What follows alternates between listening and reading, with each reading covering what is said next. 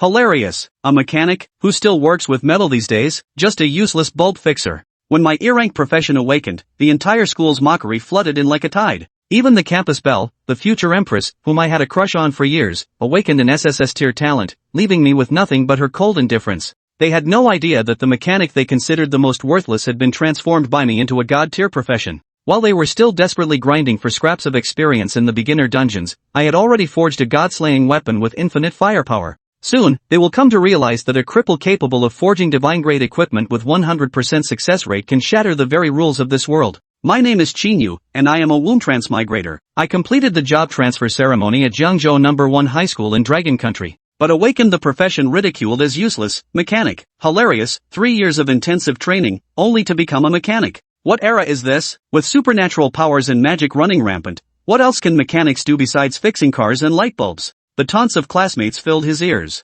In this era of universal job transitions, 300 years ago, demonic seeds invaded and secret realms descended, ushering in an age where all humans could change professions. Jobs are classified into 7 tiers, from F to SSS, and mechanics are ranked among the lowest of the life-oriented professions. His only future prospect was working in a repair shop. However, Qín Yǔ wasn't the least bit disheartened. Because when the insignia of an E-rank mechanic was branded on his chest and made contact with the azure-blue triangular prism he had worn since childhood, a prompt sounded in his mind. Beep, the divine-level profession system has been successfully bound. Scanning host's profession. Mechanic, E-rank. Detected that the host's profession is too mediocre, initiating a professional transformation for you. Qín Yǔ silently recited, transform. Congratulations, host. You have obtained the one and only transcendent level profession across all realms, transcendent mechanic. The profession panel promptly appeared, profession, transcendent mechanic, transcendent level, unique across all realms, level. LV1, Mechanical Novice, Basic Stats, Strength, 15, Agility, 13, Stamina, 17, Spirit,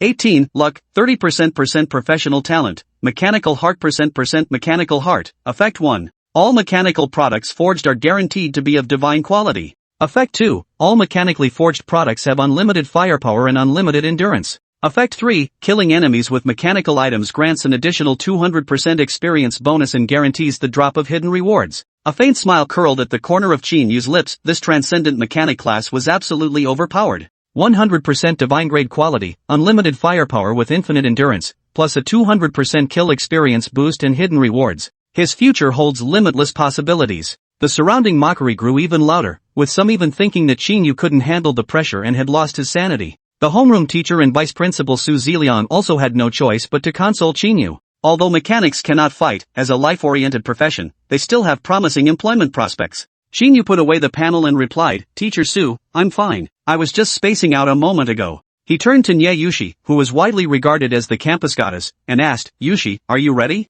The two had been classmates from elementary to high school, walking together almost daily. Niè Yǔqi responded coldly with a single word, He walked toward the class change altar. Qín Yǔ felt a flicker of doubt. Just days ago, she had been eagerly anticipating this moment, yet now she showed no urgency at all. As Niè Yǔqi's class change ceremony began, dazzling ice crystal hues shimmered above the altar. One after another, mighty ice phoenixes materialized. This was a celestial phenomenon. Such visions only appeared for SSS tier classes, didn't they? Could it be Goddess Niè's talent was SSS tier? Principal Xia Boyan and the leaders of the Education Bureau were completely thrilled, confirming that this phenomenon only occurs when an SSS-level combat profession is awakened. SSS-level professions are exceptionally rare throughout the entire Dragon Nation. Atop the altar, Niè Yǔqi's expression was cold and detached, but a hint of gloom flickered in her heart. In my past life, you died tragically because of me. In this life, I will surely lead you back to the peak. It turned out that just an hour ago, Niè Yǔqi had been reborn. In her past life, she had stood atop Blue Star as the SSS class profession, the Frost Phoenix controller, revered by the world as the Phoenix Empress, even venturing beyond Blue Star,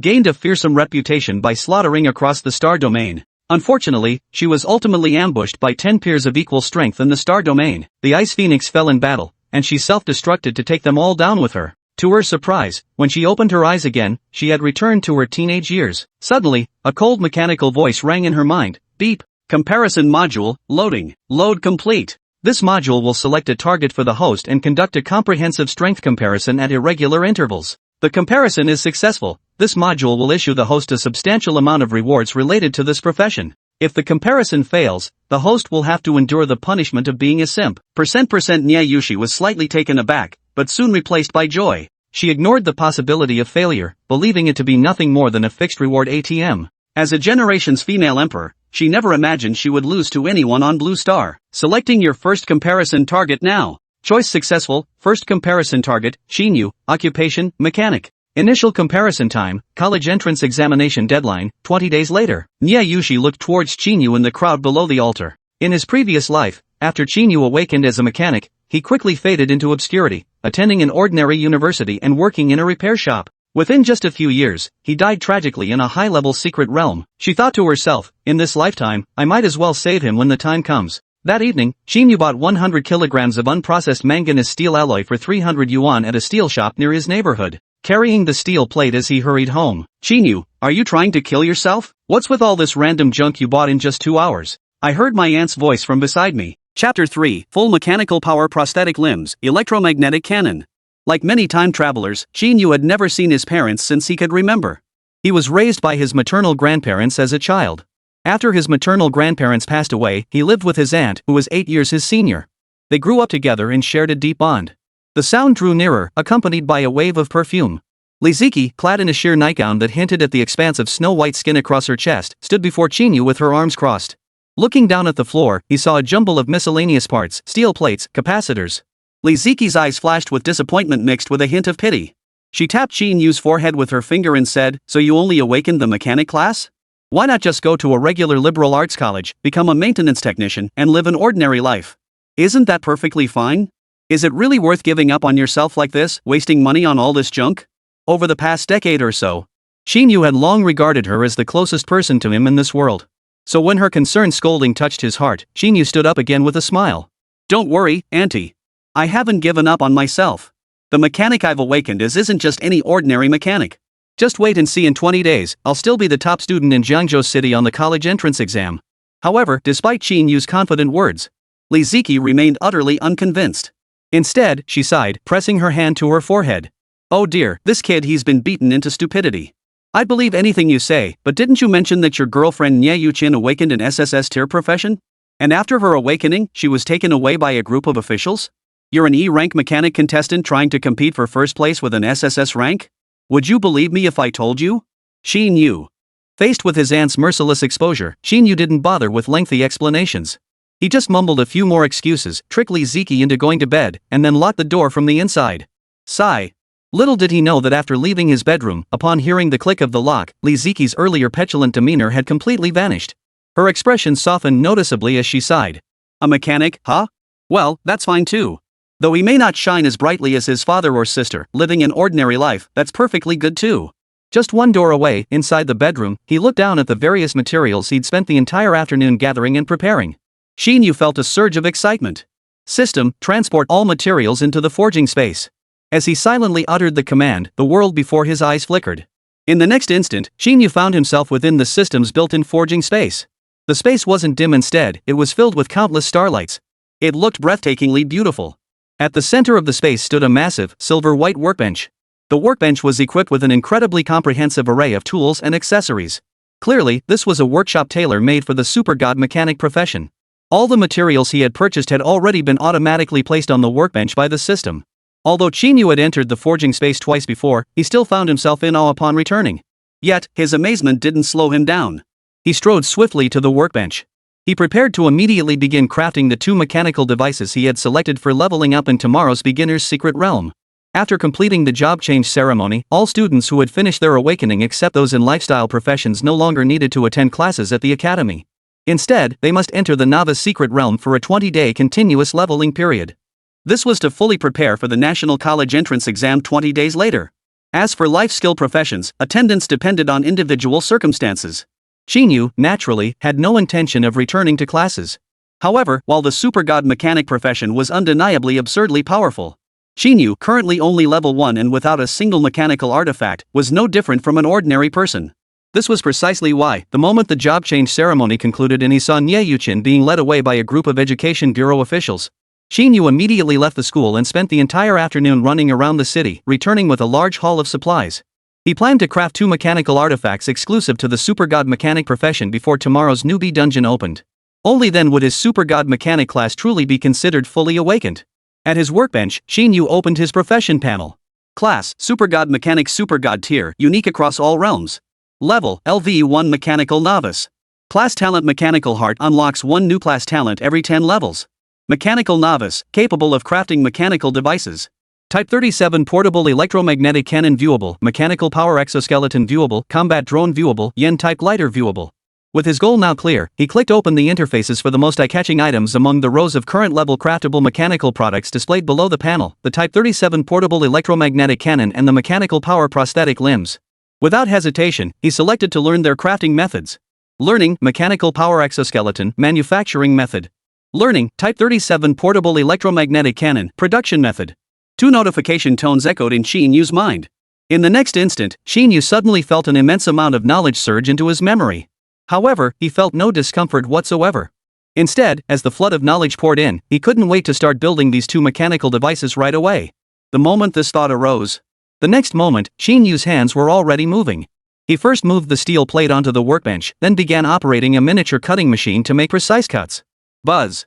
The space was soon filled with the grinding noise of the blade scraping against the alloy. At that moment, the exclusive emblem of the Super God Mechanic class on Qín Yǔ's chest faintly glowed blue. 4 hours later, within the forging space. Benefiting from the Divine Mechanic's innate forging speed bonus, Qín Yǔ had already crafted the Type 37 Portable Electromagnetic Cannon and a complete set of Mechanical Power Exoskeletons. Moreover, after his enthusiasm peaked, he even used the remaining materials to equip both of his mechanical. In fact, once his enthusiasm kicked in, he even used the remaining materials to equip each of his two-arm power exoskeletons with a Type 19 interlocking electromagnetic pistol.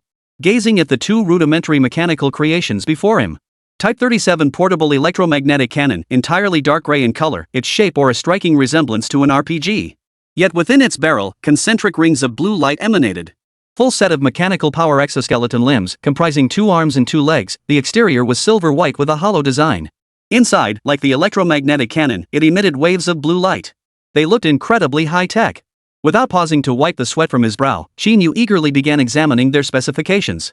A sapphire blue interface unfolded before Qín Yǔ's eyes. Name, Type 37 Portable Electromagnetic Cannon Entry-Level Mechanic Craft. Quality God Tier. Equipment requirement, profession must be Super God Mechanic. Attack power level, 1200 aura. Charge time, 3s. Description: fires a devastating electromagnetic laser every 3 seconds, delivering pinpoint strikes against targets. Name, full set of Mechanical Power Exoskeleton Entry-Level Mechanical Fabrication. Quality God Tier. Equipment requirement, profession must be Super God Mechanic. Length, arms 47 cm, legs 60 cm. Total energy output 4,000,4300 Euler. Description: upon wearing, grants the wearer massive enhancements across all attributes: speed, strength, jumping ability, and more. Chapter 4, Newbie Dungeon, Leveling Up Time. What the hell? This entry-level portable electromagnetic cannon only has a power level of 1000 Euler? And what's with these mechanical limbs? 4000 Orans. Within the forging space, Qín Yǔ stared at the attribute panel before him. Even though he'd anticipated this outcome. Thanks to the effect of his class talent, Mechanical Heart, which guaranteed 100% God-tier quality for all mechanical artifacts he crafted. The attributes of these two mechanical creations he'd crafted would undoubtedly be terrifying. But upon actually seeing that line of data, he still felt a wave of disbelief wash over him. The unit Euler was the standard energy measurement embedded in all profession panels since the advent of the universal job change era. After rigorous testing by Blue Star, it was generally determined that the maximum energy output achievable by an average adult male would not exceed 10 aura. Even newly awakened combat class A rank professionals typically start with an energy output capped around 100 Euler units. For S rank, SS rank, and even SSS rank combat professions like Niè Yǔqiān, the energy output they could generate can only reach a little over 400. Throughout Blue Star's entire history, no one below level 10, not even self-destruct type classes, has ever surpassed 800 aura. Yet now, in just a few hours, he'd crafted this portable electromagnetic cannon capable of unleashing an energy output range of 1000 to 1200 orals? What the hell does that even mean? It wouldn't be an exaggeration to say it could wipe out every genius on Blue Star past, present, and future. And most crucially, this is merely an electromagnetic cannon.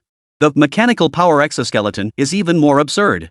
The combined energy output boost from all 4 mechanical limbs? 4000 joules? Even if a level 30 grand martial artist or archmage showed up, they'd still get beaten flat, right? For a moment, Qín Yǔ couldn't help but marvel, is this the true power of the one and only profession across all realms? Even the entry-level mechanical creations are this terrifying. I can't imagine how powerful the advanced ones must be.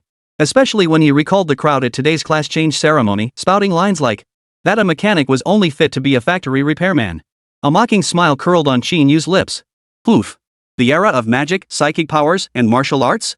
It's about time I gave you all a little taste of mechanical wonder. Team up. Team up.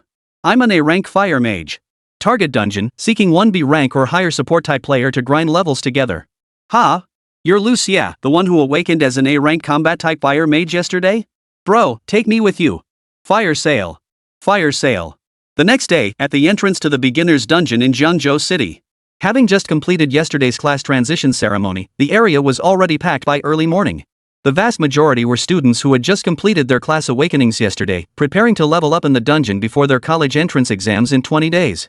A smaller number comprised merchants and idle adventurers nearing level 10, ready to take on escort or protection contracts. Though named the Novice Secret Realm, it remained quite dangerous for newly awakened level 1 players. Though Qín Yǔ had only slept a few hours, he arrived at the site early in the morning. Amidst the crowd, he spotted many familiar faces from Jiangzhou First High School, including Niè Yǔqiān. Originally, Qín Yǔ had no intention of greeting anyone, wanting only to slip quietly into the dungeon alone. But just as he approached the entrance, a familiar voice rang out beside him. What? No way. Seriously? Qín Yǔ, you're a mechanic class, and you're actually going into the Novice Secret Realm to level up? And alone? Ha! Instead of learning proper vehicle repair skills, you come here to die in the Secret Realm? Hearing the voice, Qín Yǔ halted in his tracks. Turning, he saw a figure clad in bronze-colored armor, fully armed and wielding a massive sword. Behind him trailed 4 bodyguard-like figures. Qín Yǔ raised an eyebrow, recognizing the man. His name was Li Shang, a classmate of Qín Yǔ and Niè Yǔqiān. However, despite being classmates, throughout their 3 years of high school, Li Shang, a rich kid, had always been overshadowed by Qín Yǔ in every way. Furthermore, his jealousy over Niè Yǔqiān's relationship with Qín Yǔ had fueled constant friction between them throughout high school, making their relationship as hostile as fire and water. Yesterday, after Qín Yǔ changed his job to a life-type mechanic and Li Shang awakened his A-rank combat-type fire mage class, he was the loudest in his mockery. Li Shang's voice quickly drew the attention of those around him. Including Niè Yǔqiān, many students from Jiangzhou No. 1 High School recognized Qín Yǔ at that moment. Most shared Li Shang's blatant scorn. Niè Yǔqiān, however, slightly furrowed her delicate brows. Then, just like Li Shang, she walked up to Qín Yǔ and said coldly and concisely, Qín Yǔ, join my party. I'll help you level up. Originally, Niè Yǔqiān had no intention of teaming up with anyone for today's beginner leveling. Drawing from her past life's memories, she knew the Ice World Beginner's Realm concealed an exceptionally rare 7-petal snow lotus. She intended to claim it first to boost her own strength. However, upon seeing Qín Yǔ, a mechanic, also entering the newbie dungeon, she ultimately couldn't bear the thought of this childhood friend accidentally perishing within the dungeon. Even if the distance between them only grow more distant. Watching Niè Yǔqiān, who had previously ignored every team invitation, now proactively asked Qín Yǔ to join her, wanting to bring this useless life-type class into the beginner's dungeon for leveling. The surrounding area immediately erupted with bitter, mocking whispers. Whoa! Holy crap!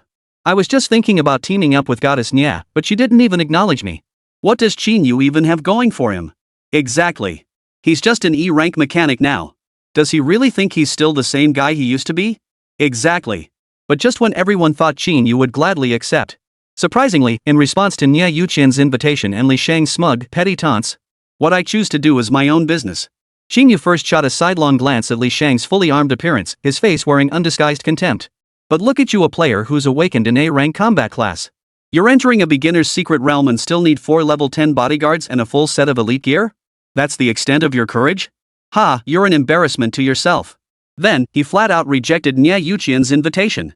Forget it, Xiao Yu. I'm heading to the Dream Swamp dungeon.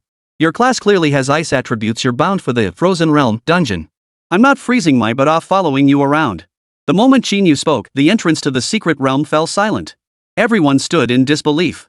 Even Niè Yǔqiān's face betrayed utter astonishment. She, the Empress herself, had personally invited him, a mere mechanic, to join her party. And Qín Yǔ had actually refused her? However, after a moment of shock, Niè Yǔqiān's expression quickly returned to normal. She nodded once, said no more, and returned to her previous position. She had done all she could. Since Qín Yǔ wasn't appreciative, she certainly wouldn't bring it up again. At this moment, Qín Yǔ couldn't care less about the reactions of those around him. Thus, after uttering those few words and nodding briefly to Niè Yǔqiān, Qín Yǔ turned and entered the newcomer's secret realm alone.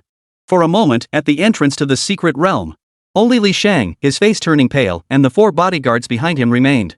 Watching Qín Yǔ's figure vanish into the abyss entrance, And recalling Qín Yǔ's earlier mockery of him, along with Niè Yǔqiān's distinctly different attitude toward Qín Yǔ, the pallor on Li Shang's face quickly gave way to a deep, sinister grimace.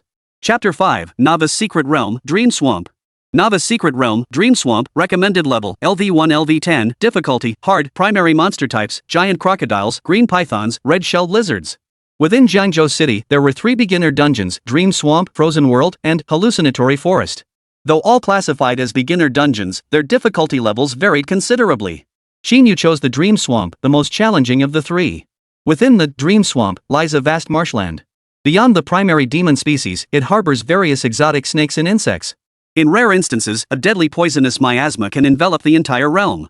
It could be said that this secret realm posed considerable danger to newcomers who had just completed their class awakening. Therefore, even Qín Yǔ dared not take it lightly after entering the realm. The moment he landed, he retrieved the hastily crafted Type 37 portable electromagnetic cannon and the full set of mechanical power exoskeleton limbs from his forging space. He immediately selected and donned them. Clang! Clang! As Qín Yǔ's super god mechanic passive ability activated, 4 mechanical limbs rose into the air, assembling themselves around him. The clanging of metal colliding echoed continuously. Qín Yǔ felt his stats increase exponentially with each completed limb assembly, especially after the entire set of mechanical limbs was fully assembled. Feeling the immense thrust surging through every joint of the mechanical limbs with each punch and movement, as if they were an extension of his own arms, Qín Yǔ realized. With this current gear, even if the Hulk or Iron Man from his past life showed up, he could utterly obliterate them with a single punch. So powerful, so cool. Especially after catching a glimpse of his own appearance, resembling a Gundam warrior, Qín Yǔ couldn't help but utter a sigh of admiration. But at that very moment, a low growl erupted from behind him. Accompanying it was a wave of foul stench. Qín Yǔ's reaction was lightning fast. Almost the instant he heard the growl, he instinctively leaped forward. Almost the instant he vanished, the spot he had just occupied. A thunderous explosion erupted. Dust billowed into the air. Empowered by the extraordinary energy levels of his mechanical limbs, Qín Yǔ's casual leap propelled him dozens of meters away. Turning around, Qín Yǔ finally saw what had ambushed him. Holy crap, it's the strongest red-armored lizard in the Dream Swamp secret realm? In any secret realm, even among creatures of the same rank, there were distinctions in strength. The red-armored lizard species, renowned for its massive size, highly defensive armor plates, and mastery of stealth and ambush tactics. It was universally acknowledged as the strongest demon species within the Dream Swamp secret realm. However, despite their power, red-armored lizards were extremely rare, making encounters exceedingly unlikely. Qín Yǔ hadn't expected that he would encounter such a creature so soon after entering the secret realm. Even so, Qín Yǔ felt no panic. Instead, he watched the red-shelled lizard charging toward him from a short distance away, a smile playing on his lips as he thought to himself. High defense? Perfect. I'll test the power of my electromagnetic cannon on you. The red-armored lizard wasn't particularly fast, but it still covered the distance of several dozen meters and charged right up to Qín Yǔ in no time. But precisely at that moment, Qín Yǔ, who had been fully prepared, leapt into the air once more. He shot straight up into the air, soaring dozens of meters high. Leveraging the powerful thrust from the joints of his external limbs, he even managed to hover briefly in midair. Only then did Qín Yǔ raise the electromagnetic cannon he had been carrying all along, aimed it at the red-armored lizard that had lunged at him again only to miss, and pulled the trigger. Instantly, a surge of blue energy gathered within the barrel, and a dazzling sapphire blue beam erupted from the dark gray barrel. It struck the red-armored lizard's position with pinpoint accuracy. Yet, there was no earth-shattering roar. No agonized screams echoed. No dust swirled or sand flew. Only the red-armored lizard, which had been lively and energetic just moments before. In an instant, it had been reduced to a charred lump. The ground beneath it was also scorched, leaving a vast, charred patch. Beep! Congratulations on defeating the red-armored lizard LV10. You have gained 370 EXP. You have leveled up. Current level, LV2. In midair, the 2 mechanical arms ceased their movements. Qín Yǔ landed steadily back on the ground as the cold notification sounded, marking his level advancement to LV2. A surge of warmth coursed through Qín Yǔ's entire body. He could distinctly feel every attribute in his body surge dramatically. However, he paid no attention to these details at that moment. Instead, he remained utterly captivated by the terrifying destructive power of the electromagnetic cannon in his hands. 1,000 ohms of energy output. Is this terrifying? A level 10 red-armored lizard, one shot killed? Staring at the charred blackened remains of the red-armored lizard and the equally scorched ground, Qín Yǔ was utterly speechless. He had known that the entry-level mechanical weapon, the Type 37 portable electromagnetic cannon, possessed an energy level of 1,000 joules. But data was just data. When this terrifying destructive power was actually displayed before his eyes, Qín Yǔ still found it utterly unbelievable. This feeling intensified upon learning that the red armored lizard was a level 10 specimen. After all, the reason these areas were called novice realms is precisely because these realms lack the advancement conditions required beyond level 10. The highest possible demon seed level achievable is 10. As for the red armored lizard, a demon species so formidable that it warranted its own dedicated chapter in Jiangzhou City's official textbooks. Even at level 1, it was exceptionally formidable. Even a newly transferred combat class at a rank couldn't withstand one. And the level 10 red armored lizard, which stands at the very top of the food chain within the Dream Swamp dungeon. It wouldn't be an exaggeration to call them the boss of this secret realm. Yet, this formidable boss was actually melted away without a fight by Qín Yǔ, a level 1 player with a single electromagnetic cannon blast? It took Qín Yǔ a long moment to snap back to reality, and he couldn't help but inwardly marvel. Damn! That's what you get with a god tier class. This is nothing short of a technological dimension lowering strike against barbarism. Chapter 6, Reuniting with Li Shang, Campus Beauty in Distress? Of course, though he felt both stunned and a bit smug inside. Qín Yǔ hadn't forgotten that his class talent, Mechanical Heart, had another effect. Using mechanical artifacts to secure a kill guarantees a hidden reward drop. Thus, after his moment of awe, Qín Yǔ strode swiftly toward the charred remains and began searching them thoroughly. However, the electromagnetic cannon's power was simply too immense. This level 10 red armored lizard had been reduced to a charred lump. Qín Yǔ searched it thoroughly but found none of the drop rewards we usually get after killing a red armored lizard. Not even the common and practical red armored lizard scales, which could be used to craft basic armor, were present. Damn it, wasn't it supposed to drop a hidden reward 100% of the time? For a moment, Qín Yǔ was at a loss for words. However, as he impatiently searched again, the charcoal on the scorched corpse began to flake off, revealing a gleaming silver bone fragment. And almost simultaneously, the familiar deep blue interface rose before Qín Yǔ once more. Bone of the mutant red-shelled lizard hidden drop reward. Quality, elite. Description, ordinary bones mutated after high-level electromagnetic bombardment. Can be used to craft high-quality, lightning attribute beginner wands. Pick up? An elite grade drop reward? After reading the description, Qín Yǔ's eyes lit up. Without hesitation, he clicked to pick it up and stored it in his forging space. Within the secret realm, drop rewards whether materials or items were categorized into 8 tiers. Substandard, common, fine, elite, superior, epic, legendary, and divine. In beginner-level secret realms like the Dream Swamp, most drops are typically only inferior-grade materials. Examples include red lizard scales, green python gallbladders, and the like. Common and fine-grade materials, while not exactly rare, are still considered scarce. As for elite tier drops, unless you get incredibly lucky and trigger a hidden reward, they absolutely cannot be obtained through normal drops.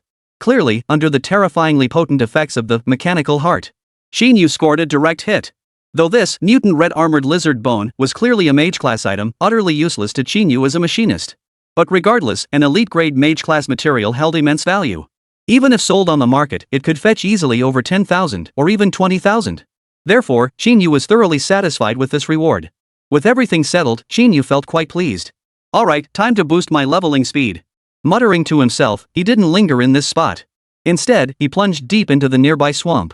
He officially began his journey of leveling up. However, although Qín Yǔ did level up from level 1 to level 2 quite quickly, it took him no more than a minute. This was entirely due to the massive amount of experience gained from slaying a level 10 red-shelled lizard. Red-shelled lizards were already scarce within the secret realm, let alone level 10 ones. Therefore, Qín Yǔ's subsequent leveling journey did not proceed as smoothly as he had anticipated. Beep. Congratulations on defeating the Green Python LV3. Gained 40 EXP. Acquired material, tough snake tendons quality, good. Current level progress, 210-500. Beep. Congratulations on defeating Poisonous Bee LV1. Gained 5 EXP. Current level progress, 215-500. Acquired material, Tiny Venomous Stinger quality, common. Beep. However, this slowdown was only relative to Qín Yǔ's previous leveling speed. Compared to ordinary people who struggle to kill a single level 1 demonic creature in half a day, Qín Yǔ took them down one by one with a single shot or punch. Still terrifying. Especially as Qín Yǔ ventured deeper into the secret realm, where demonic species generally grew stronger, his leveling speed accelerated even further. In just 3 hours, Qín Yǔ's level had already reached level 4. Beep. Congratulations on defeating the giant tooth crocodile LV8. Gained 210 EXP. Acquired material, crocodile fangs quality, elite. You have leveled up. Current level, LV4. However, just as Qín Yǔ finished slaying the megalodon and completed his level up, before he could even savor the changes from the upgrade, when a familiar voice suddenly echoed from behind him. Lin Shueyue, this is the core area of the secret realm. No one would ever come here. What's the point of struggling? You'd be better off surrendering peacefully and coming back with me. I'll make sure your father withdraws from the new secret realm competition. The fact that Qín Yǔ encountered a level 10 red armored lizard the moment he landed made it clear his random teleportation had placed him deep within the secret realm from the start.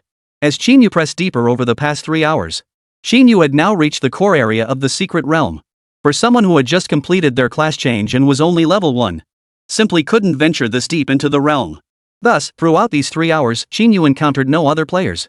This was the first group of people he had encountered. However, the arrival of these individuals did not please Qín Yǔ. For that voice was all too familiar. It belonged to Li Shang, the very man who had just mocked him at the entrance to the secret realm. Furrowing his brow slightly, Qín Yǔ turned to look back. He then noticed that Li Shang, accompanied by his 4 bodyguards, was chasing after a young girl. Qín Yǔ recognized the girl as well, Lin Shuiyue, another campus beauty from Jiangzhou No. 1 High School. She was also the only daughter of Lin Tian, chairman of the Lin Family Chamber of Commerce, the largest business association in Jiangzhou City. At yesterday's job change ceremony, the class she awakened to was quite formidable. S-rank combat class, Wind Mage. Though Qín Yǔ and she hadn't been in the same class during their 3 years of high school, they weren't particularly close, but as prominent figures within the school, they were far from strangers, merely acquaintances who nodded in greeting. However, at this moment, Lin Shuiyue bore none of her usual haughty, arrogant, rich girl beauty demeanor. Even from a considerable distance, pursued by 5 attackers, Qín Yǔ could clearly see her utter disarray. Naturally, as Qín Yǔ spotted the others, Li Shang and Lin Shuiyue's group also noticed him at that very moment, standing out like a Gundam warrior amidst the chaos. This was, in truth, unavoidable. For although the secret realm of the Dream Swamp was overgrown with weeds, Qín Yǔ, clad in his full set of mechanical power exoskeleton, Qín Yǔ, whose entire body was interwoven with silver and blue light, was simply too conspicuous. Only a blind person could fail to spot him. Moreover, bolstered by his mechanical exoskeleton, Qín Yǔ now appeared genuinely intimidating. Therefore, the moment they saw Qín Yǔ, both Lin Shuiyue and Li Shang and the others were momentarily stunned. 1,000 thoughts flashed through each of their minds. Chapter 7, Jiangzhou City, a new secret realm emerges? First and foremost was Lin Shuiyue. At that moment, she had been on the brink of despair. But upon seeing Qín Yǔ before her, a glimmer of hope suddenly ignited within her heart. She realized that if this man before her was willing to help her now, then perhaps she wouldn't have been kidnapped by the Li group behind Li Shang today. She wouldn't have been used to threaten his father into withdrawing from the bidding for that new secret realm. After all, this was the deepest part of the secret realm. A place where even ordinary level 10 transcended adventurers dared not venture deep into. Anyone who had reached this area unscathed could absolutely not be weaklings. Their base level was at least level 10, and their class level was certainly no slouch either. With this realization, Lin Shuiyue hesitated not a moment. A radiant glow erupted from her body as she forced herself to activate her innate skill once more, Ethereal Wind. She glided straight toward Qín Yǔ's location. As she glided, Lin Shuiyue opened her small mouth slightly and said, "Sir, I am Lin Tianji's daughter of the Lin Clan Merchants Guild. Should you help me escape this predicament today? The Lin Clan Merchants Guild will surely reward you handsomely in return." As for Li Shang and the bodyguards behind him, their hearts skipped a beat, panic rising within them. Especially when they saw Lin Shuiyue heading straight for that person's location. Recalling his father's stern warning before leaving that this mission absolutely must not fail, and Lin Shuiyue must be brought back to the group, Li Shang was utterly panicked. He barked at his 4 bodyguards. "Pick up the pace. If that little minx Lin Shuiyue gets away today, you'll all be in big trouble." In an instant, the speed of the 6 pursuers immediately increased their speed significantly. In the blink of an eye, they closed to within mere tens of meters of Qín Yǔ. Given that Qín Yǔ's full mechanical exoskeleton only covered his limbs and chest, therefore, all 6 men clearly saw Qín Yǔ's face. "Qín Yǔ? Is that you?" Though Qín Yǔ's appearance was peculiar at that moment, they had been classmates for 3 years. Moreover, just moments ago, Li Shang and Qín Yǔ had crossed paths at the entrance to the secret realm.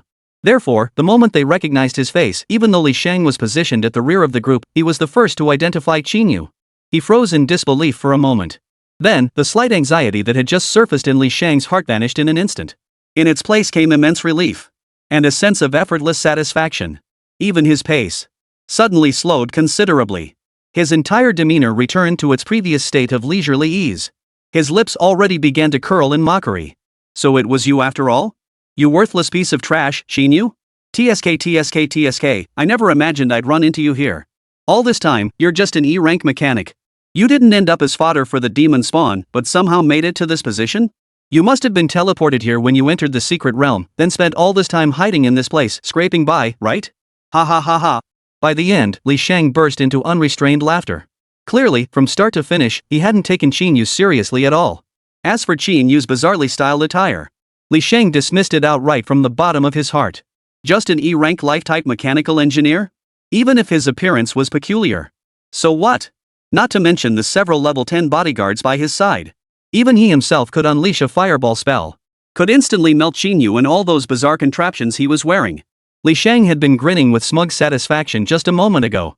But the next instant, his expression changed completely. First, he gave Lin Shueyue a sinister grin. Miss Lin, it seems even the heavens aren't on your side. In such a vast secret realm, the only person you encounter is that good-for-nothing Qín Yǔ.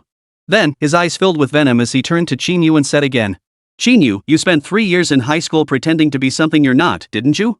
First place was yours, all the school's resources were prioritized for you. Today, I'll see just how this E-rank mechanic dares to put on airs in front of me. I was going to spare your life, but now that you've witnessed this, then you might as well die. At this point, Li Shang seemed to lose interest in continuing the conversation with Qín Yǔ. Instead, he beckoned to the 4 bodyguards standing before him. He commanded, you 4, one of you go grab Qín Yǔ for me. The other 3, keep chasing that Lin Shueyue. Yes, young master.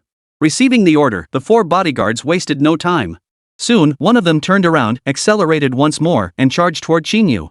As he sped up, spikes resembling wolf claws erupted from the bodyguard's fist. Clearly, in this bodyguard's eyes, Qín Yǔ was merely a domestic mechanic. He was still attacking with full force, holding nothing back like a lion hunting a rabbit. His professional skills had been fully engaged. And this bodyguard's profession was none other than the rampant C-class combat class. Wolf Shifter. Only now, after recognizing Qín Yǔ, did Lin Shueyue, who had remained silent and stopped fleeing, speak again in panic. Qín Yǔ, run. In less than a minute, Lin Shueyue's emotions had undoubtedly been on a roller coaster. Before recognizing Qín Yǔ, she had still clung to the hope that she might still have a glimmer of hope today. That by relying on this terrifyingly powerful unknown figure, she could escape the pursuit of Li Shang and his 4 bodyguards, thwarting the Li group's plans. But after recognizing Qín Yǔ, just as Li Shang had, the last shred of hope in her heart shattered completely. In fact, she felt a wave of despair wash over her. While Qín Yǔ only had a vague impression of her, she, in fact, remembered him quite vividly. After all, throughout their 3 years of high school, he was universally acknowledged as the top student in the entire school. The most promising prodigy in Jiangzhou City. In just one day, after awakening as an E-rank mechanic, he had fallen completely from grace. Worse still, there was no hope whatsoever of ever climbing back up from the mud. As the young miss of the Lin Merchants Guild, she wouldn't kick him while he was down like others might, but she couldn't help but feel a pang of pity. And precisely because she paid attention, she knew that Qín Yǔ's awakened profession was merely an E-rank lifestyle type job, mechanic. Moreover, barring any surprises, Qín Yǔ's current level should only be level 1. A level 1 mechanic? How could he possibly help her escape this predicament? Therefore, the moment she recognized Qín Yǔ, Lin Shueyue's heart, which had just begun to brighten, plunged back into despair. Chapter 8, First Kill, The Power of Mechanical Limbs. However, though despair had already taken root within her, and she had even resigned herself to her fate, upon hearing that Li Shang had actually harbored murderous intent toward Qín Yǔ, anxiety began to stir within her heart. Truthfully, she had never been overly concerned for her own safety. She understood clearly that Li Shang had targeted her in the newbie secret realm was entirely because, during this period, the Dragon Nation's High Command had detected that Jiangzhou City was about to connect with an entirely new secret realm. At that time, not only would specialists be dispatched to explore the new realm, but the rights to pioneer its exploration would also be auctioned off to the highest bidder. The immense profits represented by the exclusive exploration rights to a brand new, unknown realm were self-evident.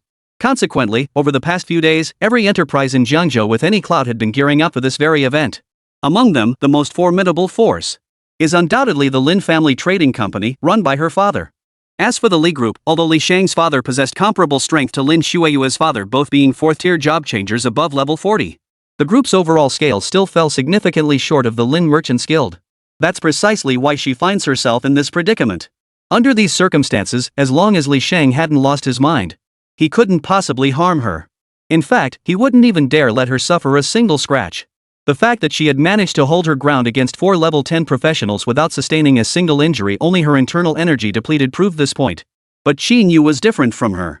Lin Shueyue knew Qín Yǔ was merely an orphan. He had absolutely no backing whatsoever. Moreover, the class he had awakened was merely an E-rank mechanic, with such a lack of background and talent. If Li Shang ordered him killed, it was entirely possible. Therefore, as she watched that black-clad bodyguard closing in on Qín Yǔ, she felt a pang of guilt. He felt that the reason Qín Yǔ had suffered such undeserved misfortune was entirely due to the circumstances she had brought about. As Lin Shueyue called out a warning, she gritted her teeth, summoning the last remnants of her magical power to cast another light spirit wind spell upon herself. Then, she lunged toward Qín Yǔ's position. She intended to use her own body to block the bodyguard and create an escape opportunity for Qín Yǔ. She refused to believe a mere level 10 bodyguard would dare attack her.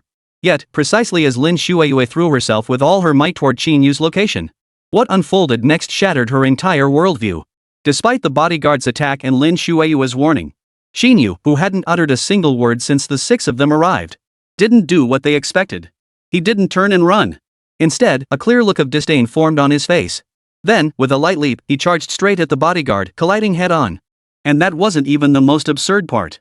The most absurd part was that in the very instant Qín Yǔ's fist collided with the bodyguard's, that level 10 bodyguard, whose profession was a combat type class, wolf shifter, was actually struck by Qín Yǔ, a mechanic. Shattered his entire arm with a single punch. His entire body was sent flying 20 to 30 meters away.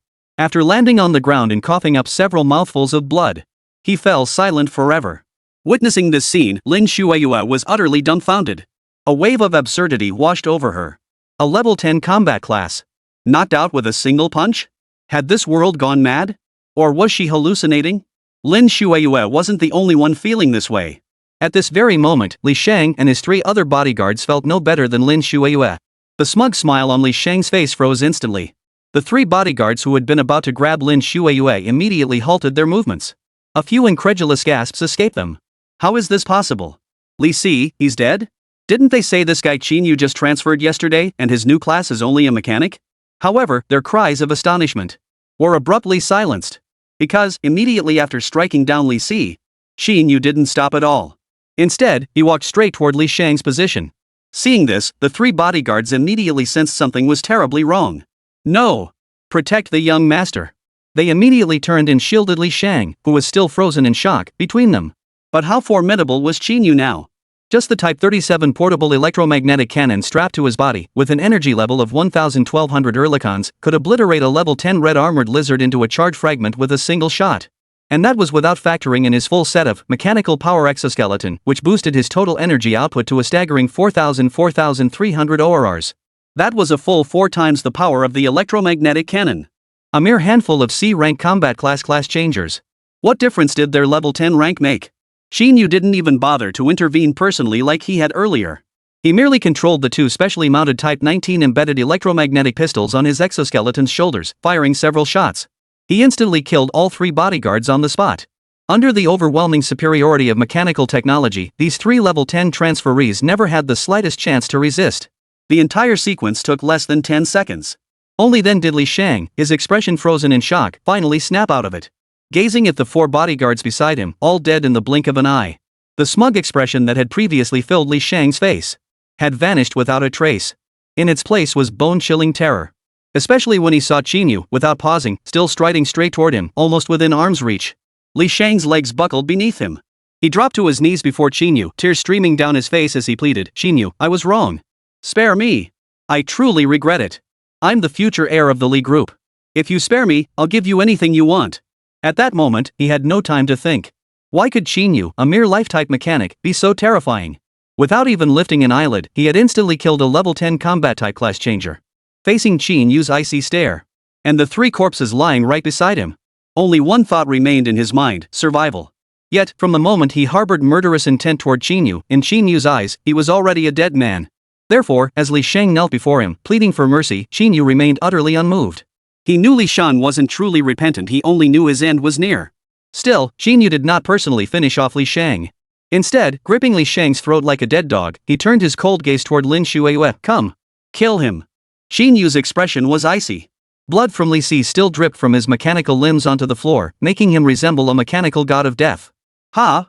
Lin Shueyue, who had only just regained her senses, froze once more, staring at Qín Yǔ in utter shock. Yet when she met the murderous glare in his eyes, goosebumps erupted across her skin. A chill ran down her spine. She suddenly realized that if she hadn't warned Qín Yǔ, he might not have hesitated to kill her right now. A moment's hesitation. Forcing down her fear, Lin Shueyue walked over to Li Shang. She now understood clearly, to survive, she had to do as Qín Yǔ commanded. Stealing her resolve, Lin Shueyue's blade flashed across Li Shang's throat. Instantly, blood spurted forth. Watching Li Shang's lifeless body fall to the ground, Qín Yǔ tossed it aside like discarded trash. Only then did Lin Xueyue's heart finally relax. Sitting slumped on the ground, staring at Qín Yǔ's aloof back, her impression of him grew even more terrifying. She never imagined that alongside his formidable strength, his cunning far surpassed that of ordinary men. He was utterly unfathomable. Chapter 9, Niè Yǔqiān, Within my generation, I am unrivaled. This was Qín Yǔ's first time killing someone, and not just one, but 4 people in a single act. To say he showed no reaction at all would be untrue. However, with the experiences gained from living 2 lifetimes, Qín Yǔ understood all too well that this world bore no resemblance to the peaceful China of his past life. A world where full-name job changes, demonic invasions, and extraordinary powers ran rampant. Showing mercy was absolutely out of the question. Take Li Shang, for instance. Though he now appeared genuinely repentant, willing to agree to anything if spared, Qín Yǔ could guarantee that after he had already killed 4 of the Li group's bodyguards and seemingly ruined their plans, if he were to release Li Shang now, then endless trouble would surely befall him. Though Qín Yǔ feared nothing, trouble remained trouble. Moreover, he had an aunt who was just an ordinary person. Therefore, upon seeing Li Shang completely dead, Qín Yǔ said nothing more. Merely nodded with satisfaction before using the mechanical power exoskeleton on his left leg to kick Li Shang's corpse over to lie beside the other 4 bodies. Then, he fired an electromagnetic cannon toward the center position. In an instant, under the electromagnetic bombardment whose power far surpassed that of an electromagnetic pistol, the bodies of Li Shang and the other 4, which had been relatively intact, were utterly reduced to charcoal. No one could tell how they had died. Only after all this had concluded, Qín Yǔ paid no further attention to Lin Xueyue, who was still retching nearby. He turned and plunged back into the thicket. He resumed his quest to level up. It took quite some time before Lin Xueyue finally recovered from the initial discomfort of her first kill. But when she finally lifted her eyes again, Qín Yǔ was nowhere to be seen. Before her lay a scene of utter devastation, and her own blood-stained body. For some inexplicable reason, Lin Xueyue felt an inexplicable surge of frustration. Indignation surged within her that Qín Yǔ was utterly despicable. Making me kill someone was bad enough, but leaving me, a defenseless woman, in the core area of this secret realm. Doesn't he fear I'll be snatched away by the red armor lizards? But after the anger subsided, she recalled that Qín Yǔ had demonstrated that terrifying combat prowess on his very first day in the novice secret realm. Beyond her shock, Lin Xueyue couldn't help but feel that the mockery Qín Yǔ had endured at yesterday's class change ceremony now seemed utterly laughable. Life type? E rank? Mechanic? What kind of decent mechanic class, fresh off a job change, could actually one-punch a level 10 job changer? Even if Niè Yǔqiān's SSS tier class showed up, that wouldn't be possible, right? Qín Yǔ's talent absolutely cannot be that of an E-rank mechanic. It's definitely SSS rank talent. Moreover, I should be the first to discover Qín Yǔ's immense power before his class change. No, we absolutely must recruit him immediately. Niè Yǔqiān, our Lin Clan Commerce Guild can't compete with those outsider upstarts. But Qín Yǔ has no rivals right now. At this thought, Lin Xueyue's eyes lit up once more. After that, she even stopped leveling up. She rushed straight toward the exit of the secret realm. She intended to make arrangements for recruiting Qín Yǔ as soon as possible. Of course, while Qín Yǔ was tirelessly grinding levels at breakneck speed. Meanwhile, in the secret realm, Ice and Snow World, Niè Yǔqiān was frantically grinding levels, her progress matching Qín Yǔ's remarkable pace. At that moment, deep within the Ice and Snow World secret realm, a crisp phoenix cry echoed across the snow-white mountaintop. A deep blue arc sliced through the midsection of an 8th level snow bear. The level 8 snow bear was instantly cleaved in 2. As the bear collapsed to the ground, a snow-covered, inconspicuous hole appeared behind it. Though this entrance was remarkably inconspicuous, upon closer inspection, one could discern. Deep within the cave, a 7-petaled snow lotus bloomed, its entire body radiating a faint, icy crystal glow. It was here all along. A flicker of emotion finally stirred in her previously icy expression. A hint of surprise flickered in her eyes. Snow lotus, though merely a common plant found in ice and snow attribute secret realms, typically grew by the roadside. Most people wouldn't even bother to step on it. But that was only the ordinary single-petal snow lotus. Every 1,000 years, each snow lotus gains an additional petal. Once it reached 2 petals, its value skyrocketed. It can be used as a spiritual ingredient. It can also be ingested to grant a degree of immunity to ice attribute attacks. The more petals it possesses, the greater its effects become. A 3-petaled snow lotus is enough to cause a stir throughout the entire city of Zhengzhou. A 5-petaled snow lotus is exceptionally rare even within the entire province to which Zhengzhou city belongs. And now, rowing before Niè Yǔqiān, is a 7-petaled snow lotus. Its value, needless to say, was beyond measure. Without hesitation, Niè Yǔqiān strode into the cave entrance and plucked the 7-petaled snow lotus. However, after picking it, Niè Yǔqiān did not consume it herself. Instead, she activated her skill, summoning a fledgling phoenix entirely ice blue in color from between her eyebrows. She then had it consume the lotus. This was the unique aspect of Niè Yǔqiān's profession, the Ice Phoenix Master. As an Ice Phoenix Master, her primary combat power stemmed from the Ice Phoenixes she summoned. Moreover, the stronger the Ice Phoenix grew, the stronger she herself became. For the Ice Phoenix to grow stronger, it must be constantly fed various ice-attributed spiritual materials, enabling it to develop rapidly. Ultimately, it would undergo a transformation into the mythical. A true Ice Phoenix capable of turning the heavens upside down. After consuming the entire 7-petaled snow lotus, within mere moments, the fledgling in Niè Yǔqiān's palm visibly grew larger. Immediately afterward, under the effect of her innate talent, Niè Yǔqiān's aura surged dramatically higher. Standing atop the snow-capped peak, she felt the power within her surge once more. And knowing that in 20 days, her golden finger would grant her another reward. For a moment, Niè Yǔqiān's expression grew haughty, her heart swelling with bold ambition. In this life, armed with the foresight gained from rebirth, and the periodic rewards from the comparison module, she would surpass her past life and once again forge the legend of the Phoenix Emperor. As for the possibility of comparison failure, missing out on rewards and instead having to perform those groveling tasks? As she had always maintained, Niè Yǔqiān never once entertained such a possibility. She is the Empress. In her heart, she was absolutely unrivaled among her peers. Chapter 10, Level 16, Talent, Mechanical Eye. Beep. Congratulations on defeating the 4-eyed demon spider LV9. Gained 300 EXP. Acquired material, tough spider silk quality, good. Current level progress, 8016,000. You have leveled up. Current level, LV16. Detected, you have explored this secret realm for 10 days. Please proceed to the teleportation point to leave immediately, or you will be forcibly teleported. Dream Marsh, atop a low hill. Qín Yǔ's eyes flickered with threads of blue light. From hundreds of meters away, a precise electromagnetic cannon shot. It struck a 4-eyed green spider lurking in the grass, its entire body radiating an unsettling glow, instantly reducing it to a wisp of ash. The familiar notification tone from his profession interface sounded in his ears. Has it really been 7 days already? The reason it's called the Novice Secret Realm. Besides the fact that the highest level demonic species inside could only reach level 10, and that adventurers couldn't exceed level 10 before entering. Another key point is that each entry into the dungeon, it cannot exceed 10 days. After 10 days, you must reach the dungeon's teleportation point within half an hour to exit. Failure to do so will result in forced teleportation out. While forced teleportation rarely causes accidents, there is a certain probability of being swept into spatial turbulence, resulting in a gruesome death. At this moment, Qín Yǔ had already spent 10 full days within this secret realm. Of course, though it was only 10 days, Qín Yǔ's gains during that time were substantial. Beyond filling his forging space to the brim with diverse materials, his level had surged to a staggering 16. Don't underestimate this level 16. Remember, Qín Yǔ had only completed his class change 10 days prior. And 10 days of grinding in the novice dungeon. For the vast majority of people, forget about reaching level 16. Even reaching levels 3 or 4 is as difficult as climbing Mount Everest. After all, the experience bonus provided by a level 1 demon seed is only between 10 and 35 points. Yet leveling up to level 2 requires 200 points. This means you must defeat at least 7 level 1 demon spawn to complete the upgrade. As you progress further, the experience required for each level increases exponentially. Leveling becomes incredibly difficult. Even for the rare few transfigures who awaken powerful combat-oriented classes, 10 days of grinding in the newbie's secret realm. It's absolutely impossible to reach level 10 or higher. Setting aside other regions, at the very least, in the centuries-long history of Jiangzhou City, no such prodigy has ever been recorded. The highest recorded level was merely 8. Otherwise, the newbie dungeon wouldn't have a rule prohibiting entry after reaching level 10. One can only imagine how terrifying Qín Yǔ's level 16 truly is. Reaching level 16 in 10 days, this pace truly lives up to my god-tier profession. Even Qín Yǔ himself was thoroughly satisfied with his own leveling speed.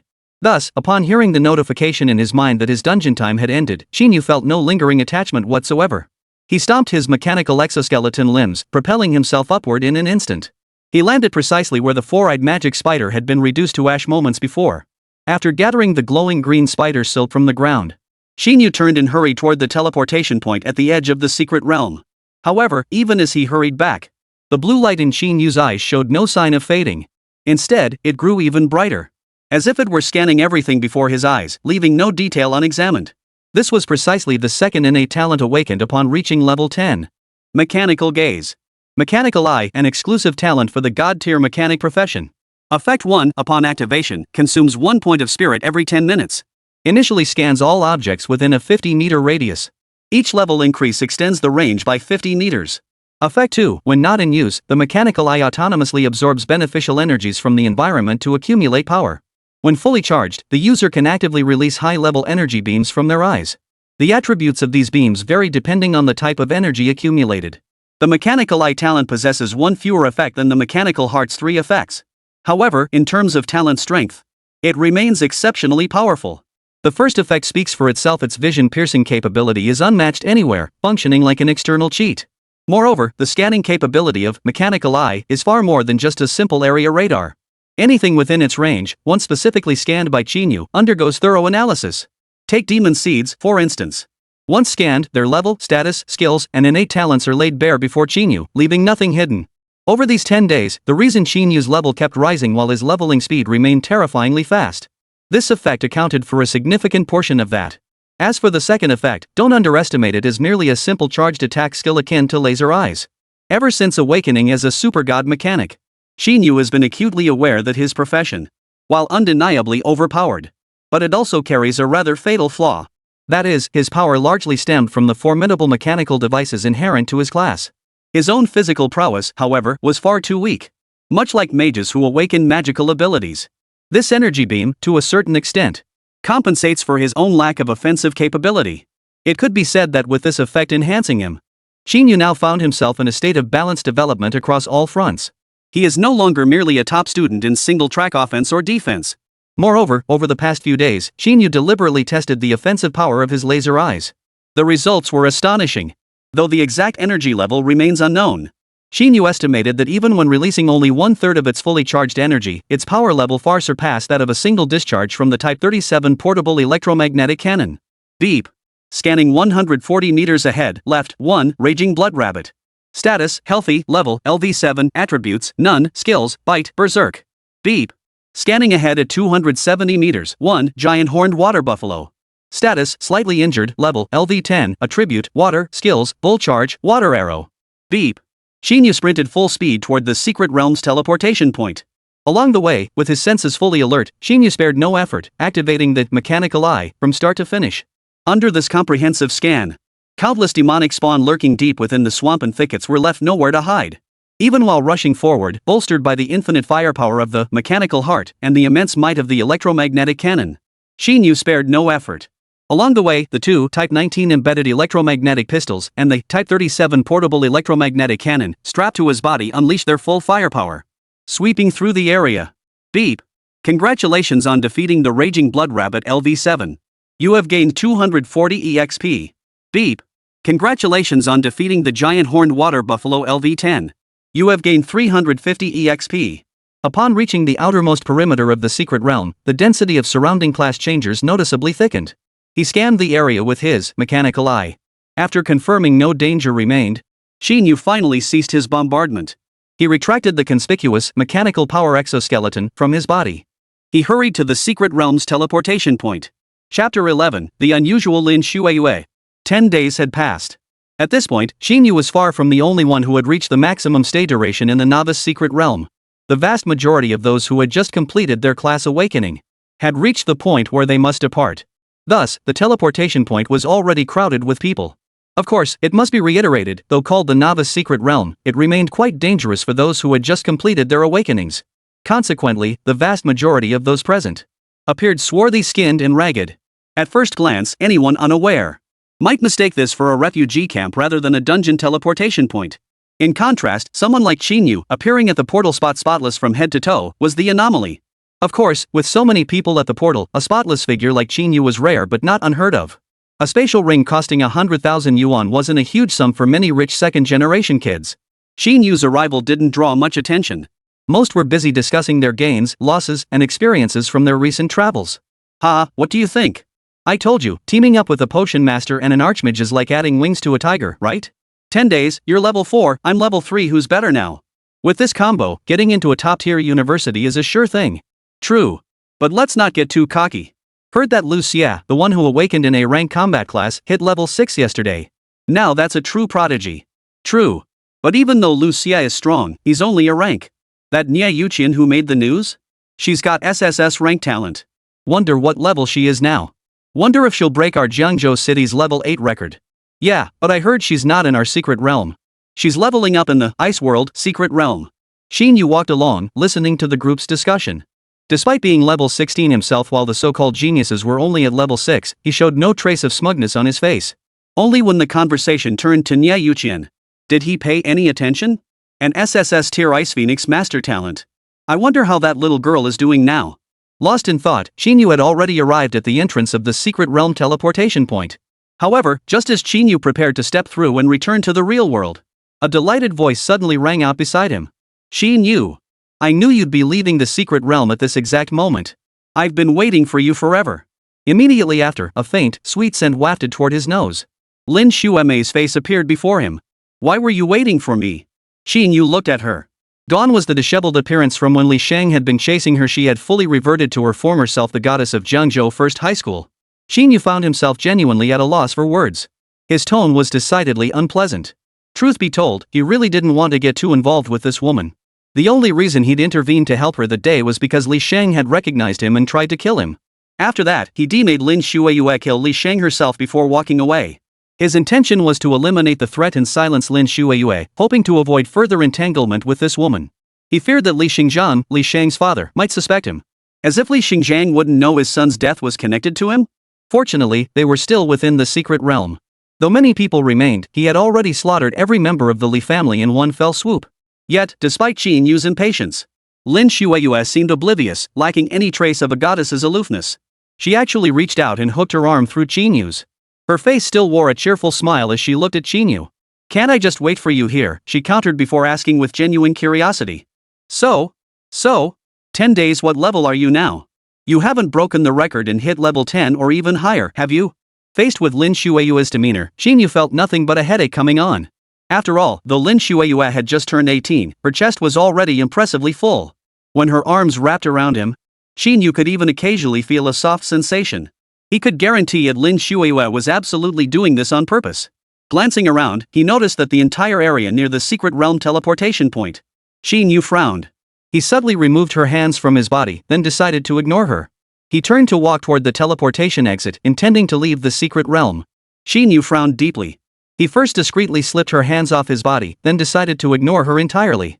He turned to walk toward the teleportation exit, intending to leave the secret realm. But Lin Xueyue remained undeterred, persistently asking, Hey, Qín Yǔ, did you finally hit level 10 or not? What kind of relationship do we have? Spill the beans. Qín Yǔ remained silent. Yet, the others nearby who had been watching them the whole time, seething with envy that Qín Yǔ could win the favor of a goddess-level beauty like Lin Xueyue, couldn't hold back any longer. Ha! Seriously? A beauty? Level 10? You gotta be kidding. You think this guy is some SSS tier pro like Niè Yǔqiān? No. Even if he were SSS tier, it'd be tough to hit over level 10 in just 7 days, right? The first to laugh out loud was a man whose clothes were practically in tatters. Soon, waves of laughter followed. Among them, several students from Jiangzhou First High recognized Qín Yǔ and blurted out the news. His awakened profession was merely an E-rank life-type mechanic. The roar of laughter grew louder. Ha, Lin, the school beauty, didn't you know? Qín Yǔ's class is just a mechanic. He's got guts coming to the newbie secret realm, I'll give him that. But, level 10? That's a joke. Our top seed Qín Yǔ would be lucky to make it to level 2. Brother's got a point. A mechanic spending 10 days in the secret realm and still looking this clean? My guess is he came in full of confidence, only to get scared out of his wits by the demon seeds. He probably just hid away, toughing it out for 10 days straight before finally emerging, right? Otherwise, how could there be absolutely no signs of combat? Ha, that's definitely possible. Hey, girl, this guy might be pretty handsome, but you better keep your eyes peeled. Don't let him fool you. Listening to the barrage of mocking remarks from the crowd, Qín Yǔ felt not a flicker of emotion. He merely felt like laughing. Just level 10, and that's it? He wondered what expressions they'd wear when they found out he was already level 16. Of course, this thought only flashed through Qín Yǔ's mind for a moment. He wasn't bored enough to the point of revealing his true strength. Thus, from start to finish, Qín Yǔ remained expressionless. He merely turned his head, glanced once, then stepped directly into the teleportation portal, vanishing from everyone's sight. However, while Qín Yǔ didn't care, Lin Xueyue was acutely aware of his true strength. Hearing the crowd's doubts, she was momentarily overcome with fury. She turned to glare at the people behind her. Instantly, Lin Xueyue reverted to her aloof goddess persona, her voice icy as she declared. Mind your own business. Just because you can't do it doesn't mean no one can. Not a single level 5 among you. Don't you feel ashamed? As she spoke, she revealed her own profession and level. A palpable aura of authority radiated from her. In that instant, every voice fell silent. After doing all this, Lin Shuiyue gave a cold snort. Turning away from the crowd, she followed Qín Yǔ into the teleportation portal. However, as Lin Shuiyue and Qín Yǔ departed, the crowd, which had grown quiet, quickly stirred once more. This time, though, their mocking whispers carried a hint of envy. What the hell? A mechanic, 10 days, level 10? What brand of love potion did this guy slip that beauty? Who knows? Chapter 12, Secret Realm Exploration Spots, Qinglong Manor Villa Number 2. The teleportation point flashed with light. The next moment, Qín Yǔ's figure appeared at the entrance to the secret realm. The entrance to the secret realm was still bustling with activity. It was even livelier than the day Qín Yǔ had first entered. Among the crowd, besides those who had already emerged from the secret realm as transfigured adventurers, a significant portion of the crowd consisted of parents there to pick up their children. Qín Yǔ even spotted the pickup convoys of the Lin Clan Merchants Guild and the Li Clan group amidst the crowd. Qín Yǔ, however, showed not a trace of panic. Having lived 2 lifetimes, his mental fortitude was formidable.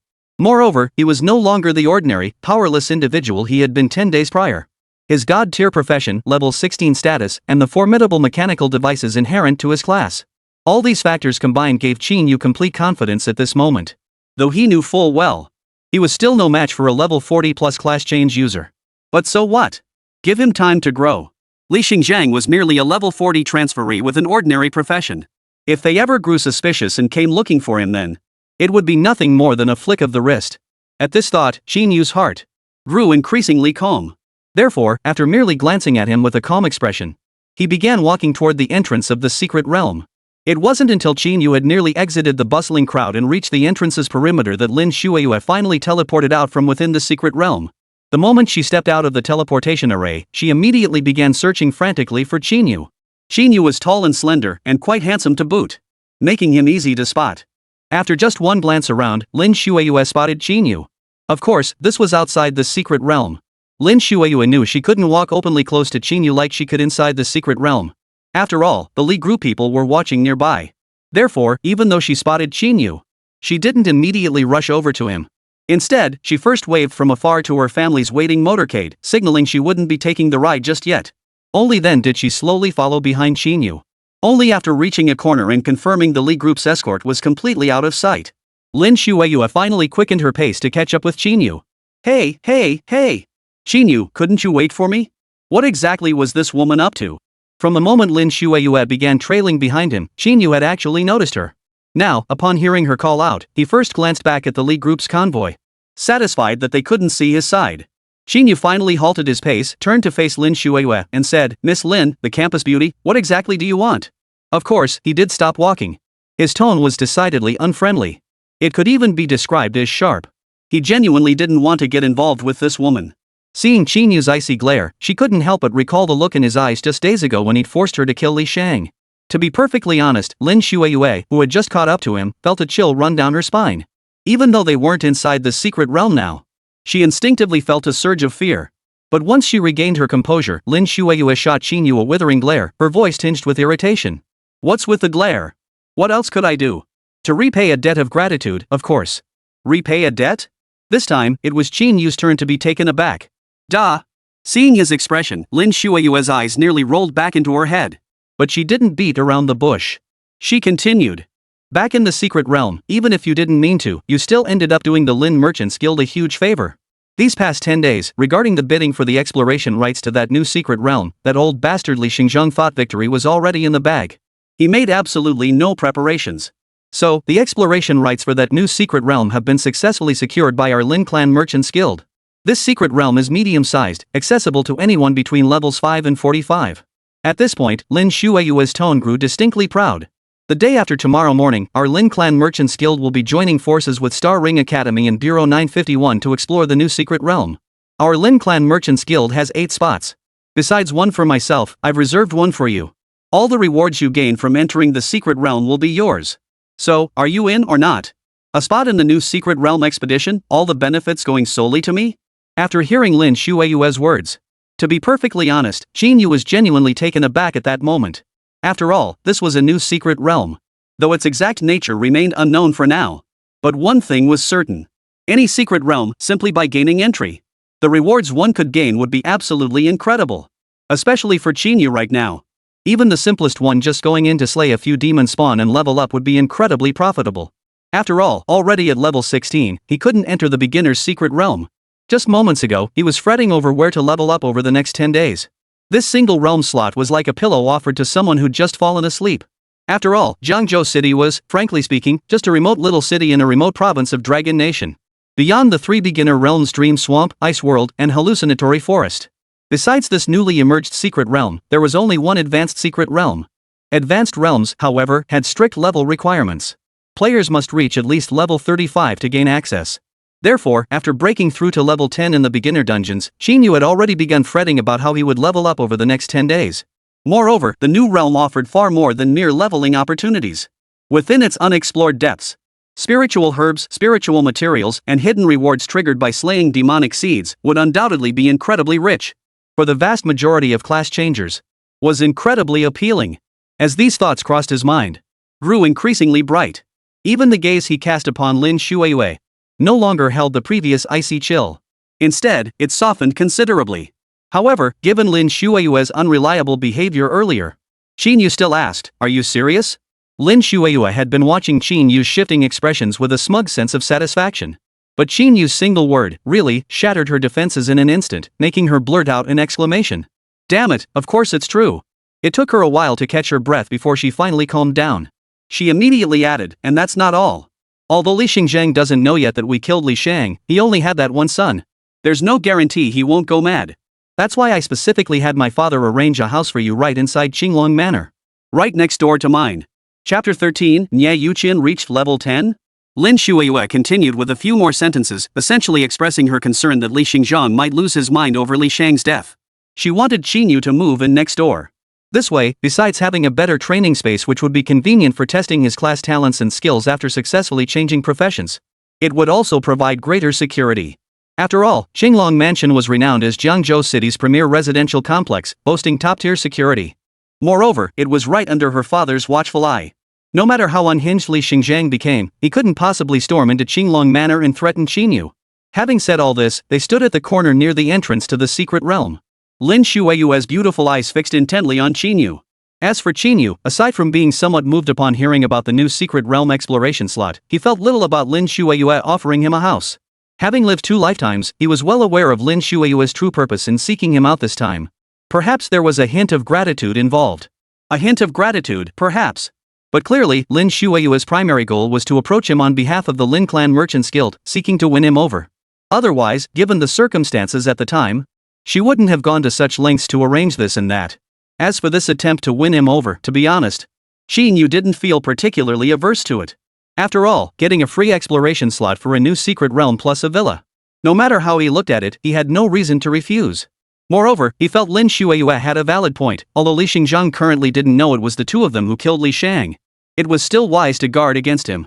Besides, he had an aunt who lived in Jiangxi district, a rough neighborhood where all sorts of people mingled. It certainly wasn't safe. With him around now, perhaps nothing would happen. But it was inevitable that he wouldn't be able to stay in Jiangzhou City for long. Therefore, after only a moment's consideration, Qín Yǔ didn't hesitate. He was about to agree. However, as the words reached his lips, he glanced at Lin Xueyue before him. Her face was flushed from anger, her chest rising and falling rapidly, her breathing still slightly hurried. Qín Yǔ suddenly found himself amused. Raising an eyebrow, he teased, "Miss Lin, the campus beauty. First you offer me a spot in the new secret realm, then you give me a villa. Could it be that you've fallen for me after I saved you in the secret realm? Have you fallen for me?" Hearing this, Lin Xueyue, whose breathing had just begun to steady, instantly lost her composure again. "Who likes you? I'm repaying a debt. Repaying a debt. Got it? Take it or leave it. Good. I'm destined to be the man you can never have." Qín Yǔ silently added this thought to himself. But seeing Lin Xueyue truly on the verge of breaking down, he ultimately held back. Instead, he replied earnestly, "I do. Of course I do. Thank you for your kind offer, Miss Lin." Lin Xueyue. Qín Yu's sudden seriousness momentarily threw Lin Xueyue off balance. Yet, seeing him actually agree, she instantly pushed the earlier incident to the back of her mind. Instead, she was overcome with excitement. Qín Yu's guess was spot on. A major reason behind Lin Xueyue's current actions was to recruit him. After all, within the secret realm, the sheer power of Qín Yu's profession had left an indelible impression on her. On her very first day after class change, she had swept aside 4 level 10 class changers. Frankly, under such circumstances, Lin Shueyue found herself hesitant to even imagine just how high Qín Yǔ might rise in the future. Therefore, the moment she realized this, before Qín Yǔ could even continue speaking, she immediately cut him off. Lin Shueyue said excitedly, "Really? All right. Tomorrow I'll arrange for a few people from our guild to come help you move." Qín Yǔ felt tomorrow was a bit too rushed. After all, he was set to join the Lin clan's exploration team into the new secret realm the day after tomorrow.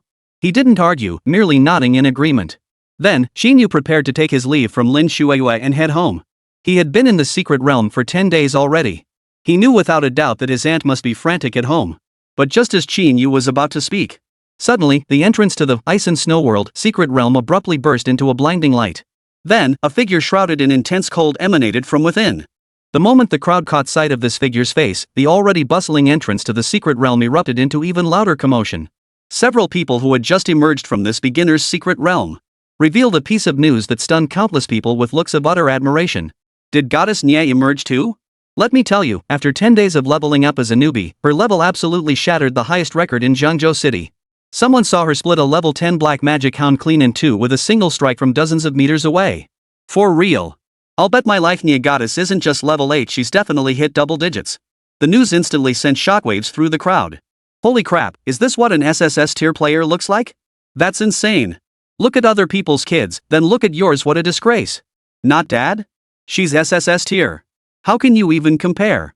Such a commotion naturally caught the attention of Qín Yǔ and Lin Shueyue, especially after overhearing the whispers from nearby. Both Qín Yǔ and Lin Shueyue showed slight shifts in their expressions. Qín Yǔ's thoughts were straightforward, his childhood sweetheart was growing stronger by the day, her future bright and promising. Naturally, he felt happy for her. Lin Shueyue, however, felt a hint of disdain. She glanced at Qín Yǔ beside her, still wearing his usual calm expression. She muttered to herself, "What's so impressive about killing a level 10 black magic hound in one move?" That Qín Yǔ on his very first day in the secret realm, he'd slaughtered a level 10 transferee as easily as killing a dog. If you guys found out about this, wouldn't you be scared out of your wits? Niè Yǔqiān, radiating an icy aura, stood at the secret realm's entrance, commanding everyone's attention. Qín Yǔ had intended to greet her, but seeing the crowd already swarming around her to gawk, Qín Yǔ ultimately abandoned the idea. There were simply too many people. But this minor incident reminded Qín Yǔ of something else. Pulling his gaze back, Qín Yǔ addressed Lin Shueyue. "By the way, Miss Lin, the Lin Clan Merchants Guild, aren't you known for buying absolutely anything? I have some materials and items that dropped from the newbie secret realm. Would your Lin Family Merchants Guild take them?" At Qín Yǔ's question, Lin Shueyue rolled her eyes again. "Of course we do. But if you want to sell them, you'll need to come with me to the guild. There's quite a lot. Are you sure you can handle it all?" Qín Yǔ, however, seemed oblivious to Lin Shueyue's eye roll and proceeded to question the Lin Clan Merchants Guild's purchasing capacity. In an instant, Lin Shueyue felt the anger she'd just managed to quell start bubbling up again. "Are you kidding me? The Lin Merchants Guild might not rule the entire Jiangzhou city with an iron fist, but they were certainly in a league of their own. If they couldn't handle a few items dropped from a beginner's secret realm, wouldn't they be laughed out of town? We can take it." Lin Shueyue practically gritted out those two words. Once she confirmed they could take it, thinking of her forging space filled to the brim with all kinds of materials, Qín Yǔ's eyes lit up once more. "Alright, let's head to your guild right now." Without waiting for Lin Shueyue's response, Qín Yǔ casually hailed a taxi by the roadside and climbed in, intending to head straight for the Lin Family Merchants Guild. Lin Shueyue had no choice but to follow Qín Yǔ. Chapter 14, I'm already level 13, what does Qín Yǔ have to compare with me? However, what Qín Yǔ didn't know was that although he hadn't greeted Niè Yǔqiān from her vantage point at the entrance to the Ice World secret realm, Niè Yǔqiān could clearly see both Qín Yǔ and Lin Shueyue. Their striking looks and figures stood out like a crane among chickens in the crowd. Therefore, the moment they emerged from the secret realm, Niè Yǔqiān had already spotted Qín Yǔ and Lin Shueyue. Watching them walk together and eventually share a taxi, a flicker of confusion crossed Niè Yǔqiān's mind. How did these two end up together? In her memory, she recalled clearly that after the job change ceremony, Qín Yǔ had completely severed all ties with the extraordinary world, becoming an ordinary person. Yet now, he was entangled with Lin Shueyue, who had awakened an S-rank talent? Butterfly effect? Though puzzled, she pondered briefly before attributing it to minor alterations caused by her own rebirth. Niè Yǔqiān didn't dwell on it further. Having been reborn, her primary goal was to prevent Qín Yǔ from being drawn into that polluted secret realm years later and dying needlessly. She didn't wish to interfere too much in Qín Yǔ's affairs. After all, the two of them were destined to drift further apart until they never met again. Just like now 10 days had passed. Her level had already reached 12. And Qín Yǔ? Barring any unforeseen circumstances. Given his class, he'd likely struggle to gain even 2 levels. With such a vast gap between them, what could he possibly offer to connect with her? How could he possibly compare to her? Of course, these thoughts merely flashed through Niè Yǔqiān's mind before she quickly pushed them aside. Instead, she glanced toward the entrance where the Lin Clan Merchants Guild and Li Group's corporate motorcades were parked, recalling memories from her past life. Her gaze grew profound once more as she pondered. By now, the advanced secret realm known as the Blood-Colored Canyon should have been handed over to Zhengzhou City. The exploration team from Star Ring Academy should have arrived as well. The Lin and Li clans will soon tear their masks off completely over this secret realm. In my previous life, aside from joining the exploration team to level up for a few days inside the realm, I gained nothing from the ensuing war between these two families. This time around, I might be able to make a move. Moreover, Niè Yǔqiān wasn't the only one who spotted the two of them. Amidst the crowd, fresh out of the secret realm, covered in yellow mud and looking disheveled, Zhao Qi saw it all clearly too. Zhao Qi's father served as Li Xingzhang's driver. Having grown up in the Li household, he had been Li Shang's loyal lackey since childhood. And precisely because of this connection, he was aware that Li Shang had entered the novice secret realm intending to harm Li Shueyue. However, due to his profession being better suited for the Dream Forest secret realm, he hadn't gone. Now, seeing Lin Shueyue emerge unscathed from the realm, and failing to spot Li Shang anywhere after searching for a long time, Zhao Qi immediately sensed something was amiss. Therefore, as he watched Lin Shueyue and Qín Yǔ get into the car and drive away, he immediately began making calls to report the situation. Uncle Li. I saw Lin Shueyue at the entrance. She came out unharmed. And it seems she came out with another person. I know that person. His name is Qín Yǔ. He's the young master's arch-rival from high school. After a long silence on the other end of the line, only one utterly cold sentence came through. Got it. 1 hour later, in an underground warehouse belonging to a branch of the Lin family trading company. Facing a warehouse filled to the brim with materials, the lowest quality being ordinary, Lin Shueyue felt her entire worldview, once again, had been utterly shattered. Qín Yǔ, how many demon seeds did you slay in that beginner's realm over these 10 days? At first, she had assumed that even with Qín Yǔ's strength. But based on the drop rates in the realm, his claim of quite a few could only mean dozens, or at most 100 demonic seed materials. Yet, upon entering the warehouse, Qín Yǔ said nothing as he poured out pile after pile of materials from his spatial ring. And the quality was remarkably high. She realized she had been utterly wrong. This was far more than quite a few. She even began to suspect that the total loot dropped by all the newly awakened job changers in Zhengzhou City over the past 10 days combined couldn't possibly match what Qín Yǔ had obtained alone. It took Lin Shueyue a long while to finally snap back to her senses. Then, she stared at Qín Yǔ as if he were some kind of monster. She asked, her voice tinged with disbelief, with this much loot, Qín Yǔ, even if you said you're already level 20, I'd believe you. However, Qín Yǔ chose to ignore Lin Shueyue's question once again. In the age of universal job change, unless someone voluntarily revealed their level, others generally couldn't see it. Unless, like Qín Yǔ, one possessed a detection-type talent such as mechanical eye. Ignoring Lin Shueyue's question, Qín Yǔ accepted the bank card and spatial ring she had brought. After inspecting them and confirming the spatial ring contained all the materials he needed. Alright, thanks for the sponsorship, Lin Snowmoon, Qín Yǔ said without further ado, offering a casual thank you. He turned and climbed into the SUV behind him, also prepared by Lin Shueyue.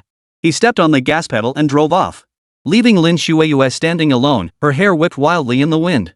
Qín Yǔ, do you have to act so aloof? Another half-hour later, Qín Yǔ, who had long since obtained his driver's license, raced back home at breakneck speed. As he pushed open the door and breathed in the familiar scent of home, the exhaustion from 10 days of leveling up in the secret realm instantly washed over him. But before he could utter a single word of reflection, home is where you feel at ease, this is the scent of home. A pink slipper had already come flying through the air. It landed with pinpoint accuracy right on his forehead, accompanied by Li Ziqi's furious scolding. Qín Yǔ, you better give me a proper explanation. What the hell have you been doing these past 10 days, not even at school? Or else I'll beat your butt bloody today. Auntie. Qín Yǔ looked at Li Ziqi standing in the middle of the living room, hands on her hips, looking fiercely intimidating, yet visibly worn out. Qín Yǔ felt a pang of guilt. Because 10 days ago, when he entered the newcomer's secret realm, he hadn't told Li Ziqi. He'd only left a note, falsely claiming he'd be away for a while. He and his aunt had relied on each other since childhood. Qín Yǔ didn't even need to think about his sudden disappearance for 10 days. Li Ziqi must be terribly worried about him. But just as Qín Yǔ was about to fabricate an excuse to explain himself, Li Ziqi, standing in the middle of the living room, fell silent for a moment before speaking up again before Qín Yǔ could say anything. You spent these past 10 days leveling up in the newbie secret realm, didn't you? Chapter 15, Extremely Rare Professions. Hearing his aunt's words, Qín Yǔ froze for a moment. The explanation that had been on the tip of his tongue was abruptly swallowed back. He could only silently admit it. What he hadn't anticipated, however, was that with his tacit admission, Li Ziqi, who had been advancing toward him with a menacing expression, seemingly about to strike, suddenly burst into tears. As she wept, her emotions spiraled out of control. "Qín Yǔ, have you lost your mind? You left a note saying you'd be gone for a while? Do you really think I don't know what you're going to do? Do you have any idea how worried I've been these past 10 days? You're just a mechanic, venturing into that dangerous beginner's secret realm. If something happened to you, what would I do? Do you know I didn't even dare go to the beginner's dungeon to pick you up today? I was terrified you wouldn't make it out. I could only stay home." Li Ziqi grew increasingly agitated as she spoke, eventually collapsing weakly into Qín Yǔ's arms. For a moment, even with his 2 lifetimes of experience, Qín Yǔ was at a loss for words. His plan to reveal his true identity as an extraordinary genius to his aunt after the college entrance exams vanished completely in that moment. "Auntie, I really wasn't lying to you that day. The profession I awakened to isn't some E-rank mechanic." As he helped Li Ziqi sit up, Qín Yǔ hesitated no longer. Under Li Ziqi's disbelieving gaze, from the forging space, he summoned once more the Type 37 portable electromagnetic cannon he had crafted, along with a complete set of mechanical power exoskeleton limbs. Soon, the clanging sounds of metal assembly echoed through the living room once more. 5 minutes later, Li Ziqi, her emotions now settled, stared at Qín Yǔ before her. His limbs were tightly encased in manganese steel alloy. Her eyes brimmed with utter disbelief. "You mean, the class you awakened to is actually an entirely new one? But because it's so rare, the awakening stone couldn't detect what your class actually is. So they could only classify your profession as an E-rank mechanic?" "Yeah, Auntie. I told you back then, but you didn't believe me. That's why I planned to surprise you during the college entrance exams." Seeing that Li Ziqi's emotions had settled, Qín Yǔ finally let out a sigh of relief. As he explained, he took the opportunity to disassemble the mechanical prosthetic limbs and electromagnetic cannon. As for Qín Yǔ's explanation, Li Ziqi rolled her eyes at him and snorted, "Surprise? More like a scare. How can you call it a scare? Auntie, just wait. In 10 days at the college entrance exams, your nephew will prove himself. When he speaks, it will be astonishing. He'll soar to new heights. From then on, the hidden dragon will emerge from the depths, dominating the heavens and earth, unrivaled." "Ha! Right. My little Yu is definitely the best." Of course. The two chatted for a few more minutes, but Li Ziqi's energy was visibly flagging. Qín Yǔ didn't press further.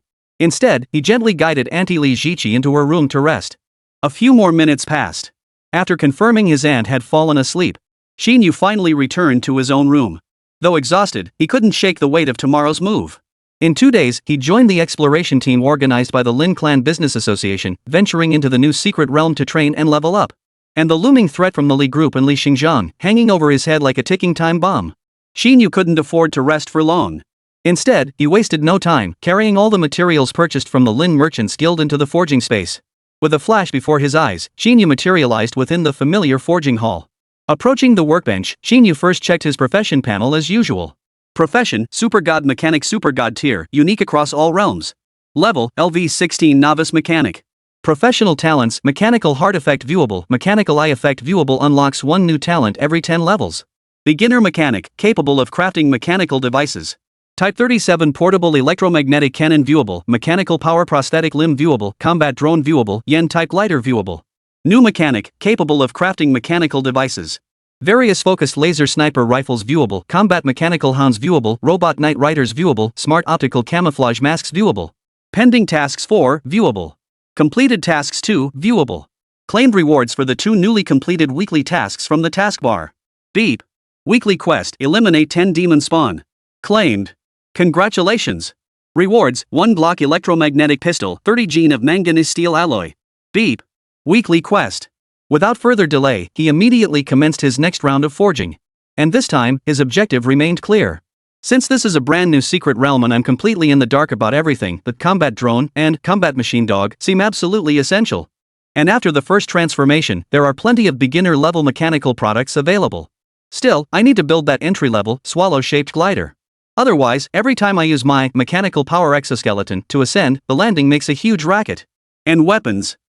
This focused energy laser sniper rifle, just the name alone sounds extraordinary. Time flew by, and night deepened. As the clock struck midnight, a black van with no license plates slowly entered the residential complex where Qín Yǔ lived. Inside, 5 men dressed as bodyguards mirroring the appearance of those Qín Yǔ had killed in the novice secret realm flicked through documents while chatting casually. Perhaps because the target listed in their files seemed utterly laughably weak. Among the 5, only the leader, Wang Wu, remained silent. The other 4 wore expressions of utter ease. Even after entering the residential compound, they showed no sign of tension whatsoever. Instead, they were still joking around. An E-rank domestic mechanic? We need all 5 of us for this? Boss, what's gotten into Mr. Lee? It's like using a sledgehammer to crack a nut, isn't it? Any one of us could handle this guy like catching a chicken, right? Exactly, boss. If you ask me, a rookie like this who just awakened? Just send me alone. Speaking of which, the files say Qín Yǔ's aunt is quite the looker. Maybe we can sample the goods ourselves later. You're right. That little cutie, with her pretty face and long legs, us guys are in for a treat these next few days. Chapter 16, Second Job Change, Wang Wu. Qín Yǔ's residential complex was located in Jiangxi District, Jiangzhou City. However, despite being a district of Jiangzhou, Jiangxi District was essentially indistinguishable from the outskirts. It took Qín Yǔ half an hour to drive back from a branch office of the Lin Merchants Association, which spoke volumes. Consequently, security in Qín Yǔ's residential complex was practically non-existent. Even nighttime lighting was a major issue. The vast majority of streetlights had been dim or out for who knew how long. Sitting in his car, Wang Wu watched the pitch-black night outside the window while listening to the casual chatter of his 4 subordinates. His brow furrowed slightly as doubts crept into his mind. Wang Wu was a second transition class changer, and even among second transitioners, he ranked among the stronger ones. His level had already reached LV-27. His profession was a combat-oriented class, martial fighter. On the surface, he served as the captain of the Li Group's security detail. But in reality, he held another identity. He serves as the black-gloved enforcer for Li Xingjiang, the head of the Li Group in the underworld. For over a decade, whenever the Li Group had matters too sensitive to handle openly, Li Xingjiang would secretly dispatch him to handle it. This time was no exception. What puzzled him, however, was that in the past, the individuals involved in matters Li Xingjiang had tasked him with handling were always at least second-tier job changers. Why would he personally intervene for ordinary individuals below level 20? Typically, sending a few people would suffice. Would have handled it perfectly. But this time, the target was merely an ordinary student who had only completed his job change 10 days ago and had just emerged from 10 days of leveling in the beginner's dungeon today. Frankly, even now, Wang Wu couldn't fathom such an unusual move. After all, based on the records, no matter how he looked at it, this E-rank class, and an orphan at that, Qín Yǔ, simply wasn't worth such a major operation. Still, even though he didn't know why. But as the car entered the residential complex where the target lived, with only a few dozen meters left to the target's floor, Wang Wu finally suppressed his doubts and said sternly, "All right, we're here. Something's fishy when things go against the norm. Everyone stay alert." The other 4 in the car saw Wang Wu's stern expression. Though they still didn't take it seriously in their hearts. They still responded outwardly, "Yes, boss." Then, one by one, the 5 men got out of the car. Once out, they headed straight for the building where Qín Yǔ lived. Evidently, from the information they possessed, Qín Yǔ's home address was crystal clear. What they didn't know, however, the very moment they entered the residential complex, their every movement, conversation, and even the faces of all 5 individuals were captured in crystal clear detail by a mechanical dog lurking in a pitch-black corner of the complex. Additionally, a sleek, dark drone that had remained concealed in the air captured everything in crystal clear detail. Moreover, the footage captured was immediately transmitted to their target, right before Qín Yǔ's eyes. The video quality and audio were exceptionally clear and smooth. They've come knocking this early? Qín Yǔ, who had been startled awake from his sleep the moment the reconnaissance mechanical dog detected the 5 individuals and sounded the alarm, stared at the images on the deep blue screen before him. His expression darkened considerably. A shadow of foreboding flickered deep within his heart. He had anticipated that after Li Shang's death, Li Xingjiang would eventually come for him. But he truly hadn't expected it to happen this soon. He had only just emerged from the new mobile secret realm. Li Xingjiang had already sent men after him. The problem must lie in today's meeting with Lin Shuiyue. He pondered the source of the problem internally. Yet, deep down, Qín Yǔ felt little regret. Since the deed was done, obviously serves no purpose. Moreover, based on the footage transmitted by the mechanical dog, Wang Wu and his 4 men had begun climbing the building and setting up sentries, and they were about to reach his floor. Therefore, after swiftly rolling off the bed, Qín Yǔ immediately retrieved the full set of mechanical power prosthetics from his forging space and equipped them. Simultaneously, he activated the mechanical eye. A blue light flared within Qín Yǔ's eyes. The next moment, information regarding Wang Wu and his 4 men appeared before Qín Yǔ's eyes. Name, Wang Wu. Occupation, martial combatant. Level, LV-27. Energy level fluctuation 24002600. Skills, Rising Dragon Fist Mastery, Combat Mastery. Name, Tan San. Class Fighter. Level LV-17. Energy level fluctuation 800900. Skills martial arts beginner. Name, Yang Wei. After a quick glance at the 5 individuals' levels and classes, Qín Yǔ couldn't help but sneer inwardly. A level 27 second class job changer? Li Xingzhang really thinks highly of me. Though Wang Wu was only level 27, just 11 levels above Qín Yǔ, it was crucial to understand. In this world, advancing a class wasn't as simple as grinding monsters and grinding experience points. Regardless of class, levels 1 to 19 presented no bottlenecks. However, once a character reached level 19, to reach level 20 and achieve the second job advancement, one must undergo a class change transformation, much like the job change quests in many games on Earth in his previous life. However, the difference lies in the fact that on Blue Star, the class change transformation is far more demanding than those in games. Take Wang Wu's martial combatant class, for instance. Not only must he master a close combat skill to perfection, one must also elevate their power level to exceed 1000 aura. Only then would there be a sliver of a chance at successful class change. And this is merely the most basic requirement. It's safe to say that in this world, as long as someone guides them through leveling, even someone with limited intelligence could reach level 19. Yet the barrier between levels 19 and 20 is where 99% of job changers get stuck.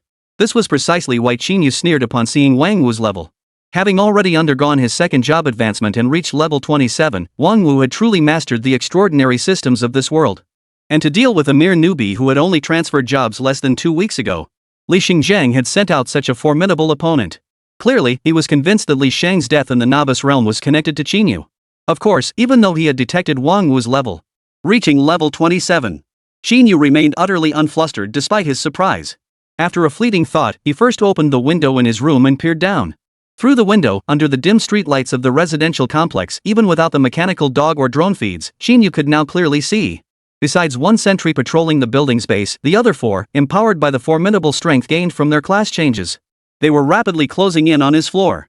Seeing this, Qín Yu's thoughts shifted once more. Soon, a long spear materialized in his hand once more. It was no longer the bulky, unwieldy Type 37 portable electromagnetic cannon with its heavy stock. Instead, it was the weapon he had meticulously crafted this afternoon. The AWW Type Focused Energy Laser Sniper Rifle. Chapter 17, AWW Type Focused Energy Laser Sniper Rifle. Name, AWW Type Focused Energy Laser Sniper Rifle. Grade God Tier.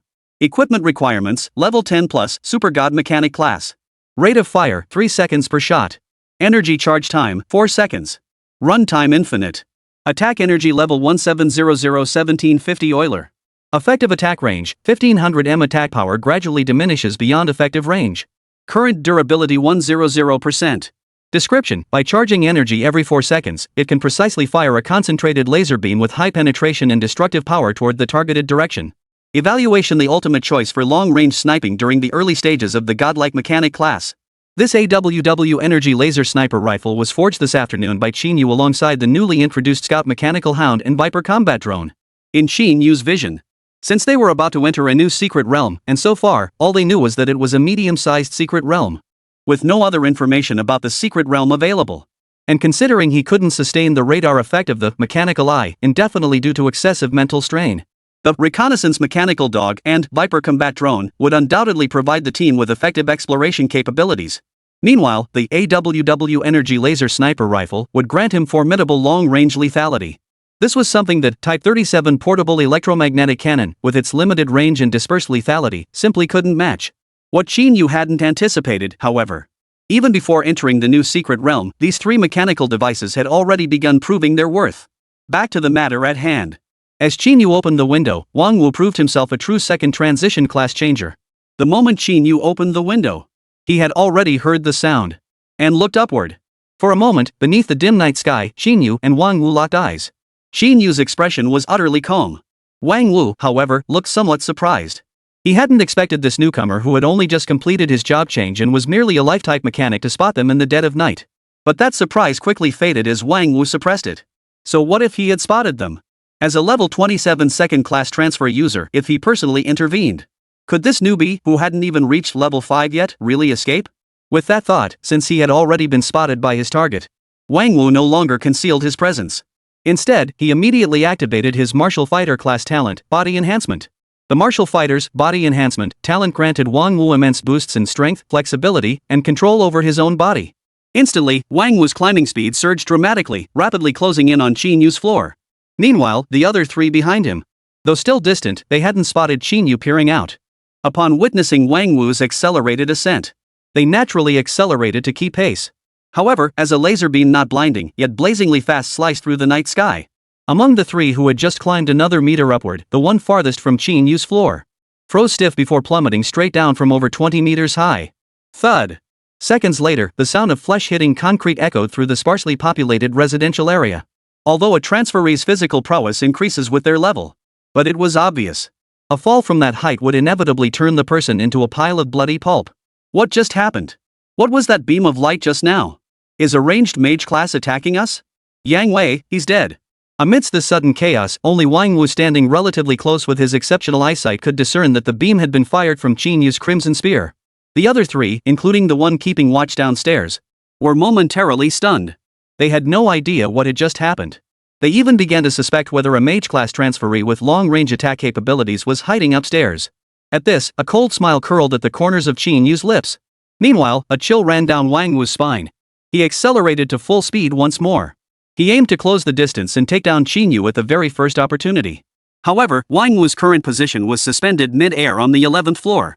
Moreover, he was clinging to the exterior wall of the building. The slightest misstep could send him tumbling from this dizzying height. Though with his physique, he wouldn't end up like that man earlier. He wouldn't turn into a bloody pulp, but it wouldn't be pleasant either.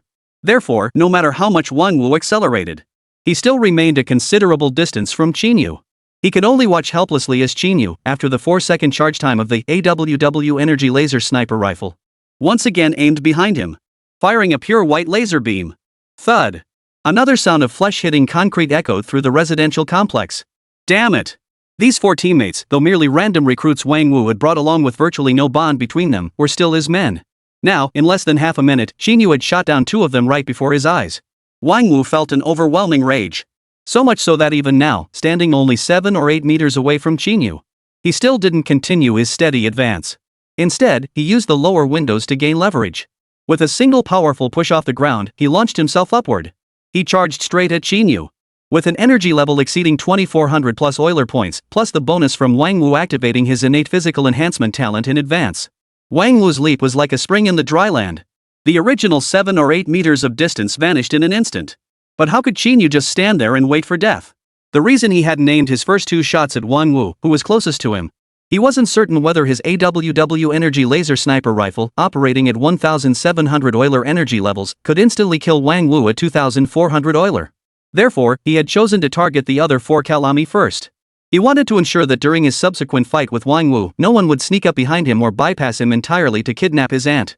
But that didn't mean he had no defenses against Wang Wu, a highest-level opponent. On the contrary, from the very beginning, Qín Yǔ had focused the vast majority of his attention on Wang Wu. Therefore, the very instant Wang Wu leapt into the air, Qín Yǔ had already stowed the sniper rifle into his forging space. Without hesitation, he raised his left arm, delivering a punch. In the blink of an eye, Qín Yǔ's fist collided with Wang Wu's.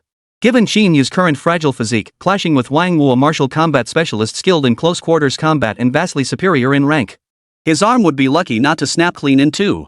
But bolstered by the immense power of his god-tier mechanical prosthetic limb, Qín Yǔ didn't suffer any disadvantage whatsoever in this clash. The only effect was the recoil causing his entire arm slightly numb. There was no other discomfort whatsoever. On the contrary, Wang Wu, caught off guard, was sent tumbling downward by Qín Yǔ's punch. For a moment, Wang Wu, hurtling downward at breakneck speed, was utterly bewildered.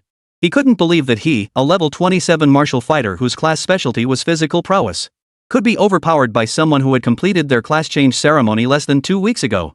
What the hell? What kind of force is this? Is it because of that bizarrely shaped arm? Chapter 18, The Terror of the Mechanical Power Exoskeleton. One-punch knockout. As he plummeted downward, countless thoughts raced through Wang Wu's mind, yet his physical reactions were lightning fast. He had fallen less than 3 stories. He leveraged his formidable physical prowess, twisting mid-air to forcefully adjust his position. Then, he grabbed the protruding windowsill of the floor below with both hands. For a moment, Wang Wu's descent abruptly halted. But just as he was about to scramble back up the ledge, Qín Yǔ, who had already crawled out of the room and was now standing on the windowsill, wouldn't give him that chance. Despite being on the 23rd floor, nearly 70 meters above ground, he showed not the slightest hesitation. His feet slipped and he leaped downward. Of course, Qín Yǔ's action was clearly not a spur-of-the-moment decision. In less than a second of mid-air suspension, The 4 ramjet turbines mounted on his 4 mechanical limbs had already adjusted their orientation and opened fire at full throttle. Boom!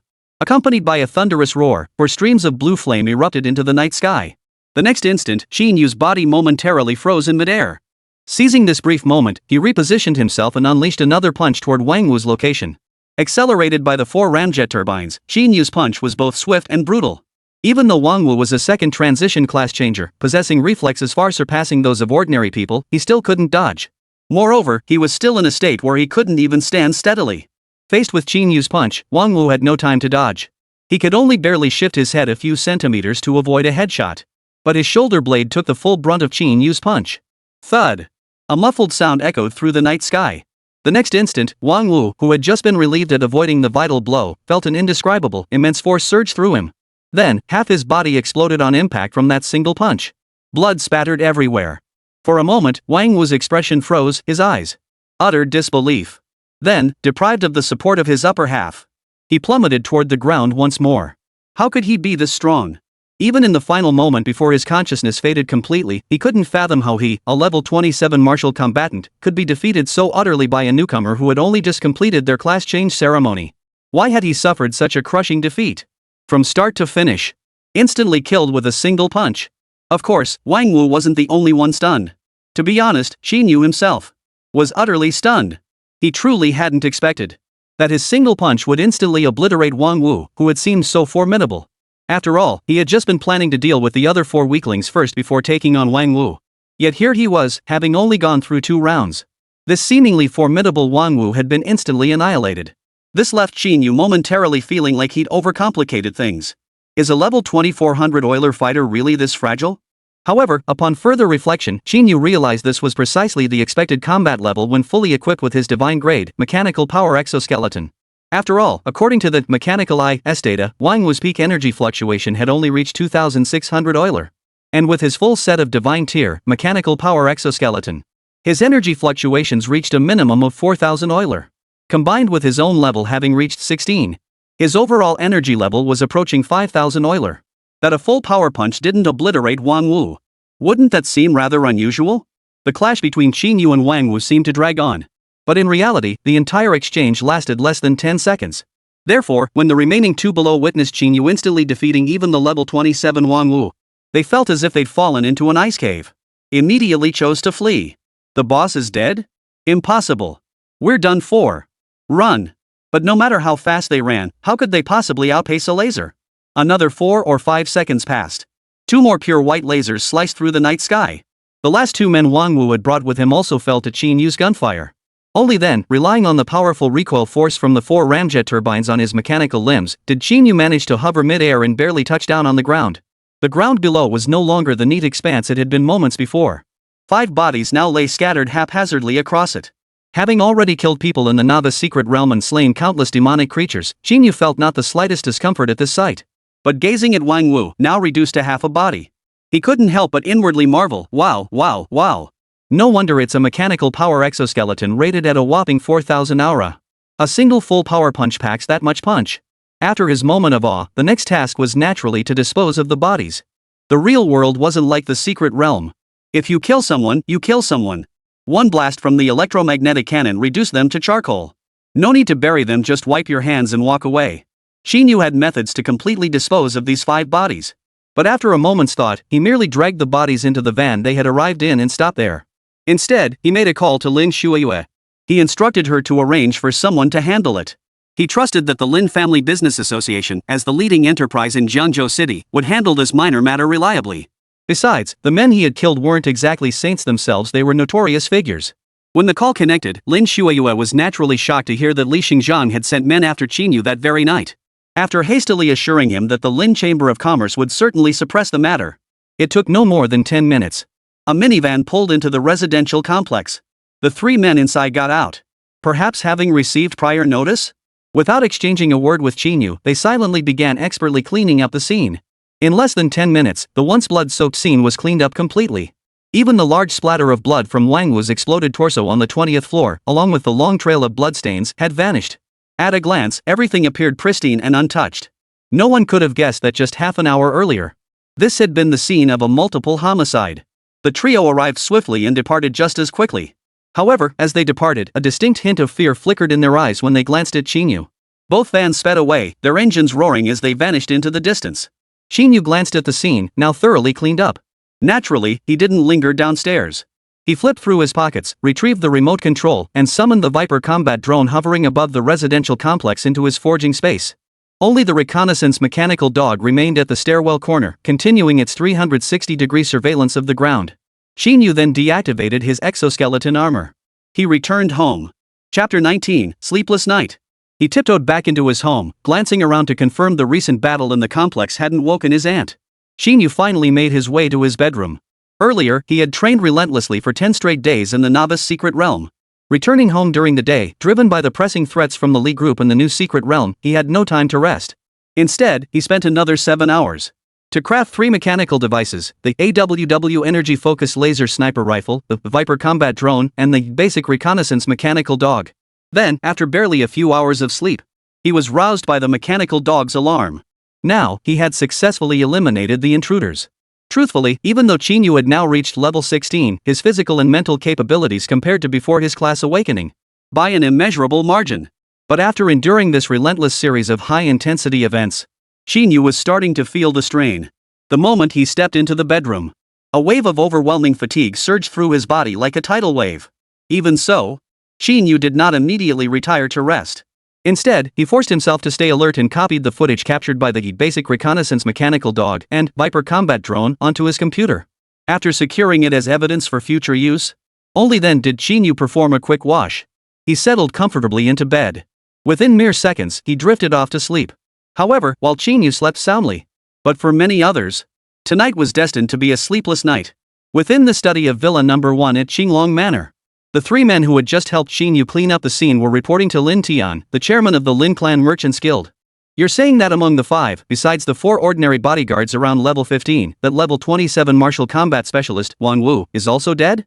Lin Tian leaned back in his high-end solid wood chair, his eyes deep and piercing. The leader among the 3 hurriedly replied, "Yes, Chairman Lin." And Wang Wu's death was particularly gruesome. It looked like someone had punched him so hard it shattered half his body. As he listened to his subordinates' details, Lin Tian couldn't help but recall his daughter's ordeal in the secret realm just days prior. And the persistent friend who'd nagged him relentlessly, demanding he squeeze out one more secret realm exploration slot for her. She had even carved out a Villa Qinglong Mansion No. 2, right next to his own home. Lin Tian squeezed the documents in his hand. A meaningful smile spread across his face. To annihilate a level 27 King Wu in just 10 days, this profession Qín Yǔ awakened is truly remarkable. In the top-floor office of the Li Group headquarters, Li Xingzhang, already past 50, sat on the office sofa, staring intently at a photograph of Li Sheng, his son. His expression was dark and brooding. Before him, a curvaceous woman cautiously reported, "Mr. Li, it appears Wang Wu and the others have failed. Reports from our field agents indicate." Within minutes of entering the residential complex, all 5 of Wang Wu's men lost contact. Moreover, about 10 minutes later, a vehicle belonging to the Lin Commercial Association entered the complex and drove away with Wang Wu's car. Her voice trembled slightly as she delivered the report. Clearly, delivering such bad news in this environment was an immense psychological burden for her. No wonder she was so shaken. Everyone within the Li group knew how deeply cherished Li Xingzhang, a father who had his son late in life, held Li Sheng, his only son. Yet now, Li Sheng, who had just transitioned to a new profession and awakened in A-class vocation, had inexplicably perished in the novice secret realm? She didn't need to think to know. Though Li Xingzhang appeared outwardly composed for now, the rage boiling within him had undoubtedly reached its peak.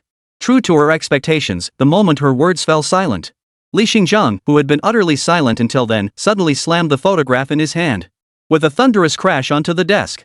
In an instant, under the force of Li Xingzhang's immense strength, the entire desk shattered with a thunderous crash.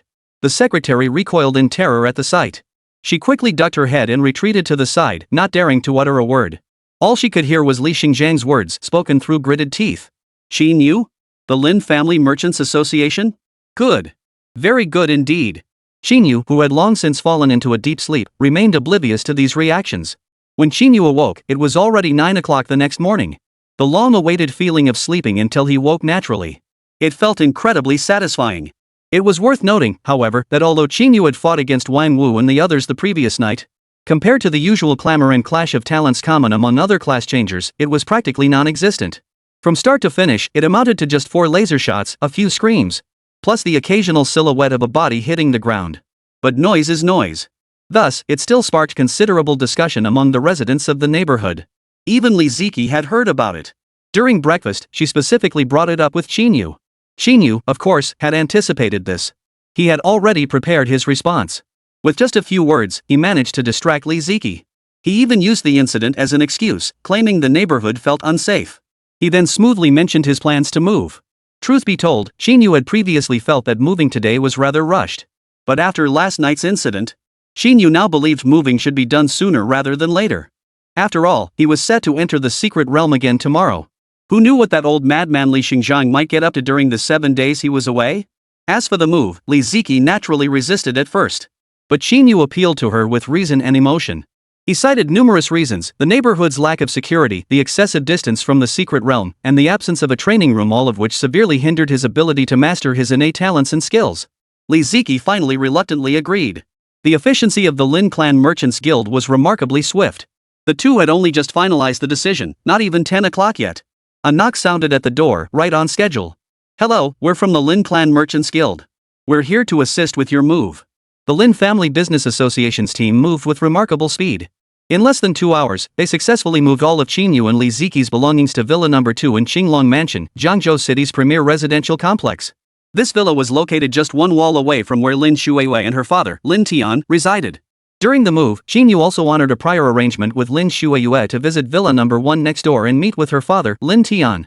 Given the incident in the secret realm, the atmosphere among the three was naturally quite cordial.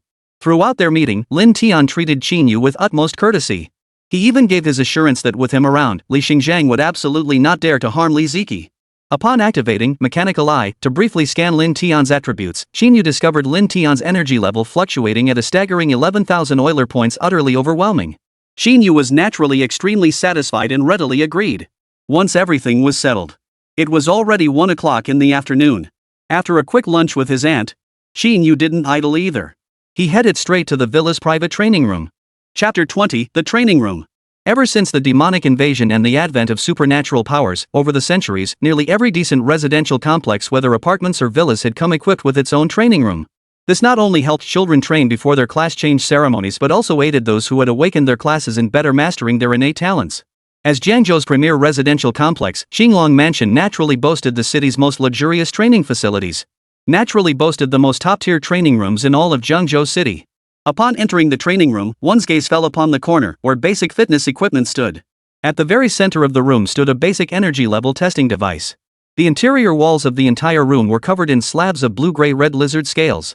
The purpose of these spiked lizard scales was obvious. Their exceptionally high defensive properties effectively isolated the extraordinary forces generated within the training room. After all, the destructive power unleashed by a transferee after awakening was vastly different from before their awakening. Ordinary cement walls simply couldn't withstand a single punch or skill from a transferee. Even most of those who train within the practice rooms are merely low-level transferees below levels 10 or 20. I suppose this is what the wealthy live like. The setup of this training room is a bit extravagant, don't you think? Although he had anticipated that the training rooms within Qinglong Manor would be anything but ordinary. But upon actually seeing these facilities, Qín Yǔ couldn't help but feel a sense of awe. After all, let's not even mention the layers of spiked lizard scales covering the entire room. A single basic energy level tester alone cost nearly 2 million. Over 2 million Long Nation currency could easily buy several of his previous homes. However, while this training room was indeed valuable, it was ultimately only meant for low-level practitioners to train in. Qín Yǔ, though currently only at LV16, placing him among the lower-tier transferees. His energy level range, however, was beyond comparison with ordinary transfigures. Therefore, after merely glancing around and uttering a brief exclamation of awe, Qín Yǔ lost interest. He locked the training room door and re-entered his forging space. Within the starlight-enveloped forging space, Qín Yǔ first opened his profession panel. Profession: Super God Mechanic, Super God tier, unique across all realms. Level: LV16 Novice Mechanic. Base attributes: Strength 77, Stamina 80, Spirit 99, Luck 30. Energy range 700-850 Euler. Professional talents: Mechanical Heart Effect Viewable. Mechanical Eye Effect Viewable unlocks one new talent every 10 levels. Possessed skills: Basic Programming Novice, Fundamental Mechanical Engineering Mastery, Marksmanship Mastery, Hand-to-Hand Combat Subpar. Mechanical Novice, capable of crafting mechanical devices. Type 37 Portable Electromagnetic Cannon Viewable, Mechanical Power Prosthetic Limb Viewable, Combat Drone Viewable, Swallow Type Lighter Viewable. New mechanic, capable of crafting the following mechanical devices. Various Focused Energy Laser Sniper Rifles Viewable, Combat Mechanical Hounds Viewable, Robot Night Riders Viewable, Smart Optical Camouflage Masks Viewable. Pending Tasks 6 Viewable. Skipping over some inherent attributes, Qín Yǔ first checked the 6 uncompleted weekly tasks. Upon realizing these tasks primarily involved slaying demonic creatures and contained no assignments related to crafting mechanical devices, Qín Yǔ dismissed them. He planned to wait until tomorrow, when he joined the Lin Clan Trading Guild's expedition team into the new secret realm, to complete all 6 tasks at once. Only then did Qín Yǔ revisit the list of additional mechanical items unlocked for his newly acquired level 10 mechanic skill. He intended to equip himself with additional mechanical devices for tomorrow's expedition into the new secret realm. Although tomorrow's expedition into the new secret realm involved 3 teams: the Star Ring Academy, Bureau 951, and the Lin Clan Merchants Guild entering together. Theoretically, his safety should be absolutely guaranteed. But a new secret realm remained a new secret realm, with everything still unknown. Taking extra precautions was clearly necessary. Besides, from the very beginning, Qín Yǔ never intended to merely tag along with the group to gain experience and level up. The Smart Mimicry Optical Mask can fabricate any facial appearance based on one's thoughts. This thing is pretty neat. Right now, my status is just an E-rank lifestyle profession. If I end up shining too brightly and get investigated, that could be a hassle. But making it is a hassle. It's just a mask, yet besides the materials, I actually have to program a chip. On the interface, rows of dazzling mechanical products stretched out before him. Qín Yǔ clicked through them one by one with growing impatience. In his mind, he continuously analyzed the strengths and weaknesses of each mechanical item. Heavy electromagnetic cannon? Holy crap, a new mechanical engineer can build this thing? A portable electromagnetic cannon already has over 1,000 energy levels. This heavy one must be 4,000 or 5,000, right? But the manufacturing time is a bit too long, and the required materials aren't sufficient either. Plus, it's a bit too bulky. As for the laser sniper rifle, there's no need to add more. The AWW Focused Energy Laser Sniper Rifle already exceeds 2,700 joules per shot. Other models, even if they're more powerful, the difference is marginal. Can the Robot Night Stalker autonomously engage enemies and conduct reconnaissance based on its AI? Holy crap, this thing is that powerful? I completely overlooked it earlier. What a mistake. After sifting through dozens of mechanical prototypes, Qín Yǔ finally settled on 2 targets that met his criteria. And these 2 targets were none other than Intelligent Mimetic Optical Mask and Robot Night Rider. The function of the Intelligent Mimicry Optical Mask goes without saying. What truly stunned Qín Yǔ, however, was the mechanical artifact known as the Robot Night Rider. Ever since reaching level 10 and unlocking a new batch of mechanical devices, Qín Yǔ had actually noticed this particular item. However, at that time, Qín Yǔ had no materials after the beginner's secret realm. Therefore, regarding these newly unlocked mechanical devices, he hadn't examined them closely. Most he'd only glanced at the names. Even after leaving the beginner's dungeon, his attention was still drawn to the various laser sniper rifles, drones, and mechanical dogs, the mechanical items prominently displayed at the front. Thus, prior to this moment, he had subconsciously overlooked this Robot Night Rider. In fact, when he first saw the name, he had assumed it was just an ordinary robot. But now, upon closer inspection, Qín Yǔ finally realized just how shallow his previous assumptions had been. Chapter 21, Robot Night Rider. Name, Robot Night Rider. Required materials, electromagnetic wire, high hardness, high density. Various alloys. Alloy materials can be substituted. Using different alloys will affect the finished product's durability and defense. Rubber. Manufacturing requirements, possess the skill, basic programming. Can be acquired through self-study or purchased in store. Production time, 7-9 hours. Minimum quality elite. Energy fluctuation range, 200-1100 aura. Note, this range varies with the quality of the base unit. Function, upon deployment, this robot autonomously explores, collects resources, and engages enemies within designated boundaries. Kills made by this robot are credited to the operator. Evaluation, while its exploration capabilities may be lacking, it remains the ultimate choice for leveling up. Judging solely by its energy level range, minimum 200 Euler, maximum 1100 Euler, this robot is truly useless to Qín Yǔ. After all, under the full effect of his own mechanical heart, which guarantees 100% God-tier forging results, even at level 1, the energy output of Qín Yǔ's crafted Type 37 portable electromagnetic cannon reached 1000 to 1200 Euler points. Not to mention his mechanical power exoskeleton, with a total energy capacity of 4000 points, and the AWW energy focused sniper rifle at 1700 points. A mere 1100 points at best? With all due respect, Qín Yǔ couldn't be bothered. He couldn't be bothered with it anymore. However, if one disregards the energy level range and scrutinizes the robot's other specifications, then you'd realize this thing is practically a game-breaking bug, right?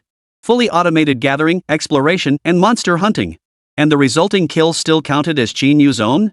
Not only does it grant him level-up experience, but it even triggers the mechanical heart's guaranteed hidden reward drop effect? Could this get any more absurd? Calling this a mini AFK leveling script wouldn't be an exaggeration, right? Just imagine if he deployed this robot the moment he entered the secret realm tomorrow. Let it roam freely around the periphery of the secret realm, slaying demonic spawn and gathering materials. Qín Yǔ wouldn't have to lift a finger. Even if he's no longer inside the secret realm himself. As long as the Night Stalker's durability hasn't depleted, he could still gain experience endlessly. What the hell is this if not a leveling script? To be perfectly honest, after reading this description, Qín Yǔ genuinely felt truly stunned. Having confirmed his crafting goals, Qín Yǔ suppressed his excitement, closed his personal interface, and approached the forging station within the space. After locating the materials required for the Night Stalker and the optical mask, these two mechanical devices, Qín Yǔ wasted no time. He immediately began a new round of forging.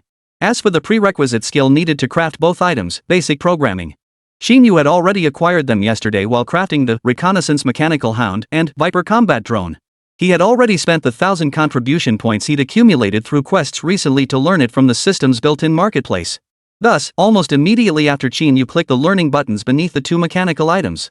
Learning the crafting method for Robot Night Stalker. Learning the crafting method for Intelligent Optical Mimicry Mask. Learning complete. And the moment his hands touched the forging station, Qín Yǔ began manufacturing without a hitch. Clang clang clang. Buzz buzz buzz. In an instant, throughout the forging space, the sounds of machinery at work filled the air once more. 10 hours later, as Qín Yǔ tightened the final rivet on the robot, before him a figure standing roughly 5 feet tall, clad entirely in deep brown, its entire body bristling with mechanical edges and gun barrels, and equipped with a collection device resembling a backpack. The familiar notification tone sounded once more in Qín Yǔ's ears. Congratulations! You have successfully crafted a beginner-level mechanical artifact, Robot Knight Rider. Quality, God tier. The familiar notification tone sounded once more in Qín Yǔ's ears. Holy crap, it's finally done! Hearing the notification that his creation had finally succeeded, Qín Yǔ felt like a wind-up toy whose spring had run completely dry. His entire body ached as if on the verge of collapse. This grueling 10-hour production process had been pure torture for Qín Yǔ, whose stamina and endurance were far from exceptional. But thankfully, his efforts had finally paid off. Ignoring his own exhaustion, Qín Yǔ immediately opened the attribute panel for Robot Knight Rider. The next moment, a vivid blue virtual screen appeared before Qín Yǔ's eyes. Name, Robot Knight Rider. Quality, God tier. Energy level range, 850-900 Euler. Carrying capacity, 50 kilograms. Attack methods, ranged, Type 71 heavy machine gun, carried by unit melee, mechanical arm, additional attack, self-destruct. Current durability 100%. Control method fully autonomous. Evaluation, may lack exploration capabilities, but truly the ultimate choice for leveling up. Holy crap! Even Qín Yǔ couldn't help but let out a curse as he stared at the data before him, his heart racing with excitement. It took him a full moment to finally suppress the surge of excitement within. He then picked up the mask beside the robot, smooth and translucent, shimmering with faint glimmers of light. He examined its attribute panel. Name, Intelligent Optical Mimicry Mask. Quality, God tier. Energy level range, 0. Current durability 100%. Function, 1. Manually sculpt a custom face according to personal needs. Once completed, wearing it allows seamless facial integration to alter appearance. 2. Scans and stores 3 fixed facial templates for 100% replication. Automatically switches to stored templates when activated. Review when you're out in the world, you gotta keep your cover intact. Reviewing the specs, this optical mask crafted with minimal materials and under an hour of labor. Qín Yǔ was naturally quite satisfied. Sure, its energy fluctuations are 0, but it's just a mask who needs airplanes and cannons? This effect is actually quite impressive. After 10 hours of effort, he successfully completed the fabrication of both mechanical artifacts within his target list. Though physically and mentally exhausted, Qín Yǔ did not immediately exit the forging space. Instead, he placed his previously forged Type 37 portable electromagnetic cannon and 4 mechanical power prosthetic limbs onto the forging platform. After over 10 days of use, the durability of both mechanical artifacts had significantly decreased. The most heavily used, Type 37 portable electromagnetic cannon, had its durability drop to as low as 70%. With no superior alternatives currently available, Qín Yǔ naturally didn't want these two old friends disintegrating mid-battle in tomorrow's new secret realm. Therefore, while his skills were still hot, to get them both serviced, Chapter 22, The Gap Between People. The next day arrived in the blink of an eye. Since the dungeon entry time was set for 8 a.m., Qín Yǔ rose early once more. Last night, he'd worked until past 2 a.m. to repair his beginner's two-piece set to over 90 durability. Though less than 5 hours of sleep was short. But as Qín Yǔ's level rose, all his base stats had doubled. Qín Yǔ didn't feel any discomfort. If anything, he felt wide awake. After a quick wash, he exchanged greetings with Li Ziqi, double-checked that he had packed everything necessary, and set off immediately. Arriving at the entrance of the residential complex. From a distance, he spotted Lin Shuiyue and Lin Tian. Beside them stood 6 other adventurers, each dressed differently and radiating formidable energy. Clearly, these were the other members of the exploration team assembled by the Lin clan trading house. Before leaving, Qín Yǔ had already put on the smart optical mimicry mask he had crafted the previous day. The face he had molded was one that appeared quite ordinary. Consequently, neither Lin Tian nor Lin Shuiyue didn't recognize Qín Yǔ immediately. It wasn't until Qín Yǔ approached the group and addressed them as Uncle Lin that Lin Tian and Lin Shuiyue, who had already known yesterday that Qín Yǔ would disguise his identity to enter the secret realm, finally realized the visitor was Qín Yǔ. For a moment, both were taken aback. They never imagined that when Qín Yǔ mentioned disguising his identity to enter the secret realm yesterday, he would literally swap his face. And it looked so convincing, without a single flaw. However, despite their shock, Lin Shuiyue and Lin Tian naturally didn't let their faces betray much. After a brief moment of stunned silence, their minds caught up. Lin Shuiyue immediately stepped beside Qín Yǔ. She cast a curious glance at his face, finding not a single flaw, which only deepened her astonishment. She grumbled, "Qín Yǔ, hurry up, you're so late getting up." Qín Yǔ, of course, paid no heed, ignoring her completely. Today, Lin Tian wore a black Tang-style robe. Though his hair was flecked with silver, he showed no signs of aging, appearing instead vigorous and alert.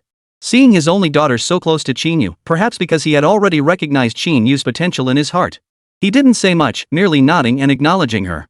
He then introduced one of the 6 people beside him to Qín Yǔ, a burly man with striking bronze-colored skin, saying, "This is Zhou Jie, captain of our Lin Clan Merchant Guild's expedition team. A level 31 Earth Mage." After the introduction, he cautioned the two. A medium-sized secret realm isn't as safe as a beginner's. Yu and Schwer remembered to listen to him. As Lin Tian finished his introduction, Qín Yǔ reached out to greet Zhou Jie. But Zhou Jie seemed to ignore him entirely, instead patting Lin Tian on the chest and assuring him, "Rest assured, Chairman Lin. With me here, I guarantee we'll complete the exploration mission and return your young lady safely." Even in his assurance, still completely ignored Lin Fan. For a moment, Qín Yǔ was taken aback. However, after glancing around and noticing the disapproval and contempt in the eyes of the other 5 members as they looked at him, Qín Yǔ finally grasped the situation. He couldn't help but feel a mix of laughter and tears. "Seems they think I'm just another person like Li Shang and Lin Shuiyue, here to polish my resume and level up in the secret realm. Tisk, is this the gap between people? We're both here to level up and polish our credentials, so why does Lin Shuiyue get a pass while I'm met with such contempt?" Of course, though he felt a bit speechless inside, he wasn't truly upset. He wasn't a child, after all. Besides, he could understand why Zhou Jie treated him so poorly. Exploring a brand new secret realm was undoubtedly a thrilling prospect overall. But for those who entered first, it was a different story. After all, no one knew what kind of situation awaited them inside the secret realm. And now, a fully staffed 8-person squad had to cram in 2 more members, people who, on the surface, seemed utterly useless just to pad their resumes and grind levels. Not only did they offer no boost to the team's strength, they even had to split their forces to protect them. Honestly, if Qín Yǔ were leading the team, he might feel just as resentful as they did. Thus, when Zhou Jie ignored him and the others looked down on him, Qín Yǔ didn't say much in response, nor did he feel the need to justify his own abilities. He simply withdrew his outstretched hand and walked toward the vehicle on his own. The atmosphere on the field grew awkward.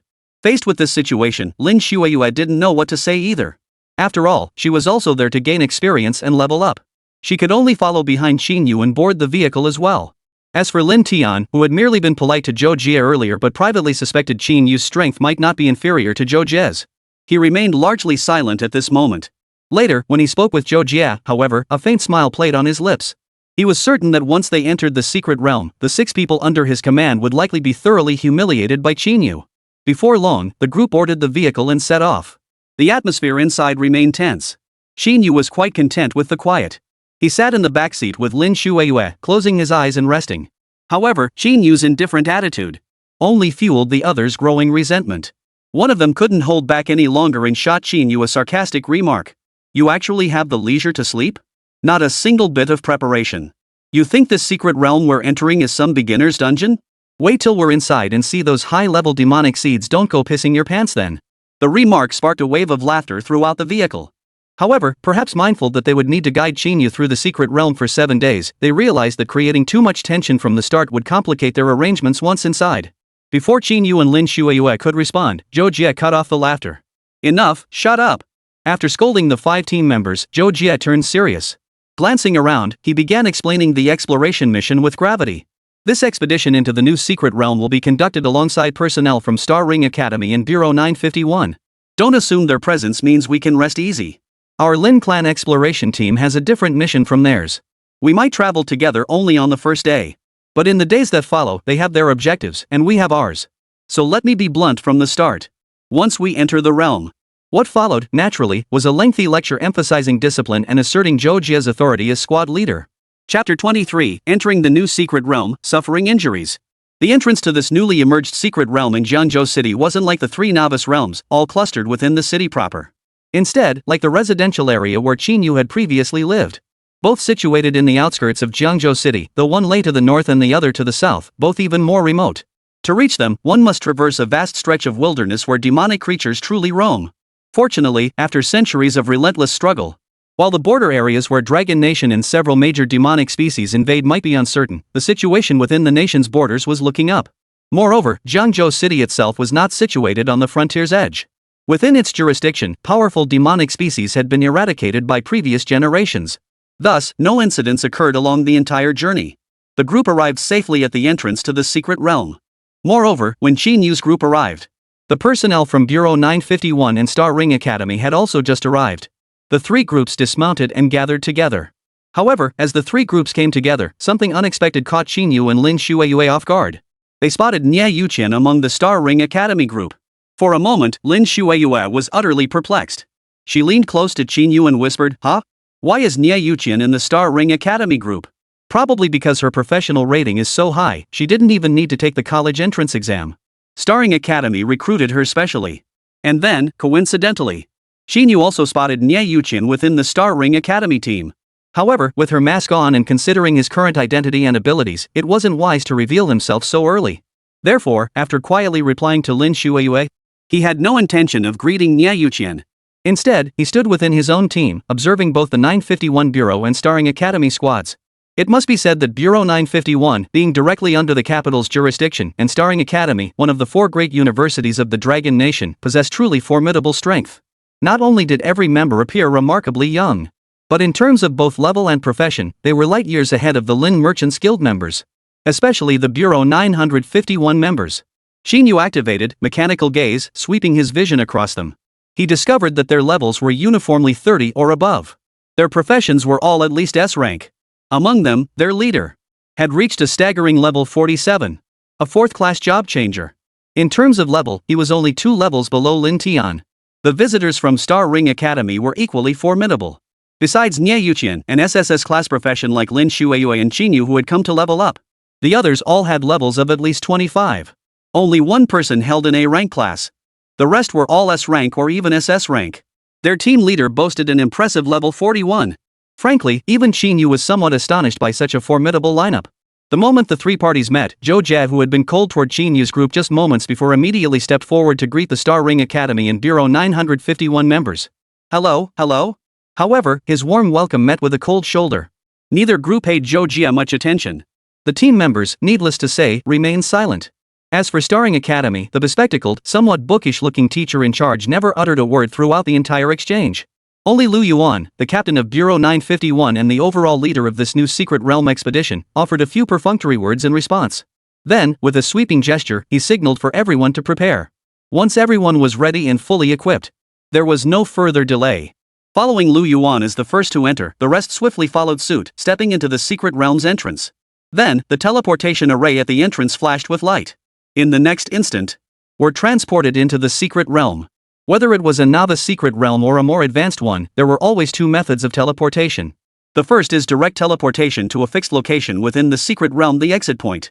The second is random teleportation, similar to how Qín Yǔ entered the beginner's secret realm earlier. Each method had its pros and cons. Fixed point teleportation is safer, but the location will always be on the periphery of the secret realm. Random teleportation, while offering a chance to save powerful adventurers time by placing them deep within the dungeon, But the greater likelihood is ending up like Qín Yǔ did last time. Upon entering the secret realm unprepared, one risks being ambushed by the most formidable demonic species within. Given that this was entering a completely new secret realm for initial exploration with no knowledge of the new terrain and traveling with teammates, all three parties naturally opted for fixed-point teleportation. However, despite the fixed-point teleportation, everyone would assemble at the secret realm's teleportation exit. But due to their differing objectives for entering the realm, coupled with the fact that the Lin Clan Merchants Guild was significantly weaker than Star Ring Academy and Bureau 951 in terms of strength. Therefore, after entering the secret realm, it took less than 8 hours, much faster than Zhou Jie had anticipated. The personnel from Bureau 951 and Starring Academy each departed with their respective teams. Ah, boss, what are we going to do now? The Starring Academy people have left too. New secret realm, atop a rocky slope. Zhou Yuan, Zhou Jie's cousin, watched the receding figures of the 8 Starring Academy members before glancing at the wound on his own hand, still losing blood. His voice carried a hint of despondency. After 8 hours of exploration, everyone, whether from Bureau 951, Star Ring Academy, or the Lin Clan Trading House, had gained a general understanding of this new secret realm. First and foremost, the terrain and topography of this new secret realm were exceptionally unique. It resembled a vast canyon. Though vast, the secret realm was entirely enclosed by towering cliffs and sheer walls. The vegetation within, whether shrubs, trees, or even weeds, displayed an odd, deep brown hue. It stands in stark contrast to the 4 existing secret realms in Zhengzhou City. Not only did the Lin Clan Merchants Guild and Star Ring Academy personnel find it astonishing, even the members of Bureau 951, who had been constantly traveling across the country investigating newly discovered secret realms, were taken aback upon first entering. Second, and most crucially, the average level and strength of the demonic species within this secret realm. It was significantly higher than anyone had anticipated. After 8 hours, aside from a few low-level insectoid demon seeds that were negligible, the lowest-level demon seeds they encountered were all at least level 21. Moreover, each and every one belonged to the exceptionally formidable type of demonic species. Some were thick-skinned, high-attack blood-eyed rhinos, while others were highly intelligent 4-armed monkeys that preferred to travel in packs. Among them lurked the infamous blood demon worms, notorious across the entire Blue Star. Zhou Yuan's arm had been bitten by one of these blood demon worms that had suddenly emerged from underground, though it was dealt with immediately. But this injury occurred just hours after entering the secret realm, and it happened while surrounded by so many experts from Bureau 951 and Star Ring Academy. Cast a shadow over the entire team. Now, with Bureau 951 and Star Ring Academy members departing one after another. As the weakest of the 3 exploration teams, the Lin Clan Merchants. At this moment, many were understandably filled with unease. Chapter 24, Qín Yǔ's True Intentions. On the rocky slope, as Zhou Yuan finished speaking, the team erupted into another wave of commotion. Oh dear, what are we to do? We're only at the outer perimeter. Even the demon seeds at this level are already pushing our limits. If we venture further in, even 2 level 30 demon seeds could wipe us out. Yeah, even though Miss Lin's been leveling with us, her class is seriously strong. She spotted the demon seeds way ahead of us several times. Damn it.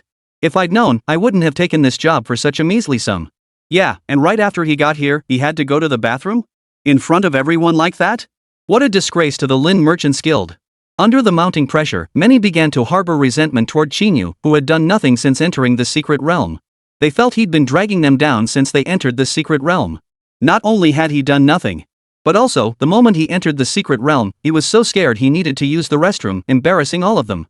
Though the murmurs were low, Qín Yǔ and Lin Shuiyue, standing nearby, heard every word clearly. Yet, listening to these murmurs from the other side of the rocky slope, Qín Yǔ remained calm. In contrast, Lin Shuiyue, who had been praised for her useful profession, felt a bit embarrassed. Because over the past 7 or 8 hours, the reason Lin Shuiyue had repeatedly spotted the hidden demon seeds ahead of time. It was actually Qín Yǔ who had activated his own mechanical eye to spot them ahead of time. He had simply instructed Lin Shuiyue to take credit for the discoveries. After all, on the surface, Lin Shuiyue's profession was that of an S-rank wind mage. After her class awakening, she possessed innate sensitivity to surrounding air currents. Having her issue the warnings was perfectly fitting. As for why Qín Yǔ claimed he needed to use the restroom immediately upon entering the secret realm, it certainly wasn't because he was scared, as some had suggested. Rather, after confirming the 3 teams' advance directions, he made up an excuse and sent the robot Knight Rider off in the opposite direction. Such a fully automated leveling tool. The sooner it was deployed, the better. Take now, for instance. While the others chatted, a voice echoed in Qín Yǔ's mind. Ding! Your mechanical creation, Robot Knight Rider, has successfully defeated a Red Wolf, LV7. You have gained 210 EXP. This new secret realm proved far more perilous than anyone had anticipated, and the Knight Rider's energy level cap was capped at a maximum of 900 aura. But in such a vast secret realm, it was naturally impossible for all the demonic creatures within it to be level 20 or higher. Monsters ranging from LV1 to LV19 actually constituted the vast majority, especially in the outer regions of the realm. Therefore, the Knight Rider's leveling efficiency proved highly satisfactory to Qín Yǔ. After 8 hours, the Knight Riders had already provided him with nearly 3,000 experience points. This was precisely why Qín Yǔ had refrained from revealing his true strength throughout the entire encounter. However, just because Qín Yǔ wasn't in a hurry didn't mean Lin Xueyue felt the same way. Watching Zhou Yuan and the others grow increasingly dissatisfied with Qín Yǔ, Lin Xueyue was genuinely growing anxious. Therefore, taking advantage of the moment when the two of them had fallen slightly behind the group, she leaned close to Qín Yǔ and whispered, "Hey, Qín Yǔ, when do you plan to show your true strength? I think if you keep sitting on the sidelines like this, Zhou Jia and Zhou Yuan might be easier to deal with. They're my dad's right-hand men. Since you and I were assigned by him, they won't say much. But the others? Who knows?" To be perfectly honest, given the current situation, Lin Xueyue was genuinely a little scared. If tomorrow the team's situation remained dire, with more injuries or even casualties, the resentment toward Qín Yǔ among several members would erupt completely. And once that happens, it won't be easy to contain. The 8 members might even turn on each other. Fully aware of Qín Yu's capabilities, Lin Xueyue naturally didn't want to see that happen.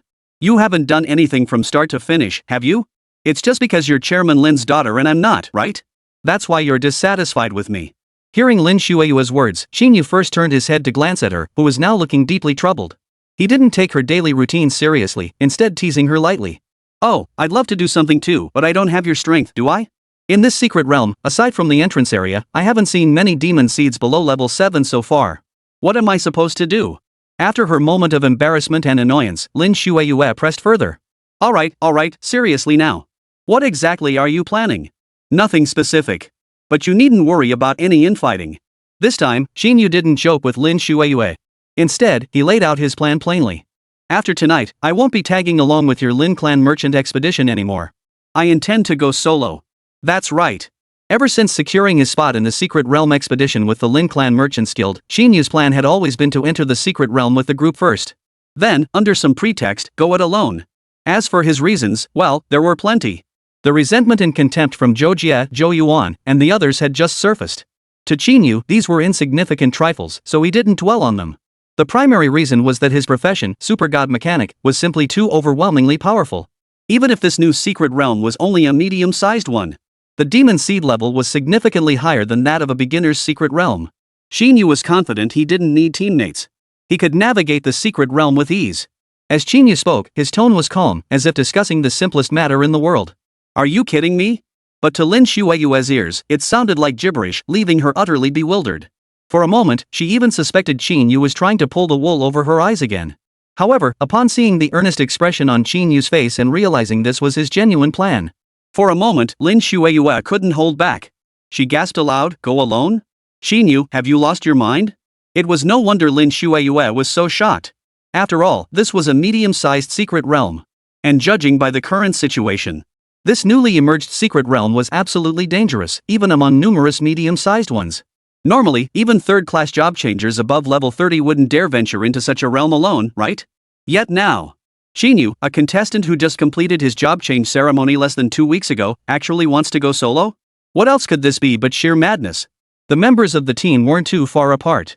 Though Lin Xueyue had restrained her voice as much as possible, her gasp still drew the attention of the others. Before anyone could turn to ask, the entire secret realm was suddenly thrown into chaos at that very moment. Chapter 25, Secret Realm in Turmoil, Beast Tide approaches. As the last rays of the setting sun touched the earth, the once grayish-brown vegetation within the secret realm began to glow with faint threads of crimson light. The moonlight, which had been dim yet still a normal silvery white, also began to take on a ghostly crimson hue the moment the sun set. Most crucially, the area surrounding the group was now filled with the roars of demonic beasts. The roars echoed relentlessly, their voices betraying an extraordinary frenzy. It seemed as though every demon seed had plunged into a frenzied state the instant the sun dipped below the horizon. What's happening? Why are all these plants turning red? And the moon, why has the moon turned red too? We're done for, boss. The demon seeds near us seem to have gone berserk. Could it be dampness? The sudden, bizarre changes left everyone utterly bewildered. Zhou Yuan and his companions let out a series of startled cries. Even Zhou Jia felt a flicker of panic at this moment. However, as the only triple transition class changer in the group, Zhou Jie possessed the necessary mental fortitude. Even this current unexpected situation was truly unusual. It was something he hadn't anticipated. After briefly composing himself, Zhou Yuan immediately began issuing instructions. Don't panic. The moon hasn't turned red. It's just the red light emitted by the plants in this secret realm that makes the moon appear reddish. Those demon seeds are likely enraged by this red light as well. After calming everyone's nerves, Zhou Yuan continued, Lin Qiming, as the alchemist, distribute an antidote to each person immediately. To prevent this red light from clouding our judgment as well. Everyone else, take cover behind me and prepare for battle. Zhou Yuan's imposing stature and deep, steady voice carried weight. His words finally began to calm the previously panicked group. Moreover, Zhou Yuan hadn't been idle while speaking. While speaking, he utilized his third-tier Earth Mage profession to conjure a circle of Earth Yellow barrier in front of him, establishing a basic line of defense. Seeing this, the others immediately began acting according to Zhou Yuan's commands. Lin Qiming swiftly retrieved antidote potions from his spatial ring, distributing one to each person. Zhou Yuan and the other combat-oriented members also retrieved their respective weapons and equipment. Preparing for battle. Qín Yǔ and Lin Xueyue had already joined the group the moment the situation changed. Lin Xueyue at first cast lightness wind upon herself. Then, she immediately conjured a wind wall between herself and Qín Yǔ. As for Qín Yǔ, though he hadn't yet equipped his mechanical power prosthetic limbs, he had instantly activated his mechanical eye to its maximum range. Within moments, the data profiles of all demonic entities within a 350-meter radius flashed through Qín Yǔ's mind like a series of slides. Beep. Scanning at 100 meters to the left, 1. Silver Wolf. Status, Berserk. Level, LV12, Attributes, None, Skills, Howl inflicts mental disturbance on class changers with mental whisper below 40 points, Bite. Beep. Scanning at 110 meters to the left, 1. Silver Wolf. Status, Berserk. Level, LV17, Attribute, Wind, Skills, Howl, Bite, Silver Moonwind Blade. Beep. Scanning at 140 meters to the left, 1. Silver Wolf King. Status, Berserk. Level, LV34, Element, Wind, Skills, Howl, Bite, Silver Moonwind Blade, Bone Armor Regeneration. Beep. Scanning at 314 meters rear, 1. Blood Demon Worm. Status, Berserk. Level, LV31. Beep. Scanning ahead 279 meters to the right, 1. Blood-Eyed Rhino. Status, Berserk, level LV32. And what he saw left him speechless. Only in the instant he activated the mechanical eye, Qín Yǔ realized. In the less than half an hour since he deactivated the mechanical eye and regained his senses, the group's surroundings had somehow, at some unknown point, a massive pack of silver wolves had already surrounded them. At a glance, their numbers exceeded 300. But that wasn't the worst of it. The real danger lay elsewhere beyond this pack of silver wolves. Several other level 30+ demonic beasts were closing in from different directions. And the state of these demonic beasts was without exception. They weren't in their usual healthy, prime condition. Instead, they were all uniformly in a state of berserk rage. Even Qín Yǔ was genuinely startled by this sight. It must be that most of these silver wolves have awakened wind attributes, which is why they remained undetected at such close range. The other high-level demonic beasts are likely converging on us in this frenzied state as well. Thoughts raced through Qín Yǔ's mind in an instant. And this berserk state? It's most likely triggered by the blood-red glow emanating from these plants, causing them all to enter berserk mode. Damn it! Does this secret realm mean that every night, all the demonic creatures fall into a frenzied state, killing humans if any are present, and slaughtering each other if no humans are around? This is practically like breeding poisonous insects. No wonder the demonic species in this secret realm are generally so powerful. In an environment like this, any demonic species that survives this long would have to be strong. Physically, Qín Yǔ's movements were equally swift. With the situation critical, he abandoned all pretense of concealment. He didn't ask Lin Xueyue to relay his message anymore. Instead, he shouted directly at Zhou Jie and the others, who still stood there with blank expressions. Trouble. A beast tide. Captain Zhou, a massive horde of demonic creatures is closing in on us. Quickly send distress flares to Bureau 951 and the Star Ring Academy. Otherwise, we'll all die here today. Beyond the swarm of silver wolves, within just 350 meters, Qín Yǔ had already spotted 3 demon seeds exceeding level 30. Surrounding them, he could hear no fewer than a dozen beast roars sounds that clearly signaled formidable power. Qín Yǔ knew all too well that with just the 8 of them, could not possibly withstand these demonic creatures. After all, aside from him the odd one out, only Zhou Jie among the 8 had broken through level 30 to reach the 3rd transformation, the Archmage realm. The rest were merely at the 2nd transformation stage. Therefore, even though the beast tide hadn't begun yet, Qín Yǔ already wanted Zhou Jie to send out a distress signal early, requesting aid from Bureau 951 and the Star Ring Academy people they had only just parted ways with not long ago. However, Qín Yǔ understood the current situation. That was because he possessed the mechanical eye, a talent skill that could be considered a cheat code. But the others didn't possess it. To them, aside from the initial anomalies, everything around them appeared perfectly normal. Thus, apart from Lin Shuiyue, no one else took Qín Yǔ's sudden warning seriously. In fact, Lin Qiming and several other team members, who had already finished distributing the antidote, even scolded and mocked Qín Yǔ. Is that all it takes, a few beast roars? Is that really worth freaking out like this? A beast tide? Sending a distress signal. Are you that scared of dying? If you're so afraid, why not just level up in the beginner's secret realm? Why did you have to tag along with us into this new secret realm? Yeah. Wait, what's that sound? Chapter 26, the battle begins. Yet their mocking voices grew fainter and fainter as time passed. Because in just that brief moment, under the scanning gaze of Qín Yǔ's mechanical eye, the nearest pack of silver wolves had once again closed in on their position. And this time, their speed was astonishingly fast. In mere seconds, everyone heard the rustling sounds emanating from the forest. In that moment, everyone turned toward the wolves' direction, filled with alarm and uncertainty. But before anyone could react, the next instant, a wave of wolf howls, each carrying a mental shockwave, swept over them. Woo woo! Woo woo! Under Qín Yǔ's mechanical eye analysis, the silver wolves' howls could only cause minor mental disturbance to those with mental fortitude below 40 points. But that was only for a single wolf. Now, hundreds of silver wolves howled in unison. The sheer power unleashed was incomparable. Especially when the howl of the Silver Wolf King joined the chorus. Thus, as the howls erupted abruptly, for a moment, everyone except Qín Yǔ and Zhou Jie, whose mental fortitude had already reached 80 points, fell into a state of mental disorientation. As the sole god tier profession across all realms, the super god mechanic, Qín Yǔ had already discovered during the newbie's secret realm that with each level he gained, his base attribute bonuses completely outclassed those of other professions. Thus, although his base combat strength without mechanical enhancements fell short of most classes, at level 16, his base stats far surpassed those of others. 80 points of spirit were more than enough to grant him immunity to the mental shockwave unleashed by the howling wolves. As for Zhou Jie, a mage class blessed with innate mental fortitude and the highest level among their 8-man party, his resilience went without saying. The howling did not persist for long. However, its cessation only signaled an escalating threat.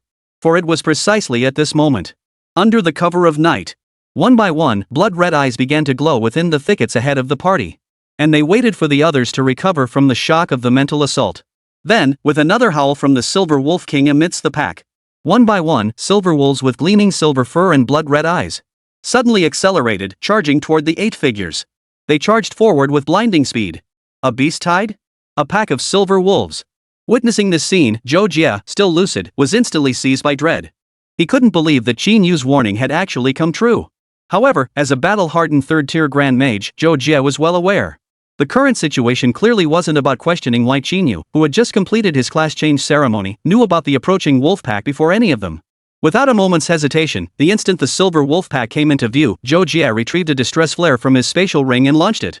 Like Qín Yǔ, the moment he saw the pack and the silver wolf at its center, he knew.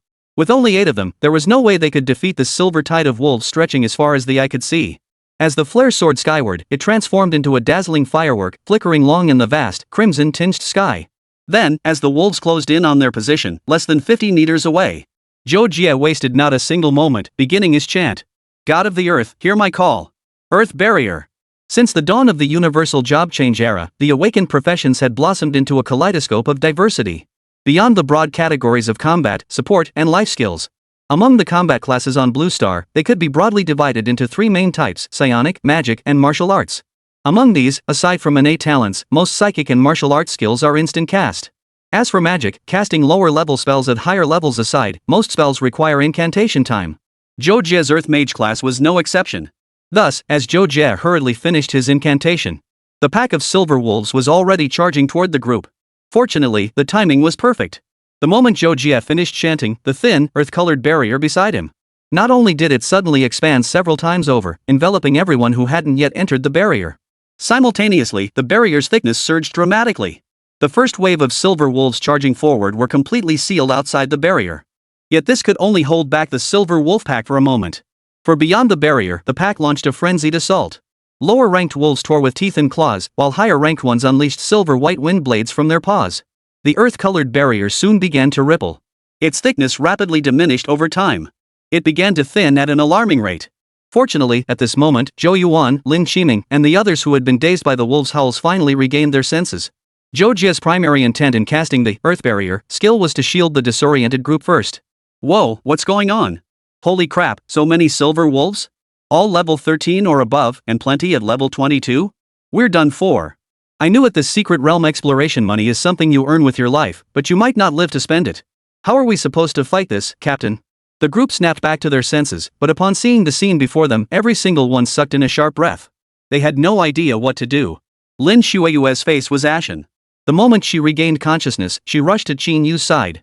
Though in this situation, hiding behind the strongest fighter, Zhou Jie, was undoubtedly the safest option. But Qín Yǔ's actions in the newbie secret realm had left an indelible impression on Lin Shueyue. Lin Shueyue instinctively sought refuge beside Qín Yǔ. It seemed only Qín Yǔ, who had saved her once, could provide her with a sense of security. What should we do, Qín Yǔ? Are all medium-level realms this dangerous? If I'd known, I never would have come. If I'd just stayed in the beginner's dungeon leveling up, I might have gotten into one of the 4 great academies. Lin Shueyue's face was pale, her voice thick with regret. She had believed this new secret realm expedition, with Zhou Jie's protection and the involvement of Star Ring Academy and Bureau 951, would ensure her leveling journey remained safe. But everything that had unfolded now far exceeded her expectations. However, regarding Lin Shueyue's inquiry, Qín Yǔ had no time to spare for her at this moment. For in less than 10 seconds, the earth-colored barrier before him had thinned to the consistency of paper. The frenzied pack of silver wolves could burst through at any moment. Qín Yǔ hesitated not a moment longer. With a single thought, he retrieved the complete set of mechanical power exoskeleton limbs from the forging space. Simultaneously, the Type 37 portable electromagnetic cannon, shimmering with a faint blue glow, materialized in his hands.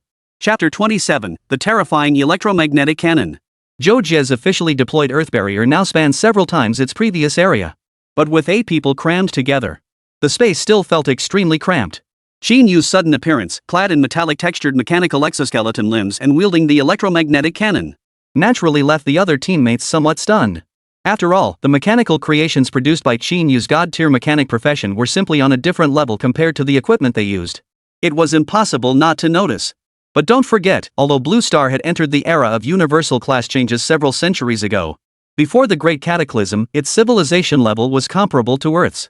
Even during the decades of the Great Cataclysm, when technological advancements suffered setbacks, and after the mass job change shifted Blue Star's focus entirely onto the Transcendent system, they were still quite familiar with basic firearms like guns and cannons. Thus, while they couldn't comprehend the mechanical power exoskeleton Qín Yǔ was assembling at that moment, upon seeing the Type 37 portable electromagnetic cannon in Qín Yǔ's hands, a weapon strikingly similar to an RPG. Except for Lin Shueyue, who had witnessed the electromagnetic cannon's power firsthand, the others were utterly speechless, their perception of Qín Yǔ sinking another notch. Was this pretty boy seriously planning to use outdated thermal weapons, long obsolete by modern standards, to take on these silver wolves, each at least a dozen levels strong? Was he seriously trying to be this ridiculous? If conventional weapons were truly effective, the Great Cataclysm wouldn't have plunged the entire Blue Star into decades of societal collapse and claimed so many lives. But before anyone could say anything more, the earth-colored barrier before them finally shattered. The next moment, everyone including Zhou Jie felt their worldview utterly shattered. For in the instant the barrier shattered, Qín Yǔ, already fully clad in his complete set of mechanical power exoskeleton, fired. The gray barrel of the Type 37 portable electromagnetic cannon in Qín Yǔ's hands gradually glowed with a deep blue light.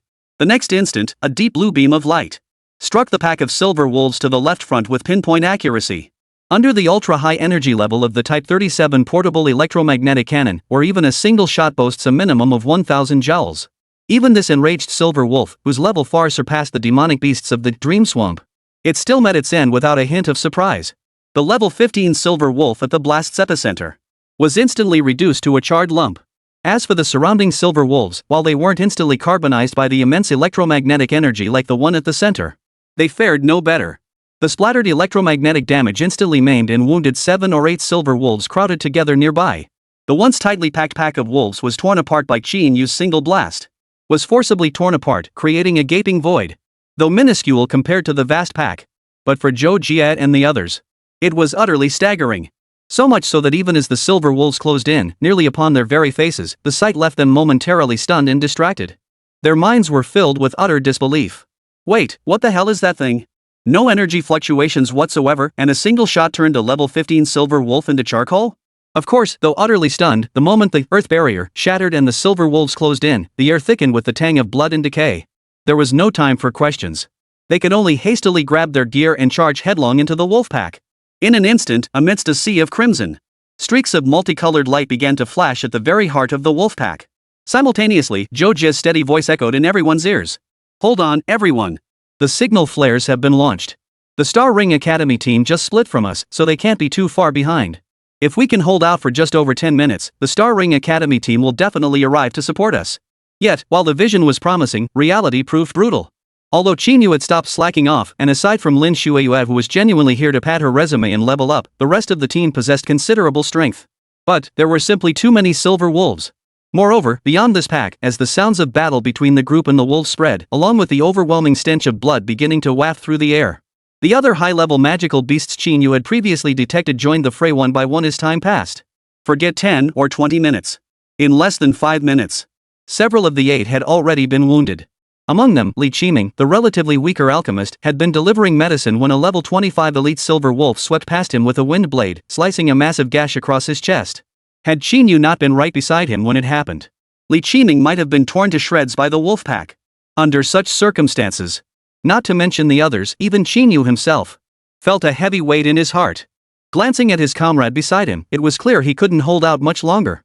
Qín Yǔ's thoughts raced like lightning as he rapidly considered countermeasures in his mind. "No, if we keep fighting like this, I don't mind. I can always activate the second effect of the mechanical eye to force a path through. But the others would be doomed." After weighing his options, Qín Yǔ finally fixed his gaze on the figure at the rear of the wolf pack, the Silver Wolf King. After 5 minutes, Qín Yǔ had a crystal clear understanding of their predicament. Ordinary silver wolves posed little threat to them. The main problem was sheer numbers. Layer upon layer of wolves had completely surrounded them. Resolving this situation was actually quite straightforward. They simply needed to coordinate a breakout from a suitable direction. However, executing this plan hinged on one crucial prerequisite.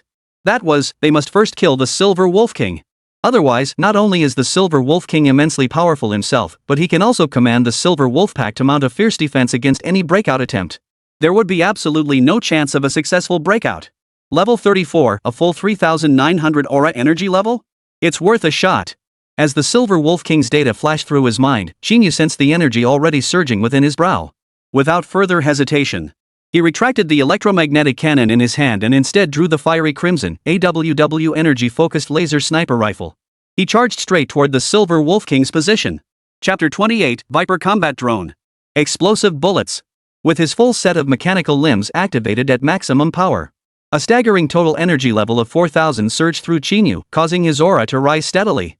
Countless faint blue lights dotted across the coils of his exoskeleton.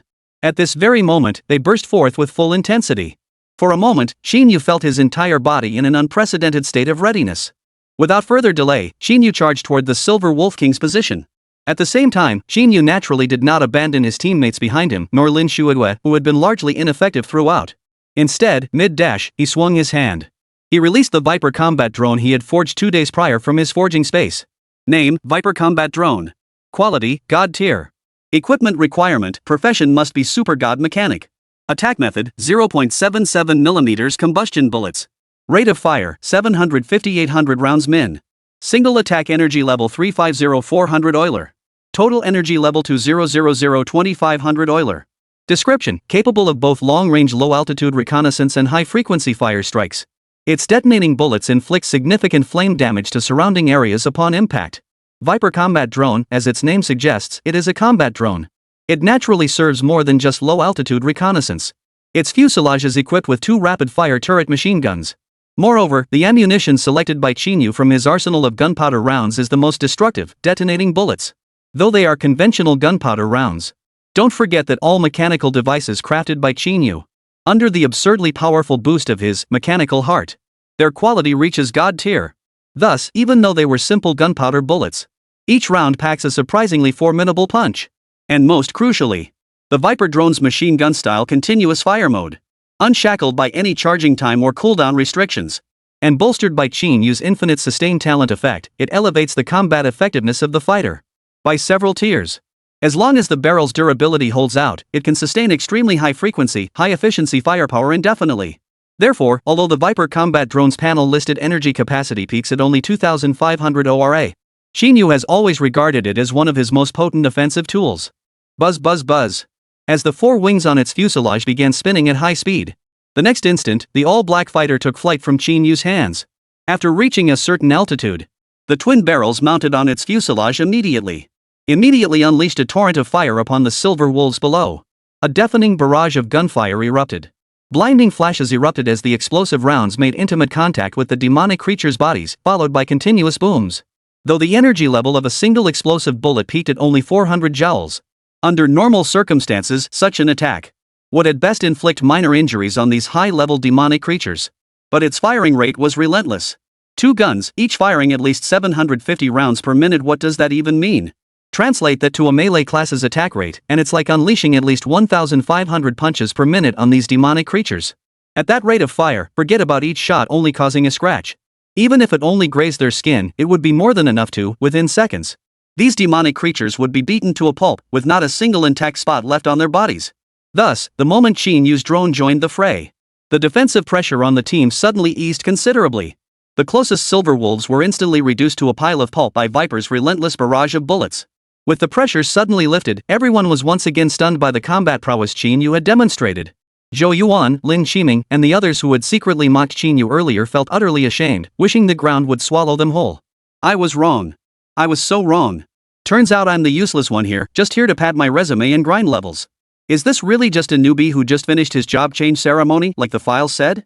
I'm the ING one, aren't I? Meanwhile, Lin Shueyue gazed at Qín Yǔ's towering figure, her eyes shining brightly. Even Zhou Jia, who had already undergone his third-class change, felt nothing but utter shock. He couldn't believe someone over 10 levels below him could be this formidable. Of course, though the 7 harbored different thoughts, their hands never ceased moving. Especially after noticing that Qín Yǔ had charged alone into the wolf pack, heading straight for the Silver Wolf King's position. They instantly grasped Qín Yǔ's intent. Though they had no idea whether Qín Yǔ could actually defeat the Silver Wolf King, whose level surpassed all of theirs. But at this very moment, after Qín Yǔ had just dazzled them twice with his explosive displays, an inexplicable trust in Qín Yǔ had already taken root within them. Without even needing Captain Zhou Jia to remind them, Zhou Yuan, Lin Qiming, and the others had already begun spontaneously providing cover and support for Qín Yǔ. Gritting his teeth against the pain, Lin Qiming hurled a pale red potion toward Qín Yǔ's position.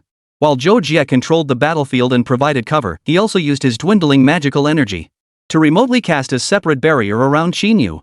Even Lin Shueyue cast lightness wind on Qín Yǔ, making him move with the agility of a sparrow. As for Qín Yǔ himself, these silver wolves, whose levels rarely exceeded 10 or 20 and whose maximum energy level never surpassed 2,500 Euler, simply couldn't stand a chance against Qín Yǔ. Now, bolstered by his teammates' support, his advance through the wolf pack accelerated dramatically once more. In just over 10 seconds, Qín Yǔ had already reached the Silver Wolf King. Awwa! At that moment, the Silver Wolf King, a creature noticeably larger than ordinary silver wolves, its eyes glowing blood red, had naturally spotted Qín Yǔ long ago. The instant he drew near, the wolf let out a long howl. The Silver Wolf King lunged violently at Qín Yǔ. In an instant, Qín Yǔ and the Silver Wolf King were locked in a fierce struggle.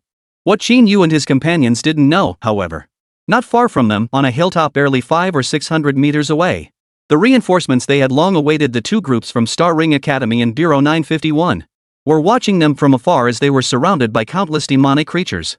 Chapter 29, The Demon Clan, SSS Rank Profession, Mech Pilot? From the hilltop, members of Bureau 951 and Star Ring Academy fixed their gaze intently on the battlefield where Zhou Jia and his group were fighting. The longer they watched, the more stunned both the Bureau 951 and Star Ring Academy teams became.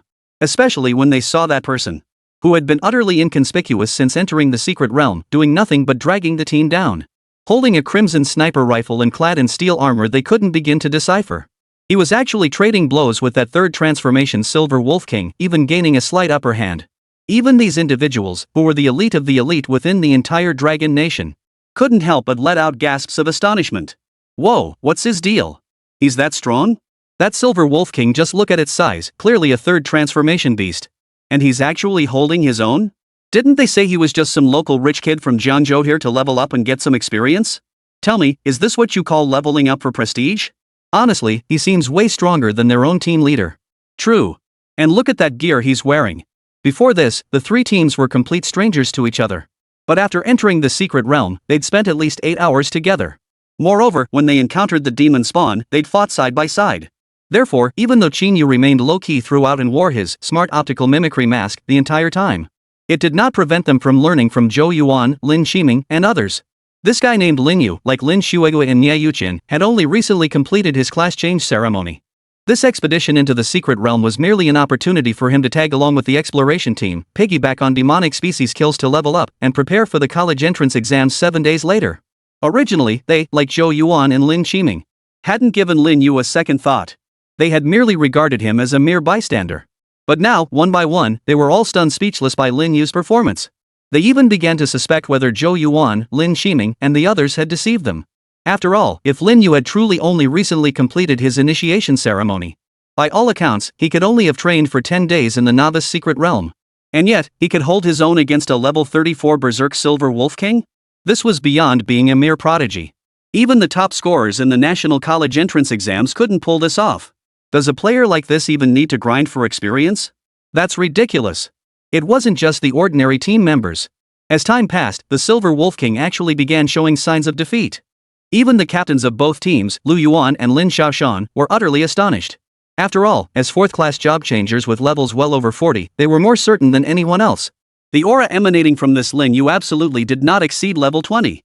Considering the timing, they suspected Lin Yu might genuinely be a high school student who had only recently completed his job change ceremony. Otherwise, with his combat prowess, it would be impossible for him to be stuck below the second-class level. He could have easily gone into the wilderness, slain a few demonic beasts, and then spent a little time advancing to reach the second-class level. On the hillside, Lu Yuan and Lin Xiaoshan exchanged glances. Shock was written in both their eyes. Not even level 20, yet he can completely suppress a Silver Wolf King and still have enough strength left to support his teammates. Lin Xiaoshan didn't hide his astonishment at all, speaking in a low voice to Lu Yuan beside him. If this Lin Yu truly only completed his class change recently, then his class must absolutely be an SSS Tier 1. And even among SSS tier classes, he'd be among the absolute elite. Amidst his astonishment, Lin Xiaoshan felt a deep dissatisfaction welling up toward Jiangzhou's education department. He couldn't help but wonder what the Jiangzhou education department was even doing. Lin Yu's profession was clearly SSS tier, yet the only name listed in the report submitted to them was Niè Yǔqiān. They nearly let Star Ring Academy miss out on an SSS tier genius. It truly is an SSS tier profession. At this moment, Lu Yuan naturally agreed wholeheartedly with Lin Xiaoshan's analysis. In fact, a peculiar thought began to stir within him, mirroring Lin Xiaoshan's own. Bureau 951, officially known as the National Secret Realm Defense Bureau. As a department directly under the Dragon Nation's High Command, its primary mission was to pioneer the exploration of newly emerging secret realms across the nation. Even in the capital region, applicants to join this agency were as numerous as fish crossing the river during ordinary times. It could be said that ordinary geniuses didn't even qualify to take their entrance exams. Yet now, Lu Yuan found himself overcome by an intense urge to actively recruit. After all, given the current situation, anyone with eyes could see. If it could be confirmed that this Lin Yu had indeed just completed his class change ceremony recently, then he would undoubtedly be a prodigy among prodigies. The pride among the proud. However, although Lu Yuan was now extremely eager to make contact with Qín Yǔ immediately, and help Qín Yǔ's group resolve the Beast Tide crisis, but then he recalled the clue they'd uncovered earlier about the demonic race. And judging by the current state of Qín Yǔ and his group, it seemed they could break through the Beast Tide without their assistance. Lu Yuan forcibly suppressed that thought. Instead, he turned to one of his teammates and asked, Tianqing, can we confirm where those demonic tribes are hiding now? Beside him, Tianqing quickly replied, yes, boss. Just now, I sensed the aura of those demonic tribes again, right ahead and to our left. Poof. I knew it. This secret realm is so peculiar, there's definitely demonic forces at work here. Lu Yuan snorted coldly, then glanced once more at the Beast Tide unfolding nearby. He hesitated no longer. Xiaoshan, hold the line here for them. Make sure nothing happens to them. Once you confirm they've broken through the Beast Tide, come regroup with us. Got it. I'll come find you later. After swiftly making arrangements, Lu Yuan waved his hand, leading the Bureau 951 and Star Ring Academy personnel. He headed straight for the direction Tianqing had just pointed out. However, what none of them knew was, among the two teams, the one most profoundly shaken wasn't them, but Niè Yǔqiān, who had been fixated on the mechanical exoskeleton adorning Lin Yu's body. Her mind was now filled with utter disbelief. SSS class profession, mecha pilot? Given Blue Star's current technological level, shouldn't the profession of mech pilot be impossible? Could this be another butterfly effect caused by my rebirth? Chapter 30, Slaying the Silver Wolf King, Level Up. LV 17. In her previous life, as Blue Star's soul transfer to the Star Sea, Niè Yǔqiān had witnessed countless diverse professions unique to various planets and star systems. And in her memory, the mech pilot profession was undeniably powerful. Like her Icewind Master, it belonged to the SSS tier profession category. However, such professions typically only emerged in sci-fi civilizations with incredibly advanced technology. Ordinary surface-dwelling civilizations absolutely could not produce such a profession. After all, even if they did emerge, the technological level confined to the surface, not even reaching a galactic scale, was utterly insufficient to support the growth of a mech pilot. Take the simplest example. Mech pilots might level up quickly from 1 to 19, but advancing to level 20 requires mastering a specialized electromagnetic technology. Many planets, including Blue Star, haven't even fully mastered gunpowder technology, let alone electromagnetic technology. How could they possibly grasp the more advanced electromagnetic technologies? Therefore, surface-based civilizations with underdeveloped technology could never possibly give rise to a profession like mech pilots. She never imagined that at this very moment, she would encounter someone here who bore an uncanny resemblance to a mech pilot. And this person held not even the slightest significance in her memories from her previous life. What on earth is going on? Niè Yǔqiān's mind raced with countless possibilities. Could it be because of my rebirth? Could the memories of Starsea's technology be causing this? If that's the case, then won't other new professions emerge on Blue Star in the future?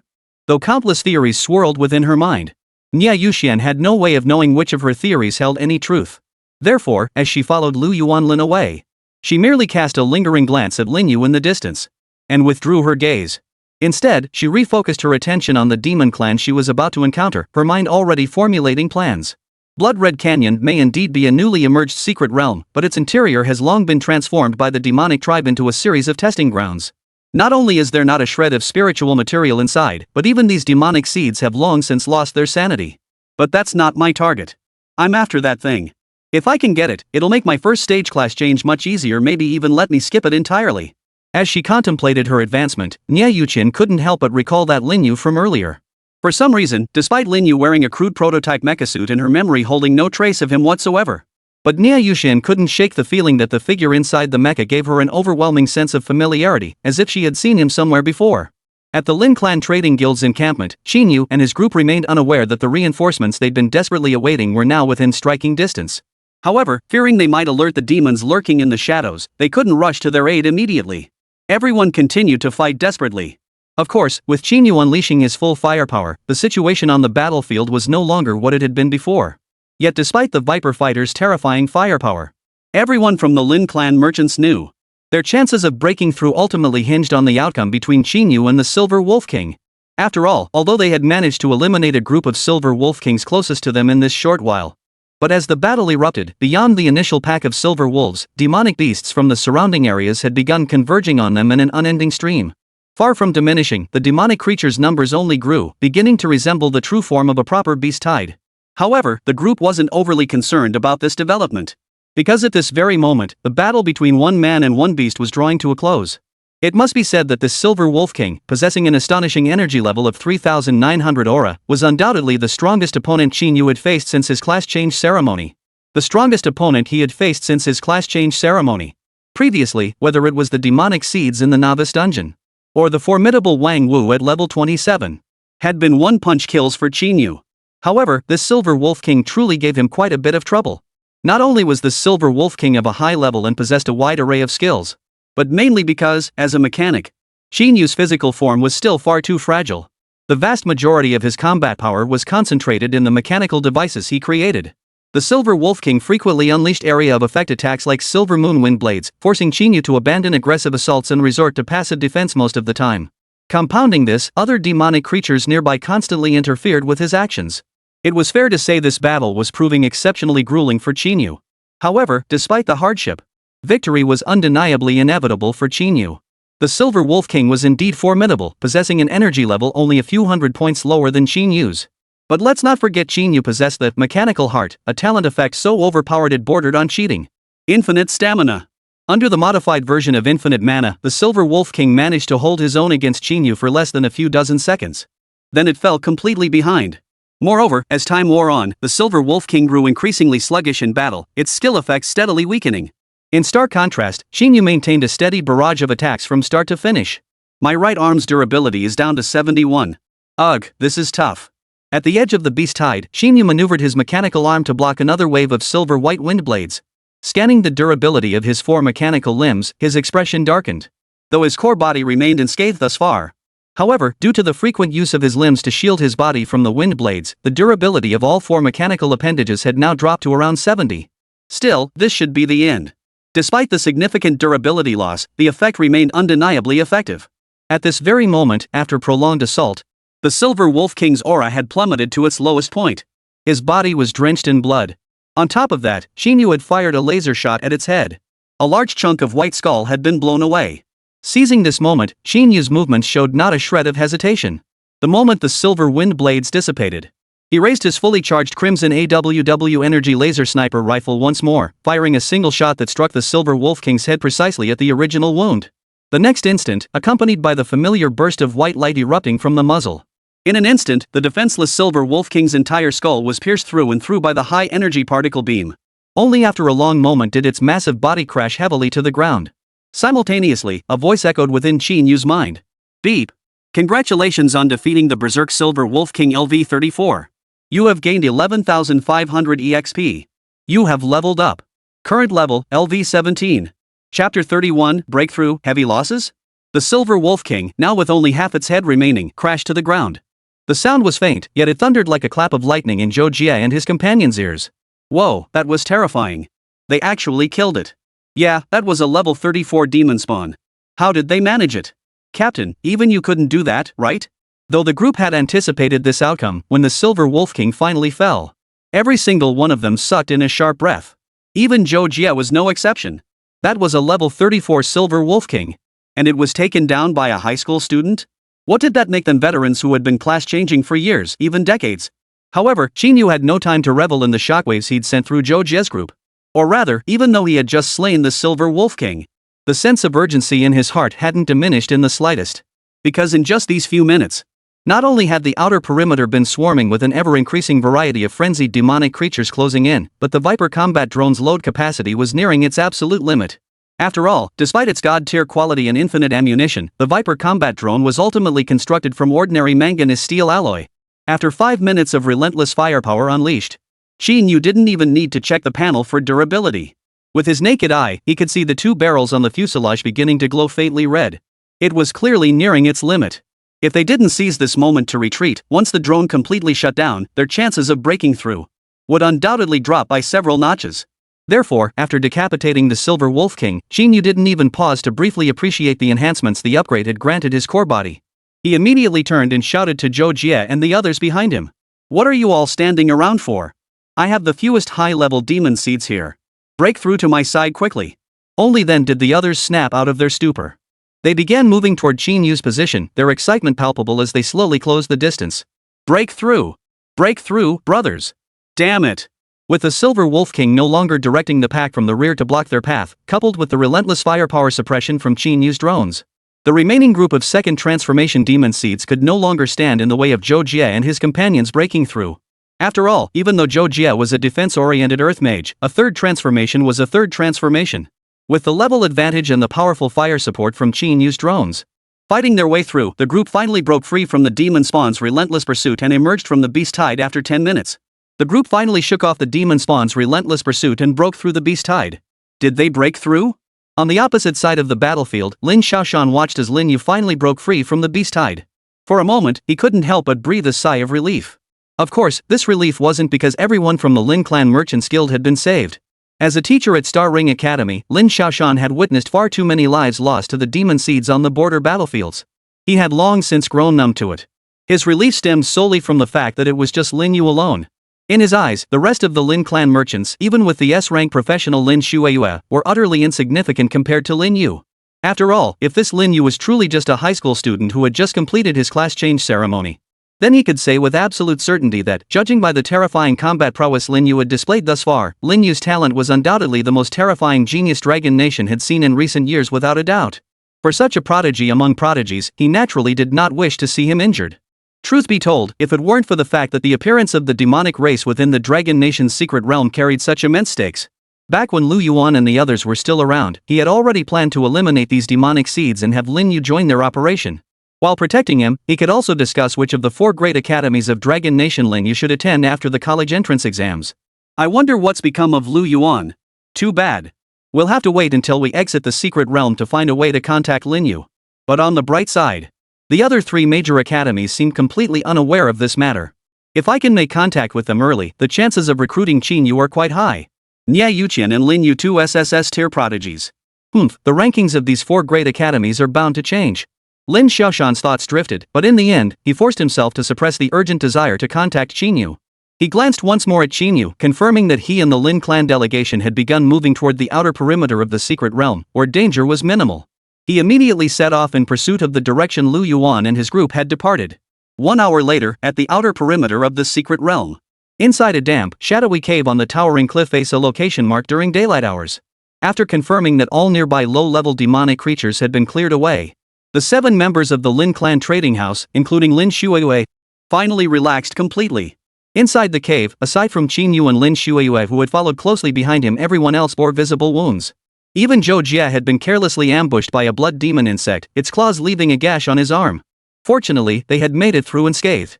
With all 8 members accounted for, the mood inside the cave wasn't too bad. I thought I was dead for sure today. Who'd have thought I'd make it out alive again? What's going on with this secret realm? Just now, I genuinely felt like this was the closest I've ever come to death.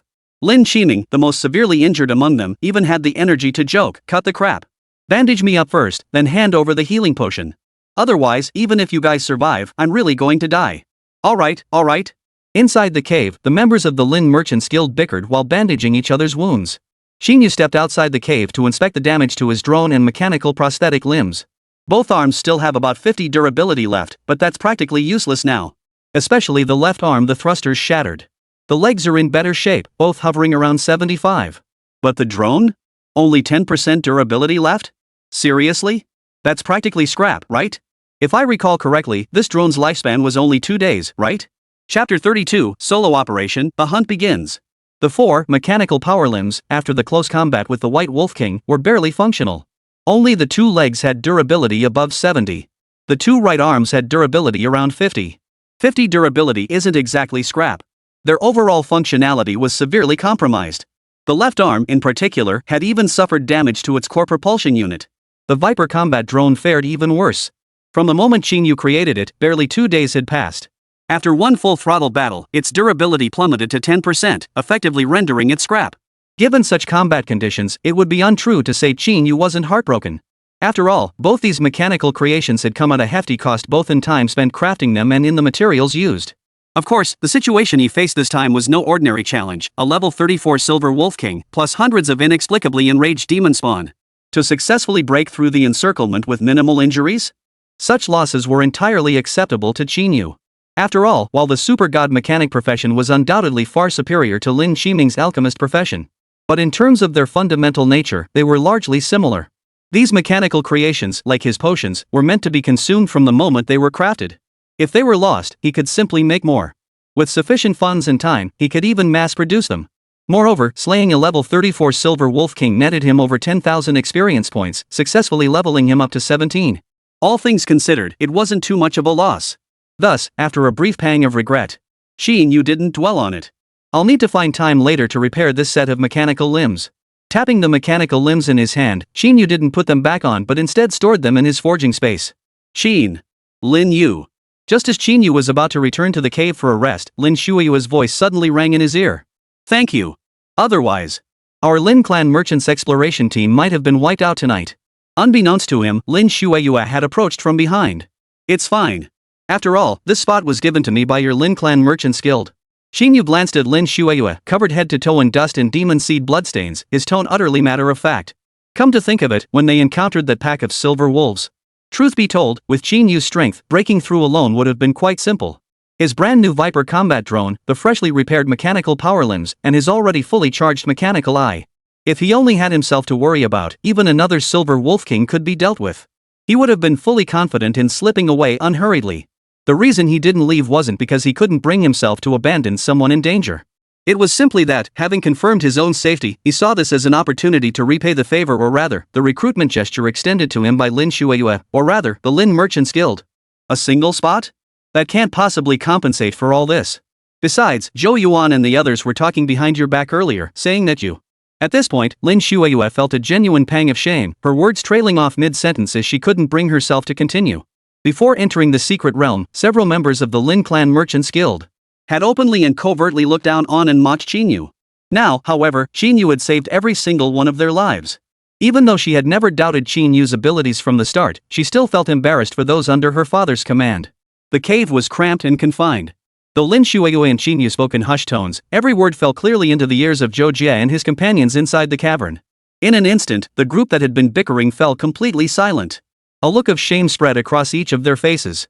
Before Qín Yǔ and Lin Shuiyue could speak again, Lin Qiming, who had been leaning against the cave wall, struggled to his feet and spoke first. Lin Yu, I'm sorry.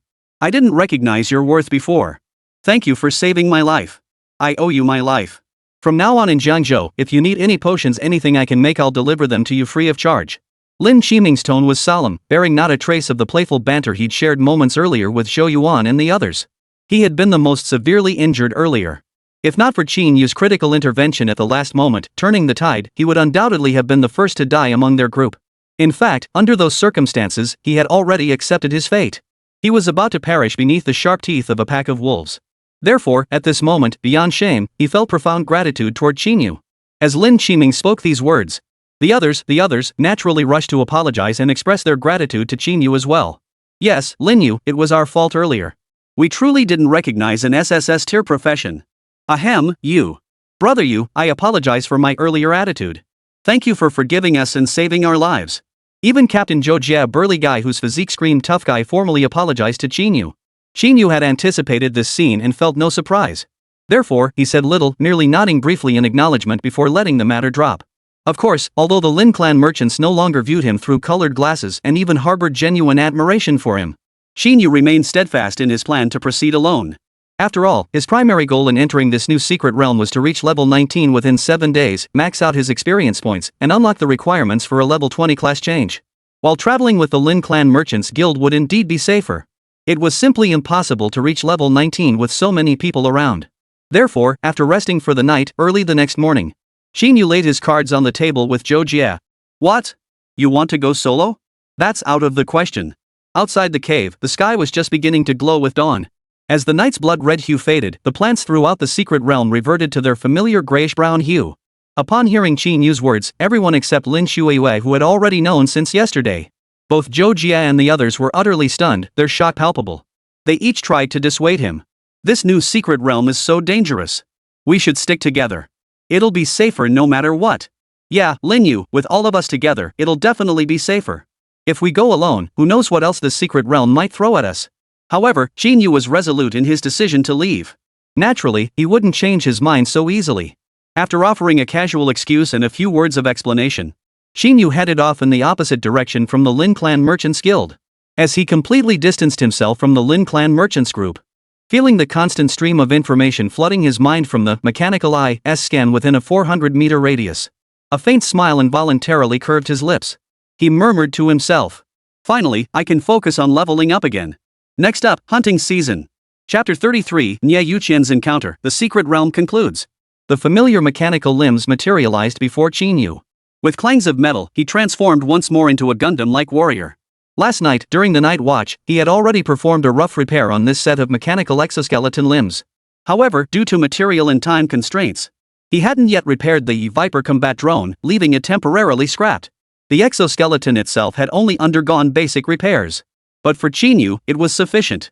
Now at level 17, the scanning range of his mechanical eye had reached a full 400 meters.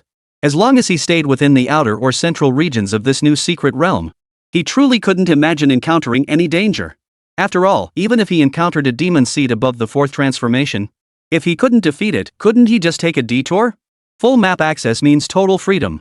The demonic species in this outermost zone are all so low level. Most are only in the teens. I'm already level 17 now, and it takes 20,000 EXP to level up. Relying solely on killing these low-level demonic species is just too inefficient.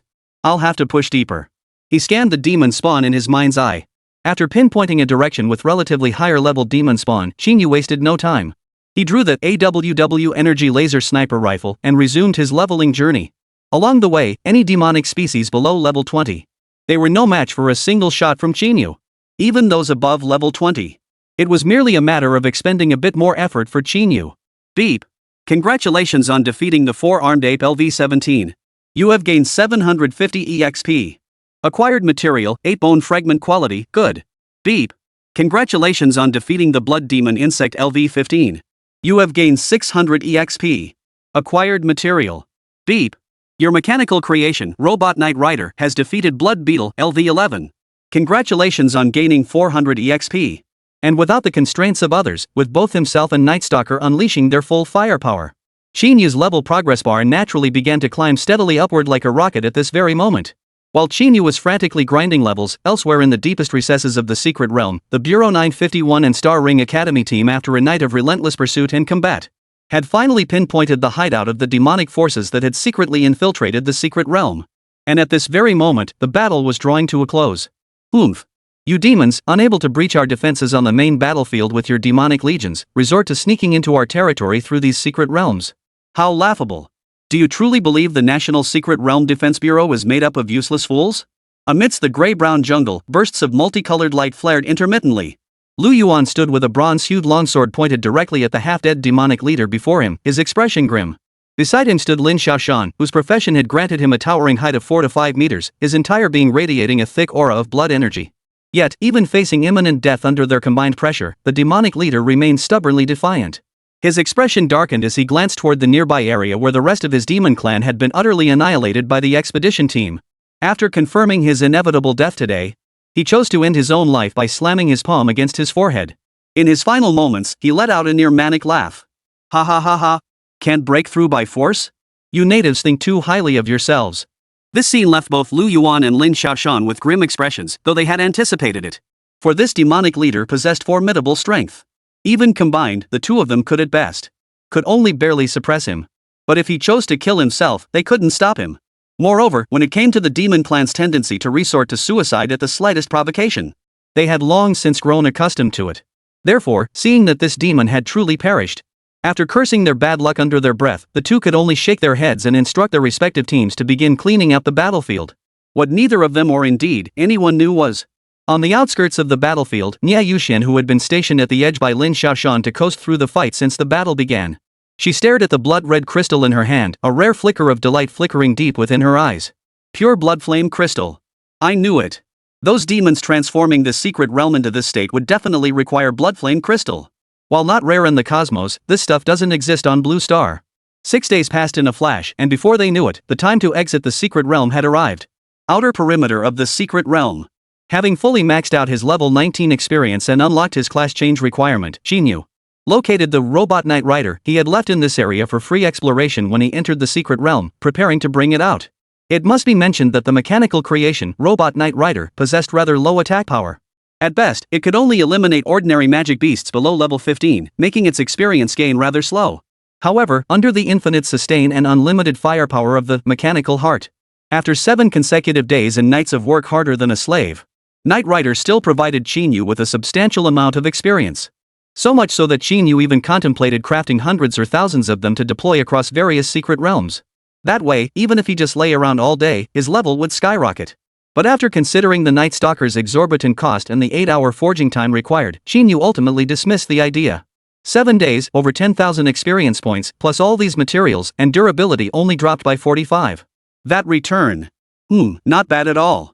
He bent down to inspect the Knight Rider's durability. And the large pile of materials in the iron frame behind the Night Stalker. To be fair, Qín Yǔ was genuinely satisfied. After stowing both the Night Stalker and all the materials from the frame into his forging space, he glanced at the time. It was already nearing the rendezvous point agreed upon before their 3 teams entered the secret realm. Qín Yǔ wasted no further time, turning immediately to head toward the secret realm's exit. In less than a quarter of an hour, Qín Yǔ had already reached the secret realm's exit. At that moment, the 951 Bureau, Star Ring Academy, and the Lin clan merchants had already gathered at the entrance. The moment Qín Yǔ came into view, everyone present, whether from the Lin clan Merchants Guild, Bureau 951, or Starring Academy, couldn't help but be struck by his presence. Chapter 34, The Invitation from Starring Academy. Strange. Why do these people's gazes feel so off? Even before reaching the group, Qín Yǔ sensed something peculiar in their gazes. Whether it was the Lin clan merchants' entourage or the other 2 groups, their gazes were filled with intense heat and curiosity. To be honest, Qín Yǔ could understand such gazes coming from the Lin Clan Merchants Association. After all, following that beast Tide, Zhou Jie and the others had long been aware of his capabilities. But these people from Bureau 951 and Star Ring Academy, what was going on with them? Could it be that Zhou Jie, Zhou Yuan, and the others leaked it early? But didn't I tell them to keep it confidential until after my college entrance exams? With these doubts swirling, Qín Yǔ approached the team. At the same moment, his nominal team captain had already stepped forward. Lin Yǔ, you finally made it. So when we sent out the distress signal that day, you guys were already there? You just didn't show up because you were on a mission? That explains it. A minute later, after Zhou Jie and the others explained in a flurry of chatter, Qín Yǔ finally understood. It wasn't Zhou Jie and the others who had exposed his true capabilities. Rather, ever since he began displaying his true strength, both the personnel from Bureau 951 and those from Star Ring Academy had witnessed it all. For a moment, Qín Yǔ could only offer a wry smile. He silently lamented, his level had been far too low back then. Otherwise, with the detection capabilities of the mechanical eye, he would have been able to scan both groups at the time. Of course, he could be absolutely certain that no one from the Li group was among them. Therefore, regarding the exposure of his strength, Qín Yǔ felt only a sense of helplessness, without any other thoughts. Upon careful reflection, he even concluded. This outcome might actually be preferable. After all, among this group, aside from the Lin Merchants Guild delegation, whether it was the Bureau 951 or the Star Ring Academy members, were all genuine masters. Especially the two captains, Lu Yuan and Lin Xiaoshan, each possessed an energy level exceeding 10,000, surpassing even Lin Xueyu's father, Lin Tian. If he could gain their favor and be recruited early. He truly didn't believe that in just one day, the Li group could do anything to him.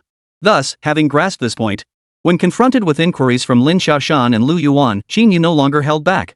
He openly admitted his true strength. Of course, regarding the exact rank of his profession, since the college entrance exams were tomorrow, and his identity would inevitably be guessed by them afterward. So Qín Yǔ chose to tell the truth. My class rank? Honestly, I'm not entirely sure what level I am. During the job change ceremony, the Awakening Stone rated my profession as an E-rank mechanic. But after experimenting back home, I realized my profession couldn't possibly be just E-rank. As soon as Qín Yǔ uttered these words, everyone except Lin Xueyue, who had already been stunned, was utterly astonished. What the hell? An E-rank mechanic? You gotta be kidding me. Lin Yǔ, I'll be honest, I've seen a few SSS class geniuses in action at Star Ring Academy. With your current combat prowess, I'd say even those guys couldn't hold a candle to you, okay? E-rank mechanic? Is there something wrong with your Jianzhou Awakening Stones? Exactly. I remember Yu Wuxin, his SSS rank necromancer class, couldn't stand up to a level 30 demon seed before hitting level 20. Yeah. Even Niè Yǔqiān, who had remained in the center of the group throughout, maintaining a cold, aloof demeanor and not uttering a single word, shared this sentiment. However, Niè Yǔqiān's shock stemmed from a different source than the others. She had long anticipated that the mech engineer, a profession not native to Blue Star, could never be detected by Jiangzhou's rudimentary awakening stone alone. Her astonishment stemmed from that Lin Yu's detected profession was identical to Qín Yǔ's both E-rank mechanics. She had already found Lin Yu's figure strangely familiar. Now, with Qín Yǔ mentioning it, a thought surged through Niè Yǔqiān's mind almost instantly. Lin Yǔ? Qín Yǔ? Could this Lin Yǔ actually be Qín Yǔ? No, I remember clearly. In my previous life, Qín Yǔ's profession was an E-rank mechanic. Moreover, during the job change ceremony back then, the fluctuations emitted by his profession were unmistakably those of a mechanic. It must just be a coincidence. However, upon closely examining Lin Yu's features before her, she found no trace of disguise whatsoever. Furthermore, she held unwavering faith in her own memories. In the end, although Niè Yǔqiān still felt the coincidence was somewhat unbelievable, she temporarily pushed that thought aside. Outside the teleportation exit, Qín Yǔ's words sent the crowd into a stunned uproar. Lin Xiaoshan and Lu Yuan, however, exchanged a glance after their initial shock, each already forming their own conclusions. Lin Yǔ. Lin Xiaoshan then approached Qín Yǔ, a peculiar smile playing on his lips. Your profession, it's one of the rarest hidden professions out there. Hidden professions, I trust you've studied them in textbooks. Most hidden professions can be detected with ordinary awakening stones, but there are exceptions. Certain exceptionally powerful hidden professions require large-scale awakening stones to be detected. After finishing his explanation, Lin Xiaoshan paused briefly. He paid no heed to the astonished reactions of those nearby. Instead, he turned his gaze to Qín Yǔ and continued with solemn expression. Lin Yǔ, while your exact class remains unknown, there is no doubt it is undoubtedly SSS tier. Therefore, I, Lin Xiaoshan, on behalf of Star Ring Academy, formally extend an invitation to you to become a member of our Star Ring Academy. After Lin Xiaoshan finished speaking, the surrounding atmosphere fell silent. Then, all eyes turned to Qín Yǔ. As for Lin Xiaoshan's abrupt invitation, at this moment, not a single person felt the slightest bit of surprise. Instead, they all seemed to have anticipated it.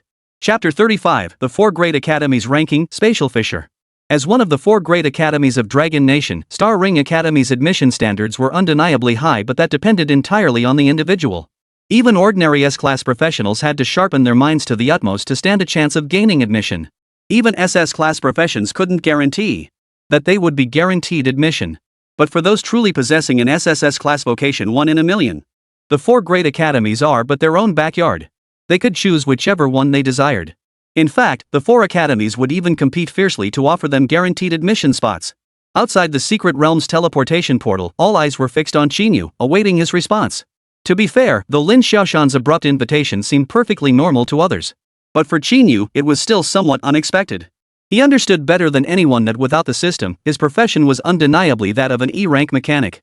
He had always believed that no matter what, he'd have to wait until the college entrance exams to truly prove himself, shed his E-rank mechanic status, and finally gain admission to one of the 4 prestigious universities. Little did he expect that this Lin Xiaoshan would be much more eager than he had anticipated. With just the phrase, hidden profession, primary awakening stone, it's inherently undetectable, he had glossed over the matter. Teacher Lin, I accept your invitation. Though taken aback, Qín Yǔ quickly gave his answer after a moment's thought. Beyond Star Ring Academy, the other 3 institutions among the 4 great academies of Dragon Nation were Nanli Academy, Capital Academy, and Tianwu Academy. Though collectively known as the 4 great academies of Dragon Nation, there exists an established hierarchy among them. Among them, the top-ranked institution was the Capital Academy, followed by the Southern Departure Academy, the Heavenly Martial Academy, and finally the Star Ring Academy.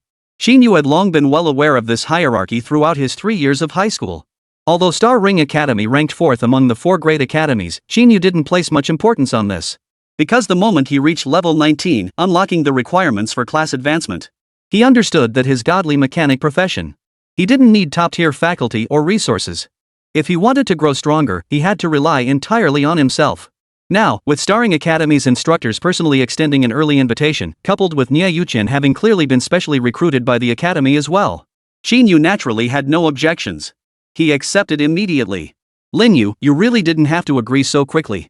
Hearing Qín Yǔ's immediate acceptance, both the Star Ring Academy representatives nearby and Lin Xiaoshan wore expressions of delight.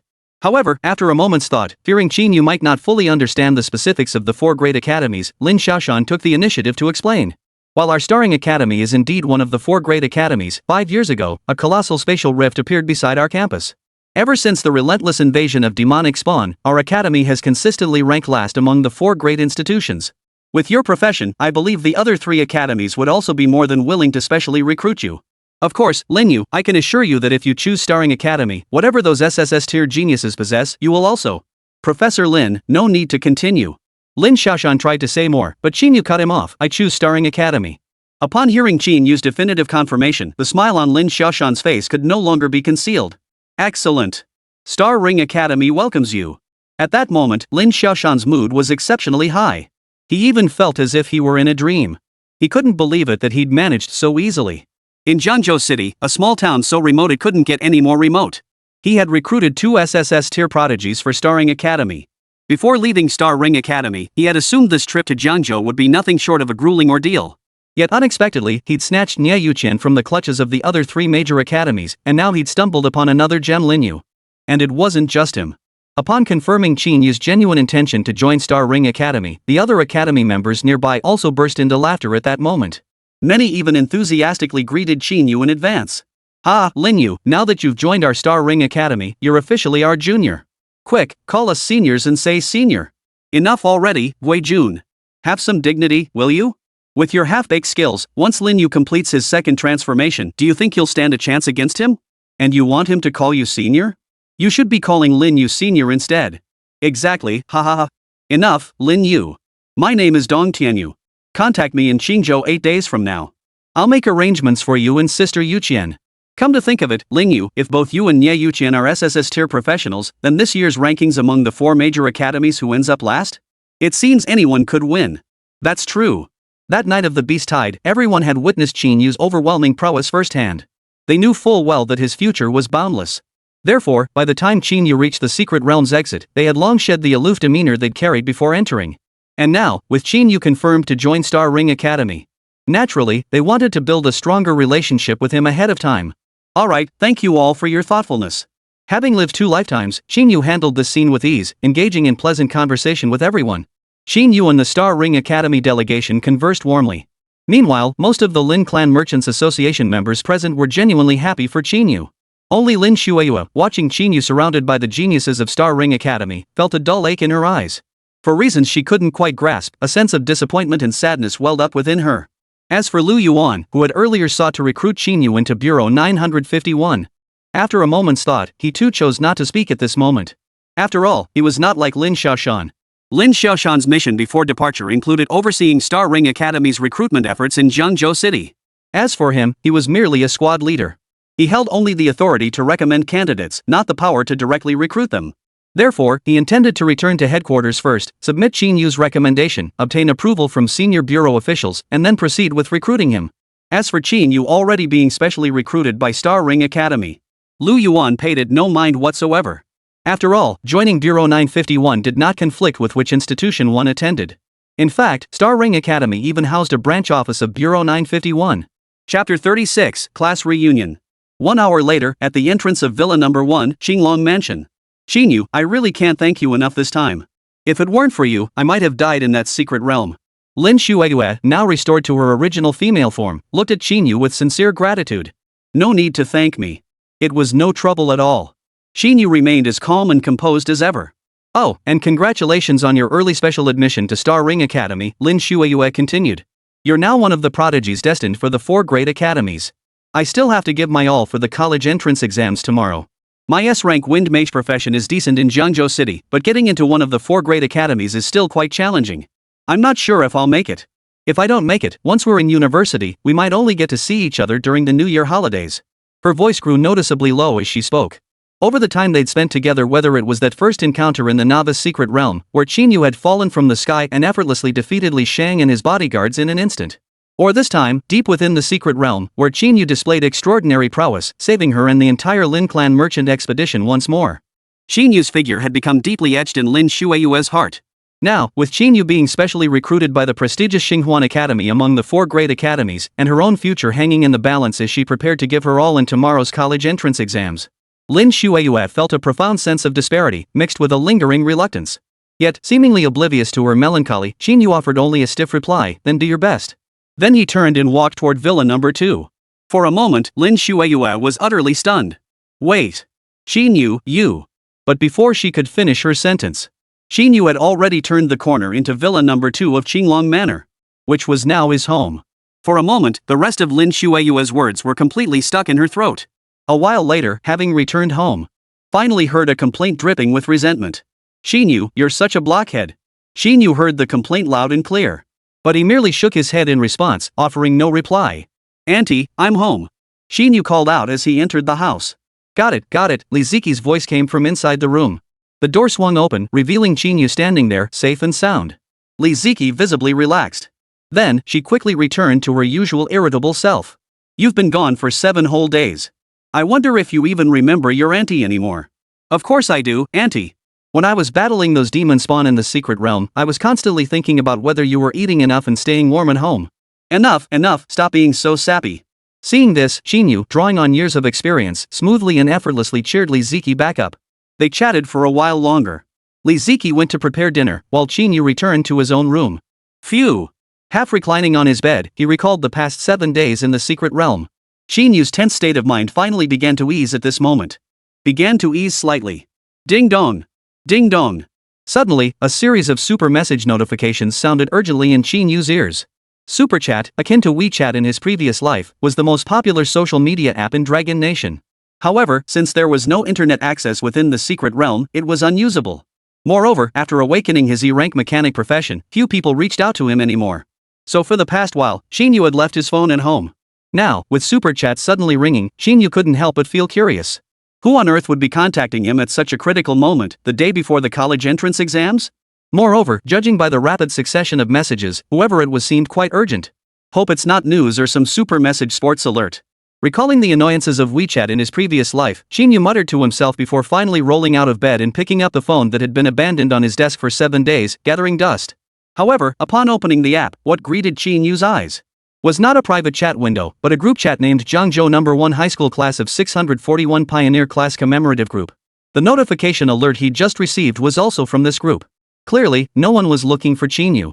Instead, during the 7 days Qín Yǔ had been in the secret realm, someone, at some point, had added his super chat account to this new group. He glanced at the group chat below, where the private chat windows remained frozen in silence, frozen at the night before the job change ceremony. Then he glanced at the lively scene unfolding in the group chat now. Truth be told, Qín Yǔ felt a pang of emotion. After all, he still remembered that before the job change ceremony, as the top seed of Jiangzhou First High School, Countless people sought him out daily to chat and build connections. Yet after the ceremony, they all vanished as if they'd never existed. Of course, while he felt a pang of nostalgia, Qín Yǔ didn't harbor any grudges. After all, fawning on the powerful and bullying the weak, currying favor with the influential, it was only natural. Especially in this world where extraordinary power existed. Such practices were particularly rampant. Therefore, at this moment, after merely uttering a sigh of regret, Qín Yǔ dismissed further dwelling on such trivialities. Instead, he turned his attention to the group chat with a touch of curiosity.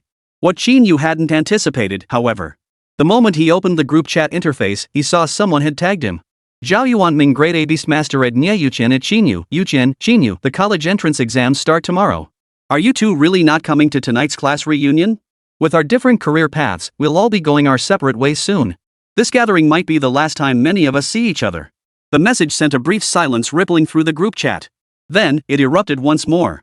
What can you do about my pride guizixing? Hey, since this group started, hasn't our goddess Yúqiān and class monitor Qín Yǔ ever chatted? It's been days now, and I wonder what they're up to. I must get into a top-tier university. Yeah, it's weird. Teacher Su said they'd attend. They should at least pop in and say something. Wu Wenbin a rank summoner mage, what's there to wonder? Goddess Niè got specially recruited by Starring Academy. She's definitely undergoing their secret training. As for Qín Yǔ? He awakened as a mechanic.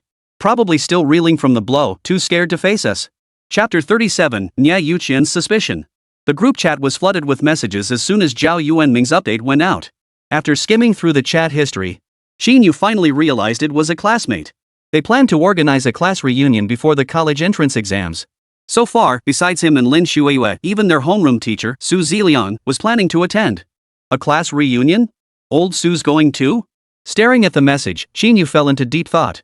If it weren't for Su Ziliang's participation, to be honest, Qín Yǔ wouldn't even consider it. He'd decline outright. After all, he'd attended plenty of these gatherings in his previous life. He didn't need to think twice about what would happen if he went. It would just be those who had awakened to good professions fawning over those with less desirable ones. As for what they called classmate camaraderie? Sure, it might happen occasionally, but it would definitely be the exception. As for someone like him, a genius who'd fallen into the mud, he'd only become the butt of everyone's jokes. With the college entrance exams approaching, Qín Yǔ had no desire to endure another round of scathing mockery. He didn't care, but he wasn't crazy either. But thinking back on those 3 high school years, Su Ziliang, as his homeroom teacher, had shown him genuine care both in daily life and academics. Su Ziliang had repeatedly championed him as Zhengzhou #1 high school's top seed. All the resources within the school had been channeled to him through Su Ziliang's efforts. Even when Qín Yǔ awoke as merely an E-rank mechanic, completely failing to meet his expectations, Su Ziliang never said a word of reproach. Instead, he comforted Su Ziliang, telling him not to overthink it and that being an ordinary person was perfectly fine. For a moment, Qín Yǔ hesitated. Niè Yǔqiān, has Qín Yǔ not replied to any messages in the group for these past 7 days? And it was precisely during this moment of hesitation on Qín Yǔ's part. In the group chat, Niè Yǔqiān, who, like Qín Yǔ, had remained silent all along, suddenly popped up. Clearly, Niè Yǔqiān was in the same situation as Qín Yǔ. She had just returned home from the secret realm and saw the messages in the group chat. As the only openly acknowledged SSS tier professional in all of Zhengzhou City, her message, once sent, naturally caught the attention of nearly every classmate in the group. Shock. Goddess Niè actually popped up? I thought she was too lazy to even bother with our group. Class monitor Niè, I heard that on the day of your awakening ceremony, you were specially recruited by all 4 major academies at once, and ultimately chose Star Ring Academy. Is that true or false? Of course it's true. 7 days ago, I saw Star Ring Academy's car come to pick up Goddess Niè. Okay, you guys don't believe me, right? Wow, the 4 major academies. Reporting to Goddess Niè that Qín Yǔ guy hasn't uttered a single word in the group these past 7 days. No clue what he's been up to. At Qín Yǔ, come out and say something. Goddess Niè is looking for you. In just over 10 seconds, the group chat was flooded with flattering messages. Qín Yǔ himself was tagged multiple times in the process. Qín Yǔ didn't respond immediately either, choosing to remain silent. Niè Yǔqiān promptly followed up with another message in the group. Stop asking me. If Qín Yǔ comes, I come. If Qín Yǔ doesn't come, I won't come either. After sending this message, Niè Yǔqiān's super chat fell completely silent. However, both the classmates in the group chat and Qín Yǔ himself were taken aback by this message. Why's this little girl dragging me into this? In his dorm room, Qín Yǔ stared at the message, utterly baffled. The others were equally perplexed. They couldn't fathom why Niè Yǔqiān would show such concern for Qín Yǔ, an E-rank mechanic. Before the job change ceremony, it was understandable. After all, Qín Yǔ and Niè Yǔqiān were the top 2 seeds, and they even lived in the same residential complex. They could understand Niè Yǔqiān saying that. But now? Niè Yǔqiān had awakened in SSS rank profession. Barring any unforeseen circumstances, she was destined to become one of the peak combat forces in Dragon Nation. And Qín Yǔ? He was merely an E-rank mechanic. Though utterly perplexed, these individuals clearly dared not voice their questions in the group chat. They even hesitated to tag Niè Yǔqiān anymore. Thus, after a brief lull, the tone of the group chat shifted once more. At Qín Yǔ, say something. You're the class monitor of Class 1, after all. Logically speaking, everyone else can skip this reunion except you, right? Exactly. What kind of reunion is it if the class monitor skips it? Exactly. At Qín Yǔ, what's with you not chiming in at all? Hey, does anyone still have Qín Yǔ's super message? Give him a call and ask. I did have it before, but I deleted it after the job change ceremony. Oh man, I think I did too. In just a few seconds, Qín Yǔ's super message was tagged multiple times. Even the long dormant private chat window popped up multiple times. Su Ziliang, alright, what's with all the fuss? Whether Qín Yǔ and Niè Yǔqiān come or not is their own business. Why are you guys arguing about this here? Only after Su Ziliang scolded them in the group chat did the conversation in the group start to settle down a bit. Did the group chat content finally settle down a bit? However, the number of people messaging him privately only increased. For a moment, he stared at the stream of messages in the group chat. And the classmates who started messaging him privately. Qín Yǔ felt utterly speechless. But after glancing once more at the message Su Ziliang had posted in the group, Qín Yǔ had already made up his mind. He didn't reply to the private messages. Instead, he replied only in the group chat. I'll be there tonight. After sending the reply, Qín Yǔ immediately shut down his super chat app, tossed his phone aside, and walked out of his bedroom. Within the group chat, Qín Yǔ's single sentence naturally set off another frenzy among his classmates. However, Qín Yǔ's sudden appearance clearly received treatment that couldn't compare to Niè Yǔqi's at all. Holy crap, Qín Yǔ actually popped up? Niè Goddess's influence really is something else. Niè Goddess just popped up not long ago, and now Qín Yǔ's here. We've been calling out to him in the group for 6 or 7 days straight, and he never even acknowledged us. TSK, how interesting. Meanwhile, at Niè Yǔqi's residence, things unfolded exactly as Qín Yǔ had surmised. Niè Yǔqi's sudden appearance in the group chat was because she had just returned home. The only difference was, contrary to everyone's expectations, Niè Yǔqiān didn't log off immediately after sending that final message. Instead, she held her phone expressionless the entire time, watching the group chat messages. It wasn't until she saw the message Qín Yǔ had sent. A glint of sharpness finally flashed in her eyes. Recalling the figure in the secret realm clad in a mecha suit, single-handedly taking on a level 30 silver wolf king. Her suspicions grew stronger. Did he accept? Just like me, he didn't show up for 7 days. The moment I returned, he popped up too. Could that Lin Yu really be Qín Yǔ? Chapter 38, Advancement Quest. After lunch with Li Ziki, Qín Yǔ returned to his bedroom and revisited his level 20 class advancement quest. The level 20 advancement quest requires mastery of 3 basic mechanical disciplines to complete the advancement. After advancement, besides becoming an entry-level mechanic and awakening a new talent, you can also independently awaken mechanical energy and gain the ability to develop new blueprints. No wonder it's the only god-tier profession in all worlds. It really is powerful. But this advancement quest is a bit of a pain. Looking at the job change quest displayed on his profession panel, Qín Yǔ couldn't help but feel a headache coming on. Because his advancement quest was unlike any other profession's advancement quest he knew of. In this world, professions were diverse and numerous. But the advancement quests for all known professions generally share a common requirement. For instance, the level 20 job change requirement for most magic-based professions was to master 2 or more basic spells of their class. For psychic-based professions, one must develop their innate abilities to a certain level, such as being able to unleash them within a specific range or enhance them to a certain tier to meet the advancement criteria. As for martial arts professions, the requirement is even simpler. By shedding equipment skills and relying solely on innate power, reaching an EULA rating of 1000 completes advancement. While each advancement requirement presents its own challenges, but at least they all offer a concrete, step-by-step path to becoming stronger. However, Qín Yǔ's level 20 advancement quest required learning and mastering 3 basic mechanical knowledge points through study before he could complete his class change. To be perfectly honest, when he saw this advancement requirement in the secret realm, Qín Yǔ was genuinely taken aback. He had assumed the technological knowledge skills listed for sale on his interface merely provided prerequisites for crafting mechanical devices. Little did he expect that advancing his class would also demand mastering these very subjects. However, after a moment of surprise, upon careful reflection, the various mechanical knowledge seemed entirely comparable to the skills of different professions. For instance, a basic mechanical knowledge point corresponded to a basic magic skill.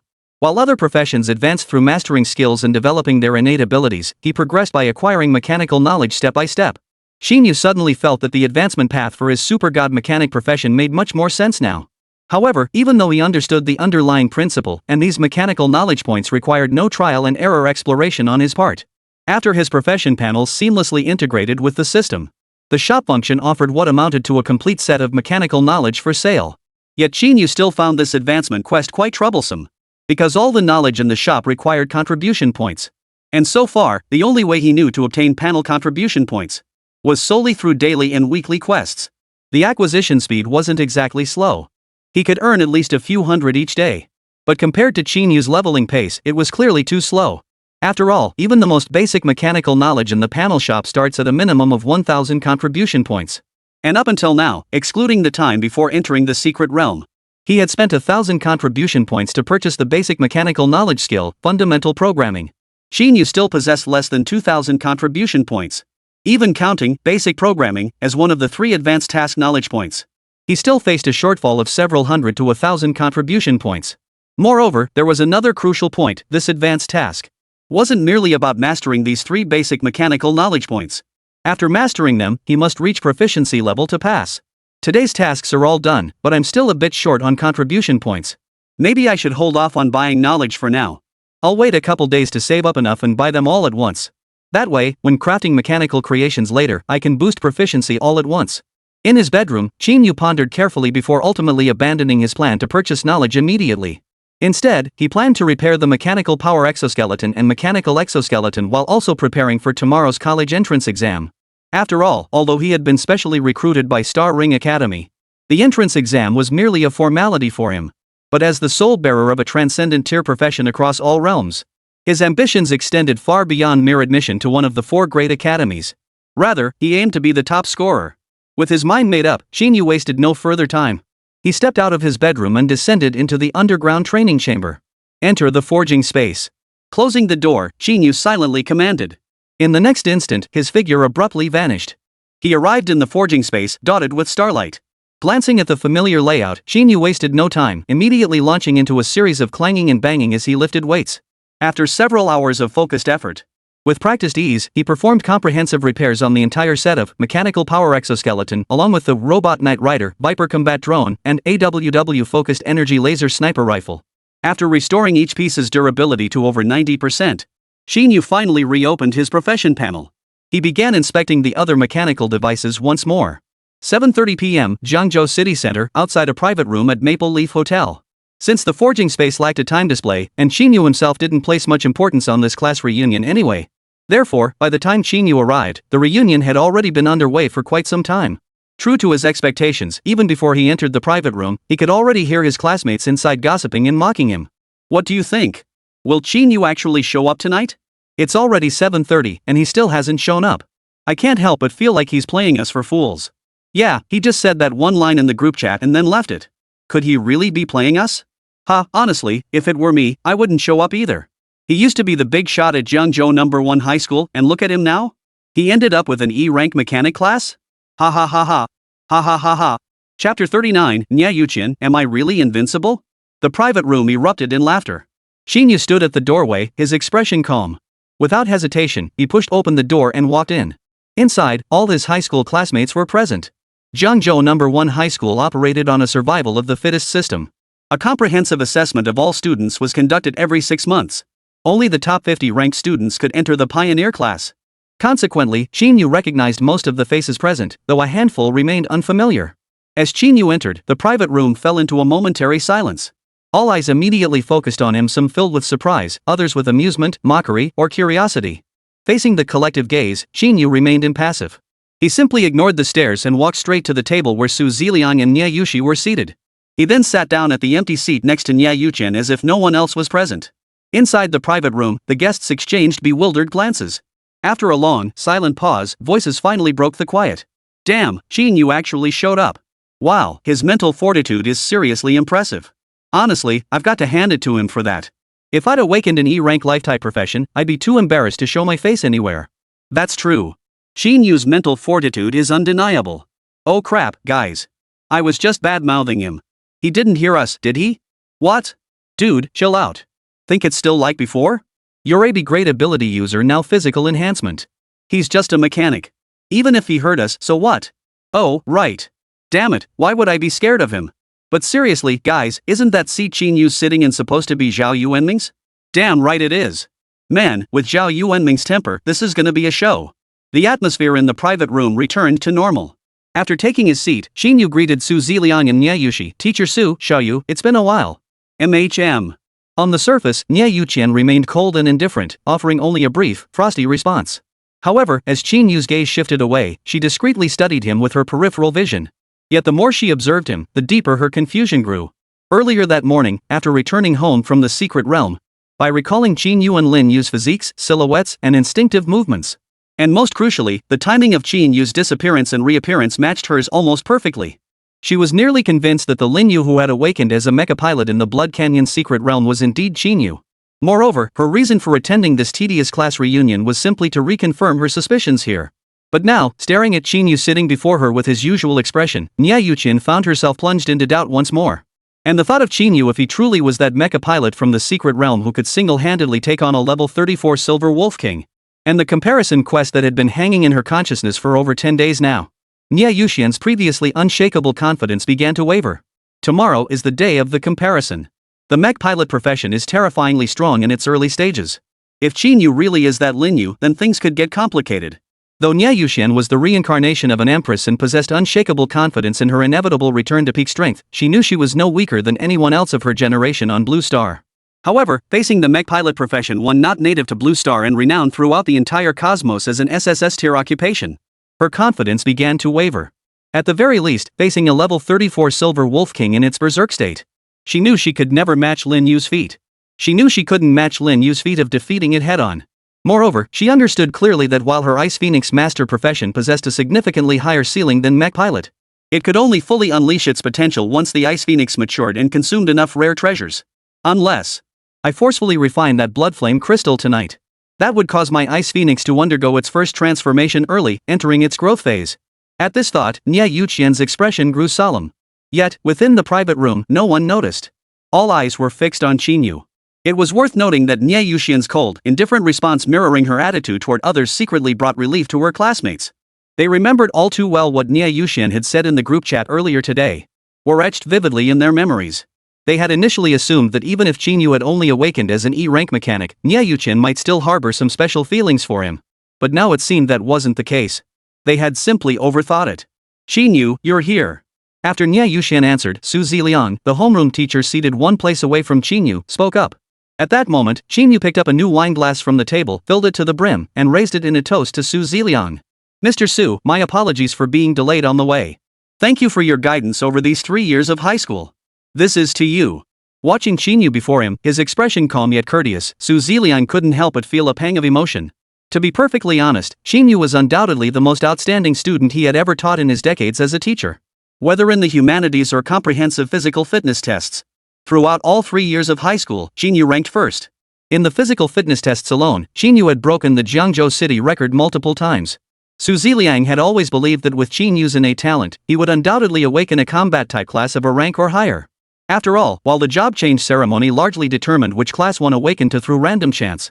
But over the years, people had noticed a certain pattern emerging. Generally, those who were exceptionally intelligent and physically gifted from a young age had a significantly higher probability of awakening high-tier combat-oriented professions than the average person. Otherwise, the entire Blue Star High School system wouldn't have implemented this class-based survival of the fittest structure. Unexpectedly, Qín Yǔ, the one whom the entire school had pinned their hopes on, awakened only to the E-rank mechanic class. To say Su Ziliang wasn't disappointed would be a lie. But as an educator, and having witnessed such outcomes more than once over the decades, he remained composed. In the end, he could only sigh inwardly at the unpredictability of life. Clinking glasses with Qín Yǔ, he said. It's fine. It's only 7:30. We haven't wasted too much time. Yet, just as Qín Yǔ and Su Ziliang were about to take a sip, a voice abruptly interrupted them. Qín Yǔ, I don't believe you were delayed on the road at all. Rather, you simply couldn't bear to stay here any longer. So you just dropped by midway to make an appearance, huh? Chapter 40, you call me a good for nothing? The instant that voice rang out, nearly everyone in the private room wore expressions that suggested they'd anticipated this moment. This is going to be entertaining, haha. I knew it. With Zhao Yuanming's temper, how dare Qín Yǔ take his seat? Back in the day, he might have gotten away with it. Even if Zhao Yuanming is furious, he'll have to swallow his pride. But now, Qín Yǔ's in for trouble. For a moment, everyone except Su Ziliang and Niè Yǔqiān watched Qín Yǔ and Zhao Yuanming, who had just returned from getting more food, with amused expressions. Yet what followed caught Zhao Yuanming, Su Ziliang, and the rest of the classmates completely off guard.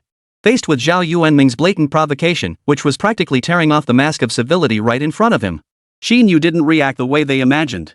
He didn't crumble under Zhao Yuanming's scathing sarcasm, nor did he lose his composure on the spot. His expression remained as calm and composed as when he had first arrived. He merely turned his head slightly to glance at the furious Zhao Yuanming before looking away. Instead, he turned back, his expression unchanged, and drained the cup of wine in his hand. Only after finishing did he rise, casting a glance at Zhao Yuanming, who had somehow appeared behind him.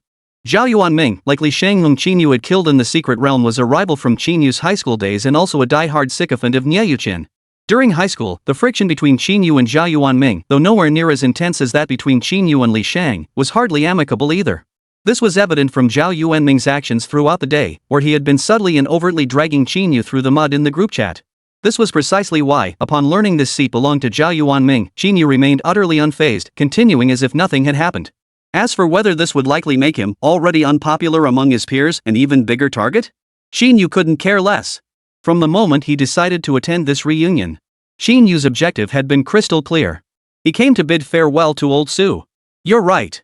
I wasn't delayed on the way. Looking at Zhao Yuanming before him, whose expression shifted between anger and uncertainty, Qín Yǔ's tone remained calm throughout, as if merely stating an insignificant fact. But that's the only thing you got right. The reason I said in the group chat earlier today that I'd be here tonight was simply to come here and say goodbye to Teacher Su. As for this so-called class reunion your organization arranged? To put it bluntly, isn't it just a bunch of you rank professionals trying to feed your own egos? Sorry, but I'm not interested in that. After delivering this speech, Qín Yǔ showed no hesitation whatsoever. He merely nodded to Su Ziliang, who was about to stand up beside him to mediate. He turned on his heel and strode straight toward the private room's entrance. For a moment, not only Zhao Yuanming, who had been preparing to continue mocking Qín Yǔ, almost everyone in the private room was stunned by Qín Yǔ's display. None of them had anticipated that in the face of Zhao Yuanming's taunts and insults, Qín Yǔ would so openly admit he had deliberately arrived late, then turn around and mock several geniuses who had awakened to class professions, including Zhao Yuanming himself. And then, he just walked out. What's going on? Wait, what's Qín Yǔ playing at? He's barely been here 2 minutes, right? He's leaving already? Damn, Qín Yǔ. Offending Zhao Yuanming wasn't enough? Now he's taking shots at everyone? This. Inside the private room, everyone stared blankly at Qín Yǔ's receding figure. The lively atmosphere that had just begun to revive had once again fallen silent. It wasn't until Qín Yǔ was nearly at the door of the private room Zhao Yuanming finally snapped out of it. Qín Yǔ, do you think you're still the same person you used to be? What makes you any different from a worthless piece of trash now? Zhao Yuanming was already furious that while he'd stepped away to order more food, he'd returned to find Qín Yǔ, a man he considered nothing but a good-for-nothing, occupying his seat. Now he was chatting away with Niè Yǔqiān and Su Ziliang. Now, Qín Yǔ had the audacity to retort like this. These words were ground out between Zhao Yuanming's clenched teeth. And after speaking, seeing that Qín Yǔ showed no sign of even turning his head, Zhao Yuanming's anger flared even more intensely. He could no longer contain himself. He abruptly activated his profession, Grade A Beast Master. A faint green pentagram pattern appeared beneath Zhao Yuanming. In the next instant, a ferocious level 4 red armored lizard materialized at his command. And upon receiving Zhao Yuanming's command, the red armored lizard charged violently toward Qín Yǔ. Witnessing this scene, the crowd in the private room was utterly thrown into chaos. Holy crap, seriously? Zhao Yuanming actually unleashed a red armored lizard? In cities, especially public places, transferees aren't allowed to unleash their abilities, especially attacking ordinary people. Has Zhao Yuanming lost his mind? Give me a break. Zhao Yuanming's dad is the deputy chief of Zhengzhou City's disciplinary department. He wouldn't be afraid of this rule. Stop. However, just as the red armored lizard was halfway through its charge, Su Ziliang's furious shout, filled with rage, rang out at that very moment. Immediately, a terrifying aura of authority swept over the red armored lizard. In an instant, the fiercely aggressive red armored lizard was pinned to the floor by this overwhelming pressure, unable to move. As the homeroom teacher of Zhengzhou No. 1 High School's pioneer class and the school's vice principal, he was certainly no ordinary man. On the contrary, he was an exceptionally powerful transmuter. Class, Wuji Fist Master, level, LV39. As the red armored lizard summoned by Zhao Yuanming was effortlessly subdued by Su Ziliang's aura, the chaos within the private room quickly subsided once more. Gazing at the crimson-shelled lizard summoned by Zhao Yuanming now lying on the floor, a distinct flash of anger appeared on Su Ziliang's previously amiable face. Zhao Yuanming, what do you think you're doing? Confronted by Su Ziliang's sharp accusation, coupled with the terrifying aura he had just unleashed, Zhao Yuanming finally regained his composure. Glancing at the red-shelled lizard pinned motionless to the floor by Su Ziliang, and recalling his own foolish actions moments before, a look of panic flashed across his face. True, his father was the deputy director of the city enforcement department. Under normal circumstances, such matters could indeed be swept under the rug for him. But if Su Ziliang, the vice principal of Zhengzhou No. 1 High School, truly decided to pursue this matter, Zhao Yuanming would absolutely be in deep trouble. Especially with the college entrance exams looming. If this matter were pursued, it could very well jeopardize his university applications. Damn it, that Qín Yǔ. Yet despite his inner panic, Zhao Yuanming felt not a shred of remorse. On the contrary, his resentment toward Qín Yǔ only deepened. He believed that if it weren't for Qín Yǔ, he never would have acted impulsively and done such a thing in front of Su Ziliang. Turning around, Zhao Yuanming met Su Ziliang's furious expression and was about to say something. Teacher Su. But before he could even concoct a plausible excuse, Qín Yǔ, who had already nearly reached the private room's entrance. At that moment, to everyone's astonished gaze, he turned back once more. Zhao Yuanming, did you call me a good-for-nothing? Chapter 41, Practical Combat Assessment No Mercy. Inside the private room, Qín Yǔ had silently reappeared before Zhao Yuanming and Su Ziliang. This time, however, the gaze Qín Yǔ directed at Zhao Yuanming was no longer as calm as a still well. Instead, it flickered with dangerous intent. Qín Yǔ didn't care whether others' mockery was genuine. But that certainly didn't mean he would tolerate repeated provocation. Especially now, when Zhao Yuanming had actually summoned his beast pet to attack him. After all, even this level 4 red-armored lizard was nothing more than an ant in Qín Yu's eyes now, posing no real threat to him. But if his profession was truly just an E-rank mechanic, and if Su Ziliang hadn't intervened immediately, a single strike from that red-shelled lizard would likely have left him gravely injured. And this, clearly, had touched Qín Yu's sore spot. Qín Yu's sudden outburst startled Zhao Yuanming, yet instinctively, he still wanted to continue mocking Qín Yǔ. Yet, upon meeting Qín Yu's icy glare, for some reason, Zhao Yuanming felt a bone-chilling coldness surge up his spine. The words on the tip of his tongue froze in his throat, unable to escape. But Zhao Yuanming quickly regained his composure. After regaining his composure, he ignored Qín Yǔ entirely. Instead, he bowed his head towards Su Ziliang and apologized. Teacher Su, I acted impulsively just now. After this utterly insincere apology, Su Ziliang knew full well Zhao Yuanming was putting on an act, but the anger on his face gradually faded. His desire to pursue the matter further also faded. After all, both Zhao Yuanming and Qín Yǔ were his students. And tomorrow was the college entrance exam. He truly did not want this incident to cause Zhao Yuanming to fail tomorrow's exam, potentially affecting the rest of his life. Therefore, after a moment's hesitation, Su Ziliang spoke again in a solemn tone, very well. As a combat class job changer, you attempted to attack Qín Yǔ without authorization in a public place. You were clearly in the wrong. Go apologize to Qín Yǔ and promise you won't cause him any trouble in the future. Otherwise. Su Ziliang stopped there, but the implication was clear to everyone present. Upon hearing Su Ziliang's words, Zhao Yuanming felt a surge of relief. His greatest fear was completely enraging Su Ziliang, which could jeopardize his college entrance exams. As long as Su Ziliang wasn't intent on pursuing the matter further, apologizing to Qín Yǔ was something he found truly hard to swallow. But then he reminded himself that Qín Yǔ was, after all, just an E-grade mechanic. As long as he endured the college entrance exams over the next 2 days, and successfully gain admission to a university, he'd have ample time and opportunity to settle the score with Qín Yǔ. Qín Yǔ, I'll let you gloat for a couple days. Let's see if you're still so cocky after the exams. Though the thought still rankled Zhao Yuanming's heart, he had no choice but to respond to Su Ziliang before turning his gaze back to Qín Yǔ. But just as he hesitated over how to begin, Qín Yǔ spoke again, no need for apologies.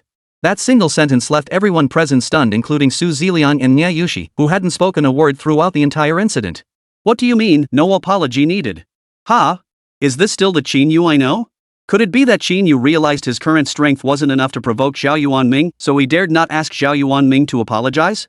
But that doesn't make sense. If that were the case, why did he just mock Zhao Yuanming like that? Qín Yǔ didn't keep everyone guessing about their curiosity. He immediately continued. I hear your profession is an A-class beastmaster? Looking to apply to a top-tier academy? Here's the deal. You think I'm useless, right? I recall that after the humanities and comprehensive aptitude exams the day after tomorrow, during the practical combat assessment, we can choose our opponents, right? How about we have a fight then? No holds barred. What do you say? Qín Yǔ's tone was flat, his voice icy. As his words fell, the atmosphere within the entire private room froze solid. Under the era of universal class change, the college entrance exams in Dragon Nation naturally differed from Qín Yǔ's previous life, where only academic proficiency was tested. On the contrary, the humanities accounted for a relatively small portion of the entire college entrance examination process. The main events were generally the comprehensive ability assessment and the practical combat assessment. During combat evaluations, examiners typically prohibited intentionally inflicting severe injuries or endangering opponents' lives. However, if both parties expressed a willingness to engage in a life or death battle, this is permitted. After all, in a society where martial prowess is revered, rigidly suppressing violence only breeds greater violence. The private room fell silent. After a long moment, Zhao Yuanming finally snapped out of it. He stared at Qín Yǔ with an expression of utter disbelief and blurted out, "You mean the combat assessment the day after tomorrow is going to be a life or death fight with me? What kind of joke was this?" His profession was an A-class combat class. And Qín Yǔ? Just an E-rank lifestyle class, a mechanic? The gap in strength between them couldn't even be described as disparate, could it? In Zhao Yuanming's eyes, this wasn't just Qín Yǔ courting humiliation. It was pure suicide. With that thought, Zhao Yuanming didn't even hesitate, he agreed immediately. "Fine. Qín Yǔ, you're the one who said it. 2 days from now, we'll meet for the practical assessment. When that time comes, no mercy will be shown." Agreed. As Zhao Yuanming gave his consent, a cold gleam flared in Qín Yǔ's eyes. But he said nothing more. He merely waved his hand at Su Ziliang, who was about to intervene in their wager, and said, "Teacher Su, there's no need for you to concern yourself with this matter. I know my limits." Without another moment's hesitation, Qín Yǔ turned and strode out of the private room.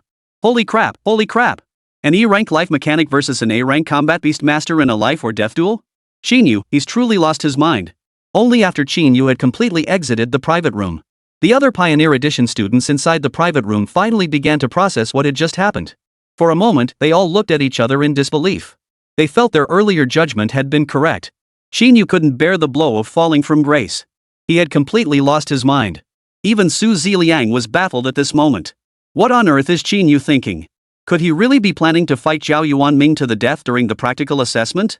But recalling Qín Yǔ's performance throughout his 3 years of high school, Su Ziliang couldn't just stand by and watch Qín Yǔ throw his life away. "No, I'll have to be there in person. No matter what, I have to stop this bet."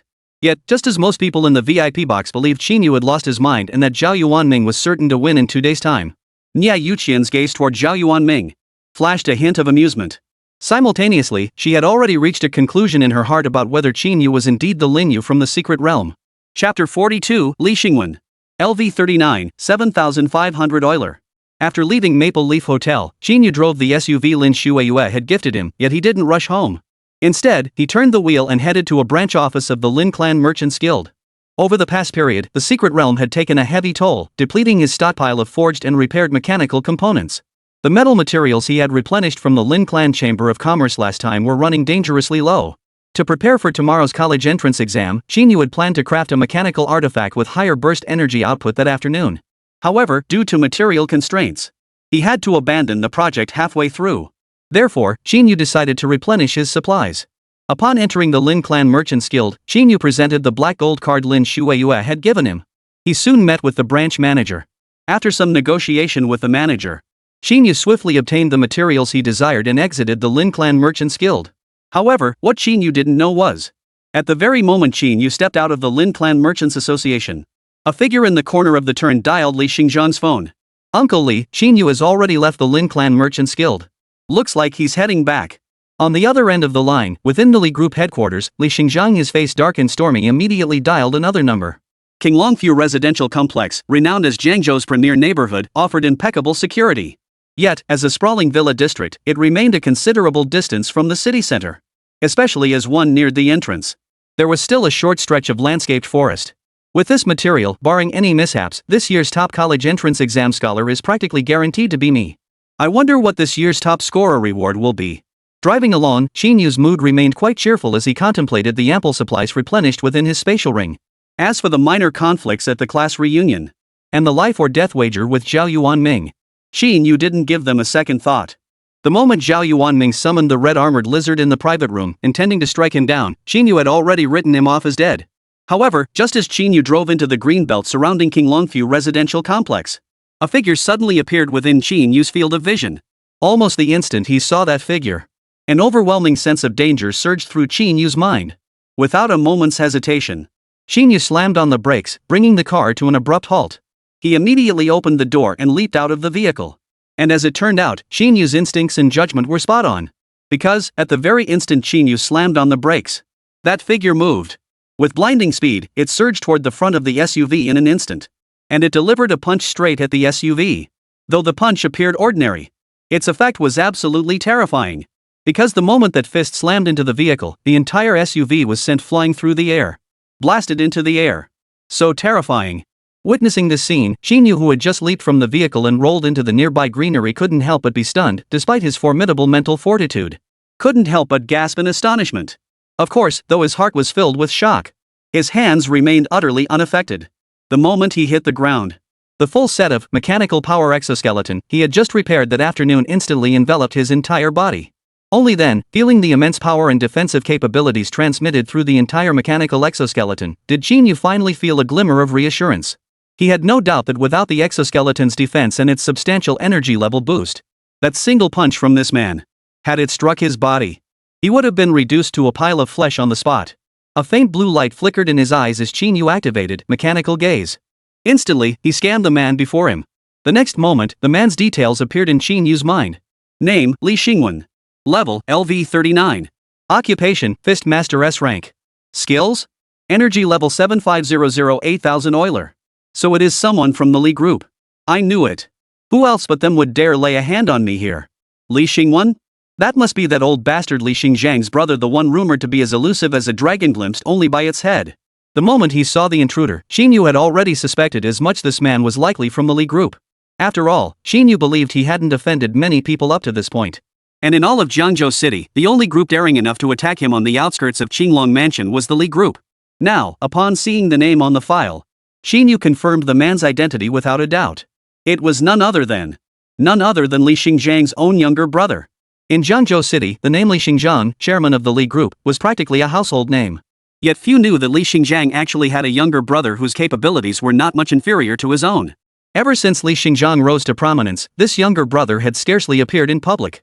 Qín Yǔ only learned of this because Lin Shueyu's father had casually mentioned it on the day he moved. And to be honest, Qín Yǔ truly hadn't expected. Following that level 27 Wang Wu, Li Xingzhang's second move against him would involve deploying such a formidable figure. This is a level 39 character, just one step away from the 4th job advancement. And I'm just an ordinary person with a lifestyle-type profession on the surface. Normally, wouldn't they start by sending some small fry to help me level up? And they're throwing out someone like this in the second round? Has Li Xingzhang lost his mind? Staring at the panel displaying the total energy level nearing 8000, a wave of bitterness washed over Qín Yǔ. Just by glancing at the total energy level, he knew. The man before him, relying solely on his entry-level, mechanical power prosthetic limbs, stood absolutely no chance against him. Of course, even so, Qín Yǔ wasn't quite ready to despair just yet. After all, this was still the outskirts of Qinglong Prefecture. If he could just hold out a little longer, he'd have every chance of waiting for Qinglong Manor's security backup or even Lin Tian's rescue. Moreover, beyond that, Qín Yǔ still held a trump card in his hand. That was the laser eyes ability of the mechanical eye. Thus, after a fleeting moment of bitterness, Qín Yǔ rallied his spirits once more. Simultaneously, he began speaking to stall for time. Who are you? Why are you attacking me? You must be Qín Yǔ. Quick on the draw. Perhaps convinced that Qín Yǔ had nowhere to run before him now, Li Xingwen, clad in simple black robes, did not respond to Qín Yǔ's question with the same silent aggression as before. Instead, he regarded Qín Yǔ with interest and said, I've reviewed your records. At the job change ceremony, you awakened as an E-rank mechanic. But judging by your current appearance, your profession certainly isn't that of a mechanic, is it? The basic awakening stone might fail to identify a rare hidden class when encountering one. A rare hidden class. My nephew died at your hands. Not exactly an injustice. Chapter 43, The Ace Up the Sleeve, Counterattack. Though he knew full well the man before him was Li Xingzhang's younger brother Li Shang's uncle, Qín Yǔ's face still managed to display just the right amount of puzzlement at Li Xingwen's words. Who exactly are you? And who is your nephew? I'm just an ordinary person. What does my nephew's death have to do with me? What Qín Yǔ hadn't anticipated was that Li Xingwen seemed utterly unconcerned whether Li Shang had been killed by him or not. Observing Qín Yǔ's bewildered expression, he merely sneered, You don't know any of this? What matters is, today, I'm taking your life. Enough with the stalling. Let's cut to the chase. Everything that needed to be said has been said. Now, I'll send you on your way. By the end, Li Xingwen seemed to realize that if he dragged this out any longer, Qín Yǔ might actually manage to alert the security personnel of Qinglong Manor or even summon reinforcements from Lin Tian. Or perhaps, he simply lost all desire to continue this conversation with Qín Yǔ. No sooner had the words left his mouth than his figure sprang into motion once more. At that very moment, though Qín Yǔ had just chosen to jump from the vehicle, deliberately rolling several extra times upon impact, slightly increasing the distance between him and Li Xingwen. But under the immense energy level of nearly 8,000 orals, this slight distance meant absolutely nothing to Li Xingwen. Was utterly insignificant. In the blink of an eye, Li Xingwen's figure flickered. Qín Yǔ hadn't even registered what was happening. Li Xingwen's seemingly frail figure had already materialized before Qín Yǔ. The next instant, a fist shadow rapidly expanded within Qín Yǔ's pupils. Li Xingwen's speed was simply too fast. Faced with this situation, Qín Yǔ had no room to resist. He could only passively raise his mechanical prosthetic limb to block the attack. Crash! The fist collided with the silver-white mechanical limb forged from manganese steel alloy, producing a sound akin to metal striking metal. The next instant, Qín Yǔ felt a tremendous force surge through him. Then, his entire body flew backward completely out of control. This power, it's terrifying. Just one punch and my right arm's durability dropped by 20? This is bad. The gap in levels and energy capacity is too great. If this keeps up, my entire set of mechanical limbs will be scrapped within a minute. There's no way I can hold out long enough to get backup from security or Lin Tian. Yet, the moment they clashed, Qín Yǔ realized his earlier assumptions had been far too naive. Regardless of rank, just comparing energy levels, the nearly double energy level gap on the stats panel was even greater than Qín Yǔ had imagined. No wonder Li Xingwen dared to pause and exchange idle chatter with me, even knowing I was stalling for time. Qín Yǔ's heart instantly plummeted to the depths. However, Li Xingwen didn't give Qín Yǔ any more time to think. He had barely touched down. Li Xingwen's next punch was already upon him. And this punch was visibly more terrifying than the previous two, its power even more overwhelming. No longer a mere phantom fist, it now bore swirling crimson flames coiled around its form.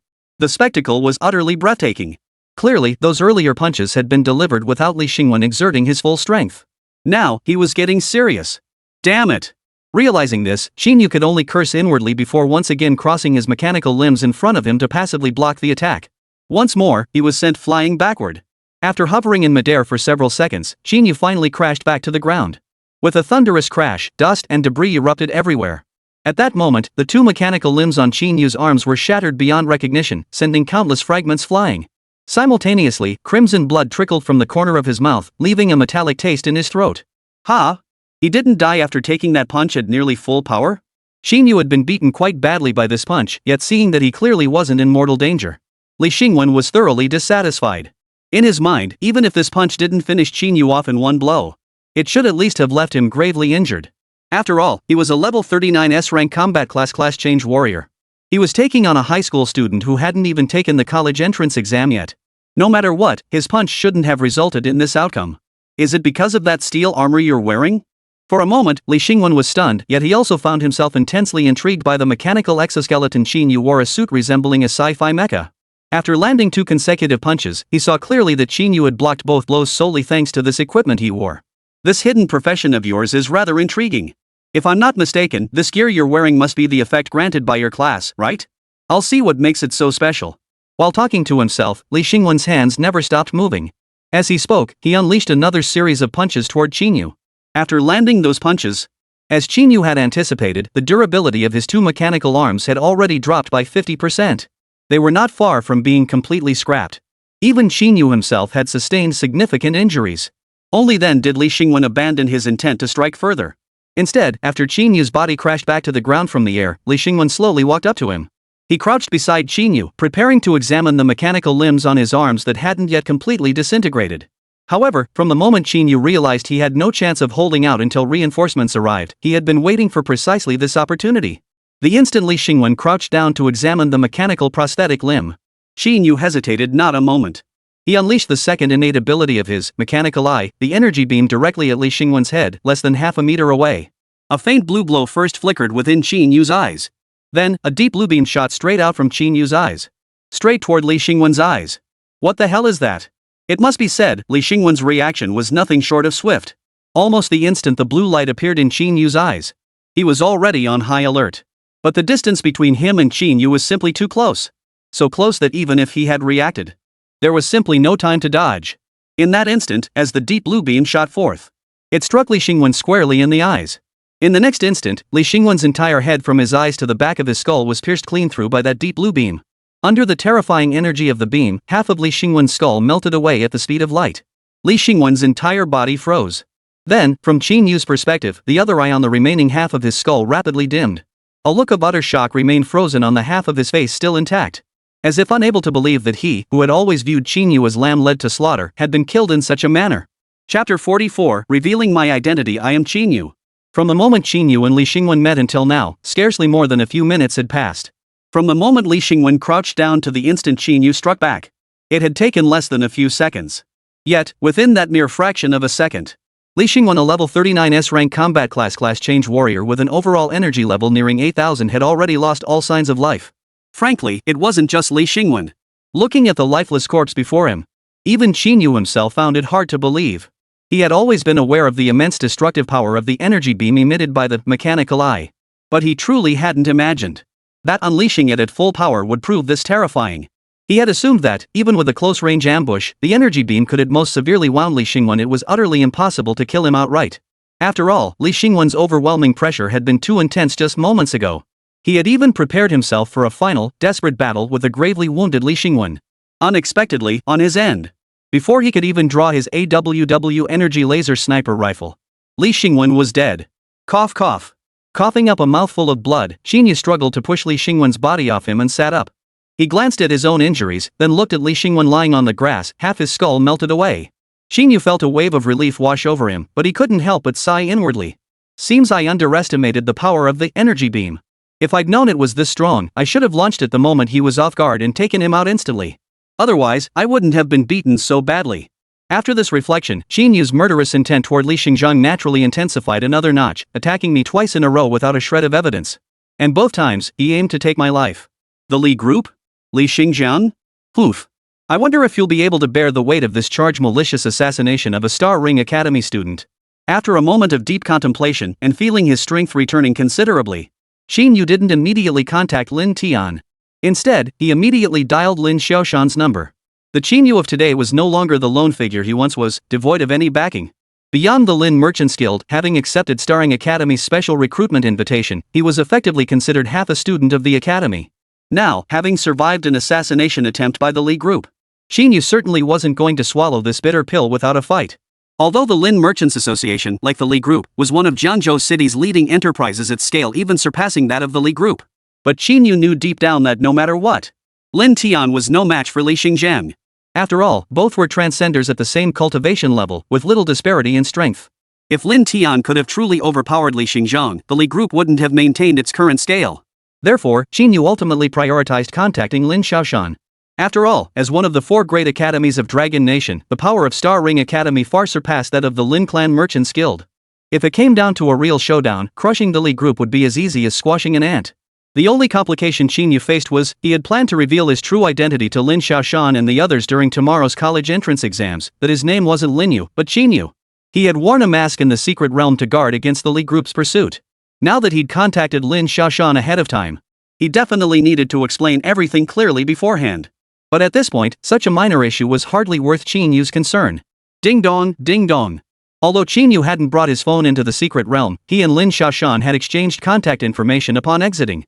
And upon returning home, Qín Yǔ had already added Lin Xiaoshan on SuperChat. Thus, after only a few rings, the call was answered. Lin Xiaoshan's face appeared on the screen. Lin Yǔ, what's up? The college entrance exam is tomorrow. I heard you're still taking it.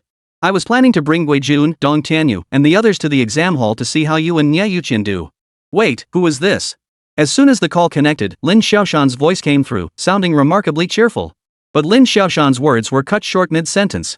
Upon seeing the face on the screen, it wasn't the familiar Lin Yǔ he knew. Instead, it was a face he'd never seen before, one still streaked with traces of blood. Lin Xiaoshan's tone changed instantly. His entire expression darkened instantly. He addressed Qín Yǔ in a deep, grave voice. I am a teacher at Star Ring Academy. I now ask you on behalf of Star Ring Academy, what exactly have you done to Lin Yǔ? The abrupt shift in Lin Xiaoshan's tone left Qín Yǔ momentarily stunned. He had been about to speak up and explain his identity. It took him a moment to process. Lin Xiaoshan likely saw his current state and instinctively assumed the worst, that Lin Yǔ had met with misfortune and even his phone had fallen into someone else's hands. Seeing Lin Xiaoshan's stern expression on the phone screen, Qín Yǔ couldn't help but feel a bitter smile well up inside him. His regard for Lin Xiaoshan rose considerably. "Mr. Lin, please don't get so worked up." He spoke first to calm Lin Xiaoshan's emotions. Then, without further delay, he began to explain. "I am Lin Yǔ, though you may also call me Qín Yǔ." As he explained, Qín Yǔ also briefly touched upon his grievances with the Li group. "The reason I wore a mask before was because I had no choice but to do so, forced by the Li group.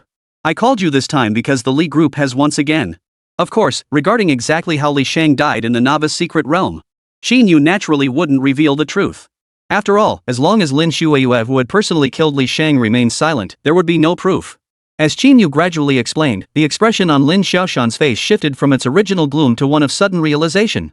However, upon hearing the final detail that just moments ago, Qín Yǔ was assassinated by a level 39 transcended, Lin Xiaoshan's expression instantly darkened once more. "So you're saying that this Li Xingzhang, with absolutely no evidence whatsoever, actually made multiple attempts on your life, yours, an ordinary person openly rated only E-class? And just now, he even sent his brother, a level 39 transferee, to assassinate you? And then got counter-killed by you?" Chapter 45, Mechanical Power Prosthetics, Retired. Lin Xiaoshan's tone carried a mix of gravity and astonishment. Clearly, beyond the fury he felt toward Li Xingzhang for repeatedly targeting Qín Yǔ, a student already designated as a semi-key recruit by their Star Ring Academy, he was also stunned by what Qín Yǔ had just revealed. The fact that Qín Yǔ had counter-killed a level 39 transferee. Utterly stunned. After all, as a 4th transition stage class changer himself, he knew all too well just how formidable a combat class transferee at level 39 truly was. Honestly, if this story hadn't come from Qín Yǔ himself, and if Qín Yǔ hadn't shown him a glimpse of Li Xingwen's corpse lying beside him through his phone, he would never have believed it. Of course, what he didn't know was that the fact Li Xingwen was a level 39 class change warrior was actually something Qín Yǔ had deliberately revealed to Lin Xiaoshan. His goal was to showcase his potential more fully, thereby making Lin Xiaoshan and indeed the entire Star Ring Academy value him even more. Thus, he could pursue the Li group with full force. Ideally, erase the Li group from existence entirely. "Alright, I understand." After a long moment, Lin Xiaoshan finally processed the shock of Qín Yǔ's revelation. He gave Qín Yǔ a deep look before saying, "The green belt outside King Longfu residential complex, right? First, have your security team secure the scene. Don't touch the body. I'll be there in about 20 minutes. Find somewhere to tend to your injuries first." "Understood, Teacher Lin." Soon, another beep sounded, and the call ended. Holding the phone, Qín Yǔ recalled Lin Xiaoshan's stunned and furious expression just before the call ended. He felt quite satisfied with his maneuver. "Looks like Lin Xiaoshan is taking my assassination attempt much more seriously now. Li Xingzhang. I'll be damned if I don't see how you plan to fend off the investigation from Star Ring Academy." Qín Yǔ's prediction proved spot on. In the hotel arranged for Lin Xiaoshan and his group by the Jiangzhou Municipal Education Bureau, located in the city center of Jiangzhou, after hanging up on Qín Yǔ, without a moment's hesitation, he immediately dialed the number of Xiao Yunchang, the head of admissions at Star Ring Academy. After Lin Xiaoshan recounted the entire incident to Xiao Yunchang on the other end of the line, how Qín Yǔ, a high school student who had only transferred jobs less than 20 days ago, had managed to kill a level 39 transferred job holder. Even Xiao Yunchang, as the head of Xinghuan Academy's admissions department, was utterly stunned beyond measure. Without a moment's hesitation, he made the decision he would report the assassination attempt on Qín Yǔ to the academy's higher-ups. Furthermore, he vowed that Li Xingzhang and the Li group he founded would face severe punishment. Only then did Lin Xiaoshan set off, rushing toward Qing Longhua's location. Of course, Qín Yǔ himself had no way of knowing about this development at the moment. After hanging up with Lin Xiaoshan, Qín Yǔ immediately sat cross-legged on the spot. He retrieved a bottle of healing potion from his spatial ring the one Li Qiming, the alchemist, had given him in the secret realm and drank it down. The pale green healing potion was drained in one gulp. As the potion began to take effect, Qín Yǔ's injuries rapidly began to heal. After about 5 minutes, Qín Yǔ felt his body had largely recovered. Though far from fully healed, it was undoubtedly far better than before. Only now did Qín Yǔ find the time to inspect the 2 mechanical prosthetic limbs on his arms, which were nearly completely disassembled. After just a cursory glance, Qín Yǔ knew immediately that these 2 mechanical arms were essentially beyond repair, not even worth the effort to fix. For though he had only used these 2 mechanical arms to block 5 or 6 punches from Li Xingwen from start to finish, but those 5 or 6 punches, the immense energy generated by the impact, combined with the surface manganese steel alloy, had undergone a dissolution reaction due to the immense energy generated by the impact. As for the internal coils and components, not a single one remained intact. It could be said that these 2 mechanical arms, aside from retaining a semblance of their exoskeletal form on the surface, retaining a faint semblance of an exoskeleton, had long since turned into a heap of scrap metal inside.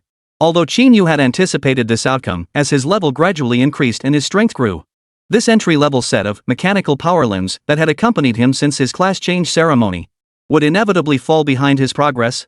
Thus, it would be honorably retired. But when that moment finally arrived, Qín Yǔ still felt a pang of reluctance. For a moment, he felt deflated, kicking the nearby corpse of Li Xingwen once more. Just then, the sound of hurried footsteps and the roar of engines echoed from the distance. Qín Yǔ looked up to see several black SUVs speeding toward them, their roofs flashing with blinding police lights. Behind the SUVs, he caught sight of Lin Tian's figure. Clearly, the security personnel from Qinglong Mansion and Lin Tian had finally arrived. 10 minutes later, the scene of Qín Yǔ and Li Xingwen's battle had been cordoned off by Qinglong Manor's security personnel. After some inquiries, it turned out that the man Qín Yǔ had killed was none other than Li Xingzhang's younger brother, Li Xingwen. Lin Tian's shock was even greater than Lin Xiaoshan's. For Lin Tian understood Li Xingwen's strength far better than Lin Xiaoshan ever could. As far as he knew, Li Xingwen wasn't just your average level 39 player. Beyond his profession, the exceptionally powerful S-class Fist Emperor. His power was but a single step away from achieving the fourth transformation. Yet, someone who was practically on the same level as him had been silently was killed?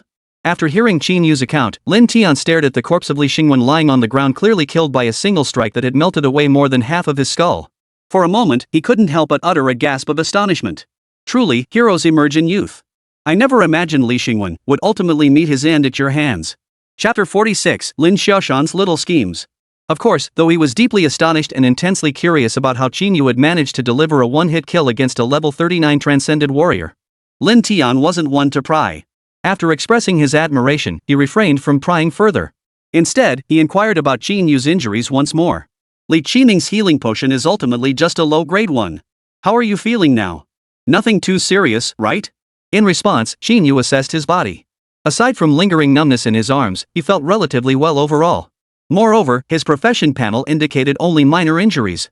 With a smile, Qín Yǔ replied, "Nothing serious, Uncle Lin. I only sustained minor injuries just now. I would have been fine even without the healing potion.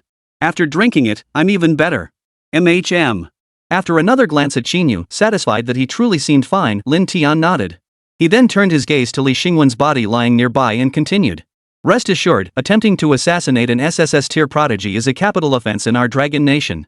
Especially since you've already been specially recruited into Star Ring Academy by Lin Xiaoshan.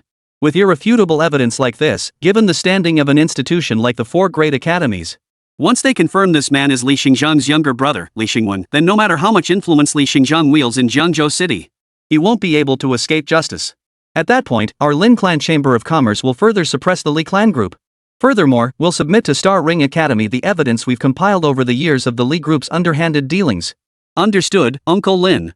Amidst their casual conversation, the sudden roar of another car engine echoed through the air.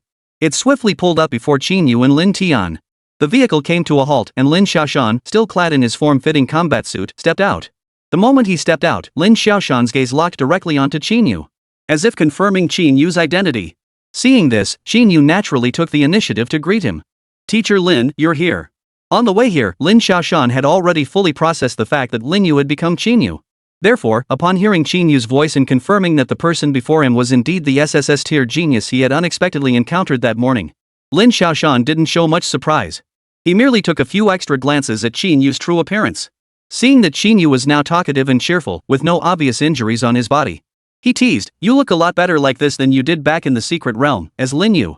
At Lin Xiaoshan's remark, both Qín Yǔ and Lin Tian fell silent for a moment. Qín Yǔ. Lin Tian. Though it was meant as a tease, Qín Yǔ understood, this was clearly Lin Xiaoshan's lingering resentment over Qín Yǔ never revealing his true identity until the very end in the secret realm. That was why he'd made such a remark. In response, Qín Yǔ could only offer an awkward chuckle before replying. Well, there was nothing I could do about it, Teacher Lin. The matter was quickly brushed aside.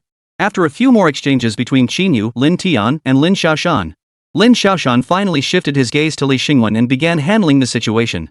Of course, by handling, he merely meant taking photos of the entire scene to prove Qín Yǔ had indeed been the target of an assassination attempt. Then, he picked up Li Xingwen's body and casually tossed it into the trunk of his car. The entire process took less than a few minutes. After completing all this, Lin Xiaoshan finally returned to where Qín Yǔ and Lin Tian were lying. Teacher Lin, is this sufficient? Qín Yǔ couldn't help but feel a bit perplexed by Lin Xiaoshan's blunt and brutal approach. However, Lin Xiaoshan was utterly confident in his approach. He explained to Qín Yǔ. Of course. Rest assured, as long as we can confirm this man is indeed Li Xingjiang's brother, Li Xingwen, as you claimed, Li Xingjiang himself won't get away. All right. Hearing Lin Xiaoshan's decisive response, Qín Yǔ felt somewhat reassured. He didn't ask any further questions. He had considerable confidence in the strength of Star Ring Academy, one of the 4 great academies of Dragon Nation. By the way, Qín Yǔ, in your current state, can you still handle tomorrow's college entrance exam? From what I can see, the equipment that comes standard with your profession seems to have been completely destroyed. If it really doesn't work out, you don't have to take the exam. Then you can just come straight to our Xinghuan Academy. With Li Xingwen's matter temporarily resolved, Lin Xiaoshan glanced at Qín Yǔ, whose clothes were still stained with blood. He couldn't help but notice the 2 horribly mangled mechanical limbs on Qín Yǔ's arms. For a moment, he offered gentle persuasion, suggesting Qín Yǔ rest at home tomorrow and skip the exam altogether. Of course, genuine concern was behind this advice. But it also held Lin Xiaoshan's own ulterior motives. As things stood, Qín Yǔ's currently unnamed profession seemed downright terrifying. Having just completed his class change ceremony less than 20 days ago, he had already managed to kill a level 34 Silver Wolf King in a direct confrontation and take down a level 39 mid-tier job changer. A talent so utterly terrifying it could be described as nothing short of terrifying. If Qín Yǔ were to actually take the college entrance exam tomorrow and fully display his abilities before everyone, before all the academies, Lin Xiaoshan didn't even need to think about it. The other 3 academies would undoubtedly vie with Star Ring Academy for his recruitment. And they might even fight tooth and nail over him. After all, this was simply too terrifying. To be perfectly honest, considering Star Ring Academy's standing among the 4 major institutions in recent years, he genuinely feared Qín Yǔ might succumb to the temptations offered by other academies. Then, he might defect to their institution. If Qín Yǔ skipped the college entrance exams, that would undoubtedly minimize that risk. Then, Star Ring Academy could quietly reap the rewards, securing both SSS tier talents in Zhengzhou City. But clearly, Lin Xiaoshan's little schemes were destined to come to nothing. Qín Yǔ rejected his persuasion without a moment's hesitation. It's fine, Teacher Lin. I feel perfectly capable right now. I'll take tomorrow's exam. Chapter 47, The College Entrance Exam Approaches, Heavy-Duty Mechanical Power Prosthetics. Regarding tomorrow's exam, although Qín Yǔ had just finished repairing his mechanical power exoskeleton, 2 arms had already been rendered useless. And he himself had sustained minor injuries. But from the very beginning, Qín Yǔ had never intended to use the mechanical power exoskeleton to amplify his own energy level during the exam. Instead, he intended to use the more powerful mechanical device he was currently forging. An even more powerful mechanical creation he was currently forging. Moreover, the minor injuries he sustained had absolutely no impact on his capabilities. Therefore, Qín Yǔ was completely unconcerned about his ability to handle tomorrow's exam. As for the little schemes brewing in Lin Xiaoshan's mind, having lived 2 lifetimes, Qín Yǔ could guess a little of what was going on. But he deliberately ignored them, pretending he hadn't understood. There were 2 main reasons for this. The first was material. According to the National College Entrance Exam regulations, any candidate whose overall score ranked within the top 10,000 nationwide, the candidate would receive a substantial monetary reward. Beyond this lump sum, a monthly subsidy would be provided throughout their subsequent 4 years of university. This is to help these exceptionally talented candidates to accelerate their growth. The higher the ranking, the greater the reward. For those ranking above 1000th place, in addition to the monetary reward, they will also be rewarded with rare resources, equipment, and skills. For instance, last year's national top scorer not only received a staggering 70 million yuan prize, but also received an epic-tier equipment piece awarded by the state. While these items might be dispensable for someone like Qín Yǔ, a god-tier mechanic, Qín Yǔ certainly wouldn't turn down extra money. Especially given that lately, his mechanical creations constantly required repairs or were scrapped altogether. He'd come to realize that in the future, his profession would undoubtedly be an extremely money-consuming one. After all, he didn't even need to think about it. Once he grew powerful as a god-tier mechanic, he'd inevitably follow the Legion path. Therefore, having money was always better than not having it. Beyond this material consideration, the second reason was, of course, a spiritual one. Judging by his conduct throughout high school, Qín Yǔ had never been one to fly under the radar. From the very first day he crossed over into this world, Qín Yǔ had made up his mind. In this world of extraordinary power, carve out his own legend. And now, with the college entrance exam an opportunity to make a name for himself in one fell swoop right before him, he couldn't possibly let it slip away. Besides, those classmates who had mocked and ridiculed him before while Qín Yǔ hadn't truly cared much, it still stung a little. If not tomorrow, on the day of the college entrance exam, when he would thoroughly humiliate them and make them realize that Brother Yǔ was still the same old Brother Yǔ. When else would he get the chance? Therefore, Qín Yǔ was absolutely determined to take tomorrow's exam. With this conviction, Qín Yǔ's tone was unwaveringly firm, so resolute that Lin Xiaoshan momentarily lost his words. In the end, he could only swallow his ulterior motives and continue addressing Qín Yǔ. Alright then. I'll bring Dong Tianyu, Gui Jun, and the others to the exam hall to see you. After a few more casual words, Lin Xiaoshan didn't linger. Soon, he was driving away with Li Xingwen's body in the car. He slammed the gas pedal and vanished from everyone's sight, with Li Xingwen's body taken away by Lin Xiaoshan. Naturally, Qín Yǔ and Lin Tian were no longer involved. Following Lin Tian's instructions, Qín Yǔ handed over the SUV, the one Li Xingwen had nearly blown up, with a single punch to the security personnel at Qinglong Mansion. After they towed it away for disposal, he then followed Lin Tian's car back home. On the way, Lin Tian attempted to invite Qín Yǔ and Li Ziki to his home for dinner, hoping to strengthen their bond. However, glancing at the time, nearly 10 p.m., Qín Yǔ declined outright. He still hadn't finished forging the mechanical contraption he was preparing for tomorrow's college entrance exam. Upon arriving home, the clock struck exactly 10 o'clock. Li Ziki hadn't gone to bed yet. She sat on the living room sofa, a book in her hands, her expression focused. When Qín Yǔ entered, he had already changed into a fresh set of clothes from his spatial ring to avoid causing Li Ziki unnecessary worry. The external wounds on his body had also healed almost completely under the sustained effect of healing potions. Therefore, upon hearing the door open and seeing Qín Yǔ return, Li Ziki didn't notice anything unusual about Qín Yǔ. She simply assumed he had gone out to attend a class reunion. You went to a class reunion? Why did you even change your clothes? And how long were you gone? Seeing Qín Yǔ dressed completely differently from when he left, Li Ziki tossed the book she was holding aside and immediately began questioning him. A peculiar emotion flickered in her eyes. Tell me, did you hook up with some girl at the reunion? Qín Yǔ had anticipated this line of questioning from Li Ziki. Though her manner of asking still caught him off guard, years of familiarity had long since desensitized him. With a hint of exasperation, he replied. What girl? Who'd be blind enough to fall for me? Your nephew here is now the notorious loser of the entire Jiangzhou First High School. At the reunion, a classmate knocked over a beer and spilled it all over me. It felt awful, so I changed clothes. That sounds more like it. Li Ziki was quite satisfied with Qín Yǔ's explanation, but she continued, these days, some girls aren't exactly chaste. You're a man out in the world. Remember to protect yourself, understand? However, Qín Yǔ was pressed for time and eager to get to the forging space to complete that unfinished mechanical device. So he selectively ignored the barrage of nagging that followed from Li Ziki. Alright, auntie, stop nagging. You should get some sleep, you have work tomorrow, and I have my college entrance exams. I'm heading to the training room to run a few more tests. After merely responding casually, Qín Yǔ descended to the underground training room and entered the forging space. The forging space workbench was already piled high with various mechanical parts and tools. At the center sat 4 mechanical prototypes. Their completion rate had reached 70 to 80%. While resembling the mechanical power exoskeleton, these were noticeably larger, several sizes bigger than the original design. This was precisely Qín Yǔ's secret weapon for tomorrow's college entrance exam, the heavy-duty mechanical power exoskeleton.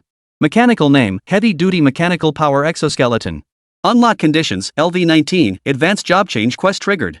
Required materials, titanium steel alloy, high-energy batteries, ionic silicone, reaction thrusters. Manufacturing requirements, reach level 19 and have successfully crafted a mechanical power exoskeleton of perfect quality or higher. Crafting duration, 10-11 hours. Total energy level 5600-6000 Euler. Function, further amplifies all aspects, speed, strength, jump height, etc. already enhanced by the mechanical power exoskeleton. Evaluation, the perfect replacement for the entry-level mechanical product mechanical power exoskeleton. Chapter 48, Niè Yǔqiān's final preparations, the college entrance exam begins. Within the secret realm, Qín Yǔ's level reached the maximum of 19, standing at the threshold of his upcoming class change. His profession panel unlocked several previously unseen mechanical devices. Among them was this heavy-duty mechanical power exoskeleton. After careful research, Qín Yǔ deemed it the most cost-effective option. The required materials were simple, and the crafting requirements weren't high. Yet its overall power level soared to a staggering 5600-6000 Euler. Though not a quantum leap compared to ordinary mechanical power exoskeletons, it still fell short of a qualitative leap. It stands true to the description's note. It serves as a perfect upgrade path for the entire category of mechanical power exoskeletons, advancing them toward mecha-grade capabilities. Come to think of it, if this set of heavy-duty mechanical power exoskeleton had been completed when facing Li Xingwen earlier, with an energy level of 5600 to 6000 aura, I might have been able to hold my own against him without even using the energy beam. Even if we couldn't defeat Li Xingwen, holding out until security and Lin Tian arrived for backup would have been no problem. Within the forging space, Qín Yǔ gazed at the 4 neatly arranged mechanical exoskeleton limbs before him, already taking shape as prototypes. A quiet sigh escaped his lips. But it was merely a fleeting thought. Soon, Qín Yǔ stopped procrastinating. He began working again, forging with renewed focus. Though time was pressing, Qín Yǔ remained meticulous and unwaveringly careful in assembling and forging these high-precision mechanical components. He ensured every single part and every hinge was flawless. In an instant, the forging chamber echoed with the familiar clang of metal, the sharp whine of cutting tools, and the distinct metallic tang of iron once again filled the air. And naturally, while Qín Yǔ was diligently preparing for tomorrow's college entrance exam, at Niè Yǔqiān's home in the residential complex where Qín Yǔ had previously lived, Niè Yǔqiān was also striving to grow stronger. She sat quietly on a mat in her bedroom, holding the bloodflame crystal she had obtained in the secret realm, silently adjusting her state. Simultaneously, the information about the bloodflame crystal resurfaced in her mind. Bloodflame crystals are rare spiritual materials produced only on the other side of the starry sky, within the domains of the demonic tribes. It holds little value for the demonic race, who typically use it only in secret realms for experiments related to spiritual energy. However, if humans absorb it using specific methods, it can not only significantly enhance their physical constitution but also increase their spiritual power to a certain extent. Though the process carries certain risks, the benefits gained by the absorber far outweigh the dangers. When she first obtained this bloodflame crystal, Niè Yǔqiān had originally planned to wait until after her college entrance exams before choosing an appropriate moment to use it. However, after tonight's class reunion, she was almost certain that Lin Yu was none other than Qín Yǔ. Niè Yǔqiān could no longer afford to wait that long. Because, according to the countdown in the template within her mind, after tomorrow's comprehensive college entrance exam, it would be the first time she and Qín Yǔ would be compared. She knew all too well that, given the strength Qín Yǔ had displayed in the secret realm, there was absolutely no way she could win against him in this comparison at her current level. And Niè Yǔqiān absolutely could not accept losing this comparison. In her previous life, she had been an empress. The pride of an empress demanded she never lose to anyone of her generation, especially when that someone was merely a minor character from her past life's memories. Moreover, beyond this, losing the contest meant not only forfeiting the rewards granted by the template, but also having to complete a groveling task. The thought of having to grovel before Qín Yǔ after her defeat, Niè Yǔqiān found this utterly unacceptable. Therefore, even knowing that forcibly absorbing this bloodflame crystal now carried a risk of plunging her mind into temporary frenzy, but she couldn't care less. I am the Empress. Qín Yǔ, even if your profession is truly a mech pilot, so what? This time, I will win against you. Niè Yǔqiān resolved. Without another moment's hesitation, she activated the technique within her body to absorb the bloodflame crystal. Soon, the bloodflame crystal in her hand began emitting bright crimson rays of light, thread by thread, entering Niè Yǔqiān's body. Simultaneously, the crystal visibly shrank in size at a rapid pace. The next day arrived in the blink of an eye, June 6th, the day of the national college entrance exams for all high school seniors in Dragon Nation. Within Qinglong Mansion, although Qín Yǔ had stayed up until 4 in the morning forging the complete set of heavy-duty mechanical power prosthetics in his forging space, yet bolstered by his mental points several times higher than those of ordinary people, Qín Yǔ didn't feel overly fatigued. He still rose early. For such a momentous occasion. Even Li Ziqi, who usually slept until 8 or 9 before heading to work, made an exception. She didn't linger in bed but woke up early, just like Qín Yǔ. However, since she already knew Qín Yǔ had been specially recruited by Star Ring Academy, one of the 4 great universities, aside from waking up a bit earlier than usual, Li Ziqi didn't seem overly concerned about Qín Yǔ. She merely gave him a couple of casual reminders, then symbolically saw him out the door before leaving him to his own devices. Meanwhile, Lin Tian and Lin Shueyue were already waiting for Qín Yǔ at the door. Don't worry, Auntie. If I don't come back with the top national ranking, I'll be letting down my professional level, right? Stepping outside, Qín Yǔ waved back at Li Ziqi inside the house before climbing into the car with Lin Tian and Lin Shueyue, heading toward the school. In this world, the college entrance exams began on June 6th, just like in his previous life. It wasn't like his previous life, where the academic subjects alone took a full 3 days to complete. In this world, the college entrance exam in Dragon Nation comprised 3 stages: academic subjects, comprehensive aptitude testing, and subsequent practical assessments. Though the process was multi-layered, it was completed in just 2 days. On the first day, cultural subjects were tested in the morning, followed by comprehensive assessments in the afternoon. The second day is entirely dedicated to the combat-oriented professions practical ranking tests. The brevity of the schedule was almost unbelievable. The reason for this efficiency lies in the fact that, with the advent of the universal job change era, the cultural subjects have become utterly insignificant in terms of their societal relevance. For the vast majority of ordinary people who awoke to life-oriented professions, the moment of their awakening already determined which industry suited them best. Naturally, academic subjects were no longer a major concern. Thus, over the centuries, not only in Dragon Nation but across the globe, the duration of cultural subject examinations for college entrance exams had been compressed to half a day. Subsequent comprehensive assessments and practical ranking evaluations, Generally, ordinary people who awaken to life-oriented professions do not choose to participate in these either. Moreover, students capable of awakening combat-oriented professions. After all, they constitute only a tiny fraction of the total population. Ultimately, this peculiar phenomenon emerged. Despite the significant expansion of exam content, the testing duration mysteriously shrank. Chapter 49, The Tragedy of Academic Subjects, Commencement of Comprehensive Testing. However, even though this world has completely departed from its original technological civilization background and is now striding toward a transcendent system civilization, for those who had formerly awakened combat-oriented professions, academic subjects held little practical value. Nevertheless, scores in these subjects still count toward the overall college entrance exam results for these transferees, though their weight is minimal, accounting for only 10%. It is a tangible component nonetheless. After all, academic performance does reveal a certain degree of one's learning ability, adaptability, and critical thinking skills. The state certainly doesn't want these prodigies, its pillars of society nurtured with such effort, to become mindless brutes who only know how to fight. Regarding the cultural subject examinations, Qín Yǔ, whose memories from his previous life remained vivid and clear, coupled with the fact that the knowledge required in high school in this world was far simpler than in his former life. From elementary school onward, Qín Yǔ consistently ranked first in academic performance across the entire school.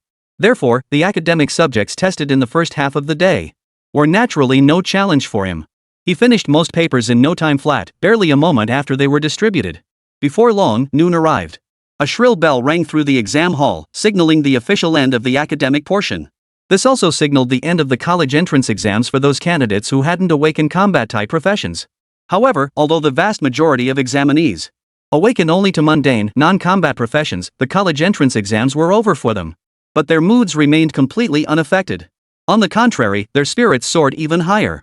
The reason is simple: the upcoming comprehensive assessments and practical combat rankings are the true highlight of the Dragon Nations, indeed, the world's college entrance exams. The vast majority of examinees, upon exiting the exam halls, had already begun rallying friends to travel together to Zhengzhou City. They aimed to observe the 3 specially designated comprehensive test venues set up for combat class candidates. Hey guys, I've got the scoop. That SSS-ranked awakened candidate Niè Yǔqiān from our city, apparently her comprehensive test is at the energy level assessment headquarters right here in our city. That's an SSS tier profession, man. I hear Niè Yǔqiān is also incredibly beautiful. Should we go check it out? Seriously? Is that for real? It's true. Why would I lie to you? Alright, let's head to that testing site at the energy level assessment headquarters. We gotta hurry if even you know about it, we'll probably miss our chance if we're late. Ahem, makes sense. Let's go. Qín Yǔ stepped out of the exam hall into a sea of noise.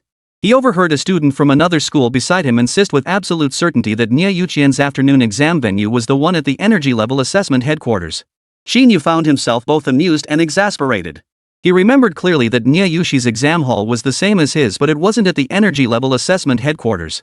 It was at the examination hall of the Sports Administration Bureau, the closest one to Zhengzhou No. 1 High School. Of course, it was worth mentioning. According to Qín Yǔ's registered occupation, E-grade lifestyle mechanic. As a lifestyle-oriented profession, he originally didn't have direct eligibility for the next round of comprehensive testing like these ordinary candidates. He would have needed to submit a separate application within the designated timeframe. However, due to his own wishes, coupled with the fact that he was Zhengzhou No. 1 High School's top seed, nurtured with the school's utmost care throughout his 3 years of high school. Therefore, long before the job change ceremony, when preliminary college entrance exam applications were being submitted, Qín Yǔ had already made an all-or-nothing choice. Even though his awakened profession was a life-oriented occupation rather than a combat one, he still had to take the other 2 assessments besides the cultural subjects. He hoped this would make him eligible for selection by certain career academies. Thus, Qín Yǔ didn't need to apply separately for the subsequent assessments, his name was already on the list. The afternoon comprehensive assessment began promptly at 2 o'clock. Since it was still early and Qín Yǔ had originally taken his cultural subjects at Zhengzhou No. 1 High School, which was quite close to the sports administration examination site. After considering his options, Qín Yǔ decided not to rush over like the 2 people beside him, who were merely spectators eager to catch a glimpse of the action. Instead, he chose to find a restaurant for lunch first. After sitting quietly for a while, he strolled leisurely to the sports administration venue. By the time Qín Yǔ arrived at the exam site, it was already 1:50 p.m. Outside the venue, a dense crowd had already gathered. Wow, that must be Lu Xia, right? I heard his profession is an A-rank fire mage. It's definitely him. When I was hanging around the newbie secret manual entrance earlier, I saw him recruiting people for a party at the secret realm entrance. That guy over there, that must be Wu Wenbin, right? His class is even stronger than Lu Xia's. An A-rank summoner mage, the class is considered one of the absolute top tiers among A-rank professions.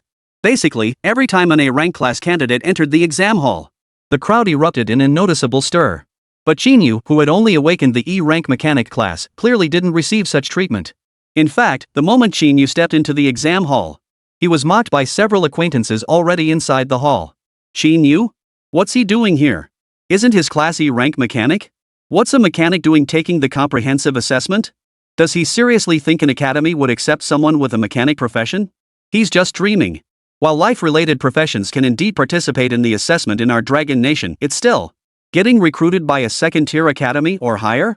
Forget Jiangzhou City, across the entire Dragon Nation, only a handful make it each year. True. Who knows why he's here? The waiting area outside the exam hall wasn't large, and the voices of the few people chatting were clearly audible. Qín Yǔ listened to the almost blatantly mocking remarks drifting toward him. He glanced up and quickly spotted the group speaking. And it wasn't just anyone. It was his high school classmates, Wu Wenbin and the others. Chapter 50, I slapped you, and I'm in the right. At that moment, it wasn't just Wu Wenbin and his group. As they chatted, other examinees in the testing hall overheard them. Those from other schools who hadn't known Qín Yǔ before now shot Qín Yǔ sardonic glances. Clearly, they shared the same view as Wu Wenbin and his group. They too believed Qín Yǔ was dreaming. Qín Yǔ, who had already begun to find these classmates somewhat irritating since yesterday's reunion. Qín Yǔ, who had already found these classmates somewhat irritating. At this moment, he naturally didn't dismiss their mockery as nonsense like he had before. Stepping forward to face them, Qín Yǔ wore a dangerous curve on his lips. His gaze was sharp as he stared directly at Wu Wenbin and the others, his expression impassive as he said, "What's this, Wu Wenbin? You and Zhao Yuanming have a problem with me too?" Besides spending 10 days in the novice secret realm, Qín Yǔ had also spent 7 days in the intermediate secret realm known as the Blood-Colored Canyon. After 17 days and nights of relentless combat, countless demon seeds had fallen by Qín Yǔ's hand. Having slain so many demonic seeds, his level had soared to the maximum 19th tier. A unique aura had long since coalesced around Qín Yǔ. Therefore, even though Qín Yǔ now spoke only a simple sentence, Wu Wenbin and the others felt an overwhelming, mountain-moving aura instantly bearing down upon them. The sheer force left them speechless for several seconds. It took a full moment before. Did the group finally begin to recover? However, once they did, anger surged within Wu Wenbin. He couldn't believe that in front of everyone, he had actually been startled by Qín Yǔ's words, losing face. As for why he had been inexplicably startled by Qín Yǔ, he didn't dwell on it. He simply attributed it to the overwhelming sense of pressure Qín Yǔ had exerted over their 3 years in high school. Even now, he still subconsciously felt a lingering fear toward Qín Yǔ. This was also the root cause of Wu Wenbin's inexplicable hostility toward Qín Yǔ. Of course, Wu Wenbin's temperament wasn't like Zhao Yuanming's explosive at the slightest provocation. Even though he was furious inside, he didn't lose his composure in the slightest. He merely said calmly, "Qín Yǔ, don't misunderstand. I have no issue with you. My profession is an A-grade combat class. Even I can't guarantee I'll get into a decent academy.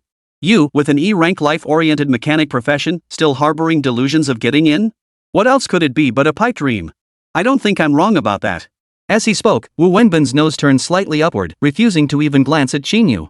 His disdain was written all over his face. In his mind, having awakened to an A-rank combat class, he felt as though he and Qín Yǔ belonged to entirely different species. But Qín Yǔ wasn't about to tolerate such arrogance. Almost the instant Wu Wenbin finished speaking, Qín Yǔ's palm came crashing down on his face. Smack! The crisp sound of skin meeting cheek echoed through the examination hall. Not only did it leave Wu Wenbin stunned, even the other examinees watching nearby were left gaping in astonishment. Holy, this guy, isn't he just an E-rank mechanic?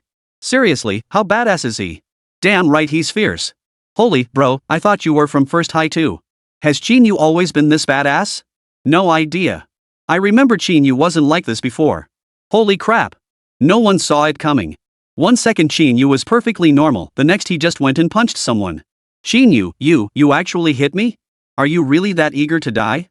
In disbelief, Wu Wenbin touched his stinging cheek. It took him a full moment to process what had just happened. But no matter how resilient his mindset might be, he couldn't hold back any longer. Yet, observing Wu Wenbin's body beginning to glow with faint white light, a mocking smile did indeed flicker across Qín Yǔ's face. Qín Yǔ said casually, "What? You want to fight too? Then I'd advise you to think it through carefully. You know my profession is merely an E-grade mechanic. The academic subjects are already finished. This comprehensive test and tomorrow's practical assessment, as you said. My participation won't matter anyway. But you, with your prestigious Class A combat profession, are you really sure you want to attack me now, risk getting charged with assaulting a civilian, and miss this college entrance exam? Qín Yǔ's words were unusually calm, but to Wu Wenbin's ears, they sent a chill through his entire body. For a moment, Wu Wenbin froze before Qín Yǔ. He couldn't strike, yet he couldn't stand idly by either. But the next second, seizing the moment of Wu Wenbin's paralysis, Qín Yǔ swung his hand again, landing another palm strike squarely across Wu Wenbin's face. Smack! The sharp crack echoed through the exam hall waiting area once more. Though far less crisp than the previous slap, the humiliation it carried was far more palpable. If you have no issue with me, then why are you spouting nonsense about principles and morals? Qín Yǔ's voice echoed through the examination hall once more. I ignored you clowns the other day, but did you really think I was afraid of you? Wu Wenbin, who had just been slapped again by Qín Yǔ, was now trembling with rage. The fury in his eyes seemed ready to tear Qín Yǔ limb from limb. If he could, to be honest, Wu Wenbin truly wanted to disregard everything. Use the power of a transferee right now to carve Qín Yǔ into 1,000 pieces. But the moment that thought surfaced in his mind, he forced it down with all his might. Because Qín Yǔ was right, they were currently inside the college entrance exam hall. If he dared to act, he would inevitably miss this year's exam. Moreover, there was another point. Qín Yǔ, with his life-oriented profession, was at best considered an ordinary citizen under Dragon Nation's laws. And an ordinary person getting into a fight. Even if the target was someone as noble as an A-class combat type class changer like him. At worst, it would only result in detention. But he was different. As a transferee, if he actually laid a hand on Qín Yǔ, that would be a serious crime. Contemplating this, Wu Wenbin glared at Qín Yǔ for a long moment. In the end, even after taking 2 slaps from Qín Yǔ, he forced himself to endure it. Still, his mouth spat venom. Qín Yǔ, you just wait. You only dare act so arrogant because you're here. While issuing threats, Wu Wenbin didn't just stand idle. He turned and immediately reported the incident to an examiner wearing the Star Ring Academy uniform inside the testing hall. Examiner, this man assaulted someone without provocation right here in the exam hall. Everyone saw it. He believed that in full view of everyone. Qín Yǔ had genuinely laid hands on him. As a transferee, he couldn't technically attack an ordinary person like Qín Yǔ. But after striking him, Qín Yǔ even as an ordinary person would absolutely be barred from continuing the exam. After reporting to the examiner, Wu Wenbin turned back, his face twisted into a cold sneer as he stared at Qín Yǔ. He waited for the examiner from Star Ring Academy to promptly expel Qín Yǔ from the testing grounds. And it wasn't just him, everyone else in the examination hall shared that belief at that moment. However, what followed was something no one had anticipated. Faced with Wu Wenbin's accusation, the examiner in the Star Ring Academy uniform did not immediately expel Qín Yǔ from the venue. Instead, he turned to Wu Wenbin and issued a warning. I saw everything clearly just now. It was you who provoked others first with your words. Their response was merely appropriate. Such behavior, I find, is entirely understandable. As for you, what's your name? Wu Wenbin, right? You started trouble without cause. This is your first warning. If it happens again, your eligibility for this year's college entrance exam will be revoked immediately. Wu Wenbin, ? Other examinees, ? The examiner's words sent shockwaves through the entire testing hall. Everyone was stunned. Chapter 51, Geniuses, yet such a vast gap? In the waiting area of the exam hall, the silence fell over all the candidates the moment the examiner finished speaking. Wu Wenbin's face twitched. He never imagined that his attempt to complain not only failed but somehow landed him a warning from the examiner. Examiner. Taking a deep breath, Wu Wenbin forced down his anger and addressed the examiner before him once more. I admit I provoked him first. But regardless, Qín Yǔ struck me. I received a warning, while he faced no consequences whatsoever. This is completely against the rules of the examination hall, isn't it? However, despite Wu Wenbin's words, the examiner remained unmoved. He didn't even deign to look at Wu Wenbin. He merely remarked indifferently, since you know you were the one who provoked others first, why are you still arguing here? If you hadn't provoked him in the first place, wouldn't this whole thing have been avoided? What? Are you questioning my judgment? With the examiner speaking so plainly, Wu Wenbin now understood all too well that those 2 slaps he'd taken were likely for nothing. For a moment, he was utterly speechless. His face burned fiercely as he felt the stares of those around him. He felt so humiliated he wanted to find a crack in the ground and crawl into it right then and there. As for Qín Yǔ, the other party involved hadn't uttered a single word since Wu Wenbin began complaining to the examiner. Yet throughout it all, not a trace of panic stirred within him. In fact, he felt a slight urge to laugh. Because the examiner who was clearly favoring him was none other than Dong Tianyou, a member of the Xinhuan Academy exploration team who had previously entered the Blood Canyon's secret realm with him. Moreover, within the examination hall, he had spotted Lin Xiaoshan, Wei Jun, and several others. Clearly, they had known beforehand that both Niè Yǔqiān and he, both SSS tier professionals, were undergoing comprehensive evaluations at this testing site. Lin Xiaoshan had already secured this entire testing site for Star Ring Academy. And it was precisely because, upon entering the examination hall, he had seen the examiners inside. The vast majority were his acquaintances. Qín Yǔ dared to slap Wu Wenbin twice in quick succession without a second thought. After all, to borrow a phrase from the renowned entrepreneur Hua Xiong of his previous life, the entire examination hall, the main witnesses, the supporting witnesses, the examiners, every single person was on his side. What did Wu Wenbin have to fight him with? His prestigious Class A combat type profession? Suppressing the laughter bubbling up inside him, Qín Yǔ walked to the entrance of the waiting area. He gave Dong Tianyu an almost imperceptible nod. Then, he patted Wu Wenbin on the shoulder, his face full of mockery as he said, "Did you hear that? If you hadn't come looking for trouble first, nothing would have happened. Why be so stubborn?" To be perfectly honest, Qín Yǔ at that moment felt just like those villains in novels from his past life. But he had to admit, it felt pretty damn satisfying. And at the end of the day, it was Wu Wenbin who started the trouble. Otherwise, Qín Yǔ wouldn't have bothered with him at all. "Qín Yǔ, don't push it too far." Watching Qín Yǔ slap him twice right before his eyes, yet remain completely unscathed, he still had the nerve to stand there feigning concern while secretly gloating. Wu Wenbin's composure had completely shattered. If not for the last shred of reason telling him he absolutely, positively must not attack Qín Yǔ here. Honestly, he would have charged forward in an instant, unleashing his pride and joy, his rank summoner mage profession, to conjure a creature from another dimension and tear Qín Yǔ to shreds. But even though he couldn't act now, Wu Wenbin had already sworn an oath in his heart. If Qín Yǔ died at Zhao Yuanming's hands during tomorrow's combat assessment, that would be one thing. But if he somehow survived, then, the moment the college entrance exams ended, he would make Qín Yǔ pay a terrible price. Forcibly suppressing his emotions once more, Wu Wenbin abruptly slapped away Qín Yu's hand resting on his shoulder. Without another word, he silently returned to his seat. From the moment Qín Yǔ entered the examination hall's waiting area until now, it might seem like a long time, but in reality, only a minute or two had passed. There were still a few minutes left before the exam officially began. Thus, with the conflict between Qín Yǔ and Wu Wenbin resolved, the examination waiting area fell into complete silence. Everyone remained quiet at this moment.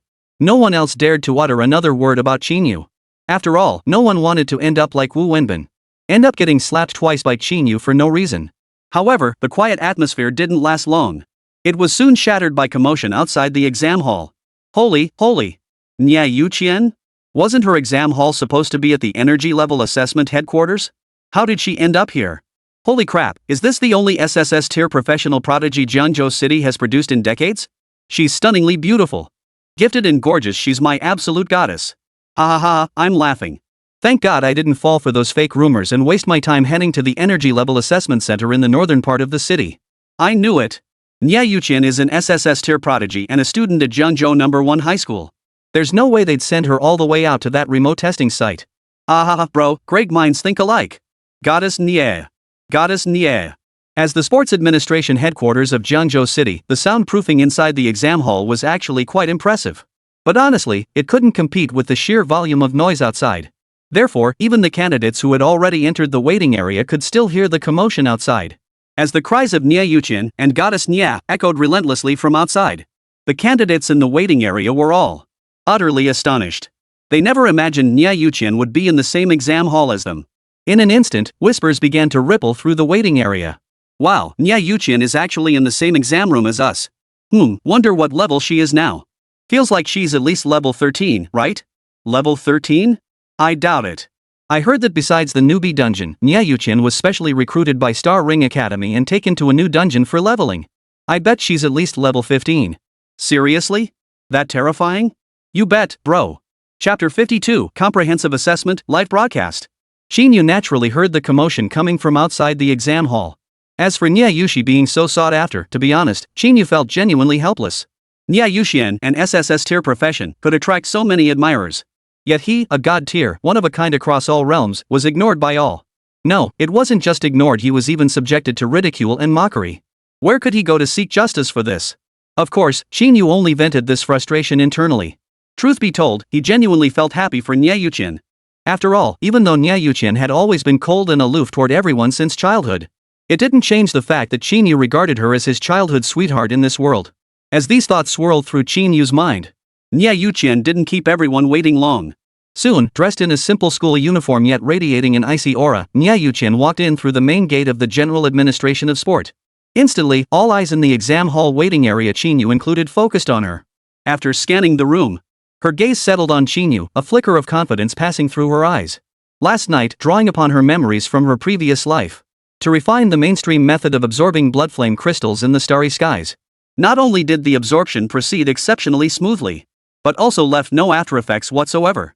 In fact, the results far exceeded her expectations. Therefore, she was now supremely confident. As long as Qín Yǔ's strength remained comparable to what it had been in the secret realm, she was absolutely certain she could firmly suppress Qín Yǔ. Thus, she would emerge victorious in this first confrontation.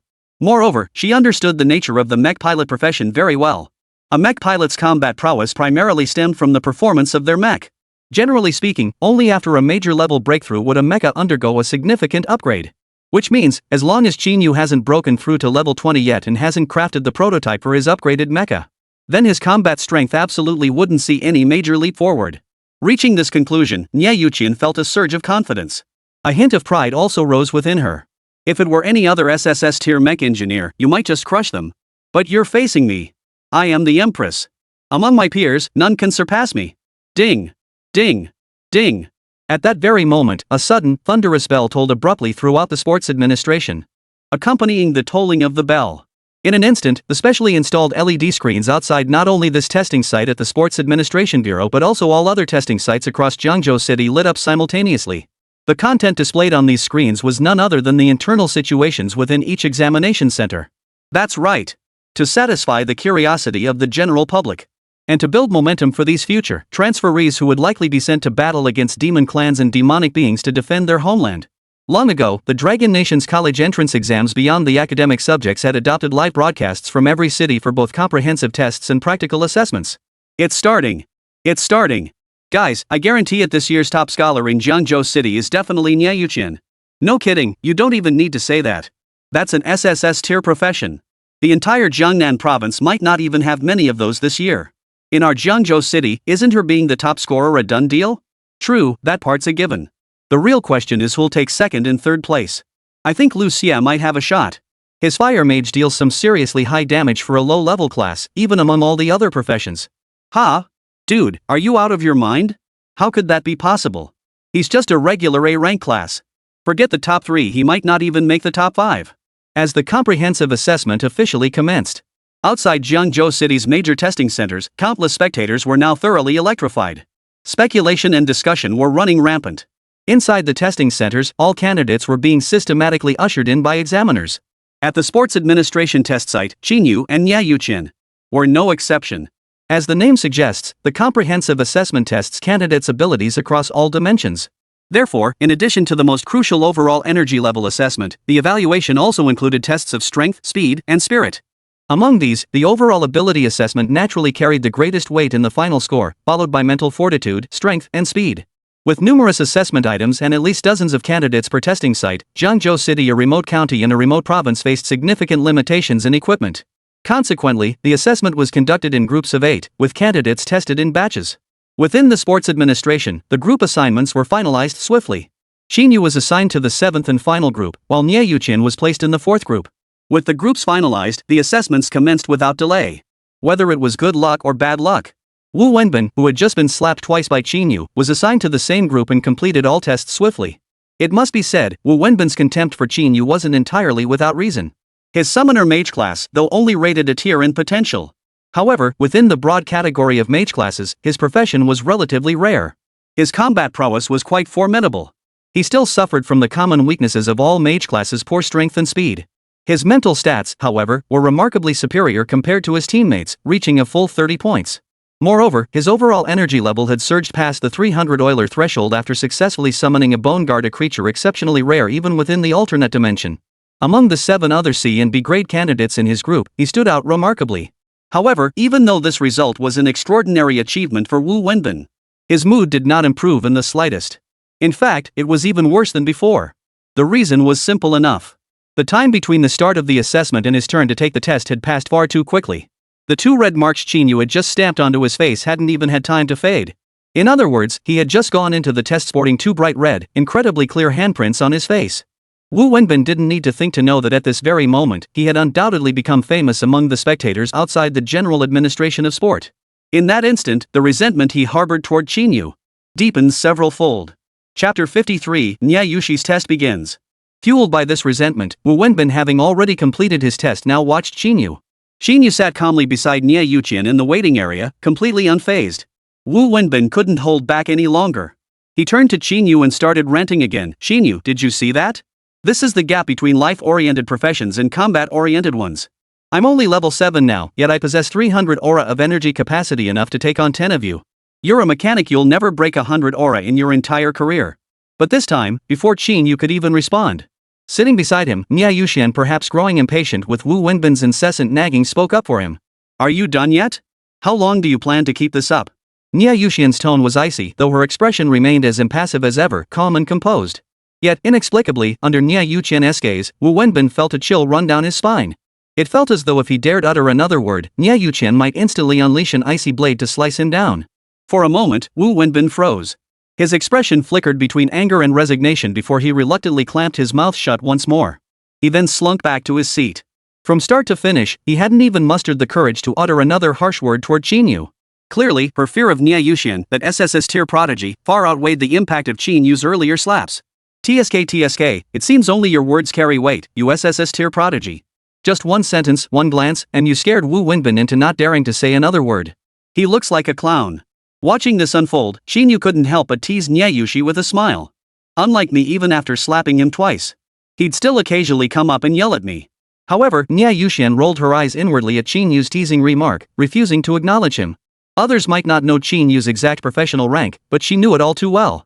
He possessed an SSS tier profession that was exceptionally powerful throughout the entire human star system, mech pilot.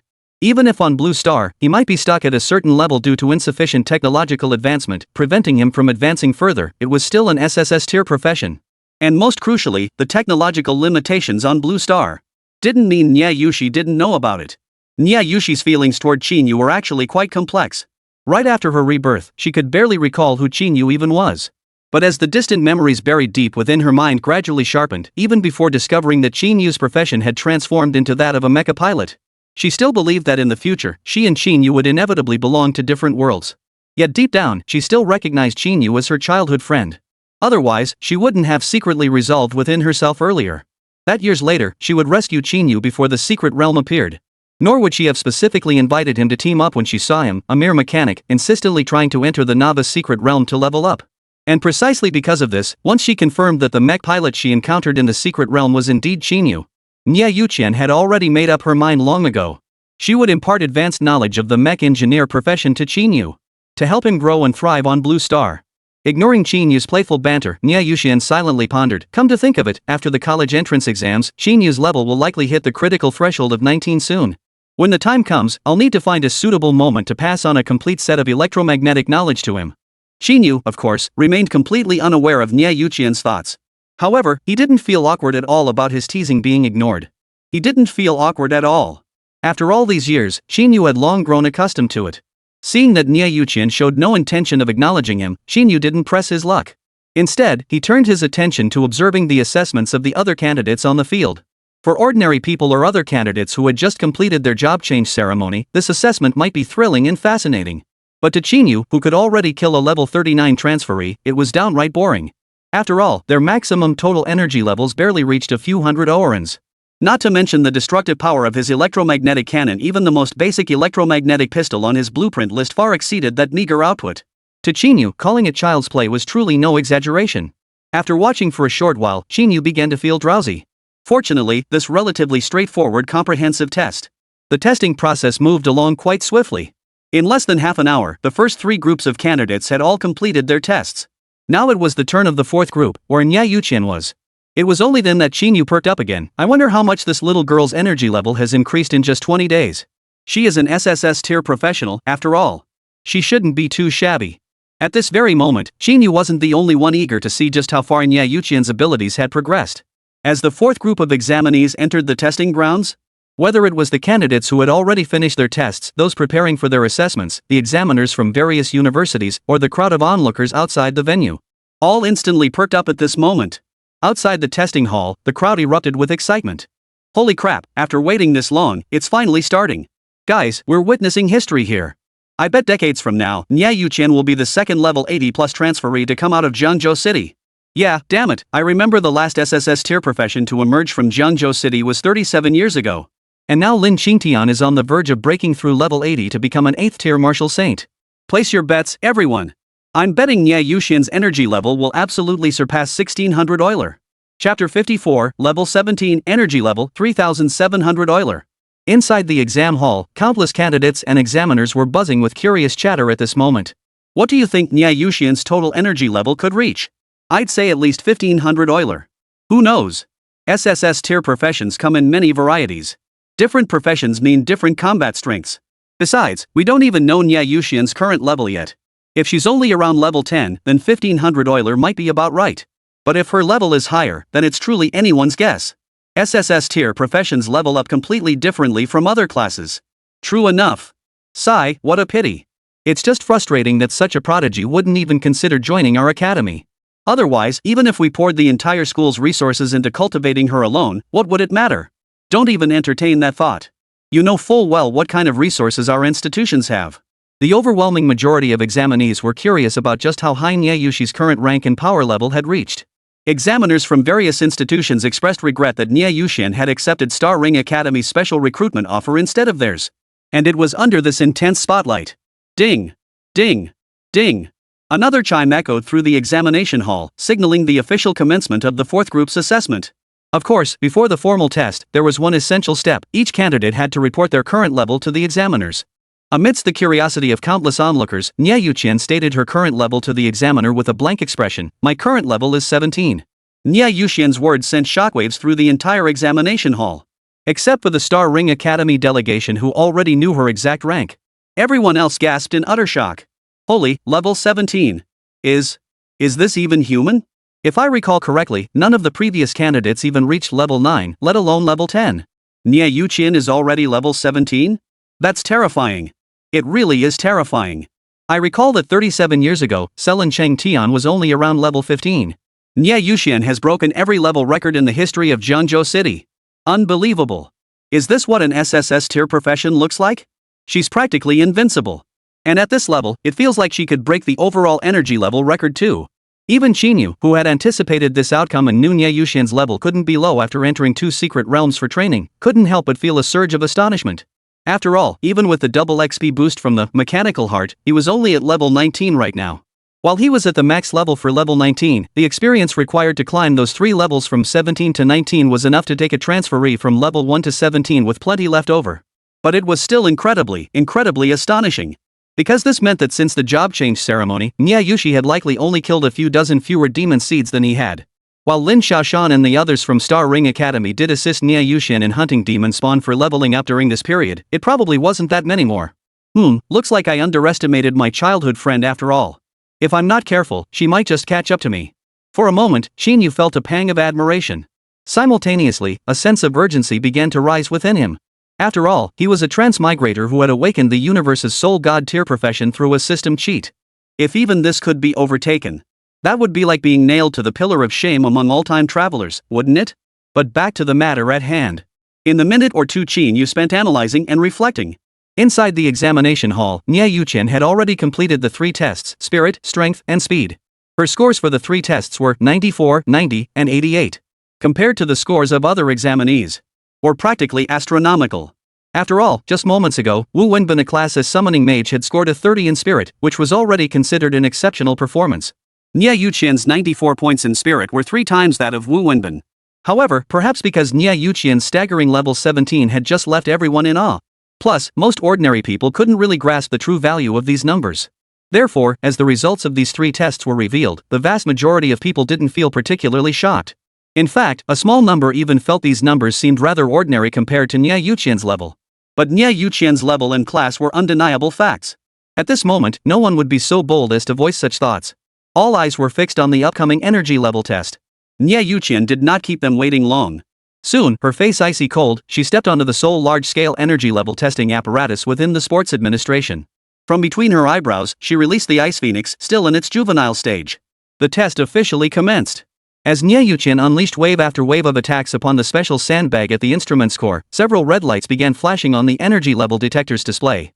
In the next instant, the number representing the energy level above the instrument began to rise rapidly. 400 aura. 700 aura. 1000 aura.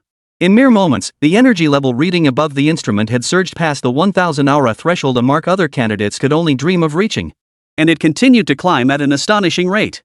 1500 Euler. 1800 Euler. 2000 Euler. And when Niè Yǔqiān's energy level broke through the 2000 mark, both the crowd gathered outside the exam hall and the candidates and examiners inside erupted in excitement. Holy crap, guys, she broke through 2000 Euler points. This, I just can't believe it. Back when Lin Qingtian took the college entrance exam, his energy level was only around 1800. What exactly is this class Niè Yǔqiān awakened? How can it be this powerful? Honestly, it feels way stronger than Lin Qingtian's Holy Night class. It really is powerful. 2000 auras? This is defying the heavens. However, everyone had actually been shocked a bit too soon. Because after the energy level on the detector broke through the 2000 mark, the readings above the device didn't stall as everyone had anticipated. Instead, with Niè Yǔqiān's sharp cry from within the device, the palm-sized, ghostly blue fledgling phoenix seamlessly merged with her. Amidst the stunned silence of the crowd, it maintained its incredibly powerful upward momentum. 2400 aura. 2800 aura. 3200 Euler. 3700 Euler. Chapter 55, Lin Xiaoshan, this feels like a ing dream. Above the instrument, the energy level reading skyrocketed. Until it reached 3700 ohms. The rate of increase abruptly halted. Finally, it settled at 3750 aura. At that moment, both inside and outside the examination hall, the earlier clamor and excitement had long since vanished. Instead, a profound silence descended. Everyone except Qín Yǔ, even Lin Xiaoshan and the others from Star Ring Academy, had been utterly speechless by this energy level reading. Only Niè Yǔqiān herself, gazing at the reading displayed on the instrument, flashed a hint of satisfaction in her eyes. In her previous life, her energy level test during the college entrance exam had been 2600 Euler. This new reading represented a staggering increase of 1150 Euler compared to her past life. Of course, Niè Yǔqiān wasn't particularly surprised by this improvement. After all, over these past 20 days, the effort she had put in and the resources she had gained far surpassed what she had in her previous life. Not only had her levels surpassed her previous life by 2 tiers, she had also obtained the Soul 7-petal Snow Lotus and a Blood Flame crystal from the Novice Realm, Frozen Wasteland. If such a substantial leap hadn't occurred, that would have been truly inexplicable. My energy level is only 3750 aura, slightly lower than that Silver Wolf King, but comparisons are based on actual combat strength. With my current energy level, combined with my combat awareness and various skills, taking down a Silver Wolf King is nothing more than a flick of the wrist. Qín Yǔ, your mech pilot profession is indeed formidable. But unfortunately for you, you've crossed paths with me. Niè Yǔqiān never loses. She glanced once more at the numbers above her head. Niè Yǔqiān felt utterly confident. In 1 hour's time, she would undoubtedly emerge victorious with ease in this first comparison against Qín Yǔ. After all, she had seen it clearly, although Qín Yǔ had indeed won the battle against that berserk Silver Wolf King. But that was only after Qín Yǔ had endured a prolonged, brutal battle. And only then had he barely managed to win. Now, while she couldn't claim to instantly kill that Silver Wolf King, she was absolutely certain she could win with ease. Thus, after weighing these factors, Niè Yǔqiān felt certain that her first comparison was already in the bag. Recalling the lavish rewards described in the template for winning such comparisons, even Niè Yǔqiān, a reincarnated empress, felt her heart burn with excitement. Simultaneously, she declared with unwavering confidence, from this day forward, my name Niè Yǔqiān will once again resound throughout the entire Dragon Nation, and indeed across the entire Blue Star. The vast expanse of stars and oceans may still seem distant to me now, but in this lifetime, I, Niè Yǔqiān, will grow stronger in an even shorter time. With the test complete, Niè Yǔqiān naturally didn't linger long in the energy level testing chamber. She turned, a confident smile flickering in her eyes. After glancing at Qín Yǔ, who was still waiting below for his test, her expression swiftly reverted to its previous icy demeanor as she stepped down from the energy level tester. Only after she stepped off the device did the crowd in the examination hall finally begin to react. Then, the entire examination hall erupted once more. 3750 ohms? Holy crap, that's just terrifying. Terrifying? This isn't about being terrifying anymore. That's 3750 aura. Nearly 2000 aura higher than Lin Qingtian? Is the machine broken, or am I blind? Aren't Niè Yǔqiān and Lin Qingtian both SSS tier professionals? Even among SSS tier, there are tiers within tiers. It shouldn't be this huge a gap, right? The gasps of countless onlookers and examinees echoed through the sky. Even the examiners from prestigious universities, those who prided themselves on hailing from major cities and having seen countless prodigies, were now utterly speechless. They couldn't believe Niè Yǔqiān's energy level could be this high. Even Lin Xiaoshan was no exception. This 3,750 Euler? And then there's Qín Yǔ, whose energy level is definitely over 3,500 Euler too. Good heavens, is this small city of Zhangzhou some kind of freak show? Top-tier geniuses like this are rare even since the era of universal job changes began across the entire blue star. Usually, not a single one appears, but now two have emerged at once? And I've encountered them both? When the time comes, won't the academy's higher-ups, even the dean, have to bow down to me? At that moment, Lin Xiaoshan, serving as the chief examiner at the General Administration of Sport testing site at the rear of the examination hall, couldn't contain his astonishment and delight. He even felt a bit lightheaded. It felt like a dream. Niè Yǔqiān had always presented a cold, aloof demeanor before Lin Xiaoshan. Moreover, she had never revealed much about her professional abilities or combat prowess in his presence. Therefore, prior to this moment, Lin Xiaoshan had always assumed that Niè Yǔqiān's SSS tier profession was merely an ordinary SSS tier profession compared to the formidable combat prowess displayed by Qín Yǔ's profession. Precisely because of this, after discovering Qín Yǔ in the new secret realm, Lin Xiaoshan's attention toward Niè Yǔqiān had noticeably waned. The overwhelming majority of his attention shifted to Qín Yǔ. After all, Qín Yǔ's performance in the secret realm at that time was simply too astonishing. He truly never imagined Niè Yǔqiān would deliver such an enormous surprise. Of course, as the saying goes, one man's joy is another man's sorrow. Inside the examination hall, Lin Xiaoshan's side was overjoyed. However, several examiners representing the other three major academies of the Dragon Nation were now as dark as the bottom of a pot. They couldn't accept that Niè Yǔqiān, whom they'd failed to recruit just a short while ago, possessed such extraordinary talent, far surpassing their initial estimates. Frankly, if they hadn't known Niè Yǔqiān had already signed a special admission agreement with Star Ring Academy, they would have swallowed their pride and tried to poach her from Lin Xiaoshan once more. But now, all they could do was report Niè Yǔqiān's energy level data to their team leaders and watch helplessly from the sidelines. Both inside and outside the exam hall, discussions about Niè Yǔqiān's mind-blowing, record-shattering energy level persisted relentlessly. Yet despite the examiner's astonishment, the college entrance exam remained the college entrance exam. No one could afford to slack off. Therefore, as soon as Niè Yǔqiān stepped off the energy level tester, the assessment resumed almost immediately. Yet with Niè Yǔqiān's dazzling performance setting the bar so high, even the occasional standout among subsequent candidates, they failed to elicit any gasps of astonishment. Thus, over a dozen minutes passed in a flurry, and soon it was the turn of Qín Yǔ's 7th group. Chapter 56, Level 19? Just a clown seeking attention. As before, Qín Yǔ and the other 7 candidates entered the testing grounds together. At this moment, both inside and outside the testing hall, the vast majority of people were still reeling from the shock Niè Yǔqiān had delivered. Therefore, whether it was the examiners, the other candidates, or the audience watching the live stream outside the venue, paid little attention to Group 7. Only a handful of people, upon seeing Qín Yǔ take the stage, immediately perked up with heightened alertness. Qín Yǔ's up too. Wonder what his power level is. Back in the secret realm, that Silver Wolf King was at least 4,000 aura. Qín Yǔ managed to kill it single-handedly without a scratch amidst the beast horde. His power level must exceed 3,500. Plus, that Li Xingwen from yesterday is dead too. This proves Qín Yǔ's profession might possess an extremely high burst capability. Lin Xiaoshan watched Qín Yǔ take the stage, his heart brimming with anticipation for what Qín Yǔ would do next. Niè Yǔqiān also fixed her gaze on Qín Yǔ at that moment. She was curious to see just how far he had developed the mech engineer profession. Among these people, the vast majority were those who knew Qín Yǔ's profession was far from simple. Yet, there were surprises. At this moment, aside from Niè Yǔqiān and the Star Ring Academy group who knew Qín Yǔ's profession was extraordinary, among the candidates, Wu Wenbin and several other classmates of Qín Yǔ's were gathered together, their eyes fixed on Qín Yǔ on the stage with a look of mockery. Wu Wenbin fixed his gaze on Qín Yǔ, his eyes burning with malice and a deep-seated contempt. This Qín Yǔ actually dares to step up with the assessment. A mechanic who doesn't stick to repairing machinery in factories actually dreams of entering an extraordinary academy? He clearly doesn't know his place. At Wu Wenbin's words, several classmates beside him chimed in unison. Immediately chimed in. Exactly. Even those of us who've awakened combat professions can't guarantee admission to the elite academy. How dare he, with a life support profession? Come on, we've known Qín Yǔ for ages. He's just too arrogant to handle being an ordinary guy.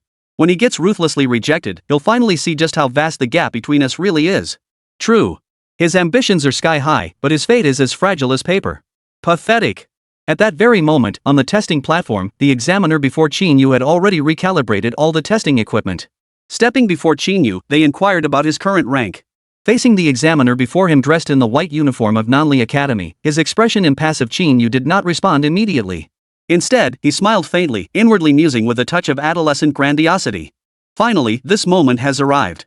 From now on, the name Qín Yǔ shall be known to the world.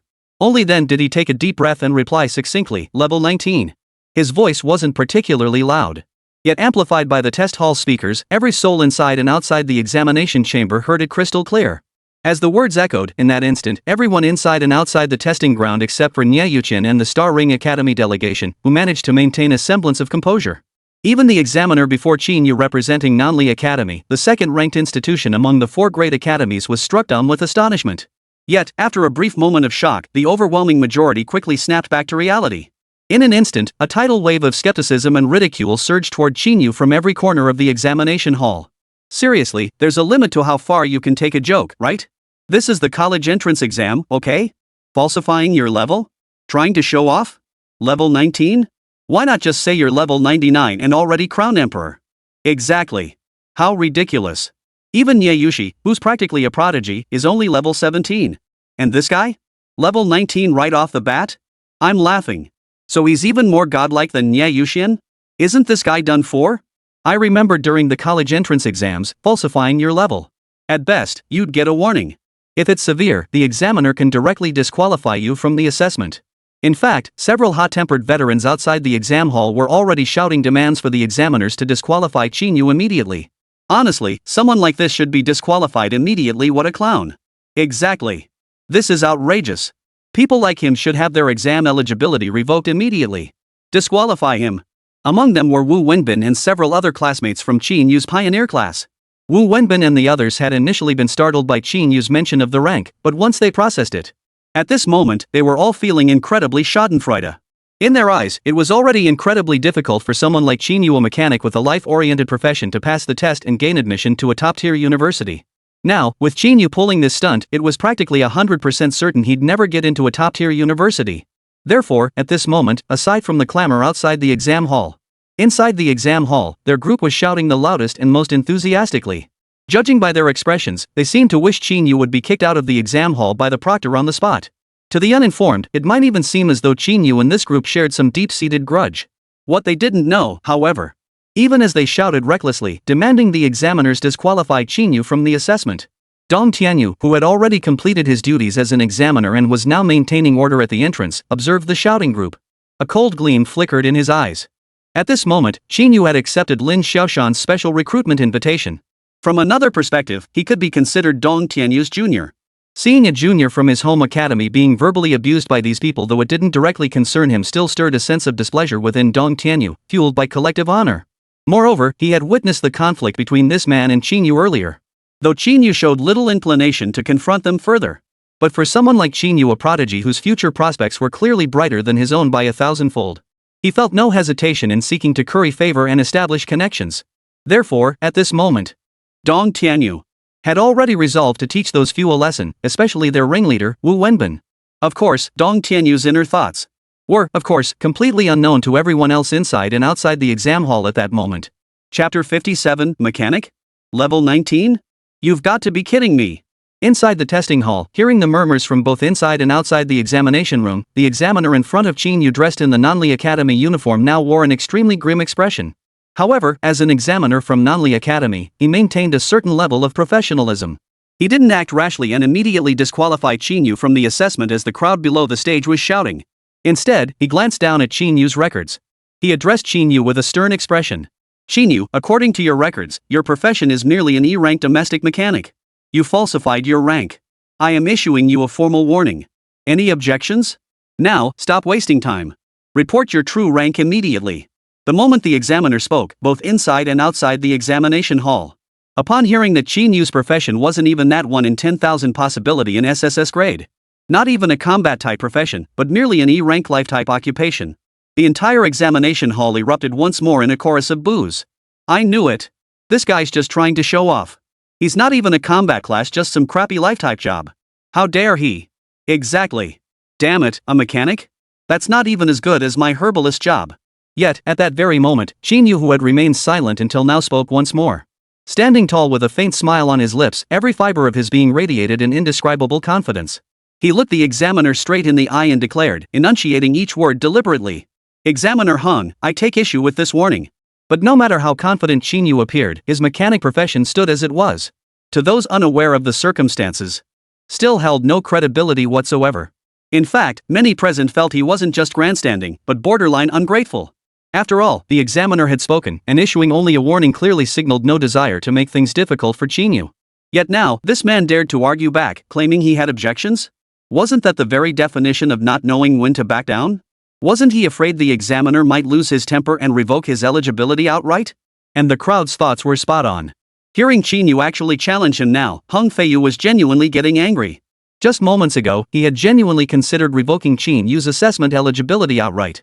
But upon seeing Qín Yǔ's records which showed he was once the top seed at Jiangzhou First High School, yet his awakened profession was merely an E-rank life-type mechanic. He assumed Qín Yǔ was struggling to accept not awakening a combat-oriented profession, suffering a massive blow that drove him to act this way. That's why, softening his heart, he had only issued a verbal warning. He truly hadn't expected Qín Yǔ to actually question him.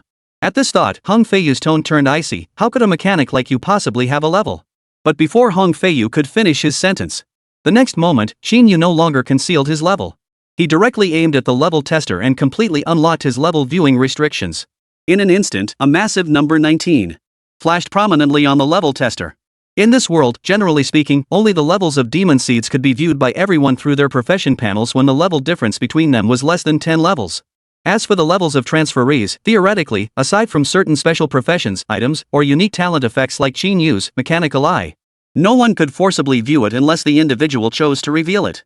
Even when there was a vast disparity in rank between them, a high-tier specialist could only roughly estimate the rank of a low-tier transferee by perceiving the essence of their life force to roughly estimate the lower-tier transferee's level.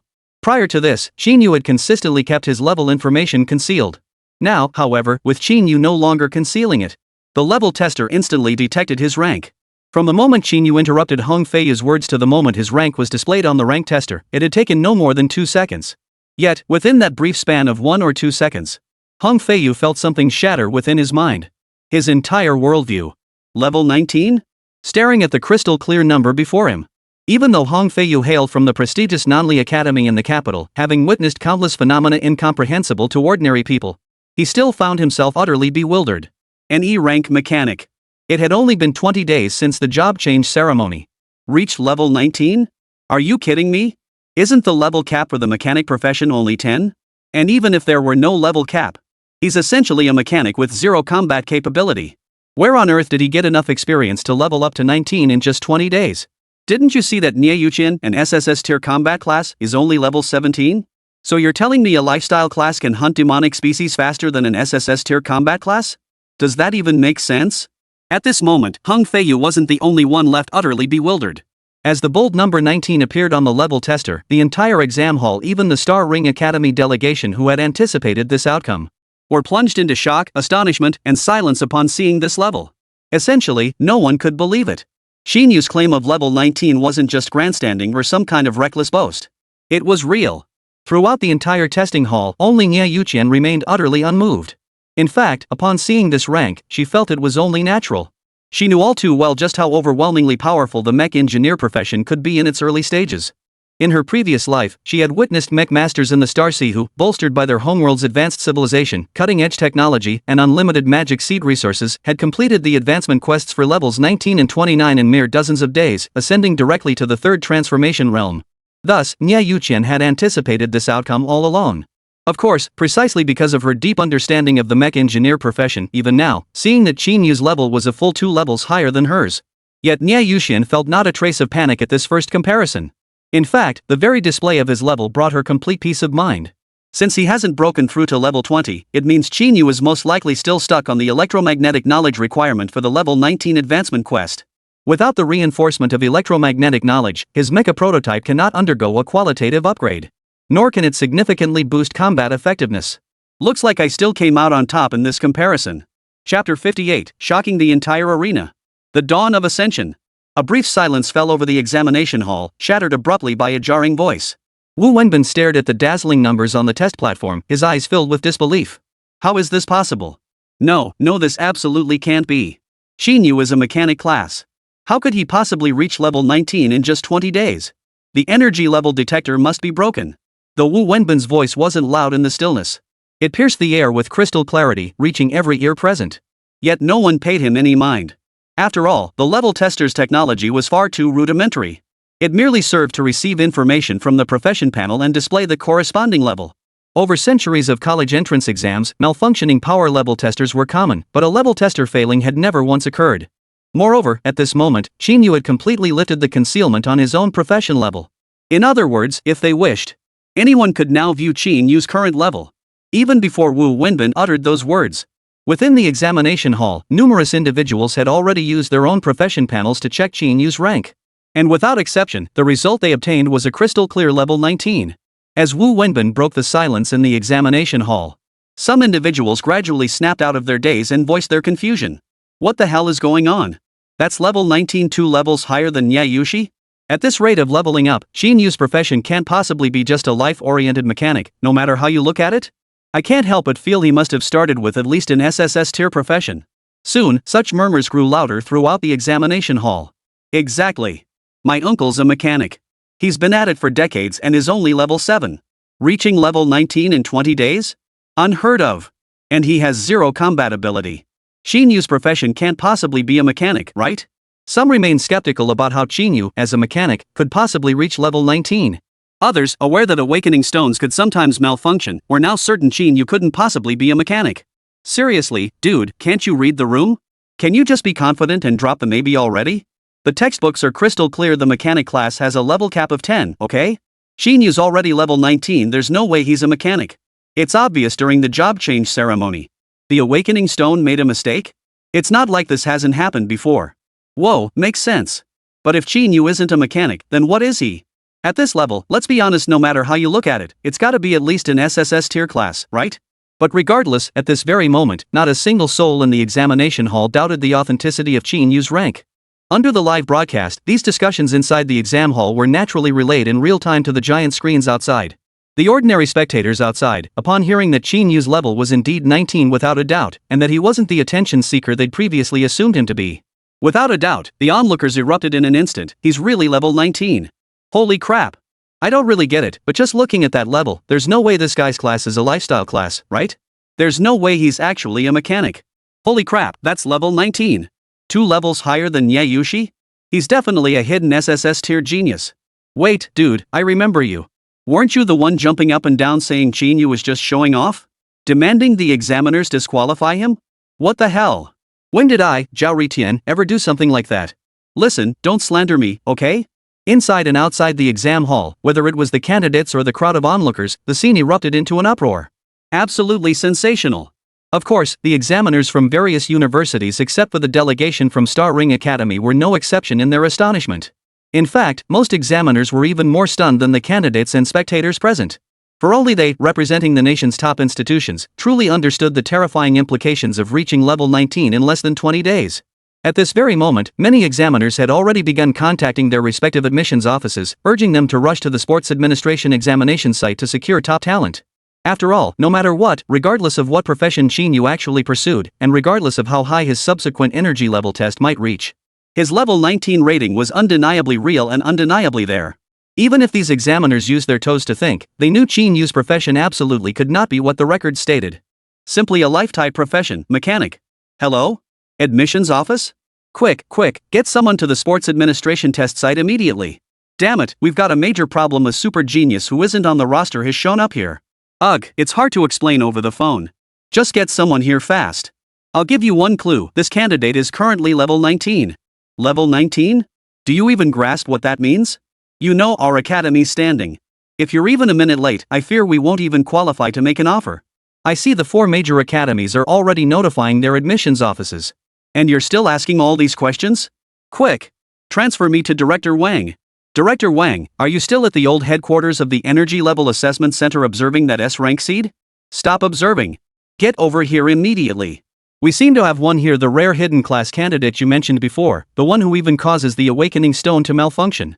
His records show him as a mere life-type mechanic, but do you know what level he is now? Level 19. What? Level 19? Are you sure? I'm on my way. The entire testing center erupted into chaos, spectators, examinees, and proctors alike turning into a complete mess in an instant. Chapter 59, Basic Triad, Countdown to Comparison. Of course, with Qín Yǔ's rank revealed, the entire testing hall's atmosphere had been completely ignited. From examinees to examiners, everyone had lost focus on the assessment. But this was the college entrance exam after all, it clearly couldn't just stop like this. Within the testing hall, Qín Yǔ took in the reactions of the crowd below the stage. Then, turning to Hung Tianyu before him, dressed in a white school uniform, he smiled faintly and said, "Examiner Hung, may I request that my warning be rescinded now?" At that moment, Hung Tianyu, like everyone else, had been utterly stunned by Qín Yǔ's level. He had only just regained his composure. Upon hearing Qín Yǔ's words, the expression on Hung Tianyu's face became quite complex. However, since Qín Yǔ had proven his level was indeed 19 without any deception, the warning he had issued earlier naturally no longer applied. After a brief moment of silence, Hung Tianyu looked at Qín Yǔ and said, "Your level is indeed 19. The previous warning is naturally null and void." As he spoke, Hung Tianyu's tone had shed its earlier business-like formality, softening considerably.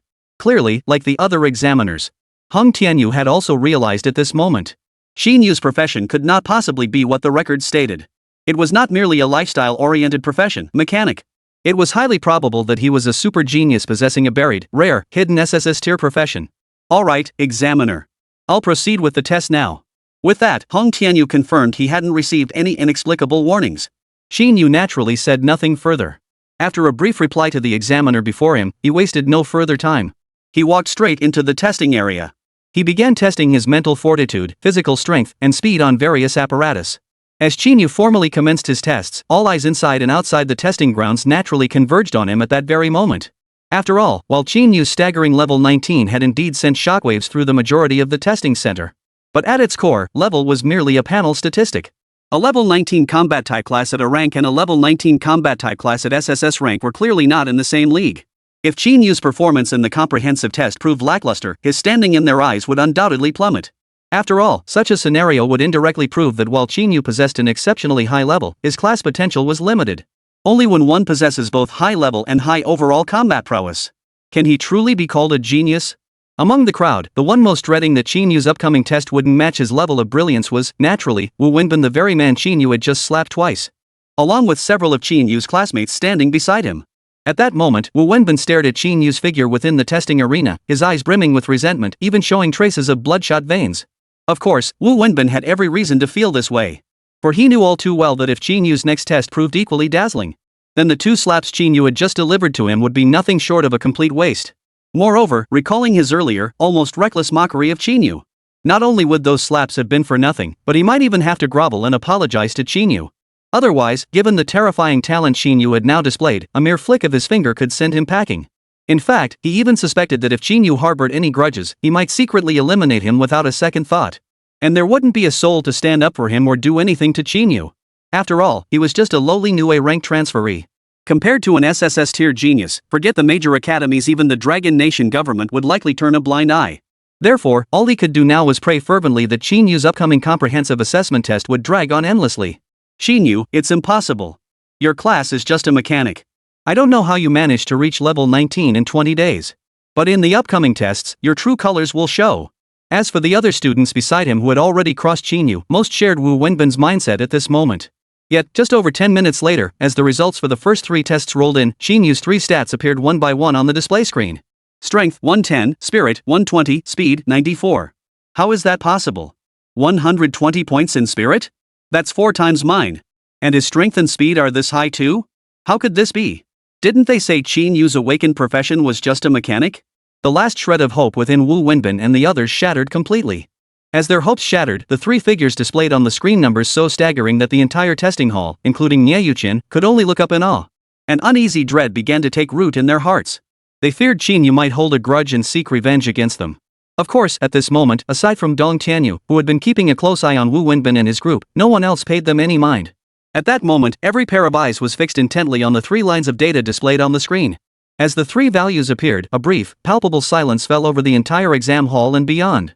The next moment, it erupted once more. Holy crap, all 3 of these numbers are higher than Niè Yǔqiān's SSS tier professional stats. This is insane. No doubt about it, this is the real deal. I feel like we don't even need to wait for the next energy level test. Qín Yǔ is practically an SSS tier professional prodigy. True. Though I don't quite understand these 3 figures myself. But if even Niè Yǔqiān's numbers can't match his, then even someone as dense as me can see what this signifies. Holy crap, could the Awakening Stone's class judgment actually be wrong? Does that mean my class might not be a singer either? Could I be an SSS tier class too? No way, dude. Don't you even look in the mirror? Is there a single thing about you that screams SSS tier prodigy? These stats. We both awakened our professions 20 days ago. Why is the gap between us so huge? At this very moment, with these 3 sets of data released, though the most crucial energy level test hadn't even begun yet. However, throughout the entire testing site, from ordinary spectators to the examiners from various universities, had already concluded that Qín Yǔ's profession was absolutely, without a doubt, an SSS tier profession. There was absolutely no way he could be a mechanic. After all, what decent mechanic could reach level 19 in just 20 days, then despite being only 2 levels higher than Niè Yǔqiān completely outclass a top-tier SSS level prodigy in every fundamental metric? Nevertheless, though everyone felt there was no need to observe Qín Yǔ's energy level test to confirm he was an SSS tier prodigy, Qín Yǔ naturally wouldn't skip it. After completing the strength, speed, and mental prowess tests, Qín Yǔ paid no heed to the astonishment of the crowd watching from the sidelines. Instead, he walked straight into the energy level tester. Only then did Niè Yǔqiān in the audience finally regain her composure, fixing her gaze intently on Qín Yǔ inside the energy level tester. Simultaneously, within her mind, the cold, mechanical prompt unique to the comparison template began its countdown. Beep. First comparison phase entering final minute countdown. 59. 58. Chapter 60, energy level 5470 ohm. Comparison results revealed. Inside the energy level tester, the moment Qín Yǔ entered, he retrieved the complete set of heavy mechanical power exoskeleton he had forged through the night from his forging space and donned it. As the final silver-white metal limb snapped into place against his right leg with a metallic clang, the suit was complete. The next instant, Qín Yǔ distinctly felt a surge of power far more potent than any ordinary mechanical power exoskeleton erupting throughout his entire body. What the hell is this? Holy crap, it looks like one of those mechs from sci-fi movies. Within mere seconds inside the testing chamber, Qín Yǔ had fully donned this head-to-toe equipment radiating metallic technological aura.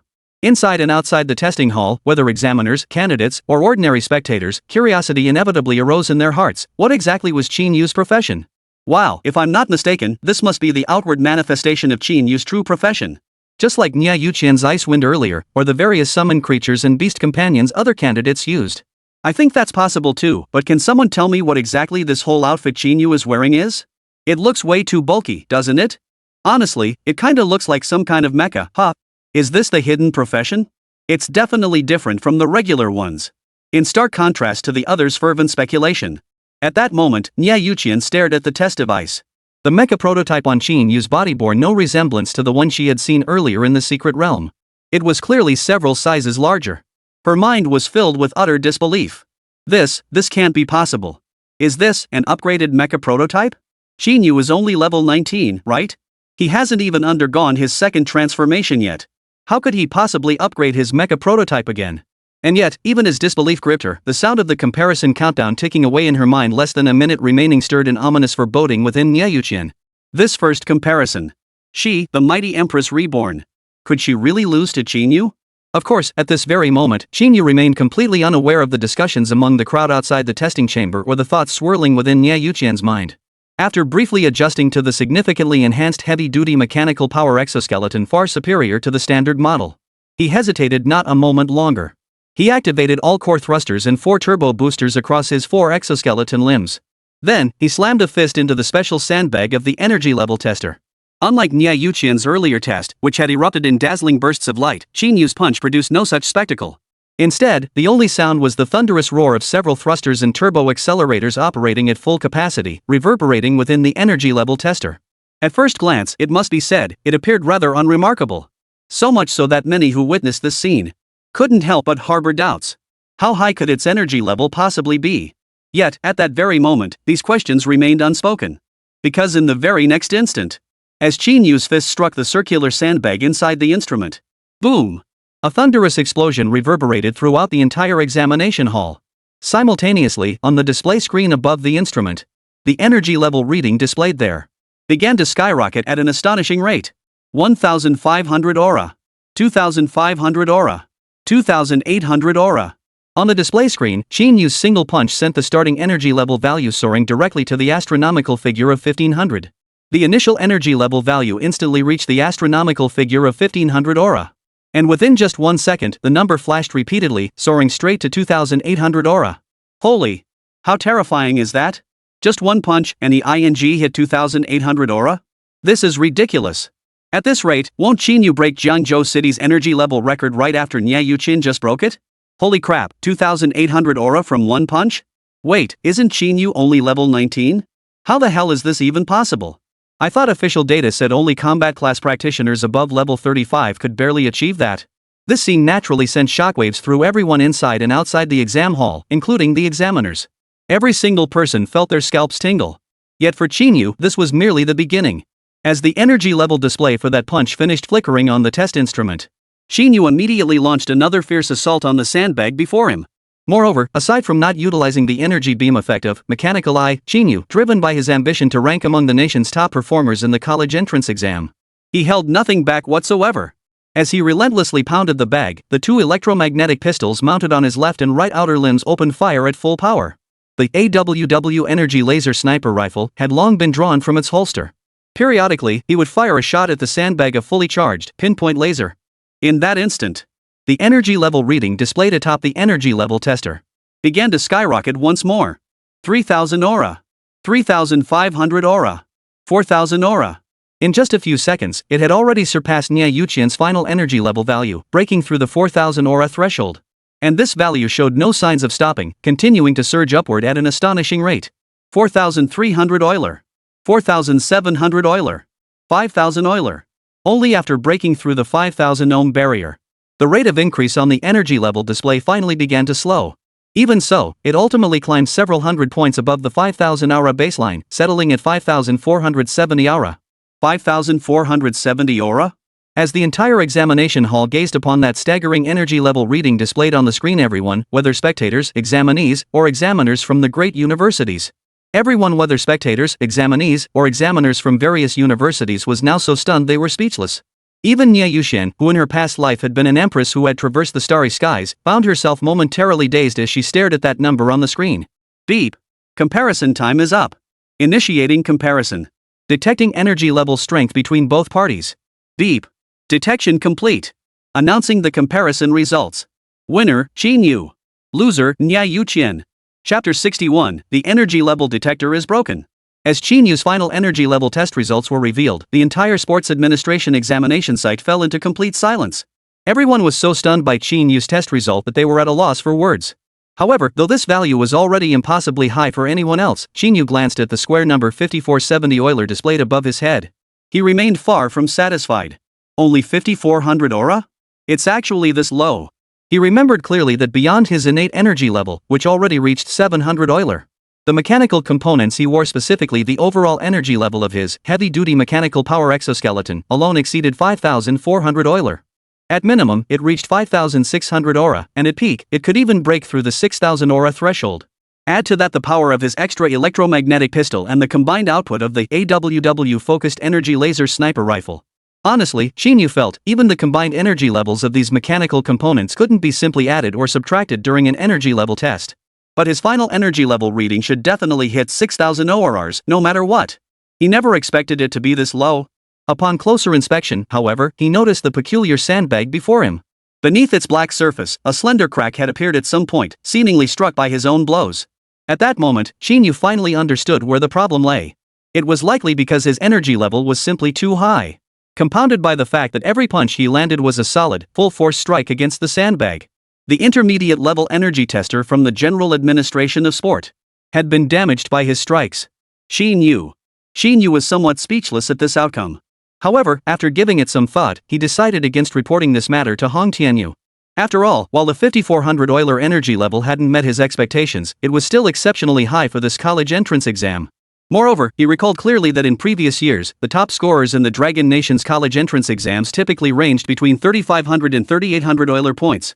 With 5,400 Euler points, he had already pulled ahead by a solid 1,600 points over the typical performance levels of previous years.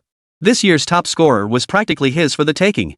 Therefore, after a moment's thought, realizing that continuing any higher might get him dragged back for dissection and research, Qín Yǔ dismissed further contemplation and stepped off the energy level tester. Only after Qín Yǔ had completely stepped off the energy level tester And the energy level display on the tester screen had reset to 0. Did the crowd inside and outside the exam hall finally begin to react? In an instant, a thunderous roar of astonishment erupted once more, reverberating throughout the entire testing center. Holy? Guys, did I really see that correctly? 5470 aura? How terrifying is that? That must have broken our Dragon Nation's record, no, the entire world's record, right? Not just that. I recall the highest recorded score in our Dragon Nation was only around 4,300 ohms, and the world record holder managed just 4,450 ohms. This isn't just breaking a record, it's completely obliterating it, right? And both of them seem to have reached the peak level of Emperor at 99. If this trend continues, could it be that our Jiangzhou city is about to produce a top-tier Emperor-level powerhouse? Listening to the deafening roar of astonishment that threatened to tear the roof off the sports bureau, even Qín Yǔ, whose composure was usually ironclad, couldn't help but feel a pang of emotion. But then he remembered his own current level, a mere 19. The road ahead remained long and arduous. This was merely the beginning. Qín Yǔ quickly regained his composure. Stepping off the energy level tester, Qín Yǔ returned to the rest area within the examination hall. Upon seeing Qín Yǔ emerge, the reactions of the other examinees were mixed. Niè Yǔqiān's expression remained cold, yet she couldn't help but glance at Qín Yǔ, her eyes brimming with curiosity. Even now, Niè Yǔqiān couldn't fathom how Qín Yǔ, without completing his advancement quest or reaching the second transformation realm, had managed to perform a comprehensive major upgrade on his mecha prototype. Wu Wenbin and the other classmates who had mocked Qín Yǔ earlier now looked ashen-faced, not daring to meet his gaze. One by one, they huddled in the farthest corners of the rest area, burying their heads like ostriches, as if doing so would make Qín Yǔ unable to see them. As for the other candidates who had no connection to Qín Yǔ, the looks they shot his way had long since shed the mocking glances they'd held when Qín Yǔ first arrived, and Wu Wenbin had dismissed him as a life skills major. Now, their eyes held only deep admiration and awe. Ah, Qín Yǔ, you're amazing. With that 5470 Euler energy level, calling you the top young talent of the entire mass job change era is no exaggeration at all. And it was precisely at this moment, as Qín Yǔ's assessment concluded and the entire sports administration's evaluations neared their end, Dong Tianyu, who had pretended not to know Qín Yǔ since he entered the testing site, could no longer contain himself. Stepping before Qín Yǔ, he joked with utter astonishment. Wow, standing next to you, even an ordinary SS-tier professional like me feels a bit inadequate. Facing this half-acquaintance, Qín Yǔ merely smiled and replied, "You're an outstanding student at Star Ring Academy, one of the 4 great academies. Insecure? I don't buy it." It was clear the two knew each other well, and Dong Tianyu obviously already knew that Qín Yǔ's profession wasn't that of a life-oriented mechanic, but rather a formidable one. The other examinees in the testing hall were utterly stunned, especially when they recalled how Wu Wenbin had just tried to complain to the Star Ring Academy examiner, demanding Qín Yǔ's disqualification. Many wore expressions of utter bewilderment. Wu Wenbin now seemed like nothing more than a clownish fool. As for Wu Wenbin himself, he was now completely dumbfounded. No wonder Qín Yǔ slapped me twice just now, and the examiner insisted I started it. Turns out those two knew each other all along. But even knowing this now, it was this examiner from Star Ring Academy who had deliberately shielded Qín Yǔ. But the thought of Qín Yǔ's terrifying 5,470 total energy level, and the certainty that Qín Yǔ would become someone he could never hope to surpass in his lifetime, Wu Wenbin's heart couldn't muster even a shred of anger. What remained was only profound helplessness and despair. And a bitter indictment of this society. It's so dark. Chapter 62, Talent Recruitment Phase. Has Star Ring Academy initiated early special recruitment? As the 7th group, including Qín Yǔ, completed their assessments, the 8th group immediately followed suit. However, at this point, due to Qín Yǔ's earlier performance that bordered on the supernatural, inside the testing center, the 8th group's assessment wasn't exactly ignored, it was simply overlooked. Whether it was the other examinees or the onlookers, were still deeply immersed in profound shock. Especially the examiners from various prestigious universities, who were now urgently contacting their respective admissions offices. They were reporting Qín Yǔ's energy level test results to their superiors. In an instant, it could be said that throughout the entire city of Jiangzhou, virtually every admissions office at universities and colleges that received the news was rushing toward this examination site of the General Administration of Sport. Moreover, after these examiners finished contacting their admissions offices, as the 8th group's assessment neared its conclusion, one after another, they hurriedly gathered around Qín Yǔ, greeting him in advance. In an instant, Qín Yǔ found himself surrounded by examiners from various prestigious universities. Even examiners from the other 3 prestigious universities were no exception. "Qín Yǔ, I'm a professor from Jiangnan Academy here in Jiangnan Province. While the 4 major academies of our nation certainly boast stronger faculty than ours, choosing our academy means you'd at least remain within the province. We hope you'll give it serious consideration. If you have any specific requirements, we can certainly discuss them. Though admissions officers haven't arrived yet, I can assure you the conditions won't disappoint. A purple-robed examiner spoke first, followed immediately by others. Then, the other examiners chimed in. Slightly stronger faculty? Professor Wang, you're joking. For a genius like Qín Yǔ, attending your third-rate first-tier academy would be nothing short of a waste of talent. A prodigy like Qín Yǔ can only fully unleash his potential at our capital academy. Qín Yǔ, I'm a faculty member at the capital academy. I've already contacted our admissions office. I can guarantee. If you join us, we'll place you in the genius training camp at the start of the semester, granting you top seed status. If you top the freshman rankings in the first month's assessment, you'll immediately receive 0 seed treatment. Humph, Kyoto Academy, is that all the sincerity you can muster? Qín Yǔ, our Tianwu Academy. As they spoke, a flood of business cards varying in design and color instantly filled Qín Yǔ's hands. These examiners, they couldn't have bothered to acknowledge us earlier, yet now they're all. Is this how they treat geniuses? Witnessing this scene, the other candidates nearby felt an incredibly complex mix of emotions. They wanted to feel a twinge of envy, but then they remembered Qín Yǔ's staggering level 19 rank and his 5470 Euler energy level. The gap was simply too vast. Examiners. As for Qín Yǔ himself, truth be told, even with his 2 lifetimes of experience, he found himself somewhat overwhelmed by the situation. There were simply too many examiners, all speaking at once, leaving Qín Yǔ momentarily at a loss for words. Fortunately, just as Qín Yǔ was about to speak, Lin Xiaoshan, the chief examiner at the General Administration of Sport Testing Site, had finally completed his assessment of the 8th group of candidates and made his way over to the candidate rest area. The moment he arrived, Lin Xiaoshan forcefully asserted his authority. All right. You lot, don't waste your breath. I know you're all eager to recruit Qín Yǔ, but I'm afraid he already accepted our special offer from Star Ring Academy yesterday. So I advise you all to save your breath. As he spoke these words, the smile on Lin Xiaoshan's lips was visibly uncontrollable, no matter how hard he tried to suppress it. His entire demeanor radiated utter satisfaction. Clearly, he was immensely satisfied with his decisive decision to extend the special recruitment offer to Qín Yǔ yesterday. Otherwise, given the current stance of the other 3 prestigious academies, he felt their chances of securing Qín Yǔ were virtually 0. Upon hearing Lin Xiaoshan's words, all the examiners and candidates present were naturally stunned. Clearly, no one had anticipated that a hidden prodigy like Qín Yǔ, someone who hadn't even appeared on Jiangzhou City's official roster of combat-type job changers. To think Star Ring Academy would specially recruit him before the college entrance exams. They had assumed Qín Yǔ was a candidate who had never been in contact with any other academy. However, many examiners recalled yesterday's meeting at the Education Bureau where Lin Xiaoshan had suddenly requested a change of examination venue. And witnessed the scene of Dong Tianyu chatting with Qín Yǔ after Lin Xiaoshan brought the student in just now. They became almost entirely convinced. In that moment, many examiners from first and second tier academies quietly abandoned their hopes of recruiting Qín Yǔ. After all, they were well aware of their own institution's capabilities. Compared to the 4 great academies, the gap was truly vast. Even Star Ring Academy, which had occupied the bottom spot among the 4 great institutions for 5 consecutive years, it was still far beyond their reach. And since Qín Yǔ had already accepted Star Ring Academy's special recruitment offer, considering the possibility of him choosing one of these minor academies was essentially 0. However, though they had already mentally withdrawn from the competition to recruit him. But as the saying goes, better safe than sorry. What if Qín Yǔ suddenly changed his mind? Therefore, these examiners maintained an outwardly warm demeanor toward Qín Yǔ. Since Qín Yǔ has accepted Xinghuan Academy's special recruitment, Jiangnan Academy won't disturb you further. But Qín Yǔ, if you ever change your mind, our doors remain open to you anytime. Yuzhou Academy also. One by one, the examiners from the major academies surrounding Qín Yǔ began to depart. In no time, only 4 examiners remained beside Qín Yǔ. Among these 4, aside from Lin Xiaoshan, the remaining 3 were none other than the examiners from the other 3 major academies. The other first and second tier academies knew they couldn't compete with Star Ring Academy. But these 3 institutions, fellow members of the 4 great academies, didn't share that view at all. Moreover, if Qín Yǔ's profession were merely a more ordinary SSS rank, and given that Star Ring Academy had already specially recruited him in advance, they might have chosen to give Star Ring Academy some face. They wouldn't have stayed to compete for him. Take Niè Yǔqiān, for instance. After she accepted Star Ring Academy's special recruitment offer, those 3 institutions never approached her again. But Qín Yǔ was no ordinary SSS tier talent. He's a peerless genius who shattered the entire Blue Star record with a college entrance exam energy level of 5470 Euler.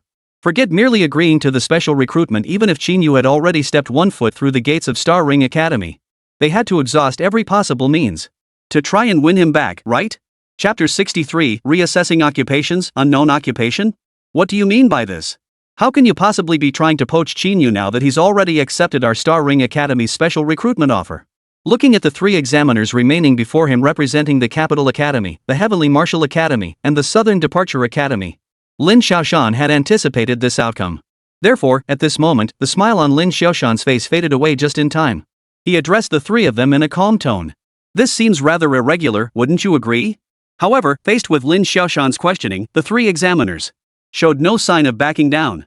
They all chimed in, Teacher Lin, let's not beat around the bush. You know full well that special admissions ultimately amount to nothing more than Qín Yǔ giving Star Ring Academy his verbal consent. I simply don't believe that in just one day, your Star Ring Academy could have completed all of Qín Yǔ's enrollment procedures.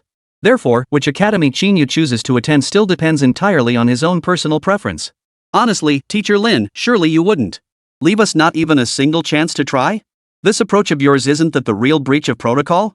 What followed, naturally, was a lengthy back and forth between Lin Xiaoshan and the examiners from these three different academies. As for this, since he had already accepted Lin Xiaoshan's special recruitment offer yesterday, and coincidentally, Niè Yǔqiān had also chosen Star Ring Academy, Qín Yǔ naturally had no intention of switching allegiances at the last minute. After all, even if the other three academies offered the most generous terms, they held no appeal for Qín Yǔ, a self-made mechanic who relied solely on his knowledge and metalworking skills. Therefore, even when the admissions offices of these three prestigious institutions arrived later, presenting generous terms and a host of rewards on the spot, Qín Yǔ merely smiled wryly and politely declined their recruitment efforts. The representatives from the other three academies naturally felt immense regret. Lin Xiaoshan and the other Star Ring Academy members, however, were overjoyed, convinced they had made the right choice in Qín Yǔ. Of course, although Qín Yǔ ultimately declined all other institutions' invitations, the question remained, what exactly was his profession? Whether it was the examiners from the four great academies or those from other institutions, were all intensely curious. Moreover, with the comprehensive assessments now concluding across all major examination halls, the entire college entrance examination was effectively drawing to a close, leaving only the practical ranking phase scheduled for the day after tomorrow. Thus, at the initiative of an examiner from Nanli Academy, half an hour later, accompanied by a crowd of curious examiners and admissions officers from various major academies, Qín Yǔ arrived at the Jiangzhou Municipal Education Bureau, the sole location in the city housing the Advanced Professional Talent Awakening Stone. The large group arrived at the Jiangzhou City Education Bureau. Meanwhile, news of Qín Yǔ's performance at the General Administration of Sport Examination site had already begun spreading throughout Jiangzhou City. Therefore, the leaders of the Education Bureau, stunned beyond belief that this year, besides Niè Yǔqiān, another peerless prodigy even more extraordinary than her Qín Yǔ had emerged. They immediately began mobilizing resources to prepare all the materials required for Qín Yǔ's profession assessment. Another 10-odd minutes passed. As all preparations concluded, a brilliant white light familiar to nearly every transferee suddenly flashed within an open room of the Education Bureau. Bathed in the white light, Qín Yǔ stood within the room. Truth be told, he wasn't particularly eager to retest his profession. After all, his uniquely modified, God-tier, one-of-a-kind universal God-tier mechanic profession was truly exceptional. However, considering that even if he didn't undergo the test now, he would still be required to retest upon enrolling in Star Ring Academy later. And given that this high-grade awakening stone would likely fail to pinpoint his exact profession anyway, Qín Yǔ finally agreed. I wonder how my God-tier mechanic profession will manifest under this advanced awakening stone. I suspect this advanced awakening stone might struggle to truly identify my class either. After another moment of internal muttering, Qín Yǔ hesitated no longer. He stepped directly into the white light. The instant he stepped in, the white light began resonating with the latent mechanical energy within his body. The room suddenly filled with the sharp, distinct clanging of metal and the sounds of assembly. Simultaneously, a phantom figure emerged abruptly from behind him, one strikingly similar to the Gundam warriors from the anime series he had watched in his previous life. Behind that phantom figure, an immense mechanical realm seemed to exist. Without a doubt, this was the manifestation of the SSS-tier professional talent. The unique manifestation of the phenomenon. A manifestation? I knew it. Qín Yǔ's profession absolutely couldn't be some mundane life-oriented mechanic. It's definitely SSS tier, right? Witnessing this scene, the others watching in the room showed not a hint of surprise. After all, just moments ago, Qín Yǔ had demonstrated an astonishing energy level of 5,470 Euler. If he were really just a life-oriented mechanic, that would be bloody ridiculous, wouldn't it? Now, their curiosity lay in what exactly Qín Yǔ's profession was called. However, just as everyone was about to take a closer look at the profession name displayed beneath the awakening stone, suddenly, an extraordinary phenomenon erupted. For reasons unknown, the towering mecha figure behind Qín Yǔ suddenly began to blur and distort. Immediately after, the metallic clanging sounds accompanying it grew chaotic and disjointed. In the end, the seemingly immense phenomenon actually reverted back to a state of white, chaotic haze. What's going on? The phenomenon vanished? This scene left everyone utterly astonished. However, someone in the crowd quickly realized this situation seems like something only an unknown profession would cause. I recall a similar occurrence happening in our capital city 200 years ago. As the saying goes, a word from a stranger can wake a dreamer. With these words spoken by someone whose attire clearly marked them as a student of the capital academy, others gradually began to understand as well. In that instant, everyone present. Whoa, another unknown SSS class profession? That's downright terrifying. I recall Li Tianen from your capital academy 200 years ago, the one who awakened the unknown profession, cataclysmic taboo caster. He was a true powerhouse. He just hit level 80 and already took down a level 90 plus demon seed. An unknown class? No wonder. No wonder Qín Yǔ's energy level reached 5,470 Euler. If it's an unknown class, that explains it. Generally speaking, unknown professions are significantly stronger than known ones. True. Chapter 64, Li Xingzhang, how could you possibly find this place? Jiangzhou Daily, breaking news. Heaven blesses our dragon nation, heaven blesses our Jiangzhou city. Today, alongside Niè Yǔqiān, another peerless prodigy with an unknown SSS tier profession has emerged in our city, Qín Yǔ. In the energy level test, Qín Yǔ's total energy level reached an astonishing 5,470 Euler, shattering the global record that had stood for 170 years. It is reported that Jiangzhou News, shocking. Another SSS-ranked professional emerges in Jiangzhou City. In the crucial energy level test for the college entrance exam, he surpassed Niè Yǔqiān, shattering historical records not only in Dragon Nation but across the entire world. Jiangnan Province Transferee Association reports indicate that Jiangzhou City in southern Jiangnan Province has witnessed the emergence of another SSS-class prodigy. This prodigy achieved an overall energy level exceeding 5,000 Euler in the assessment. The authenticity of this information remains unverified at this time. This association is urgently verifying the details.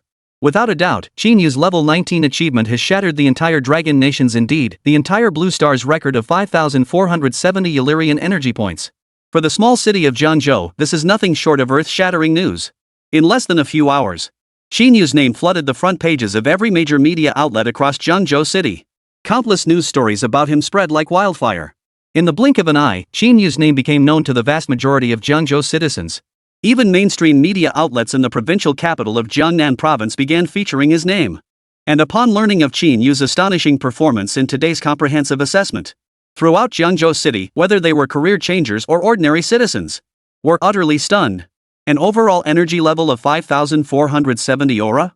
That smashed the world record by nearly 1,000 aura? Wait, is this even real? This can't be a joke, right? Yeah, this is just too crazy. Dude, I just worked one day, and now I open my phone and suddenly feel like I'm completely out of touch with the times? 5470 aura? Is this monstrous talent really from our Jiangzhou city? Dude, upstairs, it's legit.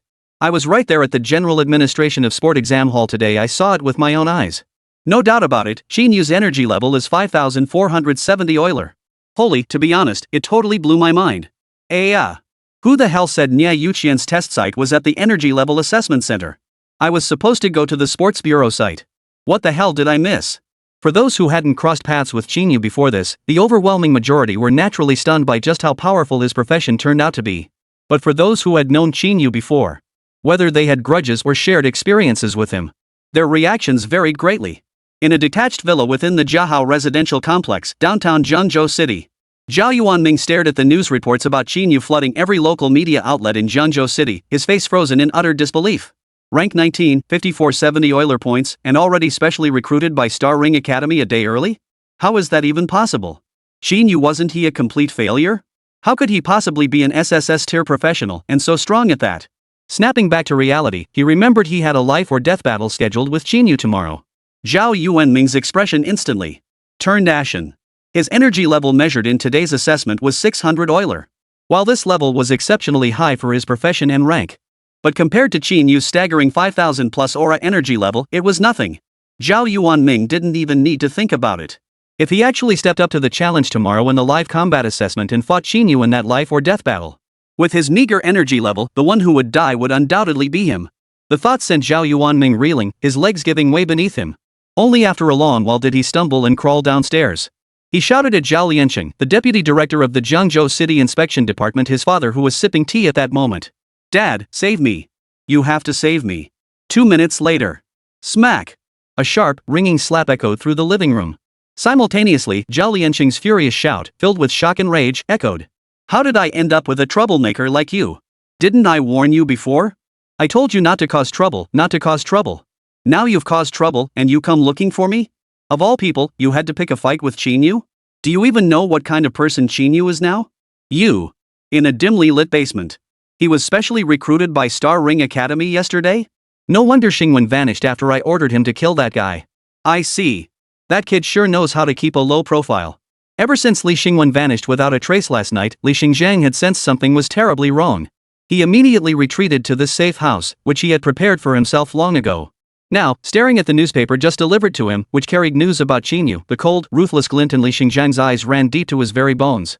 He stared fixedly at the paper for a long moment before suddenly clenching his fist, reducing it to powder. Then, gritting his teeth, he said, Xingwen, Shenger, I'm the one who's let you down. But rest assured, what does it matter if he's a peerless genius? Right now, he's still only at level 19. Given the chance, I, Li Xingzhang, will make him pay with blood for blood, with life for life. Pay with blood for blood, life for life? Yet before Li Xingzhang could finish his threat, the basement door meticulously hidden for years, a place he believed no one in Jiangzhou could find, was violently blown open from the outside. With a thunderous crash, the basement's 1,000-pound iron door slammed violently toward Li Xingzhang inside. At the same moment, a faint voice emerged from the cloud of dust. Li Xingzhang, you're just a newly promoted 4th-tier transmuter, yet you've got some nerve. How dare you repeatedly send assassins to target students of my Star Ring Academy? What? In your eyes, does my Star Ring Academy? Do you really think we're just a bunch of useless fools? Everything happened too suddenly. Facing the iron gate hurtling toward him, Li Xingzhang scrambled to his feet, his bare hands meeting the impact. But before he could even process it, the next instant, another figure appeared to his left, accompanied by a devastating mental assault. Caught completely off guard, Li Xingzhang felt as though his mind had been pierced by countless sharp needles, the pain excruciating. His face drained of color. Not only did he fail to catch the oncoming iron door, instead, he was sent flying backward by the impact. After a long moment, the fragile mage-class character coughed up blood and staggered to his feet. Gazing at the two figures before him, now calmly observing him in their Star Ring Academy uniforms, his eyes burned with defiance as he demanded, how could you possibly find this place? Chapter 65, The Practical Exam Begins, Niè Yǔqiān's Treatment. As Qín Yǔ's name reverberated throughout Jiangzhou City and even the entire Jiangnan province, that night became a sleepless one for many. However, Qín Yǔ remained completely unaware of this. After the Education Bureau had retested his innate talents, reclassified his professional rank, and swiftly awarded him the monetary and resource rewards exclusive to an SSS tier profession, Qín Yǔ declined all invitations. He returned home. At Villa No. 2 in Qinglong Mansion, Qín Yǔ, who had arrived home hours earlier, now pointed at a news article and declared to Li Ziqi with unmistakable smugness, "See, Auntie? I told you I'd be this year's top scorer in Jiangzhou City's college entrance exams, didn't I? And judging by the current situation, it seems I might not just be the top student in Jiangzhou City, I could be the top student in the entire country." However, to Qín Yǔ's surprise, Li Ziqi didn't respond with her usual sharp retorts to his boastful display. Instead, she stared intently at the news article, specifically at the perfect profile shot of Qín Yǔ, snapped by some reporter in the crowd before falling silent. "Auntie, what's wrong?" Having grown accustomed to his usual flighty, spoiled aunt who always had to retort to everything he said, now, Li Ziqi's uncharacteristically composed demeanor genuinely threw Qín Yǔ off balance. Instinctively, he assumed something was amiss. But he soon realized he was overthinking it. Because in the very next moment, Li Ziqi's expression returned to normal. "What else could be wrong with me?" Li Ziqi's expression quickly smoothed over, returning to her usual self. She shot Qín Yǔ a glare before pointing at the photo in the news article, arms crossed and lips pursed. Pointed at the photo in the news, crossed her arms, and said with a pout, "I wonder which starstruck little girl snapped this photo. He looks so handsome in it, doesn't he worry about making people swoon? Wow, Qín Yǔ, are you going to have little girls chasing you down for autographs and flowers whenever you walk down the street now? So if your auntie here loses her job, can I just rely on your autographs to make ends meet?" Qín Yǔ. Seeing Li Ziqi return to her normal self, Qín Yǔ didn't think much of it, assuming she was just messing around with him again. Therefore, after checking the time and realizing it was nearly 10 p.m., Qín Yǔ didn't dwell on the matter any longer. Instead, he exchanged a few more casual words with Li Ziqi before he then headed back to his room. Back in his room, since the heavy-duty mechanical power exoskeleton had been fully constructed, the newly unlocked mechanical items either required additional skill knowledge or held little practical use for Qín Yǔ at his current stage. Furthermore, his level 20 advancement quest wasn't something that could be rushed. Therefore, Qín Yǔ abandoned any thoughts of working overtime. Instead, after settling today's daily tasks on his interface, he went to bed. What Qín Yǔ didn't know, however, the moment he entered the room, the familiar mischievous smile on Li Ziqi's face quickly faded. In its place was a look of profound desolation. Gazing at the side profile photo of Qín Yǔ in the news, Li Ziki murmured softly.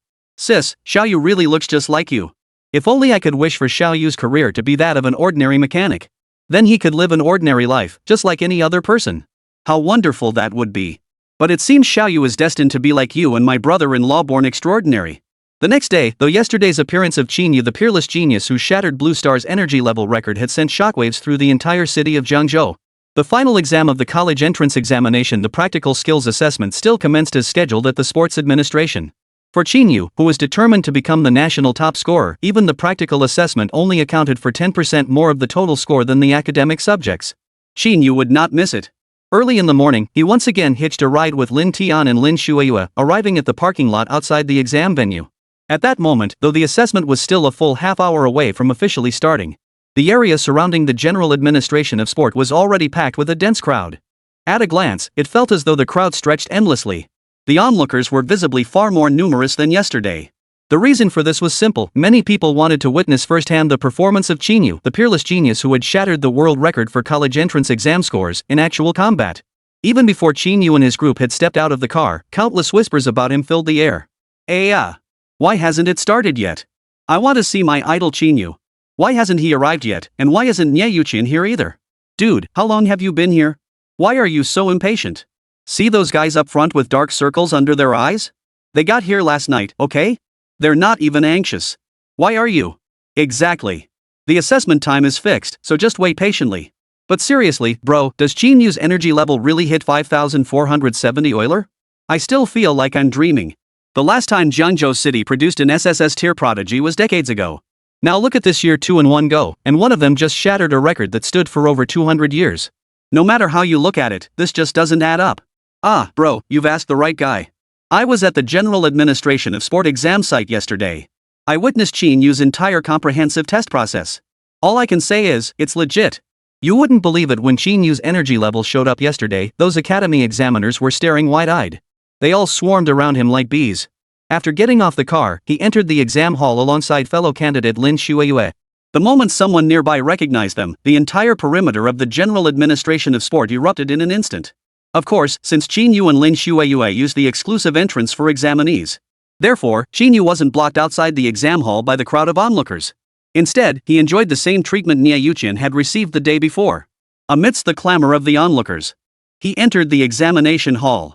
Chapter 66, Comparison Failure Punishment, Fetching Water, Washing Feet.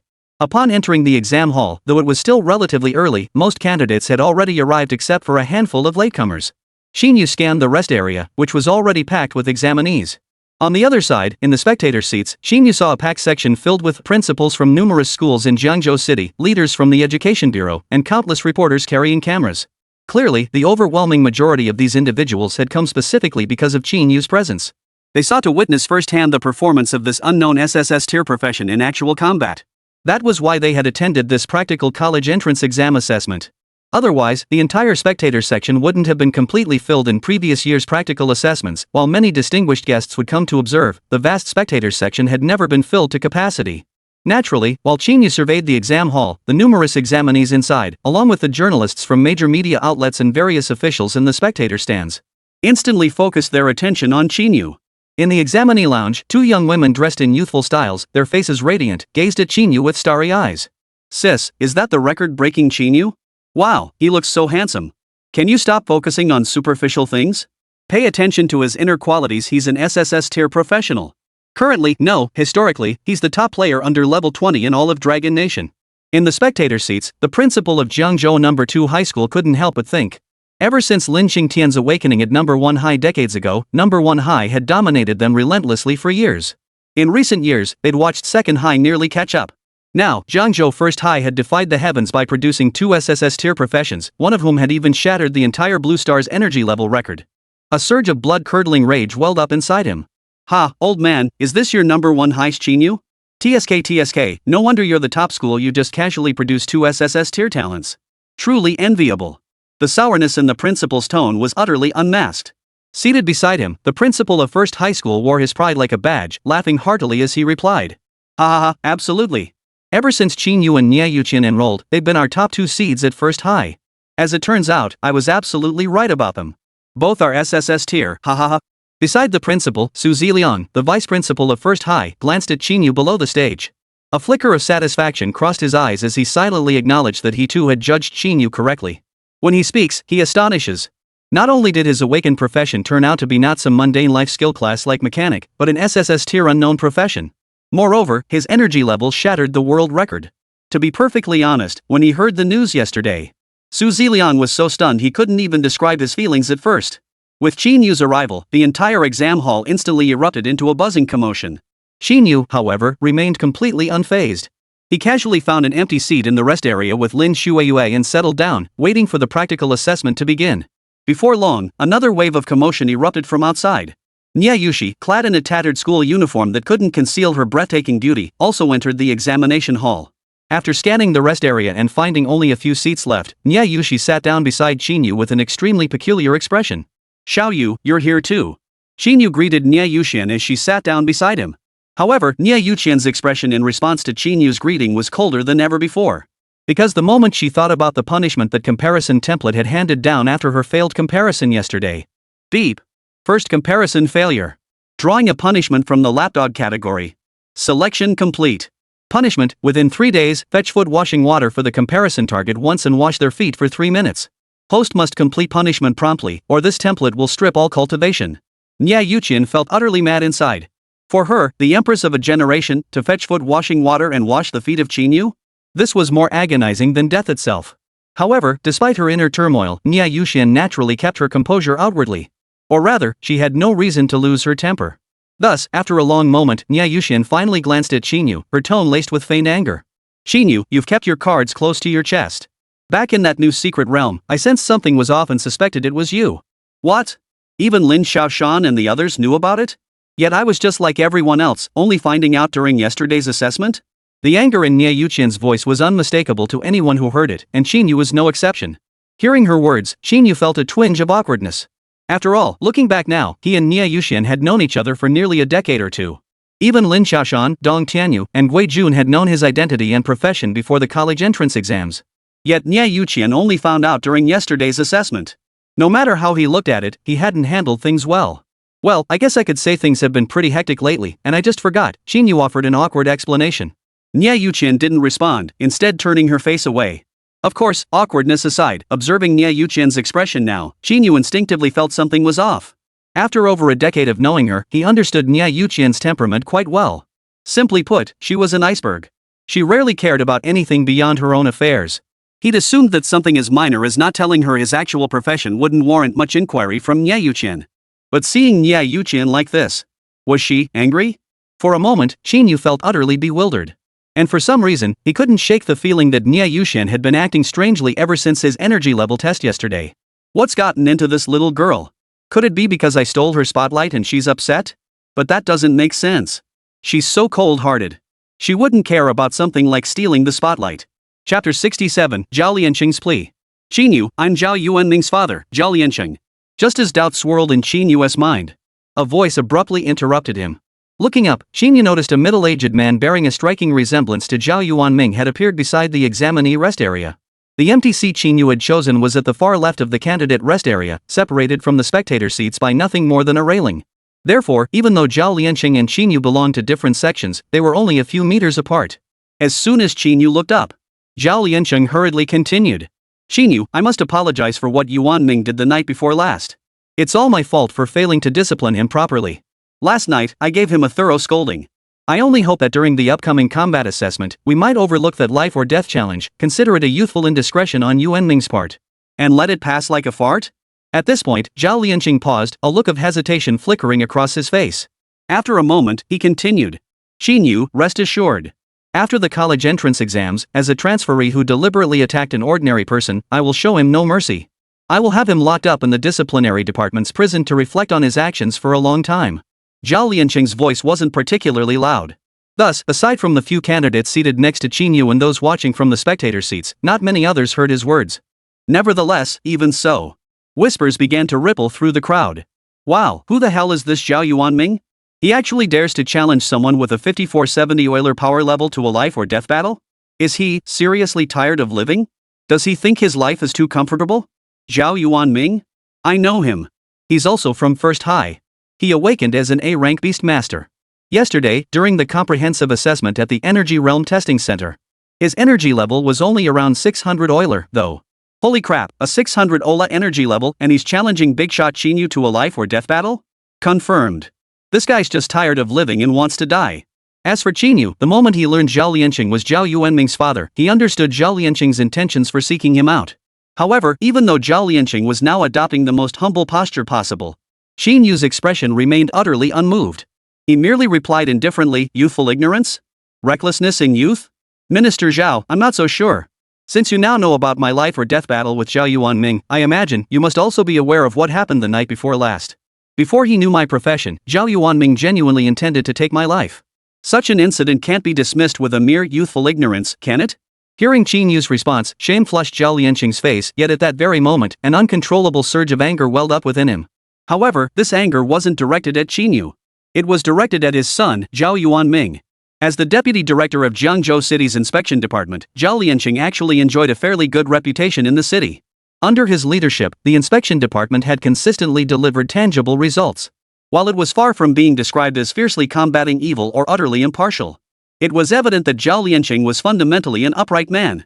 He truly never imagined that his entire life's reputation would be tarnished by such an arrogant, lawless son. Though he felt furious and deeply disappointed with Zhao Yuanming, wishing he'd nailed him to the wall that night over a decade ago. But then he remembered that Zhao Yuanming was the sole heir of the Zhao family. Zhao Lianqing could only bow his head once more and plead with Qín Yǔ. "Qín Yǔ." But this time, before he could even finish his sentence, Qín Yǔ cut him off. "Rest assured, Director Zhao. As long as Zhao Yuanming doesn't go looking for trouble himself, I won't actually kill him. But when someone makes a mistake, they must pay the price. In a live combat assessment, blades have no eyes. Injuries are inevitable. I trust you understand that." To be honest, regarding Zhao Yuanming, Qín Yǔ had only truly felt a surge of murderous intent in that split second when Zhao summoned the red armored lizard and was about to strike him down. A genuine, intense urge to kill him. However, over the past 2 days, and especially after last night when Su Zilian learned of his true strength and deliberately called him, hoping he would show mercy during today's combat assessment, to show restraint and not actually kill Zhao Yuanming, Qín Yǔ had long since stopped caring much about this life or death battle between himself and Zhao Yuanming. After all, upon careful reflection, whether it was the 3 years of high school or that night at the reunion, the conflicts between. After all, upon careful reflection, whether during their 3 years in high school or that night at the reunion, the conflicts between him and Zhao Yuanming, no matter how you looked at it, were nowhere near as intense as the conflicts between him and Li Shang. Moreover, after 3 years as classmates in high school, I had a clear understanding of Zhao Yuanming's character. That he would do such a thing under those circumstances was, in truth, both unexpected yet somehow predictable. Now that his true strength had been exposed, and Zhao Lianqing had come to him seeking mercy, Qín Yǔ naturally saw no reason to press his advantage further. Of course, the desire to see Zhao Yuanming dead had long since vanished from his heart. Qín Yǔ had no intention of letting Zhao Yuanming off so easily. Very well, very well. Yuanming did indeed cross the line a few days ago. He deserved a lesson. Upon hearing Qín Yǔ's response, Zhao Lianqing instantly grasped the underlying meaning in his words. For a moment, he breathed a huge sigh of relief. Though Qín Yǔ hadn't entirely spared Zhao Yuanming, at least he wouldn't take his life. Frankly, if it meant only flesh wounds, Zhao Lianqing was almost relieved. Seeing his son turn out this way, he was truly disappointed. He genuinely hoped that after this lesson from Qín Yǔ, Zhao Yuanming would finally mend his ways. With that thought, Zhao Lianqing addressed Qín Yǔ. "Then I shall thank you in advance on behalf of my good-for-nothing son." Qín Yǔ merely nodded in response, offering no words. Zhao Lianqing, sensing the moment, promptly excused himself and returned to his seat. Only after sitting down did he send a message to Zhao Yuanming, who had been lingering outside the exam hall, too afraid to enter. "It's fine now. You don't need to withdraw. Come in." Chapter 68, Practical Assessment begins, Top 20. With Zhao Lianqing's interruption, Qín Yǔ no longer dwelled on Niè Yǔqiān's unusual demeanor. Instead, he settled into waiting for the practical assessment to begin. Soon, with Zhao Yuanming entering the examination hall looking flustered, all 280 plus, nearly 300 candidates were present. A familiar bell tolled. The practical assessment officially commenced. The rules were straightforward. First, candidates would draw lots based on their 100-point Euler energy level range to determine the top performers within each tier. Then, these top performers from each sub-level would challenge the losers from the next higher level. Challenge the defeated candidates from the higher energy levels. This process determined the combat rankings for all examinees. To put it simply, based on the scores given by all examiners yesterday, every candidate started with a corresponding ranking determined by their overall level, strength, speed, and spirit in the comprehensive assessment. Based on this ranking, each 100 Allah level constitutes a tier or rank. Only by defeating the vast majority within that tier, they could challenge candidates in the next tier of 100 energy levels. A successful challenge elevates one's ranking above that candidate. If the challenge fails, the ranking remains unchanged. This process continues until the top 20 candidates are definitively determined. Among the top 20 candidates, a lottery system is then implemented to randomly assign opponents for actual combat. Of course, those ranked below 20th still retain one opportunity for a named challenge. However, since most of these candidates outside the top 20, most have already suffered one defeat. Therefore, free challenges are only permitted against candidates within the top 20. Candidates ranked beyond the top 20 are excluded from the challenge pool. Under these rules, the practical assessment process may seem slightly cumbersome, but it must be said that it is remarkably fair for every candidate. Everything is decided by skill alone. Even if some candidates suffer misfortune in the preliminary rounds, encountering unexpected setbacks that prevent them from performing at their best, as long as they are truly strong enough, they can still reclaim their rightful ranking in the subsequent free challenges. Naturally, under these rules, Qín Yǔ, with an energy level of 5,400 Euler, and Niè Yǔqiān at 3,700 Euler, naturally received buys throughout the preliminary rounds. After all, at their respective energy levels, there was essentially only one competitor per tier. They secured the top spot in their respective tiers without needing to fight a single battle. Even after the subsequent tiers concluded their matches, not a single one dared to challenge these two SSS tier prodigies, whose dominance over all other candidates was nothing short of a generational gap. Thus, throughout the entire preliminary round of full 3+ hours, Niè Yǔqiān and Qín Yǔ remained seated in the rest area. They did not engage in a single battle. During this time, Lin Shuiyue, who had achieved the highest energy level of 800 Euler among all candidates in yesterday's assessment, did take the stage. She participated in 2 battles alongside 2 other candidates who had also reached the 800 Euler energy level. Leveraging the agility of her S-rank rare profession Wind Mage and her formidable attack power, she effortlessly secured first place at the 800 Euler tier. It was only at this moment that Qín Yǔ realized Lin Shuiyue's level had already reached 13. This made her the highest level candidate among all participants, surpassed only by himself and Niè Yǔqiān. Seeing this, as Lin Shuiyue stepped down from the stage, Qín Yǔ remarked half-jokingly, "Well, barring any surprises, among all the candidates from Jiangzhou City, you're probably the third strongest after me and Xiaoyu. Care to try challenging the two of us?" Of course, Lin Shuiyue wasn't the type to be so presumptuous. Facing Qín Yu's teasing, she shot him a glance before rolling her eyes dramatically and retorted irritably, "One of you scored 3,700 Euler points, the other 5,400. Am I crazy to challenge both of you? For my major, third place would be fine. Hopefully one of the 4 great universities will take notice of me." As the preliminary round concluded after over 3 hours, the top 20 candidates out of over 200 examinees in Jiangzhou City were finally revealed. Among them, besides Qín Yǔ, Niè Yǔqiān, and Lin Shuiyue, there were quite a few familiar faces from Qín Yu's pioneer class among the top 20. Both Wu Wenbin and Zhao Yuanming had successfully made the cut. Even a dark horse who had flown under the radar throughout her 3 years of high school, Ning Shanshan, made the top 20. With an Euler score of just over 600 points, she stood out among candidates scoring in the 680s, 690s, 700s, and 780s. She truly stood out like a crane among chickens. This left many examiners and spectators present feeling somewhat astonished. Though up to this point, the two everyone truly cared about, Niè Yǔqiān and Qín Yǔ, had yet to make their moves. The atmosphere in the examination hall grew increasingly heated as the battles between hundreds of job-changing candidates intensified. Among the candidates, some were filled with bitter regret. So close. I was so close to closing in on Zhao Yuanming himself just now. He's a beast master, and I'm a martial arts berserker. I had him cornered. Wasn't that a guaranteed loss? At the last moment, that bastard pulled out a hidden move position swap. This is infuriating. If I'd known his beastmaster talent was this, there's no way I would have lost. I still have one free challenge left. I'm challenging Zhao Yuanming again. This time, I won't lose again. Others conceded defeat gracefully. Sigh, the gap is just too wide. I thought my 590 energy level wasn't that far behind those 600 Euler folks. Who knew even someone ranked at the bottom of the $600 tier could take me down in one move? Forget it, forget it. This is how it is. With this ranking in Jiangzhou City for my profession, it's decent enough. Top-tier academies are out of reach, but second-tier ones should be within reach. Beyond the examinees, the crowd gathered outside the testing grounds erupted into a roar of excitement. Beyond witnessing the glory of Jiangzhou City's top 20 college entrance exam scorers this year, what truly excited them was the upcoming final round where they would finally see Qín Yǔ and Niè Yǔqiān in action. What a thrilling spectacle! It feels like our Jiangzhou City is getting better and better, doesn't it? This year's students are clearly a cut above last year's. Last year's battles were nowhere near as exciting as this year's. Bro, great minds think alike. I watched all of last year's finals too, and honestly, they just didn't measure up to this year's caliber. Damn it, the preliminaries are finally over. I knew we wouldn't see Niè Yǔqiān and Qín Yǔ in action for the first few hours. One's at 3,700, the other at 5,400. Which of those 800 Euler candidates would dare challenge them in the preliminaries? Finally made it to the finals. Ha! In the finals, once you're matched up, you gotta fight whether you want to or not. Yeah, man, I was dying waiting. The preliminary round ended, and the 15-minute break flew by. Another chime rang out within the exam hall. The finals commenced. And as luck would have it, Qín Yǔ's opponent in the first round was none other than Zhao Yuanming. Chapter 69, Virtual Battlefield, Bloodstained Tower. Zhao Yuanming in the first round? Interesting. Inside the exam hall, 20 names flashed randomly across a large screen. Finally, after all the names settled into their paired positions.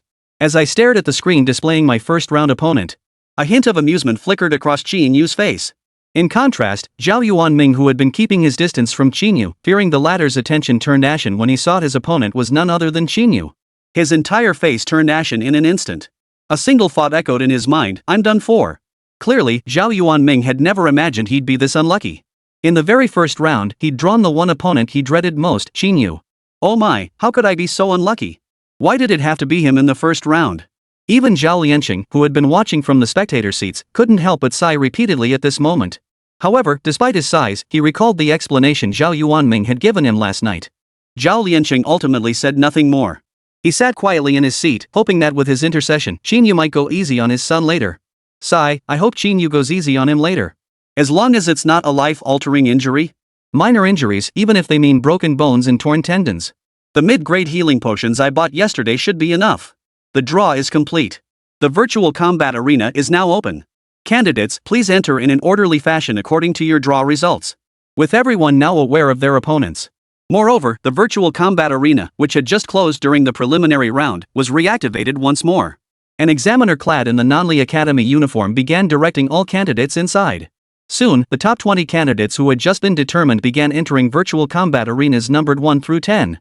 To be perfectly honest, Zhao Yuanming genuinely felt an urge to forfeit immediately or even abandon the exam altogether. After all, he knew full well that the grudges from high school were one thing.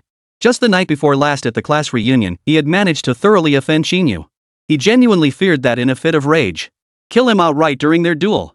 Moreover, having been part of the privileged class since childhood, he understood all too well that someone like Qín Yǔ, a peerless genius who had shattered Blue Star's sub-level 20 energy record, wouldn't care if he backed out now, refusing to fight a life or death battle. Even if he openly defied the laws of the Dragon Nation and killed him. Afterwards, Qín Yǔ would undoubtedly remain alive and well. He wouldn't face any consequences whatsoever. But then he thought of his father. After beating him half to death yesterday, his father had spoken to him earnestly, saying those words: "In this life or death battle, if I can plead for you tomorrow and persuade Qín Yǔ not to actually kill you, then you absolutely must accept it. Even if you get beaten half to death, it's still better than dropping out now or refusing the fight tomorrow. Withdrawing or refusing to fight might buy you temporary safety at best." What is Qín Yǔ standing now? As long as he still harbors murderous intent toward you, you'll die no matter what. Even if you survive now, what about years from now? What if, in a decade or two, Qín Yǔ has fully matured? Therefore, in tomorrow's combat assessment, you might as well let Qín Yǔ vent his frustration completely. After the fight, your grudge will be settled once and for all. You won't have to live in fear anymore. Understand? In the end, Zhao Yuanming forced himself to suppress the fear in his heart. Gritting his teeth, he glanced at Qín Yǔ before stepping forward, entering the battlefield between them, practical combat arena number 1, the Bloodstained Tower. Meanwhile, observing Zhao Yuanming's resolute, death-defying expression as he stepped first into the virtual combat arena distributed by the Dragon Nation government to all cities, Qín Yǔ was actually somewhat surprised. He hadn't expected Zhao Yuanming, who, since his freshman year, had established a reputation throughout Jiangzhou First High as a bully who picked on the weak, a petty-minded person, and someone who held grudges, to actually possess some backbone. He dared to be the first to enter the arena. Of course, despite his surprise, Qín Yǔ remained fully intent on teaching Zhao Yuanming a lesson. Therefore, the moment Zhao Yuanming stepped into the combat arena, Qín Yǔ wasted no time. He followed suit, striding into the arena known as the Bloodstained Tower. It's starting. Who's Qín Yǔ's opponent? Zhao Yuanming? Ha ha, Zhao Yuanming's got some bad luck coming his way. Look at Zhao Yuanming's face, it's as ugly as if he'd eaten, ha. But seriously, it's just Qín Yǔ. Why look so miserable? They're not even in the same league. If he can't win, why not just admit defeat? Bro, you're clueless, aren't you? Zhao Yuanming's grim expression isn't just because he drew Qín Yǔ as his opponent. From what I hear, Zhao Yuanming and Qín Yǔ might be classmates, but they've got personal beef. Just the other day, they even made a bet to settle it in a life or death fight during the combat assessment. You tell me, how could Zhao Yuanming not look grim? Ha? Has Zhao Yuanming lost his mind? Who knows? As Qín Yǔ and Niè Yǔqiān entered the combat arena, the entire examination hall, whether it was the eliminated candidates, the examiners, the group of leaders in the spectator seats, or the countless viewers watching the live stream outside, all became utterly focused at that moment. The most closely watched match, naturally, was the confrontation between Qín Yǔ and Zhao Yuanming. Amidst the buzzing discussions, everyone wondered how Qín Yǔ would handle Zhao Yuanming. Though the name of the virtual combat arena included the word virtual. Given Blue Star's current technological capabilities, developing true virtual reality technology was clearly impossible. The so-called virtual combat arenas were actually miniature secret realms created by high-tier spatial type class changers. To accommodate diverse combat scenarios, these micro-realms featured arenas of every conceivable style and terrain. As for the Bloodstained Tower Combat Arena, its name speaks for itself. It was a modern skyscraper-themed arena. Upon Zhao Yuanming and Qín Yǔ's arrival, the examiner, who had been waiting inside for quite some time, immediately began explaining the rules. This combat assessment is solely to determine which of you is stronger.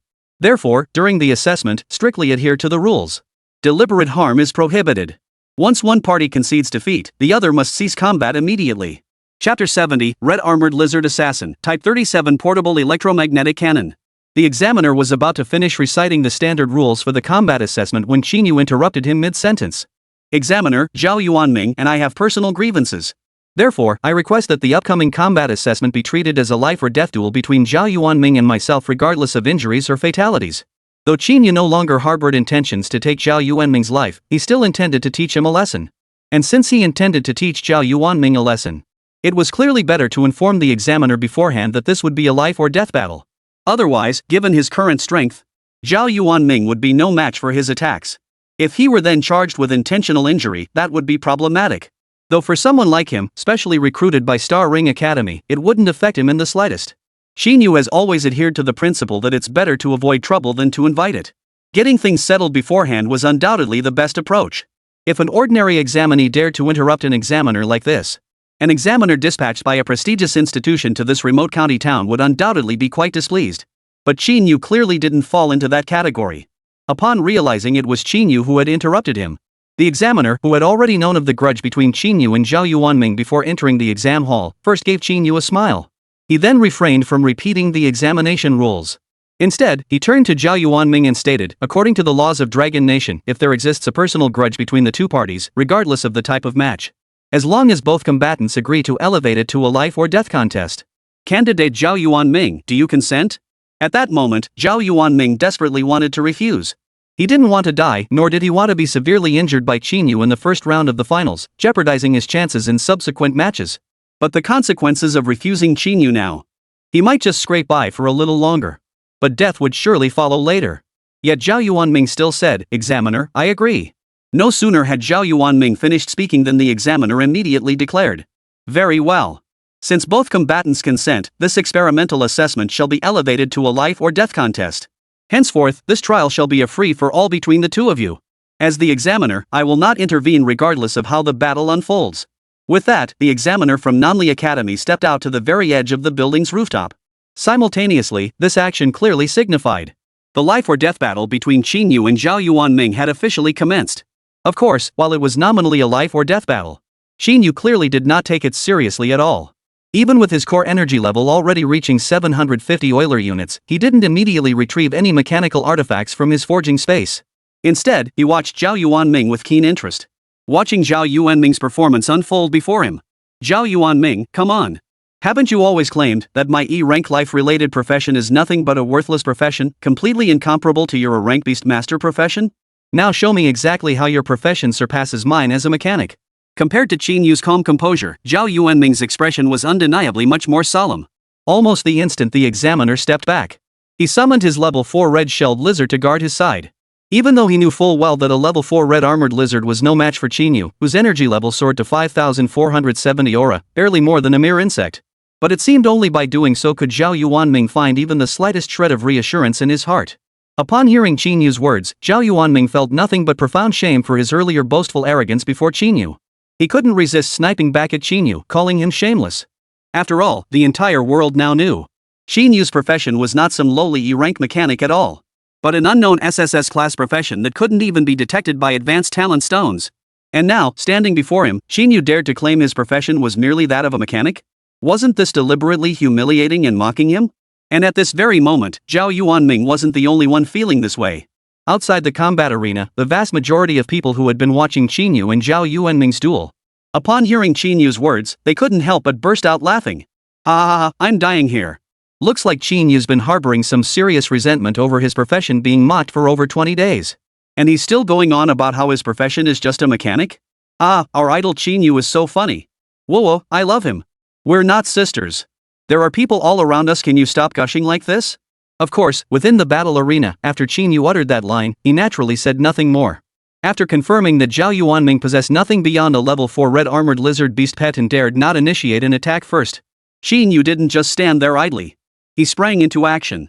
However, facing a mere level 4 red armored lizard, a creature he'd slaughtered countless times in the novice secret realm, Qín Yǔ saw no point in wasting resources. It would be like using a cannon to swat a fly. He immediately deployed his heavy mechanical power exoskeleton. Instead, within the forging space, he retrieved that one weapon, the Type 37 portable electromagnetic cannon, dubbed the red-shelled lizard killer in the novice secret realm. As the deep gray Type 37 portable electromagnetic cannon, its barrel alone glowing with faint streaks of deep blue light, came into his grasp. The next moment, Qín Yǔ wasted no time. He hoisted the electromagnetic cannon, which bore a striking resemblance to the RPGs of his past life. He aimed it at Zhao Yuanming and the red armored lizard he had summoned, standing no more than 30 meters away, and fired a shot. Instantly, from the barrel's position, a dense, azure blue light erupted. The next instant, an electromagnetic projectile resembling a ball lightning, shooting straight toward Zhao Yuanming. Though this sequence seemed slow when described, it all unfolded in less than a few seconds.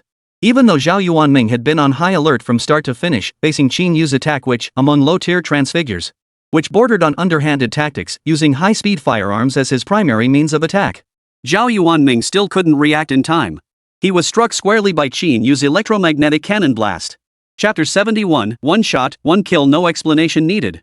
Each electromagnetic projectile from the Type 37 portable electromagnetic cannon possessed an energy level that wasn't fixed, exhibiting slight variations. However, no matter how variable, the absolute minimum energy level was a staggering 950 Euler points.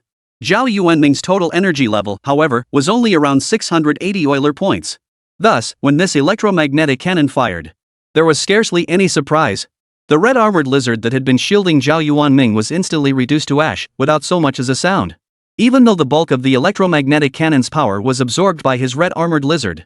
But an electromagnetic cannon is an electromagnetic cannon. The very nature of a cannon is area attack.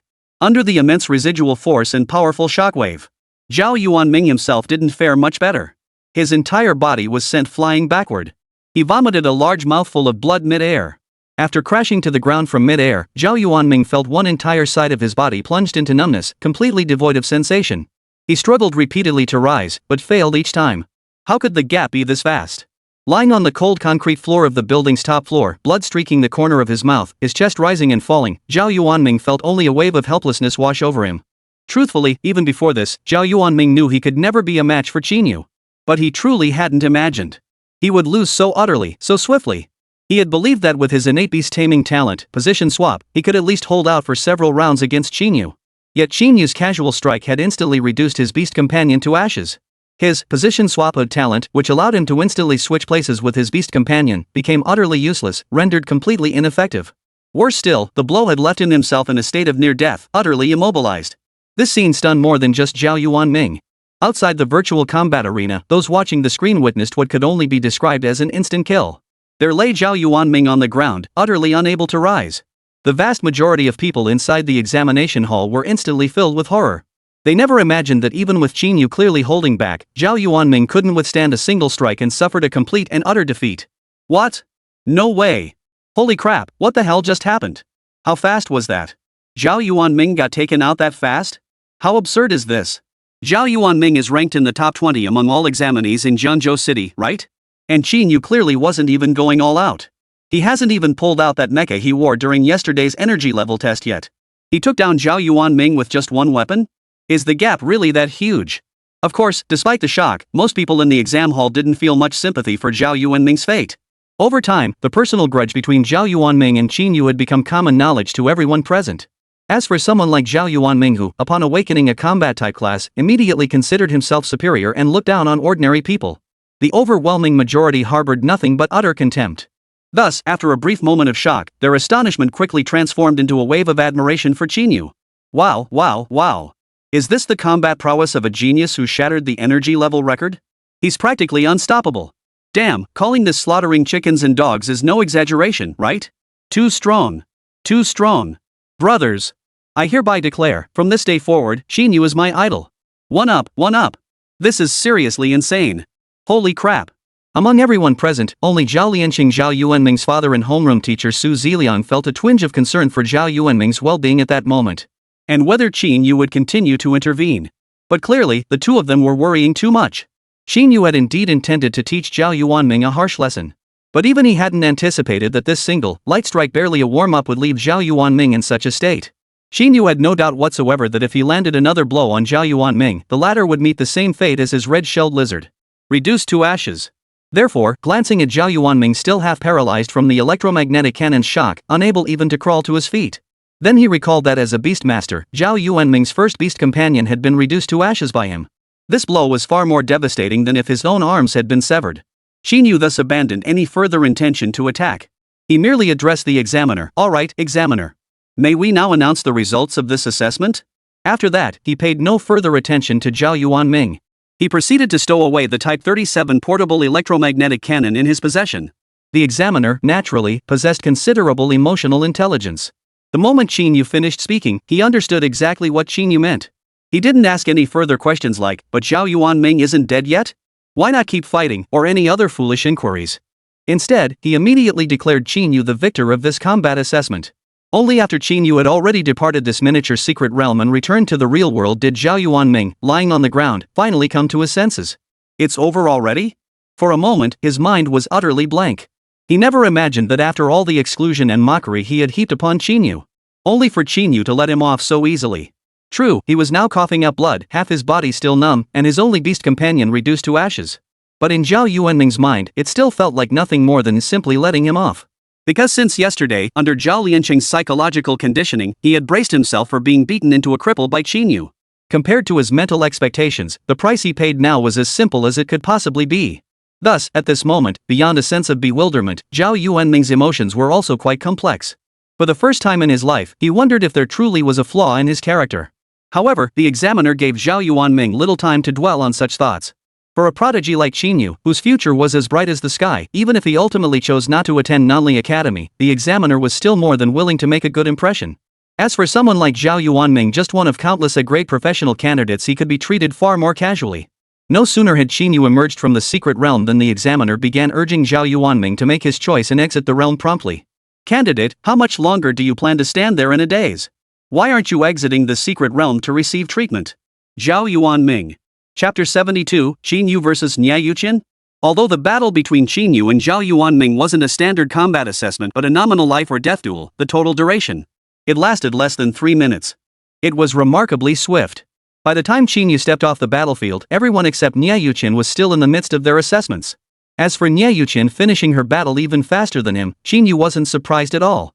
After all, with Niè Yǔqiān's staggering energy level exceeding 3,700. Apart from him, it was doubtful any other examinee in the entire Jiangzhou city could withstand even a single strike from her. Ignoring the stunned expressions throughout the hall, Qín Yǔ instinctively walked over and sat down beside Niè Yǔqiān's seat. After sitting down, he glanced at Niè Yǔqiān, whose expression remained cold and indifferent. He thought that according to the rules of the practical combat assessment, a battle between him and Niè Yǔqiān was inevitable. To be honest, Qín Yǔ found himself genuinely troubled by this prospect.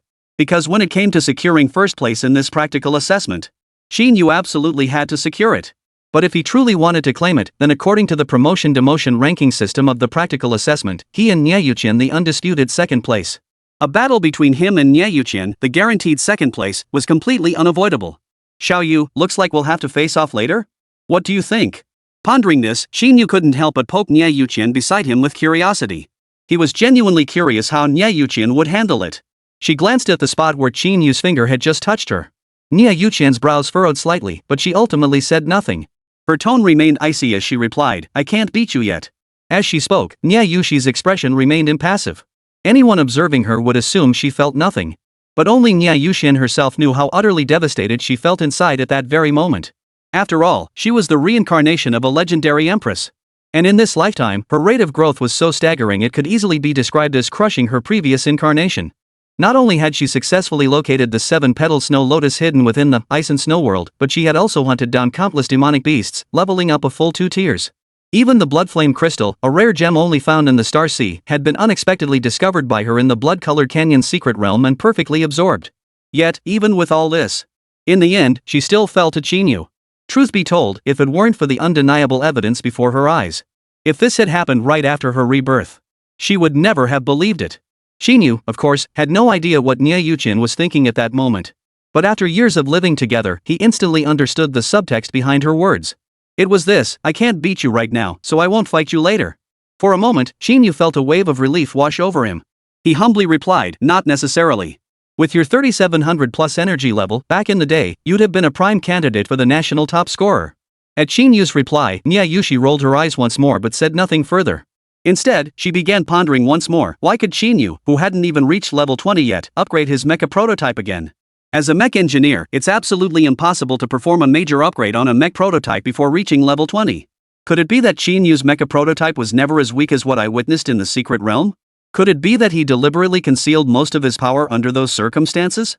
If that's the case, it could explain. But if Qín Yu's mecha prototype is merely a basic model, how could its energy level reach 5,400 aura? Wouldn't that mean he's among the most exceptionally gifted even among all those who've awakened as mecha masters? Seeing Niè Yǔqiān ignore him again, Qín Yǔ understood she didn't wish to continue this topic. To this, Qín Yǔ could only sigh inwardly once more. This little minx was still the same as ever. Whether toward anyone, she remained as cold and distant as her awakened profession, the Icewind Master. He naturally didn't press the point further. Instead, he shifted his gaze upward toward the virtual combat arena above the exam hall, specifically toward Arena 4, where Lin Xueyue was stationed. It must be said, Lin Xueyue's S-rank wind mage profession was truly formidable. Though compared to Qín Yǔ and Niè Yǔqiān, she was still far, far behind. But among the other examinees in Jiangzhou City, she undoubtedly stood among the most outstanding. Her opponent at this moment was none other than Wu Wenbin, and a rank summoner mage. The summoner profession, while undoubtedly one of the more troublesome classes among the many mage professions, as long as one's magical reserves were sufficiently abundant, they could continuously summon creatures from other dimensions to fight on their behalf. Yet, when facing Lin Xueyue, found himself constantly struggling. Under the influence of wind elemental energy and an array of wind-based spells, Lin Xueyue proved remarkably agile. Even though Wu Wenbin had already summoned over a dozen diverse creatures from another dimension, these low-tier creatures couldn't even touch the hem of Lin Xueyue's robe. Instead, Wu Wenbin himself was frequently caught off guard by Lin Xueyue's sudden bursts of small wind blades. After no more than a dozen exchanges, Wu Wenbin could no longer withstand the drain of magic and the mounting physical injuries, ultimately conceding defeat. With the conclusion of the duel between Lin Xueyue and Wu Wenbin, the other dozen or so candidates on the field naturally didn't continue fighting for much longer. Within minutes, all the matches were decided, and the top 10 contenders were determined. After a half hour of rest and recovery for the previous round's victors, the second round of the finals, the top 10 competing for the top 5, quickly commenced. What the vast majority never anticipated was, in this second round, Qín Yu's randomly selected opponent was none other than the one they had all been anticipating: Niè Yǔqiān. In that instant, aside from Niè Yǔqiān and Qín Yǔ themselves, the entire examination hall erupted in an instant. What? Holy crap, it's only the top 10 to 5 round, and Qín Yǔ is already facing Niè Yǔqiān? How did these two end up facing each other so soon? If Niè Yǔqiān loses, doesn't that mean she'll be stuck in the 6th to 10th place bracket? Dude, you're clueless. You're clearly in a lifestyle profession and haven't studied the rules. Even if Niè Yǔqiān loses, she still gets a free challenge to take on the 2nd place finisher. And 2nd place is practically guaranteed for her, right? Holy crap, 2 SSS tier professions going head to head. This is way too exciting. Hell yeah, even in our provincial capital of Jiangnan, wouldn't be able to pull off a match like this every year, right? But even though it's 2 SSS tier players battling, I feel Qín Yǔ is bound to win. With 5470 Euler energy levels, who could possibly withstand that? Not even Niè Yǔqiān could handle that, right? Not necessarily. Chapter 73, The Gaokou Ends, Dark Horse Ning Qianqian. The moment the draw results were announced, the entire exam hall erupted in chaos. Not just the examinees and spectators. Even the examiners from various universities instantly perked up at that moment. However, just as the virtual combat arena reopened and all candidates prepared to re-enter, to everyone's utter disappointment, Niè Yǔqiān chose to concede defeat outright. Examiner, I choose to concede defeat in this combat assessment. Niè Yǔqiān's icy voice echoed through the exam hall speakers, reaching every ear. Like a bucket of ice water, it instantly doused everyone's enthusiasm. In an instant, the once boisterous examination hall fell silent in an instant. Ha! She's conceding already? Come on, I stayed up all night last night anticipating this. TH this? Just giving up like that? No, please, Goddess Niè. Many in the exam hall found it hard to accept. But after a moment of shock, most snapped back to reality. Upon reflection, Niè Yǔqiān's decision seemed perfectly reasonable. After all, while Niè Yǔqiān and Qín Yǔ were both SSS tier professionals, there was no doubt that in terms of overall power level, Qín Yǔ's current strength was undeniably far superior to Niè Yǔqiān's. If it came down to an actual fight, Niè Yǔqiān would almost certainly be defeated. And since it was a battle she was bound to lose, then why fight at all? Niè Yǔqiān and Qín Yǔ didn't share the kind of personal grudge that existed between Qín Yǔ and Zhao Yuanming. Not only was there no personal animosity, but anyone could see that their relationship seemed quite amicable. Therefore, though many felt profound disappointment at missing the clash of titans between two SSS tier professionals like Niè Yǔqiān and Qín Yǔ, after a brief moment of disappointment, most people didn't dwell on it further. Their attention shifted once more to the other candidates. And with Niè Yǔqiān having already conceded defeat voluntarily, in the final 2 rounds of the practical assessment that followed, Qín Yǔ naturally faced no further opponents. Regardless of who was drawn, the selected candidate immediately conceded without hesitation. Thus, there were no surprises whatsoever. An hour later, Qín Yǔ secured first place in the Zhengzhou City practical assessment without any suspense. In the subsequent open challenge segment, Niè Yǔqiān, as everyone had anticipated, she immediately challenged the person who had just secured second place, and without any suspense, claimed the second place position. With that, Zhengzhou City's annual college entrance examination drew to a perfect close with the conclusion of this final free challenge segment. Now, all that remained was to wait 7 days for the national college entrance exam results. However, it was worth noting that contrary to Qín Yǔ's expectations, he had assumed that Lin Shueyue, possessing the S-rank professional wind mage title, would inevitably secure third place. Yet the reality left him utterly stunned. The third place spot was snatched by a dark horse with an energy level barely over 600, Ning Qianqian. Qín Yǔ was astonished by this outcome and firmly committed the name Ning Qianqian to memory. Of course, within the examination hall, Qín Yǔ was far from the only one astonished by this outcome. After Ning Qianqian and Lin Shueyue's free challenge concluded, the countless spectators in the examination hall erupted in an instant. What? How did Ning Qianqian pull off that final move? That was Wind Mage's intermediate skill, Split Blade Slaughter. She dodged that massive AoE attack? That's ridiculous. Anyone here know what's going on? Explain this. No clue. It happened too fast. Couldn't even see clearly. In the blink of an eye, I saw Ning Qianqian's entire body teleport right through that quarter-field-wide wind blade formation and close in on Lin Shueyue.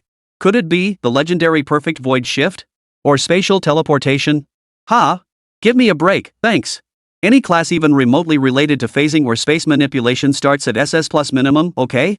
Ning Qianqian's class was clearly stated before just an ordinary elf class. And Qín Yǔ's profile says he's an E-rank mechanic, you know? Ah, right, you're absolutely right. As soon as the assessment ended, examiners from various academies immediately surrounded Ning Qianqian, including Lin Shaoshan himself. However, neither Qín Yǔ, Lin Shueme, nor Niè Yǔqiān seemed particularly interested in this development. Niè Yǔqiān had long known that Ning Qianqian would undoubtedly be the top candidate after him and Qín Yǔ. Moreover, she was well aware that Ning Qianqian's profession was anything but ordinary. Lin Shueyue, meanwhile, was deeply frustrated that Ning Qianqian had snatched the third place spot from her. Therefore, the moment the assessment ended, the 3 of them left the exam hall immediately. Upon exiting, Qín Yǔ and Lin Shueyue headed in different directions from Niè Yǔqiān, as their Qinglongfu residential complex lay far from her home. Moreover, he had already confirmed that Niè Yǔqiān's mother was waiting in the parking lot to drive her home after the exam.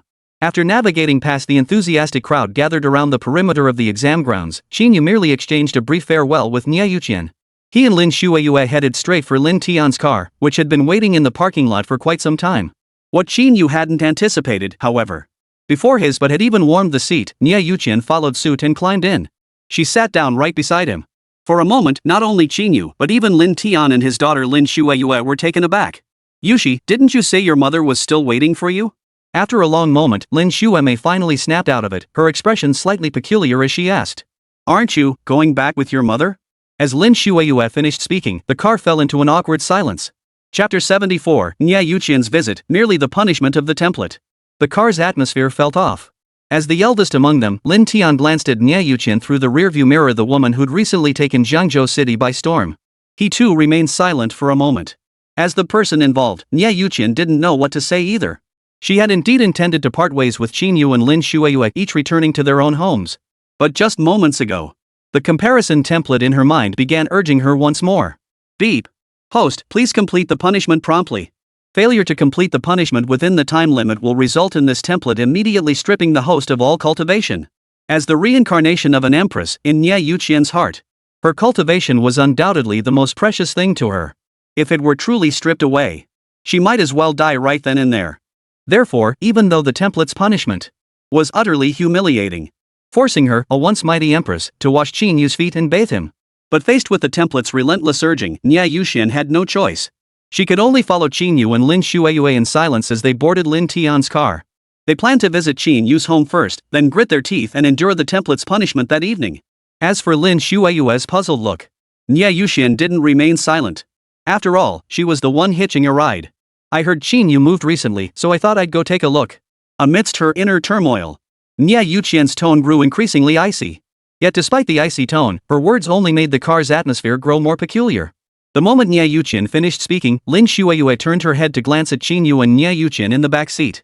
Her gaze held confusion, tinged with astonishment. Even Qín Yǔ found it hard to believe for a moment that such words would come from Niè Yǔqiān's mouth. They had known each other for over a decade, and honestly, Qín Yǔ knew Niè Yǔqiān inside out. Never mind something as minor as moving house. Even when he only awakened an E-rank mechanic profession at his job change ceremony, Niè Yǔqiān had never once shown him any concern. The most she'd ever done was at the entrance to the beginner's dungeon. Seeing a mere mechanic like him wanting to venture into the dungeon to level up, she feared he might actually die inside. That was the only time she'd ever invited him to team up and level up together in the dungeon. And even then, after he decisively turned her down, she never extended the invitation a second time.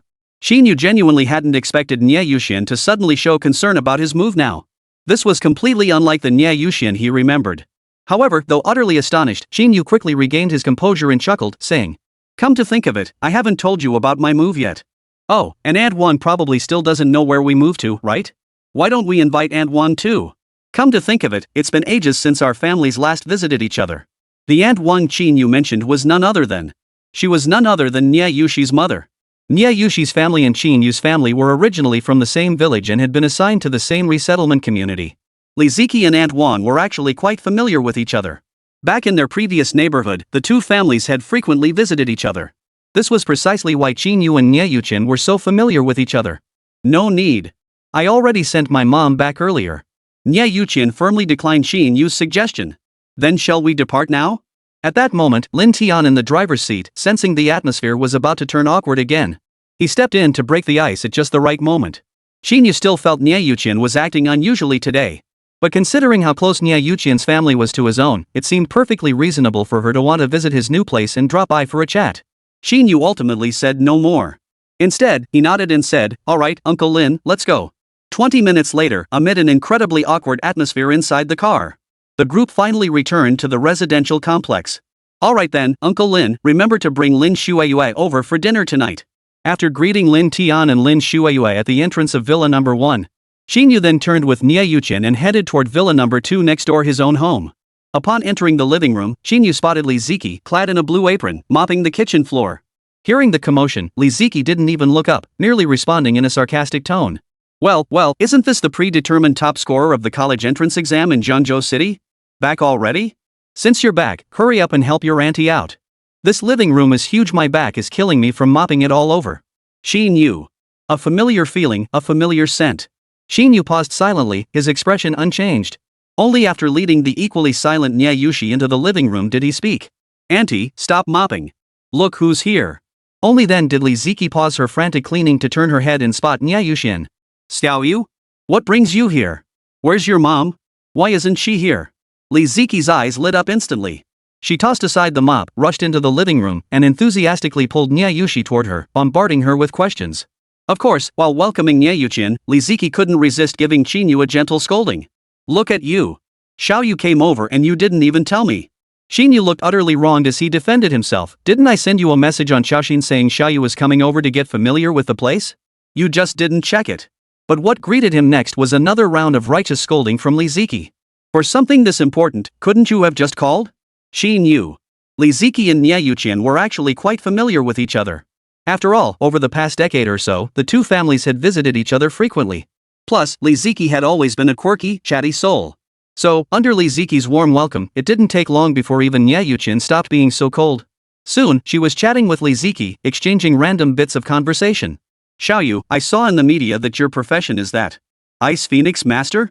By the way, does this profession grant beauty enhancement after awakening? I feel like you look even prettier than the last time I saw you. Not really. Of course you have. Look at your skin, oh my, I wish mine were in such great condition. But you know, Xiaoyu, you're perfect in every way except for being too introverted. Seeing the two chatting in what could be called a harmonious manner, Qín Yǔ shook his head, deciding not to interrupt. Instead, he returned to his bedroom. He intended to first check what daily tasks had refreshed on his profession panel today. If his calculations were correct, completing today's daily tasks would grant him enough contribution points to purchase 2 additional mechanical knowledge modules, thereby advancing further toward his progression objectives.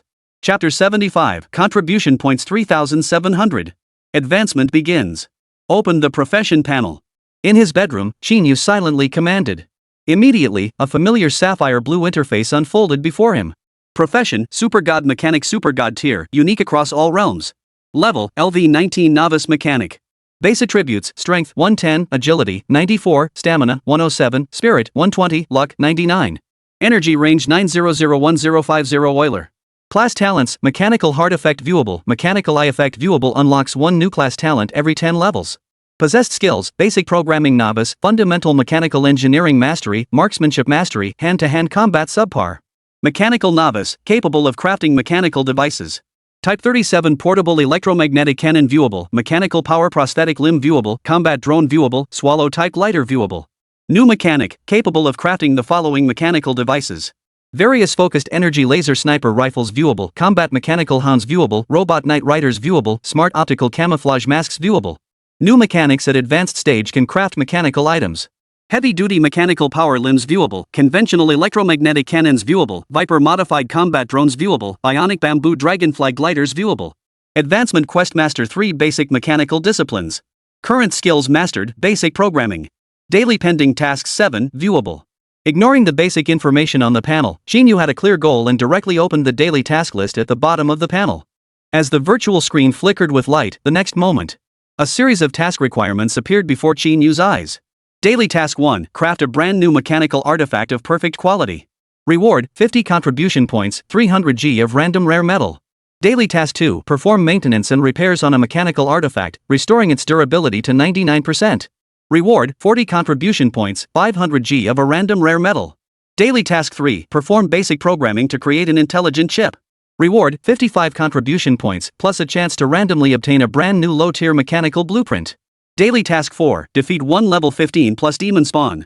Reward, 80 contribution points. Daily Task 5.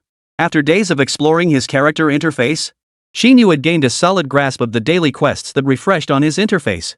The vast majority of these tasks revolve around repairing, forging, and upgrading mechanical artifacts. Only a small number of tasks involve defeating demonic creatures of various levels. It was worth noting that Qín Yǔ had previously been unaware of the critical importance of mechanical knowledge for his advancement. He had mistakenly believed that the mechanical knowledge sold in shops could only unlock prerequisites for certain mechanical devices. Therefore, prior to that, Qín Yǔ hadn't paid much attention to these daily tasks. Sometimes, he would even abandon a quest outright if it seemed too troublesome. This explains why, even now, Qín Yǔ still hasn't accumulated enough contribution points to purchase the other 2 mechanical knowledge items. As for now, after learning that this mechanical knowledge was the key to his advancement, Qín Yǔ was undoubtedly much more attentive. Take now, for instance. After glancing over the 7 daily tasks listed, he discovered that among the 6 routine maintenance and manufacturing tasks, there was actually one involving the slaying of a demonic seed. This required him to either venture into the suburbs or descend into a secret realm to slay a level 15 demon spawn. Qín Yǔ was already scheming in his mind. After lunch, he wondered whether he should ask Lu Yuan or Lin Xiaoshan to let him back into that new secret realm to hunt down a few more demonic seeds. Of course, even though this thought crossed his mind, after some consideration, Qín Yǔ ultimately abandoned the plan. After all, regardless of whether the new secret realm was currently open to outsiders under Bureau 951's control, he didn't have the clout to get Lu Yuan to let him in. Moreover, Qín Yǔ's experience points were already saturated. Without completing the advancement quest and reaching level 20, slaying any number of demon spawn wouldn't yield additional experience. To kill a single level 15 plus demon spawn just to complete a quest, he'd have to make a special trip to the lower realm and stay for 3 or 4 days, maybe even 7 or 8.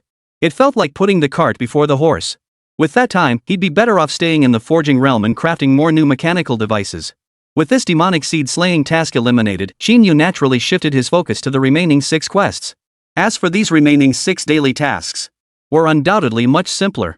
Stepping out of the bedroom, he glanced at Niè Yǔqiān and Li Ziki still chatting away in the living room. Even now, he still found Niè Yǔqiān's sudden decision to visit his home rather peculiar and inexplicable. But with advancement imminent, Qín Yǔ forced himself to suppress his curiosity. He merely tossed a casual remark toward the two in the living room. "I'm heading to the training room to craft something. Call me for dinner tonight." Then, he took the villa's private elevator down to the training room in the basement. After entering and locking the door behind him, Qín Yǔ immediately entered the forging space and began working intensely on today's daily tasks. Besides the demon seed slaying task, the programming task among these remaining 6 is undoubtedly the most time-consuming. The other tasks, at my current skill level, can be wrapped up in 10 to 20 minutes. The mechanical power prosthetic limbs, both arms are completely shot. No point in repairing them. Better to fix the Type 37 portable electromagnetic cannon first. This electromagnetic cannon offers almost no further enhancement to my capabilities now. Still, it serves its purpose well. As for forging a new mechanical artifact, even a basic one, forget about high-tier ones, they're too time-consuming. Better to forge an entry-level mechanical artifact that doesn't take too much time first, get the contribution points, and then worry about it. And so it was that 4 hours later, the small, ultra-high-precision machine tool on the forging bench completed the engraving of the light green chip inside. The next moment, the familiar system notification tone echoed in Qín Yǔ's mind. Beep. Daily task 3 completed. Congratulations on earning 55 contribution points and 1 blueprint draw opportunity. Simultaneously, with all 6 daily tasks completed for the day, Qín Yǔ's total contribution points had soared to 3,700. Chapter 76, Precision Component Machining, 2nd Level Disassembly and Reassembly. In the panel shop, a basic mechanical knowledge module typically cost between 1,000 and 2,000 points. The basic programming Qín Yǔ had previously purchased belonged to the lowest price tier of such knowledge. If he were to purchase only the cheapest entry-level mechanical knowledge. In fact, the moment he unlocked the advanced quest, Qín Yǔ could have immediately unlocked the prerequisite for the advanced quest, mastering 3 basic mechanical knowledge categories. However, upon learning that his mechanical knowledge would influence his secondary profession after advancement, Qín Yǔ naturally wouldn't take it lightly. After all, while his primary profession super god mechanic was already exceptionally powerful, it clearly wasn't something he could afford to squander. After advancement, the more advanced and powerful secondary professions available for him to choose from, the better. Moreover, over the past 20-odd days, Qín Yǔ had already formed a rough direction in his mind for the future path of his unique, god-tier profession across all realms. That was, to pursue the mechanical legion path. Don't be fooled by the fact that Qín Yǔ currently possessed only a handful of mechanical creations, most of which were single-soldier combat units like the powered mechanical exoskeleton and Viper combat drone. This was entirely because his current manufacturing speed was simply too slow. Moreover, in the real world, he simply didn't have the time to pursue the legion path. Frankly, if he had the choice, why would a noble, god-tier mechanical engineer like him engage in one-on-one, close-quarters combat with demonic spawn and enemies? Wouldn't it be far more satisfying to simply wave his hand, unleashing a torrent of mechanical creations to form an iron flood? Then, from a safe distance, he could overwhelm his opponents from afar. Forget everything else, just take that silver wolf tied in the new secret realm. If Qín Yǔ had deployed a dozen more Viper combat drones back then, why would he have had to risk his life dueling the Silver Wolf King one-on-one? A dozen or even dozens of Viper combat drones or robotic knight riders all charging in together. Even if hundreds more silver wolves arrived, they likely wouldn't be enough for him to handle alone. From that moment on, Qín Yǔ saw it crystal clear. The future path of the Mechanical Legion was undoubtedly the optimal route for his profession. But if he stuck solely to his current path of single-target burst damage? At best, he'd merely become a slightly stronger martial arts-focused class changer. Having resolved to pursue the Mechanical Legion path, his selection of mechanical knowledge naturally became a matter of great consideration. After days of research on this matter, Qín Yǔ had long since made his choice. "Open the panel shop," he silently commanded. The next moment, the familiar azure blue profession panel unfolded before Qín Yǔ once more, automatically navigating to the panel shop interface. Your current profession level, Junior Mechanic. You may purchase and learn basic mechanical knowledge. Weaponry branches. Basic mechanical design available for purchase study, precision parts machining available for purchase study, electromagnetic weapon science available for purchase study, basic bionics available for purchase study, heavy armor mechanical modification available for purchase study. Energy branch. Basic programming purchased and learned, current progress, proficient, basic energy theory available for purchase and learning, basic energy conversion available for purchase and learning, second level disassembly and reconstruction available for purchase and learning, advanced energy theory available for purchase and learning, introductory nanomaterials theory available for purchase and learning. Control branch. Basic electromagnetic principles available for purchase, basic virtual electronics available for purchase, basic wide area sensing available for purchase, basic neural interface technology available for purchase, basic artificial intelligence available for purchase. On the interface, rows of knowledge were neatly organized into three major branches: armament, energy, and manipulation. Facing these rows of mechanical knowledge enough to dazzle anyone at a glance, Qín Yǔ, who had already gained a broad understanding of all these subjects, naturally didn't scrutinize them further. Instead, he immediately spent every last bit of his 3,800 contribution points, purchasing two specific skills: precision parts machining 1,800 CP and second-level disassembly and reassembly 2,000 CP. Indeed, after several days of research, Qín Yǔ had ultimately settled on these two specific skills. Merely glancing at their names revealed that while they belonged to different branches, armament and energy, both were knowledge that could enhance his speed and precision when forging mechanical products.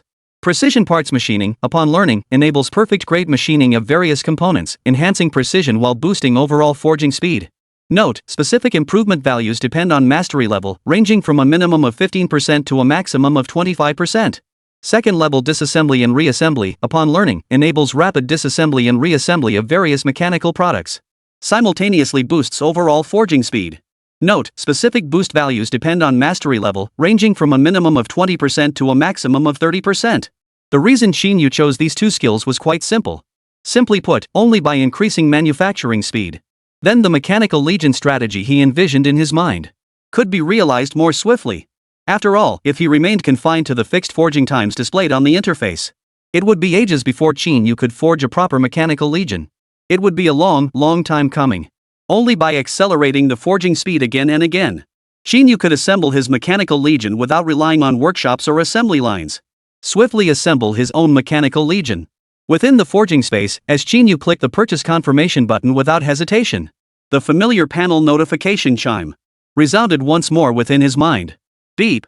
Congratulations! You have spent 3,800 shared points to purchase the following basic mechanical knowledge: precision parts processing, and second-level disassembly and reassembly. Initiating automatic learning. Beep. Learning, precision parts machining. Current progress, 1%, 4%, 10%. Beep. Learning, second-level disassembly and reassembly. Current progress, 1%, 4%, 10%. Simultaneously, a massive flood of information began surging into Qín Yǔ's mind. Immediately after, countless techniques for processing various components, precision specifications, theoretical knowledge, and experience in disassembling all kinds of machinery flashed rapidly through Qín Yǔ's mind. Chapter 77, Shadow Assassin, Spatial Shuttle. Countless chaotic and vast pieces of knowledge, some even entirely unfamiliar to Qín Yǔ, churned relentlessly within his mind, causing a stabbing pain in his head, as if being pricked by needles. Fortunately, with Qín Yǔ's level increase, his mental capacity had already reached 120 points.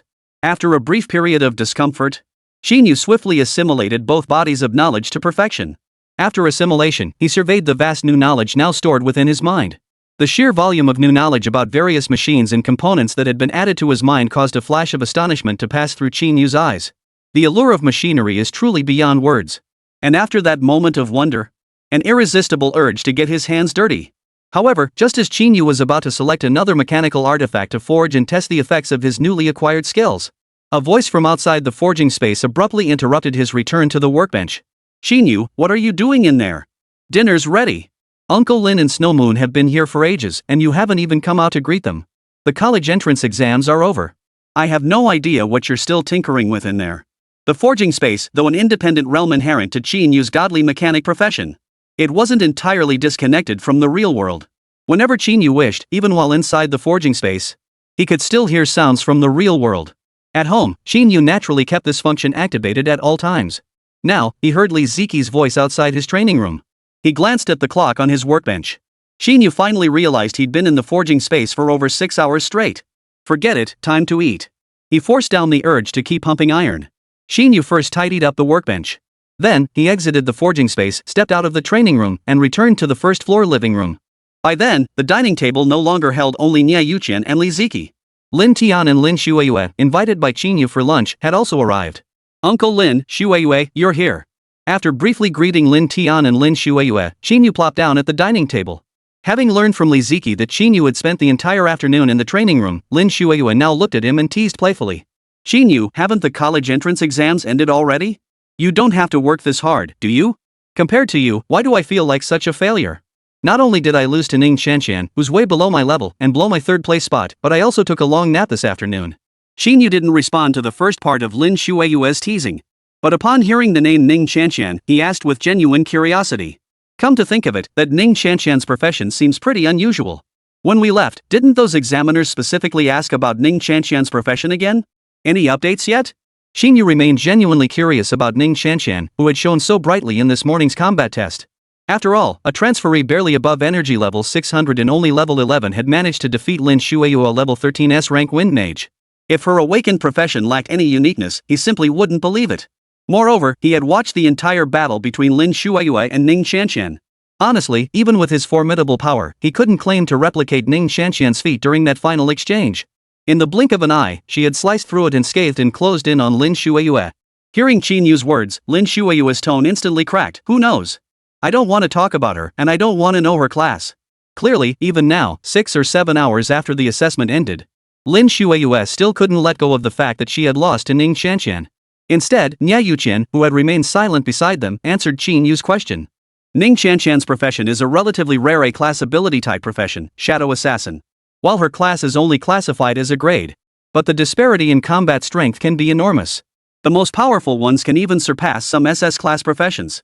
The reason is that upon awakening this profession, one also randomly awakens a talent. Ning Qianqian's awakened talent is an extremely rare spatial ability, Spatial Shuttle. This is precisely why she could instantly traverse your wind blade slaughter and appear beside you at noon today. Through her memories from her previous life, Niè Yǔqiān had long understood the true nature of Ning Qianqian's class. She also knew that after tomorrow, Ning Qianqian's class would be exposed. Therefore, as she spoke these words, her tone remained as cool and calm as ever. However, though Niè Yǔqiān spoke calmly to Qín Yǔ, Lin Tian, and Lin Shuiyue, her words struck them all with utter astonishment. A spatial talent? But isn't it said that any profession involving space and time is at least SS rank? Doesn't that mean Ning Qianqian's class isn't just a rank at all, but actually the minimum SS rank? Lin Shuiyue, who had just moments ago claimed she didn't want to know Ning Qianqian's class, was the first to gasp in shock. I knew it. My split blade slaughter this morning was executed flawlessly. So it was a spatial type. Then my loss this morning wasn't entirely undeserved. Even Lin Tian, who had traveled far and wide over decades and seen it all, was genuinely astonished. Spatial traversal?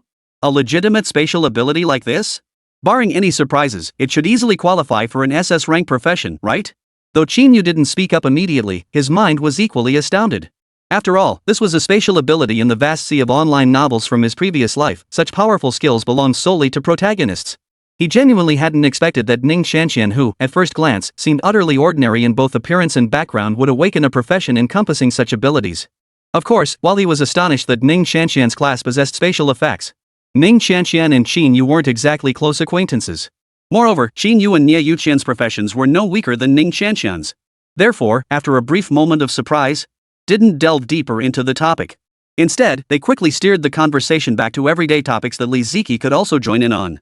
Half an hour later, the clock had struck 8 in the evening. After finishing their meal, Lin Tian and Lin Shuiyue chatted briefly with Qín Yǔ, Niè Yǔqiān, and Li Ziqi before politely taking their leave.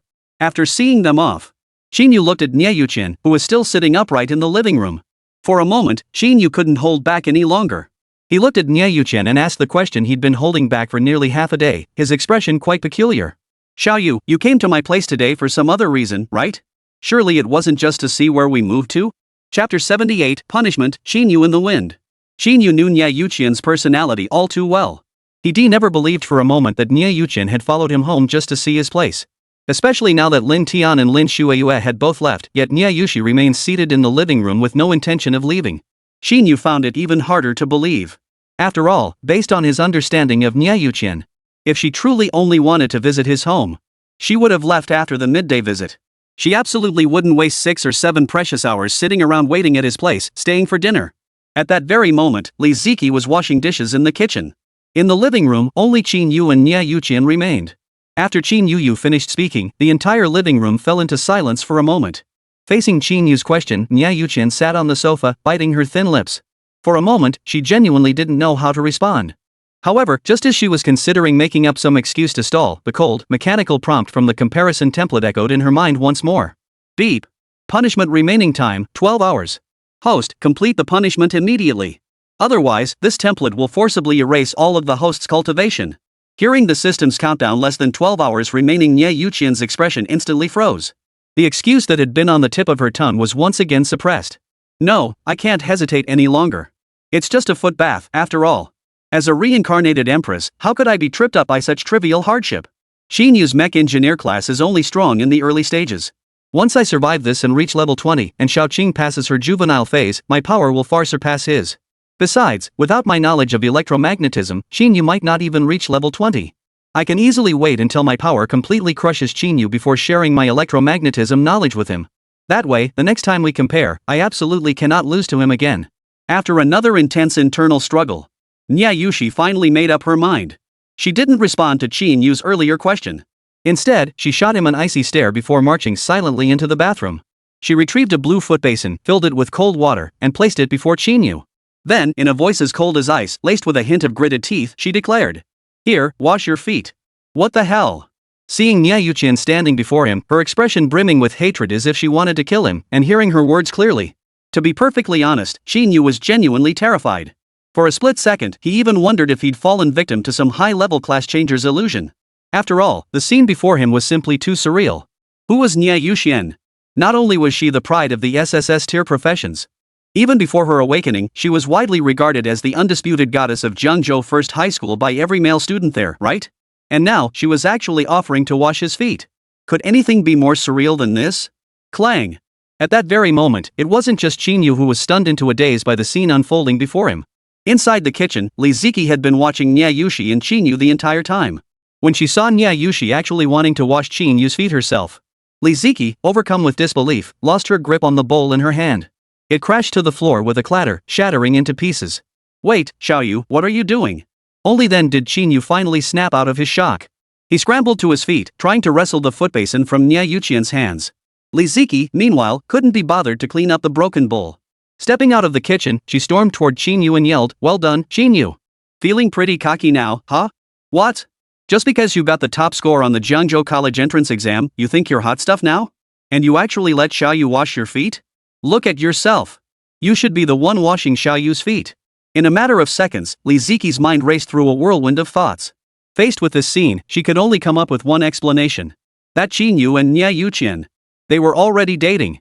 And the reason Niè Yǔqiān was washing Qín Yǔ's feet right now? Was undoubtedly because after finishing his college entrance exams today, had completely let it go to his head. He'd insisted she do it. She didn't believe Qín Yǔ possessed such charm. That he could actually get Niè Yǔqiān to voluntarily wash his feet. Wait, auntie, what are you? Oh my god. Where did your mind go now? Faced with Li Ziqi's barrage of accusations, Qín Yǔ was momentarily at a loss for words. He had no idea what to say. His mind was in utter chaos, and he hadn't even managed to snatch the foot basin from Niè Yǔqiān's hands. At the same time, Niè Yǔqiān's own emotions were in utter turmoil. But the thought of tonight's punishment, that if she failed to complete the template, all her cultivation would be erased tomorrow. She paid no heed to Qín Yǔ and Li Ziqi's pleas. Instead, under their stunned gazes, gritting her teeth, she crouched down and placed the basin before Qín Yǔ.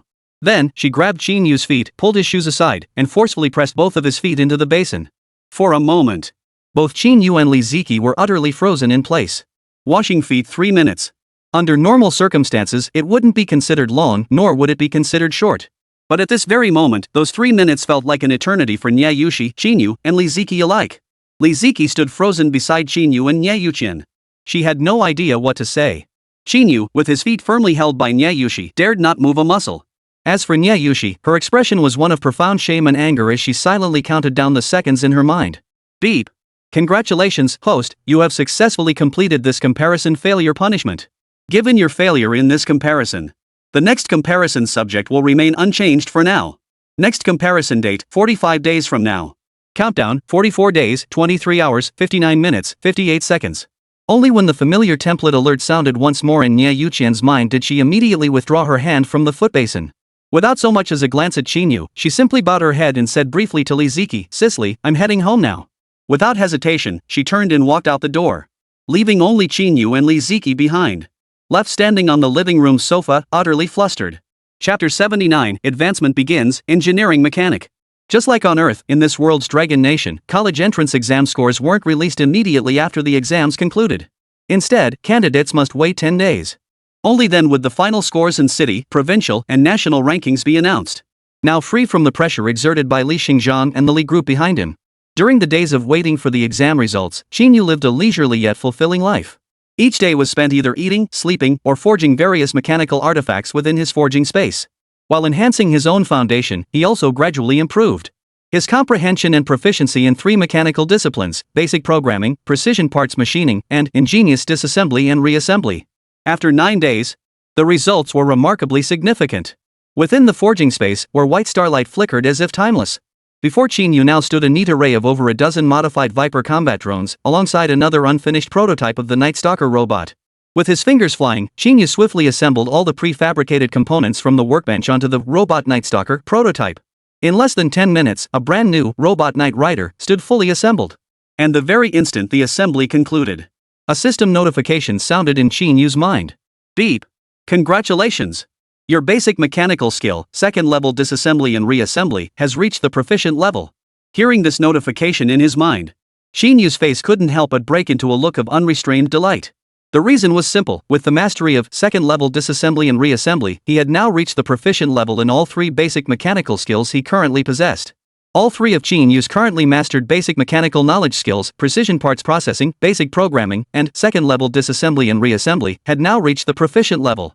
And this meant the advancement task that had stalled him for nearly 10 days had finally been completed. Well, after over 10 days, I've finally met all the requirements for this advancement task. Amidst his delight, he glanced at the neatly stacked results beside his workbench. 15 units of the Viper mod combat drone, 4 robot Knight Riders, 2 sets of heavy-duty mechanical power suits, and various other mechanical creations. Deep down, Qín Yǔ couldn't help but marvel. The time spent on this single advancement quest feels almost as long as the total time it took me to level up from 1 to 19. Wonder what talents and secondary professions will unlock after advancement. After this reflection, Qín Yǔ opened his profession panel with a hint of anticipation. Profession: Super God Mechanic, Super God tier, unique across all realms. Level: LV19 Novice Mechanic. Base attributes: Strength 110, Agility 94, Endurance 107, Spirit 120, Luck 99. Energy range 900-1050 Euler. Class talents: Mechanical Heart Effect Viewable. Mechanical Eye Effect Viewable unlocks 1 new class talent every 10 levels. Possessed skills: Basic Programming Mastery, Precision Component Machining Mastery, Instant Disassembly Reassembly Mastery, Fundamental Mechanical Fabrication Mastery, Marksmanship Mastery, Hand-to-Hand Combat Subpar. Mechanical Novice capable of crafting. Type 37 Portable Electromagnetic Cannon Viewable. Mechanical Power Prosthetic Limb Viewable. Combat Drone Viewable. Swallow Type Glider Viewable. New Mechanic, capable of manufacturing mechanical devices. Various Focused Energy Laser Sniper Rifles Viewable. Combat Mechanical Hounds Viewable. Night Stalker Riders Viewable. Smart Optical Camouflage Masks Viewable. New mechanics at advanced stage can craft mechanical items. Heavy-duty mechanical power limbs viewable. Conventional electromagnetic cannons viewable. Viper modified combat drones viewable. Bionic bamboo dragonfly gliders viewable. Daily tasks: all tasks for today have been completed viewable. Advancement quest completed. Master 3 basic mechanical disciplines. Current progress: basic programming mastered, second level disassembly reassembly mastered, precision parts machining mastered. Advanced mission requirements all met. Proceed with advancement? The profession panel remains largely unchanged, except for one thing. In the task section, the previously uncompleted advanced tasks now display as completed.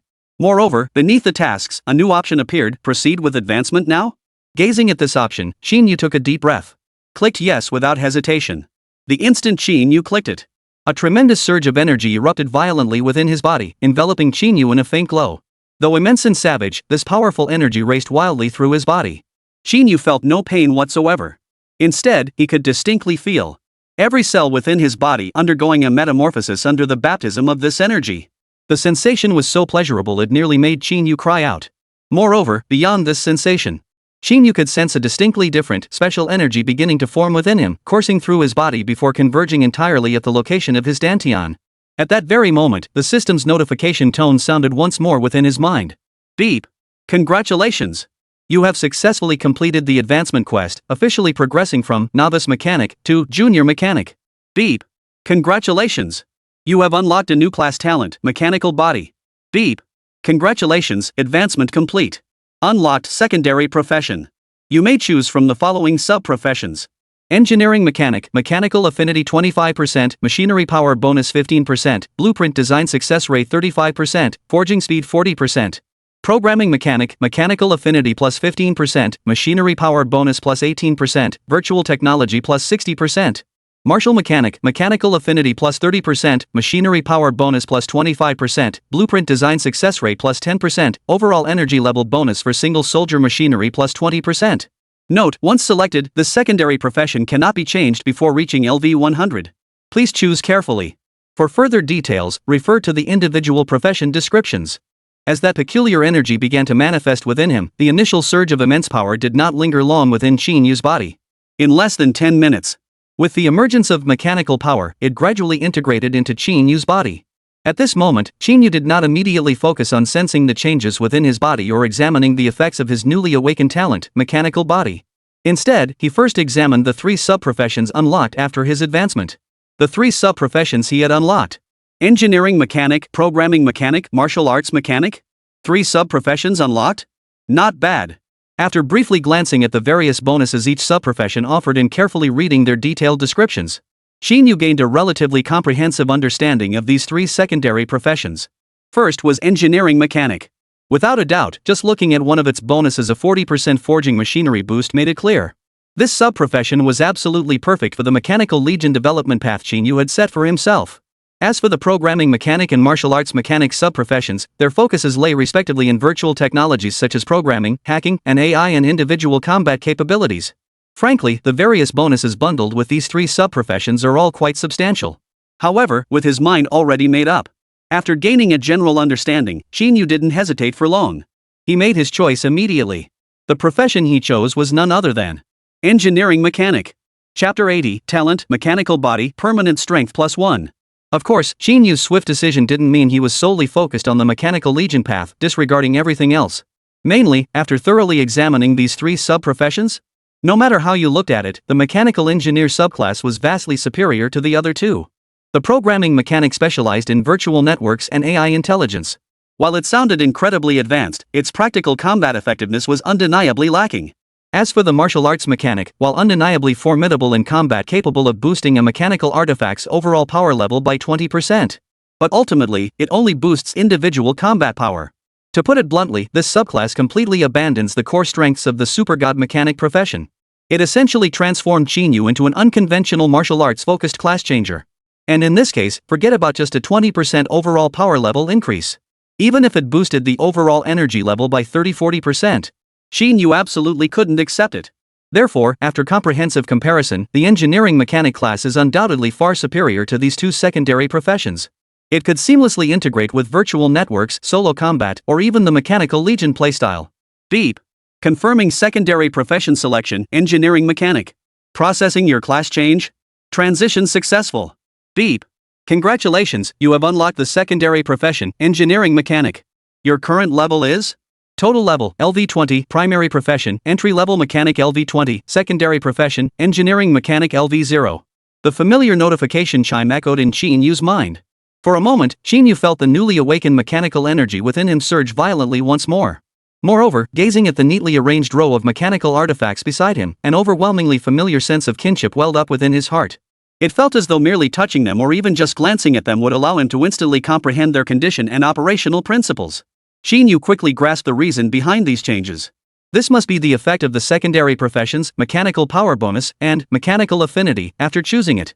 With his advancement and job change now complete, standing within the forging space, he stretched his limbs, feeling the powerful mechanical energy flowing smoothly through his entire body, along with his base stats that had increased by an unknown multiple. Overall, Qín Yǔ felt quite satisfied. Of course, he couldn't afford to be dissatisfied. The main reason was that after advancing and changing professions, he had grown far too powerful. Though he hadn't yet had time to check his current energy level. But even without factoring in his mechanical enhancements, he conservatively estimated he could now take on at least 10 pre-advancement versions of himself. And that wasn't all. Don't forget that besides the advanced class change, upon reaching level 20, Qín Yǔ also awakened a talent called mechanical body. Whether it's the level 1 mechanical heart or the level 10 mechanical eye, their effects are incredibly powerful. I wonder what effect this mechanical body will have. Qín Yǔ's gaze swept across the newly opened profession panel.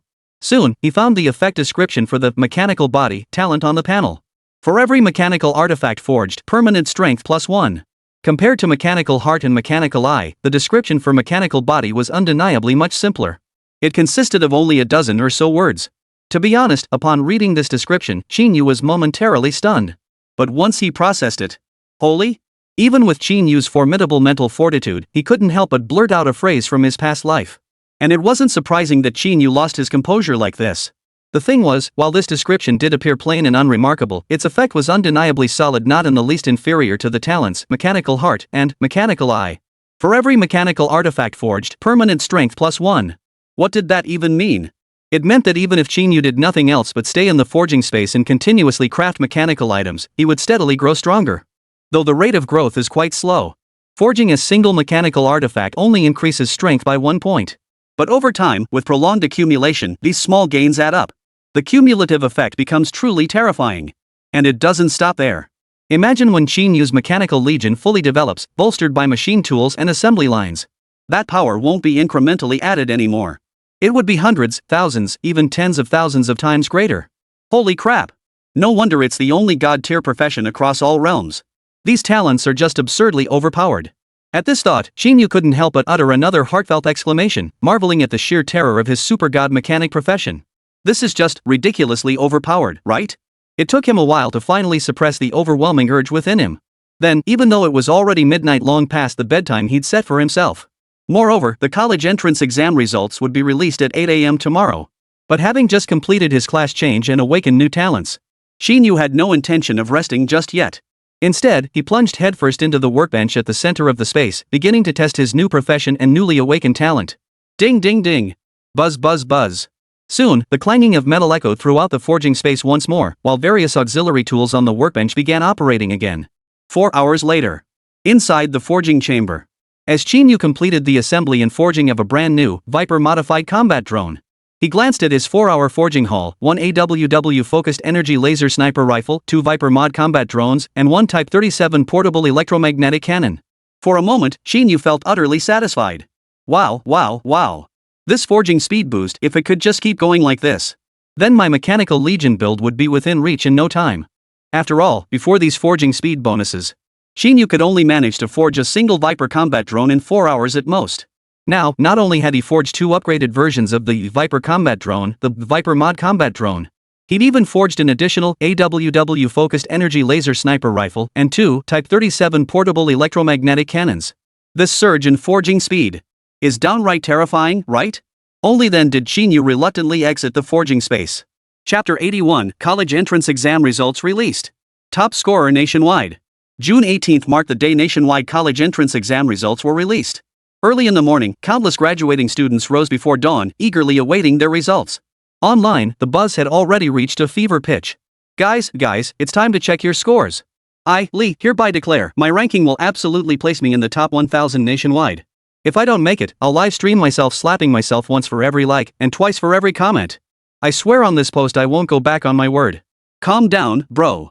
I've seen thousands of these posts popping up over the last few days. Damn it, everyone claims they'll make the top 1,000? Online bragging isn't illegal, so just keep blowing your own horn, huh? Exactly. Do you really think cracking the top 1,000 nationwide is that easy? Without an SS tier profession, forget the top 1,000, making the top 5,000 is tough enough, okay? Agreed. But I'm still waiting for the OP to stream and slap themselves in the face. Ha ha ha ha.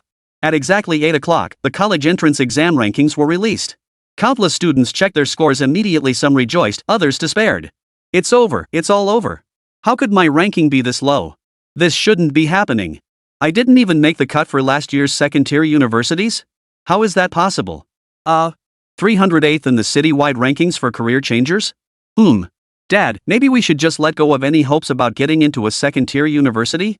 I'll just join your company and take over your position instead. Ha ha ha ha. The stars never forget those who journey on, and time rewards the determined. First-tier academy, here comes your dragon overlord. Naturally, many examinees, after checking their own scores, were also intensely focused on the top 10 national college entrance exam results for the entire Dragon Nation, set to be released across all platforms in half an hour. Especially the top scorer of this year's Dragon Nation Gokao. Countless examinees were utterly fascinated. Across the internet, heated debates had already erupted among supporters of their respective candidates. Place your bets, place your bets. Ironheads, I'm betting this year's top scorer is definitely Huang Xiaotian from our Capital University affiliated academy. SSS tier profession, Light Archangel, dual mastery in magic and combat, energy level 3500 Euler. If he's not this year's top scorer, it just doesn't make sense. Not so fast. Huang Xiaotian is strong, but don't forget he lost to Qi Tianlin in the combat assessment. No matter how you look at it, Qi Tianlin has a better shot at being the national top scorer, right? Come on, man. The practical assessment only accounts for 20% of the college entrance exam. The comprehensive test is where it really counts, okay? Qi Tianlin's comprehensive test scores, in what single category does he even come close to Huang Xiaotian? Alright, everyone, cut it out. It's like you guys at Capital Academy are the only ones with SSS tier talent. Our Qinzhou province has produced a prodigy this year with a 3500 plus Euler rating too. I say this year's top scorer will be none other than my big bro, Chen Xiyu. Ha, laughable. Take a break, buddy.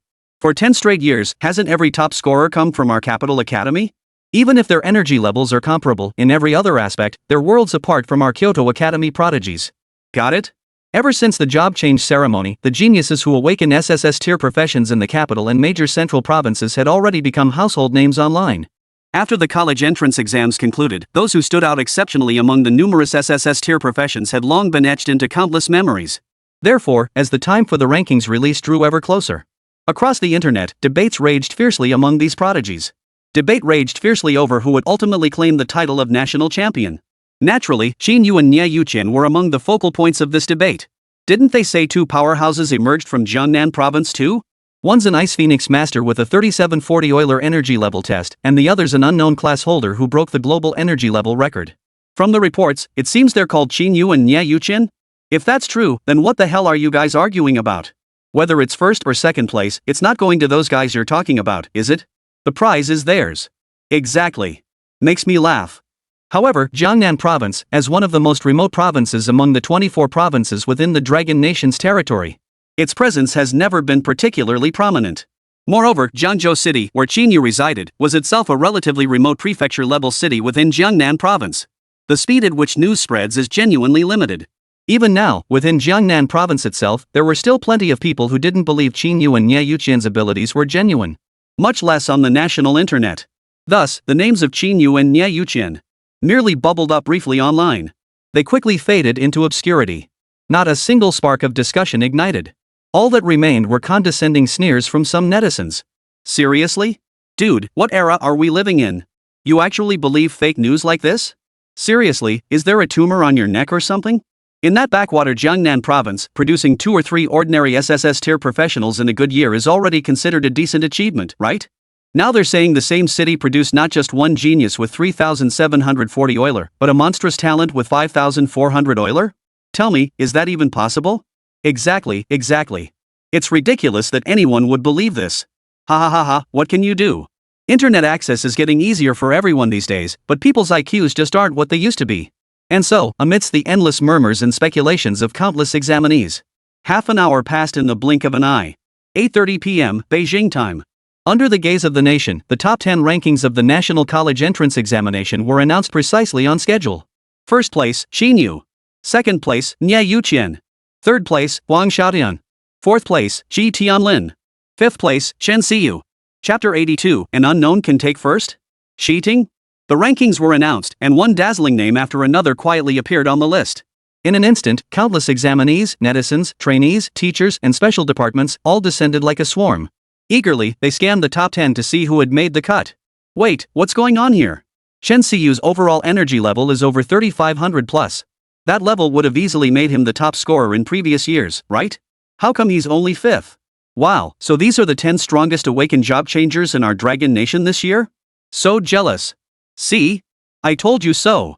The combat assessment only accounts for a small portion of the college entrance exam score. Even though Huang Xiaotian lost to Qi Tianlin, his overall strength surpasses Qi Tianlin's. Most of the names on the list were those already mentioned by netizens, figures long renowned nationwide. thus seeing those familiar names listed on the rankings. While most people had some reservations. But considering the formidable opponents their favored candidates had faced, the murmurs of dissent weren't particularly loud. Until they saw the names at the top, Qín Yǔ in first place and Niè Yǔqiān in second, names utterly unfamiliar to nearly everyone. Everyone who had reviewed the list froze in shock. Once they processed the shock, it took only moments for an uproar to sweep across the entire internet of Dragon Nation. Within mere minutes, the unexpected outcomes of the top 2 spots in the college entrance exam surged to the top of trending searches across all major Chinese media platforms. Shock! This year's Gaokao saw unprecedented upsets for both top scorers. Neither Huang Xiaotian, the archangel who awakened dual path combat and magic abilities, nor wait, these top 2, Qín Yǔ and Niè Yǔqiān, where did they even come from? What the hell is this? Huang Xiaotian only got third? Then the first and second must be so talented they could step on their own feet and fly straight to heaven. Damn it, this is rigged. Absolutely rigged. We've never even heard of these two before, okay? If they're really stronger than Huang Xiaotian, they shouldn't be complete nobodies, right? Did someone cheat on the college entrance exam and tamper with the energy level tester? Damn it, if this isn't rigged, I'll eat dinner upside down. Below the trending topic, nearly 99% of people were utterly stunned that Qín Yǔ and Niè Yǔqiān, names they'd never heard before, had claimed the national first and second places. Were utterly speechless. Many even began questioning the fairness and integrity of the entire top 10 rankings. They believed this year's rankings were highly likely to be rigged. And as time passed, these doubts only seemed to grow more intense. Within moments, discussions about this year's college entrance exam likely involved cheating surged onto the trending lists of major platforms. Suddenly, the entire internet was flooded with overwhelming skepticism toward Qín Yǔ and Niè Yǔqiān. Only a handful of people defended Qín Yǔ and Niè Yǔqiān in the comments sections of various posts. What shady dealings?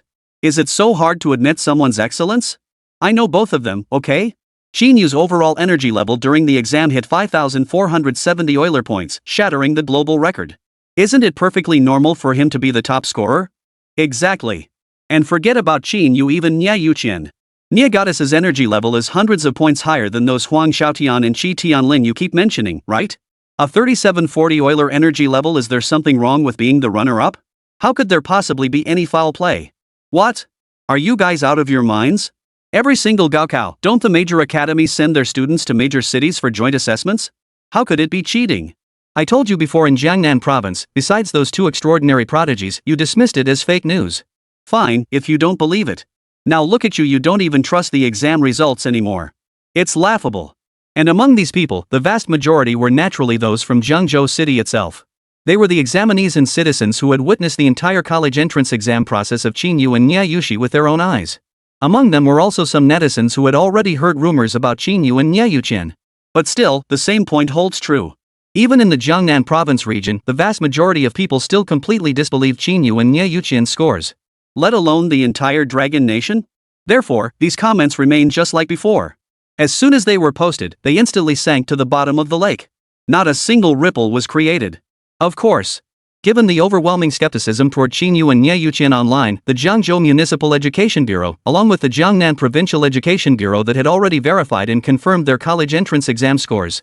Even the universities that participated in the Jiangzhou City Joint College Entrance Examination Assessment.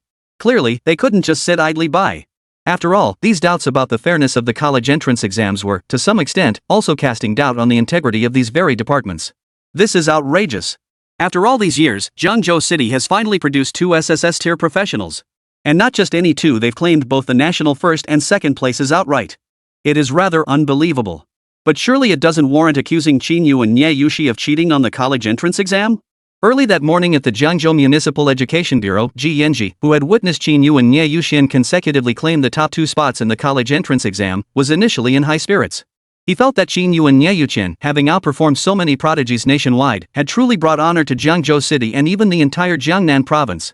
However, when he saw the overwhelming wave of online skepticism, Ji Yanji was so furious he trembled. Without a moment's hesitation, Ji Yanji slammed his fist on the table and barked at his assistant beside him. Wang, go release the exam videos of Qín Yǔ and Niè Yǔqiān. I'll see who dares accuse Qín Yǔ and Niè Yǔqiān of cheating. The exam videos of Qín Yǔ and Niè Yǔqiān. They were swiftly uploaded to the official accounts of Jiangzhou City's Education Bureau across all major platforms. Following closely behind, the official account of the Jiangnan Province Education Bureau wasn't idle either. The moment the videos were released by the Jiangzhou Municipal Education Bureau, within less than a minute, the Jiangnan Provincial Education Bureau reposted both videos. Simultaneously. All institutions participating in the Zhengzhou City Joint College Entrance Examination began releasing clarification statements one after another. Chapter 83, The Sandbags Have Been Torn Open? Tell me the truth. Among them, Xinhuan Academy, which had already granted special admission to Niè Yǔqiān Qín Yǔ, was naturally the first to issue a statement. This academy solemnly declares that there was absolutely no cheating involved in the college entrance exam scores of Qín Yǔ and Niè Yǔqiān. Furthermore, both students were specially recruited by our institution well before the college entrance examination. Subsequently, the other three major institutions, along with various first and second-tier academies, followed suit. Capital Academy. This academy has always prioritized fairness and impartiality in its assessments. This applies to both internal evaluations and the college entrance examinations administered by our institution. Qín Yǔ and Niè Yǔqiān's college entrance exam results have been thoroughly verified by our institution, and there is absolutely no evidence of cheating. Nanli Academy. This academy confirms the accuracy. Qín Yǔ, a native of Zhengzhou City, was classified as an E-rank lifestyle mechanic after his job change ceremony. However, he achieved exceptional results in the subsequent college entrance examination. After re-evaluation, his profession was identified as an extremely rare, unknown SS-grade occupation. With an overall energy level of 5,470 Euler, he is the undisputed top scorer of the college entrance examination. Niè Yǔqiān's occupation is the rare Ice Phoenix Master. Her status was reported to the highest national authorities immediately after the job change ceremony. Her college entrance exam energy level was personally supervised by this academy's examiners. 3740 Euler energy level, second highest nationwide beyond dispute. Therefore, there was absolutely no cheating in this year's exam. Tianyu Academy. As the Zhengzhou Municipal Education Bureau, the Jiangnan Provincial Education Bureau, and various universities issued statements clearing the names of Qín Yǔ and Niè Yǔqiān. Online skepticism regarding Qín Yǔ and Niè Yǔqiān's scores, along with suspicions of exam corruption, gradually subsided and calmed. After calming down, many belatedly realized that under the college entrance examination system in Manhwa, where universities jointly conduct assessments, it was indeed highly unlikely for corruption or cheating to occur. After all, with so many unfamiliar examiners monitoring a single testing venue, to cheat, one would have to bribe all the examiners from various cities and universities. The operational difficulty involved was simply too immense. Not to mention two individuals like Qín Yǔ and Niè Yǔqiān hailing from a remote provincial town. Even the prestigious families of the capital, or even the imperial clan, would find it nearly impossible. Thus, after a brief lull, many netizens began to acknowledge Qín Yǔ and Niè Yǔqiān's achievements. And with that acceptance, many now found themselves intensely curious about just how strong Qín Yǔ and Niè Yǔqiān truly were. In no time, the assessment videos of Qín Yǔ and Niè Yǔqiān began circulating wildly across the internet, originating from the official account of the Zhengzhou Municipal Education Bureau. After watching them, the discourse online completely flipped. Damn, it really doesn't look like cheating at all. When Qín Yǔ first stepped up to take the exam, he was even scolded and warned by the examiner from Nanli Academy. This doesn't look like cheating at all. Yeah, exactly. That examiner from Nanli Academy looked genuinely furious. It didn't seem staged at all. When Qín Yǔ said he was in the 19th grade for the second time, I felt like he was about to disqualify Qín Yǔ right then and there. Agreed, I think so too. No one questioned Qín Yǔ and Niè Yǔqiān's assessment results anymore. Instead, they were showered with admiration. Holy crap, 5,470 Euler energy levels? What kind of freaking freak is this? Isn't that a bit too outrageous? The highest recorded energy level in our nation's college entrance exams is barely over 4,000, right? Qín Yǔ just blew past it by over 1,400 Euler? Is this even human? Guys, with Qín Yǔ's terrifying combat prowess as an unknown class, if he keeps growing like this, won't he become another legendary powerhouse who can take down level 90s while only being level 80? Damn, you're right, it could totally happen. Damn it, brother Yǔ, I'm sorry. I was way too critical before. I apologize. From now on, you're my idol. Hey. Did you notice how ridiculously gorgeous Niè Yǔqiān is? However, this state of affairs lasted less than half an hour. Half an hour later, a post about. During Qín Yǔ's energy level test, the testing equipment likely malfunctioned, resulting in his exceptionally high overall energy level score that shattered the world record. The authenticity of Qín Yǔ's college entrance exam results once again plunged into a storm of doubt. The post featured a frame-by-frame analysis of Qín Yǔ's assessment video. Was subjected to frame-by-frame analysis. And it was precisely through this frame-by-frame examination that the sandbag which Qín Yǔ had struck until it cracked during the assessment was captured in a screenshot by the post's author. In an instant, the internet was once again divided over the authenticity of Qín Yǔ's scores. Was once again polarized. I knew there was something fishy about that 5,470 aura energy level. After all these years of the universal job change era, how could anyone possibly hit over 5,000 energy before even reaching level 20? TSK, OP is quite the talent, how did you even notice that? But fair is fair. Judging by this, the energy level tester Qín Yǔ does seem to have some issues. I recall intermediate grade energy level testers can only measure up to around 6,000 Euler units, right? Could it be that Qín Yǔ is so powerful he literally blew this tester to smithereens? That theory actually sounds plausible. Are you kidding? Absolutely possible. 5,470 Euros is already absurd enough, and now you're suggesting he blew the machine up? Are you kidding me? Some believe the ruptured sandbag might be indirect evidence of a malfunctioning tester after all. 5,470 Euros was utterly absurd, far exceeding any historical record. Others, however, maintained that Qín Yǔ's performance, whether in the 3 preliminary tests or the subsequent combat assessment against Zhao Yuanming, was flawless. The ruptured sandbag only proved his strength. For a time, the two factions clashed fiercely online. As for this point, even the major academies were at a loss for words. After all, they could only guarantee that Qín Yǔ and Niè Yǔqiān had absolutely not cheated. As for whether the energy level tester malfunctioned, and whether Qín Yǔ's overall energy level truly reached 5,740 Euler, the various academies dare not make any guarantees either. Thus, the major academies could only stand by as netizens raged on in heated online debates. Chapter 84, Reactions from All Sides. Lin Xiaoshan's surprise. However, arguments aside, Qín Yǔ's foundational metrics prior to the energy level test, along with his subsequent combat assessment where he instantly defeated Zhao Yuanming with a single electromagnetic cannon blast, were undeniably genuine. Thus, even though many netizens still harbored doubts about whether Qín Yǔ's energy level truly reached 5,470 points, there were still doubts. However, few disputed his status as this year's top-ranked student in the college entrance exams. After all, even Niè Yǔ, who placed second nationally, fell far short of Qín Yǔ in every metric, let alone Huang Xiaotian, Ji Tianlin, and the others. Naturally, as the wave of skepticism subsided, Qín Yǔ and Niè Yǔqiān inevitably drew the attention of many. In a picturesque estate in the capital city, Huang Xiaotian, clad in pure white combat attire and radiating an aura of light, watched the concluded video of Qín Yǔ's college entrance exam assessment. His fingers tapped lightly on the tabletop, his eyes flashing with sharpness. Strength 110, Spirit 120, Speed 94. These stats are significantly higher than mine. Even if the energy level tester malfunctioned, his total energy level is likely over 5,000 plus Euler. Could such a prodigy truly emerge from a small city like Zhengzhou? Interesting. Too bad he went to Star Ring Academy. If he'd come to Kyoto Academy, I could challenge him in 7 days. Now that he's at Star Ring Academy, we'll have to wait until the Academy tournament in 6 months. Qín Yǔ? I hope he doesn't disappoint me. Kyoto, a secret realm within the Qi family's forbidden territory. Having just finished his workout, the muscular Ji Tianlin listened as his subordinate reported the top 10 rankings of the college entrance exams. Even though he hadn't made it into the top 3, he still let out a hearty laugh. Ha ha ha, young Master Huang only third? That's hilarious. On exam day, he told me that even if he lost to me in the practical assessment, the top spot nationally would still be his. Now he's been proven wrong, huh? Qín Yǔ and Niè Yǔqiān? Those two? They're actually worthy opponents. Since both of them are going to Star Ring Academy, I'm going too.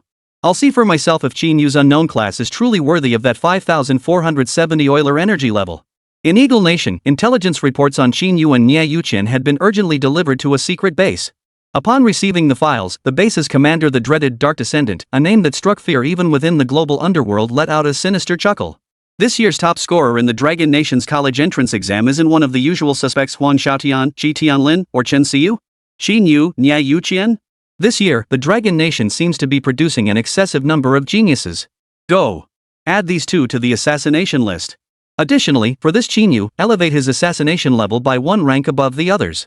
As soon as the Dark Descendant finished speaking, his subordinate beside him took the file and promptly replied. Yes, esteemed Lord Darkling.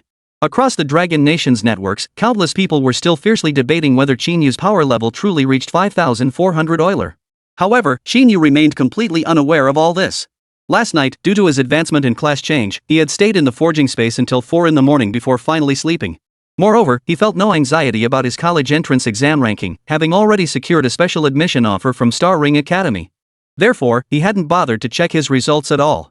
Instead, he slept soundly until 10 in the morning. He was woken up by a call from Lin Xiaoshan. Hello, Teacher Lin? What's up? TSK, so someone actually doubts that Xiao Yu and I cheated on the college entrance exam? Ha, how amusing. After taking the call and chatting with Lin Xiaoshan for a few moments, Qín Yǔ finally learned about all the events that had unfolded online during the 2 hours he'd been asleep. After getting the full picture, Qín Yǔ found himself both amused and exasperated. Still, he didn't let it bother him. After all, in the end, his position as the top student nationwide remained firmly established. As for the lingering doubts about his overall capabilities still circulating online, Qín Yǔ paid them even less attention. The reason he hadn't reported the malfunction of the power level tester back then was precisely because he feared that if he truly unleashed his full strength, it would be too terrifyingly extraordinary. He might even get taken away by special departments for research and dissection. Now, these people still doubted his power level hadn't even reached 5470 Euler? It was fair to say this played right into Qín Yǔ's hands. Therefore, Qín Yǔ wasn't the least bit angry. He even hoped the online skepticism would grow louder. Qín Yǔ, spill the beans for your bro. Was that energy level tester really broken during the test? On the other end of the line, Lin Xiaoshan was intensely curious about Qín Yǔ's true power level. You didn't actually blow that intermediate level energy tester to smithereens, did you? Qín Yǔ held a favorable impression of Lin Xiaoshan. Though he didn't give a direct answer to the inquiry, he did offer a subtle hint. Li Xingwen, an S-class professional at level 39, has an energy level far exceeding 5,400 aura. The moment Qín Yǔ finished speaking, Lin Xiaoshan understood. For a moment, he thought about how Qín Yǔ was only at level 19 now, yet his energy level had already surpassed the intermediate energy tester's limit of 6,000 Euler. Lin Xiaoshan couldn't help but exclaim. Your profession is downright terrifying. After his exclamation, Lin Xiaoshan straightened his tone and said, by the way, Qín Yǔ, you should be free this afternoon, right? If you have time, come by my place. I have a surprise for you. I'm sure you'll like it. A surprise? Hearing Lin Xiaoshan's mysterious tone, Qín Yǔ felt a bit puzzled. Still, considering he didn't have anything else planned, he agreed. Alright, I'll swing by later. I'll be waiting. After hanging up, Qín Yǔ felt his mind clear considerably. He got up, washed up, and glanced at the time. It was already 11:30 in the morning. Li Ziqi had left on a business trip several days ago. So Qín Yǔ had to prepare lunch for himself. Li Ziqi was an archaeologist by profession. She usually worked at a public museum in Jiangzhou City. This business trip was due to the discovery of a 3,000-year-old ancient site in neighboring Huainan City, where Li Ziqi had been assigned to conduct an investigation. By the time Qín Yǔ finished eating, it was nearly 1 p.m. However, just as he was about to head out to the hotel where Lin Xiaoshan was staying, a knock on the door sounded, beating Qín Yǔ to it. Simultaneously, standing at the doorway, Qín Yǔ could hear two voices whispering outside. Father, do you think Qín Yǔ has truly forgiven me? Forgiven or not? How should I know? All I can say is, since Qín Yǔ didn't kill you during the college entrance exams, he certainly won't harbor any murderous intent toward you in the future. But even so, we still need to apologize and make amends. Understood? I understand. Chapter 85, Comprehensive Guide to Basic Mechanical Engineering. It's actually these two, father and son? Hearing the voices outside the door, Qín Yǔ quickly recognized who had arrived. None other than Zhao Yuanming and his father, Zhao Liancheng. To be honest, he was genuinely surprised they'd come looking for him. And from the sound of it, they seemed to be here to apologize. Qín Yǔ couldn't help but feel a bit surprised. After all, during the combat assessment, even though he had held back somewhat, Zhao Yuanming had still been severely injured by him. Even his beast companion had been obliterated by a single electromagnetic cannon blast. He had assumed that given Zhao Yuanming's temperament, even if he dared not harbor any further intentions against him, he would still hold a grudge deep within his heart. Of course, after a moment of surprise, Qín Yǔ didn't leave them standing there. He calmly opened the door. Instantly, Zhao Liancheng and Zhao Yuanming outside shut their mouths at the very first moment. Upon recognizing Qín Yǔ as the one opening the door, Zhao Liancheng's face instantly lit up with a fawning smile as he congratulated Qín Yǔ repeatedly. Ha, Qín Yǔ, congratulations! You've become the first top scorer in the college entrance exam to come out of our Jiangzhou City. You've truly brought honor to Jiangzhou City. As for Zhao Liancheng and Zhao Yuanming, after educating Zhao Yuanming during the practical assessment, Qín Yǔ's assessment of Zhao Yuanming was largely in line with Zhao Liancheng's speculation. He had long since ceased to regard Zhao Yuanming with any particular regard. Therefore, at this moment, faced with Zhao Liancheng's string of compliments, Qín Yǔ didn't give him a cold shoulder, but he wasn't overly enthusiastic either. He merely gave a faint nod. He then led the two men into the living room. Of course, given their relationship with Qín Yǔ certainly wouldn't entertain them. After casually inviting them to sit down, Qín Yǔ skipped any pleasantries with Zhao Liancheng. He looked Zhao straight in the eye and got straight to the point. Minister Zhao, whatever you need to discuss, just say it. Zhao Liancheng had actually intended to exchange a few polite words with Qín Yǔ to warm up their relationship. But seeing that Qín Yǔ seemed unimpressed by his approach, Zhao Liancheng had no choice but to speak up. Actually, it's nothing major. I brought Yuanming along this time mainly to express my gratitude for your restraint during the practical assessment. As he spoke, Zhao Liancheng produced a spatial ring and placed it on the coffee table before him. After a brief pause, he continued. Qín Yǔ, as far as I understand, your profession, while not an E-grade mechanic, still seems closely tied to machinery. Moreover, at a gathering a few days ago, I heard Lin Tian mention that you require large quantities of rare metals. Here are some rare metal trinkets I've collected over the years, along with a comprehensive set of essential knowledge for the mechanic profession. I hope they prove useful to you. At this point, Zhao Lianqing paused again before sliding the spatial ring from the coffee table toward Qín Yǔ. After watching Qín Yǔ take the spatial ring and examine it, Zhao Lianqing feigned a stern glare at Zhao Yuanming sitting beside him and declared, "Yuanming, you were in the wrong earlier. Now, apologize to Qín Yǔ again." Under Zhao Lianqing's pointed gaze, Zhao Yuanming shed his previous arrogant, self-important demeanor. He became remarkably reasonable, apologizing meekly. "Qín Yǔ, I was narrow-minded earlier and offended you." However, at this very moment, Qín Yǔ, who had just finished inspecting the contents stored within the spatial ring handed over by Zhao Lianqing, he paid no attention whatsoever to the words spoken by Zhao Yuanming and Zhao Lianqing afterward. His mind was reeling from the barrage of notifications flooding his professional interface panel. Beep. Knowledge detected, basic mechanical compendium. Spend 50 contribution points to learn? Beep. Knowledge detected, basic mechanical engineering. Spend 50 contribution points to learn? Beep. Knowledge detected, basic weapons studies. Spend 50 contribution points to learn? Beep. Knowledge detected, basic bionics. Spend 50 contribution points to learn? Beep. Knowledge detected, basic energy theory. Spend 50 contribution points to learn? Beep. Knowledge detected. In Qín Yǔ's mind, the beeps of the profession panel notifications echoed relentlessly. Caught completely off guard, Qín Yǔ was genuinely stunned. He never imagined that what Zhao Lianqing had mentioned, the essential knowledge every mechanic must master, was precisely the foundational mechanical knowledge sold within the profession panel. What's more, he could actively study them by spending contribution points at a cost potentially hundreds of times cheaper than purchasing them directly from the interface. Ha! It took him a long while to snap back to reality, and by then, he had a rough idea why this was happening. Admittedly, the super god mechanic profession wasn't a traditional mechanic, but as Zhao Lianqing had said, his profession was fundamentally intertwined with mechanics in countless ways. Or rather, his profession itself was a modification of the mechanic class by the system. Therefore, while his profession was still in its early stages, he could naturally study the existing mechanical knowledge available on Blue Star. It's just that before this, he had never actively considered this possibility. If that's the case, then I won't need to spend contribution points on those basic mechanical knowledge modules on the interface. I just need to find these materials online and spend 50 contribution points to learn them directly. From the moment the interface prompt sounded in his mind to when Qín Yǔ fully snapped back to reality, it felt like an eternity. To outsiders, however, it had only been a mere dozen seconds. Though Qín Yǔ had remained silent for less than a dozen seconds, Zhao Lianqing couldn't help but feel uneasy as he watched Qín Yǔ take the spatial ring without uttering a word. Zhao Yuanming, having already apologized, kept his head bowed, avoiding eye contact with Qín Yǔ entirely. He feared his attitude might not seem sincere enough, risking further angering this college entrance exam champion who was now far beyond his reach. "Qín Yǔ, are these items to your liking?" After another moment, Zhao Lianqing tentatively asked once more. Only then did Qín Yǔ manage to suppress the shock within him. Glancing at Zhao Lianqing, he nodded faintly. "Thank you for your generous gift, Minister Zhao. These items will indeed be of use to me. Rest assured. The fact that I didn't kill Zhao Yuanming during the practical assessment means I've already let it go. Just make sure Zhao Yuanming doesn't cross me again in the future." Hearing Qín Yǔ personally confirm he wouldn't pursue the matter further, the heavy burdens weighing on both Zhao Lianqing and Zhao Yuanming's hearts finally settled.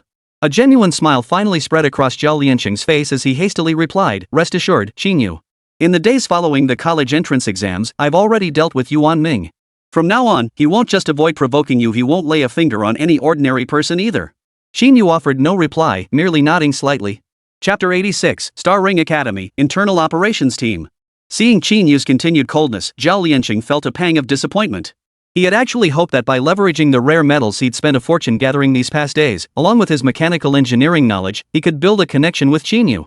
After all, Qín Yǔ possessed an SSS-tier unknown profession and was this year's top college entrance exam scorer. It was obvious that as long as Qín Yǔ didn't meet an untimely end, he would undoubtedly grow into a powerhouse they could only look up to in awe. However, he also understood that given Zhao Yuanming's previous foolish actions, the fact that Qín Yǔ had personally stated he wouldn't pursue the matter further was already a tremendous blessing for them. Thus, after exchanging a few more obligatory pleasantries with Qín Yǔ, Zhao Lianqing finally pulled Zhao Yuanming aside to take their leave. "We won't disturb you any longer, Mr. Qín Yǔ. If you ever need anything while in Jiangzhou, just let me know. I'll help however I can." Qín Yǔ nodded, then watched them walk out the door. Only after they had completely disappeared from sight, Qín Yǔ rose to close the door, then examined the other rare metals Zhao Lianqing had gifted him within the spatial ring once more. Earlier, he had only briefly scanned the various books within the space before the profession panel prompt instantly activated. He hadn't even had time to examine the metals inside. Looks like Zhao Lianqing really went all out. Just these 2 kilograms of gold alone are probably worth 1 million long nation currency, not to mention the other metals like chromium and titanium. I was actually thinking of going to Lin Tian to restock some supplies. But this lot should suffice for now. After a thorough inspection, Qín Yǔ was quite satisfied with the rare metals Zhao Lianqing had sent. However, he understood that Zhao Lianqing's lavish gift was merely a pretext. Apologizing was merely a pretext. The real purpose was to use the matter involving Zhao Yuanming as an excuse to curry favor with him. This reminded Qín Yǔ of his previous profession, a mere E-rank life-type job, mechanic. Back then, even the most insignificant people dared to mock him. And now, the deputy director of the Jiangzhou City Inspection Department, a level 42 fourth-class transmuter, had to resort to such subtle gestures when presenting gifts. Qín Yǔ clenched his fist, feeling the powerful energy coursing through his body as his mechanical power circulated. For a moment, he felt a pang of emotion. True strength is the foundation. Especially in this system where extraordinary power reigns supreme, it's even more so. He stowed the spatial ring into his forging space. He glanced at the time. It had only been a moment. It was already 1:30 p.m. Recalling the surprise Lin Xiaoshan had mentioned, Qín Yǔ wasted no further time. He walked to the garage by the entrance, hopped into a random SUV, and sped toward the city center. Half an hour later, inside the hotel arranged by the Education Bureau for the Star Ring Academy delegation. As soon as Qín Yǔ entered the lobby, he spotted Lin Xiaoshan, Wei Jun, and Dong Tianyu among the group. Besides these familiar faces, Qín Yǔ noticed several unfamiliar ones among the group, people he hadn't seen in the secret realm. Moreover, the uniforms these individuals wore differed from those of Wei Jun and Dong Tianyu. The overall color was no longer the previous light green. Instead, a white star ring emblem adorned their chests. They clearly looked far more sophisticated than the uniforms worn by Wei Jun and Dong Tianyu. "Qín Yǔ, you're here?" As soon as Qín Yǔ entered the hotel lobby, Lin Xiaoshan waved him over immediately.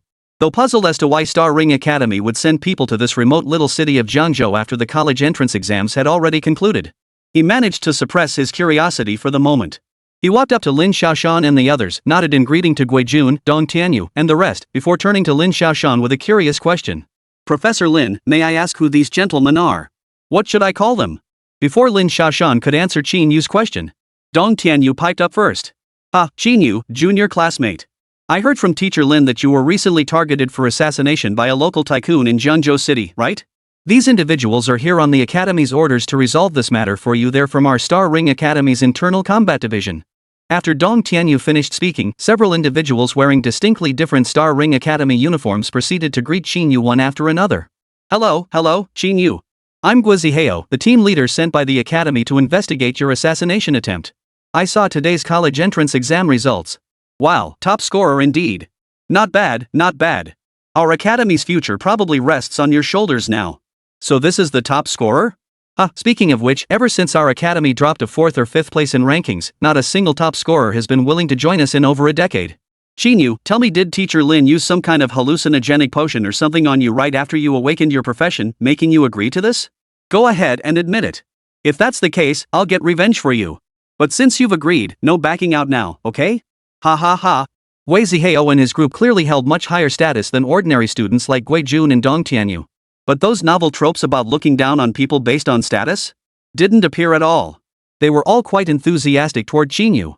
Especially one of them, a pretty female student, who even sent him flirtatious glances.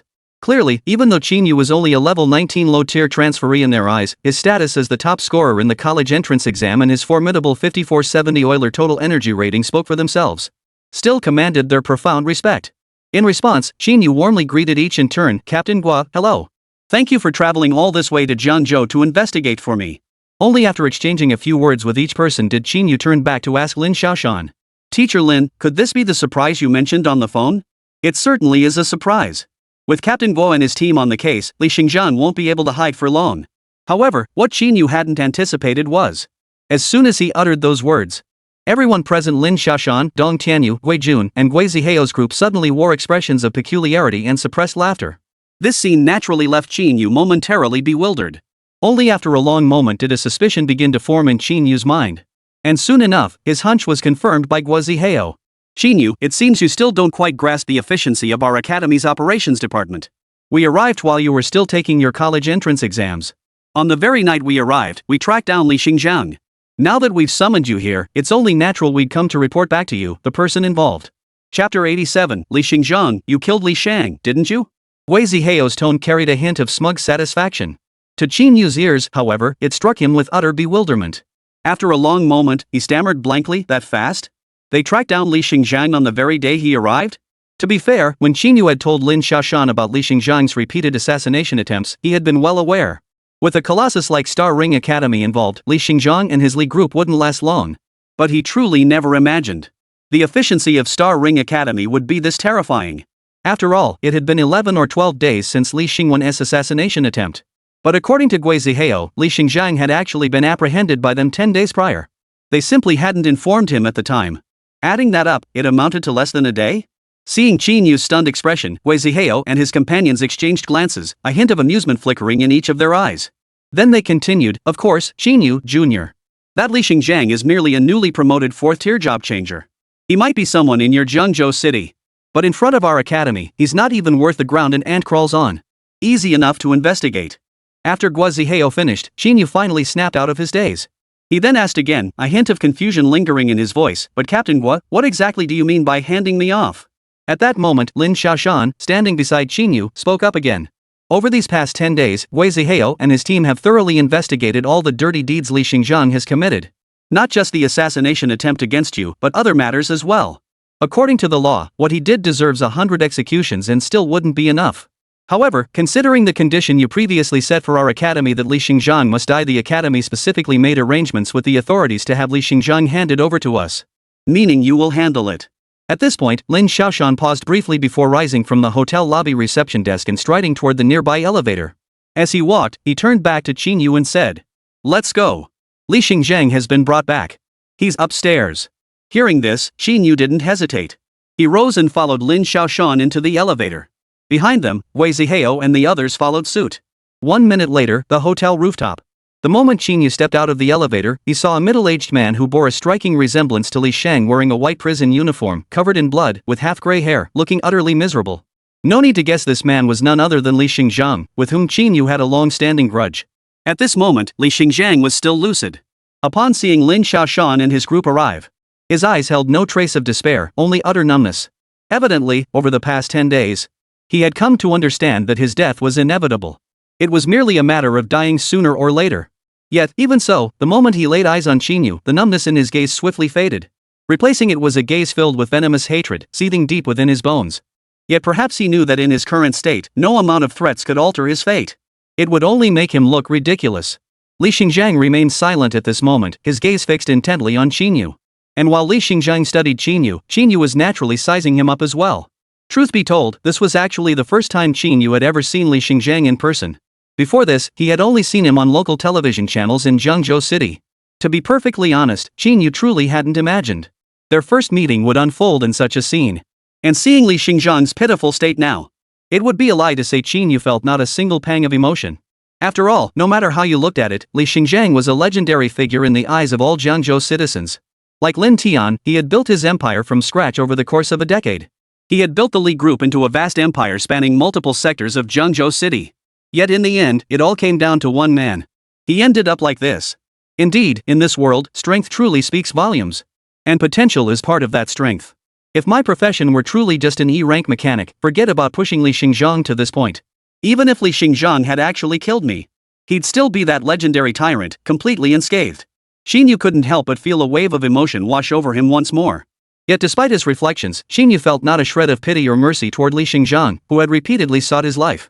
After a brief silence, Qín Yǔ spoke again. "Teacher Lin, Captain Gui, since you've entrusted me with full authority to handle this, may I kill him?" "Right, here." As Qín Yǔ finished speaking, Li Xingjiang's expression remained unchanged. Instead, Gui Zihao, Lin Xiaoshan, and the others raised their eyebrows in surprise. Clearly, they hadn't expected Qín Yǔ, who had been smiling brightly downstairs just moments ago, to utter such a cold sentence at this moment. Of course, they wouldn't immediately label Qín Yǔ negatively over this. After all, 10 days of investigation had given them a thorough understanding of the conflict between Qín Yǔ and Li Xingjiang. If they were in his shoes, they would likely have done the same. Of course. "Just have Gui Jun, the water elementalist, come clean the floor later," Lin Xiaoshan replied after a brief silence. Hearing Lin Xiaoshan's response, Qín Yǔ hesitated not a moment. As he stepped toward Li Xingjiang, a thought flashed through his mind. The next moment, a mechanical dagger appeared in his hand, dark golden color, its surface carved with intricate grooves and patterns. Combat Dagger, entry-level mechanical artifact. Power level, 5070 Euler. Only when Qín Yǔ had reached Li Xingjiang's front, poised to slit his throat with a single stroke. Li Xingzhang finally fixed his gaze on Qín Yǔ and uttered the only words between them since their meeting. Shenger, he was killed by you, wasn't he? Chapter 88, The Death of Li Xingzhang, Academy commences. Truth be told, Qín Yǔ and Li Xingzhang himself had never had any personal conflict or animosity. Everything stemmed from Li Shang, who, like Zhao Yuanming, harbored murderous intent toward Qín Yǔ during their time in the novice secret realm. This was solely because Qín Yǔ had awakened only an E-rank life-type profession. That forced Qín Yǔ to kill Li Shang, setting off the chain of events that followed. Thus, when Li Xingzhang posed this question, Qín Yǔ's hands froze mid-motion. At the same moment, Lin Xiaoshan, Wei Zihao, and the others behind him pricked up their ears. Clearly, they too wanted to know whether the conflict between Qín Yǔ and Li Xingzhang was genuine or merely a delusion of Li Xingzhang's. If it was real, then there was no arguing with it. Li Xingzhang avenged his son, only to hit a brick wall in Qín Yǔ. His revenge failed, and instead, he brought death upon himself. But if it wasn't, then Li Xingzhang would be rather wronged. It would mean he'd been reduced to this state for no good reason. Still, Qín Yǔ's hands didn't pause for long. He paused for only a few seconds. He struck again, slashing Li Xingzhang's throat with the dagger in his hand without hesitation. Blood spurted forth in an instant. Li Xingzhang, who had been kneeling upright, collapsed limply to the ground at that very moment. However, as a fourth-tier transmuter, even though he was a relatively fragile mage, he wasn't about to lose consciousness so quickly. Even after hitting the ground, Li Xingzhang's gaze remained fixed on Qín Yǔ. Only then did Qín Yǔ meet Li Xingzhang's gaze once more and speak. It can only be said that you, having a child late in life, have spoiled Li Shang rotten these past decades. You brought this upon yourselves. With outsiders present, Qín Yǔ was absolutely certain that given his current status, even if he declared outright that he had killed Li Shang, he would face no consequences whatsoever. But at this moment, Qín Yǔ still refrained from stating it plainly. He merely uttered this vague statement. However, when combined with Li Xingzhang's earlier question, Qín Yǔ's response essentially amounted to a direct admission that he had killed Li Shang. Therefore, as soon as Qín Yǔ finished speaking, the expressions on the faces of Lin Xiaoshan, Wei Zihao, and the others behind him all conveyed a look of I knew it. As for Li Xingzhang, the moment Qín Yǔ finished speaking, he closed his eyes completely. Within half a minute, he lay motionless in a pool of blood, utterly silent. Looking at Li Xingzhang's lifeless body before him, Qín Yǔ felt little relief. Instead, a profound sense of sorrow and regret overwhelmed him. After killing Li Shang in the newcomer's secret realm and returning to the real world, Qín Yǔ had actually researched Li Xingzhang and the Li group he had founded. After carefully reviewing Li Xingzhang's records spanning over a decade, Qín Yǔ found himself, setting aside methods and moral judgments, actually quite impressed by Li Xingzhang. After all, in this world, while only a small fraction of people awaken combat-type professions each year. But over the years, the number of fourth transition realm job changers had accumulated to be quite substantial. Among all these fourth transitioners, how many could achieve what Li Xingzhang had accomplished? And yet, here he was, meeting such an end. Pulling himself together, Qín Yǔ didn't linger over Li Xingzhang's corpse. Instead, he turned to Lin Xiaoshan with a hint of curiosity. By the way, Teacher Lin, if Li Xingzhang is dead, what about the Li group behind him? Surely it can't just collapse like this? The Li group, a commercial giant founded from scratch by Li Xingzhang within Jiangzhou City, had deep roots throughout the city. While Li Xingzhang himself was no saint, it was undeniable that the Li group provided substantial employment opportunities for many ordinary people. Now that Li Xingzhang had fallen by Qín Yǔ's hand, as a native son of Jiangzhou City, he genuinely didn't want his actions to impact the livelihoods of too many ordinary people. After all, in this world, while job changers might fare better, ordinary people's lives were truly difficult. As soon as Qín Yǔ finished speaking, Lin Xiaoshan was puzzled by the sudden question. You needn't worry about that, Lin Xiaoshan replied with a smile. Rest assured, even before Li Xingzhang went into hiding, our academy had already dispatched personnel to the Li group to handle the handover. From now on, the Li group is effectively an asset under our academy's umbrella. Qín Yǔ nodded. I see. Got it. After hearing about this surprise Lin Xiaoshan mentioned, Qín Yǔ didn't linger much longer. He exchanged a few more casual words with Lin Xiaoshan, Wei Zihao, and the others.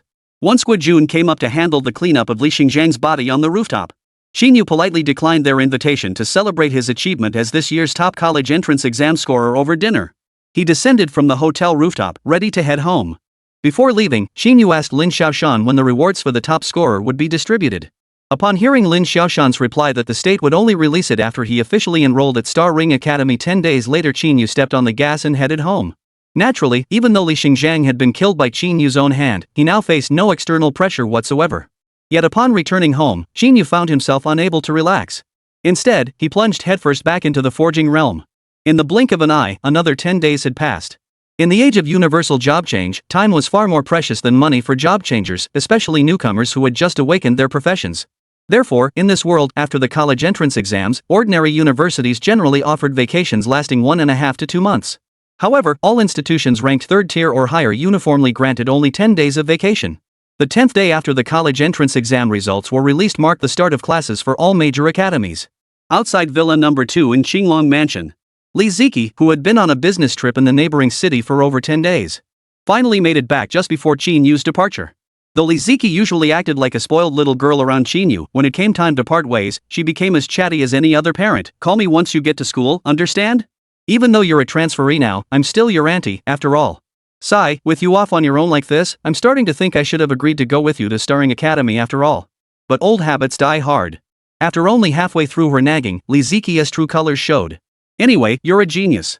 The academy will arrange a place for me to stay, and it won't cost a dime. Ah, Xiaoyu, do you think it's too late for me to change my mind now? No, I promised Aunt Wang just the other day that I'd come back in the 2nd semester. Qín Yǔ. Chapter 89, The Things Left Behind by Qín Yǔ's Parents. As a completely obscure and insignificant small city within Dragon Nation, Jiangzhou naturally had no airport. Therefore, after patiently listening to Li Ziqi's chatter at the door and then re-explaining to her how to operate the defensive and surveillance machinery he'd left at home, Qín Yǔ finally got into Lin Tian's car, heading to Jiangzhou City Railway Station to meet up with Niè Yǔqiān, who, like him, was also heading to Xinghuan Academy today to register. Originally, 10 days prior, Lin Xiaoshan, Wei Jun, Dong Tianyu, and their group had planned to wait for Qín Yǔ and Niè Yǔqiān before returning together to Star Ring Academy. However, the colossal spatial fissure adjacent to Star Ring Academy appeared to be entering its eruption cycle. Thus, responding to the Academy's call, Lin Xiaoshan and his group had returned several days earlier. Qín Yǔ and Niè Yǔqiān, naturally, had no choice but to report on their own. Seated in Lin Tian's car, he watched through the rearview mirror. Li Ziqi still waving goodbye at the entrance. Qín Yǔ felt a pang of reluctance. He had originally intended to bring Li Ziqi with him to Qingzhou, where the Star Ring Academy was located. After all, his departure meant he would be gone for at least several months. Moreover, it was foreseeable that his time spent in Jiangzhou would only grow increasingly scarce in the future. For this reason, he had even contacted the logistics department of Star Ring Academy in advance.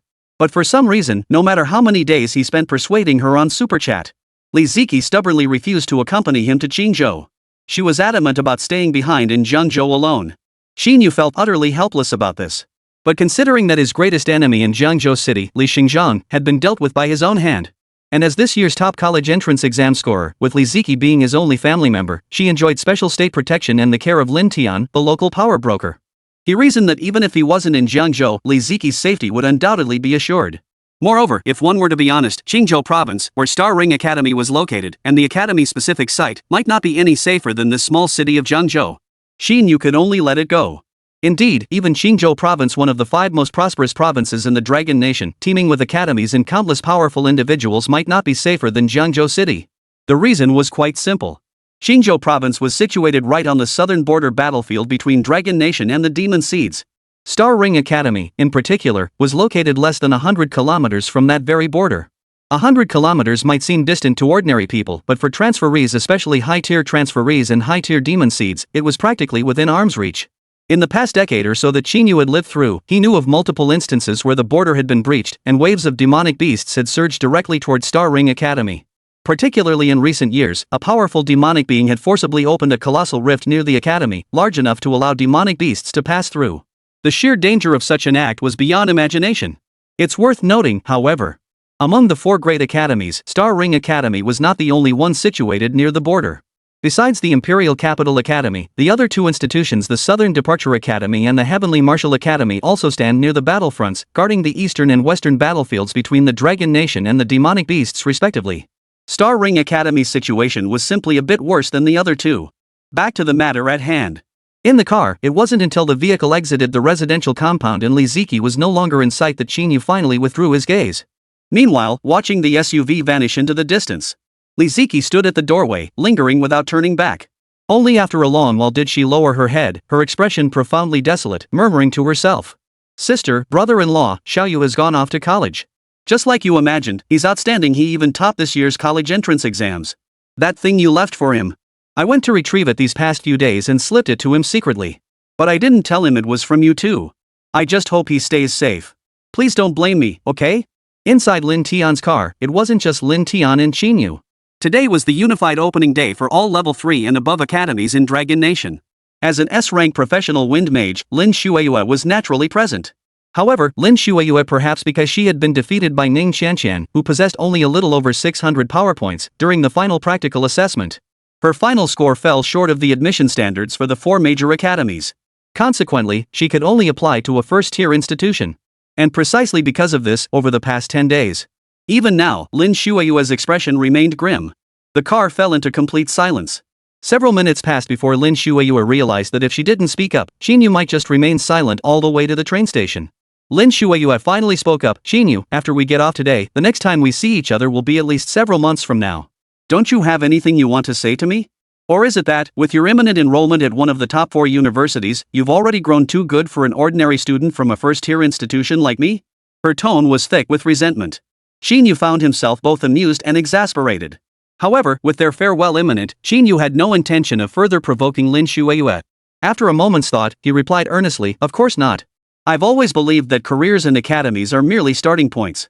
True strength doesn't come from any academy, but on their own persistence and hard work. Even among the 4 great academies, aren't there still countless individuals whose later achievements pale in comparison to those from first-rate or even second-rate institutions?" As Qín Yǔ finished speaking, Lin Tian, who was driving, turned his head to glance at Qín Yǔ and Lin Shuiyue before chiming in. "Qín Yǔ's right, Shuiyue. Academies are just platforms. Future achievements depend entirely on yourself." He seemed to get more animated as he continued. "Take your old man here, for instance." However, listening to the blunt remarks from both Qín Yǔ and her father, Lin Shuiyue's expression didn't improve, it only grew worse. Inside, she was utterly furious. "Don't I know the academy is just a starting point? That future success depends on my own efforts? Is that what I'm concerned about? The underlying meaning in my words. Wasn't it that I hated myself for not doing well on the exam? That I couldn't attend the same school as Qín Yǔ? Is your comprehension really that poor?" Chapter 90. Lin Shuiyue's departure. The Starry Sea is the true goal.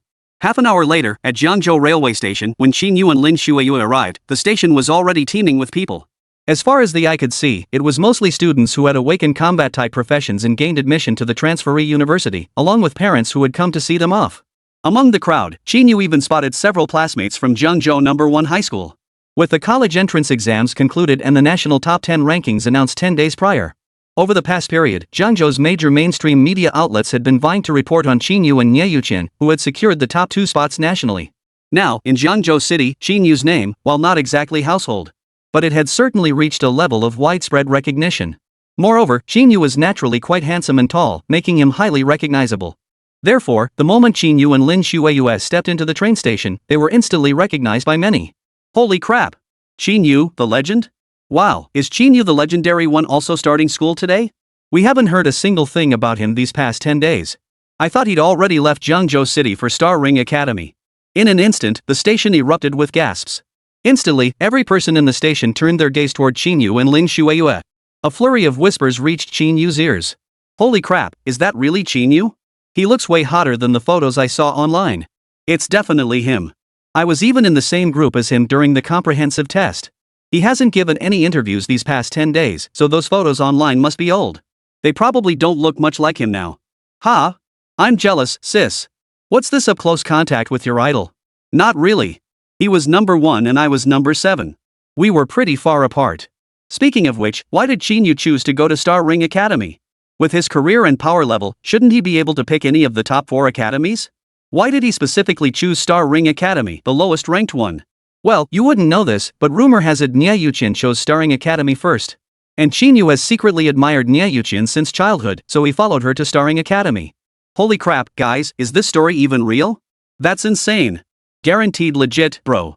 My 7th uncle's second maternal grandfather's nephew's little cousin's son, my distant cousin, was in the same class as Qín Yǔ. He told me this himself. With Qín Yǔ's job change complete, he reached level 20 and awakened the unique power of his new class, Super God Mechanic, Machinic Force. Qín Yǔ's physical prowess and senses were now exponentially stronger than before. Consequently, every whisper of gossip around him was crystal clear to Qín Yǔ at that very moment. Unbelievable. When did I supposedly have a crush on Niè Yǔqiān for over a decade? Who on earth started this rumor? Hearing these whispers, Qín Yǔ found himself at a loss for words. Naturally, he made no attempt to refute them. Ignoring the murmurs and stares, he pulled out his phone, opened UltraChat, and messaged Niè Yǔqiān, who hadn't directly contacted him in over 10 days. I'm at the train station. Where are you? Come to think of it, ever since that night when Niè Yǔqiān inexplicably washed Qín Yǔ's feet, Niè Yǔqiān seemed to have vanished from the face of the earth. No matter how many times Qín Yǔ tried to reach her, he received no response. Even the current meeting point at the train station to head to Star Ring Academy was arranged through Lin Xiaoshan. It wasn't until Li Ziki asked Aunt Wang that he learned Niè Yǔqiān was fine. She'd just retreated into a frenzied training session after returning home. To be honest, even now, Qín Yǔ still couldn't fathom what had truly happened that night. Still, the sensation of Niè Yǔqiān's slender fingers tracing the contours of his foot lingered in his memory. A faint flutter stirred within him. In short, they were soft and smooth. His phone vibrated. After days of silence, Niè Yǔqiān finally replied to Qín Yǔ. "Be right there." Just 3 brief words, yet they carried that familiar coldness. Qín Yǔ glanced at it, unfazed, and replied, "Alright, meet me in the waiting hall then." After sending it, the chat window fell silent once more, no further activity. Qín Yǔ didn't check again. Instead, he led Lin Xueyue toward the ticket gate for Yunzhou. Having failed to gain admission to the 4 prestigious universities, Lin Xueyue ultimately chose Yunmeng Academy, a top-tier institution in Yunzhou, right next to Qín Yǔ's home province of Qingzhou. Since their destinations differed, the trains they boarded were naturally not the same. Moreover, Lin Xueyue's train departed half an hour earlier than the one Qín Yǔ and Niè Yǔqiān were taking. By this time, boarding had already commenced, and the train was preparing to depart. Arriving at the ticket gate, Lin Xueyue glanced at the entrance ahead and at Qín Yǔ beside her. For a moment, her expression betrayed a hint of reluctance. But then she recalled the words Qín Yǔ had spoken earlier on the train. Lin Xueyue ultimately said nothing more. "Qín Yǔ, just you wait. You're right, the academy is just the starting point. Even though your profession is SSS tier, mine isn't half bad either. I won't let you get too far ahead of me." After giving herself a mental pep talk, she stepped through the ticket gate and boarded the train without looking back. Watching Lin Xueyue's figure disappear into the train, Qín Yǔ stood silently in the waiting hall for a few seconds, regarding the words Lin Xueyue left unsaid. After all these days, Qín Yǔ understood perfectly well. In fact, he understood even the subtle hints she had dropped on the train just moments ago were perfectly clear to him. But it still came down to that one truth: from the very first day he crossed over into this world, the moment he learned it held not only extraordinary powers but also the vastness of the cosmos. Qín Yǔ had never once considered matters of romance or affection. Therefore, he quickly composed himself. He found another seat in the waiting hall and settled in, waiting for Niè Yǔqiān. As Qín Yǔ settled back into his seat, the gazes of the crowd naturally drifted toward him again from time to time. In fact, several people even mustered the courage to approach him and strike up a conversation. "Hey, Qín Yǔ, are you heading to the academy for registration too? Class monitor Qín, do you remember me? I used to be at Zhengzhou #1 high school too. I even got into the pioneer class once, but I was kicked out after just 1 term." In the end, even the station master, upon learning of his arrival, personally came over to greet Qín Yǔ. "Mr. Qín Yǔ, this year's top college entrance exam scorer, you're the pride of Zhengzhou City." Though somewhat exasperated, Qín Yǔ could only respond to each greeting in turn. Chapter 91, Ning Qianqian got special admission too? The perks of the spatial department. Fortunately, Niè Yǔqiān didn't keep Qín Yǔ waiting too long. Within just 10 minutes, she walked into the waiting hall carrying a small suitcase. Today, Niè Yǔqiān had abandoned her usual simple attire. She wore a light blue long skirt paired with a pale white knit top. Though the overall look remained simple, she appeared far more striking than before. The moment she stepped into the station, she drew the attention of everyone in the waiting hall, both men and women. As people gradually recognized her as Niè Yǔqiān, the station erupted once more in a wave of gasps. This time, however, the gasps didn't linger long. Because at that very moment, the direct train to the city where Star Ring Academy was located, the one Qín Yǔ and Niè Yǔqiān were boarding, had begun boarding. "The train bound for Qingzhou has started boarding. Please." The automated announcement echoed through the station. Qín Yǔ rose and exchanged a glance with Niè Yǔqiān.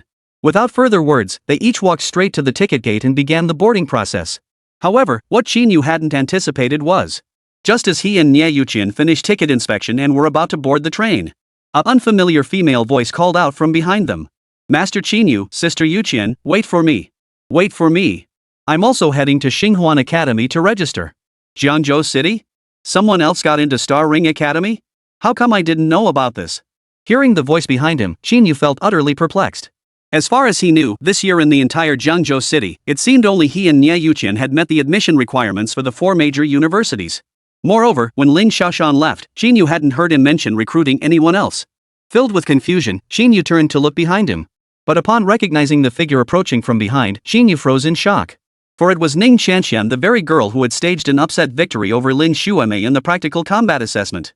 Seeing Ning Qianqian now, her delicate face slightly flushed from running swiftly up to him and Niè Yǔqiān, Qín Yǔ was both astonished and, in a way, felt it made perfect sense.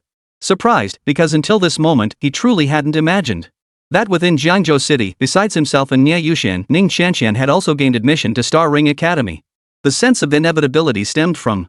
Although Ning Qianqian's energy level had only just exceeded 600 during the college entrance exams, slightly lower than that of Zhao Yuanming and Wu Wenbin, and her profession was merely an A-rank shadow assassin. But her profession granted her a talent, spatial traversal within the spatial element. Among all S-rank and above professions, this talent was incredibly rare and powerful. With such a talent, gaining admission to one of the 4 major universities seemed entirely justified. You got into Star Ring Academy too? Why didn't teacher Lin mention this before? After a moment of surprise, Qín Yǔ couldn't help but ask. Gazing at Qín Yǔ's handsome face, Ning Qianqian's cheeks flushed even redder. After a moment, she explained somewhat sheepishly. Actually, I didn't get into any of the 4 major academies before. My energy level was too low during the college entrance exam, and my rank couldn't compete with others. I had already been accepted by a first-tier academy, but then it turned out.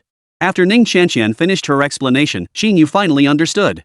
The information he had originally heard was indeed correct. Across the entire Jiangzhou city, only he and Niè Yǔqiān had met the admission standards for the 4 major universities, while Ning Qianqian's professional aptitude was undeniably strong. However, since her primary profession was merely a shadow assassin, as she advanced to higher levels, her options for advanced class transitions were far more limited compared to pure spatial-type professions. Her secondary profession after level 20 would likely still follow the characteristics of her main profession, unable to further enhance her spatial traversal abilities. Thus, in the end, she was ultimately rejected by the 4 major academies. The reason Ning Qianqian was now accepted by Starring Academy. This was because, in recent days, the massive spatial rift adjacent to Starring Academy had erupted in turmoil once more. To this day, the cause remains unexplained. Consequently, Starring Academy decided yesterday to relax its requirements for Ning Qianqian and make an exception by specially admitting her. After learning the full story, Qín Yǔ couldn't help but sigh inwardly. This Ning Qianqian really had some incredible luck. In comparison, Lin Shuayue's luck seemed about as good as that of a chieftain from ancient Africa. Of course, though he inwardly grumbled, Qín Yǔ naturally kept his thoughts to himself. He merely nodded and offered his congratulations. Is that so? Well then, congratulations to you too, you've been accepted into one of the 4 great academies. Hearing Qín Yǔ's congratulations, Ning Qianqian's small face lit up with a bright smile. She scratched her head shyly and murmured softly. Thank you, Qín Yǔ. Honestly, I never expected this opportunity. I guess I just got lucky. Qín Yǔ responded with a faint smile, offering no further comment. Instead, he glanced around and noticed they were the only 3 left not boarding the train. Leading the way into the carriage, he said. All right, let's go. The train's about to depart. If we keep chatting here, the attendant might start yelling at us. Ning Qianqian nodded and quickly picked up her suitcase. She followed Qín Yǔ's footsteps into the carriage. As for Niè Yǔqiān, she watched Ning Qianqian's retreating figure. A fleeting, inexplicable expression crossed her eyes before she finally followed Qín Yǔ onto the train. From the moment Ning Qianqian appeared until now, Niè Yǔqiān had barely acknowledged her presence, merely offering a slight nod when Ning Qianqian greeted her. After that, throughout Qín Yǔ and Ning Qianqian's conversation, Niè Yǔqiān hadn't uttered a single word. She felt neither surprise nor curiosity about Ning Qianqian being specially recruited by Star Ring Academy. Niè Yǔqiān's demeanor stemmed from her prior knowledge through memories of her past life that Ning Qianqian would be specially recruited by Starring Academy. Moreover, she clearly understood that Ning Qianqian's secondary profession after reaching level 20. It wouldn't be, as the 4 major academies had predicted, a mundane subclass under the A-rank main profession of Shadow Assassin. Instead, it was something exceptionally rare even among spatial-type professions, the Void Assassin. Chapter 92, The Gossip Between Qín Yǔ and Niè Yǔqiān. However, recalling Ning Qianqian's ultimate achievement in her previous life, reaching only the peak of the King rank tier, level 59, before making no further progress, Niè Yǔqiān couldn't help but feel a pang of regret for Ning Qianqian. It's a pity. While the Void Assassin subclass is indeed powerful, even more challenging to deal with than many SSS tier classes, her main class was ultimately just a Shadow Assassin. It lacked the staying power. Regarding Ning Qianqian, this fellow townsman who had journeyed out of Jiangzhou City with her in her previous life, Niè Yǔqiān hadn't been particularly close to her in either this life or the last. But if possible, she wouldn't mind giving Ning Qianqian a hand. However, the problems Ning Qianqian faced later were different from Qín Yǔ's. Qín Yǔ's advancement dilemma stemmed from the lack of relevant knowledge on Blue Star, which Niè Yǔqiān happened to possess. Therefore, assisting Qín Yǔ was merely a minor task for Niè Yǔqiān. But Ning Qianqian's problem stemmed fundamentally from the limitations of her primary profession, Shadow Assassin. Its inherent ceiling meant she could only reach a certain level. For this kind of limitation, even Niè Yǔqiān couldn't help. Thus, after expressing a single sigh of regret, Niè Yǔqiān didn't dwell on the matter any further. Instead, she quietly withdrew her gaze and followed the two onto the train. The three boarded and quickly found their respective seats. Qín Yǔ and Niè Yǔqiān sat together in adjacent seats. Ning Qianqian sat in the row behind them. This train is about to depart. Destination, Qingqing City, Qingzhou Province. Attention passengers, this train will traverse multiple wilderness areas and demonic species battlefields where such creatures roam. Should the train come under attack by demonic species during the journey, please remain calm. This train is equipped with the nation's latest ED-type energy defense system, capable of withstanding up to 10 attacks from peak-level Demon King-class creatures. Your safety is absolutely guaranteed. Woo woo woo. As the artificial announcement echoed through the train and a piercing whistle suddenly blared, the train officially commenced its journey. Of course, it's worth mentioning that the trains in this world are naturally not the ordinary green-painted trains from Qín Yǔ's previous life. Technologically speaking, this world was roughly on par with Blue Star. However, after centuries of development by the transferees, transportation vehicles traversing provinces and passing through wilderness areas infested with magical creatures had undergone countless upgrades by the state. Their external defensive capabilities were nothing short of astonishing. Therefore, unless one was exceptionally unlucky, say, encountering a magical creature in a certain region, travel safety was virtually guaranteed.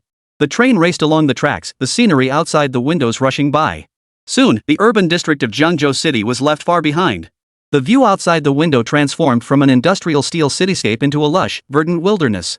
Come to think of it, this was the first time Qín Yǔ had ever left Jiangzhou City since arriving in this world. Thus, despite having lived 2 lifetimes, Qín Yǔ found himself gazing out the window, lost in thought. After a long while, perhaps unable to bear the awkward silence, Ning Qianqian's voice, tinged with a hint of childish sweetness, broke through from the back seat. Master Qín Yǔ, I heard things aren't looking good for our dragon nation against the demon seeds over in Qingzhou. What do you think? After we enroll, we won't have to go to the battlefield and fight those demon seeds, will we? Hearing Ning Qianqian's question, Qín Yǔ pulled his gaze back, about to respond, but it was too late. Niè Yǔqiān, who had kept her face cold and eyes closed since boarding the car, pretending to rest, had opened her eyes at some point. She spoke first. No. Generally, Star Ring Academy won't issue mandatory combat orders to students unless the front lines completely collapse. Otherwise, we wouldn't be students anymore. Reserve duty at the front lines might be more accurate. That said, the Academy does offer quite a few battlefield missions.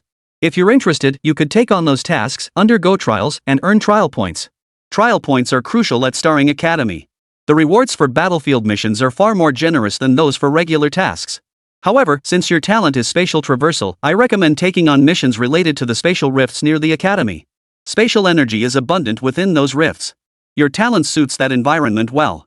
Having just recalled Ning Qianqian's circumstances from her previous life, Niè Yǔqiān, though still speaking in her usual cool tone, unusually shared quite a bit with Ning Qianqian at this moment.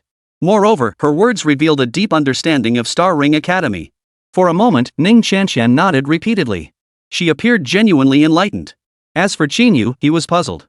Why did Niè Yǔqiān know so much about Star Ring Academy? After all, even he, someone who practically chatted daily with Lin Xiaoshan, Gui Jun, and Dong Tianyu, was unaware of the information Niè Yǔqiān was sharing. As far as he knew, Niè Yǔqiān had only ever accepted Lin Xiaoshan's special recruitment invitation. As for private conversations, they were practically non-existent. So where did Niè Yǔqiān get all this information? Where did she get it? Of course, Qín Yǔ wasn't about to confront Niè Yǔqiān directly, asking why she knew so much about Star Ring Academy. Instead, he voiced a question he'd long wanted to ask, tinged with curiosity and confusion. Xiaoyu, I heard from the examiners that other academies offered you terms better than Star Ring Academies. Why did you choose Star Ring Academy? Given your profession, wouldn't it make more sense to go to the Northern Capital Academy in the north or the Tianwu Academy in the west? Yet, upon hearing Qín Yǔ's words, Niè Yǔqiān, who had just explained everything clearly to Ning Qianqian, glanced at Qín Yǔ. She closed her eyes once more. She closed her eyes to rest. She completely ignored Qín Yǔ. This scene caught not only Qín Yǔ off guard, but even Ning Qianqian, sitting in the back seat, suddenly sensed something was amiss. For a moment, staring at the backs of Qín Yǔ and Niè Yǔqiān's heads in the front seats, a spark of gossipy curiosity flashed in Ning Qianqian's eyes. Didn't the forums say that Qín Yǔ, the genius, and Niè Yǔqiān, the goddess, were childhood sweethearts who loved each other, which is why they chose to attend Star Ring Academy together? But looking at them now, it doesn't seem like that at all. And why do I keep getting the feeling that Goddess Niè is avoiding God Qín Yǔ? Could it be? Chapter 93, The Sky Garden City. Having been reborn, Niè Yǔqiān naturally had her reasons for choosing to apply to Star Ring Academy. In her previous life, she hadn't actually chosen to join Star Ring Academy. Instead, she accepted the most favorable special admission offer from Kyoto Academy. At the time, she reasoned that Kyoto Academy offered the most favorable conditions. Moreover, though situated in the capital of Dragon Nation, it was not in the central hub but in the frigid north. It was exceptionally suited for her growth as an Ice Phoenix master. Only there could she fully unlock the potential of her chosen profession. Yet reality proved vastly different from her expectations. In her previous life, her college entrance exam score barely exceeded 2,700 Euler points. Although she was indeed an SSS tier profession, compared to the likes of Huang Xiaotian and Qi Tianlin, she still seemed somewhat lackluster. Consequently, at Kyoto Academy, she never received much attention. Throughout her entire university years, among the multitude of SSS tier class changers, her performance could only be described as average. Later, the reason she managed to break through the ranks of SSS tier professionals, become the Phoenix Emperor, and ultimately become the first person in Blue Star's history to enter the starry sky. This was due to a chance opportunity where she accepted a commission to enter a colossal spatial rift adjacent to Star Ring Academy. Within it, she obtained something that completely transformed and awakened her profession. It was only after that event that she earned the title of Phoenix Emperor. Reborn into this new life, Niè Yǔqiān would not waste time returning to the capital academy to squander another 4 or 5 years. This life, armed with the experience, memories, and opportunities of my past existence, I won't let any slip through my fingers. Nor will I take any detours again. On the train, Niè Yǔqiān gently closed her eyes, her mind revisiting the memories of her former life. Her resolve hardened once more. My name, the Phoenix Emperor, shall once again resound throughout the entire cosmos. And I shall ascend to heights I never reached in my previous life. After a surge of heroic ambition, Niè Yǔqiān finally opened her eyes. However, upon seeing Qín Yǔ seated beside her and recalling that night 10 days prior, a scene that felt nothing short of humiliation to her, the momentum Niè Yǔqiān had just begun to build suddenly faltered. Then, she closed her eyes once more, choosing not to see. She kept telling herself that incident was merely a minor setback she had endured on her path to becoming stronger. Niè Yǔqiān ignored him. Qín Yǔ felt a bit speechless, but there was nothing he could do about it. After a moment of awkward silence, he turned to chat with Ning Qianqian in the back seat. However, he and Ning Qianqian weren't particularly close. Moreover, for some reason, he always sensed a peculiar glint in Ning Qianqian's large eyes. And every so often, she would steer the conversation back to Niè Yǔqiān. After a few more exchanges, Qín Yǔ abruptly ended the conversation with Ning Qianqian and turned his gaze back to the scenery outside the window. The Dragon Nation's territory was vast. As far as Qín Yǔ knew, it was more than 10 times larger than the China of his previous life. And this vast land was divided into only 23 provinces. Therefore, the distance between each province was truly immense. Fortunately, in this world of extraordinary power, where various energies and high-tolerance materials abounded, the speed of the trains naturally far surpassed that of Earth's high-speed rail and bullet trains. Furthermore, Qingzhou Province, where Star Ring Academy was located, was itself relatively close to Jiangnan Province, both belonging to the southern region of the Dragon Nation. In less than 10 hours, the train safely entered Qingqing City, the provincial capital of Qingzhou Province. As the provincial capital of one of Dragon Nation's 5 major provinces, Qingqing City's prosperity was self-evident. Even before the train had reached the city center, Qín Yǔ was already mesmerized by the towering, majestic, and orderly buildings stretching skyward outside the window. And as the train passed through the city center, his astonishment only deepened. Qín Yǔ suddenly realized that the buildings in Qingqing's central district were all suspended mid-air. Not only did these structures hover, but beneath each one lay intricate arrays radiating multicolored light. Energy lines connected them, weaving a web that made the buildings appear like suspended gardens. These magical arrays and the vibrant energy networks made each structure resemble a floating garden. Magnificent and splendid. For a moment, even Qín Yǔ, a man who had lived 2 lifetimes, was rendered speechless by the spectacle. Of course, he wasn't the only one on the train feeling a bit dazzled by the spectacle. Ning Qianqian gasped, "Wow, Mr. Qín Yǔ, Ms. Niè, this is absolutely spectacular. How do these buildings suddenly float in the air? What's the principle behind this?" The vast majority of other passengers on the train were equally stunned. Is this the most renowned aerial city of Qingzhou Province? And that formation below it must be the Thousand-Star Floating Formation, designed by the legendary array master Wen Di a century ago, linking thousands of levitation arrays to draw energy from the Earth's veins for sustained power, right? Truly awe-inspiring. Emperor Wen truly lives up to his reputation as the most powerful array master in the history of our Dragon Nation. This city design is simply unmatched. Now I understand why Qingzhou Province, once considered a remote region like our Jiangnan Province, could rise to become one of the 5 major provinces within a mere century. With a city design like this, it'd be hard not to thrive. The train glided into the central station of Qingqing City. This train has reached its final destination, Qingqing City. Passengers, please disembark in an orderly manner. Have a pleasant journey. Only when the view was obscured by the surrounding buildings and the station arrival chimes sounded did the passengers inside the train snap out of their astonishment. They then began gathering their belongings, preparing to disembark. Of course, Qín Yǔ, Niè Yǔqiān, and Ning Qianqian all possessed spatial rings, so they had no luggage to pack. Only Ning Qianqian carried a small suitcase. Thus, the 3 were among the first to disembark. However, after stepping off the train, except for Niè Yǔqiān, Qín Yǔ and Ning Qianqian, were suddenly struck by a sense of utter bewilderment. Chapter 94, The Brainless Villain, Late But Arrived. Qingqing City, as the provincial capital of Qinzhou Province, boasted a permanent population of 30 million. The central station of such a vast city was naturally far larger than any station Qín Yǔ had ever seen in his 2 lifetimes. The flow of people was terrifyingly immense. Qín Yǔ looked around and saw a sea of people surging in every direction. Among them were ordinary citizens of all ages, as well as students like Qín Yǔ and his 2 companions heading to school. In Jiangzhou City, job changers were few and far between. Here, they were practically everywhere. In just a moment, Qín Yǔ even spotted a squad of job changers in uniform combat gear dragging the corpse of an exceptionally massive demonic creature off a rather distinctive train. Such a scene left Qín Yǔ dazzled. He momentarily lost his bearings, unsure where to proceed next. Where to go next? If Qín Yǔ felt this lost, Ning Qianqian was naturally even more at a loss. From the moment they stepped off the train, she had no idea what to do. Among the 3, only Niè Yǔqiān remained utterly calm, her mind serene and undisturbed.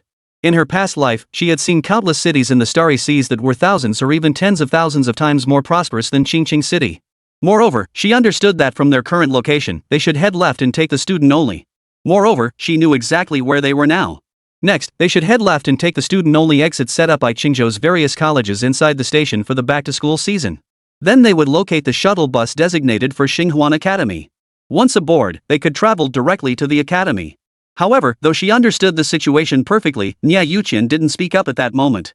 Instead, she silently followed behind Qín Yǔ, circling around inside the station. After all, outwardly, she was just like Qín Yǔ and Ning Qianqian, both were leaving Jiangzhou City for the first time to come to Qingzhou. Earlier on the train, when discussing Starring College's internal affairs, she had already displayed an unusually familiar demeanor toward the academy. It seemed to have even aroused a hint of suspicion in Qín Yǔ. If she continued to act so confidently now, Niè Yǔqiān genuinely feared Qín Yǔ might uncover something. She certainly didn't want anyone else to know about her rebirth. Qín Yǔ led Niè Yǔqiān and Ning Qianqian around the station for several minutes, yet they still couldn't locate the student-only lane mentioned in Lin Xiaoshan's message. In the end, they had no choice but to reluctantly pull out their phones and contact Dong Tianyu. Dong Tianyu was a local from Qingqing City. Perhaps because he knew both Qín Yǔ and Niè Yǔqiān, he had been assigned by Star Ring Academy to meet them at the station today. Qín Yǔ had already contacted Dong Tianyu via super chat that morning before they left. The moment Qín Yǔ dialed, Dong Tianyu's voice came through immediately. "Hello? Junior Qín Yǔ, you should have gotten off the train by now. I'm right here by the student exit. Why haven't I seen you guys? Where are you guys?" Qín Yǔ gave a wry smile and said, "This station seems a bit huge." Half a minute later, the call ended. Dong Tianyu instructed Qín Yǔ and the others to stay put while he came over. But just as Qín Yǔ hung up, a voice that sounded distinctly frivolous rang out behind the trio.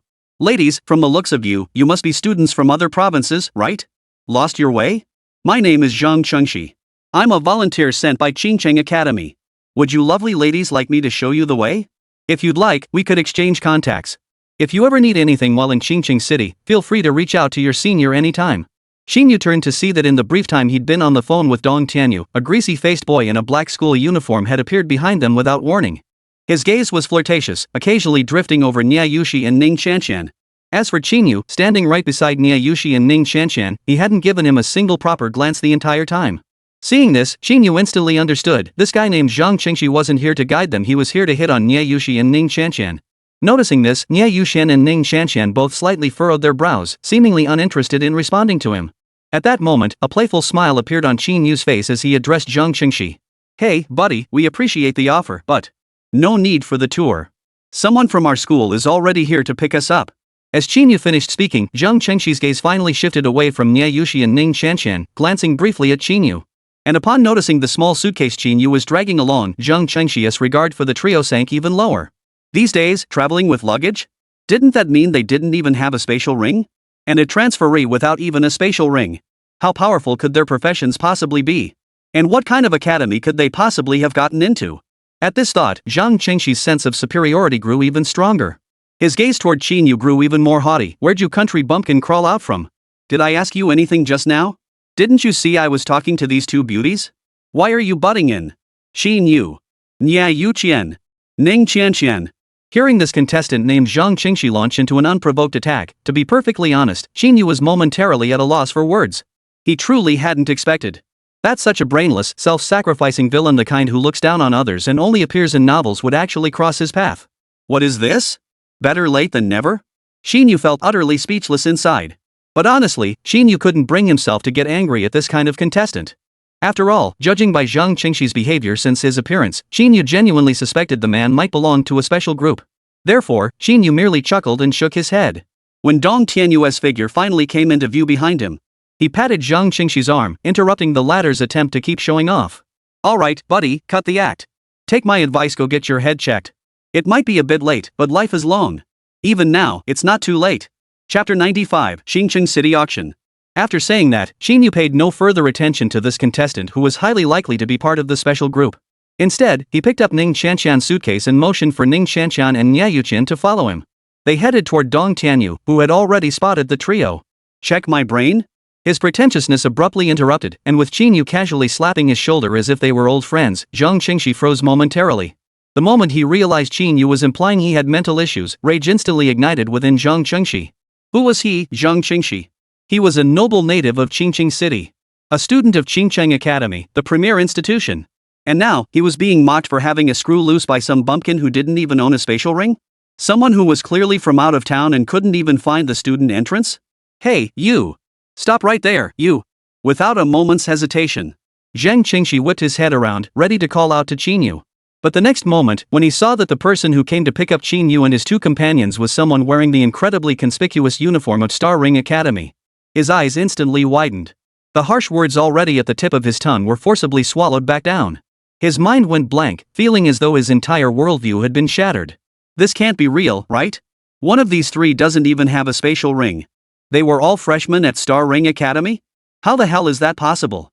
They're just showing off, right? Watching Qín Yǔ and the others draw closer and closer to Dong Tianyū. In Zhang Qingxi's mind, beyond utter bewilderment, a faint glimmer of hope lingered. That was, Qín Yǔ was merely trying to show off in front of him, deliberately walking towards someone wearing the Star Ring Academy uniform.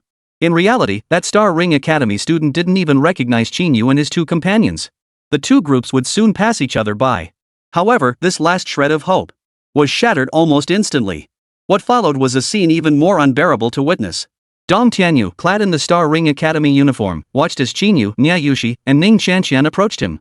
Among these three, two possessed SSS-tier professions. One had shattered historical power level records to become this year's national top scorer on the college entrance exam, while the other ranked second nationwide. The third, though significantly outclassed by Qín Yǔ and Niè Yǔqiān, was an exceedingly rare spatial talent. He was just an ordinary student at Star Ring Academy. He dared not show the slightest negligence. He immediately broke into a jog and caught up to Qín Yǔ and the others. Upon seeing Qín Yǔ still carrying a suitcase, he snatched the suitcase from Qín Yǔ's grasp with one swift motion. For a moment, Zhang Qingxi felt his worldview shatter even further. That a senior student from Star Ring Academy had come to greet them was one thing. But to actually help carry their luggage? Could one of these three be another SSS-tier prodigy? Qín Yǔ and his two companions successfully met up with Dong Tianyū. After exchanging warm greetings, Dong Tianyū glanced sideways at Zhang Qingxi standing nearby while carrying the suitcase. Curious, he asked. Who's that guy? His expression seems a bit off, don't you think? Earlier, from a distance, he had spotted Qín Yǔ and his companions talking with a volunteer wearing Qingcheng Academy attire. He had initially assumed Qín Yǔ and his companions were reporting to the volunteer that they couldn't find the student entrance. But as he drew closer, he noticed something off about the volunteer's expression. Following Dong Tianyū's gaze, he caught a glimpse of Zhang Qingxi behind him, his face frozen in a dazed expression, drool even trickling from the corner of his mouth. Qín Yǔ grew increasingly certain that this man's intelligence was probably a bit off. Nothing much. Just a special individual who seems to have some issues. No need to pay attention to him. Ha, Qín Yǔ, you're so mean. Hearing Qín Yǔ's response, Ning Qianqian, whose face had been tense because of Zhao Qingxi, couldn't help but laugh out loud. Even Niè Yǔqiān, who had maintained a cold expression throughout, a hint of amusement flickered in her eyes. Dong Tianyū wasn't entirely sure what Qín Yǔ meant by that remark. He didn't dwell on it. He simply chuckled along before slapping Qín Yǔ's shoulder and saying, "By the way, Qín Yǔ, today is our Star Ring Academy registration day. But it's getting late now. By the time we get to the academy, it'll be the middle of the night. If we go to the academy now, we won't be able to complete the enrollment procedures until tomorrow. It's your first time in Qingcheng City. Why don't I talk to the academy about postponing our registration until tomorrow? Tonight, let's just enjoy Qingcheng City for a night? The monthly auction at Floating World Pavilion starts tonight at 9. If we head over now, we'll arrive just in time. Let me tell you, the Floating World Pavilion auction is truly a grand event not just for Qingcheng City, but for the entire Qingzhou province. Qín Yǔ wasn't particularly interested in Dong Tianyu's mention of the monthly auction at the Floating World Pavilion. However, the suggestion of staying overnight in Qingqing City tonight. Qín Yǔ felt a flicker of interest. After all, when the train pulled into the station just now, this city had truly left a profound impression on him. If he were to leave after just this fleeting glimpse, Qín Yǔ genuinely felt it would be unsettling. What do you think? Of course, even though he was leaning toward staying, Qín Yǔ wasn't about to push his own agenda. Instead, he turned to ask Ning Qianqian and Niè Yǔqiān for their opinions. Regarding Dong Tianyu's suggestion, Ning Qianqian was clearly as tempted as Qín Yǔ and quickly replied, "I'm fine with either option." However, after a moment's thought, she voiced a concern, "But Senior Dong, are you sure it's okay to skip class today?" To this, Dong Tianyu assured them emphatically, "Don't worry, it's absolutely fine. Today is just registration day. As per tradition, our Star Ring Academy won't officially start classes for another day or two." Meanwhile, Niè Yǔqiān's thoughts drifted elsewhere as she pondered, the auction at Floating World Pavilion? Judging by the timing, Qín Yǔ must have reached level 19 max quite some time ago. The Floating World Pavilion auction would be a perfectly plausible setting to pass on the advanced knowledge of mecha piloting to Qín Yǔ. After these 10 days, my ice wind will soon enter its growth phase. By then, my combat strength will surge dramatically. Meanwhile, Qín Yu's mech pilot training will enter a transitional phase. I'm not overly concerned about the second comparison in 40 days. Chapter 96, The Megalodon Specimen. Even though most regions of this world remained engulfed in chaos under the invasion of demonic species, Qingqing City, as the provincial capital of Qingzhou Province, remained bustling and vibrant at night. This was especially true under the backdrop of the exposed thousand-star floating array, its multicolored subarrays and crisscrossing beams of energy. It wasn't just the Sky City at the city center. The entire city was breathtakingly beautiful, like a dreamscape. Qín Yǔ, Niè Yǔqiān, Ning Qianqian, and Dong Tianyu walked through the streets of the Sky City, gazing at the shops around them, places unheard of in Jiangzhou City. "Oh my god, Qín Yǔ, what is that, a demon seed specimen shop?" Ning Qianqian, being a girl, was especially excited. "Doesn't Qingqing even have shops like this? Look at that specimen displayed at the entrance, it seems to be the carcass of a megalodon. Wow, that's insane. Didn't the book say dragon-type demon seeds possess king-level combat power even in their juvenile stage? Just by its size, that megalodon must be fully grown, right?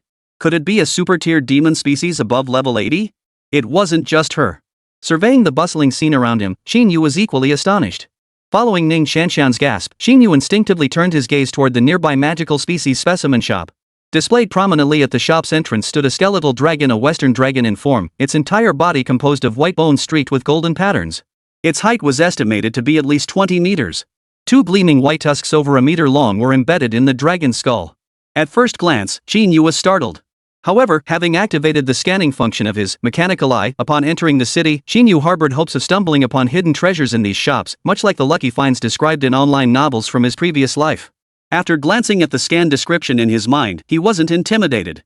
Under the mechanical eye's scan, the giant-toothed bone dragon specimen's information was laid bare. Item: remains of a megalodon. Condition: severely damaged. Pre-death level: LV87. Function: though named for its massive tusks, the megalodon bone dragon is fundamentally a void attribute magical species.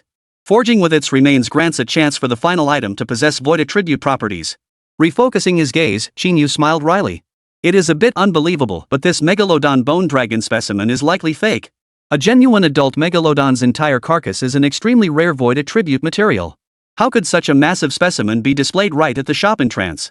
This entire specimen probably only contains a small fragment of a giant-toothed bone dragon bone. Really? I thought it was real. Hearing Qín Yu's explanation, the shock on Ning Qianqian's face finally began to fade.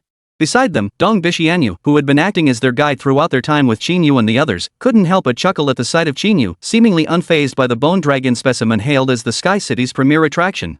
Instead, he casually revealed the truth. Dong Tiantian, who had been guiding the trio as their tour guide, smiled and praised. Junior brother Qín Yǔ really has keen eyes. You wouldn't believe it, but this giant-toothed bone dragon specimen is an old-timer here at this magic species specimen shop and even in the entire Sky City. It's placed here specifically to scare off outsiders. Truth is, the owner just happened to get his hands on a tiny fragment of megalodon bone. Since it was priceless, but nobody wanted to buy it. In a fit of frustration, he fashioned this model and displayed it as his shop sign. Listening to Dong Tianyu's explanation, Qín Yǔ's expression remained unchanged, though he felt a bit speechless inside. Ning Qianqian's face flushed slightly, realizing she was one of those out-of-towners who'd been intimidated by it. After finishing his explanation, Dong Tianyu glanced at the time before continuing, "Goodness, it's already 8:30. Qín Yǔ, we need to hurry. The Floating World Pavilion auction starts at 9, but we need to be inside 20 minutes early." Since it's not far from here, shall we skip the rest of the shopping? Shall we head to the auction first to secure a spot? Qín Yǔ readily agreed, sure, you take the lead. A few minutes later, guided by Dong Tianyu, Qín Yǔ and his group arrived beneath a standalone ancient building that radiated an air of opulent antiquity from top to bottom. The area below the building was already packed with people. Fortunately, as a direct descendant of the Dong family, one of Qingcheng's 4 prominent clans and a student of the influential Star Ring Academy, Dong Tianyu held considerable sway throughout Qingzhou province. Arranging for Qín Yǔ and his group to use the VIP entrance was quite straightforward. Thus, within moments, Qín Yǔ and his companions were ushered into the floating world pavilion by several tall, fair-skinned hostesses. Through Dong Tianyu's negotiations, the floating world pavilion's management learned that Qín Yǔ's group were all freshmen at Star Ring Academy. Furthermore, Qín Yǔ and Niè Yǔqiān were respectively this year's top and second-ranked students in the college entrance exams. Floating World Pavilion went so far as to make an exception and provide 2 private booths for the 4 of them. Qín Yǔ and Dong Tianyu shared one, while Niè Yǔqiān and Ning Shanqian occupied the other. Though modest in size, considering Floating World Pavilions standing within Sky City and even Qingzhou province, it was a gesture brimming with sincerity. Otherwise, forget about Qín Yǔ's group, whose highest level was merely 30. Even a 50-level king-level powerhouse might not have been able to snag a small private room. The 2 private rooms were not connected. After being escorted by the reception staff to the private room area on the 3rd floor, Qín Yǔ and Dong Tianyu parted ways with Ning Shanqian and Niè Yǔqiān. Each entered their respective private room. Inside, tea, snacks, and every amenity were provided. A floor-to-ceiling double-sided window, several meters wide, allowed those seated inside to have a clear view of the auction proceedings below. After casually surveying the private room, Qín Yǔ was thoroughly satisfied. This floating world pavilion is truly beyond reproach. I thought that with our standing, just snagging a seat downstairs would be a decent outcome. Meanwhile, Dong Tianyu, acting like a seasoned veteran, had already plopped himself down on a chair inside the private room and was leisurely eating the pastries on the table. Munching away, he replied, "Ah, brother Yǔ, don't sell yourself short. Think about it, even someone like me occasionally gets to hang out in a small private room. What about you and Niè Yǔqiān? You're the top 2 scorers in this year's college entrance exams. Forget this little private room. If you'd mentioned it, we might have even snagged one of those top-tier rooms upstairs. If this floating world pavilion doesn't have the sense to recognize, then why bother running the place?" Chapter 97, 7-Petal Snow Lotus, High-Tier Ice Skill Book. While Qín Yǔ and Dong Tianyu were chatting, over on the other side, Niè Yǔqiān and Ning Shanqian were experiencing a similar situation. Upon entering the private room, Ning Shanqian gasped in surprise, while Niè Yǔqiān responded with a faint nod. However, not long after they sat down, Niè Yǔqiān casually made an excuse and stepped out of the private room. "Esteemed guest, you wish to consign 2 items for auction at short notice, correct?" In the back office of Floating World Pavilion, an elderly man with a goatee and dressed in vintage Tang Dynasty attire studied Niè Yǔqiān, whose expression remained cold and indifferent. He felt a strange sense of unease. As the highest-tier auction house in the entire Qingzhou province, Floating World Pavilion naturally offered last-minute consignment services. However, there was one and only one condition: the quality grade of the items submitted for last-minute consignment. It must be at least 2 grades higher than Fushid's regular auction items. Otherwise, they would not be accepted. Of course, while last-minute consignment isn't exactly commonplace, it's hardly unusual for an auction house as large as Floating World Pavilion. Therefore, the elderly gentleman with the goatee Dong Fenghui was naturally not surprised by this. Dong Fenghui was certainly familiar with Niè Yǔqiān. It was he who had just authorized the upgrade of the private room for Qín Yǔ and his group. What puzzled him was that he had assumed Qín Yǔ and his companions had come to Floating World Pavilion merely to accompany his nephew, Dong Tianyu, for a taste of the world. He hadn't anticipated that the moment he stepped away, Niè Yǔqiān would follow up, requesting to consign 2 items for auction. While he fully acknowledged her status as an SSS-tier professional and the runner-up in the national college entrance exams, Dong Fenghui didn't harbor much hope for the items Niè Yǔqiān intended to consign on short notice. After all, Fushid Pavilion's standard auction items required at least an excellent grade, and anything 2 grades higher than that would be considered epic. Epic-tier items, whether materials, skills, or finished equipment, were simply beyond the reach of ordinary people. While Niè Yǔqiān's potential was undeniably extraordinary, and he recognized it fully. But potential remains just that, potential. What level is Niè Yǔqiān now? She hasn't even reached her 2nd transformation yet. How could she possibly produce an epic tier item for auction? Perhaps the rewards bestowed by the state upon these favored children of heaven could reach that level. But how could Floating World Pavilion dare to auction such items? Therefore, at this very moment, though Dong Fenghui still wore a smile and spoke in a gentle tone, deep down he was already formulating a polite refusal to Niè Yǔqiān's impromptu auction request. Qín Yǔ and Niè Yǔqiān's status was indeed noble. Their futures were undoubtedly promising. But the rules of the Floating World Pavilion were not something he could alter. With this in mind, Dong Fenghui offered a gentle reminder. Miss Niè, Floating World Pavilion welcomes anyone to consign items with us, and we do offer temporary consignment services. However, temporary consignment differs from regular consignment. Items for temporary consignment must be at least 2 tiers higher than regular auction pieces, meaning they must be epic tier to qualify. I wonder what those 2 items you wish to consign are. At this point, Dong Fanghui chose not to elaborate further. He felt he had already phrased it quite diplomatically. Anyone not completely dense should grasp the subtext. As for the rules of Floating World Pavilion, Niè Yǔqiān, who had even served as its honorary pavilion master for a time in her previous life, understood them perfectly well. Therefore, the moment Dong Fanghui finished speaking, Niè Yǔqiān wasted no words. Instead, she directly retrieved 3 items from her spatial ring and placed them on the table before them. Her tone was cool and detached as she stated, 1 leaf from a 7-petaled snow lotus, plus a high-tier ice element skill book. Though not a complete 7-petal snow lotus, the quality of this leaf alone is more than sufficient to be considered epic grade. As for this advanced ice element skill book, its level speaks for itself. Verify it yourself. Having said that, Niè Yǔqiān did not elaborate on the 3rd item on the table, instead waiting for Dong Tianyu to verify them. Watching Niè Yǔqiān pull item after item from her spatial ring, Dong Fanghui was momentarily stunned. Especially upon hearing that one of them was an advanced ice element skill book, Dong Fanghui froze in place for a moment. Snapping back to his senses, he didn't utter a word. Instead, he hurriedly picked up the ice blue skill book on the table and began examining it.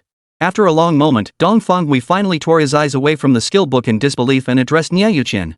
It is indeed a petal from the 7-petal snow lotus and a high-tier ice element skill book. However, Miss Niè, while both items meet the requirements for temporary auction at the epic tier and this advanced ice element skill book is among the very best within that tier, there's still. As you know, the 7-petal snow lotus leaf might be negotiable, but this high-tier ice element skill book, if it were a reward issued to you by the state. Our Floating World Pavilion absolutely cannot accept such a consignment for auction.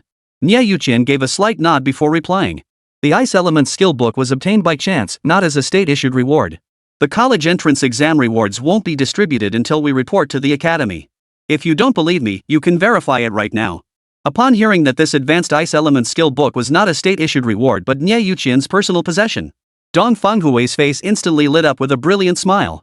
His entire demeanor grew warm and enthusiastic. If that's the case, then these 2 items perfectly meet our Floating World Pavilion's temporary consignment requirements.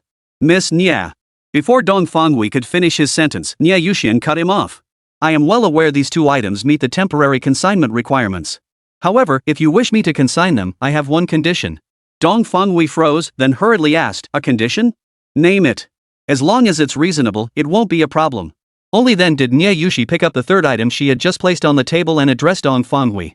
The condition is that this item that doesn't meet the requirements. As the hour drew nearer, the crowd inside Floating World Pavilion grew denser. Even from within the private room, the clamor below could be distinctly heard.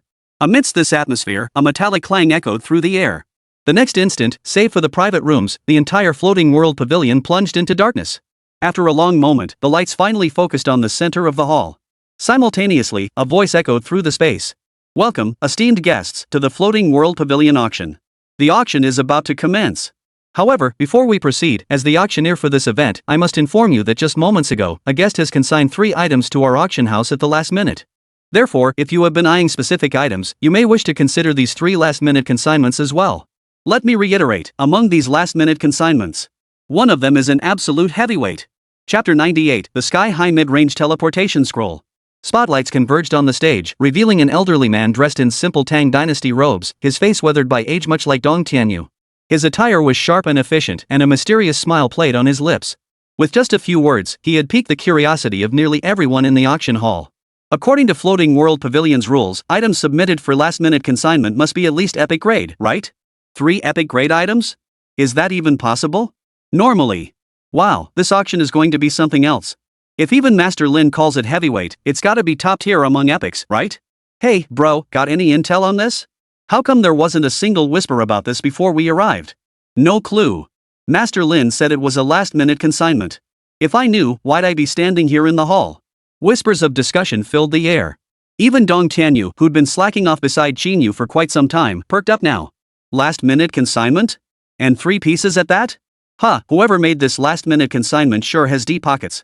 Hearing Dong Tianyu's astonished remark, Qín Yǔ, who knew nothing about the rules of Floating World Pavilion, grew curious too. He turned to Dong Tianyu and asked, wait, is placing 3 items on a last-minute consignment really that big of a deal? Isn't the temporary consignment service available at basically every auction house? Could it be that Floating World Pavilion's temporary consignment has some other special requirements? Before Qín Yǔ could finish speaking, Dong Tianyu had already grabbed another pink pastry, shoved it into his mouth, and swallowed it with difficulty. Only then did he offer a somewhat slurred explanation. Of course there are rules, Qín Yǔ. You're new here, so it's understandable you wouldn't know. You must understand, this is Floating World Pavilion. Generally speaking, any item, be it equipment, skills, or anything else that makes it onto a Floating World Pavilion auction, must be at least excellent grade in terms of level and quality. Unless it's something exceptionally unique, the Floating World Pavilion won't accept auction consignments below excellent grade. And this is especially true for temporary consignments. The items submitted must be of epic quality at minimum. This person consigned 3 items at once, meaning 3 epic tier items. Would you say that's a generous gesture? I see. That person's generosity is indeed quite substantial. After Dong Tianyu's explanation, Qín Yǔ finally gained a basic understanding of Floating World Pavilion's rules. At the same time, a spark of curiosity ignited within him regarding these 3 items placed on temporary consignment. After all, although Qín Yǔ's super god mechanic profession was exceptionally unique, and with the assistance of the system integrated into his profession panel, he could grow without needing anything from this world. But these were 3 epic tier items. In all this time, Qín Yǔ hadn't even seen what an epic tier item looked like. To say he wasn't curious would be an outright lie. Alright, I now declare the Floating World Pavilion's auction officially open. As always, the first item up for auction is one of the highlights of this event. I'm sure many of you here have been eagerly anticipating it. Meanwhile, as Qín Yǔ and Dong Tianyu chatted idly in their private room, below the private room, under the direction of Master Lin and Lin Youlian, the auction had already commenced. And so, the first item up for auction today is Epic Tier Item, Mid-Range Teleportation Scroll. Distinguished guests, I trust one need not elaborate on the rarity and value of teleportation scrolls? Therefore, I shall not elaborate further. I can only confirm that, following our auction house's authentication, the scroll indeed originates from the hands of the Vice-Chancellor of Starring Academy, as most had speculated. Its quality is absolutely guaranteed. Enough said. Starting bid, 600,000. Bids must increase in increments of 50,000. Bidding begins. Below the stage, guided by Lin Youlian's introduction and explanation, a scroll, its surface covered in intricate patterns and radiating a faint, milky white glow, was swiftly and carefully carried onto the platform by Floating World Pavilion staff. As soon as Lin Youlian finished speaking, the crowd erupted in an instant. Holy crap! From Fushage Pavilion's previews, I thought this mid-range teleportation scroll would be saved for the grand finale. They're bringing it out as the very first item? That's insane. Exactly. This is a teleportation scroll, not a short-range one, but a mid-range scroll. With this, wouldn't I be able to enter and exit high-level secret realms whenever I please? A starting bid of 500,000? Does that mean I have a chance too? Dude, don't get your hopes up. You know it's just the starting bid, right? That's just to give the vast majority a chance to bid, okay? In an instant, the atmosphere in the hall grew several times more chaotic. A torrent of bids poured in. I'll give 2 million. 2 million to buy a mid-range teleportation scroll? You're dreaming. I'll give 5 million. Same goes for you, 5 million, and you think you're buying it? I'll give 10 million. 15 million. 20 million. 23 million. In just under a minute, the starting bid of 500,000 had soared past 20 million. Such a scene left not only the others speechless. Even Qín Yǔ couldn't help but whistle in astonishment. Some were genuinely stunned by the price. After all, it was important to remember that he had previously spent over 10 grueling days slaying demonic seeds in the Novice Secret Realm and the Blood-Colored Canyon Secret Realm.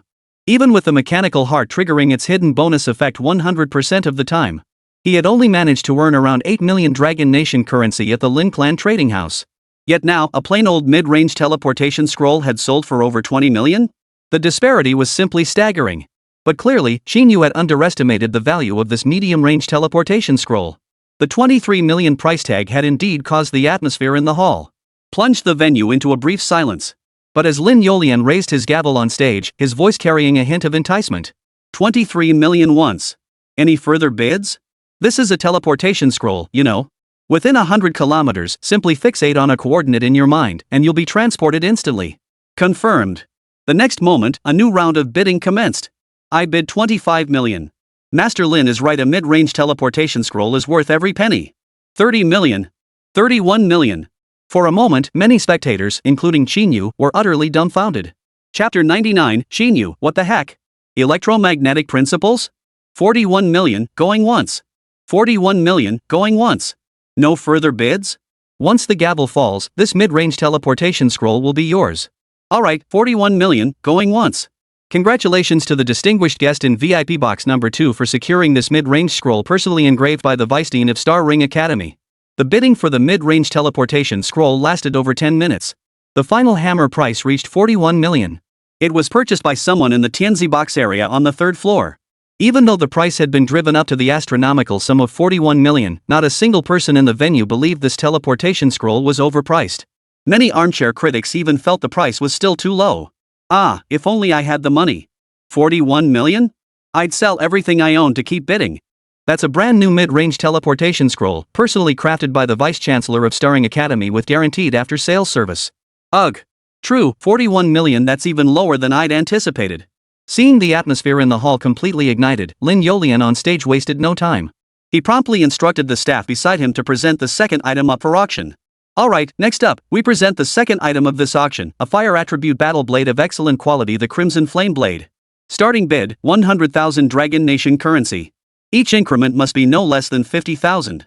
And just as Lin Yǔqiān had predicted earlier, the first item, the mid-range teleportation scroll, was deliberately placed early in the auction by Floating World Pavilion to warm up the crowd with a standout piece. The second item, along with subsequent offerings, proved far more ordinary. From equipment to items to materials to elixirs. They were essentially just high-quality items.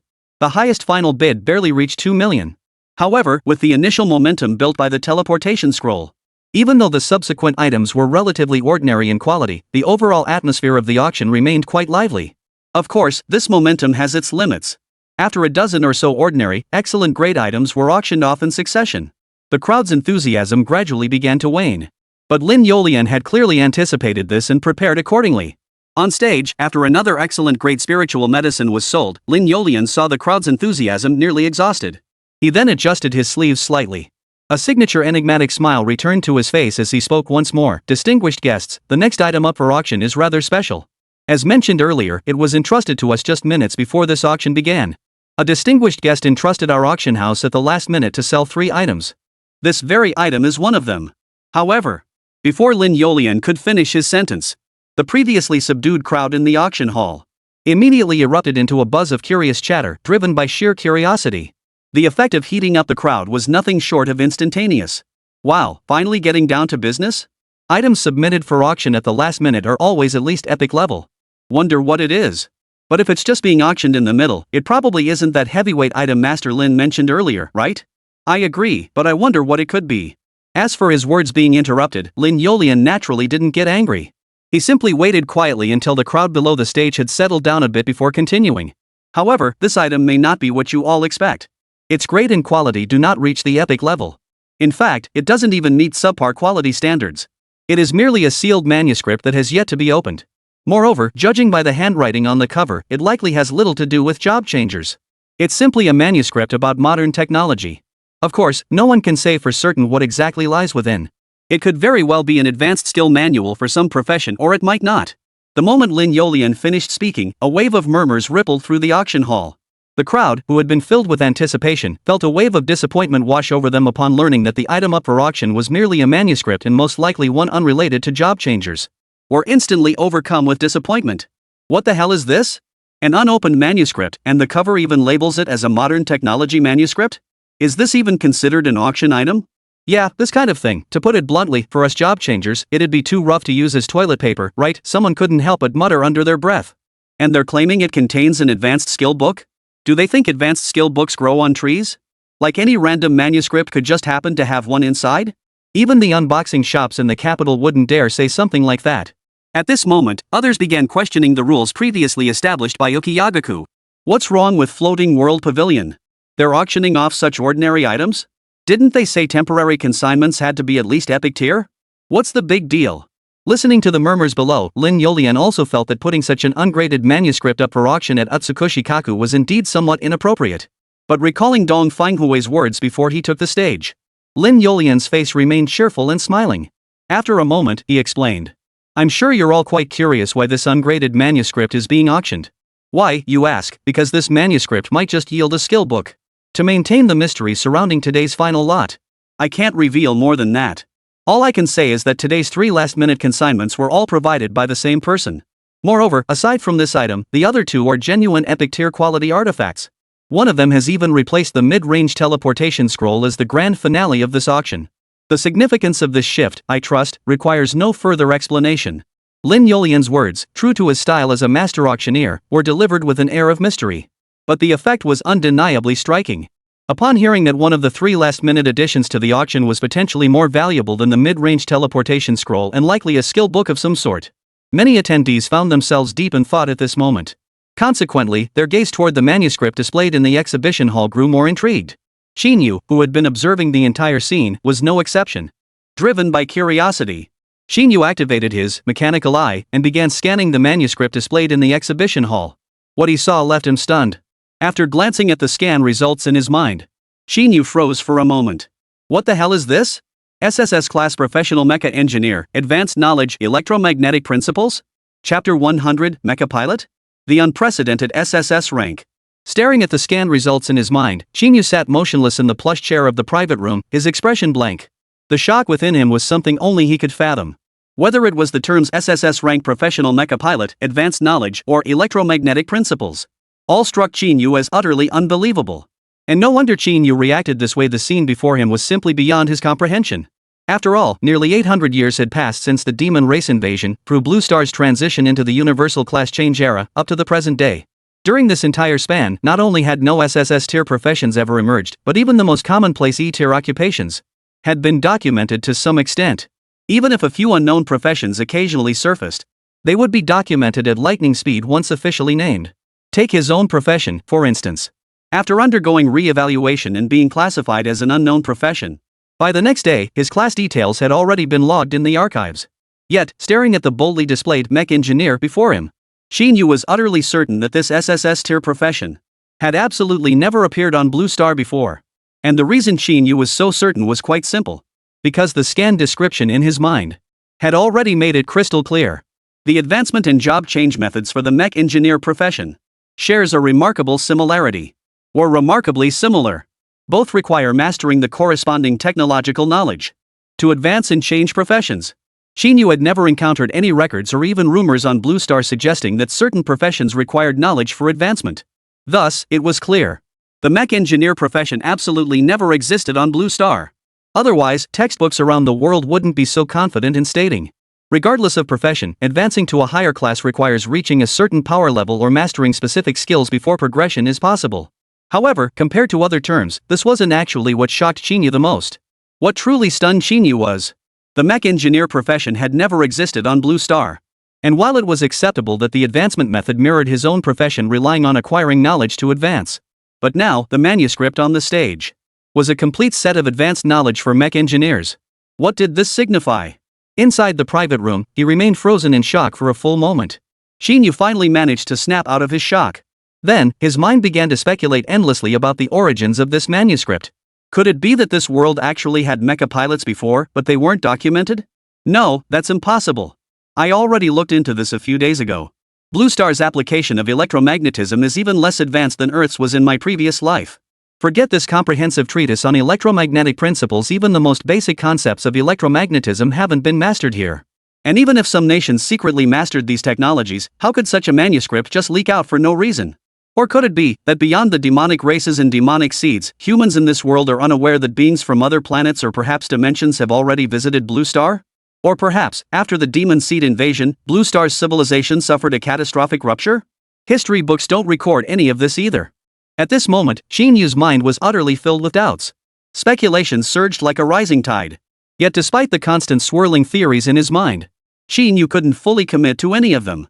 Damn it, just one copy of this worthless thing, and they've managed to inflate the price to 2 million? Hell, are these people that loaded? It wasn't until Dong Tianyu beside him blurted out his astonished complaint that Qín Yǔ was jolted out of his thoughts and refocused his attention on the auction. And at this very moment, just as Dong Tianyu had remarked, under the influence of Lin Yolian's earlier mysterious remarks, the price of this manuscript had soared from its original starting bid of 50,000 yuan to 2.3 million yuan. While this figure was a mere fraction of the price achieved by the mid-range teleportation scrolls earlier, it surpassed the final sale prices of over a dozen previous items. Moreover, this was merely a manuscript whose contents remained entirely unknown. Therefore, when the 2.3 million bid was announced, many in the room, like Dong Tianyu, were taken aback. Wait, seriously?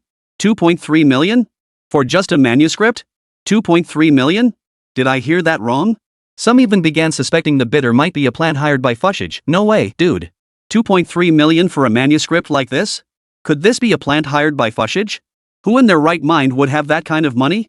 But it wasn't just the crowd below.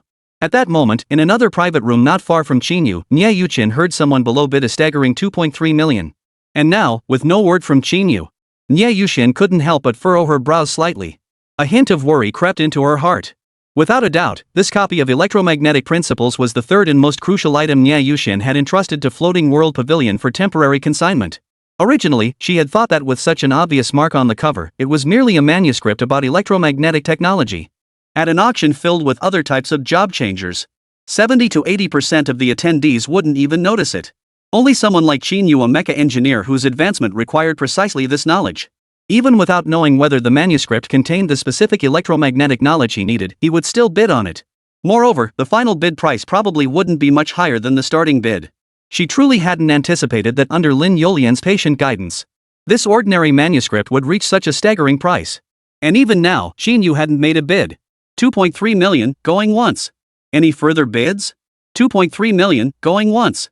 From the audience, as time passed, Lin Yolian's voice echoed. Could it be that Qín Yǔ doesn't even know this manuscript contains the advanced knowledge he needs? That would be a bit troublesome. Yet, Qín Yǔ's voice still remained silent. This knowledge of electromagnetic principles, far beyond the era, was about to fall into the hands of some unknown person. Inside the private box, Niè Yǔqiān's brows furrowed deeper. Just as she contemplated whether to bid herself to reclaim the manuscript to prevent further complications that might trouble her, Qín Yǔ's voice finally echoed through the hall. I bid 3 million. Hearing this voice, Niè Yǔqiān's frown instantly relaxed. A hint of amusement then flickered in her eyes. Chapter 101, Mecha Engineer? No, advanced knowledge of mechanical engineering. Qín Yǔ's voice was not loud, nor did it carry any particular tone. Yet, these simple words alone, to everyone within the Floating World Pavilion, sounded like a fairy tale. All were stunned by Qín Yǔ's new offer. In an instant, the entire Floating World Pavilion erupted into chaos. Holy crap, 3 million? Am I dreaming? I thought 2.3 million was already outrageous, but now 3 million? Wait, isn't this Floating World Pavilion Qingzhou's top auction house? Are there really this many wealthy people? 3 million for a manuscript? Is this guy insane? Crazy? That's an understatement. 3 million. That's enough to cover my entire year's cultivation expenses. All for some worthless manuscript? But it wasn't just the onlookers. Right beside Qín Yǔ, Dong Tianyu was utterly dumbfounded by the bid. After all, he'd just been complaining about how these people had money to burn. Spending 2.3 million on a manuscript was beyond foolish. Little did he expect that in the blink of an eye, Qín Yǔ, who hadn't participated in the bidding since the auction began, had actually joined in. And not only that, once he did bid, he immediately raised the price by another 700,000? Wait, Qín Yǔ, are you serious? You don't actually believe Lin Yolian's nonsense, do you? That this single manuscript could unlock some kind of skill book? After staring blankly for a full minute, Dong Tianyu finally spoke, his face filled with anxiety. Isn't this just the auction house's standard trick? Oh man, now that you've placed a bid, all you can do is pray someone else outbids you. Otherwise, that 3 million is just going down the drain. However, despite Dong Tianyu's frustration beside him, Qín Yǔ remained silent. His gaze remained fixed intently on the auction proceedings below the stage. Meanwhile, on stage, Lin Yolian, who was about to bring down the gavel, was utterly surprised upon hearing Qín Yǔ's bid. To be honest, regarding this manuscript, Lin Yolian had initially prepared himself for it to go unsold. After all, not only did others show no interest, but even he himself, as the auctioneer, hadn't believed a word of what he'd said. This manuscript might just be a high-level skill book. Did anyone really think skill books were as common as rotten cabbages on the street? To be perfectly honest, the recent bid of 2.3 million yuan had already exceeded his wildest expectations. But who would have thought that in the end? Someone actually bid 3 million? Oh, someone actually bid 3 million? Of course, while this price far exceeded his expectations, as an auction master, he enjoyed commission on the auction. The higher the final sale price of an item, the greater his earnings. Thus, Lin Yolian quickly regained his composure. With a smile returning to his face, he called out loudly, "It seems this manuscript, despite lacking any official grading and its contents remaining unknown, is still quite popular indeed." 3 million. Any further bids? 3 million was clearly an astronomical sum for a completely unknown manuscript. Thus, after Qín Yǔ's bid, murmurs rippled through the crowd. No one continued to raise the bid. Seeing that no one was indeed willing to raise the bid further, Lin Yolian saw no need to prolong the proceedings. After announcing no further bids, he brought the hammer down decisively. Alright. 3 million, going once, going twice, sold. Congratulations to the distinguished guest in the run-numbered private room, who has secured this manuscript for 3 million yuan. As Lin Youlian's hammer fell, the atmosphere within the floating world pavilion instantly reached a fever pitch. All eyes turned to the run-numbered private room where Qín Yǔ sat, a cacophony of murmurs, gasps, and skepticism filling the air. 3 million. It really sold. Who is this person? To spend 3 million on a manuscript, does he really believe it contains a skill book? Who knows?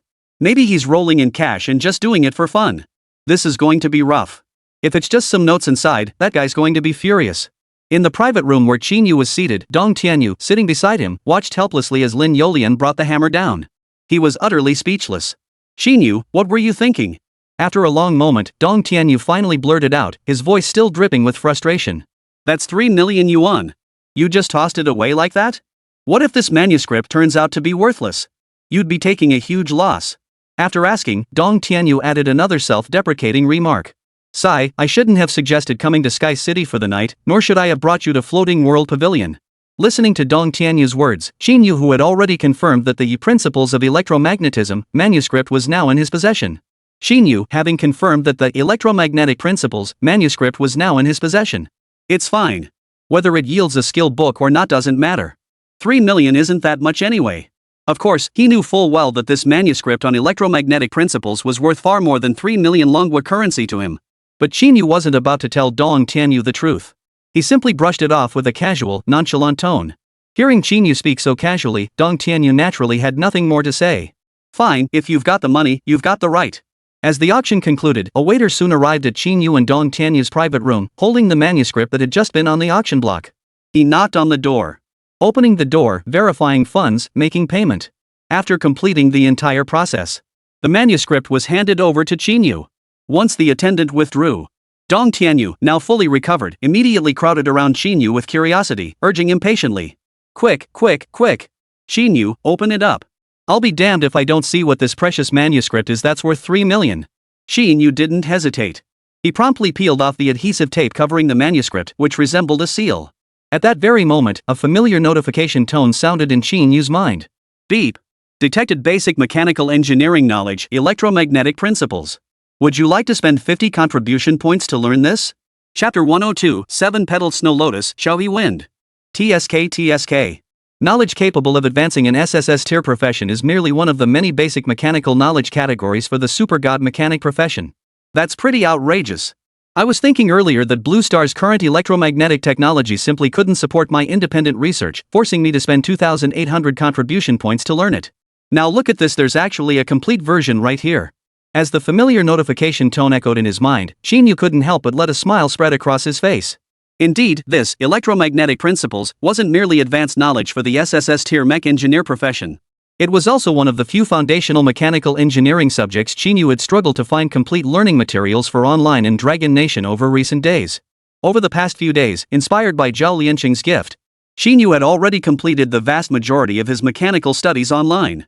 However, constrained by Blue Star's technological level, there were several highly specialized topics he simply couldn't locate. Electromagnetic principles was one of them. He had resigned himself to spending contribution points to study it diligently. He truly never imagined that at this floating world pavilion auction, he would encounter a manuscript that surpassed the entire technological level of Blue Star. Though the price of 3 million was admittedly steep, but in Qín Yǔ's mind, 3 million contribution points were insignificant compared to 2,800 contribution points. After all, while his profession would undoubtedly become quite costly once the mechanical legion system was fully developed. But for now, the contribution points he could exchange for knowledge were clearly more important. Moreover, most crucially, compared to the value this manuscript held for him personally, why this craftsmanship, surpassing the entire technological civilization of Blue Star, had appeared on Blue Star was clearly the most crucial question. A fleeting smile crossed Qín Yǔ's face. Without hesitation, he silently murmured the word study in his mind. The next moment, a cold notification tone sounded once more within his mind. Beep. Learning basic mechanical knowledge, electromagnetic principles. Current progress, 10%.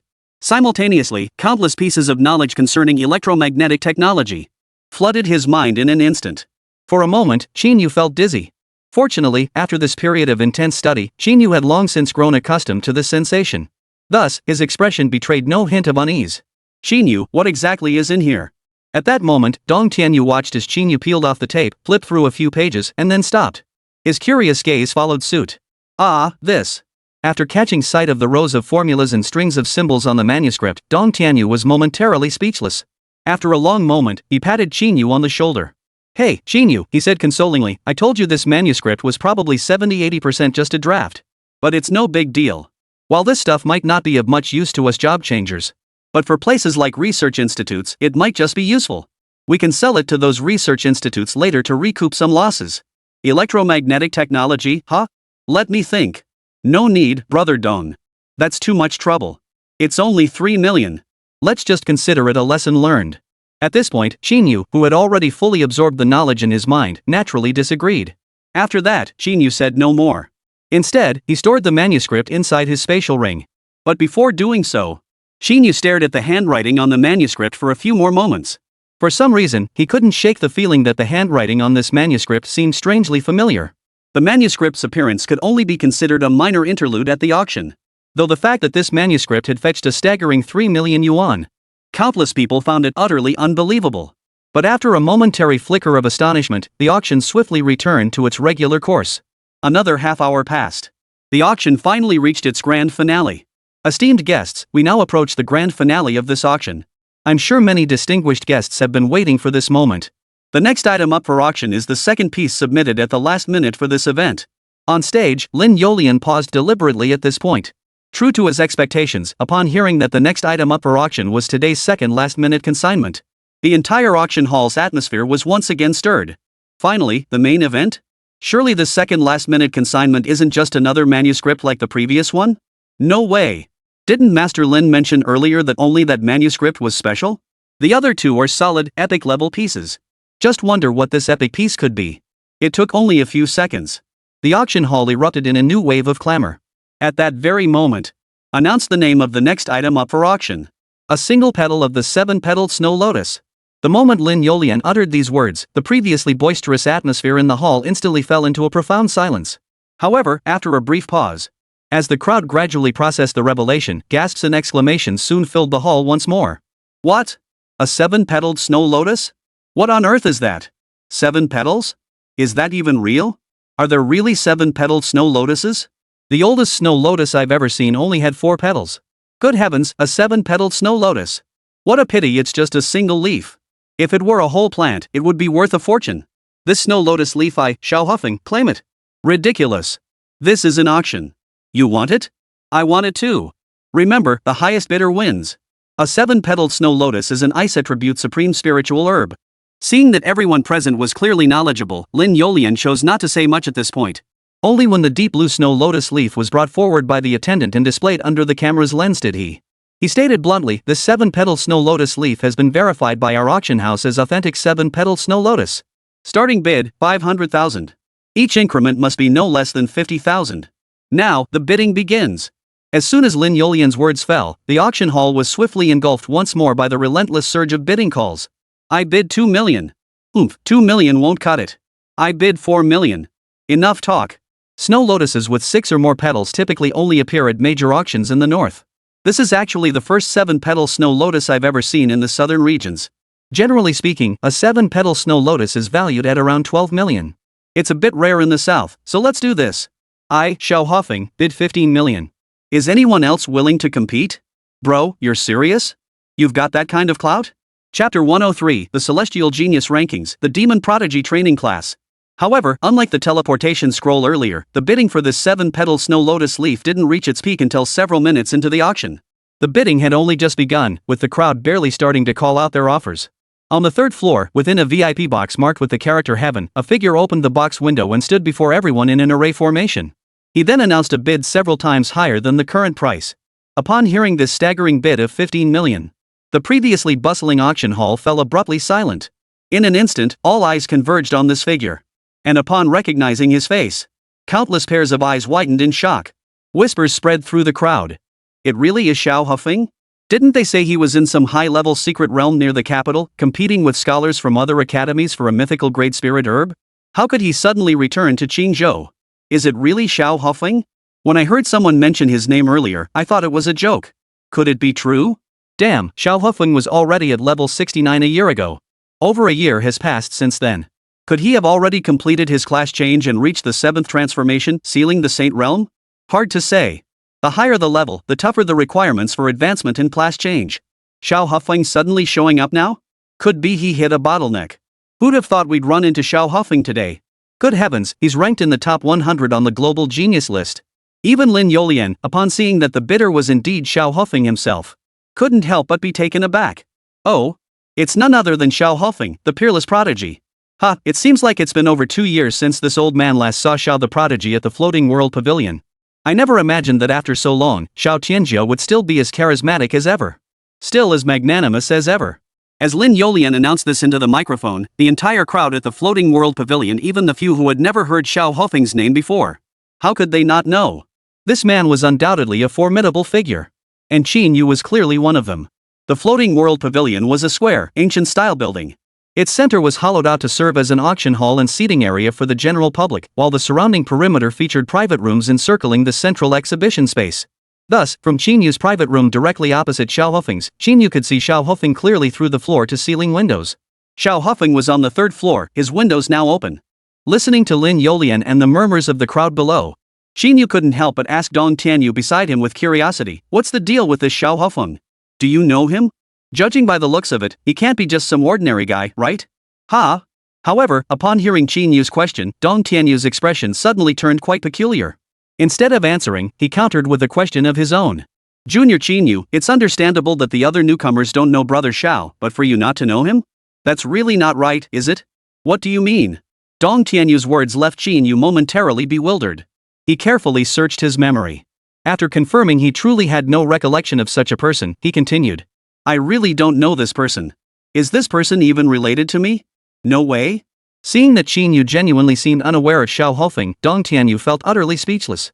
After a long pause, he finally explained, "First off, Brother Xiao, like you, was the top scorer in a previous college entrance exam cohort. Then, he joined our Star Ring Academy. So any student from Star Ring Academy can address him as senior. Second, Brother Xiao ranked among the top 20 prodigies on the global genius list just a year ago. He is also one of the most promising candidates among the younger generation of our Dragon Nation. One of the most promising candidates to break through the 9 transformations barrier and ascend to the Emperor realm." Dong Tianyu briefly explained Xiao Hufeng's background and status before continuing. "Of course, none of that matters. What matters is, our Star Ring Academy has been in decline for a full 5 years among the 4 great institutions. This time, having finally recruited prodigies like you and Niè Yǔqiān, our academy certainly won't live up to the rumors that we can't fully shoulder the responsibility of cultivating such exceptional talents. Therefore, with your enrollment and Niè Yǔqiān's, our academy will establish a prodigy training program. We will concentrate the academy's finest resources entirely upon those with the most outstanding talents. To this end, the academy has invited back many outstanding alumni who graduated years ago to serve as resources for this elite training program. And Brother Xiao Hufeng, is one of them. This news has been buzzing throughout the entire academy these past few days." "You didn't know?" After Dong Tianyu's detailed explanation, Qín Yǔ finally understood. Then, gazing at Xiao Hufeng standing not far away clad in plain white robes, with sharp brows and piercing eyes, radiating an imposing presence that seemed to emanate from him, Qín Yǔ was utterly stunned. What was this? He hadn't even enrolled yet. Had he already encountered one of his future teachers? After a long moment, Qín Yǔ asked uncertainly, "So, you're saying this person is highly likely to be one of my teachers after I enroll tomorrow?" Dong Tianyu glanced at Qín Yǔ, his expression calm and composed. "Highly likely? No. Although the academy hasn't made an official announcement yet, Brother Xiao, who's been missing for over a year, has appeared in Sky City at this exact moment. Then the probability of this happening is practically 100%. Qín Yǔ was momentarily speechless. Dong Tianyu suddenly slapped his forehead and added, "Hey? Come to think of it, after this auction ends, we could probably go say hello to Brother Xiao ahead of time." Qín Yǔ. Chapter 104, Advanced Ice Skill Book, 10,000 Miles of Frozen Wastes. Though the 7-petal snow lotus was incredibly rare, its growth cycle alone spanned 7,000 years. Its practical value clearly couldn't compare to a mid-range teleportation scroll. Moreover, this wasn't even a complete 7-petal snow lotus, just a single leaf. Therefore, within the Floating World Pavilion, as Xiao Hufeng's bid of 15 million was shouted out, the bidding, which had been steadily climbing, came to a halt at that very moment. Upon hearing this price, the vast majority of bidders chose to withdraw. Even those who could afford such a sum began to hesitate after considering Xiao Hufeng's identity. Began to hesitate. The leaves of the 7-petal snow lotus were indeed precious, but to confront someone of Xiao Hofeng's stature over just one leaf clearly wasn't worth it. And it was precisely this hesitation. No one in the hall made another bid for a long time. Seeing this, Lin Youlian in the audience knew exactly what was happening. With Xiao Hofeng's bid on the table, the price for this 7-petal snow lotus would most likely cap out here. Ah, what a pity. Judging by this, the 7-petaled snow lotus will likely only fetch this price. I had hoped it might reach 20 million. Still, this is Xiao Hofeng we're talking about. If the news from Star Ring Academy is accurate, he'll be active in Qingzhou for the next few years. When you look at it that way, it's not such a loss after all. Lin Youlian weighed the situation in his mind, seeing that no one else was bidding. He didn't deliberately prolong the auction any further. Just as he had done when bidding against Qín Yǔ for that manuscript earlier. He casually called out, "Any further bids?" Then, with a decisive hammer strike, the sale was finalized. The 7-petaled snow lotus was ultimately secured by Xiao Hofeng. With the 7-petaled snow lotus auction concluded, Lin Youlian immediately began introducing the next, final item. The 7-petaled snow lotus is indeed precious, but those who missed out need not despair. The next item will not disappoint either. The auction was now nearing its conclusion. And since it was the grand finale item, its quality grade was naturally exceptional. True to form, after Lin Youlian's introduction, another epic-grade spiritual herb was unveiled. Thousand-Faced Spark. Though this Thousand-Faced Spark fell short of the 7-petal snow lotus in efficacy, quality, and rarity, it was nonetheless a complete epic-grade spiritual herb. Thus, with this spirit herb's unveiling, the atmosphere within the floating world pavilion quickly grew heated once more. The bidding price climbed relentlessly, swiftly surpassing 10 million. Within minutes, it reached 19 million. Was secured by someone in a ground-floor private room. Yet even as the bidding for this Thousand-Faced Spark concluded, the excitement within the hall did not subside. Instead, it grew even more intense. Therefore, following the customary practice of floating world pavilion, the true grand finale of tonight's auction was about to commence. Especially considering what Lin Youlian had mentioned earlier. The grand finale of this auction was originally supposed to be the mid-range teleportation scroll, but it had been displaced by an item consigned at the last minute. Nearly everyone present was utterly curious about this final item of the day. It's finally here. After waiting 2 hours, I wonder if this grand finale truly lives up to its status, one that could even displace the teleportation scroll as the highlight? It's gotta be something like a finished epic tier equipment piece, right? Exactly. Otherwise, I can't imagine what else it could be. What else could possibly be more valuable than a teleportation scroll? Could it be an advanced skill book? No way, bro. Like I said, do you really think skill books grow on trees? These days, forget high-level skill books, even mid-level or low-level ones are hard to come by, okay? It's not impossible. Didn't Master Lin hint at it when auctioning that manuscript? Didn't he say today's grand finale was highly likely to be an advanced skill book? You actually believe that? I've heard old Lin say that line at least 4 or 5 times at Floating World Pavilion. Has it ever been true? Amidst this buzz of discussion, Lin Youlian didn't follow his usual routine of announcing the next auction item in advance. Instead, in a departure from his usual routine, he first instructed a Fushage Pavilion attendant to carry a red cloth-wrapped object resembling a book onto the display platform. Such an unusual scene naturally drew everyone's attention. Damn, wait, is Zuki Yagaku pulling this kind of stunt? What the hell is it, wrapped up so mysteriously? Covered in red cloth, too? This is getting ridiculous.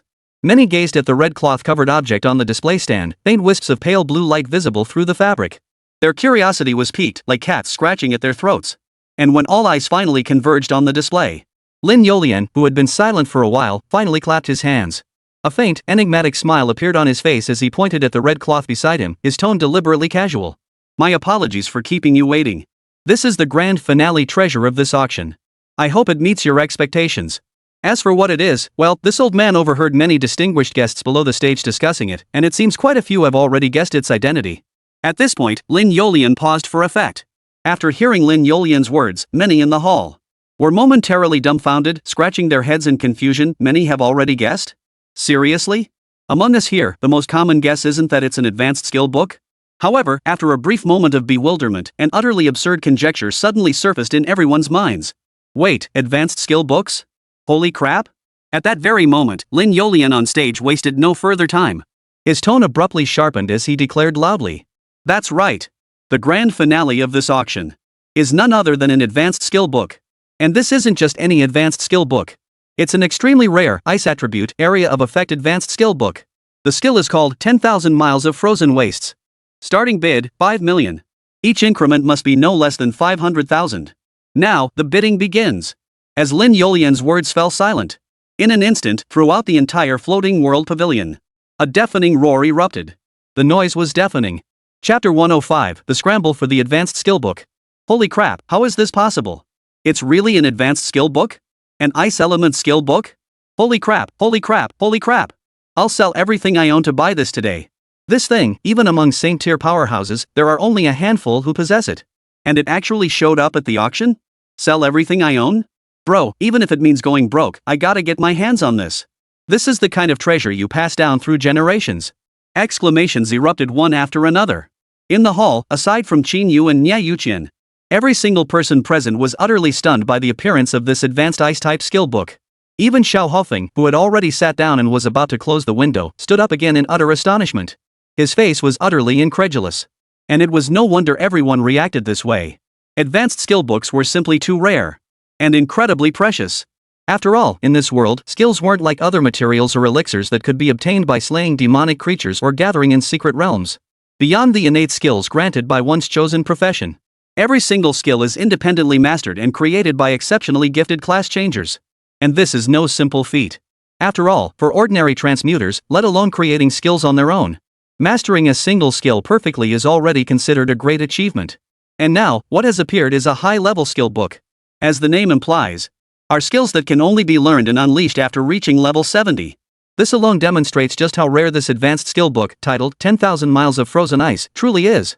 It's no exaggeration to say. It's actually somewhat beyond the normal scope of the Floating World Pavilion auction.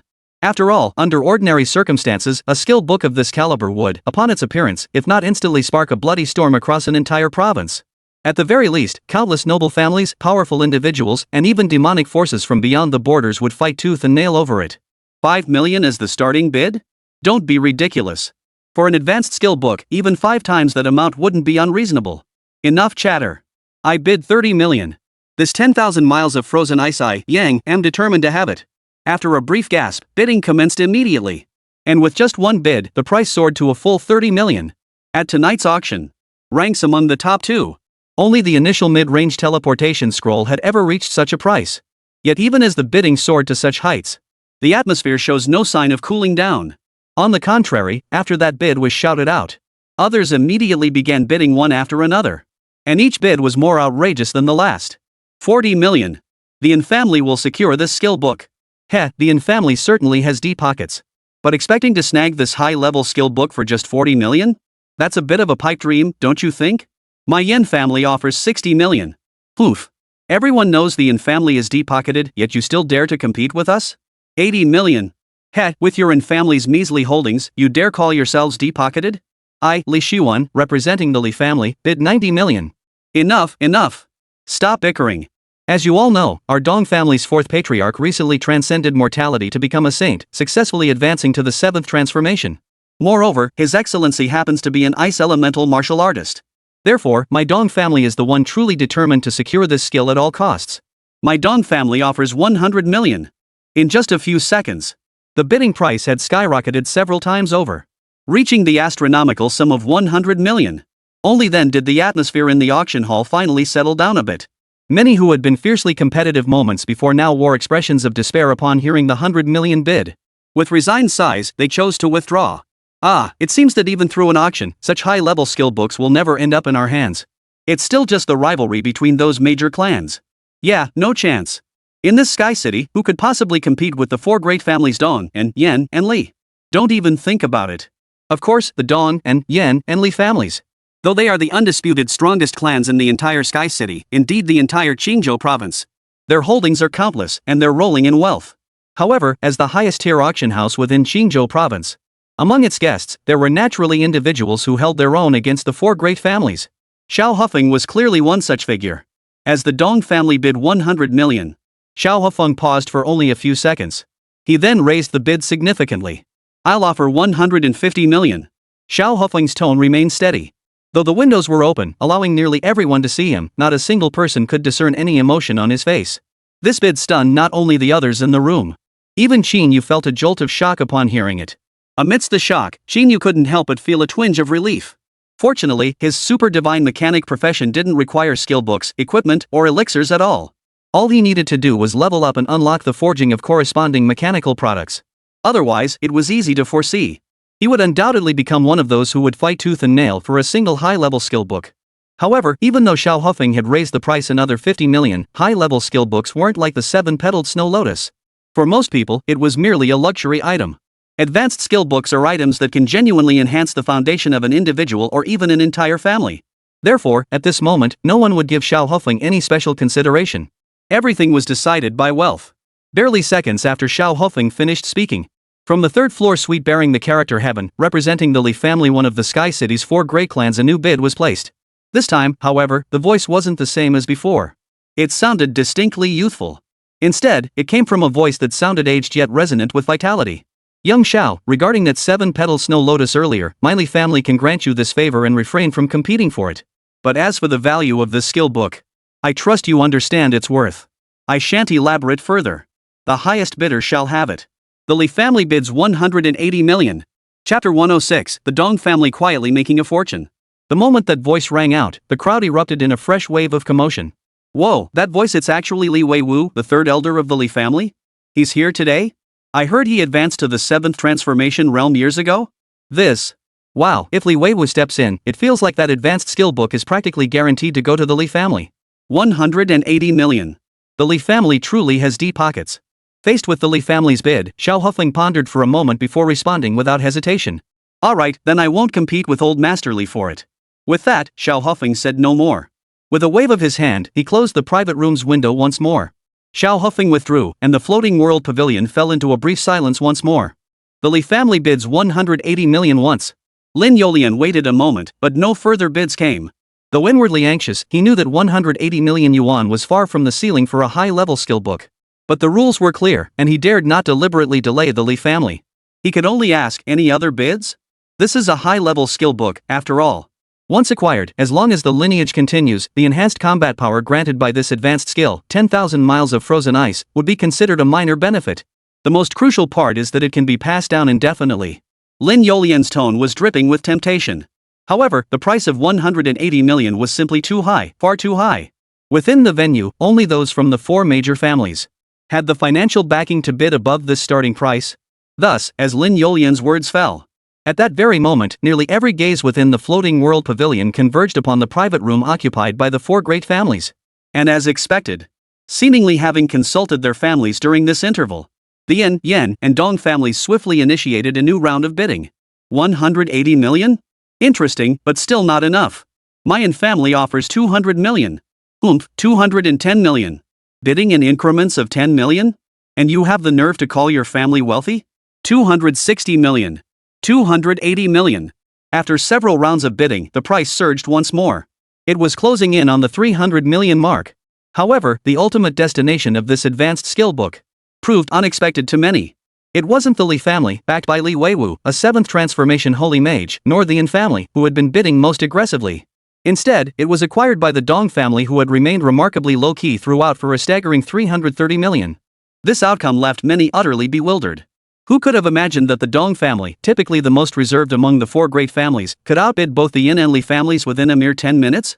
They managed to muster 33 million in liquid assets to secure this advanced skill book. Wow, is the Dong family that wealthy? I recall they were only ranked slightly above the Yin family among the 4 great families, weren't they? They actually pulled out 330 million? That's just ridiculous, isn't it? Well, no doubt about it. As expected, none of the 4 great families are simple. Even setting aside outsiders, even Dong Tianyu, a member of the Dong family himself, was stunned when he heard his family had bid 330 million. Wait, when did our family become this wealthy? 330 million? Just like that? What the crowd didn't know, however, as Lin Youlian brought down the gavel, declaring the advanced skill book successfully auctioned to the Dong family, Dong Fenghui, who had been watching from the backstage of the floating world pavilion, finally let out a deep sigh of relief. A hint of relief flickered across his face. Thank goodness, thank goodness. This skill book just happened to be appraised by me. It gave my Dong family an extra 2 hours to prepare. Otherwise, our Dong family might not have been able to outbid the Li and Yin families. My second brother just advanced to the 7th transformation recently, and ice element skills are scarce within our clan. This advanced ice element skill book is truly timely for the Dong family. It couldn't have come at a better time. As the bidding concluded for this grand finale advanced skill book, the auction at Floating World Pavilion was drawing to a close. Next came the obligatory official closing remarks. As for this meaningless formality, few attendees held much interest. Amidst the buzzing chatter, the guests at Floating World Pavilion soon began trickling out in droves. At that moment, Qín Yǔ and Dong Tianyu joined up with Niè Yǔqiān and Ning Qianqian. "How's it going?" As they walked toward the exit, Qín Yǔ glanced at Ning Qianqian and Niè Yǔqiān, both visibly in high spirits, and asked with a smile. "It was absolutely amazing." Ning Qianqian eagerly waved her hand as soon as Qín Yǔ finished speaking. After answering, she turned to Qín Yǔ with a curious look and asked, "Hey, Mr. Qín Yǔ? Didn't you just spend 8 million to buy that manuscript? If that manuscript was consigned by the same person at the last minute, could it really yield a high-level skill book? You'd be rolling in it." Hearing Ning Qianqian's question, Niè Yǔqiān beside her couldn't help but curve her lips into a smile. Dong Tianyu, however, looked utterly heartbroken. Before Qín Yǔ could answer, he dramatically slapped his thigh and lamented with exaggerated sorrow. "Ugh, don't even mention it. Advanced skill book? That manuscript didn't have a single word about job changers, okay? It was all nonsense about electromagnetism, energy transmission, and stuff like that. Oh man, you guys have no idea.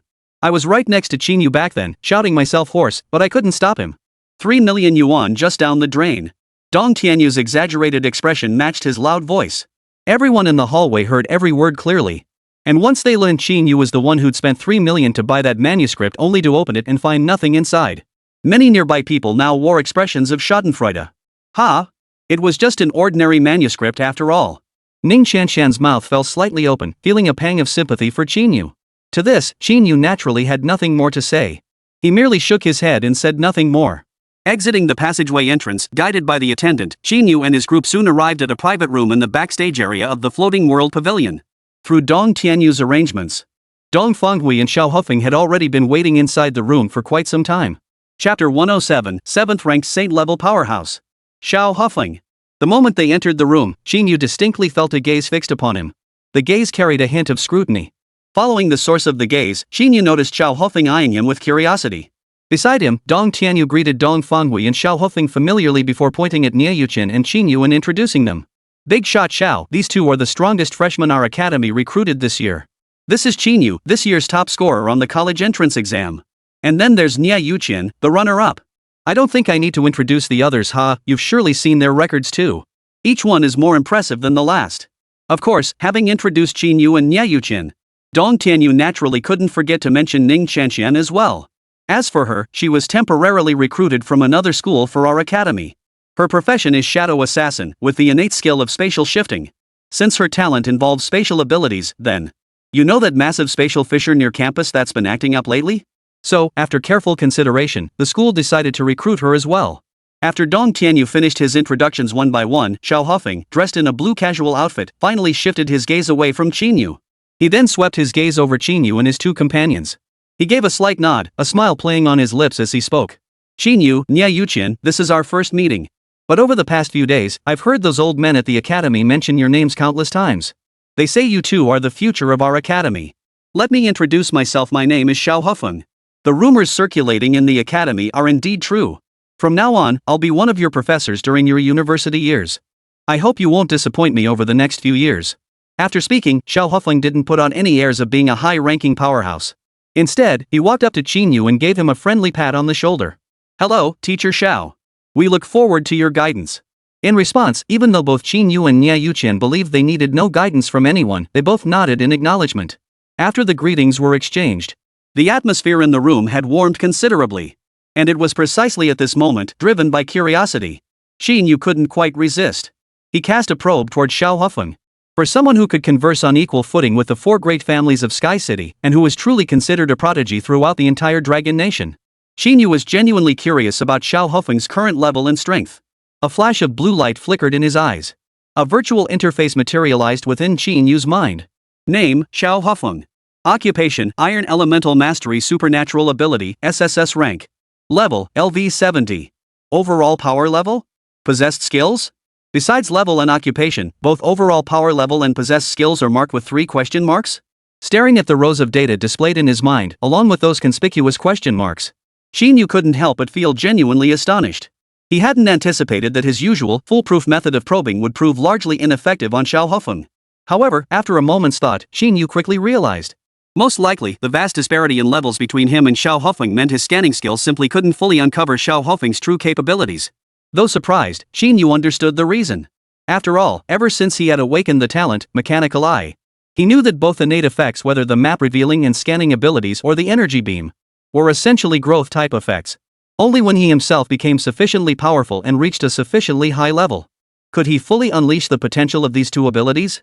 Of course, even if he only detected Xiao Hofeng's level and class, the information revealed within still sent a chill down Qín Yǔ's spine. For he discovered that Xiao Hofeng's level wasn't stuck at level 69 as those outside had speculated. Instead, he had already completed a new round of advancement and job change, reaching level 70. Though the gap between level 69 and level 70 seemed but a single step. But even Qín Yǔ knew the gap between them was far more than just a single level difference, it was a world apart. The reason was clear. The reason why those who reach level 70 are hailed as saint-tier powerhouses.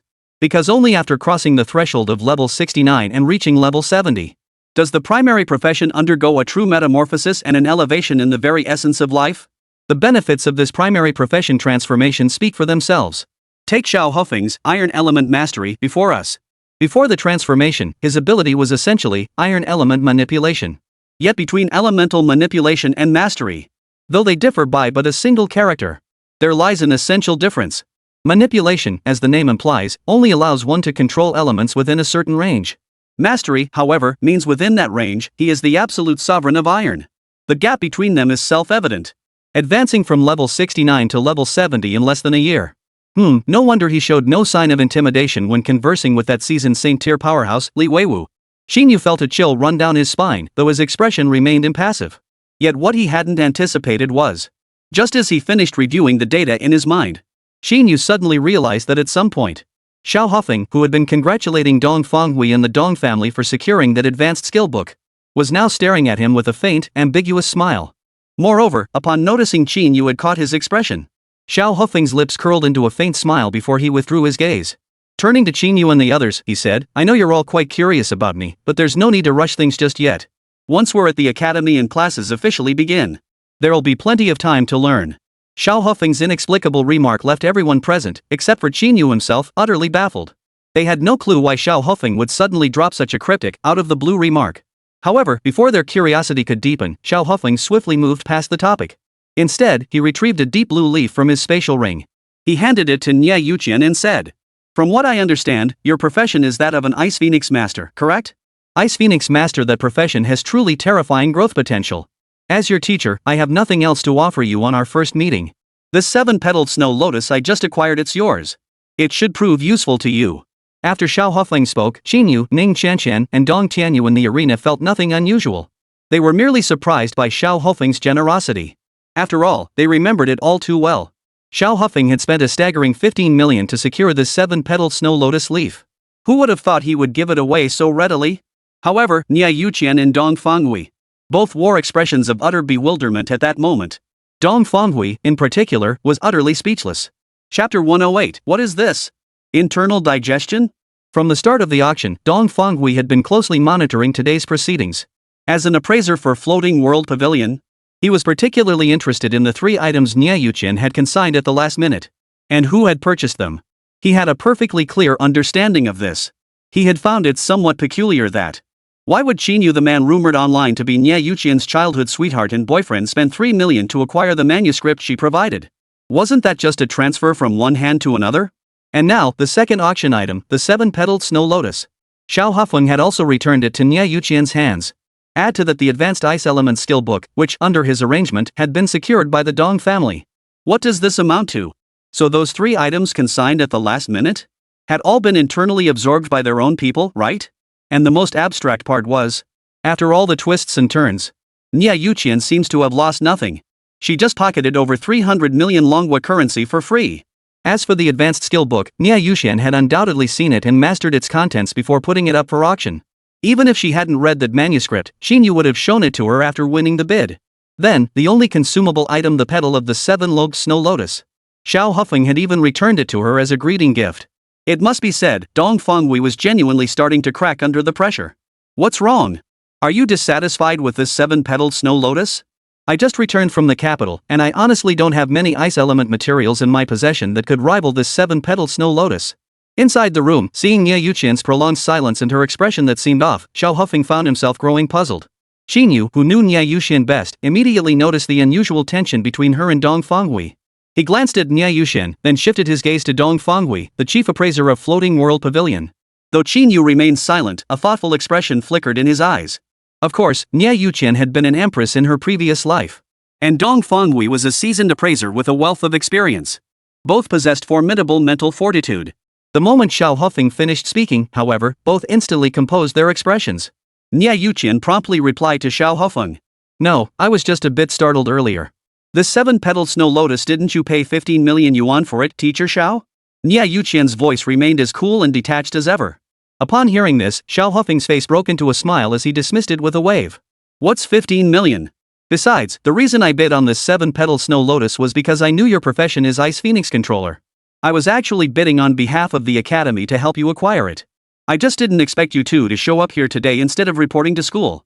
Since we met earlier than expected, I'll just give it to you now. Don't worry, you don't need to thank me. The academy will cover it. I'm just the delivery guy. After Xiao Hufeng finished speaking, the expressions of those present in the room varied. Ning Qianqian wore an expression of pure envy. Damn it, is this how geniuses are treated? We're all academy students, why don't I get this kind of treatment? It's not fair. Though Dong Tianyu wasn't an ice elementalist, seeing the 7-petal snow lotus in Xiao Hufeng's hand still made him mutter a complaint. His tone dripped with envy. Qín Yǔ, however, spoke with a touch of admiration. Star Ring Academy truly lived up to its reputation as one of the 4 great academies. Even though it ranked last among them, it still had deep pockets. Though the 7-petal snow lotus held no use for Niè Yǔqiān now, otherwise she wouldn't have put it up for auction. But since Xiao Hufeng had spoken so plainly, Niè Yǔqiān naturally had nothing more to say. With a calm expression, she accepted the 7-petaled snow lotus. Only then did Xiao Hufeng shift his gaze back to Qín Yǔ. A faint, ambiguous smile still lingered on his face. Truly worthy of a saint-level powerhouse, even the scan of the mechanical eye couldn't detect you. Seems I should maintain a measure of respect toward these powerful individuals henceforth. Otherwise. Seeing Xiao Hufeng's expression, coupled with his cryptic earlier words, Qín Yǔ couldn't help but realize that when he had activated the mechanical eye to scan Xiao Hufeng just now, he had definitely been detected. For a moment, Qín Yǔ felt a pang of awkwardness. He truly hadn't anticipated that a saint-tier powerhouse's perception could be so terrifying. Fortunately, Xiao Hufeng showed no intention of pursuing or probing further. With a brief smile, Xiao Hufeng continued.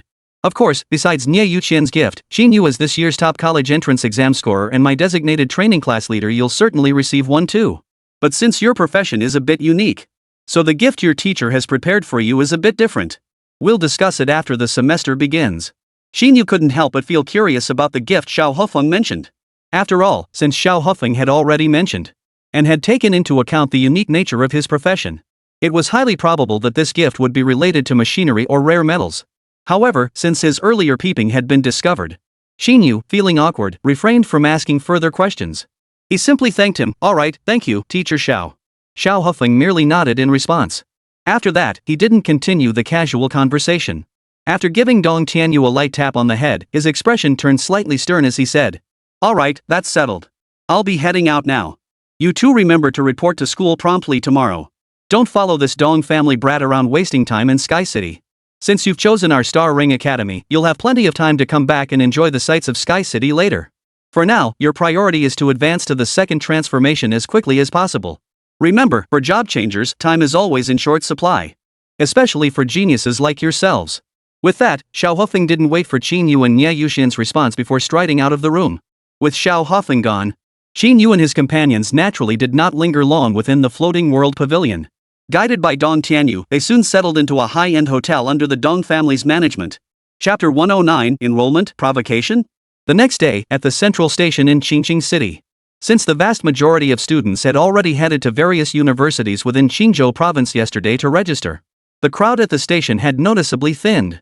Even so, the entire station still appeared bustling and vibrant. Following Xiao Hufeng's instructions to the letter, Qín Yǔ and his group hurried from their hotel to the station early in the morning. Guided by Dong Tianyu, Qín Yǔ and his group soon boarded the special train bound for Xinhuan Academy. Yes, a special train. As one of the 4 great academies of Dragon Nation. Even though it was located on the outskirts of Qingzhou province, near the front lines of the battle against the demon seeds, with no other major cities nearby, Qingzhou province still provided Xinhuan Academy with its own dedicated train. A dedicated train awaited daily at the central station. Whenever needed, it departs immediately, directly to Starring Academy. Frankly, even if anticipated, given Starring Academy's significance throughout Qinzhou province. But Qín Yǔ and Ning Qianqian were still quite stunned. As Qín Yǔ and his group boarded the vehicle, it naturally drew the attention of the surrounding crowd. Among them, a few sharp-eyed individuals even recognized Qín Yǔ and Niè Yǔqiān. Wow, these people actually boarded the Starring Academy special train? Are they all this year's freshmen? Probably. I think the one in the middle looks like this year's college entrance exam champion, Qín Yǔ. This sparked quite a buzz among the crowd. Qín Yǔ? Are you serious? I don't think I'm mistaken. Aren't there two girls beside him? I don't recognize one of them, but the exceptionally beautiful one must be Niè Yǔqiān, the runner-up in the college entrance exam. Aren't those two from the same place? If it were just one person, I might have mistaken them. But seeing them together? That's 100% them. Wow, wow, wow. To be honest, it's a bit unbelievable. The top two scorers in this year's National College Entrance Exam both ended up at our Qingzhou's Xinhuan Academy. With them here, Starring Academy should finally shake off its reputation as the bottom dweller among the four major academies, right? That's for sure. Alright, I've already informed the conductor. The train should depart in about a minute or two. Inside the special train, Dong Tianyu returned after communicating with the station staff at the front of the train and plopped down into the seat next to Qín Yǔ. Our Starring Academy is located on the border of Qinzhou province, so after departure, it'll take about 5 more hours to reach the academy. We can catch some sleep during that time. If you get hungry or thirsty, the second car is the dining car. Our Starring Academy special train is quite well equipped. As he spoke, Dong Tianyu pulled several bottles of drink from his backpack and handed them to Qín Yǔ, Niè Yǔqiān, and Ning Qianqian. The seats in the carriage were spacious and comfortable. Sunlight streamed through the windows, casting a warm glow inside. 5 hours? That feels like a long time, Ning Qianqian muttered as she took a drink, but then added excitedly, still, riding a special train to the academy feels pretty novel. Beside him, Qín Yǔ declined Dong Tianyu's offer of a drink, waving it off with a gesture to indicate he wasn't thirsty. His gaze drifted indifferently through the window, briefly scanning the crowd outside before he remarked. 5 hours isn't that long. Think about it, yesterday we rode for over 10 hours. Compared to regular trains, this special train is already much faster. Haha, true. Ning Qianqian nodded in agreement after hearing Qín Yǔ's words. Dong Tianyu chimed in at just the right moment. Of course it's faster. This is a special train, not just quicker in speed. It doesn't make any stops along the way either. 5 hours is actually quite fast considering the distance. Ning Qianqian and Qín Yǔ both nodded in agreement again. Of course, though Ning Qianqian and Qín Yǔ merely nodded. After spending the entire previous day together, the group had already grown quite familiar with one another. The atmosphere naturally didn't grow awkward. Soon, Ning Qianqian glanced at Niè Yǔqiān, who sat beside her. Since boarding the vehicle, Niè Yǔqiān had been leaning back in her seat with her eyes closed, seemingly disinterested in everything around her. Her eyes darted around, and she turned to ask Dong Tianyu again. By the way, Senior Dong, once school starts, will I be able to share a dorm with Sister Yúqiān? Only then, upon hearing the conversation turn to her, did Niè Yúqiān open her eyes from her closed-lidded rest and glance at Ning Qianqian. After a moment's thought, Niè Yúqiān remained silent. Dong Tianyu, however, continued his enthusiastic explanation. In the past, it would have been highly likely. But in a few years? That might be difficult. Didn't I mention yesterday?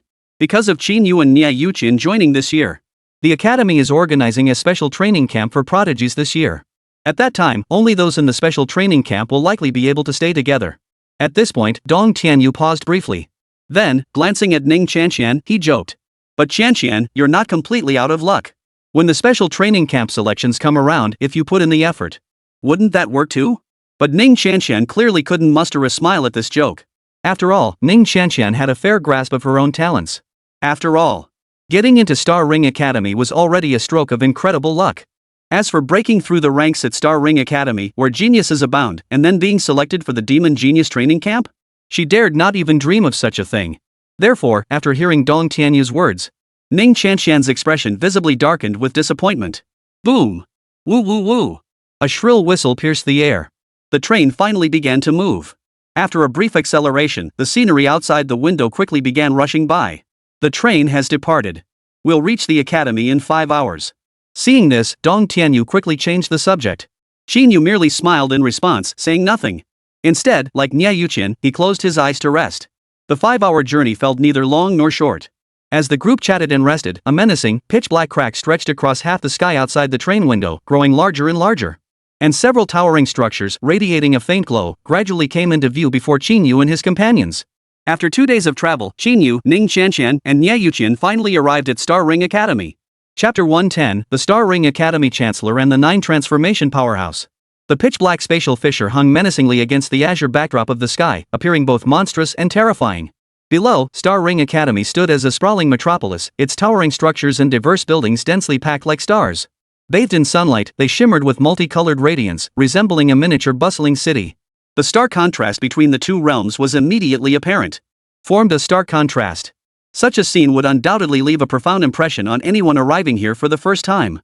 Wow, is this the colossal spatial fissure created by that demonic powerhouse? It's enormous. I can't believe an individual could wield such immense power. Ning Qianqian pressed her face against the car window, gasping at the spectacle before her.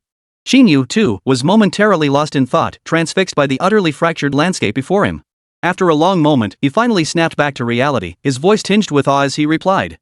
Yes, but even so, Star Ring Academy still stands tall beneath this spatial fissure, thriving as ever. Seems our academy's powerhouses are still a cut above the rest. Dong Tianyu leaned back in his seat. As a senior student at Star Ring Academy, he too had been utterly stunned by the sight when he first arrived.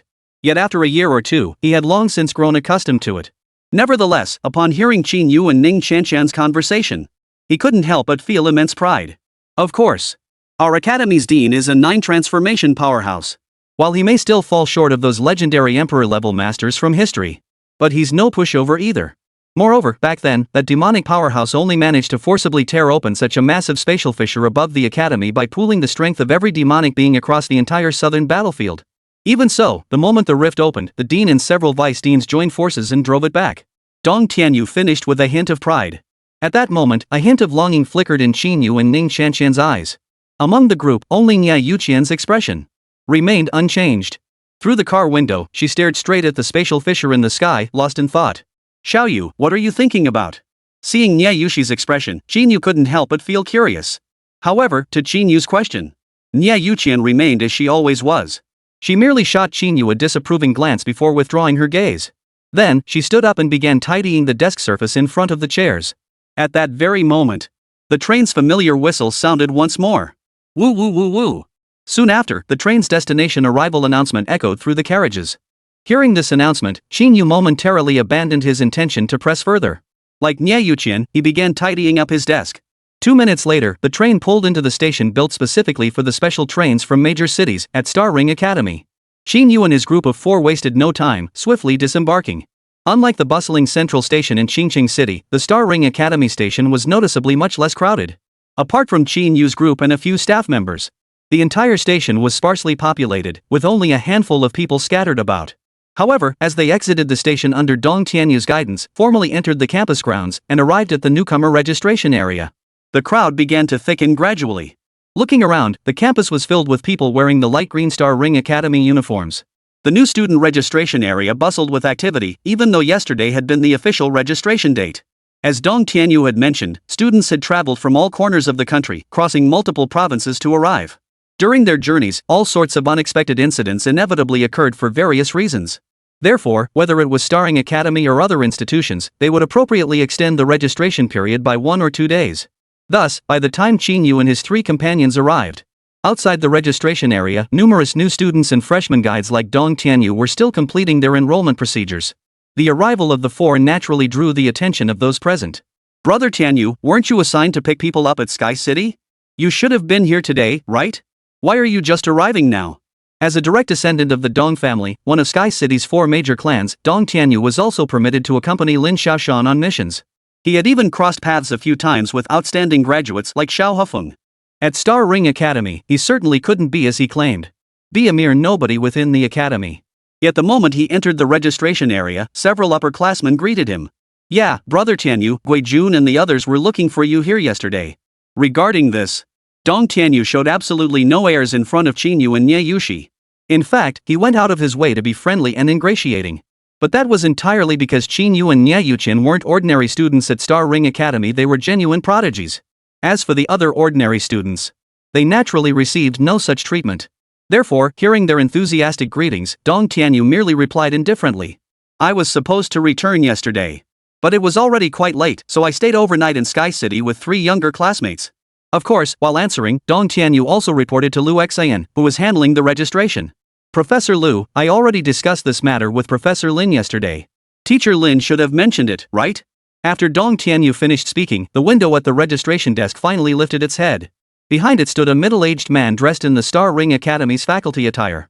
His sturdy build and imposing presence immediately revealed his profession, undoubtedly a member of the martial arts department. However, upon looking up, the man did not respond to Dong Tianyu. Instead, his gaze immediately locked onto Qín Yǔ and Niè Yǔqiān. After a long moment, a faint smile finally appeared on his face. Rising to his feet, he walked over to Qín Yǔ and Niè Yǔqiān and said, "You two must be Qín Yǔ and Niè Yǔqiān. Excellent, excellent. Trust me, with one of you being the top student in the nation and the other second, choosing our Star Ring Academy. The academy will absolutely not disappoint you." As soon as Lu Xian finished speaking, in an instant, everyone in the registration hall except for Ning Chanchan and Dong Tianyu, whether new students or returning ones, immediately turned their gaze toward Qín Yǔ and Niè Yǔqiān. Shock was written all over their faces. Those two are Qín Yǔ and Niè Yǔqiān? I knew it. The moment they walked in, I felt like I'd seen them somewhere before. So it was them after all. No wonder Dong Tianyu, a genius ranked on the list of talents, volunteered to take on a new student orientation task. Turns out he was welcoming these two big shots. This Qín Yǔ looks so skinny and weak, with zero presence. I wonder if his energy level really hit 5470 Euler during the assessment. Chapter 111, The Strong Always Attract Unwarranted Resentment. Inside the room, all eyes darted between Qín Yǔ and Niè Yǔqiān. Their gazes and whispers betrayed their astonishment and curiosity toward the pair. Niè Yǔqiān remained expressionless, offering no response to Lu Xian's remark. Qín Yǔ, meanwhile, ignored the murmurs circulating among the others in the room. Facing Lu Xian, who stood before him dressed in the academy's faculty attire and exuded an imposing presence, Qín Yǔ replied in a calm tone. This student will certainly live up to the academy's expectations. Upon hearing this, Lu Xian studied Qín Yǔ a few more times. Only then did he nod with satisfaction, saying, very good, very good. You're a young man with remarkable confidence. I like that kind of confidence in you. Come over and register. With that, Lu Xian returned to his previous seat and motioned for Qín Yǔ and Niè Yǔqiān to proceed with their registration. As for the others who had been waiting to register, Lu Xian simply ignored them. Most of them, however, were quite perceptive. Aware that their talents fell far short of Qín Yǔ and Niè Yǔqiān's, they instinctively stepped aside when Lu Xian made it clear he would register the two first. They instinctively stepped aside to make way. However, the vast majority of them. Of course, that didn't mean everyone. Moreover, among them was one who had already harbored silent resentment toward Qín Yǔ and Niè Yǔqiān for over 10 days. Thus, just as Qín Yǔ and Niè Yǔqiān were about to step forward to register, a voice suddenly rang out abruptly among the crowd. Teacher Lu, while it's true that one of them is ranked first nationally and the other second, shouldn't we at least observe the order of arrival? Besides, it's not even certain whether this Qín Yǔ truly possesses the strength to break the national record and become number one. The moment this voice sounded, the overwhelming majority of people at the registration desk were utterly astonished. They couldn't believe that a freshman would dare question a teacher at such a moment. As for Lu Xian and Dong Tianyu's expressions, darkened visibly. As for Qín Yǔ and Niè Yǔqiān, their expressions remained unchanged. They showed no sign of anger. Following the source of the voice, everyone quickly spotted the speaker. And upon recognizing the speaker, many in the crowd couldn't help but flash expressions of understanding and realization. Even Niè Yǔqiān, who had maintained a composed expression throughout, showed a similar reaction. So it was Tang Wenjie? That explains it. They say that before his college entrance exam results came out, he always believed his 3000 Euler energy level made him the top scholar of Jiangnan province. He even bragged about it online, attracting a lot of praise at the time. Who'd have thought he'd get overtaken by dark horses like Qín Yǔ and Niè Yǔqiān? Ha ha. Now that you mention it, I think I remember. After the college entrance exam results came out, didn't people go back and mock him for that post? Tang Wenjie, along with Qi Tianlin, Wang Xiaotian, and Chen Xiyu, were among the strongest and most renowned prodigies across the provinces after the class change ceremony. However, Qi Tianlin and Huang Xiaotian gained greater prominence simply because they resided in the capital or central provinces. Tang Wenjie, however, was like Qín Yǔ and Niè Yǔqiān. All hailed from the remote Jiangnan province. Of course, even so, with his 3100 Euler score in the college entrance exam ability test, he had gained some recognition online. This was precisely why many new students recognized him. Moreover, Tang Wenjie's score in the Jiangnan province. Generally speaking, it was practically guaranteed to secure him the title of provincial top scorer this year. Therefore, after the college entrance exams concluded and he accepted the special admission offer from Star Ring Academy, Tang Wenjie and his family never once considered whether anyone might be stronger than him. They popped champagne mid-journey. Not only did they boast online, but in real life, they even held a celebratory banquet in advance. Little did they expect that when the results were announced, not only did he fail to become the provincial top scorer, he didn't even secure second place. He was merely third. And the two who ranked above him? None other than Niè Yǔqiān and Qín Yǔ, names he'd heard before but had always dismissed as mere jokes? Because of this, Tang Wenjie had completely. He had lost all face. Simultaneously, he harbored a deep, festering resentment toward Qín Yǔ and Niè Yǔqiān. Especially after watching the college entrance exam footage of Niè Yǔqiān and Qín Yǔ online, he became even more convinced. Qín Yǔ and Niè Yǔqiān's rankings had reached such heights was entirely due to that malfunctioning energy level tester. Their true energy levels absolutely couldn't compare to his. After all, as a native of Jiangnan province, he knew the conditions of the Jiangnan province couldn't be more familiar. He simply couldn't believe that as someone from the provincial capital, working his ass off to barely reach an energy level of 3,100 Euler, he could possibly fall short of these two from a small town. And precisely because of this, while harboring resentment, upon learning that Qín Yǔ and Niè Yǔqiān had both been specially recruited by Star Ring Academy just like him, he resolved that once classes began, he would prove to everyone. The only reason Qín Yǔ and Niè Yǔqiān achieved those scores was entirely due to a malfunction in the energy level testing device. And that he, Tang Wenjie, was the true top scorer of the Jiangnan province college entrance exams this year. Inside the registration hall, as everyone watched Tang Wenjie, his face twisted with fury, his gaze dark and menacing, a wave of whispered murmurs rippled through the crowd once more. Hearing the murmurs around them, Niè Yǔqiān and Qín Yǔ reacted differently. Niè Yǔqiān's expression remained unchanged throughout. Her footsteps paused only briefly. She walked straight past Tang Wenjie, heading directly to the registration window to begin processing her enrollment paperwork. Tang Wenjie did hold a faint memory in Niè Yǔqiān's mind. Had she not been reborn, and had Qín Yǔ's career not taken an unexpected turn, Tang Wenjie would undoubtedly have been this year's top scorer in the college entrance exam for Jiangnan province. But alas, there were no such things as what-ifs. As for Qín Yǔ, he turned his head to glance at Tang Wenjie. A sense of helplessness washed over him. He hadn't anticipated that by securing first place, he would inadvertently offend such a contestant. Of course, Qín Yǔ wasn't about to get all worked up over such a trivial matter. Thus, faced with Tang Wenjie's almost provocative remarks, Qín Yǔ remained silent throughout. He merely shrugged his shoulders and vacated his seat. He then gestured for Tang Wenjie to proceed with registration first. Chapter 112, Freshman Assessment. Witnessing this scene, those nearby including Dong Tianyu and Lu Xian were taken aback. They had expected that in the face of Tang Wenjie's blatant provocation, Qín Yǔ might even erupt into conflict with Tang Wenjie right then and there. To their surprise, Qín Yǔ reacted in this manner. Is Qín Yǔ really this easygoing? I thought geniuses like them would all have that arrogant, self-important attitude, just like Tang Wenjie. Yeah, if I were the national champion, a player like Tang Wenjie talking to me like that? I'd probably have already punched him in the face. So you're not the national champion then? Someone murmured within the crowd. This Qín Yǔ, not only is his talent extraordinary, but his character is exceptional too. It seems. Meanwhile, Lu Xian, observing Qín Yǔ's handling of the situation, found the anger on his face fading unconsciously. He paid Tang Wenjie no mind whatsoever, instead growing increasingly impressed with Qín Yǔ internally. Looks like the academy really hit the jackpot this time. Inside the registration hall, reactions varied. Tang Wenjie, who had been seething with malice and sharp words moments before, now faced Qín Yǔ's calm and composed approach. His expression grew unnatural. It felt as though his full-force punch had struck nothing but cotton, leaving him with an indescribable sense of frustration. However, as he noticed the increasingly hostile glances from Dong Tianyu and Lu Xian beside him, Tang Wenjie dared not say anything further. He merely shot another glance at Qín Yǔ. He gave a cold snort before walking behind Niè Yǔqiān. He waited silently for Niè Yǔqiān to complete her leveling. Yet, what he hadn't anticipated was, just as Niè Yǔqiān finished her registration and he was about to step forward to report, Ning Qianqian, who had been standing obediently behind Qín Yǔ, suddenly became somewhat ethereal. In the blink of an eye, Ning Qianqian's figure materialized directly before Tang Wenjie. Talent, spatial shuttle. By the time Tang Wenjie registered what had happened, Ning Qianqian had already begun inquiring about the required materials and procedures for registration with Lu Xian. Teacherly, like Qín Yǔ and Yúqiān, I'm a freshman from Jiangzhou City. Here's my ID information and also my special admission certificate. This scene left not only the others speechless. Even Qín Yǔ found himself momentarily stunned. Once he processed it, it dawned on him that Ning Qianqian probably couldn't stand Tang Wenjie's arrogance and couldn't let him get away with it, which was why she acted this way. A faint smile crept onto Qín Yǔ's face. The others present, including Niè Yǔqiān and Dong Tianyu, watched the scene unfold with equally amused expressions. As for Tang Wenjie, at that moment, he stood frozen in place.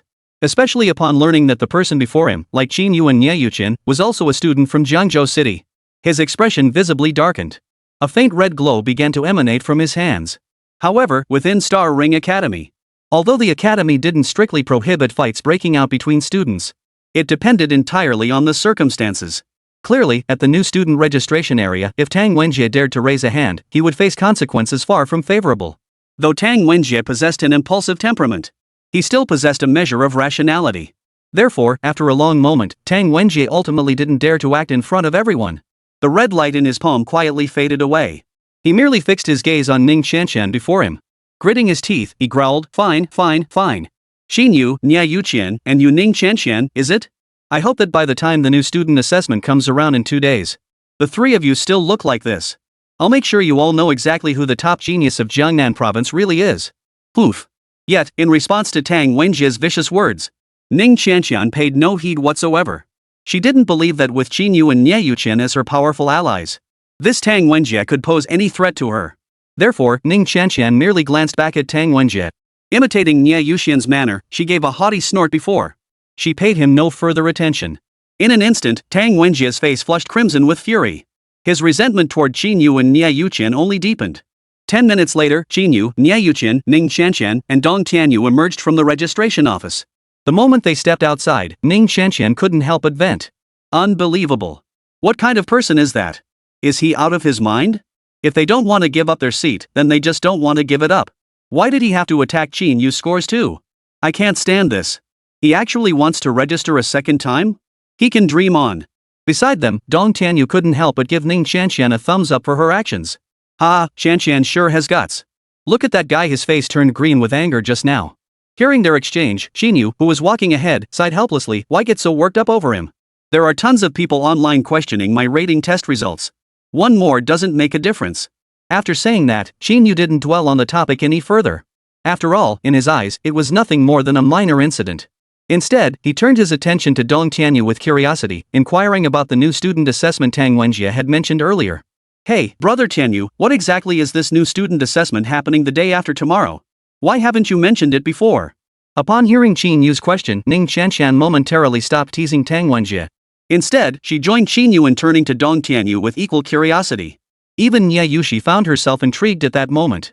In her previous life, Niè Yǔqiān had only arrived at Star Ring Academy after graduating from Capital Academy, so she too was unaware of this year's assessment. After gathering his thoughts, Dong Tianyu dutifully explained. The new student assessment, well, as the name suggests, it's an evaluation our academy conducts for newly enrolled students. And this assessment isn't unique to our academy. Essentially, every academy holds a similar assessment at the start of the semester. The only differences lie in the timing and specific requirements. The purpose is quite straightforward, to gauge how much progress you've made between the college entrance exams and the start of the semester. As for our academy's assessment in previous years, it's actually quite similar to the college entrance exam process. Typically, it consists of a grade level assessment, an ability level test, and a practical combat evaluation. But as for this year, I'm not entirely sure.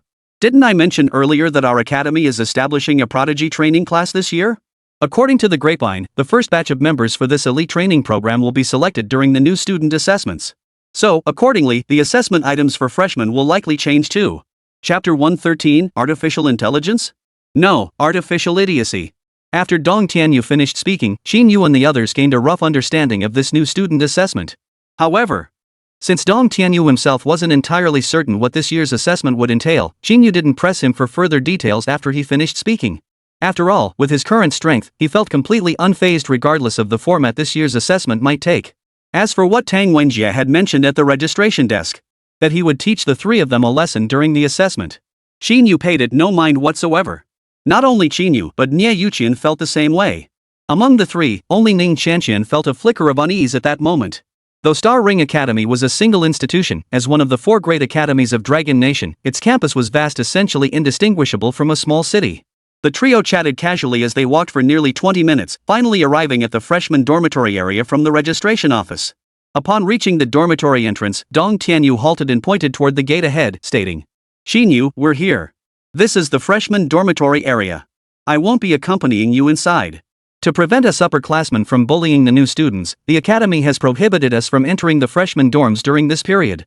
Also, since you don't have classes today or tomorrow, you might as well use this time to get more familiar with the campus." There's actually a rule like that? Qín Yǔ felt a momentary surprise. After all, based on the tropes from those online novels in his previous life, this was precisely the time when some upperclassmen would typically block the gates to bully the freshmen. Then, under the guise of giving them their first lesson, right? Unexpectedly, Star Ring Academy had explicitly stipulated seniors were prohibited from entering the freshman dormitory area. For this, Qín Yǔ silently gave Star Ring Academy a thumbs up in his heart. He silently gave Star Ring Academy a thumbs up. A remarkably considerate regulation. Having successfully delivered Qín Yǔ, Niè Yǔqiān, and Ning Qianqian, Dong Tianyu's task was now complete. He had actually considered inviting Qín Yǔ and Niè Yǔqiān to grab dinner together on campus tonight to further strengthen their bond. But considering they had just arrived and surely needed time to adjust, after pondering it, Dong Tianyu decided against asking and instead took his leave. Well then, Junior Qín Yǔ, Little Qianqian, and Junior Niè, I'll be heading back now? I still need to report back to Teacher Lin. Niè Yǔqiān remained aloof as ever, merely nodding faintly in response. Qín Yǔ and Niè Yǔqiān both offered their thanks. After Dong Tianyu left, Qín Yǔ and the others didn't linger. They walked straight into the dormitory entrance. Since they had been assigned to different dorms, they didn't walk together for long after entering the dormitory area. Soon, they bid each other farewell, parting ways to find their respective rooms. It was worth noting, of course, that Qín Yǔ and Niè Yǔqiān one ranked first nationally, the other second. Their dormitory was naturally not a shared room like ordinary freshmen would have. Instead, it was a standalone loft building, a world apart from the accommodations given to regular new students. For this very reason, Qín Yǔ didn't have to search for long. Within mere minutes, he located the assigned loft behind the two tall buildings near the dormitory entrance. Arriving at the entrance, Qín Yǔ took a quick look around. He discovered that his dormitory, besides being a standalone building, there was actually a courtyard filled with greenery right at the entrance. At first glance, it didn't resemble a student dormitory at all. Instead, it resembled a luxury boutique hotel. Qín Yǔ was thoroughly satisfied with this arrangement. Nodding slightly, Qín Yǔ wasted no further time. He approached the fingerprint scanner at the entrance, swiped his finger. He stepped inside the loft. The attic was spotlessly clean. Evidently, it had been cleaned beforehand. After 2 days of travel, Qín Yǔ's body felt fine, but he was still somewhat mentally exhausted. Therefore, upon entering the loft, Qín Yǔ didn't immediately retrieve his luggage from his spatial ring to unpack. Instead, he plopped down onto the living room sofa. After resting for several full minutes, he finally pulled out his phone and dialed Li Ziqi. Ring. The phone rang only a few times before being answered. Li Ziqi's voice soon came through on the other end. But instead of any words of concern, Li Ziqi unleashed a barrage of accusations. Hello?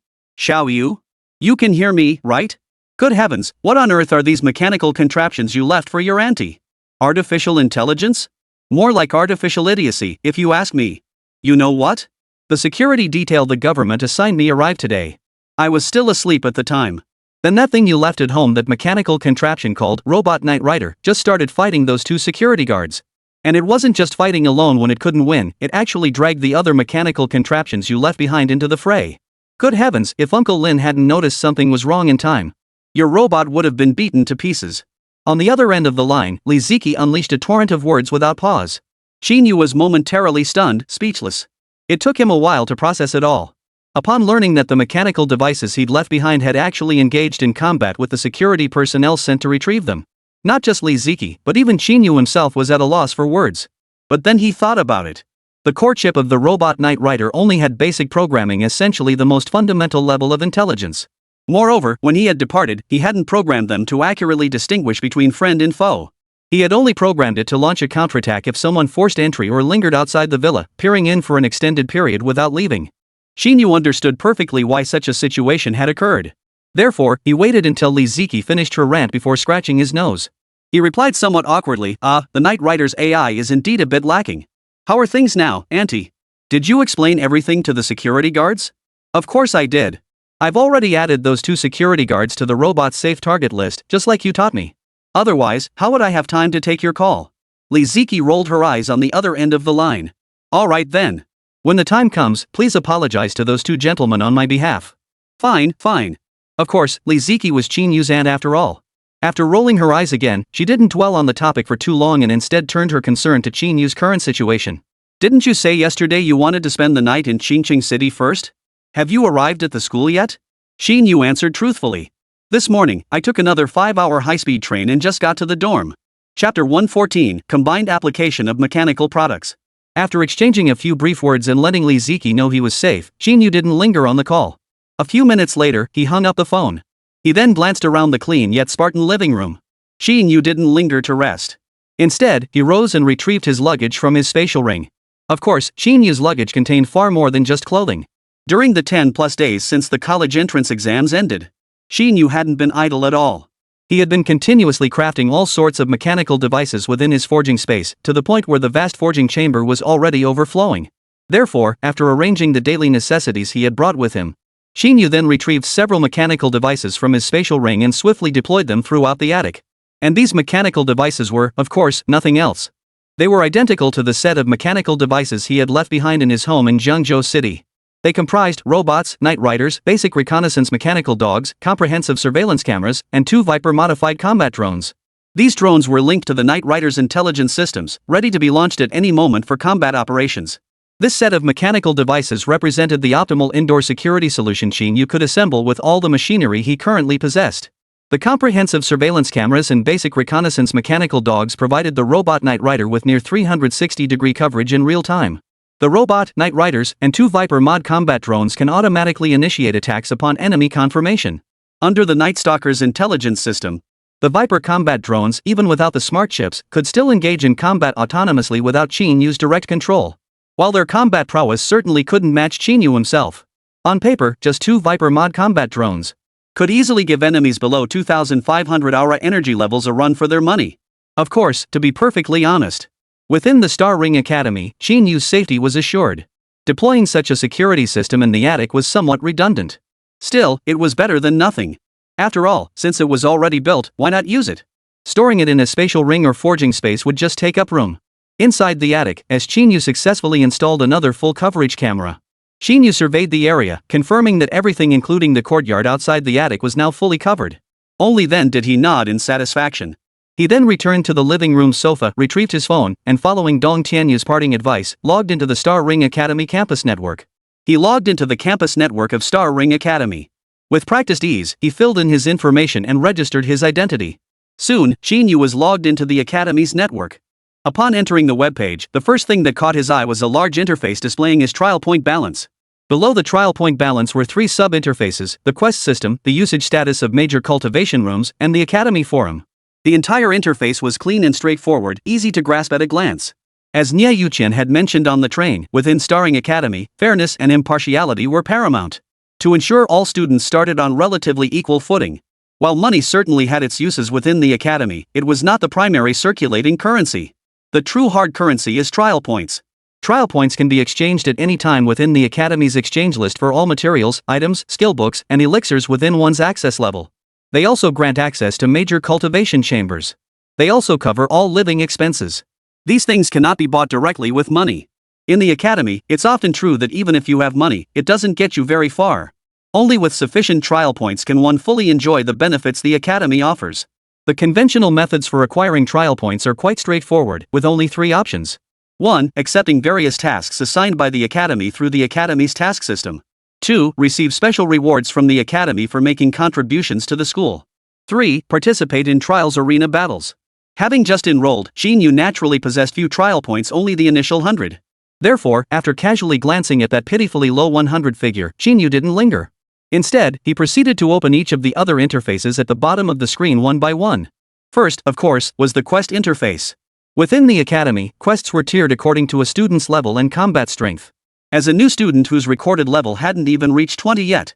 Thus, the tasks he could currently view and accept were mostly low-level ones. Yellow grade quest: harvest void grass. Large patches of void grass grow on the periphery of the supersized spatial rift. Each plant harvested and submitted to the Academy yields 250 trial points as reward. Note: low-level void attributed demonic seeds often roam near void grass.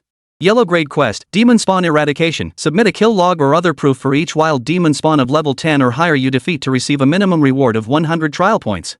Yellow grade quest: challenge arena gambling match. Achieve 5 consecutive victories in arena gambling matches against opponents of the same realm to earn 3,000 trial points. Yellow grade quest. On the quest interface, tasks were neatly arranged one after another. After just a quick glance, Qín Yǔ already had a rough idea of how difficult it would be to earn trial points.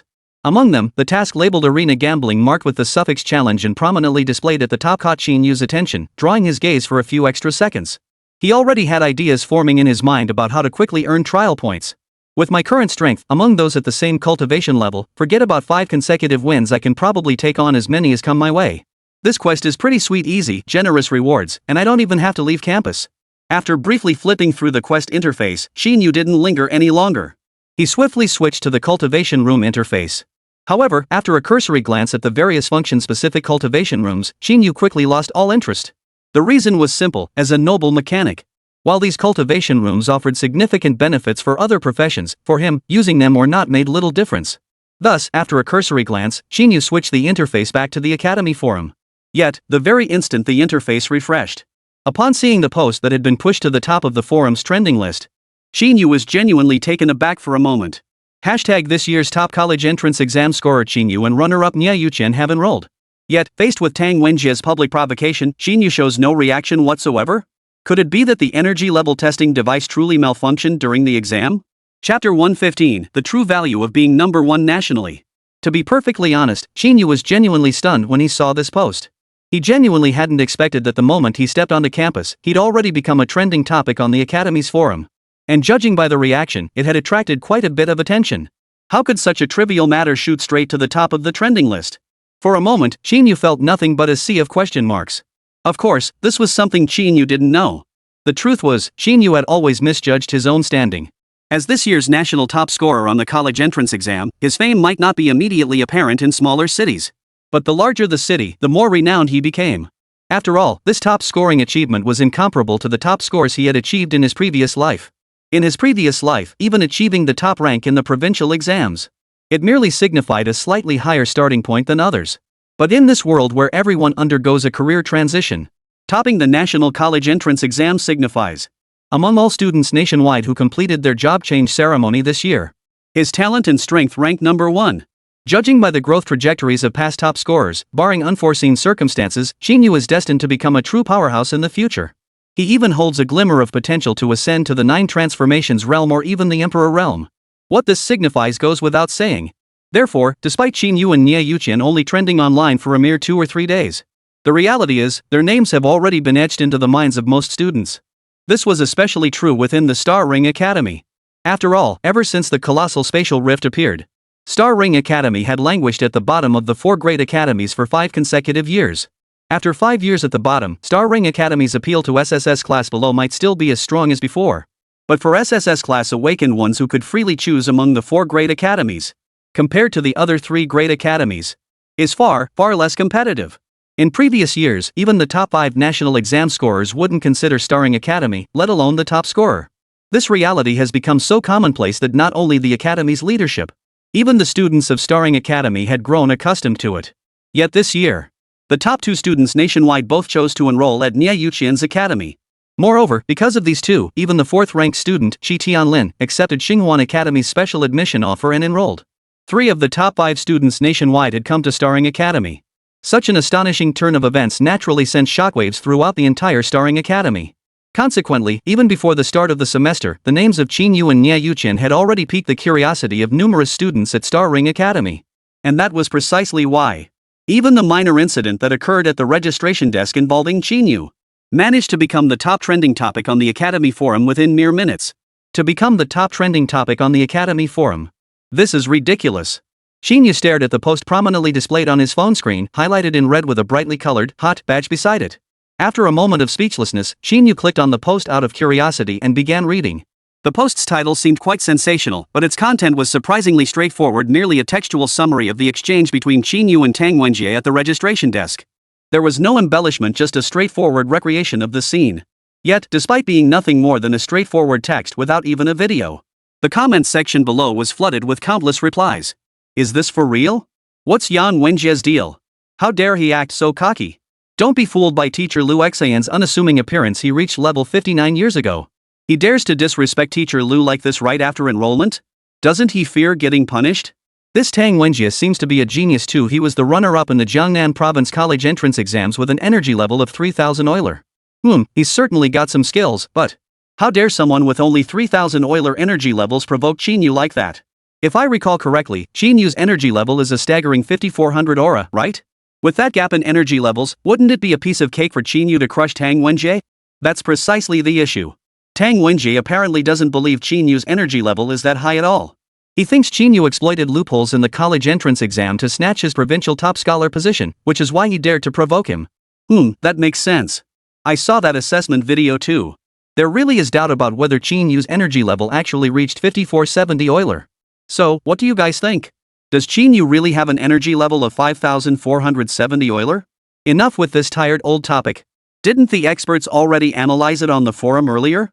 Even if Qín Yǔ doesn't have 5470 Euler points, his energy level is still far stronger than any other candidate in this batch. Besides, won't the answer be revealed during the freshman assessment the day after tomorrow? Only Tang Wenjie would be dumb enough to charge in and question it like that he's got 0 sense. Ha ha ha ha. The comments section overflowed with a kaleidoscope of opinions. Some praised Tang Wenjie's courage, while others were genuinely curious whether Qín Yǔ's energy level truly reached 5470 Euler. Notably, the campus forum enforced real name registration. Qín Yǔ even spotted comments from Ning Qianxian and Tang Wenjie among the countless posts. Clearly, both had already registered their identities and logged into the campus forum.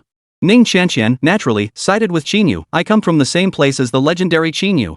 I can guarantee his energy level is absolutely genuine. Tang Wenjie, however, was clearly skeptical. Are you kidding me? 5470 Euler? What does that even mean? In the era of full-time job changes, even after all these years, the highest global rating barely exceeds 4000 Euler. Qín Yǔ, a player from a remote province and a remote city, 5470 Euler? He just shattered the global record by nearly 1000 aura? Don't you find that laughable? Chapter 116, Shi Tianlin and the Frenzy of Power. Reading the comments, Qín Yǔ sat speechless in his attic room. After pondering for a moment, Qín Yǔ decided not to respond to the post.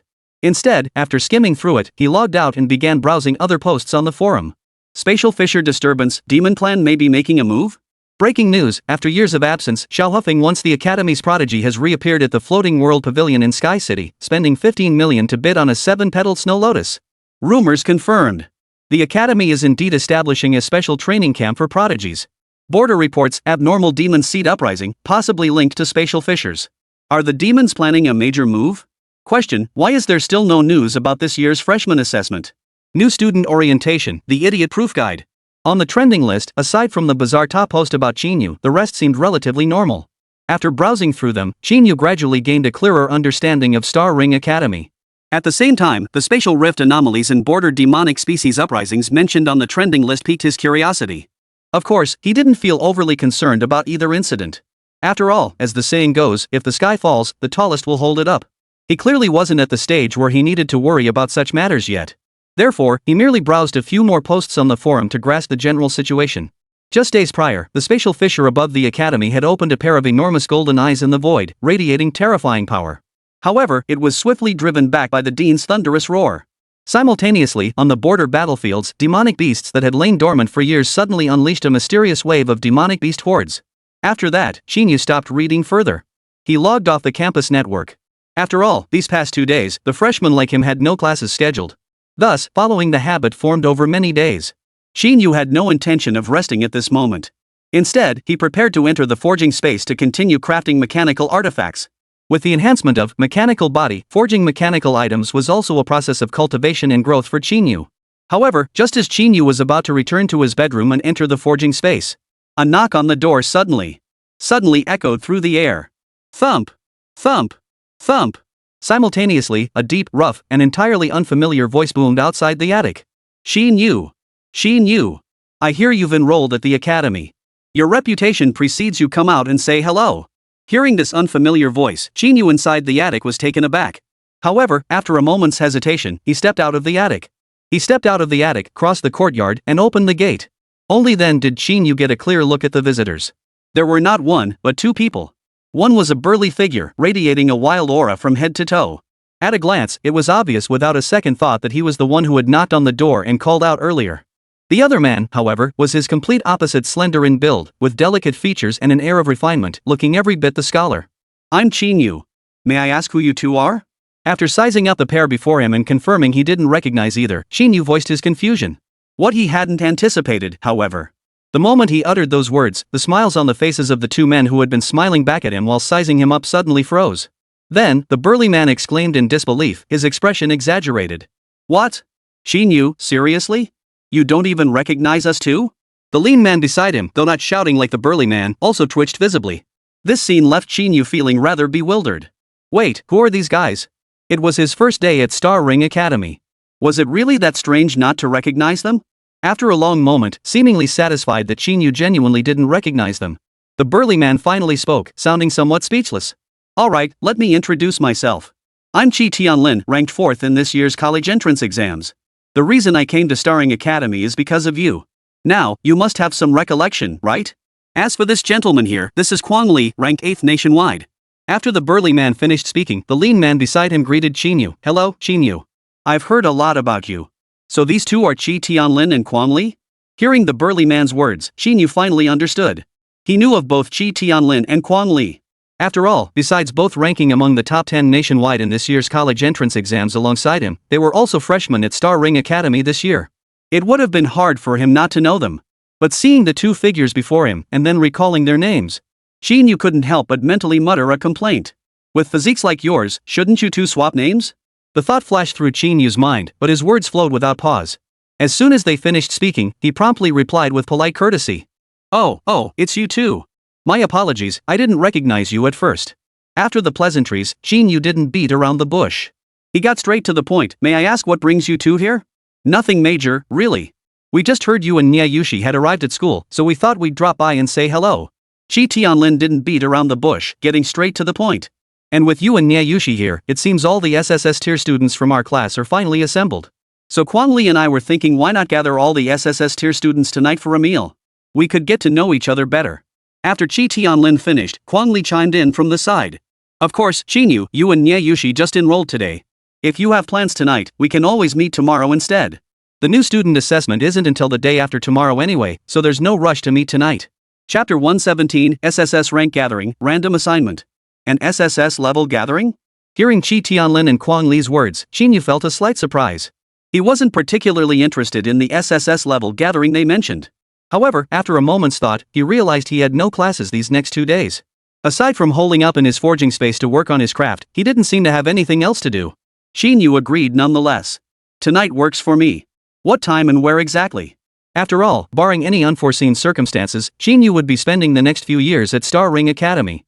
And during those years, he was bound to interact quite a bit with the SSS tier geniuses within the academy. Getting to know them early on certainly couldn't hurt. Great. With you joining us, this gathering will finally feel proper. Hearing Qín Yǔ's agreement, Qi Tianlin and Quang Li both broke into smiles once more. Before coming, they hadn't been entirely sure about Qín Yǔ's personality. They had even considered the possibility of being outright rejected. They had even contemplated resorting to unconventional means. After all, while they claimed the gathering's main purpose was simply to get all the SSS tier students of their cohort together early for a meet and greet. But that was far from the real reason. It was about the new student assessment and the subsequent Demon Genius training camp. Moreover, as the nation's top-ranked student, Qín Yǔ was the most crucial piece in their plan. Otherwise, the two of them ranked 4th and 8th nationally respectively would never have been so humble as to personally visit Qín Yǔ's tower to pay their respects.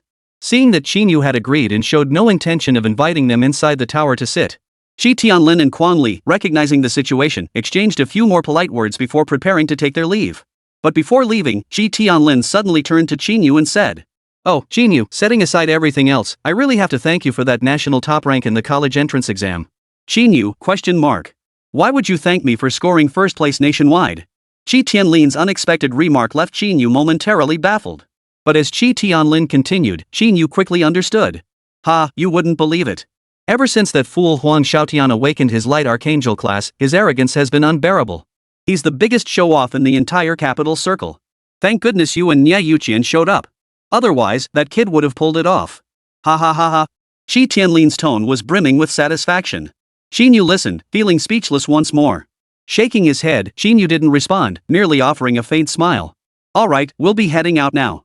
We still need to talk to the others. Unfazed by Qín Yǔ's response, Qi Tianlin turned without further delay, walking away alongside Quang Li. However, after watching the two disappear around the corner of the dormitory row of buildings, a sharp gleam flashed in Qín Yǔ's eyes. Looks like tonight's gathering isn't as straightforward as these two made it sound. Returning to the loft, Qín Yǔ followed his original plan. With a thought, he entered the forging space. However, after glancing at the half-finished mechanical contraption on the workbench, which appeared far lighter than the heavy armored mechanical power limbs but possessed far more intricate wiring and assembly, its form strikingly similar to a mecha, Qín Yǔ didn't immediately dive into work. Instead, he opened his profession panel. With a thought, the next moment, a familiar deep blue panel unfolded before him. Profession, Super God Mechanic, Super God tier, unique across all realms.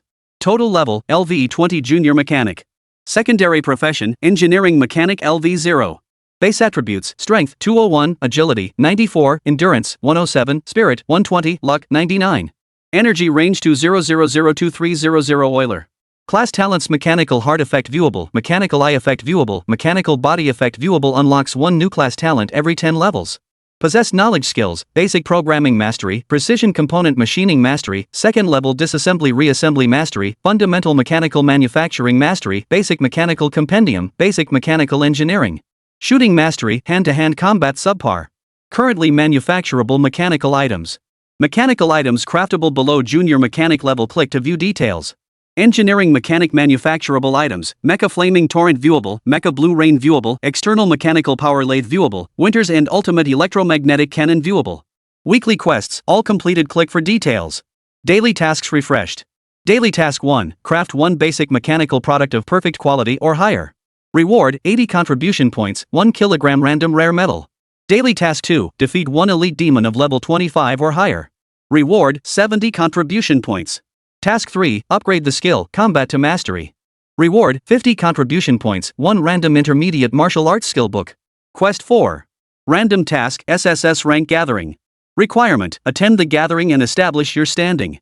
Reward, 1 random blue quality mechanical blueprint may synthesize new mechanical artifacts upon use, 1000 contribution points.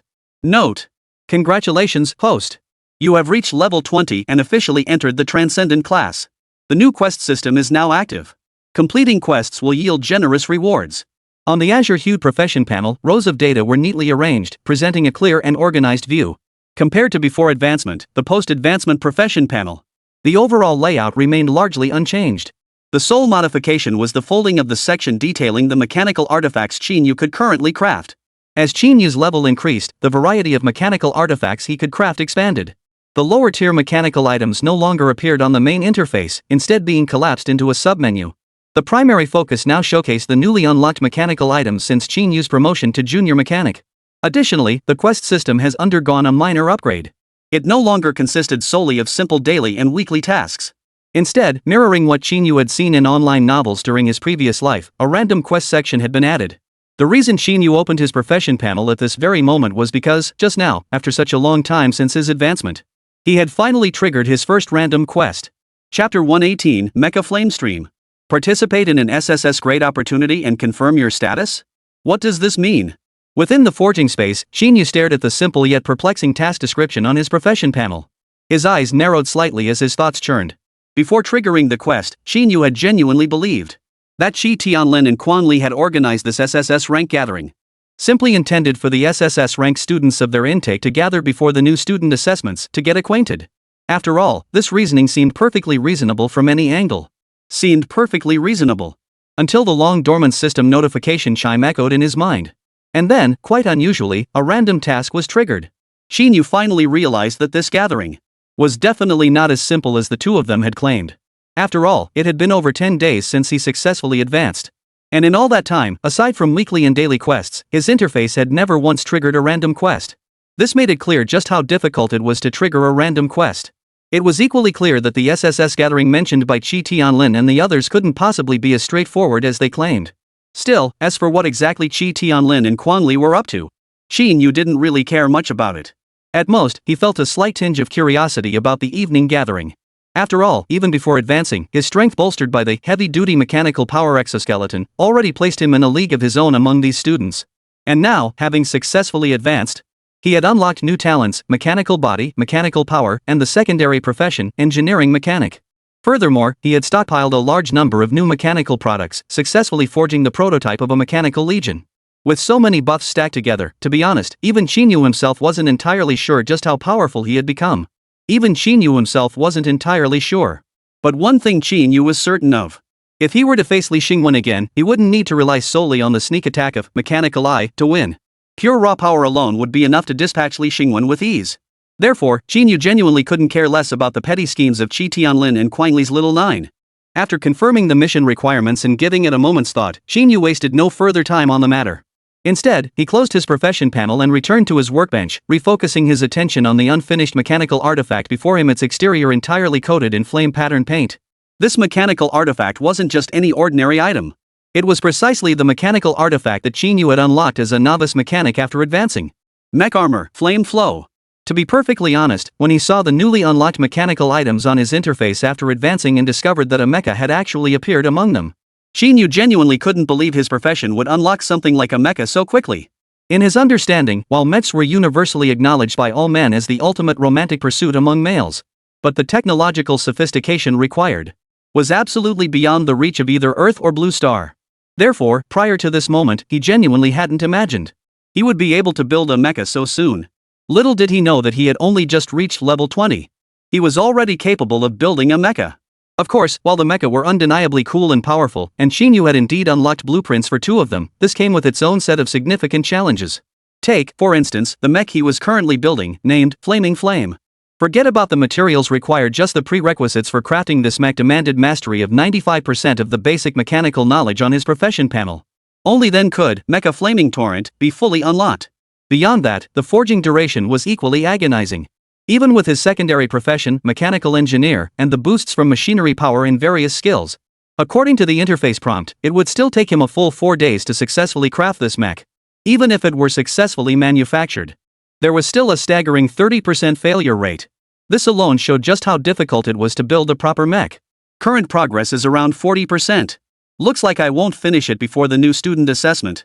Qín Yǔ patted the iron lump before him, his mind racing. And on top of that, there's still a 30% chance of failure during manufacturing. TSK, I hope my luck holds out. Otherwise, with the materials and funds I have left, I won't be able to afford building another one. While these thoughts swirled in his mind, Qín Yǔ's hands never paused. He smoothly picked up the various materials already prepared on the workbench. Then he began forging. Meanwhile, just like Qín Yǔ, Niè Yǔqiān had also found her dormitory loft and settled in.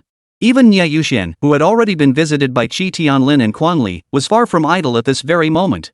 Regarding the SSS level gathering mentioned by Qi Tianlin and Quan Li, Niè Yǔqiān was even less interested than Qín Yǔ. Therefore, when invited by the two, Niè Yǔqiān didn't even hesitate before bluntly declining, leaving Qi Tianlin and Quan Li utterly embarrassed. After declining, she returned to her attic room. Niè Yǔqiān wasted no time, immediately reopening the campus network's mission interface and continuing her search for a mission that would legitimately grant her access to the large spatial fissure, one that was closest to the location she remembered from her previous life. If I recall correctly, that piece of extreme cold mystic ice should be located in the central region of the spatial fissure. With my current registration and permissions, I still can't accept tasks of that level. I can take on some peripheral tasks first, then look for an opportunity to venture deeper. Inside the attic, Niè Yǔqiān's gaze swiftly scanned row after row of tasks. Drawing upon her past life's knowledge of the inner workings of the super-large spatial rift, she mentally analyzed each one. Harvesting void grass? That mission is too peripheral. No good. Hunting the night spirit? While this mission has sufficient depth, night spirits typically dwell in the lower regions of the rift. The distance to the location of the extreme cold mystic ice is too far, and the journey deeper requires passing through the territory of a genuine void creature. After this analysis, Niè Yǔqiān's gaze finally settled on a mission marked with the character danger. Yellow grade mission danger. Recent spatial rift anomalies require urgent deployment of large-scale personnel into the rift for exploration. Rewards vary based on location and danger level. Mission requirements: enter the Void Bone Serpent habitat to investigate whether the Void Bone Serpent tribe remains intact and whether the Void Bone Serpent King still resides in the area. Reward: 1,500 trial points. Chapter 119, Extreme Cold Mystic Ice, Void Colorless Flower. The Void Bone Serpent's lair? This mission's destination is remarkably close to where that extreme cold mystic ice is located. Though the void bone snakes are a bit troublesome and rare as a gregarious void species, as long as we avoid direct confrontation with the entire brood, it should be manageable. This one it is. Glancing at the mission description before her, Niè Yǔqiān recalled the location of the void bone snake's lair. A sharp gleam flashed in her eyes. Without further hesitation, she accepted the mission outright. Moreover, after accepting it, Niè Yǔqiān promptly forwarded the mission details to Ning Qianqian via super message. Ning Qianqian is still quite low in both level and energy capacity right now. However, her spatial traversal talent could prove immensely valuable within the spatial rift. Moreover, if Ning Qianqian ever wished to advance further in spatial arts, this colossal spatial fissure was the only path available to her on Blue Star. Otherwise, given her primary profession as a shadow assassin, she would be capped at level 59 with no further advancement possible. The 5-colored void flower, however, was just right for her current stage. Niè Yǔqiān had originally intended to undertake this spatial fissure journey alone. After all, it concerned the ascension of her profession. The fewer people who knew, the better. However, after spending several days together, Ning Qianqian had made a genuinely favorable impression on Niè Yǔqiān, considering they were fellow townsfolk. After careful consideration, Niè Yǔqiān ultimately decided to bring Ning Qianqian along. In her previous life, due to certain circumstances, she had entered this colossal spatial rift multiple times over several years. She had even ventured into the deepest reaches of the demonic tribe's stronghold on several occasions. Therefore, she possessed considerable knowledge of the opportunities within the spatial rift. She was quite knowledgeable about the opportunities within the spatial fissure and the locations of rare treasures. And as luck would have it, near the void bone serpent's lair, there happened to be a void 5-colored flower capable of slowly enhancing one's void talent. The void 5-colored flower existed solely within the void realm. In Niè Yǔqiān's view, strictly speaking, it wasn't even something that could naturally originate on the planet Blue Star. Had the demonic race not expended vast resources to carve out this colossal spatial fissure, one that pierced the heavens and refused to close on its own, given Blue Star's environment, such a thing would never have appeared. The effects of the void quintessential flower were terrifying indeed. For ordinary void creatures, consuming it allows them to elevate their void bloodline to new heights in a remarkably short time. The same holds true for humans, though the process would be slightly slower. For someone like Ning Qianqian, who possesses shallow spatial talent. Yet for Ning Qianqian, who possessed even a trace of spatial aptitude, it was undoubtedly the most suitable choice. After the mission details were sent, Ning Qianqian didn't reply instantly. It took several minutes before her message finally came through. Compared to Niè Yǔqiān's cold and distant demeanor, who had merely sent a screenshot of the mission details, Ning Qianqian was undeniably much livelier. Amidst the chime of incoming messages, several replies filled the chat window. "What's up, Sis Qian? You told me to take on more Space Rift missions before. Did you find this one for me? I was just arguing with that Tang Wenjie guy on the campus network. Arg, he's got me so mad. The new student assessment is the day after tomorrow. Can you and that god-tier player Qín Yǔ beat the crap out of Tang Wenjie for me? Sis Qian? Sis Qian? Are you still there? I just checked, don't void bone snakes spawn at a minimum of level 10? This quest, with my current strength, I don't think I can handle it, right?" Watching the messages keep flooding into the chat window. Especially when she saw Ning Qianqian was still on the school network, trading insults with Tang Wenjie. Niè Yǔqiān couldn't help but feel utterly speechless inside. After composing herself, she ignored the messages. She replied again, "This isn't for you. I took this mission myself. We plan to depart after the new student assessment. Want to come along?" After sending the message, Ning Qianqian replied quickly. "Huh? Seriously, Qianqian? Is it that urgent? It's a spatial rift, you know. You just go when you're told. And diving straight into such a deep one? Isn't that a bit too dangerous? Plus, didn't they say the demonic forces might make a major move near the spatial rift around this time? If we go in now. Oh, and is Qín Yǔ coming too?" As Niè Yǔqiān stared at the messages Ning Qianqian had just sent on her interface, she couldn't help but fall silent for a moment. The interior of the spatial fissure was, of course, extremely dangerous. In fact, it was far more perilous than most intermediate-level secret realms. After all, the deeper one ventured within the spatial fissure, the more one would encounter not only all manner of bizarre void creatures, but also the ever-present void currents and spatial layers. And if one was unlucky enough to encounter them, even if she, Niè Yǔqiān, had been the esteemed empress in her previous life, with her current strength, she would still be utterly helpless. The only outcome would be her demise. Especially now, with the spatial fissure having just undergone an anomaly. Though she understood clearly that this disturbance was merely a minor probe from the demonic forces. It would be nearly 7 years before the demonic forces in the southern war zone launched a full-scale invasion. Yet there was no guarantee that the emergence of that person with the piercing gaze wouldn't cause the spatial rift to become even more unstable, or even trigger an uprising among the void creatures. In Niè Yǔqiān's original plan, she hadn't intended to enter the spatial rift so soon.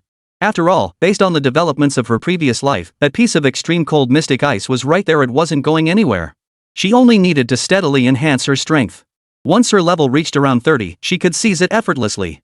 However, considering that less than 30 days remained until the system's next comparison, and after obtaining that electromagnetic knowledge, Qín Yǔ would inevitably advance successfully, reaching level 20 and experiencing another surge in power. Niè Yǔqiān simply couldn't wait any longer. She refused to lose to Qín Yǔ again in this second comparison, only to face another round of the licking punishment assigned by the comparison template. Especially since her first failure had resulted in the punishment of washing Qín Yǔ's feet. She dared not imagine how humiliating the punishment for losing this second comparison might be. Chapter 120, Mecha Core Unusually Smooth? Recalling the awkwardness of that foot-washing incident, even after all this time, Niè Yǔqiān still felt a surge of panic. Her breathing became uneven. After a long moment, Niè Yǔqiān finally took a deep breath. She suppressed the shame welling up inside her. Then, with a determined expression, she replied to Ning Qianqian. "I have no immediate plans to add Qín Yǔ. Strictly speaking, his profession falls under the mechanical field, and in a void environment, he might not be able to contribute much. Your profession is far more suitable than his. Don't worry. Most void bone snakes are above level 20, but with me here, you have nothing to fear. On the other side of the chat window, seeing Niè Yǔqiān speak so decisively, Ning Qianqian's worries dissipated by more than half. After a moment's thought, she agreed. Alright then, Sister Qian. When do we go? I'm all set. Niè Yǔqi, after the new student assessment. Okay. 5 hours passed in the blink of an eye. Within the forging chamber, a sharp clack echoed. Qín Yǔ carefully loaded a reactor composed of countless precision components, glowing red throughout like a beating heart onto the mecha flame stream, mounted on the workbench. The next moment, on the workbench, the mecha prototype, now bearing a fifth of its final form compared to 5 hours prior, suddenly ignited. Vivid flame patterns, illuminated by the crimson glow. At first glance, it seemed to come alive. They appeared like tendrils of flowing flame. It actually worked on the first try. Watching this unfold, Qín Yǔ wiped the sweat from his forehead, a flash of delight crossing his eyes. After another 5 hours of intense work, the progress on forging the mecha flame stream was remarkably encouraging. During those 5 hours, Qín Yǔ not only crafted most of the mecha's main components, he had also successfully crafted the mecha's core component, a reactor based on compressed electromagnetism, in one go, without a single hitch. The process had gone so smoothly that even Qín Yǔ found it somewhat unbelievable. And this very moment represented the single most crucial stage in the entire mecha forging process, core installation. To be perfectly honest, Qín Yǔ had actually prepared himself for the possibility of failure. After all, this was his first time building a mech. Some resistance and failure were bound to happen. Moreover, the entire process leading up to this point had been almost too smooth. He genuinely hadn't expected to succeed on his very first attempt. The mech core worked perfectly on the first try. Next, I just need to fabricate the limbs for flaming flame and then assemble everything. Seems like this mech has a pretty high success rate. Forcing down his excitement, Qín Yǔ stroked the mech's main body, now over a person's height, and murmured to himself. Glancing at the time, he realized it was already 6 in the evening. With less than an hour left until the SSS tier professional gathering mentioned by Qi Tianlin, Qín Yǔ didn't continue forging. Instead, he scanned the forging space once more, double-checking the placement of every component. He exited the forging space. A familiar dizziness washed over him, and in the next instant, Qín Yǔ found himself back in the attic. At that very moment, his phone, having regained signal reception, began to chime insistently. Naturally, there was no signal inside the forging space. Having plunged straight into the forging space upon arriving at school, Qín Yǔ had holed up there for a full 5 hours. Naturally, a pile of messages had accumulated by now. Picking up his phone and opening UltraChat, Qín Yǔ skimmed through the notifications. He soon discovered that quite a few people had tried to reach him during those 5 hours. Ning Qianqian, Master Qín Yǔ, did Sister Qian tell you she took a mission requiring travel to the spatial rift? I mean, aren't you two supposed to be a couple? The spatial rift is so dangerous, aren't you going? Master Qín Yǔ? Are you asleep? Dong Tianyu, so, how's the dorm the school provided for you geniuses? Pretty decent, huh? Oh, and I heard Qi Tianlin and Quan Li organized a gathering for all the SSS tier professionals in your cohort? He must have told you about it already, right? What exactly's going on? Lin Xiaoshan, you're at school now? What do you think? Our school's pretty decent, right? I've been out on a mission these past few days. I'll come find you in a couple days. Also, from what I hear, the rewards for this freshman assessment are pretty generous. Plus, it's tied to the Demon Genius training camp. Don't go holding back on purpose again, you little rascal. Li Ziki, Qín Yǔ, what kind of AI moron is this? Those 2 security guards came over to scan my face earlier, and I almost got into another fight with that stupid robot. Lin Shueyue, Qín Yǔ, aren't you supposed to be registering at school today? You didn't even let me see you. What happened to our revolutionary friendship? And seriously, why does this prestigious university feel so boring? Ning Qianqian, Dong Tianyu, Lin Xiaoshan, Li Ziki, and Lin Shueyue, who had already arrived at the academy yesterday and completed registration, all sent him messages. Beyond these 5, several upperclassmen Qín Yǔ had met earlier in Jiangzhou, Guizhun, Wei Ziheo, and others also messaged him. Even more surprisingly, Qín Yǔ noticed that Qi Tianlin and Quan Li, somehow having obtained his super chat account, had sent him friend requests. Staring at the screen filled with red notification dots. To be perfectly honest, Qín Yǔ was momentarily at a loss as to where to begin. However, despite the flood of messages, what captured Qín Yu's attention most was what Ning Qianqian had mentioned. Niè Yǔqiān had accepted a mission requiring her to travel to the spatial rift. Therefore, after briefly replying to everyone else's messages one by one, Qín Yǔ reopened his chat with Ning Qianqian.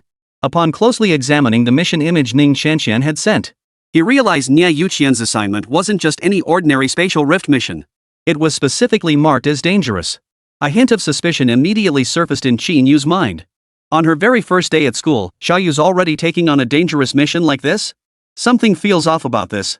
Chapter 121, The Gathering Begins, Niè Yǔqiān's Purpose.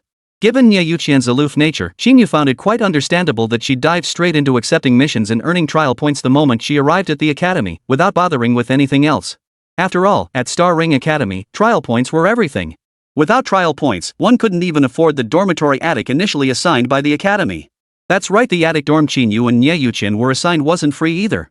It was only because they both held SSS tier professions. The academy offered them 2 months of free accommodation as a perk. After 2 months, they'd either have to move back into the communal dorms or pay 300 trial points monthly. What Qín Yǔ couldn't understand, however, why Niè Yǔqiān's very first assignment was one that looked downright dangerous at first glance. Especially given that the spatial rift had shifted just days prior. This made Qín Yǔ feel inexplicably that Niè Yǔqiān might have other motives for accepting this mission. But after much deliberation, he recalled that Niè Yǔqiān, like himself, was also a first-time visitor to Star Ring Academy. For the moment, Qín Yǔ couldn't make head nor tail of it. In the end, he could only suppress that lingering doubt. He briefly replied to Ning Qianqian, "Got it." After replying, Qín Yǔ immediately opened the chat window between him and Niè Yǔqiān. Of course, since Niè Yǔqiān hadn't mentioned anything about it, Qín Yǔ wouldn't just blurt out and ask her what the assignment was all about. Instead, he inquired about tonight's gathering. Tonight, the SSS-level professional gathering organized by Qi Tianlin and Quan Li. Are you attending? If I go, everything will be fine? After sending the message, he waited a moment. When no reply came, Qín Yǔ didn't just sit around waiting. Instead, he turned and headed to the bathroom for a shower. Machine fabrication was no easy task. 5 hours in the forging chamber had thoroughly exhausted Qín Yǔ. At this moment, not only were his sleeves soaked through with sweat, his entire body reeked of a metallic tang and the smell of machine oil. After showering and changing into clean clothes, Niè Yǔqiān's message finally came through. "I'm not going. You go ahead."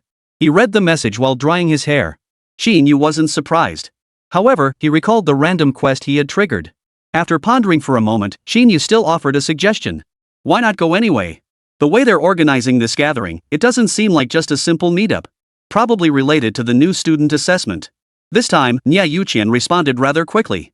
Her tone remained cool and detached, and her refusal was just as firm. "I'm not going. It's pointless. If you hear anything, just come back and tell me." Qín Yǔ didn't press the matter further. He simply replied, "Got it," before shutting off his phone. Before he knew it, the time had crept up to 6:50 p.m. Qín Yǔ didn't linger any longer. He headed out the door, making his way to the gathering location Qi Tianlin had mentioned. All attendees were freshmen who had just enrolled at Star Ring Academy, and each possessed exactly 100 trial points. And within Star Ring Academy, all purchases could only be made using trial points. Therefore, the location chosen by Qi Tianlin and Quan Li was naturally not within the academy grounds. As freshmen, their initial 100 trial points simply couldn't cover a meal hosted by the two within the academy grounds. Instead, they chose the most prestigious restaurant in the commercial district outside the academy, Starlight Pavilion. By 7 p.m., news of the gathering had spread throughout the academy, largely because Qi Tianlin and Quan Li made no effort to conceal it. By early afternoon, word had already spread throughout the academy, even briefly trending on the forum's hot searches. Thus, by the time Qín Yǔ arrived, outside Starlight Pavilion, usually a quiet spot, was already packed with people curious about the gathering. Even inside the Starlight Pavilion, the space was packed to capacity. Among the crowd, aside from a handful of upperclassmen, the vast majority were naturally freshmen. Or rather, only freshmen who hadn't started formal classes yet had the time to join the commotion. So, what exactly are Qi Tianlin and Quan Li up to? One's ranked 4th nationally, the other 8th. Why are they organizing this gathering? Is it really just to get these SSS tier prodigies together before the freshman assessments? I just don't buy it. I agree. I don't know what kind of person Qi Tianlin is, but Quan Li and I actually went to high school in the same city, same school. Oh? Buddy, sounds like you've got some inside info? Quan Li is the type who only gets up early if there's something in it for him. I just don't buy that he's organizing this gathering purely for a simple get-together. Looks like tonight's gathering might not be so simple after all. Hey, who's that guy? He's in Starlight Pavilion too? Outside the Starlight Pavilion, the crowd was thick. Whispers about why Qi Tianlin and Quan Li were hosting this gathering filled the air. Naturally, as the hour drew nearer, numerous invited SSS tier figures began arriving at Starlight Pavilion one after another, drawing gasps of astonishment. Damn, that guy looks familiar. Isn't he Li Qiming, the top scholar from Wingzhou province? Li Qiming? The Li Qiming whose profession is sword array master. Damn, shouldn't his profession be way stronger than most SSS tier ones? Why wasn't he in the top 10 of the college entrance exams? Rumor has it his grandmother passed away right when he entered the newbie secret realm, so he couldn't level up. Otherwise, he'd definitely have secured a spot in the top 10. Who's that guy with the golden hair? He looks kinda edgy. After Qín Yǔ made his appearance, the same reaction followed. Even as this year's top-ranked student in the college entrance exams, the crowd's reaction upon seeing him was far more intense than for anyone else before. Almost the instant he was recognized. Whether freshman or upperclassman, everyone's attention instantly focused on him. Is that Qín Yǔ himself? The guy who scored 5470 on the Gaokao? He was already at level 19 during the exam. Wonder if he's reached level 20 yet after all these days without advancing. It shouldn't be that fast, right? I'm only at level 13 myself. Chapter 122, The Gathering Begins, Sword Array Master, Water Elemental Angel. Listening to the whispers around him, Qín Yǔ was still somewhat surprised that he was so well known at Star Ring Academy. Just like in Jiangzhou City, he was recognized at a glance. But he didn't let it bother him. Arriving at the entrance of Starlight Pavilion, he walked straight inside. True to its reputation as the finest restaurant outside Starring Academy, Starlight Pavilion lived up to its name. Its interior decoration was extravagantly luxurious, yet exuded an elegant, ancient charm. Stepping into the main hall, the first sight to greet him was a colossal crystal chandelier. Its prisms were inlaid with countless fragments of starlight stones, refracting dazzling sparks under the soft glow of spiritual light as if an entire starry river had cascaded down. The walls were clad in deep blue star-patterned wood, its surface adorned with naturally formed silver veins that undulated like celestial orbits across the night sky. At the hall's center stood a three-tiered jade waterfall platform.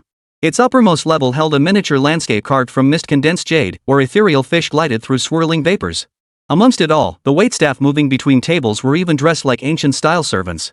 Such a scene left Qín Yǔ momentarily stunned. He hadn't imagined that in a place like Star Ring Academy, which could be considered the middle of nowhere, could harbor such an opulent space. But upon reflection, it made sense. Students who passed the entrance exams to Star Ring Academy were all elite practitioners, at minimum holding S-rank professions. Perhaps within the academy, they might lack trial points.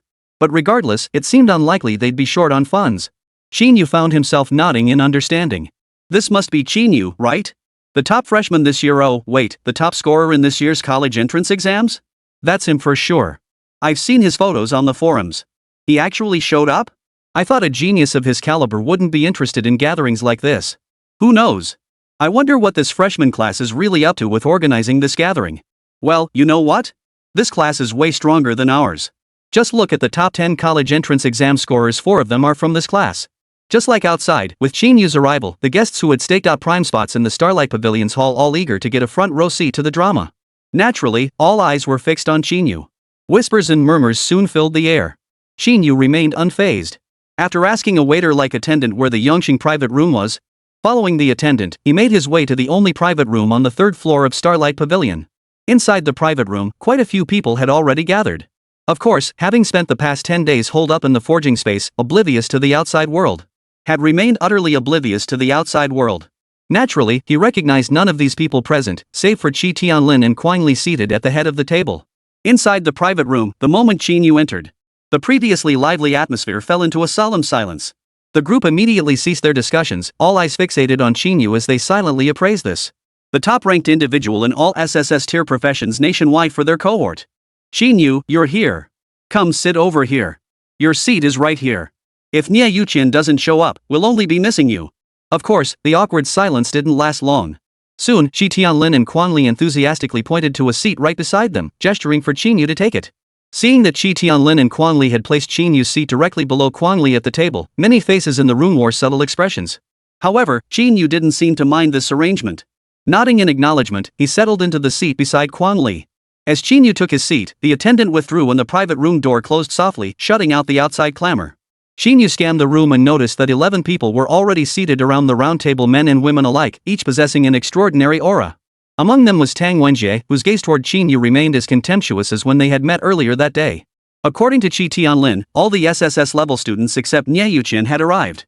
Clearly, these 11 individuals constituted the entirety of Star Ring Academy's SSS tier professional students recruited nationwide this year.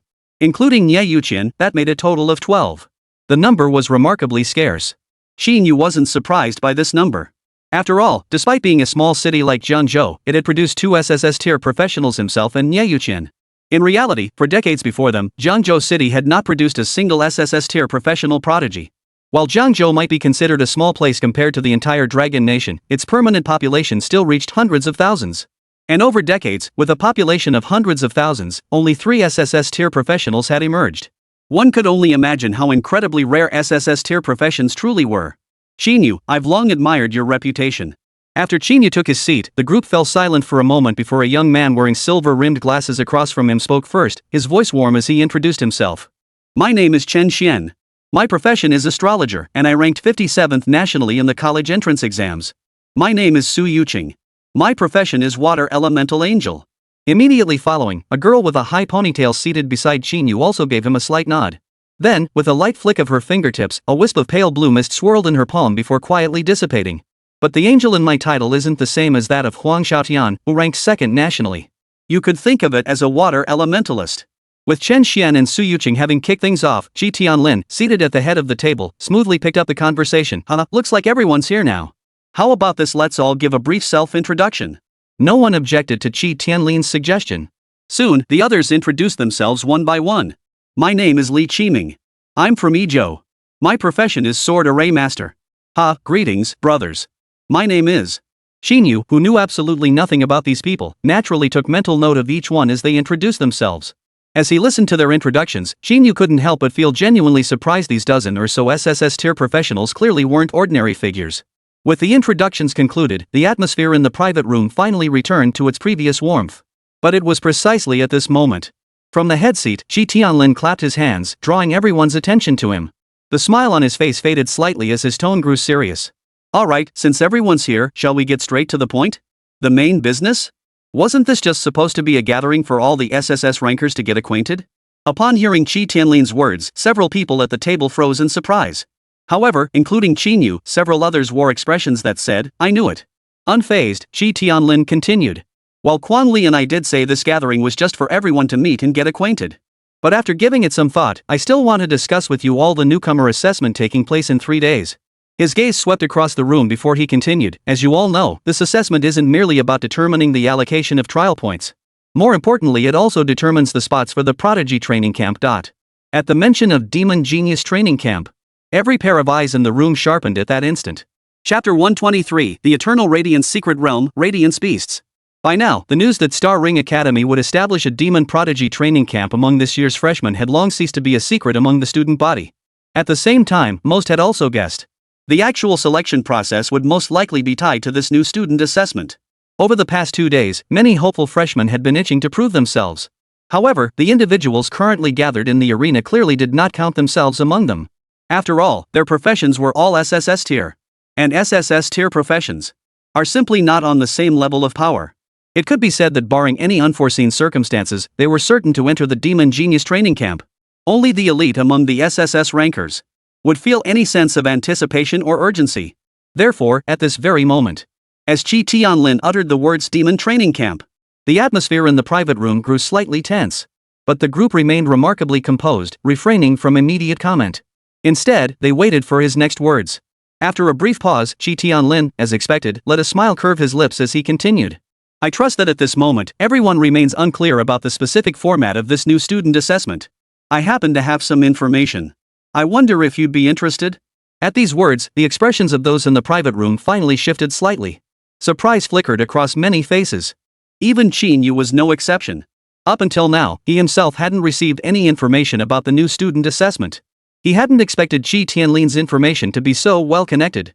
Though everyone in the private room was highly confident they could pass the new student assessment and be selected for the Demon Genius Training Camp. However, now that they could learn the assessment content in advance and prepare accordingly, they naturally wouldn't hold back. Therefore, the moment Qi Tianlin finished speaking, someone in the private room quickly lost their composure. Is that true? What exactly is this information? Didn't they say the new recruit assessment was confidential since it concerns the selection for the Demon Genius Training Camp? Logically, shouldn't any information be leaking out? Tang Wenjie, seated opposite Qín Yǔ, spoke up first. This barrage of blunt questions essentially voiced the doubts swirling in everyone's minds. However, perhaps due to Tang Wenjie's notably low emotional intelligence, his line of questioning didn't quite sound like inquiries. Instead, it bordered on interrogating Qi Tianlin. For a moment, Qi Tianlin's expression visibly darkened. But then, considering that during the college entrance exams, Tang Wenjie had only managed a meager score just over 300 points, And yet today at noon, he was foolish enough to publicly snub Blue Xian, a powerhouse with a staggering 69-level cultivation, 1 foot already on the threshold of the Saint Realm in front of so many people. And made Qín Yǔ, the nation's top student, wait in line behind him. In the end, Qi Tianlin forced himself to suppress the irritation welling up inside. After all, no matter how he looked at it, he felt that Tang Wenjie, aside from his SSS tier profession, whether in terms of IQ or EQ, he seemed to have some issues. Taking a deep breath, Qi Tianlin didn't beat around the bush. He answered in one breath. The content of the new student assessment is, of course, confidential. But if you're determined to look into it, you might actually uncover some clues. My information isn't 100% accurate, but personally, I'd say it's about 70–80% correct. Just 2 days ago, according to intelligence from our clan, Star Ring Academy applied to the government for access to the Eternal Radiance Secret Realm. What exactly is this, Eternal Radiance Secret Realm? I trust there's no need for further explanation? What? The Eternal Radiance Secret Realm? Is that real? Would the Academy really make such a bold move? As Qi Tianlin finished speaking, in an instant, nearly everyone in the private room, Qín Yǔ included, was utterly stunned by the revelation. Some of the less composed individuals even let out gasps of astonishment on the spot. The Eternal Radiance Secret Realm? This. For a mere freshman assessment, is the Academy really splurging this much? If I recall correctly, only those who made it onto the genius rankings are usually eligible to enter the secret realm, right? The Academy is actually using it for our freshman assessment? This is utterly unbelievable. And no wonder everyone reacted this way. The news Qi Tianlin had just revealed was simply too astonishing. After all, the Eternal Radiance Secret Realm wasn't like ordinary secret realms. Within it, aside from various savage, uncivilized demonic species, vegetation, or demonic tribes, there was nothing else. The Eternal Radiance Secret Realm was an extremely rare resource-type secret realm on the entire Blue Star. Moreover, it was the most elite among the numerous resource-type secret realms controlled by the Dragon Nation. Within the Eternal Radiance Secret Realm, there are no demonic species. Instead, it is home to a race collectively known as the Radiance Beasts. Though this race possesses formidable combat prowess, surpassing most demonic species of comparable tier by several degrees. However, once slain, the slain Radiance Beast transforms into a strand of supremely pure energy. This energy then merges into the Slayer's body, granting a fundamental enhancement without any side effects whatsoever. Moreover, if one slays enough of them, and sufficiently powerful ones at that, one could even ascend to the Eternal Radiance list at the heart of the secret realm. Once listed, one is guaranteed to receive a reward perfectly suited to their abilities. The richness of the reward depends entirely on one's ranking on the list. The higher the rank, the richer the reward. Rumor has it that the reward for the top spot is so lavish that even a divine artifact would pale in comparison. When this secret realm first appeared, it caused a sensation. To vie for control of this secret realm, the Dragon Nation's elite clashed fiercely with forces from several nations and even the demonic tribes for days on end. Even a peak 90th level powerhouse perished in the conflict. Only then was the secret realm successfully guided into the Dragon Nation's territory. These events were common knowledge throughout the entire Dragon Nation. Now, to balance the population of Yao beasts within the Eternal Radiance Secret Realm, the Dragon Nation enacted a regulation over a decade ago. Only geniuses listed on the Heavenly Pride rankings or Earth rankings are granted the opportunity to enter the secret realm once every 6 months. This alone demonstrates just how precious the slots to enter the Eternal Radiance Secret Realm truly are truly invaluable. It could be said that among those present, aside from Qi Tianlin and Quan Li who had been informed in advance, everyone else, including Qín Yǔ, truly had no idea that the Starlight Academy would be so generous. Chapter 124, The Eternal Radiance Hall and the Boundless Starsea. Within the private room, observing the stunned expressions on everyone's faces, Qi Tianlin and Quan Li both wore smug smiles. Both he and Quan Li hailed from the capital, and their families wielded considerable influence in the city. Therefore, the moment Star Ring Academy submitted its official application for the Eternal Radiance Secret Realm, they had already received word from their families.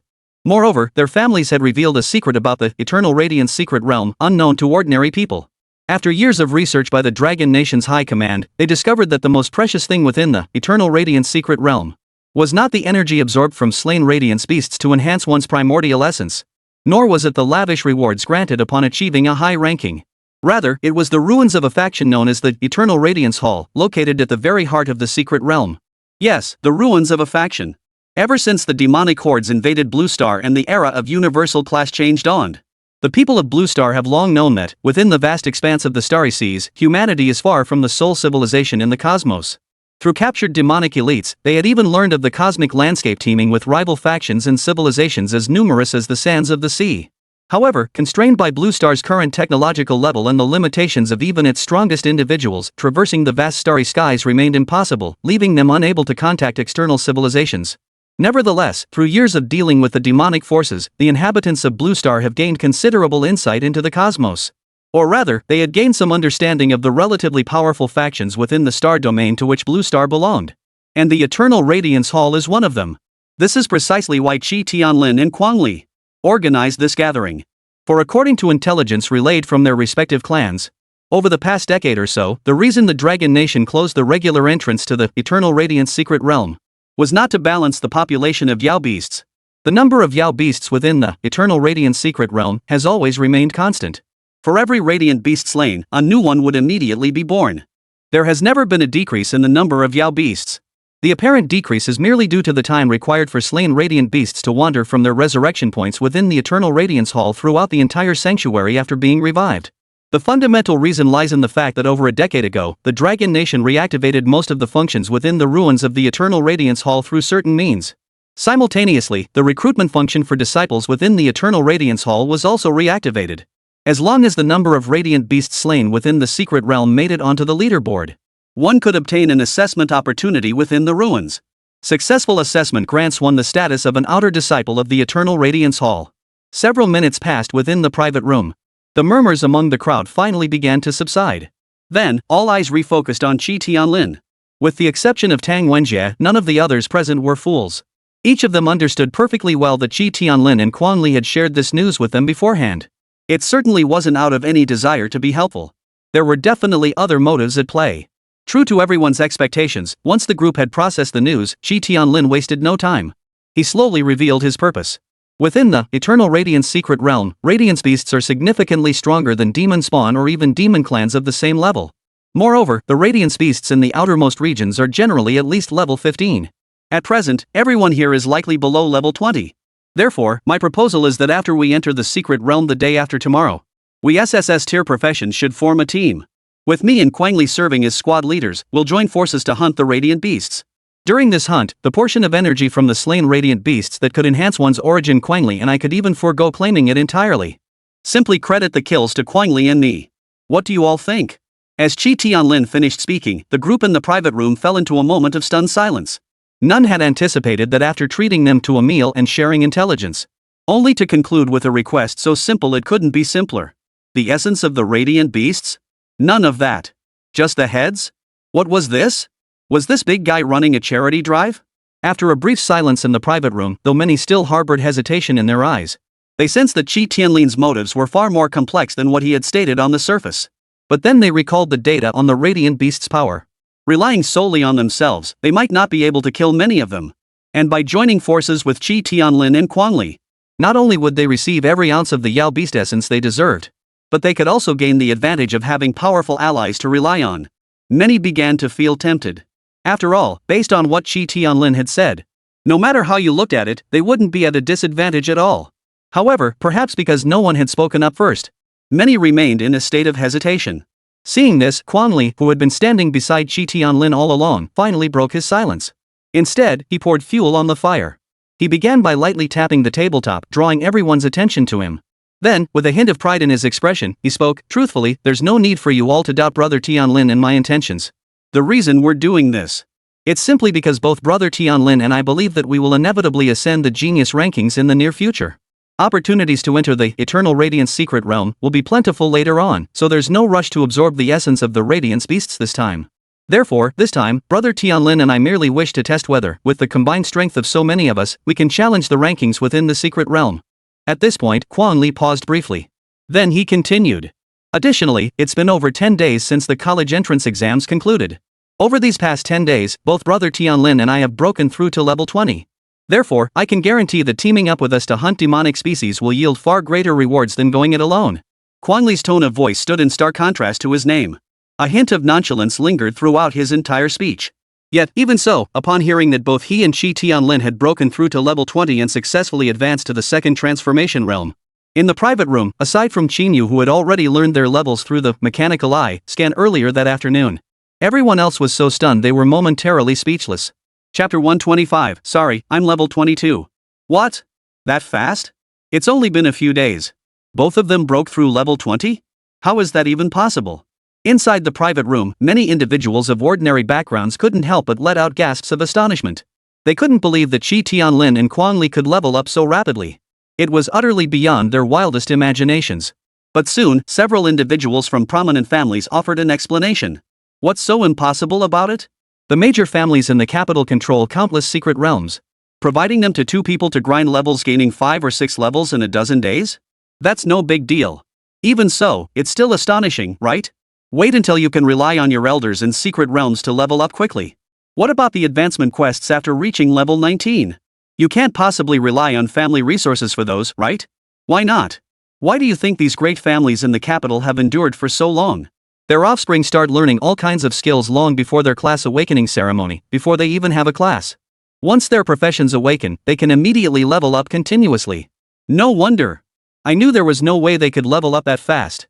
Neither Qi Tianlin nor Quang Li interrupted. They simply waited quietly for the others to finish speaking.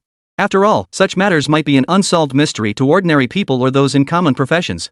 But for those of higher rank or those from prominent families, it was common knowledge. This was precisely why, on Blue Star, where class awakening was entirely random, the aristocratic families were called aristocratic families and could endure for generations. It also explains why, year after year during the college entrance exams, it's exceedingly rare to find geniuses from common backgrounds among the top 10 scorers. With the same innate talent and chosen profession, a scion of a noble family can reach level 10 or higher in just a few days through the arrangements of their clan's powerful elders. Ordinary individuals, however, must venture into secret realms themselves, spending vast amounts of time and enduring immense hardship to slay demonic creatures and gain experience for leveling up. The disparity in their rates of growth is simply incomparable. Now, what do you all think of my proposal? The astonishment within the private room finally subsided after a long while. At this point, Qi Tianlin didn't elaborate further but repeated his question. As for the first part of what Quang Li had said earlier, had already convinced them thoroughly. After all, if we consider what Quang Li had said, because each person can only absorb a limited amount of Radiance Beast essence, it's not infinite. And since they'll inevitably get another chance to enter the secret realm in the future, they don't care about that essence. They just want to see if they can climb the rankings. They could fully understand why Quang Li and Qi Tianlin had acted this way. Now, having learned that both Quang Li and Qi Tianlin had advanced 20 levels and reached the second transformation realm, their strength utterly dwarfed everyone present. After entering the secret realm, following in their footsteps would undoubtedly yield far greater rewards than going it alone. They truly had no reason left to refuse. Thus, the moment Qi Tianlin finished speaking, some had already made their choice. It was Tang Wenjie who spoke first. Ha! Since you two are willing to be such generous benefactors, what reason could I possibly have to refuse? I, Tang Wenjie, am in. Ha! Turning down a free ride? That'd make me a total jerk. I just hope you two don't show your true colors once we're inside the secret realm. Otherwise, if you go back on your word first, I won't hesitate to walk out myself. Of course, his words remained as unpleasant as ever. For a moment, even though he was the first to respond, neither Qi Tianlin nor Quang Li could muster much joy. Instead, their faces twitched slightly as they listened. Taking a deep breath and suppressing the urge to punch Tang Wenjie out, Qi Tianlin assured him. Rest assured, I, Qi Tianlin, will never go back on my word. Once we enter the secret realm, not only will I not demand a single drop of your Yao Beast essence, but on the contrary, as long as it's within my and Quang Li's capabilities, I will spare no effort to assist you. With Qi Tianlin's renewed pledge, coupled with Tang Wenjie's immediate endorsement, a chain reaction erupted instantly. Within the private room, voices of agreement began to rise. If that's the case, count me in. Brother Tianlin is right, radiant beasts aren't ordinary demonic creatures. With my strength alone, I might not even manage to kill many of them in several days. Teamwork is the way to go. Brother Tianlin and Brother Quang Li really think big. I'm in too. Indeed, an opportunity like this can't be missed. In just a short while, all 11 members in the private room except for Qi Tianlin and Quang Li. Only Qín Yǔ, Li Qiming, and Su Yuqing had yet to declare their stance. Qi Tianlin nodded in satisfaction at this outcome, though his gaze lingered on those who hadn't spoken, especially Qín Yǔ. And he wasn't the only one. Now that everyone had made their decisions, all eyes in the private room, including those who had already declared their choices, even Li Qiming and Su Yuqing, were fixed on Qín Yǔ. Everyone wanted to know what choice Qín Yǔ, the nation's top talent, would make. Indeed, many wore expressions tinged with amusement. After all, as the top scorer in this year's college entrance exams, Qín Yǔ was undeniably the undisputed leader among the freshmen at Star Ring Academy. Among the freshmen at Star Ring Academy, Qín Yǔ was undoubtedly the undisputed leader. Yet now, less than a day into the semester, Qín Yǔ's prominence among his fellow SSS tier professionals was already beginning to be overshadowed by Qi Tianlin and Quang Li. Moreover, Qi Tianlin and Quan Li had both preceded Qín Yǔ in breaking through to level 20, placing them ahead. They were curious to see how Qín Yǔ would react. Would he accept the invitation from Qi Tianlin and Quan Li? And be completely overshadowed by them from now on? Or reject this practically free gift of Yao Beast essence and struggle alone?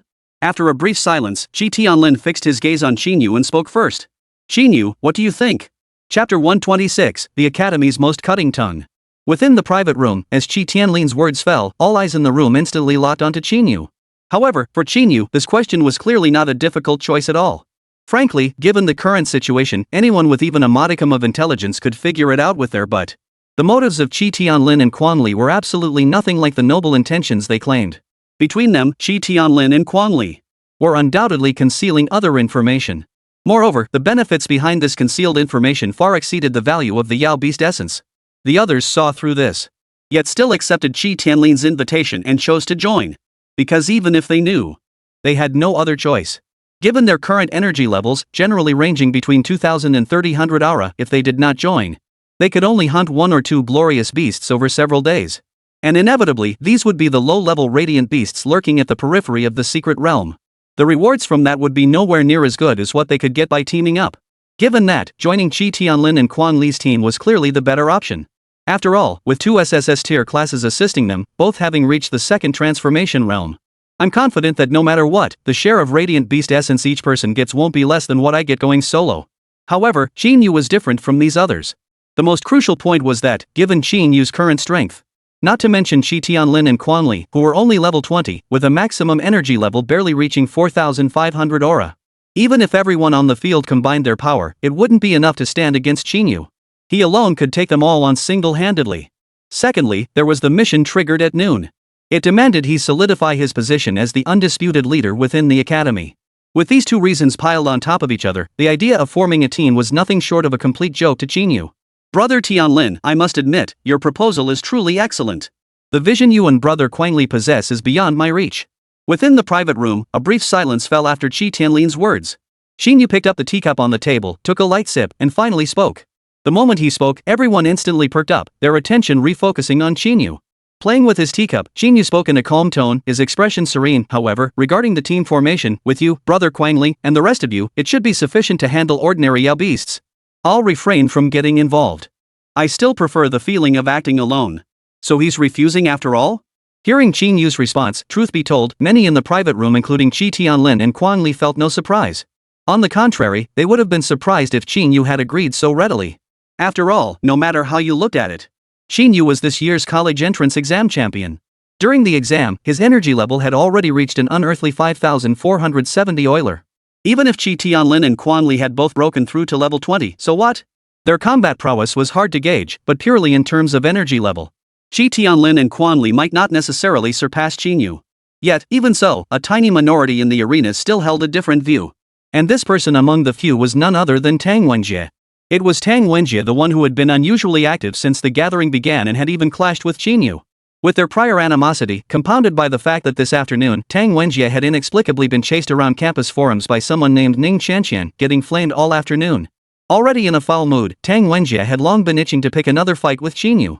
But since Qín Yǔ had barely spoken a word since entering the private room save for a few remarks during the introductions, he hadn't spoken another word. That's why Tang Wenjie hadn't found an opportunity. Now, in his eyes, Qín Yǔ, whose energy level was undoubtedly lower than his own, had the audacity to spout such brazen nonsense. Tang Wenjie wasn't about to let this chance slip away. He didn't even wait for Qi Tianlin and Quan Li to respond before speaking up first. Qín Yǔ, at least you have some self-awareness. With brothers Tianlin and Quan Li, plus all of you classmates, we can certainly handle the vast majority of the outer ring Yao beasts. Tang Wenjie slammed his fist on the table, boasting with an air of arrogance. Then, he turned his gaze back to Qín Yǔ. His tone dripped with sarcasm. Besides, you're right, whether you're in the team or not, it makes little difference. You don't seriously believe that whatever energy level the tester shows is your actual power, do you? You know your own worth better than anyone else, okay? Why keep pretending? You know what? I don't think you actually enjoy going solo at all. I bet deep down, you've been dying to tag along behind Brother Tianlin and Brother Quan Li, those genuine geniuses who've already hit level 20. But you're scared that once you team up with us, it'll be obvious you're just a useless piece of trash who only got first place in the national competition by sheer luck, right? Guys, you know I'm right, right?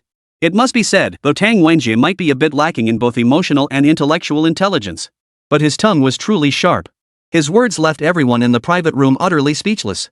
They couldn't believe this shifty-eyed Tang Wenjie had the nerve to speak to Qín Yǔ like that. The private room fell deathly silent. Not a single soul dared to pick up where Tang Wenjie left off. Even Qi Tianlin and Quang Li felt a tinge of fear in their hearts, cautiously observing Qín Yǔ's expression. Qi Tianlin and Quang Li weren't fools like Tang Wenjie. Hailing from the capital, their worldly knowledge far surpassed that of Tang Wenjie. Moreover, they had the backing of their family's influence. Thus, over the past days, they understood better than anyone else that Qín Yǔ's level of power. There was absolutely no mistake about it. Chapter 127, that aura, it must be beyond level 30, right? Qín Yǔ's college entrance exam video wasn't just watched by a bunch of students. His energy level before reaching level 20 was an unprecedented 5470 Euler, a feat unmatched throughout history. Not just the students, both the government and major clans had already thoroughly analyzed Qín Yǔ's assessment video. Simultaneously, they had inquired with the academy about his battle record within the Blood Canyon secret realm. Back then, it wasn't just Lin Xiaoshan and Dong Tianyu in that secret realm. They witnessed Qín Yǔ single-handedly take down a level 30 Silver Wolf King and lead the Lin clan merchants out of the Beast Horde. Besides those two, there were also several members from Bureau 951. And several other students from Star Ring Academy. And these individuals were far from tight-lipped. Therefore, even before the college entrance exam results were released, the state had already known that Qín Yǔ's energy level test showed no issues whatsoever. In fact, it was possible that there was more to it than that. The aristocratic families might receive the news later. But they certainly weren't foolish enough to still believe Qín Yǔ's energy level was problematic. This, in fact, was the true reason why Qi Tianlin and Quang Li showed such deference toward Qín Yǔ at noon today. Long before they arrived, their families had already warned them both. Regarding Qín Yǔ, they could only strive to cultivate goodwill and avoid provoking him. Even if they accidentally offended him, they absolutely had to control the degree of it. They absolutely could not allow it to escalate into a life and death enmity, lest Qín Yǔ's future rise threaten the family's interests. These ancient clans had endured for generations precisely because none of them were fools. Qi Tianlin and Quang Li truly never imagined that Tang Wenjie would be so bold. Offending Qín Yǔ at noon was one thing, but now he actually dared to openly show off his power? The atmosphere inside the private room had grown thick with tension. Everyone fell silent for a moment, their eyes darting back and forth between Tang Wenjie and Qín Yǔ. At this moment, Tang Wenjie's words had indeed stirred up some anger within Qín Yǔ. Earlier that afternoon, Tang Wenjie had hurled barbs at him, but that could be overlooked after all, they had cut in line first. But tonight? He hadn't done a single thing. From start to finish, he had remained silent. In the heavy silence, Qín Yǔ fixed his gaze on Tang Wenjie. Though his face showed no sign of anger, the aura emanating from him grew increasingly icy. Of course, Qín Yǔ wouldn't resort to violence here. After a moment's stare, he indifferently withdrew his gaze and spoke in a level tone. First, whether my national championship title was luck-based isn't for you to decide. Second, you suggest I'm tagging along behind Qi Tianlin and Quang Li, 2 level 20 players to reap easy rewards? Do you really think so little of me, Qín Yǔ? At this point, a faint smile curved his lips. Then, just like Qi Tianlin and Quang Li had done earlier, he no longer concealed his level, revealing his level information to everyone present. Instantly, everyone in the private room received Qín Yǔ's level information, LV20. Moreover, Qín Yǔ didn't give them time to react. He stopped concealing his aura. As his mechanical energy surged within him, a powerful, oppressive presence instantly engulfed the entire room. Though Qín Yǔ's current base energy level on his panel was just under 2000 aura, the panel data only reflected the energy level achievable through his physical attributes alone. The power boosts provided by his mech energy to both himself and his mechanical forehead guard were not included. Therefore, at this very moment, as Qín Yǔ channeled his mechanical energy to its fullest, his eyes glowed with a deep azure light, and blue arcs of energy flickered across his entire body. Everyone in the private room felt an overwhelming aura surge toward them. Especially Quang Li and Su Yuqing, seated directly beside Qín Yǔ, felt their skin tingle as if the blue light radiating from him was tingling their very skin. Such terrifying aura. Even Qi Tianlin's eyes widened, his gaze filled with utter disbelief. As a level 20 warrior class transferee, Qi Tianlin possessed an acute sensitivity to energy fluctuations. Moreover, due to his family background, his perception of aura far surpassed that of ordinary people. Yet the oppressive pressure emanating from Qín Yǔ now gave him the illusion of facing a level 40 elder from his clan, or a level 40 demonic seed within a secret realm. Only level 20, yet his combat prowess might already be knocking on the door of level 40? The mere thought of this possibility. Even Qi Tianlin, who considered himself an absolute genius, couldn't help but feel utterly horrified. Beep. Randomized quest SSS rank gathering completed. Rewards have been automatically distributed. Congratulations. You have obtained 1 random blue mechanical blueprint and 1000 contribution points. Only after the cold, mechanical prompt from the interface echoed in Qín Yú's mind did he finally withdraw his aura. His entire being once again became utterly ordinary. Having gathered the information he sought, and having deliberately unleashed his aura to demonstrate his strength, thus completing the interface's quest, Qín Yú paid no further attention to the crowd still reeling in astonishment. He merely cast another glance at Tang Wenjie, whose face was frozen in a dazed expression, and asked with a hint of contempt, "Now, do you still think I need to ride their coattails?" Without waiting for an answer, he rose and walked out of the private room. He left behind a room full of people staring at each other in silence. It took a long while before someone finally spoke up timidly. But the record said Qín Yú came from a very ordinary background. How did he reach level 20 so quickly? Yet, what greeted him was another prolonged silence. Chapter 128, Light Gatherer, Spaceship, True Disciple. By the time Qín Yú returned to his dormitory loft, it was already 9 o'clock. As for the SSS level gathering that evening, aside from the discomfort caused by the presence of fools like Tang Wenjie, Qín Yú was quite satisfied with the rest of it. He had obtained the information he sought. The mission was accomplished. All in all, it had been quite perfect. Shi Tianlin and Quan Li definitely aren't as selfless and noble as they claim. Looks like there's a lot more to this story than meets the eye. I just wonder what exactly it is. But since they're so fixated on the kill count of the Yao beasts, this hidden story is most likely related to that. Returning to the attic, he habitually glanced at the robot in the corner, confirming everything was in order and still functioning normally. Qín Yú didn't turn on the lights. Instead, he sat on the sofa, pondering the true purpose behind Shi Tianlin and Quan Li's gathering today. Of course, with the information he possessed being far too fragmented, Qín Yú pondered for a long while but still couldn't make head nor tail of it. However, he was certain it had everything to do with the number of Yao beasts slain. Otherwise, Shi Tianlin and Quan Li wouldn't have repeatedly emphasized at the gathering. They could do without the glorious beast essence. But the kills of the Radiance beasts must be evenly distributed between them. Moreover, one more point worth mentioning was, in truth, Qín Yú wasn't entirely without means to uncover the hidden truths of the Eternal Radiance secret realm. If he were willing, he could easily ask Xiao Hufeng what the real key to it all was.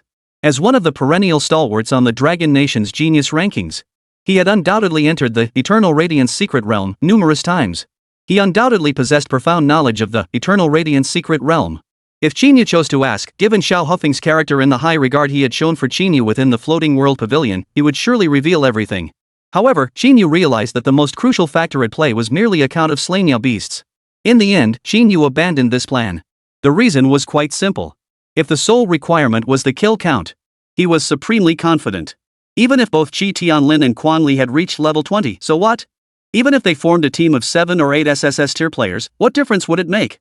With his current strength, acting alone, in terms of kill count, he could absolutely outshine every single one of them. After all, even now, though his mechanized legion style wasn't fully developed, it had already reached a respectable scale. And the mechanical legion was most suited for precisely this kind of secret realm kill scenario. And by that time, even if the Eternal Radiance secret realm held some unknown benefits he hadn't discovered yet, then as the undisputed top killer, Qín Yú would undoubtedly reap far greater rewards than either of them. And this, in truth, was the real reason Qín Yú remained completely unfazed and had no desire to question Xiao Hufeng. Having reached this conclusion, Qín Yú no longer dwelled on the matter. He pulled out his phone and first sent a concise summary of the news to Niè Yǔqiān.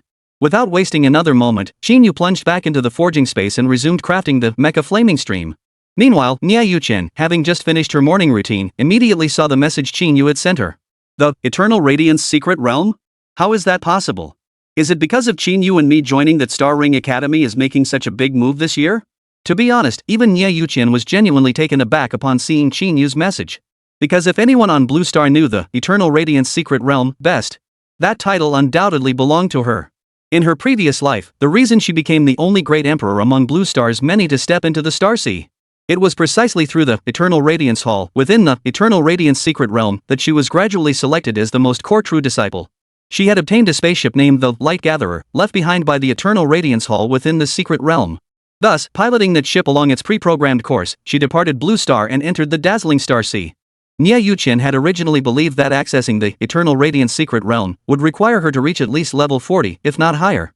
She truly never imagined that, having only just enrolled in Star Ring Academy, Star Ring Academy had already granted her such a tremendous surprise. In her memories, the new student assessment at Star Ring Academy in her previous life had been utterly ordinary, hadn't it? Poof. No need for beast essence? Just kill counts to climb the rankings? Isn't the goal to storm the leaderboard and secure a spot in the outer disciple selection? Observing the unusual behavior of Qi Tianlin and Quang Li mentioned in Qín Yǔ's message, Niè Yǔqiān understood perfectly well. She didn't even need to think. She knew exactly what these two were after. Those two really know how to play their cards. But the selection for the Eternal Radiance Hall won't be so easy to pass. Level 20 SSS rank? That's merely the entry requirement. Reading the message on her screen, Niè Yǔqiān's brows furrowed slightly. Her fingers tapped the phone screen absent-mindedly as thoughts began to swirl in her mind. But Niè Yǔqiān's thoughts weren't on Qi Tianlin and Quang Li. In her mind, while Qi Tianlin and Quang Li were indeed formidable at level 20 with SSS tier professions even leaving her behind. But she didn't believe that their strength alone, even if they managed to climb the rankings and secure assessment qualifications through teaming up, truly meant they could pass the selection trials of the Eternal Glory Hall. She knew all too well just how daunting that challenge truly was. Her true concern, in fact, was Qín Yǔ. Based on her estimates, if she hadn't miscalculated, Qín Yǔ's current level had likely already broken through to LV20. While Qi Tianlin and Quang Li might fail the Eternal Radiance Hall trials, it didn't mean Qín Yǔ, an SSS tier mecha pilot, couldn't pass. After all, it had been evident since the college entrance exam that Qín Yǔ's SSS rank mecha pilot was significantly stronger than ordinary pilots at the same level. And if Qín Yǔ's level has truly broken through to 20, then he might just have a chance to pass the Eternal Radiance Hall assessment. Chapter 129, Enduring Hardships to Become a Grunt? In my previous life, I fought alone across the starry seas. Though I carved out a formidable reputation and had the Eternal Radiance Hall as my backing, compared to the true heirs of those major factions, my background was still rather meager. If Qín Yǔ can pass the Eternal Radiance Hall's assessment and join me in the starry seas, his innate talent could prove to be a significant asset to me. Moreover, with his profession as a mech pilot, it truly shouldn't be wasted in this corner of Blue Star. Thoughts raced through Niè Yǔqiān's mind, one after another. As an empress of her generation, she was naturally not one to waver. Her decision was swiftly made. Relying solely on Qín Yǔ, he might not make it onto the rankings or secure a trial qualification. It seems necessary to form a team with him then and send him up. Niè Yǔqiān murmured to herself, Qín Yǔ, I hope you won't disappoint me. She then sent Qín Yǔ a message, got it. They're forming a team. We can team up too when the time comes. Of course, Qín Yǔ, already immersed within the forging realm, didn't see the message immediately. Meanwhile, at Starlight Pavilion, after Qín Yǔ's departure, the SSS tier gathering organized by Qi Tianlin and Quang Li continued. However, with Qín Yǔ gone, both the guests' focus and the overall atmosphere had noticeably cooled. Everyone remained stunned by the sheer power Qín Yǔ had displayed. Seeing this mood, Qi Tianlin and Quang Li exchanged a glance, realizing today's gathering would likely end here. Without further ado, they briefly reiterated the usual about mutual support and teamwork within the secret realm, the usual platitudes, and made one final attempt to recruit Su Yuqing and Li Qiming before voluntarily ending the gathering. As the crowd gradually dispersed, the private room soon emptied, leaving only Qi Tianlin and Quang Li behind. Brother Tianlin, do you think Qín Yǔ's current power level is almost surpassing that of some ordinary peak third transformation cultivators? Why did his aura feel so overwhelming just now? Glancing at the now empty private room, Quang Li's expression was both shocked and grave. In contrast, after a moment of shock, Qi Tianlin's expression had grown much calmer. Fiddling with a badge in his hand, Qi Tianlin spoke calmly, for us who've just undergone class change and awakening, the gap between level 19 and level 20 isn't just a simple one-level difference. It's a qualitative leap. When Qín Yǔ was at level 19, his energy level reached 5,400. After successfully advancing, his energy level surged dramatically again. Isn't that perfectly normal? Quang Li retorted, it is normal, but he's moving far too fast. He's just an ordinary commoner from a small city. Even with the strongest profession and the best talent, shouldn't it take longer than this? Advancement has nothing to do with class or innate talent. At this point, Quang Li paused before continuing with a hint of concern. And if he really is that powerful, then in the Eternal Radiance secret realm. But before he could finish, Qi Tianlin cut him off. You needn't worry about that. With our entire team, and both you and I at level 20, if we still can't match Qín Yǔ, then what's there to say? Besides, on the path to class change, a high energy level doesn't mean everything. The further you progress, the more energy level becomes just a number. As a member of the Quang family, surely you know this much? With that, Qi Tianlin rose and began walking toward the exit of the private room. Of course I know that, but... Seeing this, Quang Li wanted to say something more, but ultimately remained silent. He watched Qi Tianlin's departing figure, a fleeting, inexplicable expression crossing his eyes.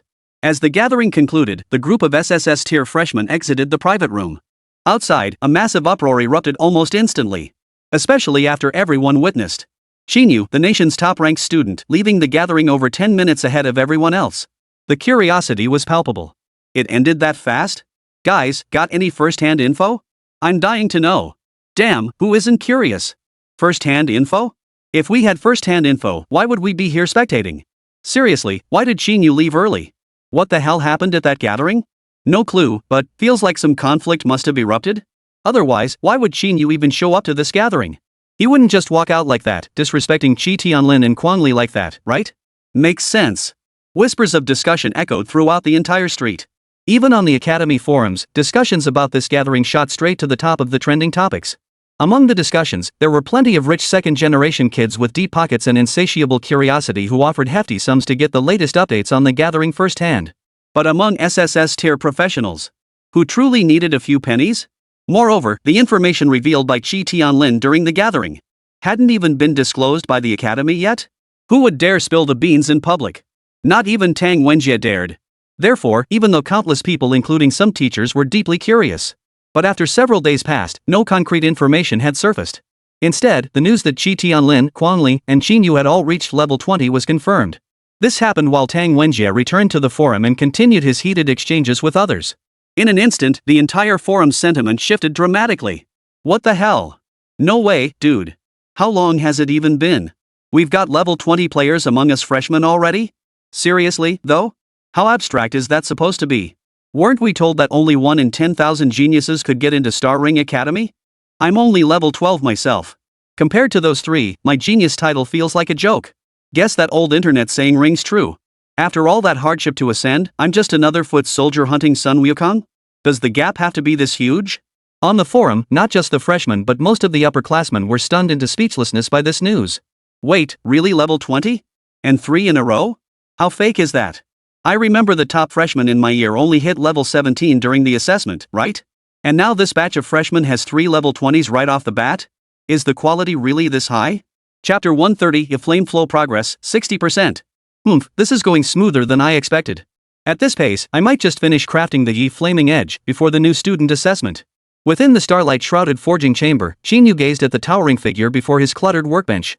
Standing 2 men tall, the entire structure pulsed with flowing flame patterns, now properly taking shape as the Mecha Flaming Ember. A satisfied smile flickered across his eyes. Perhaps it was due to the substantial bonuses granted by his secondary profession as a mechanical engineer in the realm of mechanical forging. After a full 5 more hours, the forging of Flame Stream proceeded far more smoothly than Qín Yǔ had anticipated. Whether it was forging individual components or assembling the final parts, not a single problem had arisen. According to the interface prompt, the forging progress of the Flame Stream had already reached over 60%. In Qín Yǔ's original estimation, as a first-time mecha builder with 0 experience, even disregarding the failure rate, just the time required alone, it would undoubtedly take far longer than the panel's projected timeline. He genuinely hadn't expected to forge with such ease. Judging by the current pace, to be perfectly honest, Qín Yǔ might even finish forging the entire flame stream before the new student assessment begins. The new student assessment doesn't start until the day after tomorrow, so I still have tomorrow free. If I truly finish forging the flame blade before the assessment, then passing it will be completely in the bag. Then, recalling the terrifying stats and power level of the Mecha Flaming Blade displayed on his interface panel. And then, thinking about the new student assessment the day after tomorrow, a smile involuntarily spread across Qín Yǔ's lips, his heart burning with excitement. So much so that he even considered working overtime for a few more hours, pushing through to finish the final arm of the mecha in one go.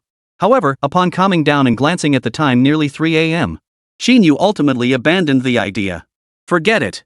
Haste makes waste. I'll tackle it tomorrow. After tidying up the various tools scattered across the workbench, Qín Yǔ took a deep breath and exited the forging space. After a moment of dizziness, his figure reappeared in the attic. Ding dong! Ding dong!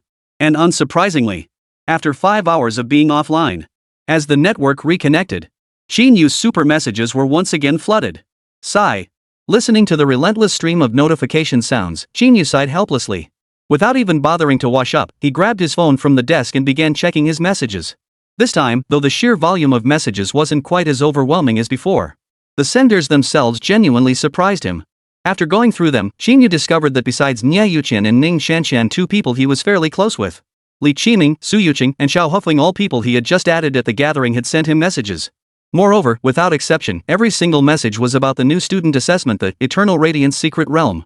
Niè Yǔqiān, got it. They're forming a team. We can team up too when the time comes.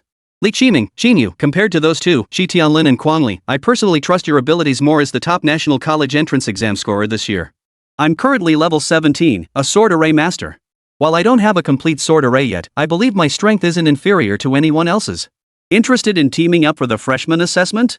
Oh, and I don't need the glory beast kills, just the glory beast essence will do. Suyuqing, Qín Yǔ, I just spoke with Li Qiming. My sister and I would also like to team up with you. Don't worry. My class might not be a pure combat role like yours. But I promise I won't hold us back. Among them, Niè Yǔqiān, Li Qiming, and Suyuqing all sent messages expressing their desire to team up with Qín Yǔ. Qín Yǔ had anticipated this. Niè Yǔqiān would likely invite him to team up with her. But Li Qiming and Suyuqing also wanting to team up with him was something Qín Yǔ hadn't anticipated. He had assumed that after his high-profile departure, these two would join the teams of Qi Tianlin and Quang Li. Little did he know, the reality turned out completely different from his expectations. Their professions and talents, one a sword array master, the other a water elemental angel, are quite formidable indeed. Though with my own strength, I couldn't care less about teaming up or not. But I'm not about to deliberately cultivate a maverick persona either. After a moment's consideration, Qín Yǔ decisively agreed to their request. The reason was actually quite simple. First, the reason he didn't want to team up with Qi Tianlin and Quang Li was simply because, aside from having a mission to complete, he also had no desire to essentially work for Qi Tianlin and Quang Li. But if he were the one leading the team, that would be a different story entirely. Fingers flew across the phone screen as Qín Yǔ swiftly replied to Niè Yǔqiān, Li Qiming, and Suyuqing. After finishing his replies, Qín Yǔ switched back to his chat with Xiao Hufeng. Xiao Hufeng's message to Qín Yǔ was naturally different from Niè Yǔqiān and the others. Heard that the SSS tier professional freshmen in your cohort had a gathering tonight. Then Qi Tianlin and Quang Li formed a team with kill count requirements? You don't need to join that team. The Eternal Radiance Secret Realm isn't as straightforward as the official records make it out to be. I can't really elaborate on the specifics. But if possible, once the new student assessment begins and you enter the secret realm, try to kill as many Yao beasts as you can. Even if you can't match the strength of Qi Tianlin and Quang Li's team, you must still aim to climb the leaderboards as high as possible. Then, head to the ruins at the heart of the realm, you'll find a surprise. Chapter 131, Freshman Assessment, commence. Xiao Hufeng stared at the lengthy message Xiao Hufeng had sent in the chat interface. Qín Yǔ was somewhat surprised that Xiao Hufeng actually valued him this much. In the middle of the night, he'd gone out of his way to send this message, reminding him that after climbing the rankings in the secret realm, he should visit the ruins at its center. He also felt a sense of I knew it. There really is something fishy about the Eternal Radiance secret realm. So my guess was right, it's related to kill counts and the leaderboard. And the key lies in that ruins at the center of the secret realm. Having confirmed his suspicions and identified the crucial element, the secret realm at the center. After a moment of contemplation, Qín Yǔ didn't press further. He merely replied indifferently, got it, Teacher Xiao. Don't worry. Even if they team up, so what? The top spot in this freshman assessment won't go to anyone else. It will be mine. Though Qín Yu's expression remained calm, his strength far surpassing that of his peers granted him immense confidence and resolve. Consequently, Qín Yu's response wasn't merely nonchalant, it was sharp and unmistakably assertive. What caught Qín Yǔ off guard, however? He had only just sent his message.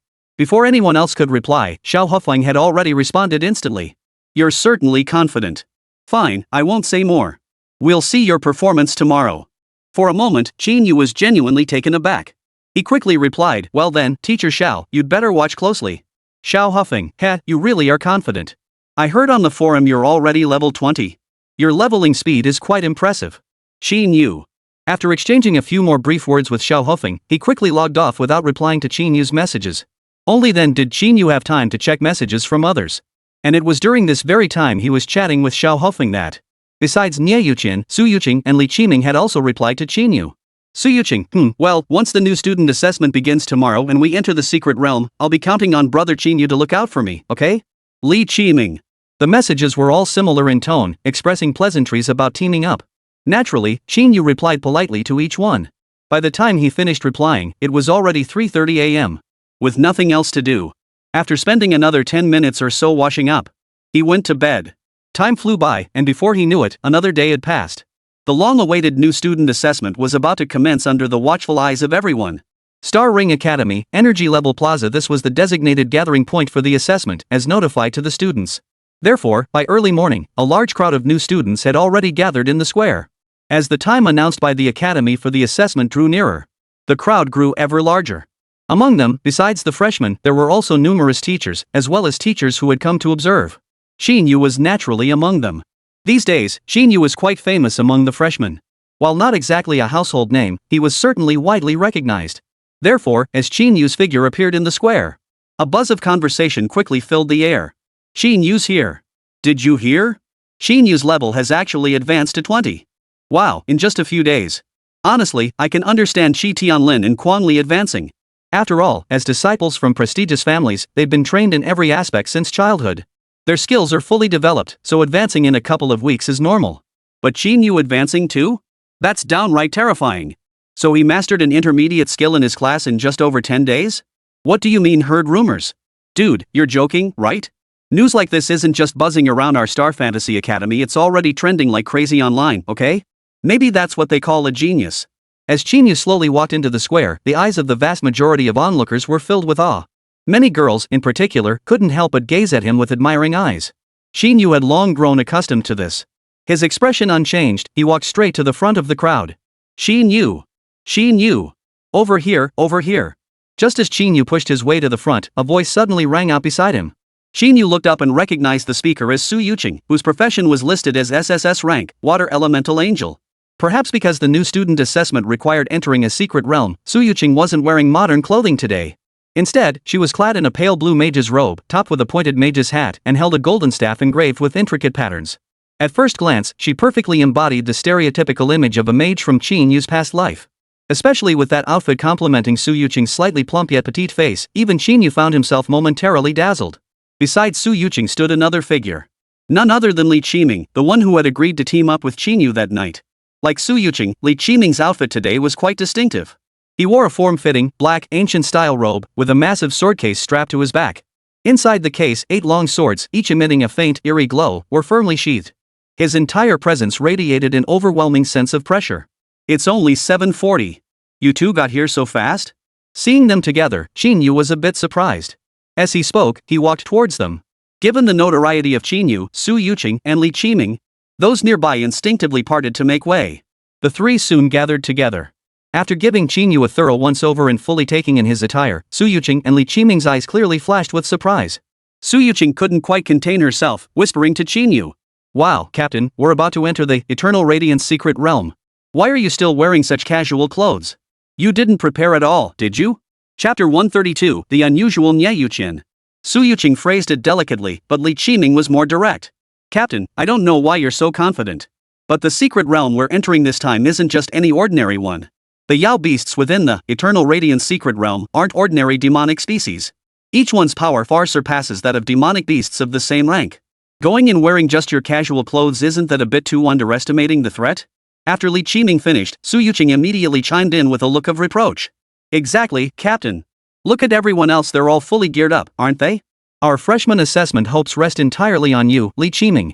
If we enter the secret realm and come back with fewer gains than those under Qi Tianlin's command, we'll be laughed to death."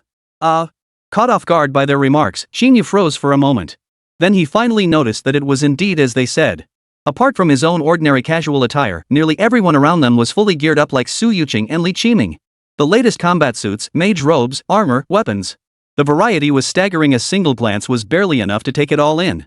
Among them, Qín Yǔ even spotted a figure completely encased in pitch-black steel armor, with only a slit left for the eyes. Compared to these individuals, his utterly ordinary attire made him feel like an outsider. For a moment, Qín Yǔ was genuinely at a loss for words. In the end, however, he felt no need to explain himself. He merely smiled and let the topic pass. After all, if he were to arm himself like these others, and had armed himself in advance, he would have stood out just as much. The reason was simple: whether it was the heavy-duty mechanical power exoskeleton or the mecha flaming edge he had just finished forging last night. Among these students, he remained the most oddball of them all. After all, even the most extravagantly dressed among them were, at best, merely eccentrically attired. But Qín Yǔ's heavy armored power exoskeleton and mecha flamestream? Forget their appearance. Simply wearing them elevated one to a minimum height of 3 meters. It was no exaggeration to say they stood out like a sore thumb. Seeing that Qín Yǔ had no desire to continue this topic, Su Yuqing didn't press the issue. Instead, she shifted her question. "By the way, where's Sister Niè Yǔqiān? Didn't you say she'd be teaming up with us too? Why haven't we seen her?" Su Yuqing's question was really just a playful jab at Qín Yǔ.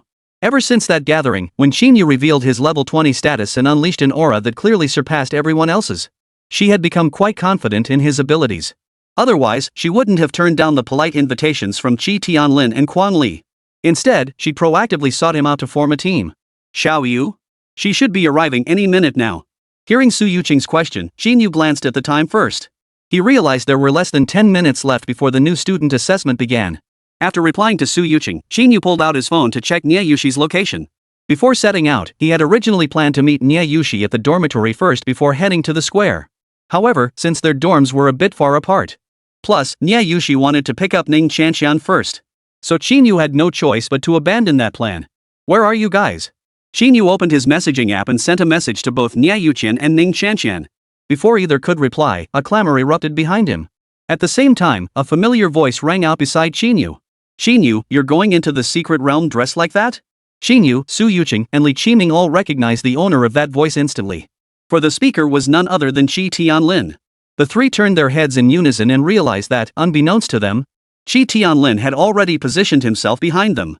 And he wasn't alone. Behind him stood all the SSS-ranked members who had joined his team at the gathering 2 days prior. Moreover, whether provided by Qi Tianlin and Quan Li or not, the entire group was dressed in identical black combat uniforms. At a glance, they truly gave off the aura of an elite squad. Upon recognizing Qi Tianlin and his group, Su Yuqing and Li Qiming both looked slightly uneasy. Because when they had declined Qi Tianlin and Quan Li's invitations, their reason had been identical to Qín Yú's, they preferred solo action over teamwork. Now, not only had those two joined Qín Yú's team, but they'd also been caught red-handed by Qi Tianlin. The awkwardness was palpable. And it didn't surprise either of them. The next moment, a voice tinged with mockery rang out, though it wasn't Qi Tianlin speaking. Well, if it isn't Su Yuqing and Li Qiming? Didn't you two claim to hate teaming up? Weren't you relying on your so-called skills to take the freshman assessment? So why are you suddenly grouped together now?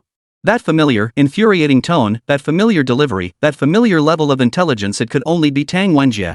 His words left Su Yuqing and Li Qiming looking utterly mortified. Already feeling awkward in this situation, Tang Wenjie had to publicly expose them like this. As for the others behind Qi Tianlin, their expressions turned subtly awkward. Tang Wenjie, what do you mean by that?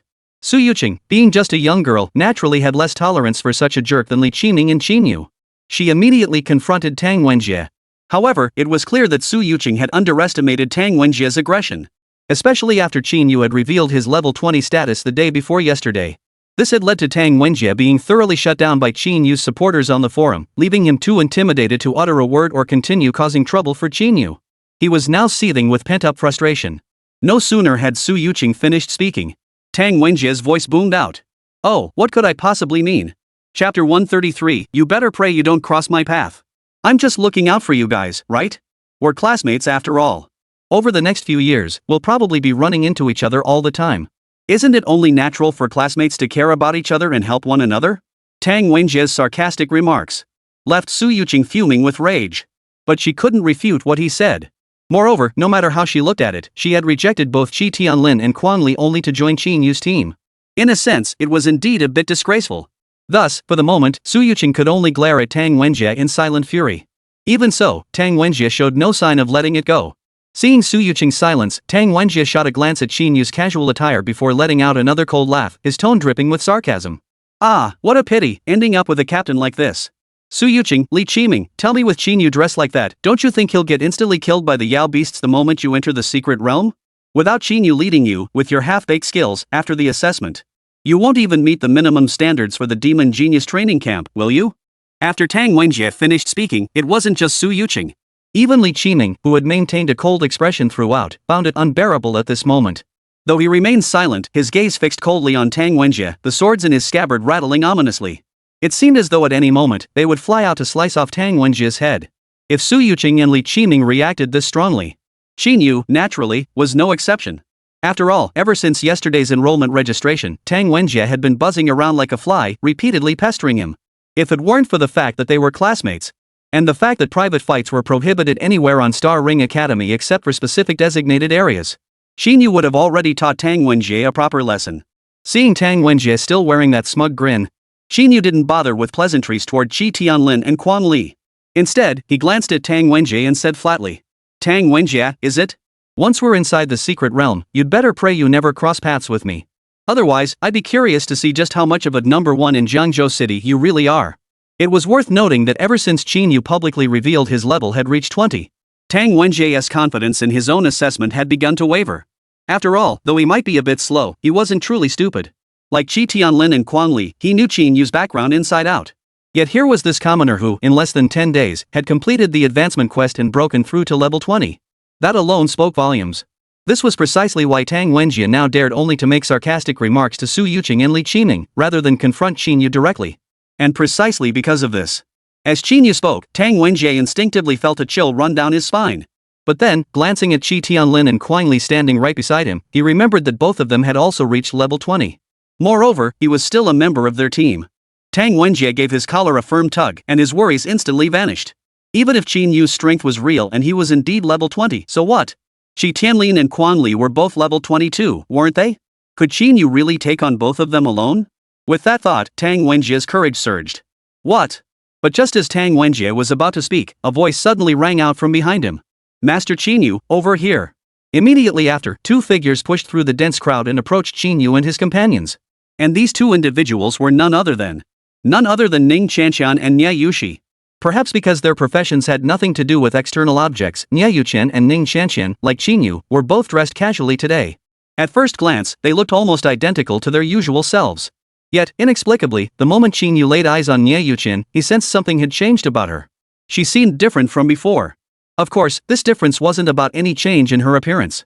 Rather, it was an indescribable feeling that even Qín Yǔ himself couldn't quite put his finger on.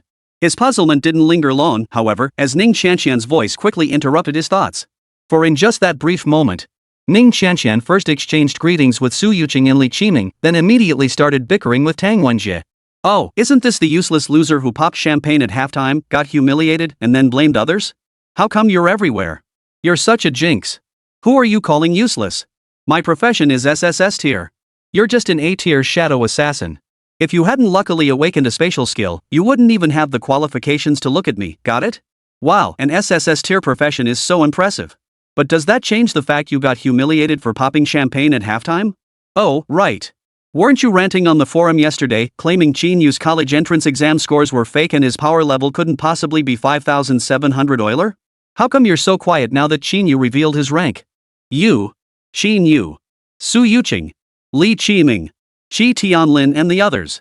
Watching the two who had come to blows in mere seconds, not just Qín Yǔ but everyone else was momentarily speechless. It took a full moment before Qi Tianlin finally snapped out of it. He promptly shifted his attention to Niè Yǔqiān, who stood there with an icy expression. Extending a hand, he said, "This must be Miss Niè Yǔqiān, the renowned Miss Niè, correct? I've long admired your reputation, Miss Niè. I'm Qi Tianlin, the one ranked 4th nationally in the college entrance exams. At yesterday's gathering, I had intended to invite you as well. However, when I arrived, it seemed Miss Niè was not in the dormitory at that moment." What Qi Tianlin hadn't anticipated, however, was that Niè Yǔqiān seemed to have completely ignored his entire self-introduction. Niè Yǔqiān seemed to have not heard his entire self-introduction. After a brief, indifferent glance, she proceeded to ignore him completely. For a moment, even with Qi Tianlin's impeccable composure, his expression darkened. Before he could react, a thunderous lion's roar suddenly echoed across the square, followed by a wave of scorching heat that instantly engulfed the entire plaza. Chapter 134, Sudden Rule Change. What's happening? How could there be a demon seed's cry? Could it be a beast tide? Impossible. This is Star Ring Academy, one of the 4 great academies of Dragon Nation. Even if the demon race has gone mad, they wouldn't launch a beast tide attack on us without any preparation. Besides, we've got the border battlefield holding the line ahead of us. Didn't they say there's been unusual activity in that spatial fissure in the sky lately? The demon race could have launched a surprise attack through it. The sudden beast roars and scorching heatwave inevitably plunged the square's numerous freshmen into brief chaos. Even Qín Yǔ couldn't help but tense up. After all, with the supersized spatial rift exhibiting frequent anomalies, the sudden appearance of demonic roars and aura left no room for anyone to think otherwise.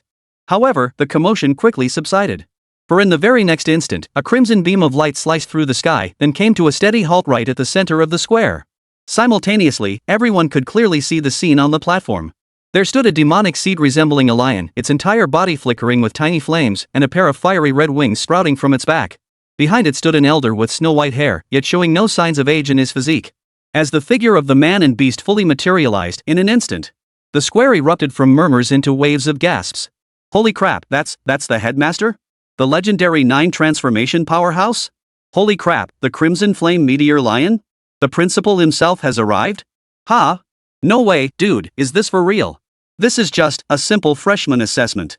Would it really warrant the principal's presence? From what I saw on the forums, previous assessments only had a dean presiding at most. Dude, are you kidding? How can our class compare to the ones before us? We're the ones carrying the burden of our academy's revival, okay? A crimson flame meteor lion as a mount? So this is a 9 transformation powerhouse. The one who arrived was none other than the principal of Star Ring Academy, Wan Qianshan. He was also one of the few remaining 9 transformation powerhouses in the Dragon Nation today. Gazing at the figure with flowing white hair on the stage, the crowd below, not just Qín Yǔ and the others, but even Niè Yǔqiān, saw their expressions grow solemn. Wan Qianshan. I hope you can hold out until reinforcements arrive when the demon seeds launch their full-scale invasion. With Wan Qianshan's grand entrance, the opening ceremony for the new student assessment commenced immediately. Yet even in this world of extraordinary power, the requisite formalities remained unchanged. Fellow students, first and foremost, welcome to Star Ring Academy. Secondly, soon, a teacher stepped onto the stage amidst the resentful stares of the crowd and began reading from a speech. It took a full 10+ minutes before he finally got to the main point. Namely, the format of this year's new student assessment. This year's assessment will differ from previous years. Through the Academy's efforts, all freshmen will enter the Eternal Radiance Secret Realm to hunt Radiance Beasts. The assessment will last 3 days. Should any participant be killed by a Radiance Beast during this period, they will be immediately disqualified. Rankings will be determined by each participant's performance within the Secret Realm. Additionally, the top 20 ranked participants will gain entry into the upcoming Demon Genius training camp. Furthermore, to prevent preformed teams from compromising fairness, entry into the Secret Realm will be via random teleportation. The instructor's speech continued from the stage. But below the stage, a storm had already erupted. Countless gasps and exclamations filled the air, never ceasing. What the hell? The Eternal Radiance Secret Realm. Holy crap, how absurd is this? Our freshman assessment is actually taking place in the Eternal Radiance Secret Realm. Damn, I knew it. After all this quiet, Star Ring Academy had to make a big splash this year. Guess I picked the right place to enroll. That's the Eternal Radiance Secret Realm. For those who hadn't yet learned that this year's new student assessment involved entering the Eternal Radiance Secret Realm, this news hit them like winning the jackpot on a random lottery ticket bought on the street corner. After all, the Eternal Radiance Secret Realm's reputation speaks for itself. Every citizen of Dragon Nation knew the immense value this secret realm held. But for those like Qi Tianlin, Guangli, and Qín Yǔ who had already learned yesterday that they possessed SSS tier professions, the assessment rules outlined by the instructor on stage left them utterly astonished. Because it was completely different from what Qi Tianlin had explained yesterday. The most striking difference was the scoring system. Remember, yesterday both Qi Tianlin and Guangli explicitly stated that if teams were formed, all kills would be credited solely to them. Yet now, the assessment results weren't based on individual overall performance within the secret realm, they were solely determined by the number of Yao beasts slain? Didn't that mean, if they cede all their kills to Qi Tianlin and Guangli, then their SSS tier rankings would inevitably fail to crack the top 20? And if that were the case, wouldn't they fail to qualify for the Demon Genius training camp? Secondly, there's the matter of how they entered the secret realm. The Eternal Radiance Secret Realm is no small secret realm. As the most renowned resource-rich secret realm within the Dragon Nation, its scale is in no way smaller than some major secret realms. Under such circumstances, if they were to enter the secret realm via random teleportation, their team effort would be downright laughable. After all, with such a vast secret realm and only 3 days to spare, it's questionable whether they could even gather everyone together, let alone teaming up to hunt the Yao beast. For a moment, the group standing beside Qín Yǔ, Qi Tianlin and his companions couldn't help but grow restless. Rankings depend on the number of radiant beasts slain, plus random teleportation? Brother Tianlin, this doesn't match what you said. If that's the case, then our plan is ruined. Exactly, Brother Tianlin. Forget about kills and rankings for now. Random teleportation? With only 3 days, can we even get everyone together? This. Chapter 135, The Golden Teleportation Array. It wasn't just the people behind Qi Tianlin and Guangli. As the crowd grew restless, even the expressions of Li Qiming, Su Yuqing, and Ning Shanshan behind Qín Yǔ shifted noticeably. They looked at Qín Yǔ, their expressions hesitant, as if they wanted to say something but held back. Among the crowd, only Niè Yǔqiān, Qi Tianlin, and Guangli remained utterly composed. Clearly, all three had anticipated this turn of events. Niè Yǔqiān, a member of Qín Yǔ's team, remained aloof as ever. She merely glanced at Qín Yǔ without uttering a word. Rest assured. Since I dared to form this team and even provided each of you with a third-generation combat suit produced by my Qi family, I've already thoroughly investigated this matter. Qi Tianlin and Guangli, however, waited until the others behind them had finished speaking before calmly explaining. Within the Eternal Radiance Secret Realm, though the territory is vast, the vast majority of it remains unexplored to this day. Therefore, even though the Academy employs random teleportation, our group will only be sent to an outer perimeter suitable for players in the teens to 20s. We won't be scattered too far apart. When the time comes, we simply need to regroup according to our original plan. Qi Tianlin first addressed the issue of random teleportation. As his words fell, both the SSS tier professionals behind him and Su Yuqing and Li Qiming wore expressions of sudden understanding. So that's how it is. But what about the kills? Brother Tianlin, we can't exactly join your party just for a few Yao Beast essences. We wouldn't even qualify for the Demon Prodigy training camp, right? Tang Wenjie immediately chimed in, his voice brimming with urgency. Yeah, Brother Tianlin, what about this kill count thing? If we can't get into the Demon Prodigy training camp, but those SS rank or even S rank players slip in instead, wouldn't that be a complete joke? Exactly, Brother Tianlin. This isn't trivial, and you never mentioned it before. Exactly. With Tang Wenjie taking the lead and speaking up first, the others quickly chimed in agreement. Glancing at Tang Wenjie, Qi Tianlin, whose speech had been interrupted, furrowed his brow slightly. It was clear he harbored considerable dislike for Tang Wenjie, a competitor who seemed to have a screw loose. Still, as a member of the team, Qi Tianlin refrained from saying anything further. After a brief pause, he ignored Yang Wenjie and instead glanced at Qín Yǔ and the others standing nearby before speaking. Since I've already considered the issue of random teleportation, Li and I naturally have our own plans regarding the rankings. At this point, Qi Tianlin paused and gave Li a knowing glance. Li, who had remained silent throughout, instantly understood. He stepped forward and declared, "Brothers, the truth is, even before yesterday's gathering, Brother Tianlin and I had already anticipated this and made thorough preparations. Therefore, to ensure everyone can enter the Demon Genius training camp, Brother Tianlin and I have devised the following plan. Once inside the secret realm, our top priority remains assembling immediately. After all, with our current strength, only by uniting can we maximize the advantages of our SSS tier professions. Then, we'll assign each of you a kill quota of 2-3 radiant beasts. Afterward, all the kills will be consolidated under my name and Brother Tianlin's." As Li spoke, Tang Wenjie remained steadfastly impatient, cutting him off again. 2 to 3 radiant beasts? Wait, young Master Quang, isn't that a bit too few? Can such a small number guarantee we rank within the top 40? Don't end up making all us SSS tier geniuses fail to break into the top 40. If that happens, it won't just be us, the Academy will hold us accountable too. While Tang Wenjie's emotional intelligence was admittedly lacking, and his words showed no tact whatsoever. But there was no doubt that the questions Tang Wenjie was asking were precisely what everyone else wanted to ask. Therefore, after Tang Wenjie finished speaking, the others immediately chimed in with their own concerns. As for Li, though his name might suggest someone brute force and dim-witted, the reality was quite the opposite. Faced with Tang Wenjie's interruption and the ignorance evident in his words, from Qín Yǔ's perspective, he could clearly see that Li was equally speechless toward Tang Wenjie, his eyes even flashing a momentary look of annoyance. But quickly, Li's expression returned to normal. Instead, he turned to the group, offered a slight smile, and continued. This is precisely what I was about to mention, brothers. 2 to 3 heads? That's actually quite a substantial number. You must understand that the strength of Radiance Beasts is widely acknowledged to be several tiers above that of Demon Seeds. And even the lowest tier Radiant Beast won't be below level 15. Given these circumstances, let me ask you, who among us can confidently guarantee they could single-handedly take down a Radiant Beast? When Li finished speaking, the others fell silent for a moment. Clearly, none of them possessed the confidence to take down a Radiant Beast alone.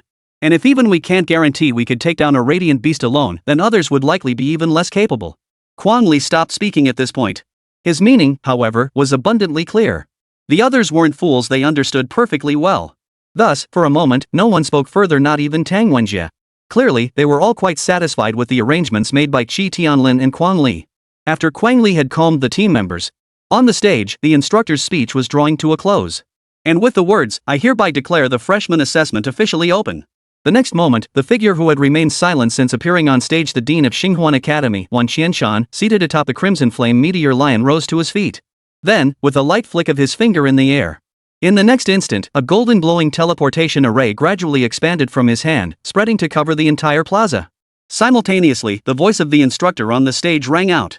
All students, prepare yourselves. You are about to enter the secret realm. Chapter 136, The Perfect Basic Mecha, Flamestream. At the teacher's prompt, the numerous freshmen on the square wasted no time. Without a moment's hesitation, they activated their professions and equipped their gear. In an instant, the square was ablaze with a dazzling array of colors. The spectacle was truly magnificent. Even Qín Yǔ dared not take it lightly. With a single thought, he summoned the beginner-level mecha he had forged through the night in his forging space, Mecha Flaming Torrent. After all, the Yao beasts within the Eternal Radiance Secret Realm were notoriously powerful. And this assessment employed random teleportation. Who could possibly know where they would land after being teleported? If one entered completely unprepared and happened to be teleported right next to several Radiance beasts, Qín Yǔ might very well suffer an early defeat, eliminated the moment he entered. Even though Qín Yǔ was now at level 20, and with his mechanical power enhancement, his combat strength surpassed most fully equipped participants, the risk remained. A crimson glow flared beside Qín Yǔ. In the next instant, the 4-meter-tall mecha flaming edge, engraved with fiery patterns and pulsing with crimson light, materialized before him. As the most basic first-generation mecha, its technology was, at best, only one tier above that of Blue Star in his previous life. Forget nanomolecular technology, even electromagnetic technology and artificial intelligence systems weren't fully operational. Therefore, the mecha flaming stream naturally couldn't replicate Iron Man's ability from his previous life, automatically transforming into nanomolecules to coat the entire body before self-assembling into a mecha. In fact, it couldn't even perform self-assembly. Instead, it employed a straightforward, no-frills activation method, opening the door and entering the bay. This was precisely why, upon learning this teleportation was random, Qín Yǔ immediately deployed the mecha. Otherwise, if danger struck the moment he arrived, Qín Yǔ wouldn't have been able to don the armor immediately. Most likely, he would have had to summon the heavy mechanical power exoskeleton to handle the situation first. As the towering, crimson-red mecha standing a full 4 meters tall suddenly materialized in the square. As Qín Yǔ had anticipated, it quickly drew the attention of nearly everyone present. Gazing at the imposing, towering, and strikingly handsome mecha before Qín Yǔ, one that stood in stark contrast to their own styles, many couldn't help but let out gasps of astonishment. Holy, what the hell is that thing? Holy crap, it's so cool. Are you sure this isn't some mecha straight out of a sci-fi novel? Bro, give me a break. What else could it be but a mecha? Seriously, what exactly is Qín Yǔ's profession? When I saw his college entrance exam video, I thought the gear he was wearing looked like something out of sci-fi, like exoskeleton tech. And now he's got a mecha? I know this. My aunt's cousin's nephew's distant cousin mentioned that Qín Yǔ's profession is highly likely to be an extremely rare combat-oriented tech-focused career. But before the college entrance exam, Qín Yǔ's career assessment clearly identified him as a mechanic. If his true profession had nothing to do with mechanics, the Awakening Stone wouldn't have classified him as a mechanic either. Now that Qín Yǔ has even built a mecha, my distant cousin's assessment must be spot on. Seems to make sense, bro. Even the seasoned SSS tier prodigies and scions of prominent clans surrounding Qín Yǔ were equally stunned at this very moment. Originally focused on the golden teleportation array above, Qi Tianlin, who had been waiting intently, immediately approached Qín Yǔ the moment he saw mecha flaming flame. He proceeded to scrutinize the mecha flaming stream in meticulous detail. Brother Qín Yǔ, is this the legendary mecha? If even Qi Tianlin reacted this way, the others were naturally no exception. So cool. Such overwhelming power. Captain, I feel like the energy contained within this equipment, this mecha, is far greater than any of us possess. Li Qining's expression betrayed his utter astonishment. Su Yuqing was beyond excited. Holy crap, Captain. I knew I hadn't followed the wrong person. You scared the hell out of me just now. I thought you really hadn't prepared anything at all. As she spoke, Su Yuqing couldn't resist the urge to reach out and touch the flame stream. But just as her hand neared the surface, she glanced at the flowing crimson light patterns across the mecha's exterior and ultimately held back.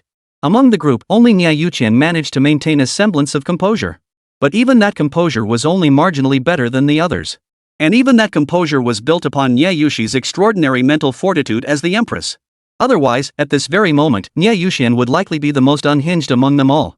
Because the moment Qín Yǔ summoned Flame Stream, Niè Yǔqiān instantly recognized that Qín Yǔ's mecha, whether judged by the overwhelming aura it radiated or the sheer intricacy of its exterior, was absolutely not something someone who had just reached level 20 could possibly construct.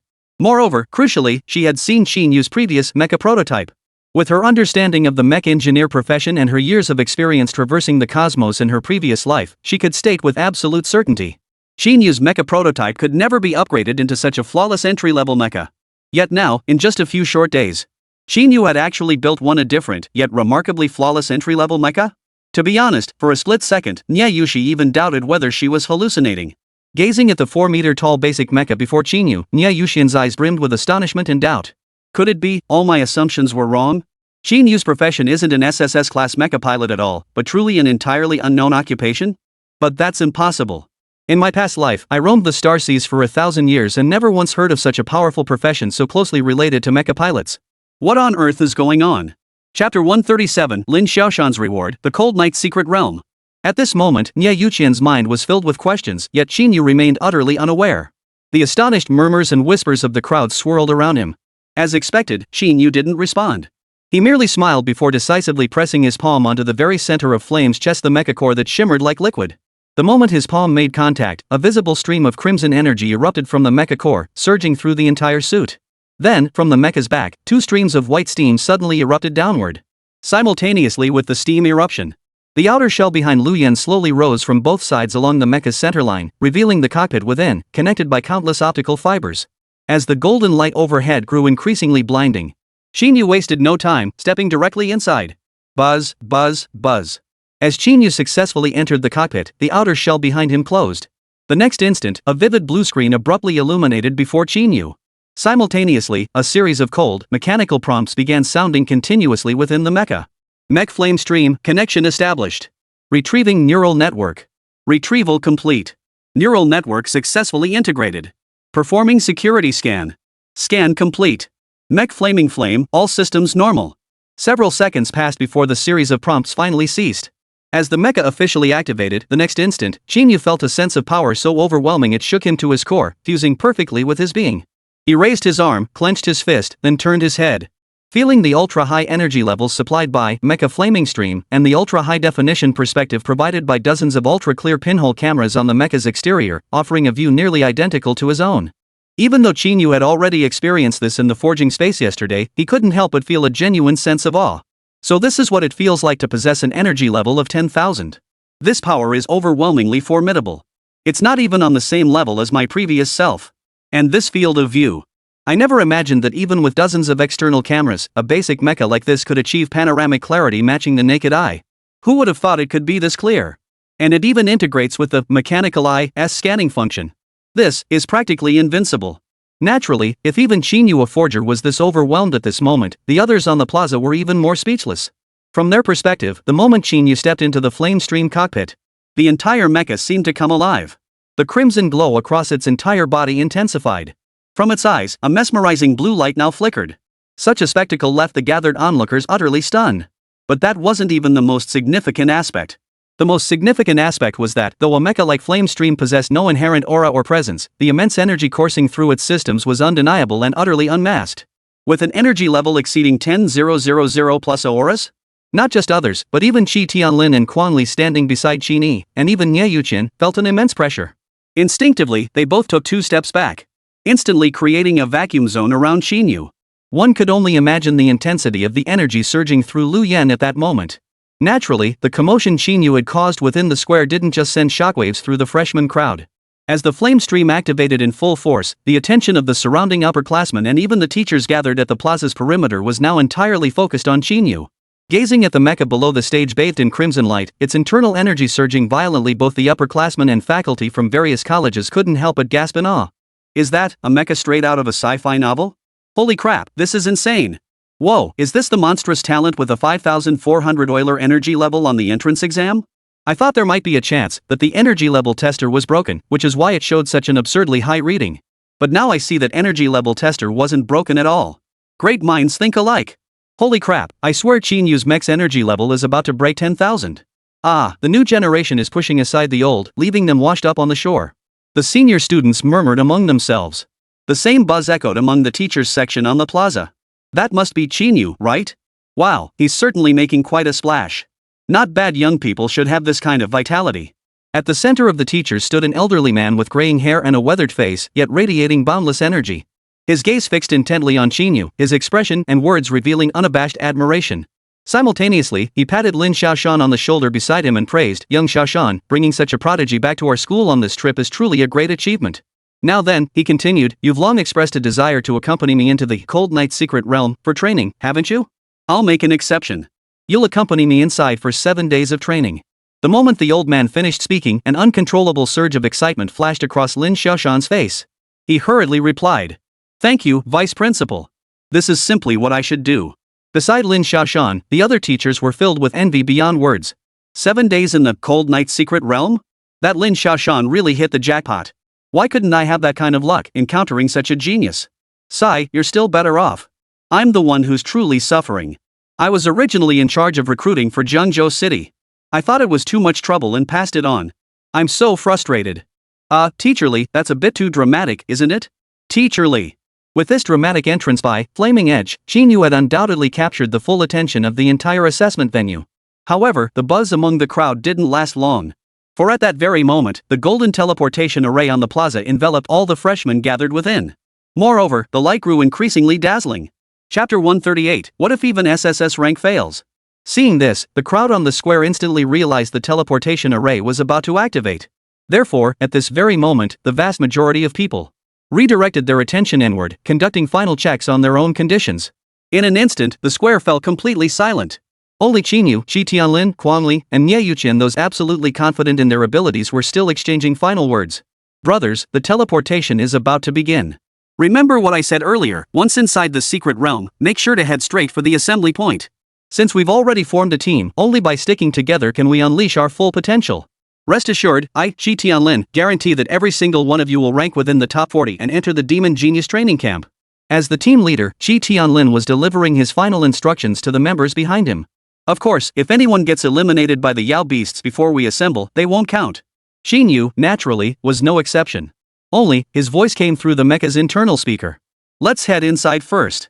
Rest assured, since I promised to form a team with you, it'll still work even if we're randomly teleported. Once inside, I'll do my best to find you all. For now, play it safe. Especially you, Qianqian. Got it? Ning Qianqian, got it, Qín Yǔ. I've got this. Don't worry, my talent is spatial teleportation. I might suck at fighting, but I can still save my own skin. Alright. Although the method of entering the secret realm had changed from a fixed point teleportation for everyone to a random teleportation, this was something Qín Yǔ hadn't anticipated. It also completely disrupted Qín Yǔ's plans. Unlike Shi Tianlin and Guangli, he hadn't anticipated the possibility of random teleportation upon entering the secret realm. But since he'd already agreed to their request to form a team, Qín Yǔ decided to stick with the team. After all, Li Qiming and Su Yuqing were both SSS tier professionals, ranking among the absolute elite within that tier.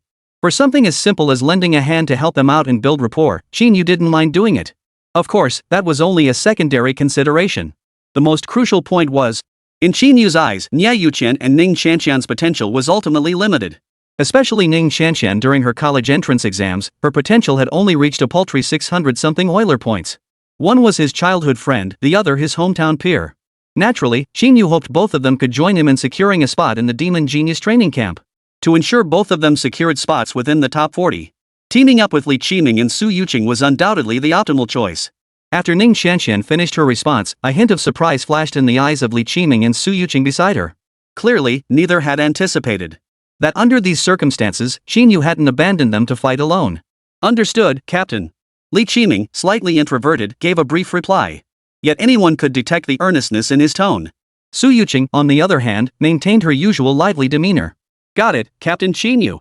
Don't worry, I'm not going down until you find me. I'm counting on you to take me flying. Qín Yǔ offered no reply. He merely controlled his mecha, gave the pair a slight nod, then refocused his attention on the Azure virtual screen before him. He wanted to conduct one final inspection of the mecha. But the next moment, Shi Tianlin's voice transmitted through the mecha, reaching Qín Yǔ's ears. Qín Yǐ, we'll meet in the secret realm then. Though you're the undisputed top performer in this college entrance exam, and by all accounts, you truly deserve it. Still, I want to test myself against you. Let me see just how wide the gap between us really is. Hearing this, Qín Yǔ froze for a moment, but quickly regained his composure. Turning his head downward toward where Shi Tianlin and Guangli stood, a smile spread across Qín Yǔ's face as he replied. Brother Tianlin, if you're interested, I, Qín Yǔ, will gladly oblige. However, separated by the mech armor's outer shell, Shi Tianlin couldn't see Qín Yǔ's smile. He could only hear the cold voice transmitted through the intercom. Judging by the tone, Shi Tianlin understood that Qín Yǔ's response held no ill will.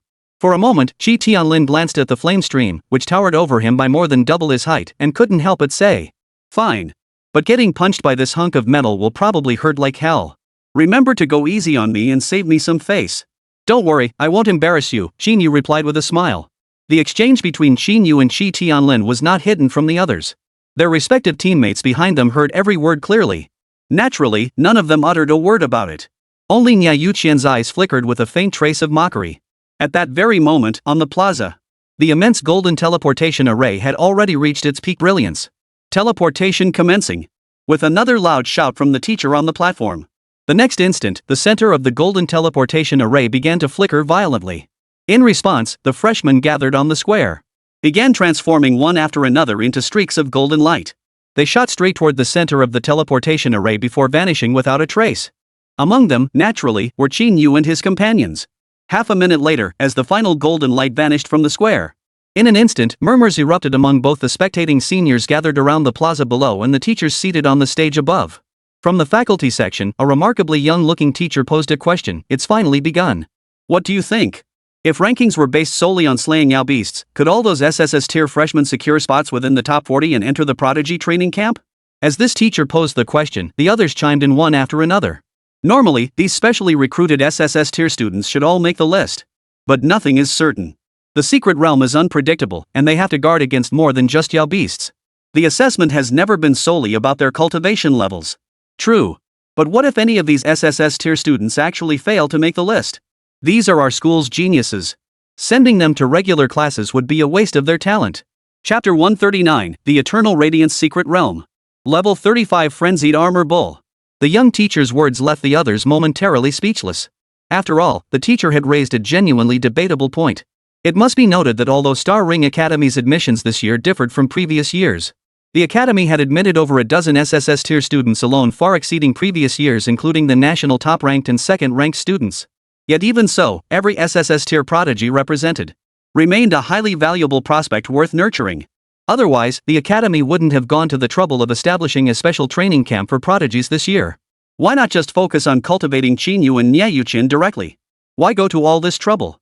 Conversely, if these SSS tier talents fail to enter the Demon Genius training camp due to their freshman assessments, it truly presents an unsolvable dilemma for the Academy. After all, the very purpose of establishing the Demon Talent Training Camp was to provide these SSS tier prodigies with superior resources and an optimal environment. As for the others, though no one says it outright, everyone knows the truth. Beyond those dozen or so SSS tier geniuses, the rest were essentially just extras. The vast gap in class potential was undeniable.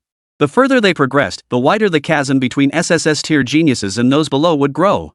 And if any SSS tier students were unable to enter the Demon Genius Training Camp, it would fundamentally undermine the very purpose for which the Demon Genius Training Camp was established. A heavy silence fell over the teacher's observation deck. However, this silence did not last long. Oomph. Soon, the vice dean seated at the center of the observation platform let out a cold snort. He then declared, if there truly exists an SSS tier student who fails to rank within the top 40 in the new student assessment, then follow the established rules. At this point, the elder swept his gaze around the room once more, his tone growing even more stern as he declared. Remember, the purpose of our academy in recruiting geniuses is to cultivate powerful individuals who can carry the banner for our dragon nation, indeed, for all of humanity. Not to cultivate useless individuals who merely take up positions without merit. These SSS geniuses in terms of cultivation level, isn't each one several times, even 7 or 8 times stronger than others? If they can't even outperform others, what's the point of letting them into the special training camp? I might as well focus my efforts on cultivating others instead. Besides, even if some unexpected circumstances prevent them from entering the camp, there's still the biannual elimination system. After 6 months, they can simply retake the test, right? It's merely a waste of half a year. The old man's voice was not loud, but his tone was sharp and piercing. Especially given his status as the Academy's vice dean, one of the few individuals whose cultivation had reached the threshold of the 90th level. Upon hearing his words, the other teachers instantly grew solemn. The young instructor immediately bowed his head and replied, "My apologies, Vice Dean." Within the Eternal Radiance secret realm, Qín Yǔ, who had been drawn into the teleportation array and transformed into a wisp of golden light, felt a flash before his eyes as he entered a tunnel of blinding white. After a lengthy period of transmission, Qín Yǔ's vision slowly began to clear. The instant his vision cleared, he felt a tremendous force slam into his back. The force was immense, catching him completely off guard. The next moment, Qín Yǔ was violently slammed into the ground. The massive 4-meter-tall mecha crashed down hard, its metal roar echoing through the air alongside the sound of cracking earth. Alert! Alert! Under attack by unknown assailants. Left limb damage at 1%. Detecting attack source. Detecting attack source. Source detected. Automatically adjusting field of view. Target successfully locked. At the same time, as Qín Yǔ came under attack, a series of metallic beeps echoed continuously within the cockpit. Damn, thank goodness I entered the mech early just to be safe. Otherwise, that single hit would have left me crippled if not dead. After a moment of shock, Qín Yǔ finally snapped back to reality. He swiftly rose to his feet, controlling the flame stream. Only then did Qín Yǔ clearly see the creature that had ambushed him. It was a Yao beast resembling a wild bull, yet covered entirely in armor like scales, with a massive prismatic golden crystal perched atop its head. A level 35 frenzied armored bull? After a day of cramming knowledge about the major radiant beasts within the Eternal Radiance secret realm, coupled with the scanning function of his newly activated mechanical eye, Qín Yǔ immediately identified the beast's name and species. Immediately afterward, a bitter smile escaped Qín Yǔ's lips. What kind of luck is this? Getting ambushed every time I randomly teleport into a secret realm is bad enough. But every ambush involves creatures that are practically boss level in any secret realm. Of course, the mad armor bull before him left Qín Yǔ little time for lamentation. Seeing that his full power strike, Qín Yǔ not only remained standing but sprang back to his feet with astonishing speed. A flicker of genuine surprise flashed across the mad armor bull's eyes. It immediately launched another attack. First, it let out a long, piercing bellow to the heavens. Then, the crystal atop its head gradually shifted from gold to crimson, while its eyes began to glow with flecks of scarlet. Simultaneously, its four legs began to crouch slightly, gathering power. Qín Yǔ recognized this stance immediately. He knew exactly what the mad armor's savage bull intended to do next. Even now, clad in his mecha armor, Qín Yǔ dared not take the mad armor's savage bull lightly. He dared not take it lightly for a moment. In an instant, his focus sharpened to 100%. Simultaneously, the surging mechanical energy within his body began pouring into the mecha like a floodgate opening. Within moments, countless circuits inside the cockpit glowed with a faint blue light. The exterior was no different. Under Qín Yǔ's full force infusion of mechanical energy, the flame-like patterns on Liu Yan's body crafted from special metal alloys seemed to come alive. Flames ignited across the mecha's surface. From afar, it no longer resembled a machine. Instead, it appeared as a fiery war god. At that very instant, without warning, the man-sized mad armor bull planted its hooves and charged violently toward Qín Yǔ. Chapter 140, A Harsh Lesson. An unfortunate first battle. Though the mad armor bull was massive, resembling an armored vehicle at first glance, its charging speed was astonishingly swift. As its hind legs pushed off the ground, in the next instant, it became a blur of gray, hurtling straight toward Qín Yǔ. Could it be? Qín Yǔ showed no sign of retreat. Mechanical energy surged violently through his body, channeling into his flowing flames. Instead of dodging, Qín Yǔ stood his ground and unleashed a punch directly at the charging mad armor bull. Simultaneously, as the collision occurred, the shoulders of Qín Yǔ's armor abruptly opened.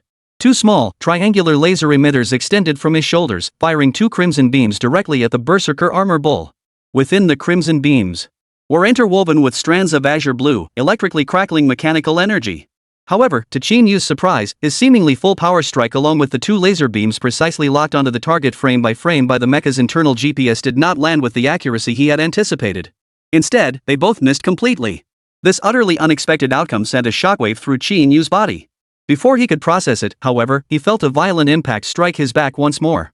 This impact was far more powerful than the previous one. Before Qín Yǔ could process what was happening, he felt a tremendous force surge through his back. Immediately afterward, Liu Yan lost all control and crashed headfirst toward the ground. And this time, it was even more brutal than before. Qín Yǔ, dragging Liu Yan along with him, skidded across the ground for several seconds, before finally grinding to a halt against the ground. Warning! Critical damage threshold exceeded. Assessing core damage severity. Retrieval successful. Waist sustains severe impact. Damage ratio, 10%. Current damage level has compromised overall performance of this unit. Evaluating. Assessment complete. Affected area undergoing automatic repair. Impact is negligible. Another series of cold, metallic alerts sounded in rapid succession. Inside the cockpit, Qín Yǔ was jolted by the violent shaking, leaving him dizzy. It took him a full minute to regain his bearings. Then, staring at the screen displaying damage spanning a full 10%, he couldn't help but feel genuinely shocked. Damn it, is this level 35 Radiant Beast really this terrifying? An ordinary level 35 Demon Seed, I won't say it gets one shot, but it shouldn't be taken down head-on like this, right? Even if it's several times stronger, that shouldn't be possible. To be perfectly honest, Qín Yǔ was genuinely stunned at that moment. He had assumed that with the inherent energy level of the flame stream itself, combined with his own full-power mechanical force, even if this mad armor bull was a level 35 Radiant Beast several tiers stronger than ordinary Demon Seeds, even if his all-out strike didn't deliver an instant kill, it should absolutely cripple this mad armor bull. After all, he had just scanned it with the mechanical eye. He had seen the energy level of this beast. A mere 9,000 auras of energy level. And while that energy level might seem, it was undeniably absurdly high.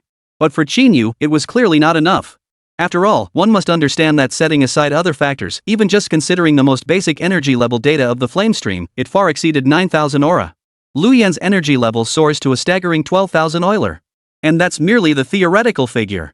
With the boost from his secondary profession mechanical engineer, Qín Yǔ had further upgraded the flame's power beyond its original base. This alone pushed the flame's theoretical energy level to a staggering 13,000 Euler. And that's not all. Remember, Qín Yǔ's previous strike actually harnessed mechanical force. Though Qín Yǔ's current level remains quite low, and his mod power bonus isn't particularly high, it still amounted to a solid 15%. And under the influence of this 15% mechanical force enhancement, the overall energy level of the flame stream was already nearing the 15,000 joule threshold. That's a full 6,000 aura higher than this mad armor bull. Yet, despite the staggering disparity in energy levels, his so-called full power strike not only failed to kill the Yao beast, but he himself suffered a heavy loss. To be honest, Qín Yǔ was genuinely bewildered. With great effort, he regained control of the flame stream and struggled to rise from the now pitted and scarred ground. Qín Yǔ could distinctly feel a slight obstruction forming around the waist section of the mecha. This obstruction, though not particularly pronounced, it could even be considered negligible. But it was there. And, Mecha Flaming Edge, as the strongest mechanical creation Qín Yǔ had crafted thus far, had suffered such a significant setback in its very first battle. At this moment, Qín Yǔ shed the last shred of arrogance from his heart.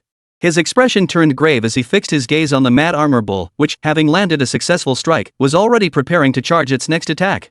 After all, he was currently within the resource-rich secret realm, the Eternal Radiance secret realm. Death here did not mean true death. One would merely be forcibly teleported out. Had this been any other secret realm, he might well have met his end here. Initiate full spectrum scan again. His gaze sharpened as he fixed his eyes on the Berserker Armored Bull, guarding against its next potential attack. Qín Yǔ simultaneously initiated another scan on the Mad Armor Bull before him. As a faint blue light flickered deep within Qín Yǔ's eyes.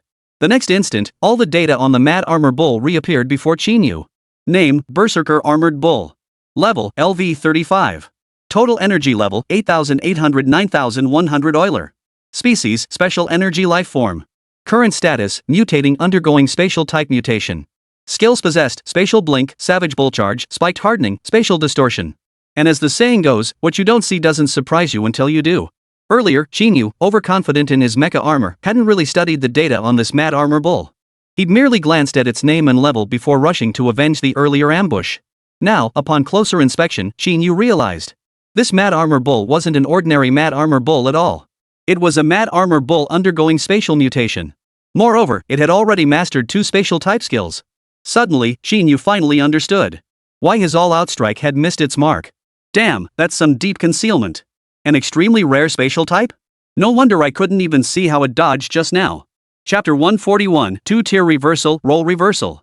Amidst the swirling dust of the Eternal Radiance secret realm, Qín Yǔ stared at the massive, crimson-eyed Mad Armor Bull before him, his expression frozen.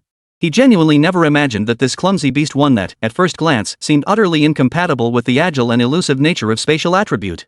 It actually possessed 2 spatial abilities. No wonder most online records about the Yao beasts in the Eternal Radiance secret realm only mention their names, but remain vague about their abilities. And they also say, within the secret realm, everything is ever-changing. Never underestimate any glorious beast. So that's how it is. It took Qín Yǔ quite a while to finally come to his senses. Combining the scan results from his mechanical eye with the information he'd gathered online about the Eternal Radiance secret realm over the past few days, Qín Yǔ finally understood why this Mad Armor Bull possessed spatial abilities. First, glorious beasts were not inherently real living beings. As the scan results described, a species belonging to a unique form of energy life. Put simply, it was merely a false energy entity evolved from Yao beast essence infused with sufficient energy. This also explains why slayers gain enhancements after absorbing the essence of these radiant beasts. Fundamentally, these radiant beasts are composed of pure energy. As for the final form, attributes, and skills these radiant beasts develop during their evolution, it's entirely random. And precisely because this evolutionary process is entirely random, it naturally results in the evolved radiant beasts being wildly varied in strength and appearance, with each one being fundamentally different from the next. And clearly, the Mad Armor Bull that Qín Yǔ encountered at this moment was undoubtedly an absolute standout among countless radiant beasts. After all, the Mad Armor Bull's immense strength and massive size, combined with its spatial abilities' eerie unpredictability and agility, would have been enough to expel anyone but Qín Yǔ from the secret realm with a single strike. If it had been Qi Tianlin or someone like the Mad Strength, that single strike might have already sent them flying out of the secret realm. TSK, why does it feel like I'm being deliberately targeted? Right off the bat, I encounter such a high-level Yao beast. And getting ambushed is one thing. And it's an elite variant among radiant beasts? Who wouldn't think this is targeted? Realizing this, Qín Yǔ glanced at the frenzied armor bull before him and couldn't help but inwardly rant. But ranting aside, realizing why he'd been caught off guard finally eased the tension in his chest. After all, it wasn't that he'd been outmatched in raw strength. It was simply because this Mad Armor Bull was a bit special. If it came down to raw strength, he would undoubtedly hold the absolute upper hand. But even if I could crush this Mad Armor Bull with raw power, killing it would still be a challenge, right? Of course, even though he had relaxed a little, Qín Yǔ remained completely vigilant. After all, this Mad Armor Savage Bull was a genuine, extremely rare spatial type radiant beast. And throughout history, from fiction to reality, spatial types had always been synonymous with the weak defeating the strong. Even opponents vastly stronger than him would rarely gain an advantage against it in most situations. Moreover, the most crucial point was, the mecha flaming flow Qín Yǔ currently wore was merely an entry-level mecha. Its massive size was one thing, but its movement was also incredibly clumsy. This is getting tricky. Qín Yú's gaze locked onto the rampaging armor bull before him. After careful deliberation, Qín Yǔ made a bold decision. Instead of continuing to face off against the mad armor bull, Qín Yǔ commanded the flame stream to charge straight at it. Operating at full power, bolstered by Qín Yú's own mechanical strength. Even though the flame stream wasn't particularly agile, its speed alone was astonishingly fast. Its rapid charge kicked up a thick plume of smoke along the way. In less than the blink of an eye, Qín Yǔ closed in on the mad armor bull. Yet, just as Qín Yú's fist was about to make contact with the mad armor bull, a distinctly human-like look of contempt flickered in the mad armor bull's eyes. Then, the space around the mad armor bull warped. In the next instant, the mad armor bull vanished from Qín Yú's sight. Immediately after, Qín Yǔ felt a tremendous force slam into his back. Still in the midst of his charge, was once again unable to control himself and crashed to the ground. However, though the sequence was strikingly similar, this time Qín Yǔ did not allow himself to crash face first into the ground like the previous two times. Instead, he immediately increased his mechanical power output, forcibly twisting half his body around. This allowed him to clearly see the location of the mad armor bull after it had used spatial flash. With dozens of cameras scanning the area, Qín Yǔ quickly pinpointed the location of the mad armor bull. Having successfully ambushed Qín Yǔ once more, just like before, it immediately created distance from Qín Yǔ. Witnessing this, Qín Yǔ showed no anger at being ambushed or kite by a Yao beast. Instead, a cold smile played at the corners of his mouth. I've been waiting for you to create distance. He sneered inwardly, gauging the distance. Once satisfied it was sufficiently far, Qín Yǔ hesitated no longer. He immediately commanded the two miniature laser turrets mounted on Liu Yan's shoulders to fire two laser beams at the mad armor bull. Through the neural network connection, Liu Yan's thoughts moved as she willed them. Even while still sliding across the ground, the two miniature laser cannons on her shoulders instantly fired two crimson beams at the berserker armor bull. While Liu Yan was indeed quite bulky and moved slowly overall, the lasers it fired were anything but slow. In the blink of an eye, the two crimson beams had already closed in on the mad armor bull. And under Qín Yú's tense gaze, they slammed solidly into the mad armor bull's body. Witnessing this scene, the smile on Qín Yú's face grew even broader. So you really couldn't react in time? Then it's time for us to switch roles. Chapter 142, Kite Flying Tactics. Two crimson laser beams struck the distant armored bull with pinpoint accuracy. However, since both lasers were fired from small laser cannon mounts, their energy levels were severely limited. Thus, they inflicted little damage on the berserker armored bull. Only on its heavily armored body. Smoldering, charred pits were left. Compared to the mad armored bull's massive frame towering as tall as a man and as large as a small truck, these minor wounds were utterly insignificant. However, Qín Yǔ couldn't care less about this outcome. For he had never harbored any expectations for these two laser beams from the very beginning. He had merely been testing the reaction capabilities of these energy-evolved Yao beasts. Exactly. The reason Qín Yǔ had charged headlong at the mad armor bull, mindlessly swinging punches despite knowing it possessed spatial-type talents. He never intended to kill or even injure the mad armor bull through such means. To kill or even injure this mad armor bull. From start to finish, Qín Yǔ had only been testing the mad armor bull's reaction speed. And clearly, the test results left Qín Yǔ thoroughly satisfied.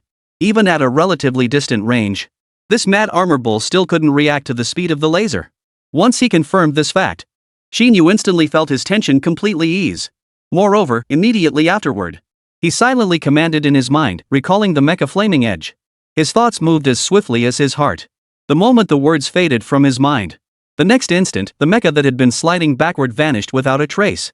His body, still flickering with strands of blue mechanical energy, was now fully exposed to the outside world.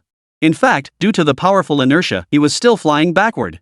This was undoubtedly extremely dangerous for Qín Yǔ. After all, since awakening the super god mechanic profession, Qín Yǔ had channeled all his combat power into various machines. Consequently, his physical body was far more fragile than that of other class transitioners. He was even more fragile than a mage class. After all, mages could harness magical power to protect themselves as they leveled up. But a mechanic's mechanical power could only be channeled into various machines. It was only after awakening the innate talent mechanical body, Qín Yú's weakness was finally well compensated. But how long had Qín Yǔ possessed the mechanical body talent? Even after all this time, it had only added a mere 100 or 2 points to his strength attribute. His overall energy level barely exceeded 1,900 Euler points, not even reaching the average level of other SSS tier geniuses. And that's not even considering the colossal armored bull before him, a being with an energy level soaring to 9,000 Euler points and wielding a spatial type talent.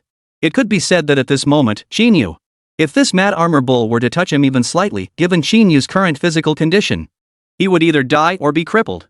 Yet, at this moment, Qín Yǔ paid it no mind whatsoever. The reason was simple: after the recent scanning reconnaissance, Qín Yǔ had already gained a thorough understanding of the immense power unleashed by the two spatial skills possessed by the mad armor savage bull. Whether it was spatial distortion or spatial blink, these skills were undeniably powerful. Among the myriad spatial abilities, they were particularly outstanding. But both were short-range spatial abilities. At best, they could only enable flickering movement within a range of 30 meters or so. Moreover, these abilities weren't without limitations. Besides a 4-second cooldown, they also came with enormous energy costs.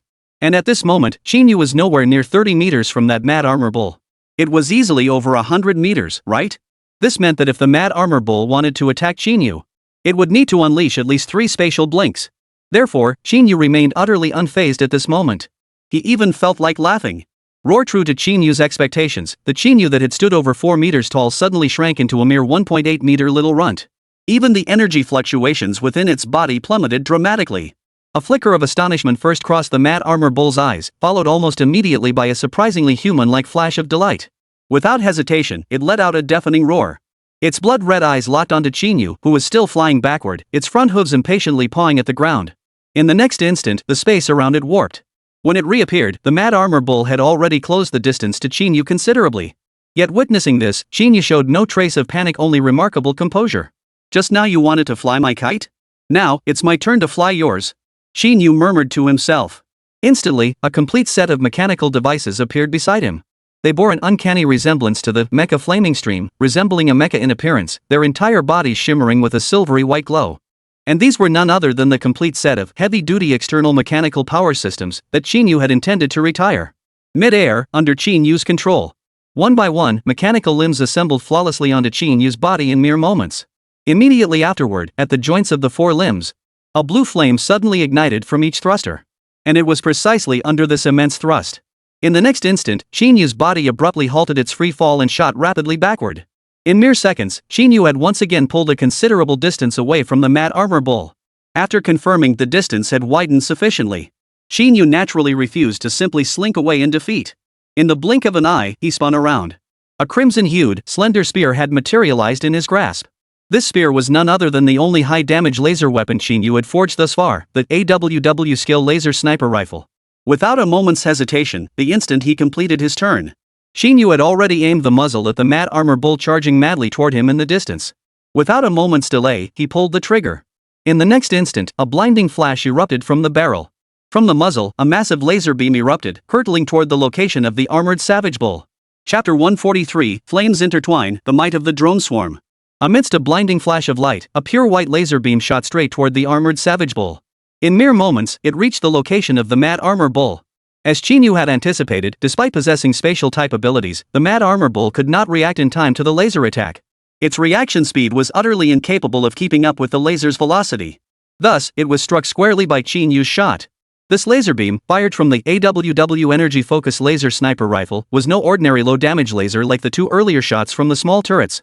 The AWW Focused Energy Laser Sniper Rifle boasted a staggering total energy level of 1900 aura. Even when compared to the 9000 Erlikon of the Berserker armor, there was still a significant gap. But overall energy level, at the end of the day, is just that overall energy level. Even the minor laser beams from small turrets could leave a noticeable scorch mark on the Mad Bull's armor. This clearly demonstrates that the Berserker Bull's defenses are far from capable of completely nullifying a 1900 Euler attack. Thus, with the laser's precise strike landing, without a sound, the next instant, the Mad Armor Bull instinctively let out an agonized bellow. Simultaneously, a distinct scorched wound, neither too large nor too small, became visibly apparent on its armor-plated body. As the Berserker Armored Bull moved violently, the wound already scorched to a charred mess by the laser's intense heat further cracked open. Thanks to the enhancement from the head component of the heavy-duty mechanical power exoskeleton. Even from a great distance, Qín Yǔ could see the granulation tissue within the wound. This beast actually dared mock me earlier? Now let's see if you can still laugh. Witnessing this scene, Qín Yǔ's smile grew even broader, contrasting sharply with the Berserker Armor Bull's raging fury. Without hesitation, Qín Yǔ activated the 4 thrusters on his limbs, rapidly retreating backward to widen the distance between himself and the Berserker Armored Bull. The 3-second charge time for the AWW Energy Laser Sniper Rifle had barely concluded. Qín Yǔ raised his rifle and fired another shot at the still roaring Mad Armor Bull. Just like Gang Gang, the armored Savage Bull had no time to react. The laser arrived in an instant, a pure white beam striking the beast squarely once more. Immediately, another sizable hole was blasted into its body. Another wave of pain washed over it. For a moment, a distinct flash of rage flickered within the bull's already bloodshot eyes. Roar! Then, the mad armor bull let out another roar before charging headlong toward Qín Yǔ's position without hesitation. And with its staggering energy level of 9,000 aura. Though not as eerily swift as spatial flickering, the mad armor bull's speed was still formidable. Especially when combining its full throttle charge with spatial flickers. This pushed its speed to an utterly terrifying level. In mere seconds, the distance between the mad armor bull and Qín Yǔ had abruptly closed by a significant margin. Yet, faced with this scene, Qín Yǔ showed not a hint of panic. The moment the berserker armor bull began charging toward him, Qín Yǔ had already pushed the power of the 4 thrusters on his heavy-duty mechanical power exoskeleton to its absolute maximum. Moreover, while pushing the power to its peak, he channeled additional mechanical energy into them. Therefore, as the distance between himself and the berserker armor bull rapidly closed, Qín Yǔ hesitated no longer, unleashing full throttle. He charged backward with all his might. Even at its peak speed, it clearly couldn't match the speed of Qín Yǔ's 4 turbo boosters. Thus, after a few more seconds, Qín Yǔ and the beast found themselves separated by a considerably safe distance. With the gap widened, Qín Yǔ naturally held nothing back. He fired another shot directly at the mad armor bull. The mad armor bull was struck once more. But it wasn't over yet. Another successful strike. At this point, Qín Yǔ had confirmed beyond doubt that with his current tactics, bolstered by his innate talents of infinite stamina and unlimited firepower, barring any unforeseen circumstances, this mad armor bull clearly had no chance of harming him. However, even though the mad armor bull couldn't possibly harm him, with its attack frequency of once every few seconds, it was still going to be a pain to finish this beast off. Therefore, at this moment, another shot landed true. Qín Yǔ didn't immediately activate his thrusters at full power to retreat. Instead, he slowly retreated while a thought flashed through his mind. With a wave of his hand, he released all the Viper mod combat drones from the forging space one by one. As an upgraded version of the Viper fighter, the Viper modified combat UAV not only boasts increased output power and enhanced self-defense capabilities, but its internal intelligence systems have also undergone significant upgrades. Beyond increased firepower and enhanced defenses, the internal AI systems of the Viper 2 combat drones had also been upgraded. Therefore, even with over a dozen Vipers present at this moment, Qín Yǔ operated them with no pressure whatsoever. After all, once he adjusted their programming to target the mad armor bulls and adopted a guerrilla search and destroy tactic, these Viper-modified combat drones could operate autonomously.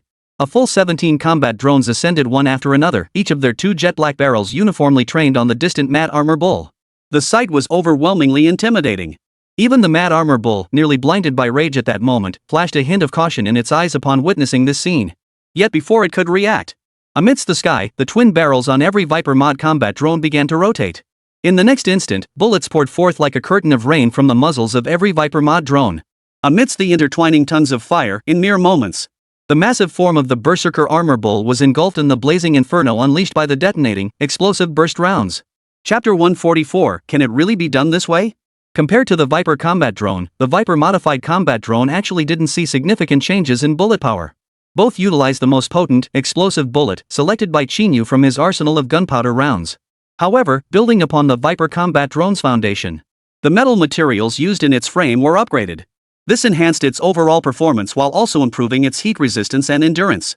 After all, under the influence of Qín Yǔ's infinite firepower talent, the fate of the first Viper combat drone remains vividly etched in his memory.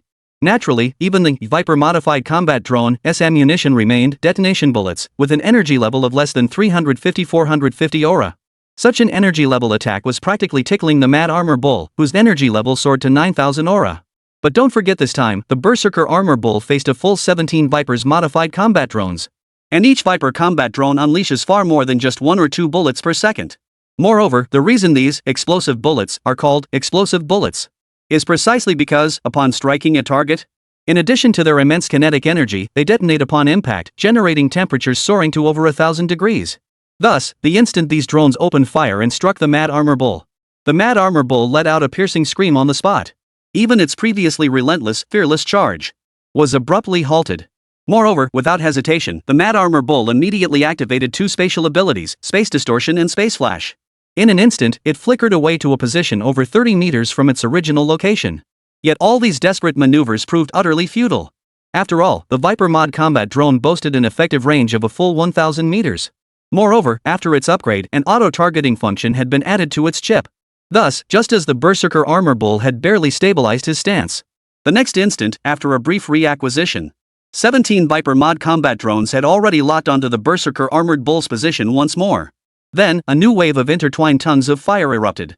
Countless bullets poured forth, instantly engulfing the Mad Armor Bull. And precisely at that moment, the charge in Qín Yǔ's AWW-focused energy laser sniper rifle completed. Then, Qín Yǔ fired another laser, landing with pinpoint accuracy on the Berserker Armored Bull.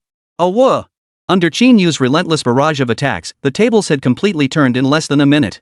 Originally, Qín Yǔ had been utterly disoriented and flustered by the Mad Armor Bull's bizarre and agile spatial abilities. Now, however, it was the Mad Armor Bull that was screaming in agony. Amidst the sea of flames, the Mad Armor Bull, its body now a tattered wreck, had long since extinguished the rage burning in its eyes. Gazing at Qín Yǔ in the distance, his gaze held not just anger, but more profoundly, fear that stemmed from the depths of his being. For at this moment, it could distinctly sense, though the dozen or so incomprehensible flying machines before it inflicted no real damage with each strike, but their sheer numbers and blinding speed were overwhelming. As the saying goes, constant dripping wears away the stone. Even with its formidable armor, it simply couldn't withstand such relentless assault. Moreover, the most critical point was that if this battle continued unabated, the armor plating covering its body would soon be worn away layer by layer. And if that armor were worn away, its defensive capabilities would be drastically reduced. Not to mention, beyond these assaults, there were also those lasers fired from the human every few seconds so fast it couldn't react in time. And the destructive power of that laser beam was on an entirely different level compared to these attacks. Without the protection of its external armor, it seriously doubted it might even be pierced clean through, which meant there was a real possibility it could die at this man's hands. Therefore, at this very moment, the Mad Armor Bull had already begun to entertain thoughts of retreat. Moreover, this retreating thought, once it arose, it spiraled out of control. Roar! Amidst the intertwining flames, the Mad Armor Bull let out another mighty roar. This startled Qín Yǔ, who had been preparing to fire another shot at it, making him wonder if the Mad Armor Bull had some hidden trump card up its sleeve. The next moment, the Mad Armor Bull, without a second glance, it began charging at full speed in the exact opposite direction of Qín Yǔ's position. In the blink of an eye, it had already covered dozens of meters using the spatial flash skill. Witnessing this, Qín Yǔ was momentarily stunned. But then, a playful smile spread across his face. Hey there, wasn't it just now that you were mocking me while chasing me? Now you're thinking of running? Isn't that a bit too late? He muttered to himself, then without hesitation, he directly manipulated the mechanical power exoskeleton covering his body, adjusting the direction of all four thrusters once more. Then, a burst of blue light erupted from the thrusters' tails. In the next instant, Qín Yǔ's body shot forward at light speed, closing in on the Berserker Armor Bull. Meanwhile, the 17 Viper mod combat drones, operating under their autonomous AI protocols, they too followed closely behind Qín Yǔ, hot on the heels of the Berserker Armored Bull. With all four thrusters operating at full power and bolstered by Qín Yǔ's mechanical enhancement, his speed far surpassed that of the Mad Armor Bull. Thus, in mere seconds, Qín Yǔ had once again closed the distance between himself and the Mad Armor Bull, to a point where the Mad Armor Bull couldn't reach him with its attacks, yet Qín Yǔ could unleash his firepower without restraint. The moment he reached that range, Qín Yǔ hesitated not a moment, fired another shot at the Berserker Armor Bull. Immediately following, the swarm of Black Viper mod combat drones closed in. They unleashed another barrage of fire upon the Mad Armor Bull. In an instant, the Mad Armor Bull was into a state of continuous, agonized screams. Chapter 145, Are youngsters these days this terrifying? The raging flames unleashed by the explosive bullets engulfed the Mad Armor Bull once more. Its agonized screams pierced the heavens. Watching this scene, Qín Yǔ remained expressionless, only continuing to raise his gun and fire. Whether it was the drone's attacks or the laser strikes from the AWW-focused energy laser sniper rifle he personally operated, their energy levels were far too low to significantly harm this level 35 Mad Armor Bull. A single shot or two couldn't inflict significant damage. But if the volume and duration were prolonged, it could still prove deadly for the Berserker Armored Bull. Take now, for instance. After enduring 2 rounds of concentrated fire from 17 Viper mod combat drones and over a dozen laser strikes from Qín Yǔ, on the surface, the Berserker Armored Bull still appeared to be jumping around energetically. But in reality, the scan results from Qín Yǔ's mechanical eye revealed that this Mad Armor Bull was already on its last legs. After all, stripped of its bizarre and agile spatial abilities, this Mad Armor Savage Bull was fundamentally just a level 35 Yao beast. Its energy level hovered around 9,000. Thus, at this very moment, relying on its thrusters to float mid-air, Qín Yǔ gazed down at the Mad Armor Bull below. Seeing itself trapped once more by Qín Yǔ, its escape plan dashed, the beast gradually descended into madness, lashing out at him again. A faint curve reappeared on his face. Then, he continued manipulating the thrusters, initiating a retreat. Of course, during his retreat, Qín Yǔ didn't forget to fire another shot at it. And thus, relying on his absolute speed advantage. The Mad Armor Bull tried to flee, but Qín Yǔ pursued it, attempted to attack Qín Yǔ, but Qín Yǔ retreated. True to Qín Yú's expectations, it took only a few short minutes. The Mad Armor Bull, its spiked armor now shattered and torn to shreds, could run no further. With one final, heart-wrenching bellow to the heavens, it collapsed onto the ground, gasping for breath. Yet even now, its bloodshot eyes remained fixed on Qín Yǔ. Clearly, the Mad Armor Bull was utterly unwilling to accept being driven to this point by Qín Yǔ. Qín Yǔ paid it no mind whatsoever. He raised his head and sent another scan from the mechanical eye, confirming that the armored bull was indeed near death, its internal energy completely depleted. Qín Yǔ had no further reservations. He raised his hand and fired another laser, striking it squarely on the forehead, instantly killing the Mad Armored Bull. As the Mad Armor Bull lost all signs of life. In the next instant, the entire body of the Mad Armor Bull, which had been as large as a small truck, transformed into a massive golden light. In the blink of an eye, it all converged into the rhombic crystal that had once sat atop the Mad Armored Bull's head. Under the immense convergence of golden energy, the originally crimson rhombic crystal instantly transformed into a golden hue. Qín Yǔ, observing this scene, felt no surprise. After confirming with a glance that no other radiant beasts remained in the vicinity, Qín Yǔ promptly returned the AWW energy laser sniper rifle in his hand to the forging space. He then plucked the rhombic crystal floating in midair into his hand and began examining it. This must be the essence of the radiant beast. What Qín Yǔ didn't know was that the very moment he had completely slain this level 35 Mad Armor Bull. In the real world, at Star Ring Academy, the square where Qín Yǔ and the other freshmen had gathered had fallen into complete silence. Whether it was the upperclassmen, the examiners, or even the vice dean, everyone stared blankly at the vivid blue virtual screen suspended above the plaza. It displayed in real time the movements of Qín Yǔ and the other SSS tier prodigies. Indeed. What none of the freshmen knew was that from the moment these SSS tier prodigies entered the secret realm, their every move had been under real-time broadcast. This was especially true for prodigies like Qín Yǔ, whose professions were rated SSS. Each individual possessed a dedicated screen projected at the plaza's center. Beside the array of azure light screens stood a ranking bar numbered from 1 to 40. This means, from the moment Qín Yǔ entered the secret realm, to his encounter with the level 35 spatial type Mad Armor Bull, all the way to his ultimate counter-kill victory. Every detail of his journey from entering the secret realm to confronting the level 35 spatial type Berserker Armor Bull, culminating in his ultimate counter. And this was precisely why everyone surrounding the plaza now fell into complete silence. Dead silence hung over the square. Only after a long, drawn-out moment did a gasp finally break the silence. No way. That's a level 35 Berserker Armor Bull with an energy level of 9000 Euler and 2 freaking spatial skills. Killed like that? Are young people this strong nowadays? As that exclamation echoed, the entire square erupted like a domino effect. The place erupted in an instant. Holy, is this the power of this year's top college entrance exam scorer? This is insane. What the hell is this? It's way too overpowered. Honestly, if I went in as a level 30 plus archmage, forget killing it, I'd be dead before the first wave of ambush even hit. This freshman is barely over level 20, right? Forget a high-level mage. Just looking at the attack power that Mad Armor Bull displayed, even my martial arts skills wouldn't stand a chance. Holy crap, is this the genius who shattered the entire Blue Star entrance exam's power level record? I was kinda skeptical before, but now I'm totally blown away. Damn impressive. Who can argue with that? Outside the plaza, countless upperclassmen stared at Qín Yǔ on the projection screen, their worldviews utterly shattered. After all, this was a Yao beast of a staggering level 35, having evolved 2 spatial type skills that were practically unmatched in close combat. Generally speaking, ordinary specialists, unless they wielded SSS tier powerhouse classes, could only fight on equal footing with demonic beasts of the same level. Originally, when they saw Qín Yǔ encounter such an overpowered Mad Armor Bull right after entering the secret realm, they all assumed that Qín Yǔ, the top student in the college entrance exams, would either flee in disarray or be killed outright and expelled from the secret realm. Unexpectedly, Qín Yǔ was only struck twice by the Mad Armor Savage Bull. Then, he proceeded to kite the beast relentlessly from start to finish, ultimately wearing it down to death without a single scratch? Chapter 146, Perfect Constitution, No Need for Ascension. To be perfectly honest, the seniors gathered on the plaza were undoubtedly feeling both stunned and conflicted. And of course, it wasn't just these seniors. At this very moment, even the teachers on the stage, the vice dean, and even the dean of Star Ring Academy Wan Qianshan were utterly astonished. Xiaoshan, this Qín Yǔ you found in that backwater of Zhengzhou. Are you certain he's truly human? Isn't it a bit too godlike? Even if a genius can fight above their level, this is just too much of a stretch, isn't it? On the teacher's viewing platform, a young female instructor stared blankly at the holographic display, fixated on Qín Yǔ's figure fully encased in steel exoskeleton armor. As soon as she spoke, the other teachers on the platform nodded in profound agreement. Clearly, they all shared the young teacher's astonishment. This isn't just simple level jumping. Qín Yǔ's current level is only around 20, right? He can clear a level 35 beast battle with barely a scratch. If we replace the enemy with a demon seed or a human, wouldn't that mean he could take down anyone below level 45 with ease? Exactly. Xiaoshan, did you bring a prodigy back to the academy? This combat power is downright terrifying. Two other teachers chimed in with their agreement. Listening to the trio, Ling Xiaoshan stood nearby. While he shared their shock, a hint of pride also stirred within him. Of course, like everyone else, Lin Xiaoshan was utterly stunned by the strength Qín Yǔ had displayed.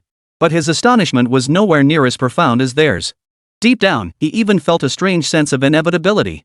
After all, from that blood-colored secret realm in Jiangzhou, to his subsequent counterattack against the level 39 Li Xingwen, and then to the college entrance exam assessment, Qín Yǔ's strength had continually shattered his expectations.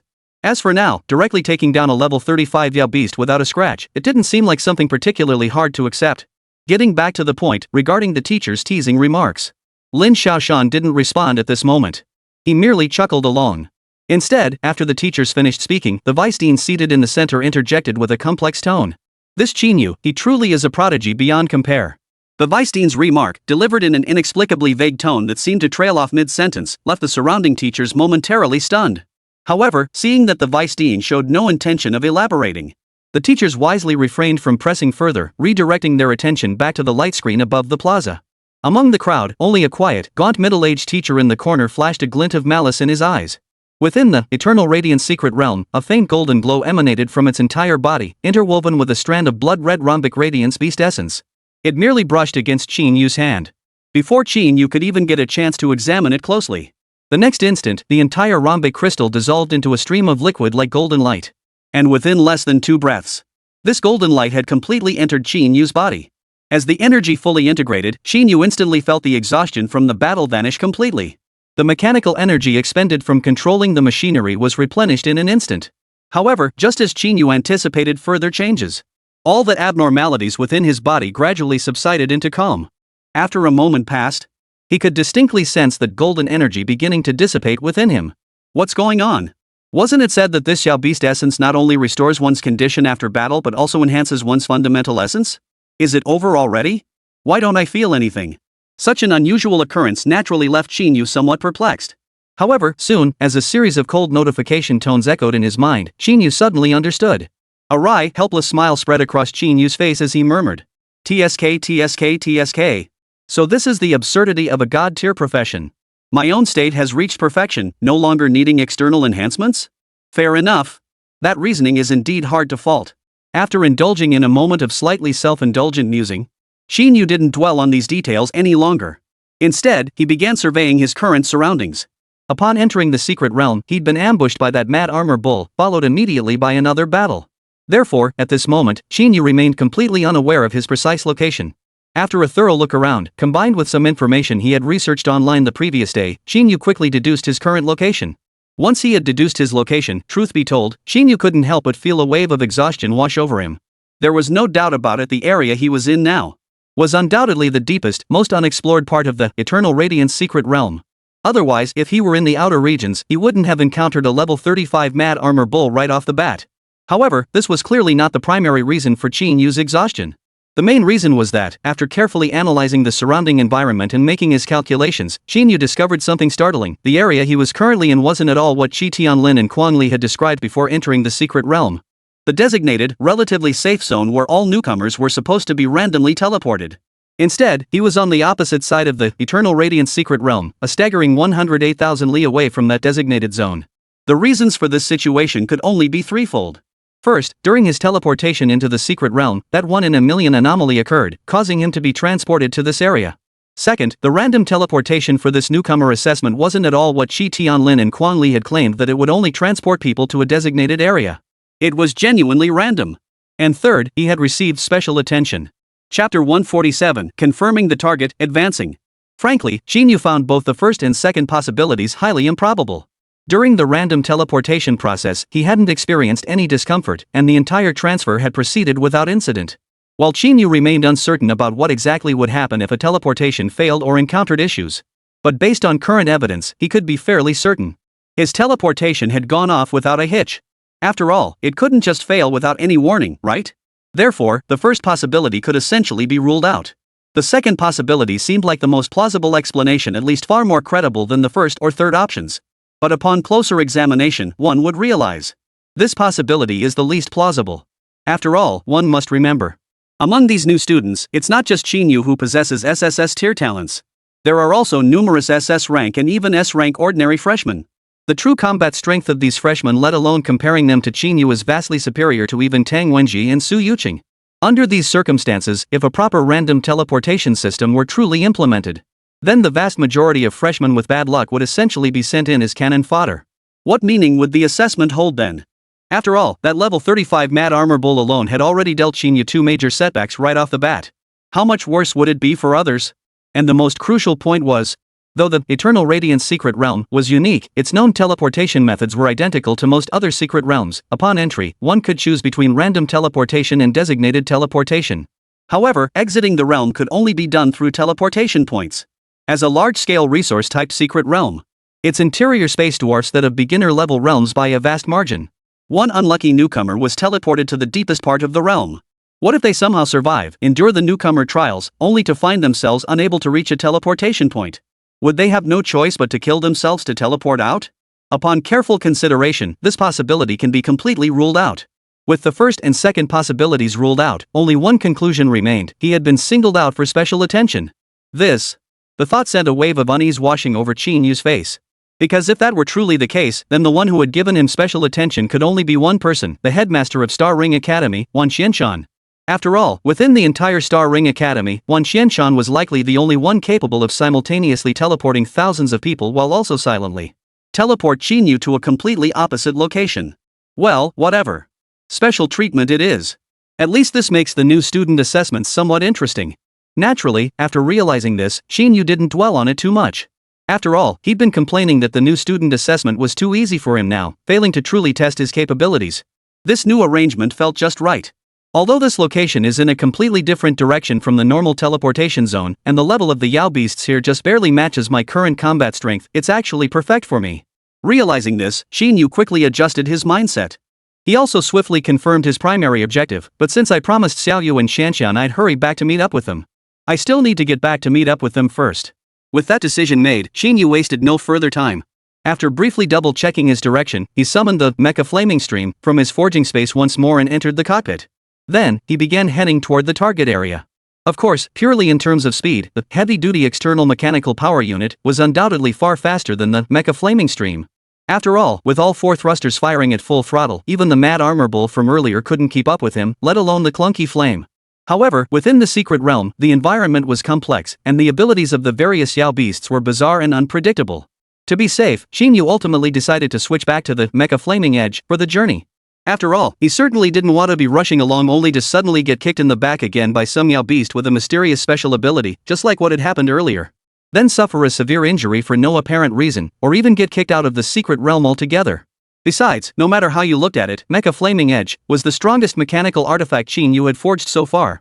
Although he had suffered two significant setbacks against the Mad Armor Bull just now, it was only because the Mad Armor Bull's abilities happened to counter Flame's strengths. Moreover, the most crucial point was that even after suffering those two major setbacks, Qín Yǔ himself remained completely unharmed under the protection of Flame's outer shell, didn't he? Therefore, after careful consideration, using the Mecha Flaming Edge for travel was undoubtedly the optimal choice. Mecha Flame connection established. Retrieving neural network. Retrieval complete. Neural network interface established. Performing security scan. Performing overall mecha status scan. Mech sustained damage. Evaluating. A series of cold, metallic alerts echoed continuously within the mech's cockpit. The next moment, within the cockpit, a vivid blue virtual projection screen illuminated Qín Yǔ's field of vision once more. Simultaneously, the intricate, seemingly chaotic network of wires within the mecha began to flicker with faint glows once more. After briefly readjusting to the feel of piloting the mecha, he wasted no time, heading straight for the correct teleportation zone. However, barely 100 meters into his journey, suddenly, a figure that appeared even larger than the Mad Armor Bull surged out from a dense forest. It then slammed straight into Qín Yǔ's body. Chapter 148, Full Power Punch, Instant Kill. Despite the recent warning, Qín Yǔ remained fully alert to such situations. However, he had only just begun his journey, and he had already confirmed that no other Yao beasts roamed this area. Thus, despite his guard being up, Qín Yǔ ultimately failed to evade the sudden collision. That massive form slammed solidly into Qín Yǔ's body. This time, however, having learned from 2 consecutive setbacks, Qín Yǔ had made some progress in his mecha piloting skills. Thus, when confronted with yet another surprise attack, Qín Yǔ reacted instantly. The instant that figure collided, Qín Yǔ first commanded Liu Yan to retreat a step. Then, in the blink of an eye, he pushed Liu Yan's overall power output to its absolute maximum. Simultaneously, the newly restored mechanical energy surged into the legs of the flame, forcibly withstanding the sneak attack. After withstanding the blow, Qín Yǔ hesitated not a moment. He swung his fist in a furious counterpunch, smashing it right into the beast's forehead. Damn it, is this never ending? How long has it been, and you're sneaking up on me again? You really think I'm easy to push around? With power at full throttle and enhanced by mechanical energy, the sheer force of Qín Yǔ's punch was immense. With just one punch, the dazzling beast attacking from below, whose true form Qín Yǔ hadn't even managed to discern, was sent flying several meters away. Simultaneously, a piercing wail echoed in Qín Yǔ's ears. Only then did Qín Yǔ finally have time to look at the Yao beast that had ambushed him and see what it actually looked like. What Qín Yǔ hadn't anticipated, however, was that before he could fully discern its form, the next instant, the beast, just like the mad armor bull before it, transformed its massive body into a colossal ball of golden energy. Moreover, it swiftly fused entirely into a rhombic crystal. What the hell? It couldn't even take a single hit? It's dead already? Witnessing this all too familiar scene, Qín Yǔ was genuinely stunned for a moment. To be perfectly honest, he genuinely hadn't expected that with just a single, straightforward punch, this unknown Yao beast, which appeared even larger than the mad armor bull he'd just fought, would die so abruptly and so easily. He'd assumed that since this Yao beast had dared to ambush him, it must possess some strength. He'd braced himself for another fierce battle ahead. Of course, after a brief moment of daze, Qín Yǔ quickly pushed the incident to the back of his mind. After all, even though he was now deep within the eternal radiant secret realm, it didn't mean only high-level radiant beasts roamed there. It simply meant that lower-tier Yao beasts were far less common, with the vast majority being of higher levels. The Yao beast that had ambushed him earlier, though Qín Yǔ hadn't even had time to get a clear look at its appearance or scan its level. Since it had been instantly killed by his single punch, Qín Yǔ reasoned it couldn't have been a particularly high-level Yao beast. With that realization, Qín Yǔ didn't dwell on it any longer. Damn it, what kind of nobodies think they can ambush me? Don't they know what level they are? After muttering a slightly exasperated complaint, he casually picked up the rhombus-shaped crystal and resumed his journey. What Qín Yǔ didn't know, however, the moment his muttered complaint escaped his lips, back in the real-world square, the senior students and teachers who had just been stunned by Qín Yǔ's formidable power suddenly found themselves at a loss for words. After a long moment, someone among the seniors finally stammered out, If I recall correctly, that Yao beast Qín Yǔ just killed was supposedly the most troublesome snake-tailed elephant demon in the eternal radiant secret realm, right?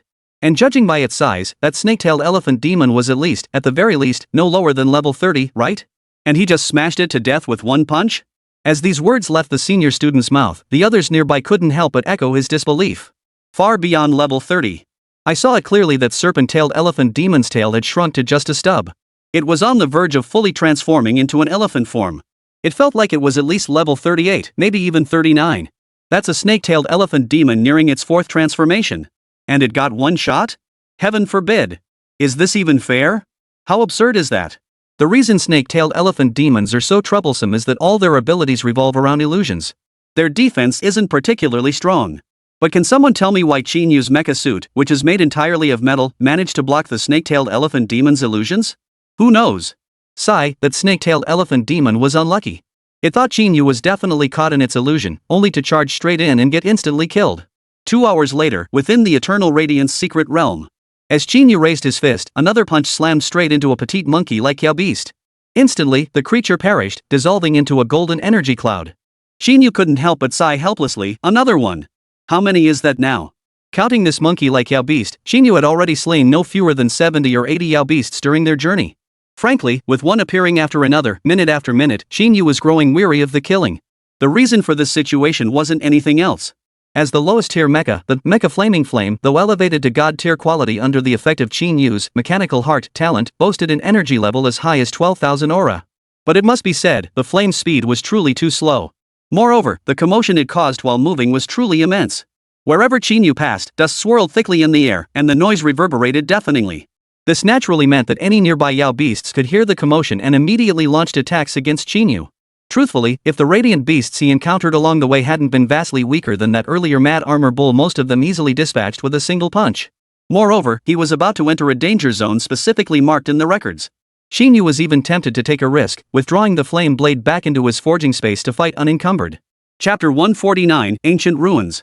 Of course, even with the sluggish speed of Mecha Flaming Edge, 2 solid hours had allowed Qín Yǔ to cover considerable distance. At the very least, his current location had shifted from the wild forest region into the ancient ruins zone. After years of exploration by the Dragon Nation, the Eternal Radiance secret realm still held its mysteries, with the vast majority of its areas remaining closed off. However, over the years, the Dragon Nation had largely mapped out the accessible zones. These accessible zones were broadly subdivided into 5 distinct regions. They were the Wild Forest Zone, the Ancient Ruins Zone, the Dark Sandsea Zone, the Malignant Mist Swamp Zone, and the Spacetime Turbulence Zone. These 5 zones correspond to the eastern, western, southern, northern, and central directions of the explorable areas within the Eternal Radiance secret realm. Among them, as the name suggests, the Time-Space Turbulence Zone is undoubtedly the most perilous of the 5. Following the Time-Space Turbulence Zone in danger level, the Ancient Ruins Zone naturally ranks second. At this very moment, Qín Yǔ had arrived at the outskirts of the Ancient Ruins Zone. So this is the Ancient Ruins Zone? With so many ruins scattered about, no wonder it's called the Ancient Ruins Zone. Through his mecha's visor, he surveyed the desolate landscape before him, countless crumbling walls and ruins standing amidst the yellow sands, starkly contrasting with the lush, towering trees behind him. To be honest, Qín Yǔ found himself hesitating for a moment. After all, based on the information he'd gathered over the past few days, the Yao beasts within the Ancient Ruins Zone were significantly stronger than those in the Wild Forest Zone he'd just traversed. And most crucially, this superiority wasn't merely a matter of higher levels. The Yao beasts here, whether in terms of rank or the abilities they possessed, were far more monstrous than those in the Wild Forest. Take, for instance, the level 35 spatial-type Mad Armor Bull Qín Yǔ had just encountered. In the Wild Forest region, it was undoubtedly a boss-level Yao beast. But that was only within the Wild Forest. Placed in the Ancient Ruins or the Time-Space Turbulence Zones, that Mad Armor Savage Bull would barely be considered average. Under these circumstances, to be honest, Qín Yǔ genuinely doubted whether his current strength would be sufficient to safely traverse this Ancient Ruins Zone and reach the opposite side's Malignant Mist Swamp Zone. Still, on my journey so far, I've slain at least 70 radiant beasts, if not 100. Regardless, securing a spot within the top 40 or even the top 10 and solidifying my position in the Demon Prodigy training camp is practically guaranteed. Even if you were to fall here, defeated, it wouldn't really affect me much, would it? At worst, I just won't be able to make it over in time to meet up with Xiao Yu and the others. And if you want to bypass this Ancient Ruins Zone to reach the Malignant Mist Swamp on the other side, you'd have to traverse a vast expanse further north before entering the Dark Current Sandsea region. The time difference would be enormous. But after weighing the pros and cons in his mind, Qín Yǔ ultimately decided to cross the Ancient Ruins Zone directly. The reason was quite simple: his current ranking was already secure. Moreover, death within the Eternal Radiance secret realm wasn't true death, it merely meant being expelled from the realm. So why not take a chance and cross this Ancient Ruins area head-on? After all, from his current position, if he wanted to join up with Niè Yǔqiān, Ning Shanqian, Su Yuqing, and Li Qiming, those 4, this was his only option. And since he'd made up his mind, Qín Yǔ wasn't one to procrastinate. Without a moment's hesitation, the next instant, Qín Yǔ once again commanded the flowing flames, stepping foot into the ancient ruins. What Qín Yǔ didn't know was that at the very moment he stepped into the ancient ruins, even at this very moment, most people had long understood Qín Yǔ's intended route and anticipated that he would inevitably venture into the ancient ruins area. But anticipation was one thing. When Qín Yǔ actually began his crossing, countless upperclassmen and even teachers on the plaza couldn't help but let out waves of gasps. Holy crap, is Qín Yǔ that insane? He's actually daring to cross the ancient ruins? Can he not be this reckless? I remember there aren't even many radiant beasts above level 30 in the ancient ruins, right? The Yao beasts inside are at least level 36 or 37, if not over 40. Doesn't he fear dying in there? Maybe that's what a genius looks like. I thought Qín Yǔ hesitated just now, that he'd ultimately choose to go up and bypass the Dark Current Sandsea area. Enough said. Qín Yǔ is awesome.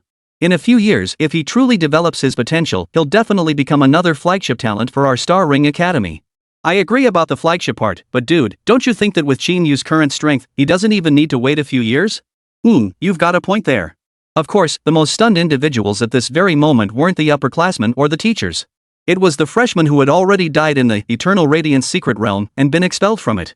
These individuals hadn't witnessed Qín Yǔ's earlier battle with that level 35 Mad Armor Bull, nor his one-punch instant kill of a snake-tailed elephant demon. They had only caught glimpses of Qín Yǔ dispatching low-level Yao beasts one by one as he traveled. Now, witnessing Qín Yǔ enter the ancient ruins area without hesitation, the shock in their hearts was no less than before.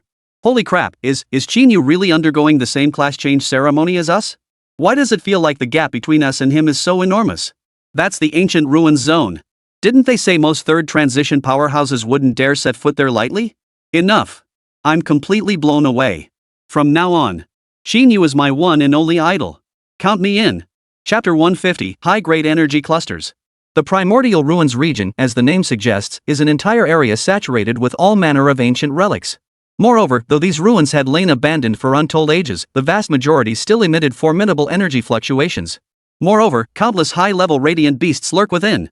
After entering this area, even though Qín Yǔ's current location was still on the outermost periphery of the ancient ruins region, he dared not proceed with the same reckless abandon he had shown in the wild forest region. Instead, he ensured his speed remained largely unaffected while minimizing the commotion he caused as much as possible. Moreover, Qín Yǔ no longer held back his spiritual energy. He activated the scanning ability of the mechanical eye to its maximum range. As the mechanical eye operated at full capacity, the neural link transmitted an image to the sapphire blue screen before Qín Yǔ in the cockpit. The display became significantly clearer than before. Moreover, even without the virtual display before his eyes, under the scanning of the mechanical eye, he could essentially perceive everything within hundreds of meters around him. The reason for the basically qualifier was because certain relics still harbored residual energies far surpassing Qín Yǔ's current level. For such high-level energies, Qín Yǔ's mechanical eye naturally couldn't achieve a truly thorough scan. This was precisely why, even with the mechanical eye scanning at full power, he dared not proceed at full speed like before. It's worth noting, however, that while these energies are indeed of considerable potency, perhaps due to the erosion of time, most of these energies now flickered like candles in the wind. Though impervious to scanning, Qín Yǔ could effortlessly disperse them. After walking for over 10 minutes, he hadn't encountered a single Yao beast. Qín Yǔ encountered not a single one, yet he came across 7 or 8 clusters of this residual high-grade energy. And these multicolored energy clusters, naturally, were all dispersed one by Qín Yǔ. After all, he recalled that the research materials he'd studied had specifically emphasized, within the primordial ruins region, any treasures were invariably found near these energy clusters or even within them. As a transmigrator, Qín Yǔ naturally harbored keen interest in these remnant relics lingering within the ruins. However, his luck was clearly not on his side. After traversing the area, he found nothing special near the 7 or 8 energy clusters, only endless yellow sand. The roar of Mecha Flaming Stream echoed ceaselessly through the swirling yellow sands. Over the course of several hours, under the scanning of the mechanical eye, Qín Yǔ encountered several glowing beasts just over level 30. Yet, with the mechanical eye's overwhelming information advantage, the level 34 radiant beast didn't cause much trouble. Most were dealt with by Qín Yǔ seizing the right moment. A single, simple punch was enough to blast them into a cloud of golden energy. After several hours of relentless travel, Qín Yǔ had now reached the middle layer of the ancient ruins. The middle layer of the ancient ruins, though visually indistinguishable from the outer regions, with endless yellow sand swirling, countless crumbling ruins standing solitary atop the yellow earth. But whether observed with the naked eye or through the deep scan of the mechanical eye, Qín Yǔ could distinctly sense a marked difference from the outer regions. Firstly, the shape and degree of weathering of these ruins in the middle layer were vastly superior to those in the outer regions. Secondly, the mechanical eye scan clearly revealed that the materials used in the mid-level structures were of vastly superior quality compared to those in the outer perimeter. But the most crucial point was this: the high-grade energy clusters that had been rare sights in the outer regions were now everywhere here. They were especially abundant within these structures. Faced with this situation, Qín Yǔ felt both exhilarated and somewhat uneasy. His excitement stemmed from the certainty that, with careful searching, he could uncover some relics and artifacts that hadn't been completely weathered away. His concern, however, stemmed from the fact that as these energy clusters multiplied, Qín Yǔ's mechanical eye scanning function was severely hampered. Take the present moment, for instance. Though the scanning range in Qín Yǔ's mind remained a radius of 300 meters and a diameter of 600 meters. However, under the interference of these high-level energy entities, a vast, inexplicably grayed-out area had appeared on the 3D-like map in his mind. Moreover, the deeper Qín Yǔ ventured, the larger these grayed-out zones grew. It was foreseeable that if Qín Yǔ continued to venture deeper into this region until the surrounding space became saturated with this high-level energy, then even activating the mechanical eye's scanning function, it would be utterly useless. He would still have to rely solely on his naked eyes to observe his surroundings. Well, no wonder they say this ancient ruin is the second most dangerous of the 5 major regions, surpassed only by the space fracture-riddled temporal turbulence zone. I didn't realize it before, but now I understand why. Confronted with this situation, Qín Yǔ couldn't help but feel a wave of unease wash over him, while his vigilance sharpened considerably. Of course, vigilance aside, Qín Yǔ refused to give up. He pressed forward toward the large grayed-out areas in his mind regions saturated with high-grade energy. The reason Qín Yǔ chose to knowingly walk into danger was simple. It was obvious even to a fool. The greater the concentration of high-level energy, the higher the probability of encountering relics and artifacts. Using the mechanical eye, Qín Yǔ quickly locked onto a structure not far from his current position, a building resembling a grand hall that appeared remarkably well preserved. However, the current scan of the mechanical eye had significant blind spots. Therefore, Qín Yǔ decisively opted for a back-to-basics approach. He used the external cameras on his mecha to conduct a thorough 360-degree scan, confirming no anomalies. Only then did he begin piloting the flame stream toward that structure. However, what Qín Yǔ hadn't anticipated was that he hadn't even taken a few steps. The next instant, an overwhelmingly familiar colossal force slammed into his back once more. Chapter 151, a level 179 silver-tailed golden wolf? The force was astonishingly immense. Even though Qín Yǔ had immediately sensed the disturbance behind him and reacted by channeling all his mechanical energy into the lower half of the flame mech. But it still couldn't withstand the impact. He was instantly knocked flat onto the ground. The 4-meter-tall mecha crashed to the ground with a thunderous roar, kicking up a cloud of dust. Inside the cockpit, warning lights began flashing red. To be perfectly honest, Qín Yǔ was genuinely tempted to curse at that moment. After all, he had deliberately scanned the surroundings with his own eyes just moments ago. He genuinely hadn't expected that even with such caution, he could still be ambushed again. Mechanical energy surged through his body. With a single thought, the power of mecha flaming flow was fully activated through neural connections. With a single leap, Qín Yǔ controlled flaming flow to stand back up. The instant he was back on his feet, Qín Yǔ spun around, glaring toward the direction of the previous attack. He wanted to see what kind of Yao beast had ambushed him this time. Yet, before he could fully turn around, the next moment, he felt another violent impact strike his chest. For a moment, even through the armor's outer shell, Qín Yǔ felt a crushing pain in his chest before being sent flying backward alongside the flame stream. Damn it, is this never going to end? My mech, which took me days to forge, getting beaten like this. To be honest, this relentless barrage of sneak attacks had genuinely rattled Qín Yǔ. After all, Mech Flaming Edge was the strongest mechanical creation he had forged to date. In his original plan, with Mecha Flaming Edge in hand, the simple newcomer assessment should have been a piece of cake, right? Who would have thought he'd suffer so many setbacks? Of course, this second attack was even more ferocious than the first. Fortunately, the target of this strike was precisely where the mechanical core resided. The mecha core was the most vital component of any mecha. Once destroyed, the entire machine would grind to a halt. Therefore, the materials and defenses employed in this area were naturally of the highest caliber. Though this unknown Yao beast possessed formidable strength, it clearly fell far short of breaching the armor core's defenses. Thus, despite the impact sending both Qín Yǔ and Lu Yan flying several meters away, Qín Yǔ only felt a momentary tightness in his chest. As for Lu Yan's condition, she was completely unharmed. In fact, not even a warning alert sounded. Moreover, it was precisely during that moment of being sent flying backward, Qín Yǔ finally got a clear look at the unknown Yao beast that had ambushed him, what kind of Yao beast it truly was. And to be perfectly honest, upon seeing the creature's true form, Qín Yǔ was genuinely stunned. He had assumed that a Yao beast capable of kicking him and his mecha flaming torch flying would be at least as large as the previous mad armor bull. To his utter astonishment, what stood before him was a creature barely half his height, a silver-tailed golden wolf, utterly incomparable to the colossal beasts like the berserker armor bull. The silver-tailed golden wolf was one of the most common Yao beasts in the Eternal Radiant secret realm. Its most distinctive feature was its pale golden fur covering its entire body, except for its silver tail. Its distinctiveness was undeniable. Upon realizing the creature that had just ambushed him was a silver-tailed golden wolf, Qín Yǔ momentarily lost his bearings. However, soon, his expression grew solemn once more. The reason was simple. After all, silver-tailed golden wolves were renowned for their agility and speed. Regardless of what bizarre abilities it might have awakened during its evolution, given its size, the silver-tailed golden wolf simply couldn't possess overwhelming strength. If this silver-tailed golden wolf possessed immense strength, then there was only one possible explanation. That is, this silver-tailed golden wolf possesses an exceptionally high level. Purely in terms of level, it had achieved overwhelming dominance. And clearly, judging by the power this silver-tailed golden wolf had just displayed, its level was absolutely far higher than that of the previous berserk armored bull. Upon realizing this, Qín Yǔ hesitated not a moment. He immediately scanned the silver-tailed golden wolf before him. The next moment, the silver-tailed golden wolf's data swiftly materialized in Qín Yu's mind. Name, silver-tailed golden wolf. Level, LV-176. Total energy level, 12,000-14,000 aura. Species, special energy life form. Current status, weakened.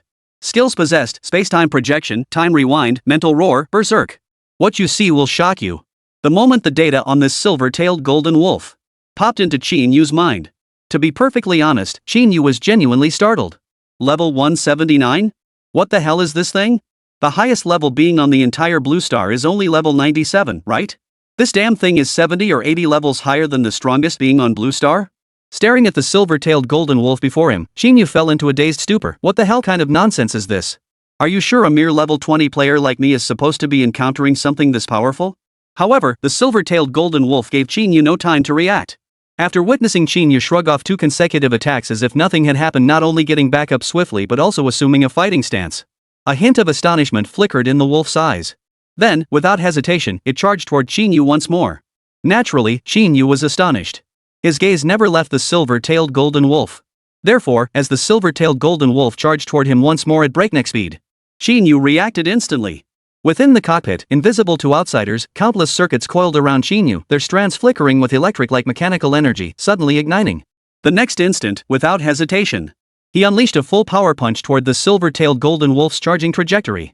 Chapter 152, Time Type Radiant Beast. Time Projection.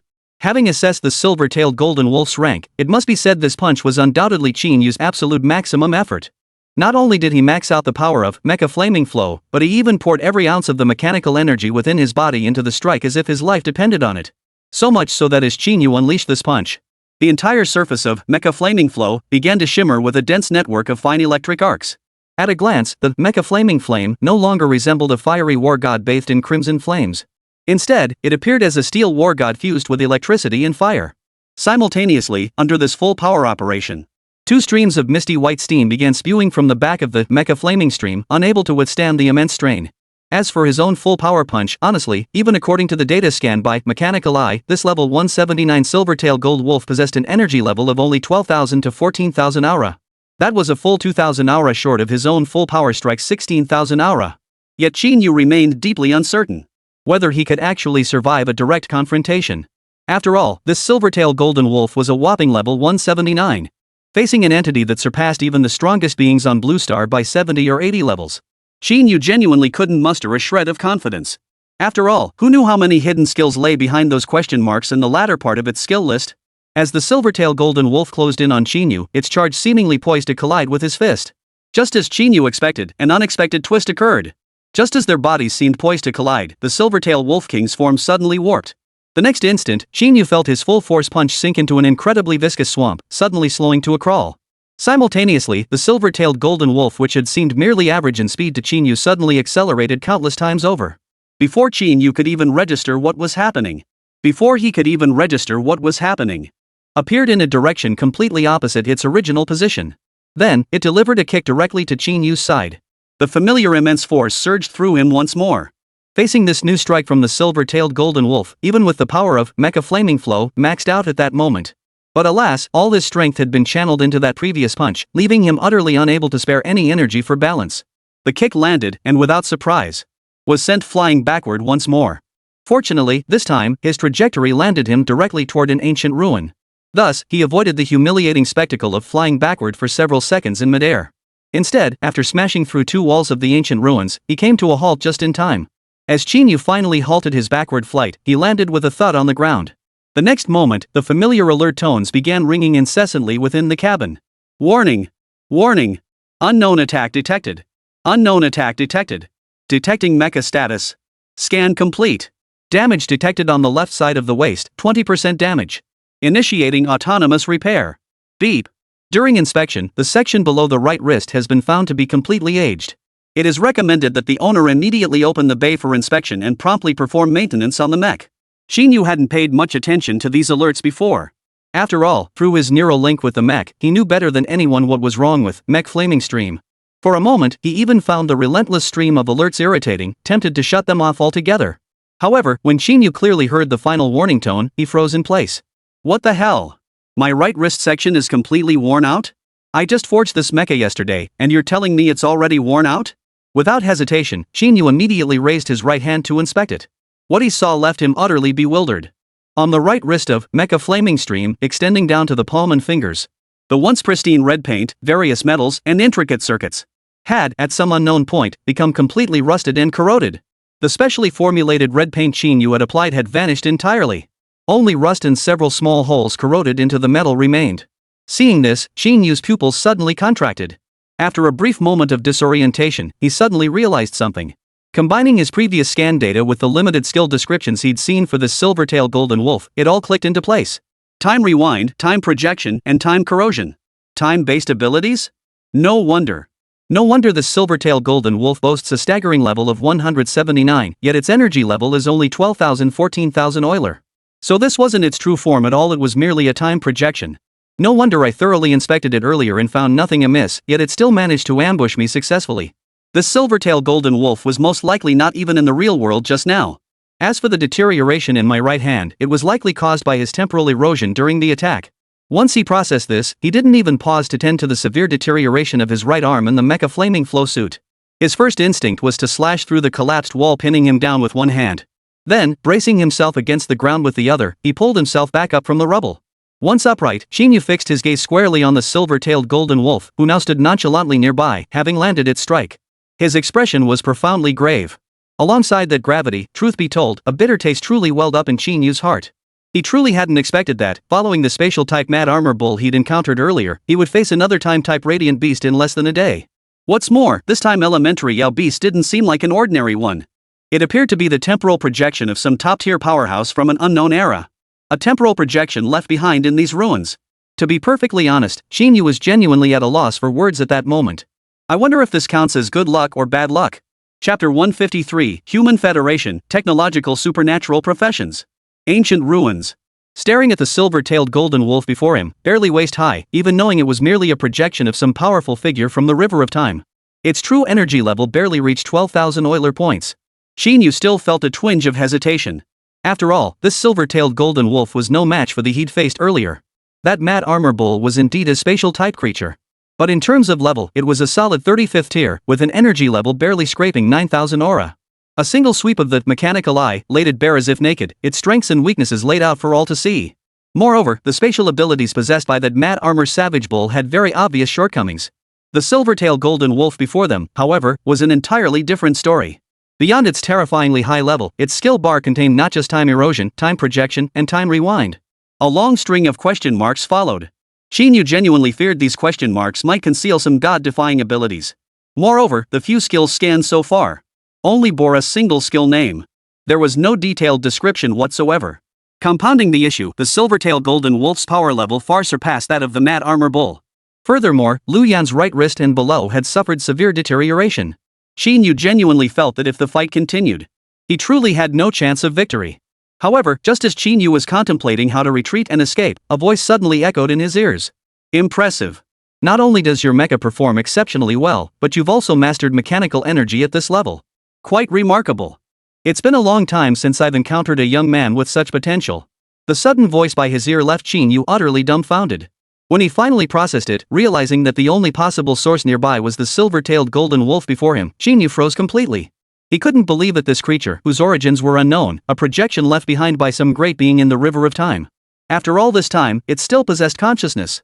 According to all published data on Yao beasts from the Dragon Nation, it was explicitly stated that during their evolutionary process, while radiant beasts might develop bizarre abilities and even a rudimentary form of intelligence, but this shallow intelligence was the absolute limit of all radiant beasts' evolution. The vast majority possess intellect comparable to demonic spawn at best, the level of a 6-year-old child. Compared to humans or demonic beings, they fall far short. Clearly, the silver-tailed golden wolf before them was undoubtedly formed from the essence of the radiant beasts within the Eternal Radiance secret realm. To be fair, Qín Yǔ had originally assumed the reason this silver-tailed golden wolf possessed such a high rank and so many skills was likely because, during its evolution, it had been forcibly imbued with the full capabilities of some powerful being. That would explain the scan results. But now, with the silver-tailed golden wolf speaking, Qín Yǔ's conjecture was clearly unfounded. The truth was far more complex than he had imagined. You actually possess. After a momentary freeze, Qín Yǔ found himself staring at the silver-tailed golden wolf before him, which was calmly observing him. Instinctively, he wanted to ask. However, before he could utter the final word wisdom, it was abruptly cut off by the silver-tailed golden wolf. Enough, young man. Don't you realize every move you make is being projected into the real world? The silver-tailed golden wolf's words sent a jolt through Qín Yǔ's heart. But he quickly realized what it meant. His every action being projected into the real world likely meant the school was conducting a live screen broadcast. Truthfully, Qín Yǔ had already harbored some suspicions about this beforehand. After all, their entry into the Eternal Radiance secret realm was a legitimate freshman assessment. Without such a live-streamed projection, how else would they determine each participant's kill count and final rankings? Therefore, Qín Yǔ quickly accepted the situation. Moreover, he immediately swallowed the 2 words that had nearly slipped from his lips. Instead, he stared at the silver-tailed golden wolf before him with a look of pure bewilderment. As for why the silver-tailed golden wolf knew about the energy known as mechanical power, Qín Yǔ didn't even bother to ask. After all, ever since he'd bid on that mech engineer advanced knowledge at the floating world pavilion, he'd known that it wasn't just his super god mechanic profession that would generate mach power after reaching level 20. Throughout the cosmos, other mechanical-based professions could also manifest mach power. It was just that none existed on Blue Star at present. The 179-level big shot before him was undoubtedly not a native of Blue Star. Knowing about machinery power was hardly surprising. The silver-tailed golden wolf observed Qín Yǔ's quick compliance. Merely mentioning it had caused Qín Yǔ to fall silent instantly. A flicker of satisfaction passed through its pale golden eyes. Then, that familiar voice sounded once more in Qín Yǔ's ear. But the next words left Qín Yǔ utterly speechless. "Young man, if I'm not mistaken, you're not a native of the planet the secret realm is currently connected to, are you?" That single sentence instantly sharpened Qín Yǔ's gaze. Before Qín Yǔ could even ask, the silver-tailed golden wolf's voice quickly echoed again. "Of course, don't get worked up. I couldn't care less about who you are or how you ended up on this planet. The reason I know your identity and can confirm you're not a native of that outer planet is simply because, truth be told, this old man has been observing your planet for quite some time now. And if I'm not mistaken, the technological level of that planet out there is still confined to the surface. It has a long way to go before it can develop into a planetary-level civilization, right?" The voice of the silver-tailed golden wolf echoed incessantly in Qín Yǔ's ears. In response to the silver-tailed golden wolf's casual self-questioning, Qín Yǔ found himself nodding instinctively. Then, the silver-tailed golden wolf's voice slowly echoed in Qín Yǔ's ears once more. However, according to the regulations of the Human Federation, surface civilizations are not permitted to awaken extraordinary professions related to technology. Chapter 154, Flames Damage Reduced by 40%, Malignant Mist Swamp Zone. Human Federation? Surface civilizations, unable to awaken tech-oriented extraordinary professions? Could it be that this transformation ceremony is actually controlled by this so-called Human Federation? The silver-tailed golden wolf's words left Qín Yǔ utterly perplexed. However, the silver-tailed golden wolf showed no intention of explaining further, instead continuing. "Alright, my time is running short. No more idle chatter. You're probably wondering why I'm suddenly telling you all this. The reason is quite simple. I'm telling you all this mainly because I don't want a genius like you to be wasted on this surface civilization for too long. This secret realm, if my memory serves me correctly, has been connected to the planet outside for decades now. And you, among all who have entered here, possess the highest talent without a doubt. If you have time, remember to visit the core of the secret realm, the Eternal Radiance Hall." The silver-tailed golden wolf's words echoed continuously in Qín Yǔ's ears. As time passed, the golden wolf's form began to fade. After uttering its final words, it vanished without a trace before Qín Yǔ's eyes. A profound silence descended upon the surroundings. Were it not for the rust-stained appearance still lingering on Luyan's right hand, Qín Yǔ might have thought the entire scene was merely a hallucination. It just vanished? Watching the silver-tailed golden wolf disappear before his eyes, Qín Yǔ felt a momentary shock. However, compared to the sudden disappearance of the silver-tailed golden wolf, a Yao beast whose very existence was already highly enigmatic, what piqued his curiosity even more at that moment was, what secrets lay hidden within the Eternal Radiance Hall at the very center of the Eternal Radiance secret realm? What secrets lay hidden within? Why did both Xiao Hofeng and that silver-tailed golden wolf insist he must visit the Eternal Radiance Hall at the first opportunity? Could it be that place truly held some earth-shattering secret or immense benefit? Recalling Xiao Hofeng's words from the super message 2 days prior, along with the information he'd uncovered online, Qín Yǔ fell deep into thought. 2 days later, at the border between the Malignant Mist Swamp and the Ancient Ruins Zone, a piercing roar echoed as a multicolored figure, radiating crimson light, leapt high into the air. Then, a single, exquisitely executed punch slammed into a level 39 Mad Armor Bull. In the next instant, the Mad Armor Bull, as massive as a small truck, didn't even have time to let out a scream before Qín Yǔ's punch instantly reduced it to a golden energy mass. The energy was then entirely absorbed by the rhombic crystal embedded in its forehead, transforming into a shining beast essence that fell into the yellow sands. However, despite successfully dispatching this level 39 Mad Armor Bull, Qín Yǔ's face showed not a trace of joy. Instead, after glancing down at his battered mecha flame now tattered and torn after 2 days of combat, especially his right wrist missing several components, his face twisted into a bitter smile. As he smiled bitterly, he gazed at the nearby malignant miasma swamp zone before him and recalled the hardships endured over the past 2 days. A wave of emotion washed over Qín Yǔ. "Alright, overall damage at 40%. Everything below my right wrist is completely useless." As expected, even bypassing the core area of the ancient ruins, relying solely on the flame stream, a single mechanical artifact was still a bit too much. I never imagined that even traversing the middle zone would cause such extensive damage to flame. The ancient ruins zone truly lives up to its reputation as the second most dangerous area, surpassed only by the time-space turbulence zone. 2 days prior, after suffering a major setback against that level 179 Silvertail Golden Wolf, Qín Yǔ had already realized. With his current strength, it was absolutely impossible to force his way through the ancient ruins zone and into the malignant mist swamp zone as originally planned. After all, he had only just entered the middle layer of the ancient ruins zone when he encountered that level 179 silver-tailed golden wolf. Who knew what kind of monstrosities awaited him deeper within the ancient ruins? Therefore, after that silver-tailed golden wolf vanished, Qín Yǔ made an immediate decision to detour, bypassing the core area of the ancient ruins and entering the malignant mist swamp instead. This was precisely why, even with full speed, it had taken him a full 2 days to finally reach the edge of the malignant mist swamp.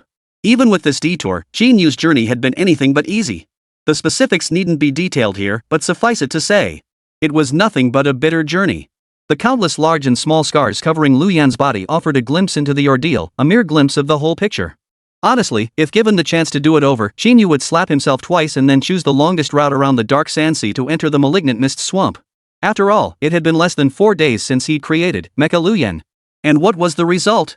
In less than 4 days, damage had already approached 40%? Even a god couldn't withstand such relentless abuse.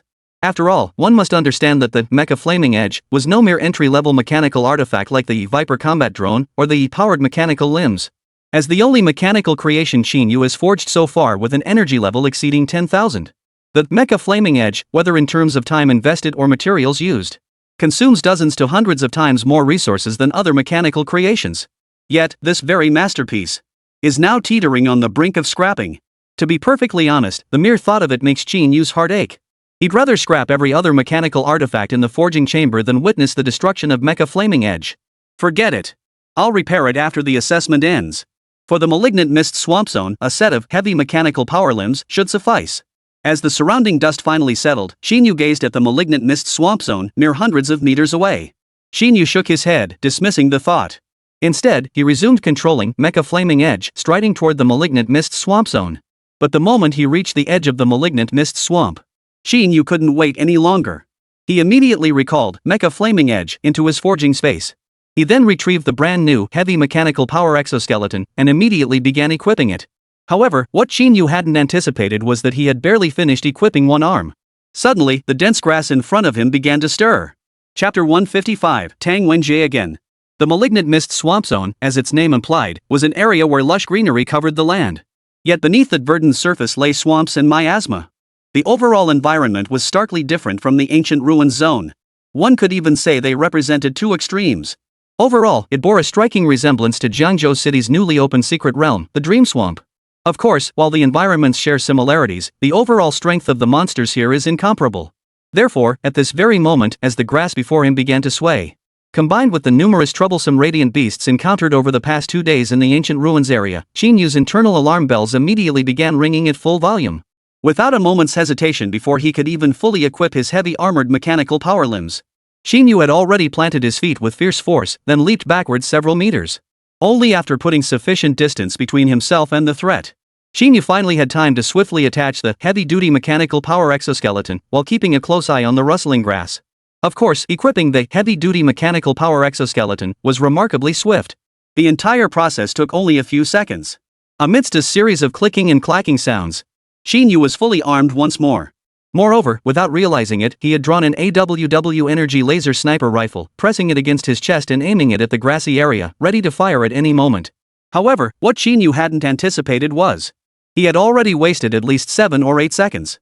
Logically speaking, if the backlow beast was truly hiding in the grass, intending to ambush him, it should have struck long ago. Yet the grass remained exactly as it had been, rustling incessantly without a single creature emerging. For a moment, Qín Yǔ felt a surge of confusion. However, throughout his time in the ancient ruins area, Qín Yǔ had kept the scanning function of his mechanical eye activated, causing enormous mental energy depletion. Hours earlier, his psychic energy had already been nearly depleted, leaving him unable to sustain the scanning function any longer. Thus, with his scanning ability disabled, even though the grassy patch lay merely dozens of meters away from him, Qín Yǔ still couldn't discern what exactly was concealed within. Compounding this, after 2 days of intense combat, Qín Yǔ was no longer the combat novice he once was, and naturally, he wouldn't risk going to investigate the anomaly himself. After a few more seconds passed, seeing that whatever lurked within the grass hadn't emerged on its own but had instead fallen into complete stillness, Qín Yǔ hesitated no longer. He raised his AWW energy laser sniper rifle once more and fired a shot directly at the clump of grass. A dazzling white light flared from the rifle's barrel. The next instant, a pure white beam of light struck the thicket with blinding speed. Yet, to Qín Yú's utter astonishment, the scene he had anticipated, a dazzling beast bursting forth, did not materialize. Instead, a voice he recognized all too well suddenly rang out. No, no, no. Qín Yǔ, big brother, stop shooting. Stop shooting. I've only killed one Yao beast so far. I don't want to be expelled from the secret realm yet. It's me, Tang Wenjie. Don't shoot me. As the voice echoed, a figure burst from behind the bushes, clothes torn to shreds, not a single intact patch on his body. Tang Wenjie? Upon recognizing the voice, Qín Yǔ was genuinely stunned for a moment. To be perfectly honest, he truly hadn't expected. The very first person he encountered after entering the secret realm would be Tang Wenjie, and under such circumstances. What are you doing here? After regaining his composure and glancing at the scene behind the bushes, Qín Yú's tone gradually turned playful yet dangerous. Logically speaking, I just came from the ancient ruins. With all that commotion, plus how long I've been here, you should have spotted me ages ago. What exactly are you hiding in the grass for? Qín Yú's gaze fixed on the ragged, listless-looking Tang Wenjie before him, his eyes brimming with a dangerous aura.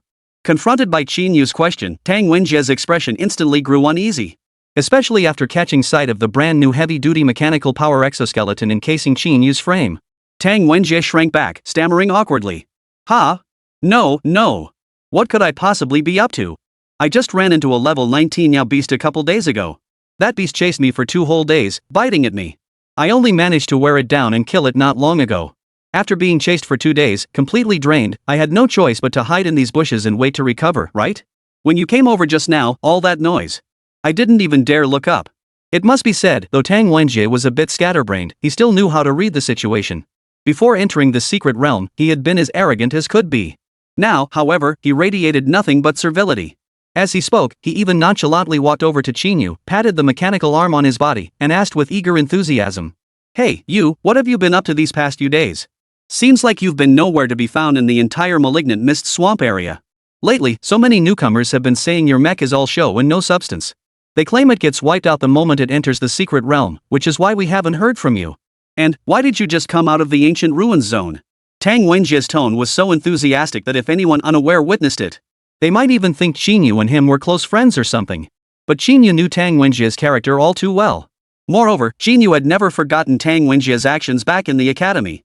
Because, after watching Tang Wenjie finish speaking with a hint of amusement, until there was nothing left to say, a cold smile finally appeared on Qín Yú's face as he remarked. Well, that sounds reasonable and convincing enough. But, do you really think I'd believe you? At Qín Yú's words, Tang Wenjie was momentarily stunned. Brother Yǔ, what do you mean by that? However, Qín Yǔ didn't respond immediately. Instead, he looked at Tang Wenjie and said slowly. You were hiding behind the bushes earlier, refusing to come out. You must have seen me emerge from the ancient ruins in tatters, assumed I was badly injured, and planned to ambush me, right? Chapter 156, An Unthinkable Move. Qín Yǔ spoke slowly, but his tone was icy cold. Before Qín Yǔ had even finished speaking, Tang Wenjie's face had already turned deathly pale. Brother Yǔ, what are you saying? How could I possibly do such a thing? Seeing the amused expression on Qín Yú's face, Tang Wenjie's smile froze on his face. Qín Yǔ paid no heed to his words, instead letting out a cold laugh before strolling leisurely toward the thicket where Tang Wenjie had been hiding moments before. As Qín Yǔ drew nearer, the scene behind the bushes soon became fully visible. Just as Qín Yǔ had expected, behind the bushes was not the hiding place Tang Wenjie had claimed. Instead, it revealed a magical formation that appeared nearly complete. The reason it remained unfinished was precisely because, at the very edge of the formation, a small, charred black crater had inexplicably appeared. This charred pit was clearly the result of Qín Yú's laser shot moments ago. Though Qín Yǔ possessed little knowledge of magical arrays, his formidable psychic power also granted him extraordinary sensory abilities. The most fundamental perception of energy fields, in particular, came quite easily to him. With just a casual glance at the fluctuating energies within the formation, Qín Yǔ could already determine that this formation, seemingly on the verge of completion, was undoubtedly an offensive formation. Moreover, judging by its aura, it was bound to be a formation of considerable offensive potency. Oof. Qín Yú's face twisted into a cold sneer as he surveyed the half-finished formation. However, before Qín Yǔ could even turn to confront it, a piercing wind-cutting sound erupted, carrying surging heat as it violently charged toward Qín Yǔ. Tang Wenjie's maniacal laughter echoed through the air. Ha ha ha. Qín Yǔ, so what if you guessed right? I refuse to believe that without that iron lump, you can withstand my strike. I told you before, I am the undisputed #1 in Jiangzhou City. Take this intermediate-level magic, Flame Dragon. It must be said that as the second-ranked individual in Jiangzhou City, surpassed only by Qín Yǔ and Niè Yǔqiān, Tang Wenjie might have some personality issues and be a bit off his rocker, but when it came to raw power, he was undeniably formidable. Back during the college entrance exams, Tang Wenjie's power level had already soared past 3,000 Euler points. Now, over 20 days have passed. Tang Wenjie's strength had naturally surged dramatically. His mastery of intermediate-level magic was now nothing short of consummate. In mere seconds, a fiery dragon erupted from the crimson magic circle he had inscribed before him, charging straight toward Qín Yǔ's position. Its imposing presence was undeniably formidable. Unfortunately for him, he had clearly chosen the wrong target for his ambush. Had he used this tactic to ambush others, such as Qi Tianlin or Quan Li, he might have succeeded. But after 2 days of boot camp training in the ancient ruins, Qín Yǔ's guard against such sneak attacks from behind had already reached its peak. Okay? Now that he understood Tang Wenjie's previous intentions, he dared to turn his back on Tang Wenjie. Naturally, he was fully prepared. Thus, the moment the fire dragon was unleashed, Qín Yǔ had already reacted. Before the thicket, Qín Yǔ didn't even turn around. With only a slight furrow of his brow, he summoned the battered and broken mecha flaming stream from his forging space. Moreover, the location where it materialized was precisely behind Qín Yǔ, right between him and Tang Wenjie. That's right. Qín Yǔ's countermeasure against Tang Wenjie's sneak attack was nothing more than summoning the mecha flaming stream, then relying on its ultra-high defense to nullify Tang Wenjie's ambush. At first glance, this might seem utterly speechless. But Qín Yǔ had no other choice. After all, while the heavy armored power exoskeleton possessed formidable offensive capabilities, its strengths were limited to that aspect alone. When it came to defense, comparing the heavy armored power exoskeleton to the mecha flame wasn't a matter of heaven and earth, it was more like comparing a pile of dirt to a mountain. This disparity became even more glaring when facing magical attacks like this one. Moreover, the first few days of the new student assessment, his primary focus, along with the vast majority of his material inventory, were poured into the mecha flaming edge. As for other defensive mechanical constructs, he simply didn't have any. Therefore, he had no choice but to let mecha flaming edge serve as the punching bag. Moreover, it must be said that thanks to various rare metals and the full divine tier enhancement from Qín Yǔ's mechanical heart, mecha flaming edge's defensive capabilities were truly unmatched. Take this moment, for instance. As the crimson fire dragon slammed straight into the chest of mecha flaming flame, the very location of its mecha core, flaming flame merely trembled slightly from the impact, before remaining utterly still. The entire body appeared identical to before. Not even a single chip of paint had come loose. How is this possible? How is this possible? Such a scene left Tang Wenjie utterly bewildered. Even the onlookers in the real world were left speechless for a moment. What? Unbelievable. How is this even possible? Damn, that's a whole new way of thinking I never imagined. Ha, that's my bro for you. This move is pure genius. I knew Qín Yǔ couldn't be ambushed by this kid, but I'd imagined 1,000 possibilities never that the mech could be used like this. Within the Eternal Radiance secret realm, a thunderous boom echoed as the crimson fire dragon unleashed by Tang Wenjie instantly vanished into thin air. Qín Yǔ didn't keep the mecha flaming stream shielded behind him. Instead, another thought flashed through his mind, and he recalled it into his forging space. Simultaneously, he turned around. He looked at Tang Wenjie with a teasing expression. Why is it impossible? Seeing Qín Yǔ's mocking expression, Tang Wenjie's previously arrogant demeanor instantly wilted. Instead, he offered a sheepish grin and said to Qín Yǔ, brother Yǔ, I was just joking with you earlier. Especially as he saw Qín Yǔ closing in on him, laser gun once again trained on him. Tang Wenjie grew frantic. Brother Yǔ, don't kill me. I've only killed one Yao beast so far. If I get eliminated now, I might not even make it into the demon genius training camp. Right. You know where Niè Yǔqiān and Ning Qianqian are. I can lead you to them, brother Yǔ. Chapter 157, A Bargain Deal. Originally, Qín Yǔ had no intention of wasting any more words on Tang Wenjie. He wanted to simply shoot him out of the secret realm. However, upon hearing the names Niè Yǔqiān and Ning Qianqian, Qín Yǔ paused involuntarily, turning to Tang Wenjie and asking, Xiaoyu and Qianqian's locations? You know where they are now? Seeing Qín Yǔ actually pause his gun-raising motion, Tang Wenjie's eyes instantly lit up once more. He hurriedly replied, Brother Yǔ, I know. I really do. I saw them just this morning. Seeing Tang Wenjie's pathetic, spineless expression begging for mercy, Qín Yǔ narrowed his eyes, a faint, mocking smile playing on his lips. Then why haven't you taken me to find them? However, faced with Qín Yǔ's demand, Tang Wenjie's eyes darted around as he feigned hesitation. Brother Yǔ, I can take you to them, but... Well, if I take you to them, could you cut me some slack afterward? Tang Wenjie's request wasn't entirely unreasonable. Though Qín Yǔ had never truly intended to let him off the hook, he considered it and was prepared to agree for now. What Qín Yǔ hadn't anticipated, however, was that before he could even utter a word of agreement. Seeing the hint of wavering in Qín Yǔ's expression, Tang Wenjie immediately pressed his advantage. Of course, if it's possible. Brother Yǔ, could you spare me 2 or 3 more radiant beast essences to absorb? I saw you kill quite a few high-level radiant beasts when you came over from the ancient ruins area earlier. Despite Tang Wenjie's tone being exceptionally cautious, the greed in his eyes was impossible to conceal. As Qín Yǔ listened to Tang Wenjie's increasingly insatiable demands, was momentarily at a loss for words. He could honestly guarantee that Tang Wenjie was, without a doubt, the most bizarre individual he'd ever encountered in his 2 lifetimes. No contest. Even the people in the real world were left speechless by Tang Wenjie's words. Wait, buddy, give me a sec. I just blinked, and suddenly I'm lost here? Wasn't Qín Yǔ holding all the cards just a moment ago? How did Tang Wenjie manage to turn the tables and blackmail Qín Yǔ in the blink of an eye? Me? Ask me?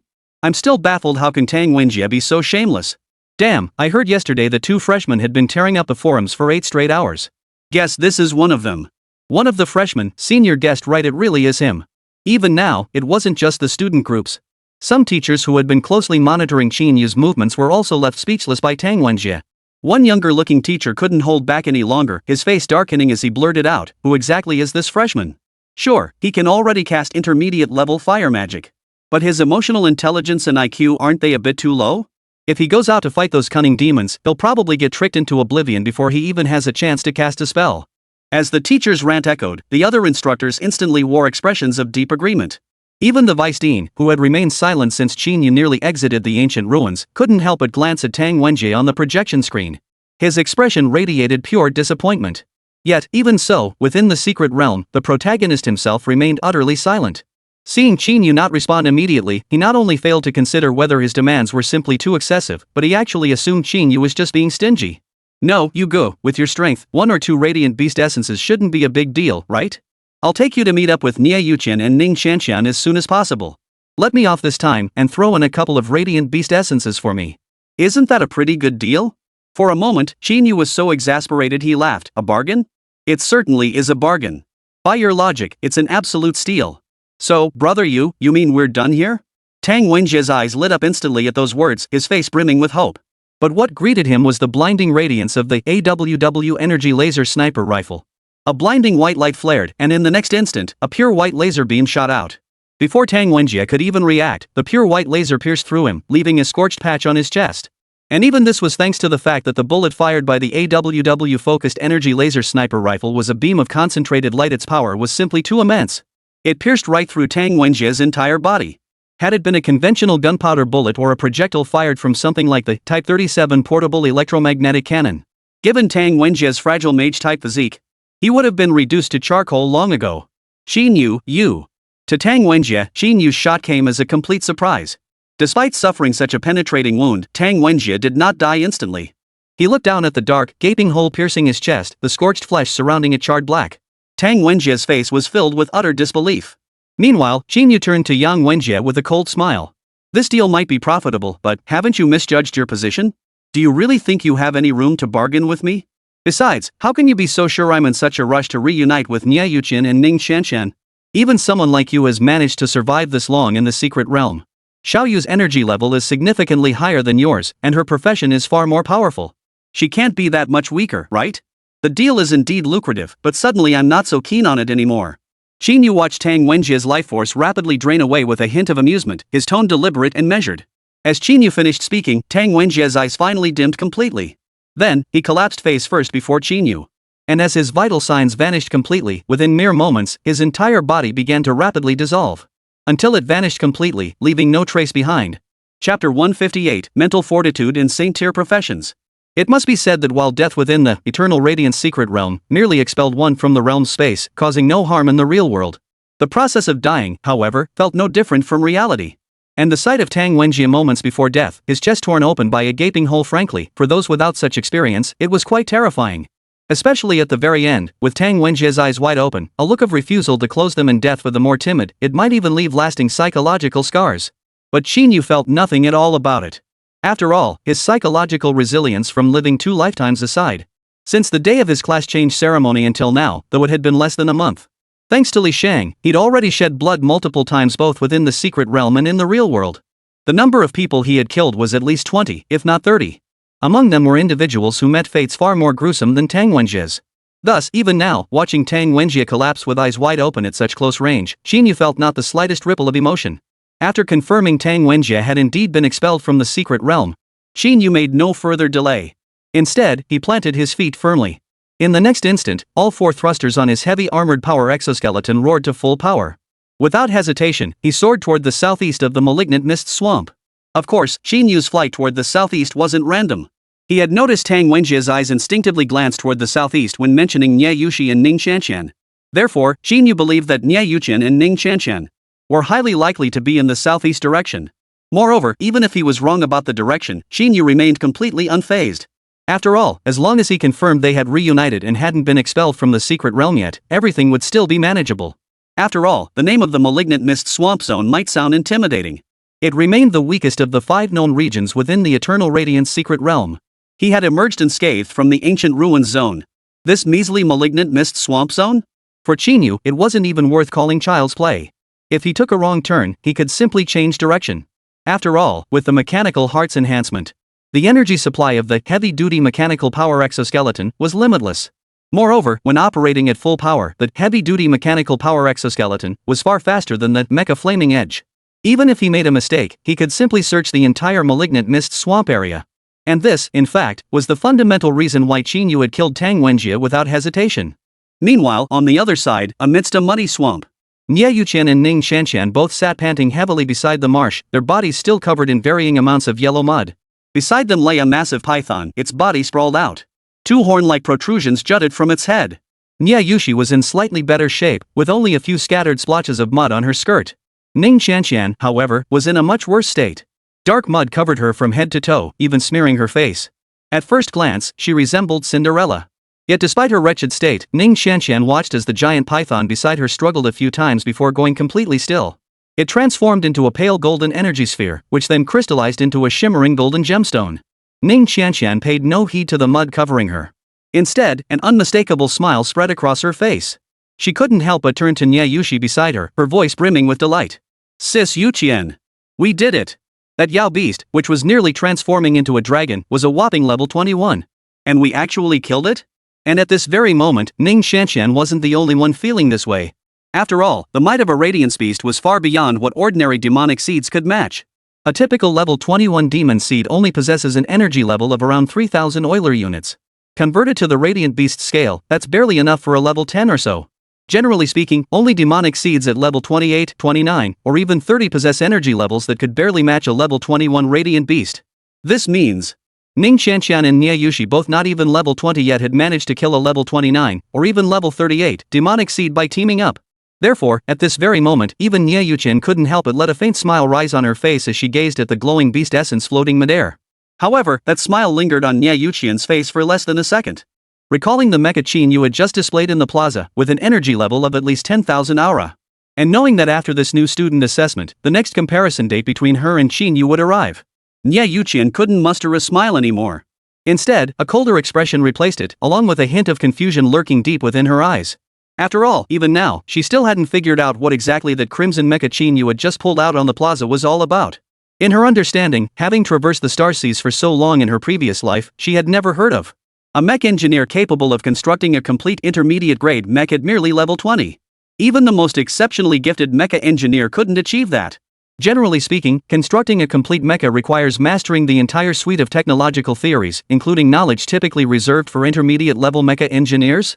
Qín Yǔ's expression when he received my copy of Mech Engineer Advanced Knowledge confirmed he truly hadn't encountered this material before. Then how did he manage it? Could it be his profession isn't actually an SSS-class mech engineer? Could it be he belongs to a higher-tier profession within the entire mech engineer system, specifically a Saint-class profession? But that shouldn't be possible either. Aren't these Saint-class professions only accessible after reaching level 100, when the Human Federation finally unlocks the class change? And even for self-initiated class changes, the lowest known requirement is supposedly level 60.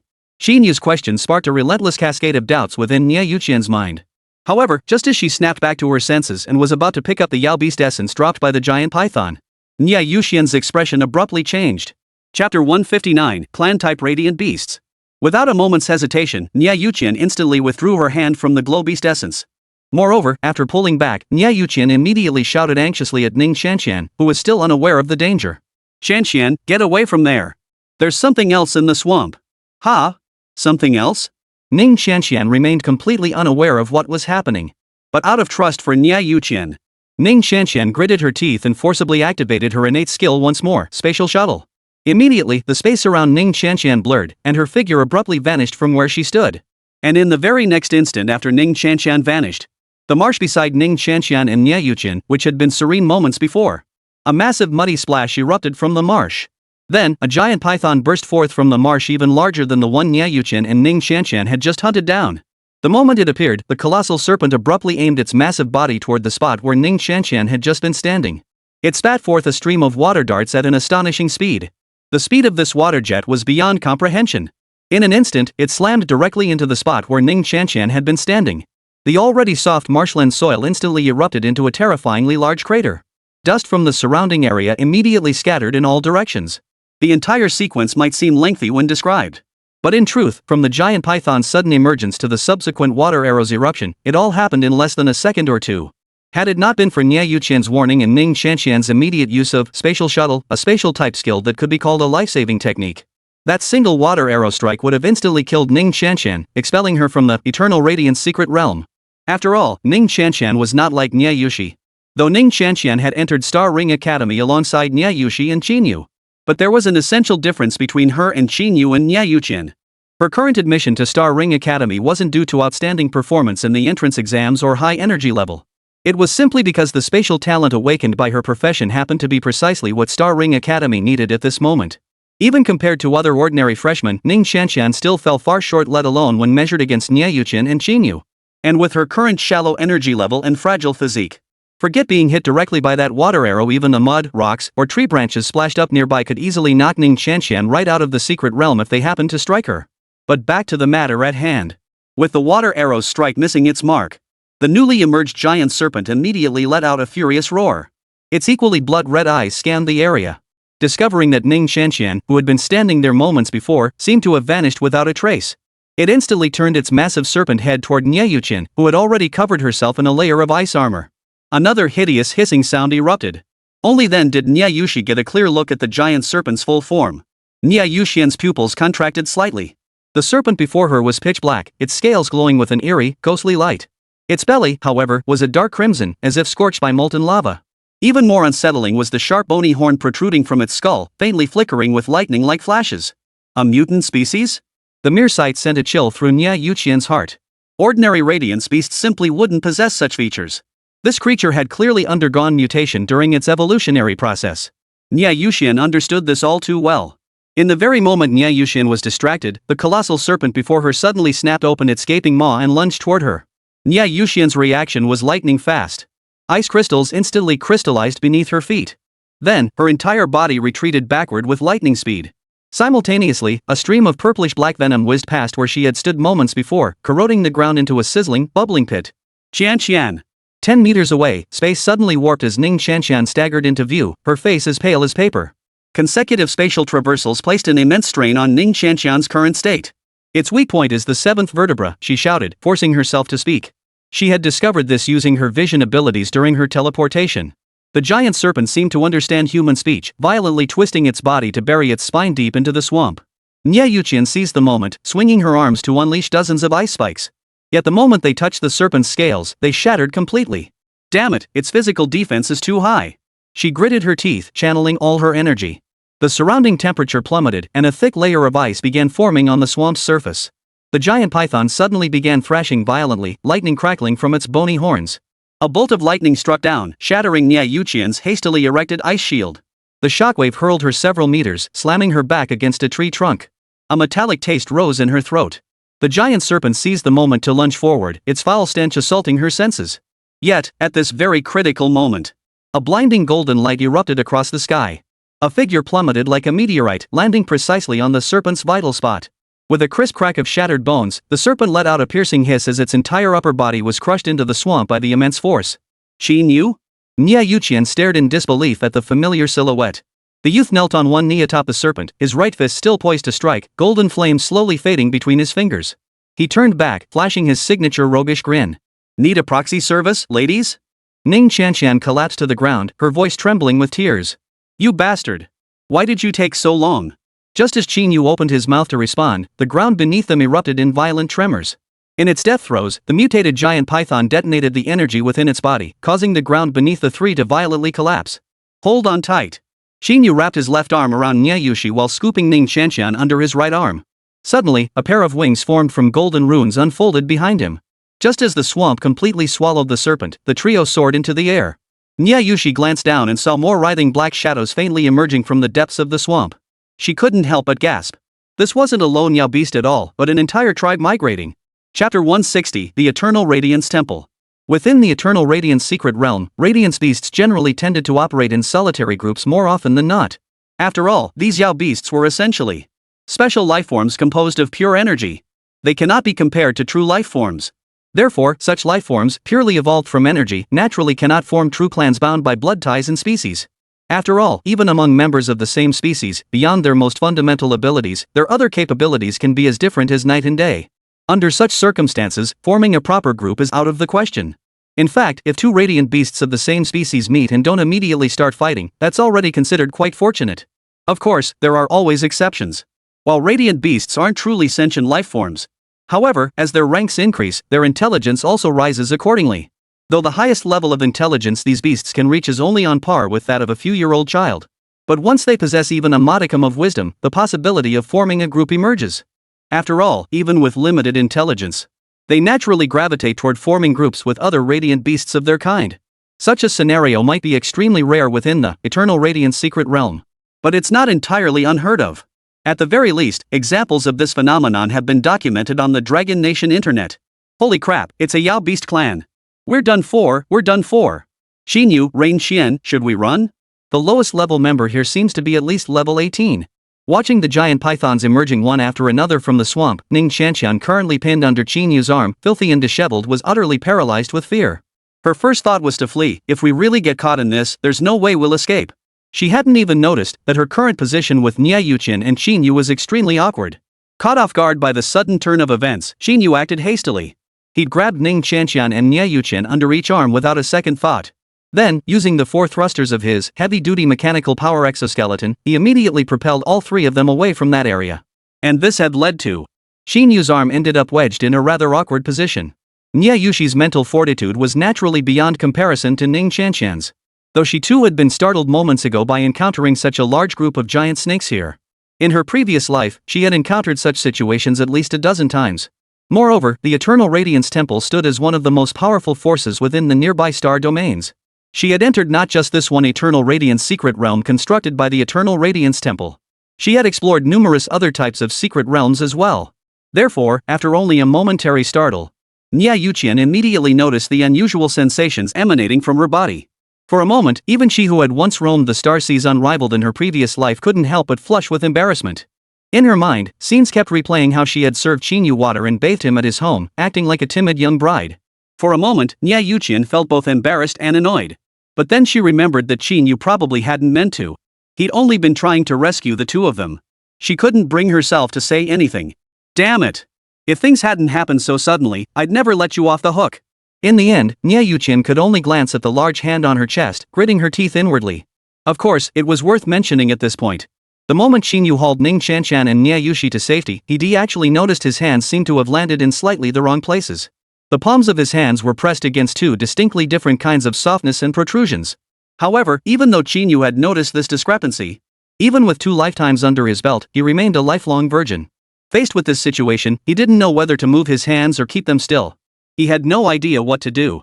After all, staying still might be awkward, but he could at least pretend he was completely unaware. But if he moved, it would essentially be a full-on admission that he was taking advantage of both of them. For a moment, Qín Yǔ was utterly frozen in place.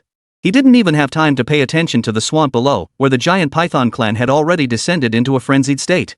It wasn't until he felt Niè Yǔqiān's murderous glare piercing through him. Qín Yǔ sheepishly withdrew his hands from both of their chests. He glanced down at the giant snakes below, raised an eyebrow at Ning Qianqian, and said, "No big deal. Just a few low-level giant snakes. Even if 100 more showed up, I could take them all down. They won't cause any trouble." As soon as Qín Yǔ finished speaking, Ning Qianqian's eyes widened in astonishment. "Are you serious, Qín Yǔ? Those are over a dozen level 10 giant pythons. And that leader seemed to be nearly level 29. At that moment, Ning Qianqian felt her entire worldview crumble. After all, every single one of those giant pythons below leveled no lower than 18. And for Ning Qianqian, who hadn't even reached level 10 yet, none of them were opponents she could handle. Yet now, Qín Yǔ actually claimed that even 100 more wouldn't cause much of a stir. To Ning Qianqian's utter shock, Qín Yǔ didn't respond immediately. Because in that very moment, the massive serpent he'd knocked unconscious with his descent from the sky was slowly regaining consciousness. Its pair of blood-red eyes now fixed on him with intense focus. Its gaze was filled with pure, seething hatred. Then, the giant serpent reared its head and let out a deafening roar. It charged straight at Qín Yǔ. Behind it, the smaller pythons seemed to respond to a call. They all charged toward Qín Yǔ's position. At a glance, the spectacle was truly formidable. Witnessing this scene, not only Ning Qianqian, but even Niè Yǔqiān's expression darkened. However, Qín Yǔ at that moment didn't give these little snakes a second thought. The moment the giant python regained consciousness, Qín Yǔ's thrusters abruptly fired from his back, instantly propelling himself away from the swarm of giant pythons. After finding a relatively dry patch of ground and setting Ning Qianqian and Niè Yǔqiān down, Qín Yǔ immediately turned and charged back toward the location of the giant snakes. A cold smile once again spread across his face. Chapter 161, Holy Great Profession, Mechanical Overlord. It must be said that the lead giant python possessed formidable strength. Whether it was the sheer imposing presence of its massive form, its actual rank, or its overall energy level, it far surpassed the other giant serpents. Under the scan of Qín Yǔ's mechanical eye, all the giant python's attributes were laid bare. Name, Mutant Crimson Python. Level, LV 29. Total energy level, 6,500 aura. Species, Special Energy Life Form. Skills possessed, Piercing Water Arrow, Venomous Breath, Charge, Species Light. Moreover, beyond its energy level and rank, this colossal python's attributes much like those of the spatial type mat armor before it had undergone mutation during its evolutionary process. Moreover, this mutation is no ordinary one. It pertains to a species-level mutation. The most obvious manifestation is among the few skills possessed by this giant serpent. Included one skill that not only seemed completely unrelated to the others but also stood out like a sore thumb, a skill named Race's Light. It was practically screaming mutation right in the serpent's face. Qín Yǔ was momentarily speechless. He truly hadn't imagined that, besides himself, Niè Yǔqiān and Ning Qianqian would also have such incredibly bad luck. Wherever they went, they kept stumbling upon these low-probability events. Of course, while he was slightly surprised by this giant python's mutation, Qín Yǔ didn't feel particularly worried. After all, this mutated red python was indeed a remarkably rare mutant species. However, its mutation path differed from those Qín Yǔ had encountered before. Mutations that enhanced their individual combat capabilities. This giant python's mutation no longer focused on individual combat, but on group attacks. And what Qín Yǔ feared least was group attacks. After all, it must be remembered that Qín Yǔ followed the legitimate path of the Mechanical Legion, though he hadn't formally embarked on that path yet. And his Mechanical Legion style hadn't fully crystallized yet. But regardless, after these past 10-odd days, he had forged the rudimentary form of his Mechanical Legion. And if this Mechanical Legion couldn't even handle a dozen or so small snakes, then the Mechanical Legion style he envisioned in his heart would be nothing but a complete joke. Therefore, at this very moment, Qín Yǔ felt not a shred of worry. Instead, glancing at the heavy-duty external mechanical power armor strapped to his body, his face lit up with eager anticipation. Let's see, is your red python tribe stronger, or is my Mechanical Legion mightier? Powered by 4 thrusters, Qín Yǔ's speed was blindingly fast. In an instant, he charged back before the giant serpent horde. Seeing Qín Yǔ flee only to return and taunt them once more, both the lead serpent and the others behind it grew furious. Immediately, they charged toward Qín Yǔ once more. This time, however, a ring of ethereal white light suddenly surged from above the head of the mutated red python at the front, enveloping the entire group of giant serpents. The intelligence of these giant snakes surged dramatically. Rather than all the pythons blindly scrambling toward Qín Yǔ, instead, they adopted a division of labor approach. The snakes closest to Qín Yǔ continued their mindless, headlong charge as before. Those slightly farther away simultaneously unleashed water arrows and venom. In an instant, over a dozen transparent water arrows and venom streams erupted simultaneously, completely sealing off every direction around Qín Yǔ: front, back, left, right, above, and below. As he stared at the dozen or so streams of venom, each nearly as bright as the others, and the closest giant pythons charging toward him, Qín Yǔ felt, for a split second, a sense of utter helplessness, as if there was nowhere to hide, nowhere to run. However, this feeling lasted only an instant. Under the scanning of the mechanical eye, Qín Yǔ could clearly see the speed and trajectory of every water arrow and venom stream with a single glance. Armed with this critical data, Qín Yǔ swiftly mapped out an escape route in his mind. The moment the plan was formed, he sprang into action. Oh dear, Sister Yǔqiān, Qín Yǔ's been surrounded by that group of giant snakes. Could something happen to him? Meanwhile, Ning Qianqian, having recovered from her initial shock, watched Qín Yǔ now deeply entrenched within the giant python's encirclement. A trace of worry inevitably surfaced in her eyes. Niè Yǔqiān, however, showed not a trace of worry. Don't worry. Qín Yǔ's strength is far greater than anyone could imagine. If he dared charge forward and confront these giant serpents head-on, he must have absolute confidence in victory. Niè Yǔqiān stared at the black exoskeleton-like heavy mechanical power limbs on Qín Yǔ's body, which reflected faint glints of light, her eyes filled with confusion. Her confusion stemmed from a simple fact. Typically, for a mech engineer, reaching level 19 marks the critical period when their mech prototype undergoes a crucial transformation into a full-fledged mech. Upon reaching level 20, that is, after mastering all principles of electromagnetism, the mech prototype inherent to the mech engineer would formally begin evolving toward a complete mech. While it's impossible to achieve this overnight to be instantly transformed into a complete mecha. But as long as the mech engineer isn't mentally impaired, they will definitely upgrade it from that foundation. As for Qín Yǔ's mech prototype, Niè Yǔqiān remembered it vividly from the college entrance exams. She remembered clearly that the mecha model Qín Yǔ had used during the exam was the very same one he was wearing now. Even the scratches on it were identical. Yet Qín Yǔ was already at level 20 now. He even possessed a proper mecha now. So what was the deal with this mecha prototype? Could it be that Qín Yǔ's profession was truly the legendary Saint Tier class, the ultimate career path for all mechanical-related professions, mechanical overlord? At this thought, Niè Yǔqiān found herself. Didn't want to believe it. After all, the odds of that happening were incredibly low. Not only did she find it hard to believe. If this were posted on the Starseas Quantum Information Network, it would be treated as a joke, the kind that would be mocked for days on end. Yet, everything before her eyes kept reminding Niè Yǔqiān. The class Qín Yǔ had just awakened to might very well be the one that ordinary people needed to reach level 100 before they could even consider transferring into. The Saint Tier profession, Mechanical Overlord. Chapter 162, The Mechanical Legion campaign begins.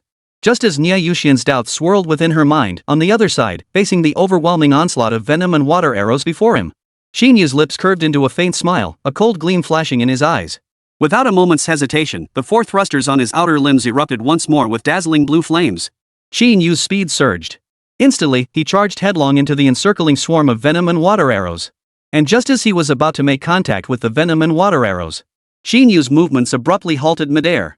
Then, amidst the swirling water arrows and venom, he traced a graceful arc. In the blink of an eye, Qín Yǔ executed several agile maneuvers in midair, and emerged unscathed from the seemingly impenetrable encirclement. This spectacle left the giant pythons utterly stunned. They never imagined that the encirclement they had worked so hard to create would be broken through so easily by Qín Yǔ. And it wasn't just the giant pythons. Far away, Ning Qianqian, who had been filled with worry moments ago, now wore a look of utter bewilderment. Is the legendary Qín Yǔ really this powerful? This time, Niè Yǔqiān remained silent, her beautiful eyes fixed intently on Qín Yǔ. Meanwhile, Qín Yǔ, having already broken through the encirclement, showed no signs of resting. Buzz. A humming sound filled the air. In the next instant, one after another, the Viper-modified combat drones were being pulled out of Qín Yǔ's forging space. As these dozen or so Viper-mod combat drones began ascending one after another, Qín Yǔ's surroundings suddenly resembled the lead giant python, as if accompanied by a dozen little minions. While not a solid black mass, the uniform array of cannons mounted on each drone's fuselage still conveyed a bone-chilling sense of oppression. And this was far from over. Beyond these dozen modified Viper combat drones, Qín Yǔ's mind stirred once more. From the forging space, he retrieved the long-dormant robot rangers. For the entire period since the college entrance exams concluded, Qín Yǔ had holed up in the forging space for over 10 days. It was impossible that he had only forged these dozen or so Viper-modified combat drones, robot rangers, and reconnaissance mechanical dogs. Qín Yǔ had actually forged many more. However, as his level increased, the corresponding advanced versions for these two mechanical creations remained locked. Consequently, the robot rangers gradually fell behind his progress, becoming largely ineffective. That's why he hadn't brought them out. But clearly, the current situation was just right for the robot rangers, neither too challenging nor too easy. Thoughts became action. As the idea formed in Qín Yǔ's mind, the next moment, within the forging space, the massive, cumbersome-looking robot rangers, each far larger than the Viper mod combat drones, began landing one after another like dumplings being dropped into boiling water. In mere moments, a great wall of black metal materialized before the giant serpents. Only after completing this did Qín Yǔ, suspended mid-air, come to a halt. He then stabilized his position mid-air, propelled by his thrusters. He watched the giant serpents before him with keen interest. Hiss! The serpent horde clearly hadn't anticipated Qín Yǔ's next move, especially the mutated crimson python. Staring at the sudden appearance of so many steel constructs before it, a flicker of hesitation passed through its crimson serpentine eyes. However, Qín Yǔ gave it no time to ponder. In the next instant, his command rang out from midair. Open fire! In an instant, countless tongues of flame launched their assault upon the giant serpent horde. though both the Viper mod combat drones and the Ranger robots possessed rather limited overall power levels. But as the saying goes, many ants can bite an elephant to death.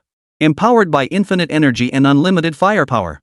Not just these low-level giant pythons over the past few days, even a level 35 spatial system berserker armor Mad Bull wouldn't stand a chance against Qín Yǔ.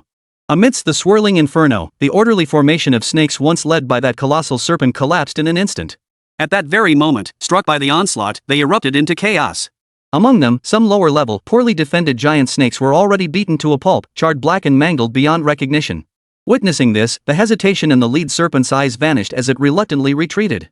It then abruptly raised its head and let out a deafening roar. Lightning flashed from the horned crest atop its skull, as if preparing to unleash an even more devastating attack. However, Qín Yǔ saw this and gave it no chance. In midair, Qín Yǔ raised his hand slightly. In the next instant, every barrel on the Viper mod combat drones and the Ranger robots instantly pivoted, locking onto the lead giant python. Target acquired full firepower. Rat-a-tat-tat-tat. With a downward flick of Qín Yǔ's hand and another command. In an instant, all the Viper-modified drones and robotic rangers unleashed a torrent of fire upon the lead mutated red python. Boom! Boom! Boom! Under this relentless barrage, the colossal serpent was brought crashing down in an instant. Its hard scales shattered under the barrage of bullets and flames, turning into charred fragments. Simultaneously, blood began gushing forth. What, holy! What the hell is this? Drones, robots. Is Qín Yǔ even a freshman? This is just too freaking insane. At this very moment, Ning Qianqian and Niè Yǔqiān weren't the only ones stunned.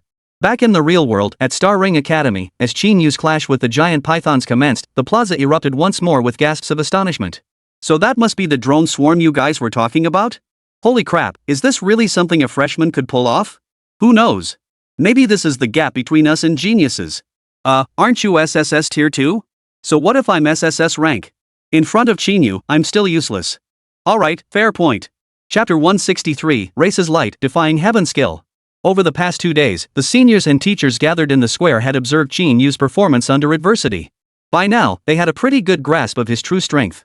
Thus, though many had come and gone over these 2 days, a constant stream of people had come and gone, the vast majority of them had no doubts whatsoever about Qín Yǔ's ability to successfully eliminate this group of Yao beasts. After all, if one were to be honest, these few small pythons were of even lesser value than some ordinary Yao beasts found in the ancient ruins, let alone the elite among them. Yet, despite their lack of worry, each time, they were still utterly stunned by the power Qín Yǔ displayed. After all, no matter how you looked at it, Qín Yǔ was still just a freshman.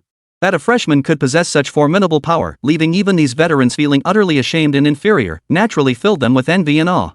Moreover, the square wasn't just filled with seasoned veterans like them. There was a large crowd of freshmen who had just been cleared out of the Eternal Radiance secret realm. Though these freshmen had heard all about Qín Yǔ's exploits over the past few days through the seniors' discussions. But hearing about it and actually witnessing this scene were two entirely different matters.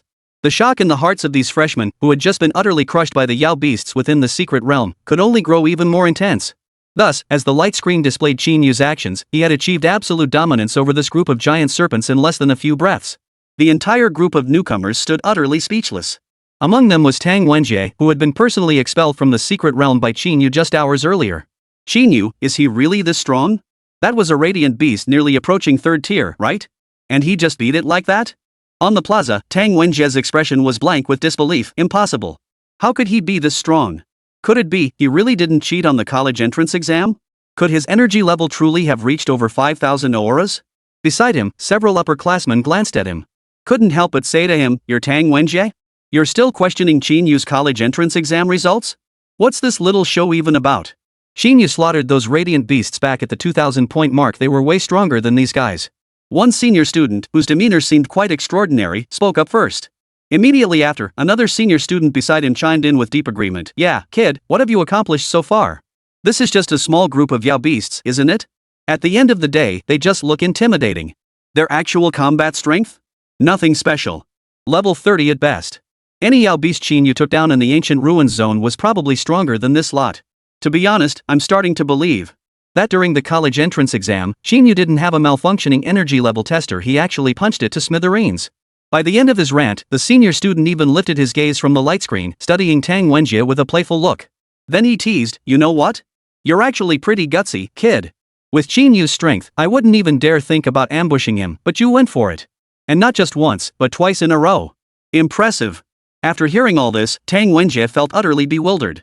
The Eternal Radiance Secret Realm. Under the fire suppression of over a dozen Viper-modified combat drones and robotic rangers, in mere moments several lower-tier red pythons within the serpent horde were torn open by relentless, incendiary rounds. Moreover, the instantaneous flames from the bullet explosions scorched their bodies, leaving them charred and blackened. In an instant, the entire python horde was thrown into utter disarray. Even under the control of the mutated red pythons species light, the serpents grew restless. One by one, they sought to burrow into the swamp first. However, at this very moment, the leading giant python showed not the slightest inclination to flee. In fact, upon seeing its own kind attempting to resist its control at this critical moment, a distinctly human-like flash of anger flickered within its crimson serpentine eyes. Then, it suddenly opened its massive jaws and let out a piercing hiss toward the sky. Accompanying this hiss, a white light far more intense than before instantly burst forth from the crystal above its head, enveloping all the giant pythons around it. Instantly, the once frenzied serpents, desperate to flee, fell silent. Their snake eyes held no trace of emotion. Only numbness remained. Is this race light skill really this insane? Qín Yǔ, witnessing this scene mid-air, was utterly astonished. For under his scanning, he discovered, as the white light burst forth from the head of the leading giant python, all the pythons within its glow perished in an instant. Moreover, even in death, the physical bodies of these red snakes did not immediately dissolve into a mass of energy, transforming into a Yao beast essence. Instead, they were controlled by the leading giant serpent. Witnessing this scene, Qín Yǔ's pupils contracted sharply. In his heart, he finally began to take seriously the skill, race light, possessed by this crimson python. He couldn't help but mutter in admiration. Damn, this skill seems downright god tier. To be fair, Qín Yǔ had previously assumed the crimson python's race light skill was merely a single ability. It likely just boosted the giant serpent's intelligence, and that it was merely a semi-passive skill enabling it to form and unite a tribe. But the scene before him now made him realize he had been utterly mistaken. This, race light, wasn't some passive ability at all. This was nothing less than a proper active master-servant contract skill? Once you became part of a race possessing the race light skill, your very life becomes completely controlled by another. One displeasure, one activation of the skill, and you lose all signs of life, only to become a flesh and blood puppet? Honestly, this is even more outrageous than a master-servant contract, right? Chapter 164, Grounded and Humiliated. Mid-air, Qín Yǔ stared at the swamp below where the giant pythons had vanished in an instant, shock flashing in his eyes. At that very moment, the mutated red python underground seemed to notice Qín Yǔ's stunned expression. Without hesitation, it let out a deafening roar and charged toward Qín Yǔ. As the serpent's roar echoed through the air, in the next instant, these giant serpents charged headlong into the barrage of firepower unleashed by over a dozen Viper mod combat drones and a dozen ranger robots hovering in the air. Ignoring pain, disregarding their own flesh, they were pelted with bullets until blood dripped from their bodies. They launched their assault directly at Qín Yǔ. In an instant, a torrent of water arrows and venom filled the sky, instantly engulfing Qín Yǔ once more. Yet, it was all in vain. For others, these attacks might have been too swift to react to. But to someone like Qín Yǔ, a true supermodel in this domain, they were far too slow. A faint glow flickered in his eyes. In the blink of an eye, mechanical gaze predicted the trajectories of the water arrows and venom. Immediately, Qín Yǔ reacted with lightning speed, initiating evasive maneuvers. With the mechanical heart granting him absolute mastery over his heavy mechanical power exoskeleton, combined with the high-speed mobility provided by 4 thrusters. In mere moments, with a few swift maneuvers, Qín Yǔ completely evaded this new wave of concentrated snake attacks. Moreover, after evading the attack, Qín Yǔ did not continue to stand by and watch this time. Instead, he immediately activated his thrusters. He charged toward the massive mutated red python lurking in the swamp. He engaged the mutated red python in close-quarters combat. Of course, strictly speaking, the core of the mechanized legion style was to eliminate opponents effortlessly, without the need for direct intervention from the main body, relying solely on the mechanical constructs it forged to effortlessly eliminate opponents. But clearly, with the machinery Qín Yǔ currently possessed, it was clearly insufficient to kill a level 29 mutant red python like this. After all, no matter how you looked at it, this red python's level was a staggering 29. It was completely incomparable to the other small snakes behind it. Moreover, its energy level was terrifying, boasting a staggering 6,000 plus oiler. It was even a mutant variant among the radiant beasts.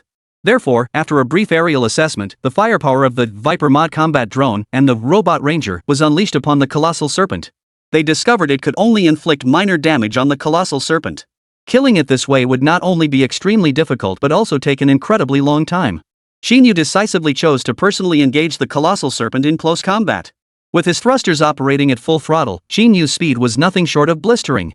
Especially now, as he was diving downward. With the added boost of gravitational acceleration, His speed became truly terrifying. In the blink of an eye, Qín Yǔ, shrouded in steel gleaming with a dark light, charged relentlessly toward the mutated red python. Then, just as before, he slammed a fist into the creature's forehead.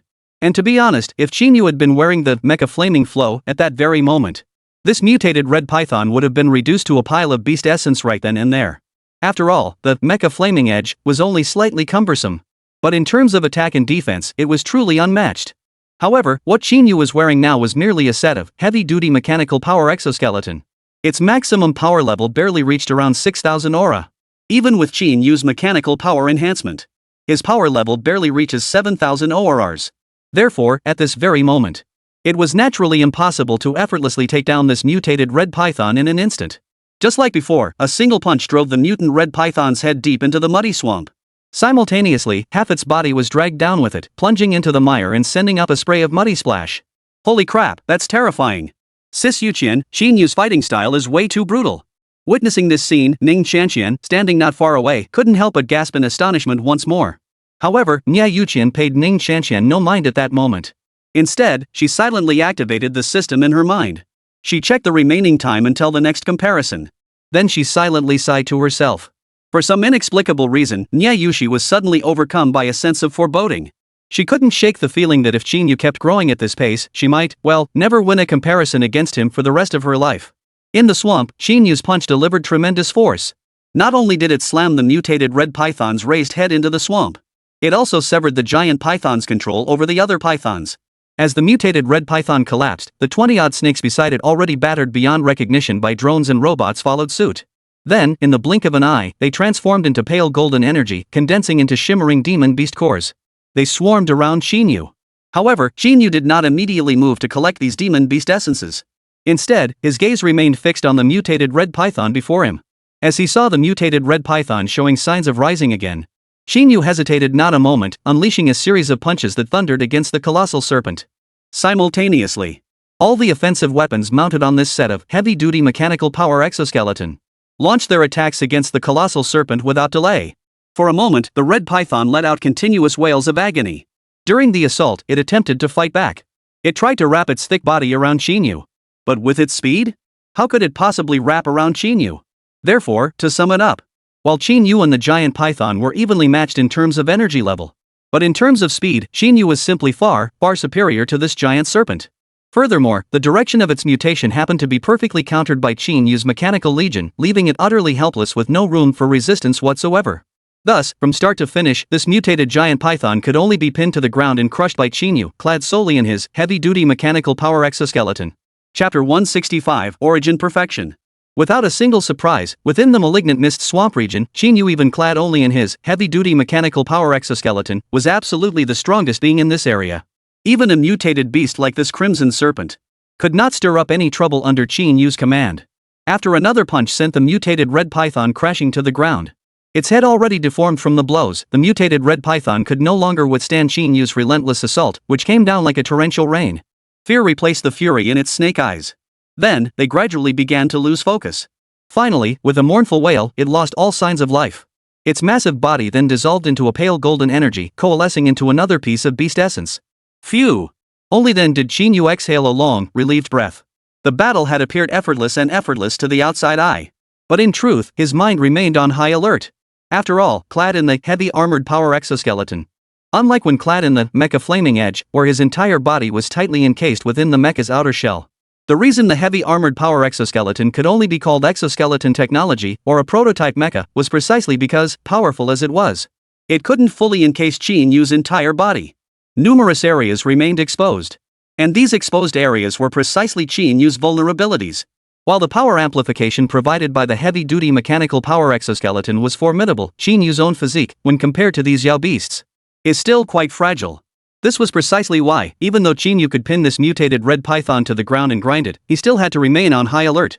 Because let's be honest, this mutated red python's attack methods, whether it was venom or water arrows, one slip up and he might just meet his end in the most unexpected way. Wow! Qín Yǔ, you're terrifying. How can you be this strong? As the mutated red python transformed into a glowing beast core radiating a faint golden light, Ning Qianqian and Niè Yǔqiān, who were nearby, naturally rushed over immediately. Seeing the glowing beast cores floating around Qín Yǔ, Ning Qianqian couldn't help but gasp in astonishment. Each of those beast cores represents at least an 18th level giant python. And you wipe them all out in just a few minutes? Well, I didn't exactly kill them myself. Hearing the voice, Qín Yǔ glanced back at Ning Qianqian, whose eyes were filled with stars, then chuckled. The real cause of death for these giant pythons was actually that mutated giant python killing them one by one. If I had to put it plainly, I merely accelerated the process.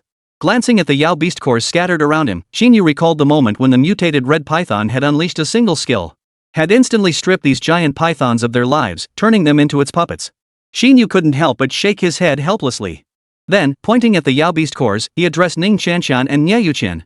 What are you two standing around for? Quickly collect these radiant beast cores and absorb them. Otherwise, they'll vanish soon. Once slain, the radiant beasts transformed into cores that couldn't remain indefinitely. They had a half-hour lifespan if unclaimed after that.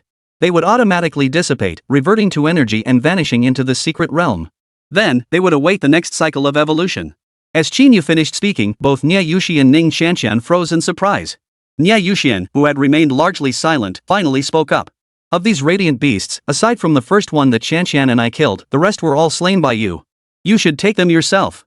There's no need to consider us. Niè Yǔqiān's tone remained icy. After speaking, she picked up only one piece of radiant beast essence and handed it to Ning Qianqian. Then, she prepared to turn away.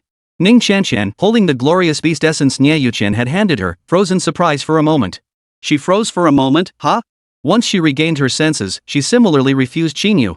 Hurrying to catch up with Niè Yǔqiān, she said, "Hey, Sister Yushi, why are you giving me this glowing beast essence? I didn't do anything to deserve it, really." Watching this scene, Qín Yǔ was momentarily speechless. However, after shaking his head, Qín Yǔ didn't immediately explain that he couldn't absorb these radiant beast essences, making them utterly useless to him. Instead, he picked up each piece of brilliant beast essence one by one before reactivating his heavy-duty mechanical power exoskeleton and racing after Niè Yǔqiān and the others. Under the formidable amplification of his god-tier profession, Qín Yǔ's physique had essentially become the legendary perfect physique. He had no need for external enhancements whatsoever. Thus, over the past few days, although Qín Yǔ had slain numerous radiant beasts and collected their essences, he hadn't absorbed a single one. Instead, he stored them all within his spatial ring. And the number of radiant beasts he had slain along the way was far more than just a few dozen. Thus, in terms of radiant beast essences, Qín Yǔ was exceptionally well stocked. After Qín Yǔ's lengthy and persuasive explanation, and having wasted one essence to demonstrate its effects to Ning Qianqian and Niè Yǔqiān once more, these essence crystals entered Qín Yǔ's body. After confirming they could only replenish his mechanical energy and serve no other purpose. Only then did Niè Yǔqiān and Ning Qianqian each accept 10 radiant beast essences from Qín Yǔ. By a small stream, Ning Qianqian, having washed the mud from her body, gazed at the 10 glow beast essences in her hand, each shimmering with a faint golden glow. Her eyes lit up instantly, filled with sheer excitement. Master Qín Yǔ, Sister Yǔqiān, are these glowing beast essences truly capable of enhancing one's primordial essence and compensating for innate deficiencies? Ning Qianqian asked curiously. Upon hearing her question, Qín Yǔ replied, "Of course." But Ning Qianqian's curiosity didn't stop there. Then why don't these radiant beast essences have any effect on you, Master Qín Yǔ? Is it because Master Qín Yǔ's source power is already sufficiently powerful? Or is it that your primordial essence doesn't need any enhancement at all? One question after another poured forth from Ning Qianqian's mouth. Qín Yǔ was momentarily taken aback by the barrage of questions. Instead, Niè Yǔqiān beside him flashed a thoughtful look in her eyes. Chapter 166, Talent Transformation. Complete form spatial travel? By the stream, listening to Ning Qianqian's relentless barrage of questions, Niè Yǔqiān too fell deep in thought. Niè Yǔqiān possessed considerable knowledge regarding saint-level professions. After all, within the Star Sea, under the governance of the Human Federation, once a class reached level 100.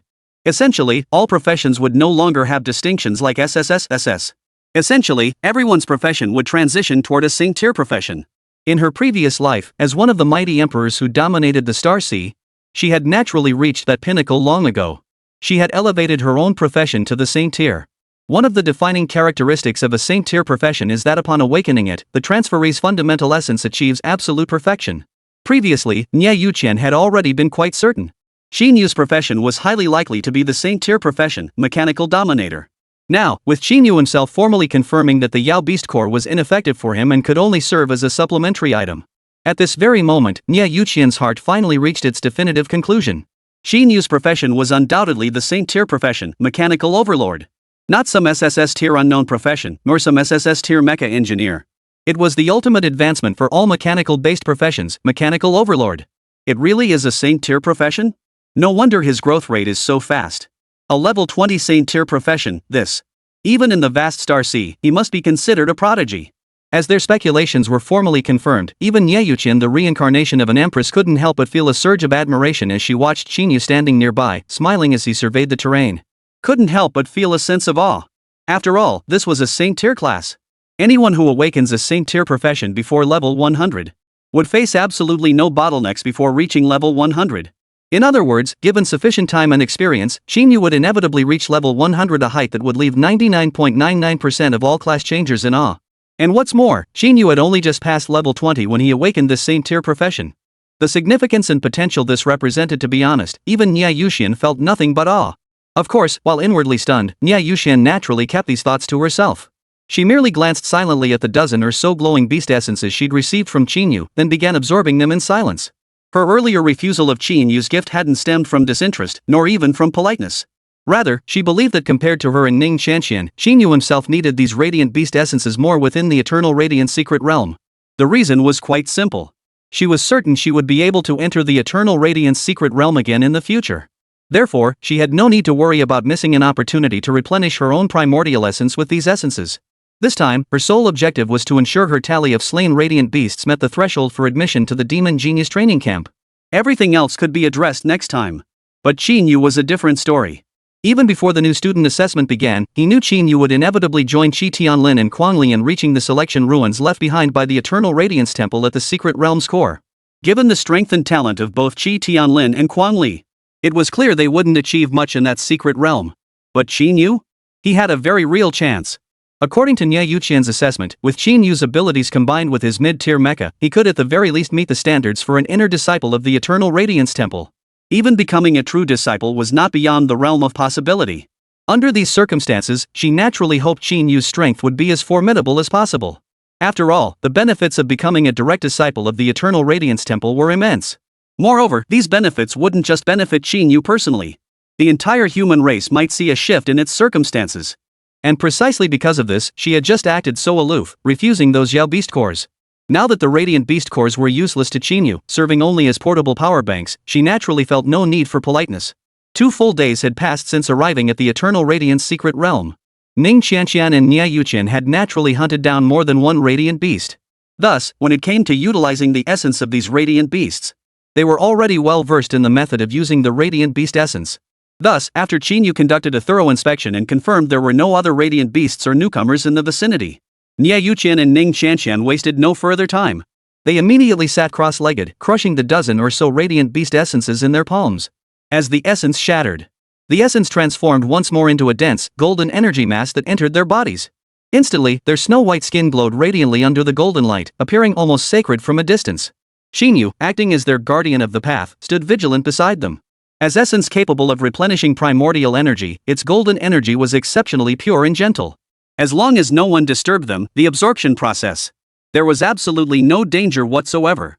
Thus, in less than half an hour, Ning Qianqian and Niè Yǔqiān had both fully digested the radiant beast essence and regained consciousness.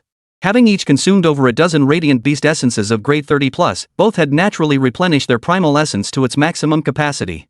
How do you feel? Qín Yǔ asked curiously as he watched Ning Qianqian and Niè Yǔqiān open their eyes one after another, having finished absorbing the essences. Qín Yǔ was genuinely curious about the effects of the radiant beast essence. After all, he himself couldn't even absorb them. Faced with Qín Yǔ's question, the 2 women, who had just awakened, paused for a moment. Only then did they begin to respond. It feels pretty good. Some improvement.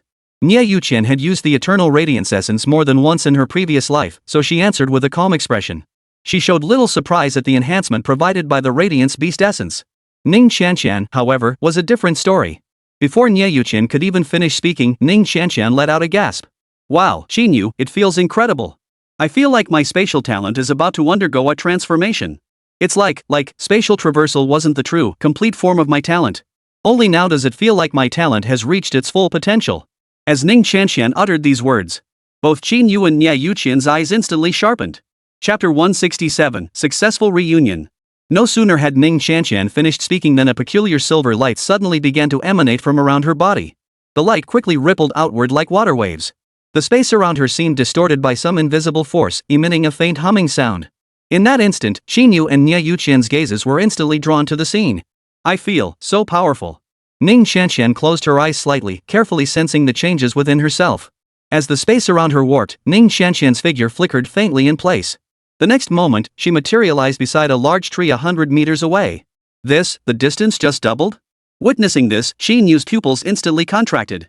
He clearly remembered that Ning Qianqian's previous spatial traversal ability could only move her a mere dozen to several dozen meters at most.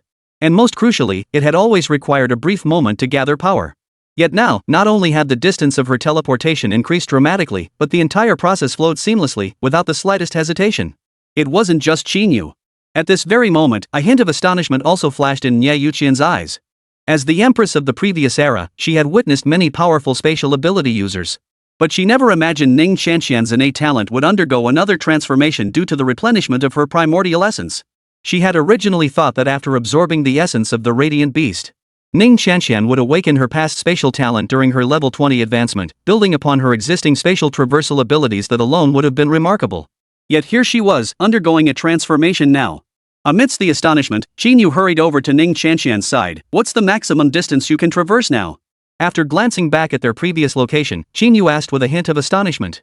At that moment, Ning Qianqian closed her eyes to sense her surroundings. She opened her eyes almost immediately, excitement sparkling within them as she replied to Qín Yú, about 500 meters radius. And I feel like with more practice, I could go even farther. 500 meters. Upon hearing this figure, both Qín Yú and Niè Yǔqiān were stunned once more. After all, even many third transition spatial type practitioners might not reach such a level. And now, Ning Qianqian's innate talent had undergone a transformation, allowing her to reach this level. It seems the effects of these radiant beast essences are even more powerful than we anticipated. For a moment, Niè Yǔqiān stepped forward, her tone unusually filled with admiration as she addressed Ning Qianqian. Your spatial talent was already rare, but now, with the source essence supplementing it, you've made a qualitative leap. Ning Qianqian scratched her head awkwardly in response, saying, Honestly, I didn't expect this myself.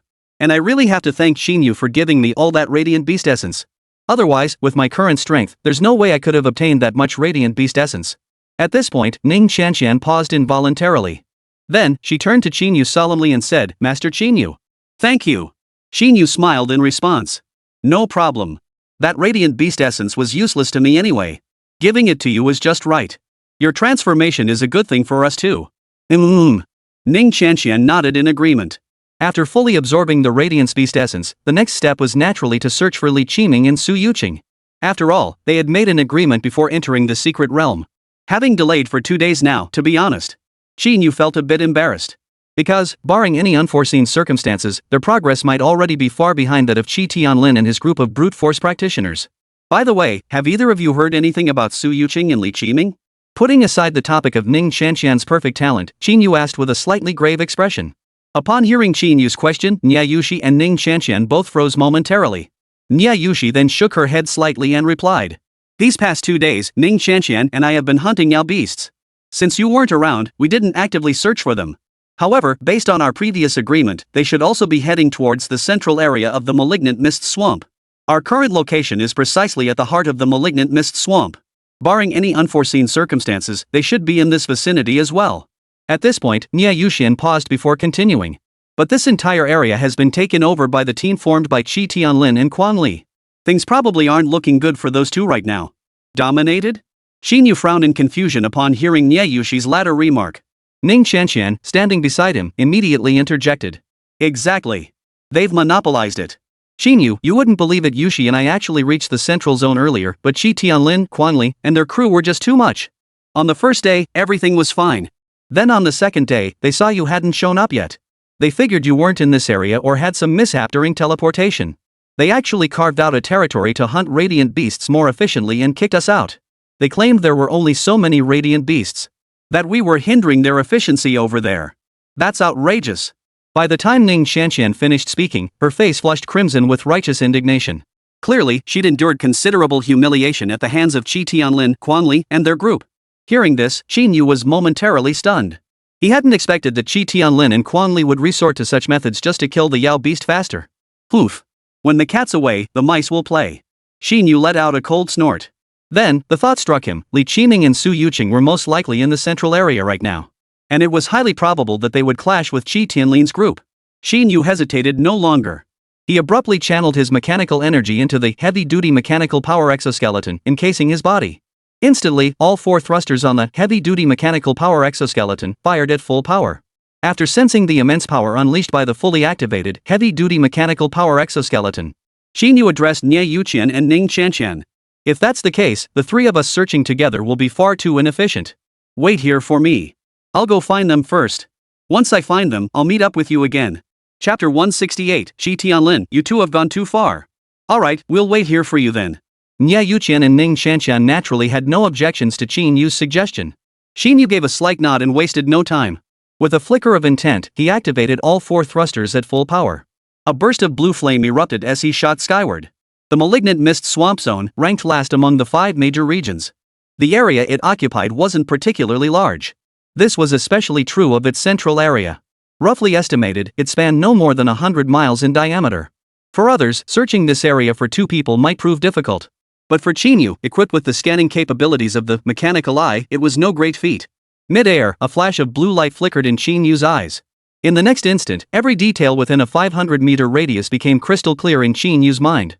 Whether scattered Yao beasts or other newcomers, all were clearly visible under his scan. Moreover, Qín Yǔ's speed was exceptionally swift, making his search incredibly efficient. Naturally, with the heavy-duty mechanical power exoskeleton operating at full power, the commotion Qín Yǔ created was considerable. Especially with all 4 thrusters firing at maximum thrust, the roar reverberated across the sky. For miles around, the thunderous rumble could be heard clearly, booming overhead. Naturally, Qín Yǔ's conspicuous actions drew the attention of numerous Yao beasts below the swamp, their shrieks piercing the air, along with the curious gazes of other newly arrived beings. Is that Qín Yǔ? It must be said that Qín Yǔ's gear was quite distinctive among the newcomers. Many recognized him at a glance. And with that recognition came a wave of curious murmurs. Damn, that's Qín Yǔ. Isn't that the gear he wore during his college entrance exams? Yep, it's definitely him. Whoa, speaking of which, hasn't Qín Yǔ been out of sight these past few days? Was he just wearing that mecha suit? It's all flash and no substance, right? Didn't he get kicked out of the secret realm the moment he entered? How come he's showing up now? What the hell has he been up to these past few days? Dude, ask me and I'll ask who. But look at Qín Yǔ's flight path, he seems to be heading straight for the central zone. Amidst the dense forest where tree shadows danced, countless freshmen gathered in small groups, their eyes fixed on Qín Yǔ's figure soaring through the sky. A buzz of discussion erupted instantly. Especially when they saw Qín Yǔ heading straight for the center of the malignant mist swamp, excitement flashed across many faces. Damn, that direction really is the very heart of the central zone. Could it be that Qín Yǔ was finally going to cross paths with Shi Tianlin and Quan Li? From within a thicket of bushes, a man clad in blue mage robes brightened, his face brimming with anticipation. Beside him, a burly man with bulging muscles shared the same thrill, his face now flushed with excitement. Damn right. Qín Yǔ's heading straight for where Shi Tianlin and Quan Li are. Those bastards. They're pushing it way too far. They're relying on their group advantage, all SSS tier players, and won't even let us enter that area. I'll be damned if I don't. Over the past 2 days, Shi Tianlin and Quan Li's group hadn't just driven away Niè Yǔqiān and Ning Qianqian. It could be said that they had chased away virtually every new recruit in the central zone. This naturally stirred up considerable resentment among the newcomers. Honestly, if the gap in strength between them and the newbies hadn't been so vast, their group might have been torn apart by the newcomers long ago. Now, seeing Qín Yǔ clearly intent on confronting Shi Tianlin and Quan Li, many of them instantly grew excited. Let's go! With our strength, we couldn't kill or even fight those Yao beasts anyway. Why hide here? Might as well go see the show. You're right. Damn it, I've had enough of their smug faces.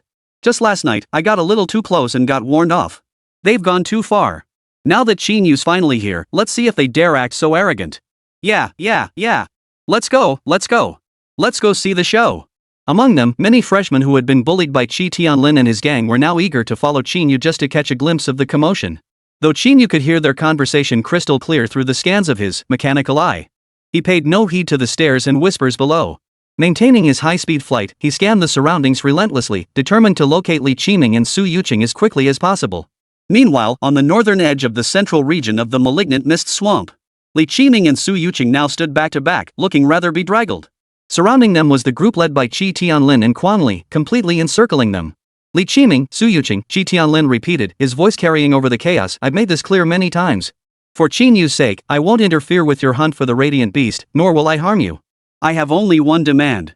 From the outer perimeter, watching the disheveled Su Yuqing and Li Qiming before him, Quan Li folded his arms, his expression unreadable.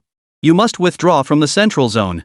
Including this time, that makes 3 or 4 times now, right? Do you truly believe my patience is limitless? Don't be fooled by Qi Tianlin's muscular build and rough-and-tumble appearance. Don't forget he's a direct descendant of the Qi family of the capital. And a prodigy born from such a prestigious family lineage. How could they possibly be mere boors? Thus, though Qi Tianlin's tone remained calm at this moment, both Su Yuqing and Li Qiming couldn't help but feel a chill rise in their hearts. Qi Tianlin, what's your limit? This secret realm is vast, teeming with Yao beasts. What's wrong with Li Qiming and me entering? You don't seriously believe that a bunch of nobodies like you could possibly hunt down every single glowing beast in this area, do you? Though she knew deep down that Qi Tianlin and Quan Li might actually turn on them. Su Yuqing retorted without missing a beat. Oomph. You're only acting so cocky because Qín Yú's gone missing. If Qín Yǔ were here, I'd love to see how you two plan to monopolize this entire area. Chapter 169, Qín Yǔ arrives. It wasn't just Su Yuqing. At this very moment, Li Qiming stared at the dozen or so men standing before him, his face equally twisted with fury. Qi Tianlin, don't play dumb. Li Qiming snorted coldly at Qi Tianlin standing behind the group. The only reason Su Yuqing and I insisted on entering this central zone was because we had an appointment with Qín Yǔ to meet here. As for hunting Yao beasts? How many could Su Yuqing and I possibly take down? What you've done is going a bit too far. It was clear that Li Qiming was seething with anger at this moment. As he spoke, the long sword strapped to his back clanged ominously. They were clearly poised to strike at the slightest provocation. However, facing their accusations, Qi Tianlin's expression remained utterly unchanged. Instead, Zhou Dong stepped forward with a loud laugh, declaring, "Ha ha ha ha! Qín Yǔ?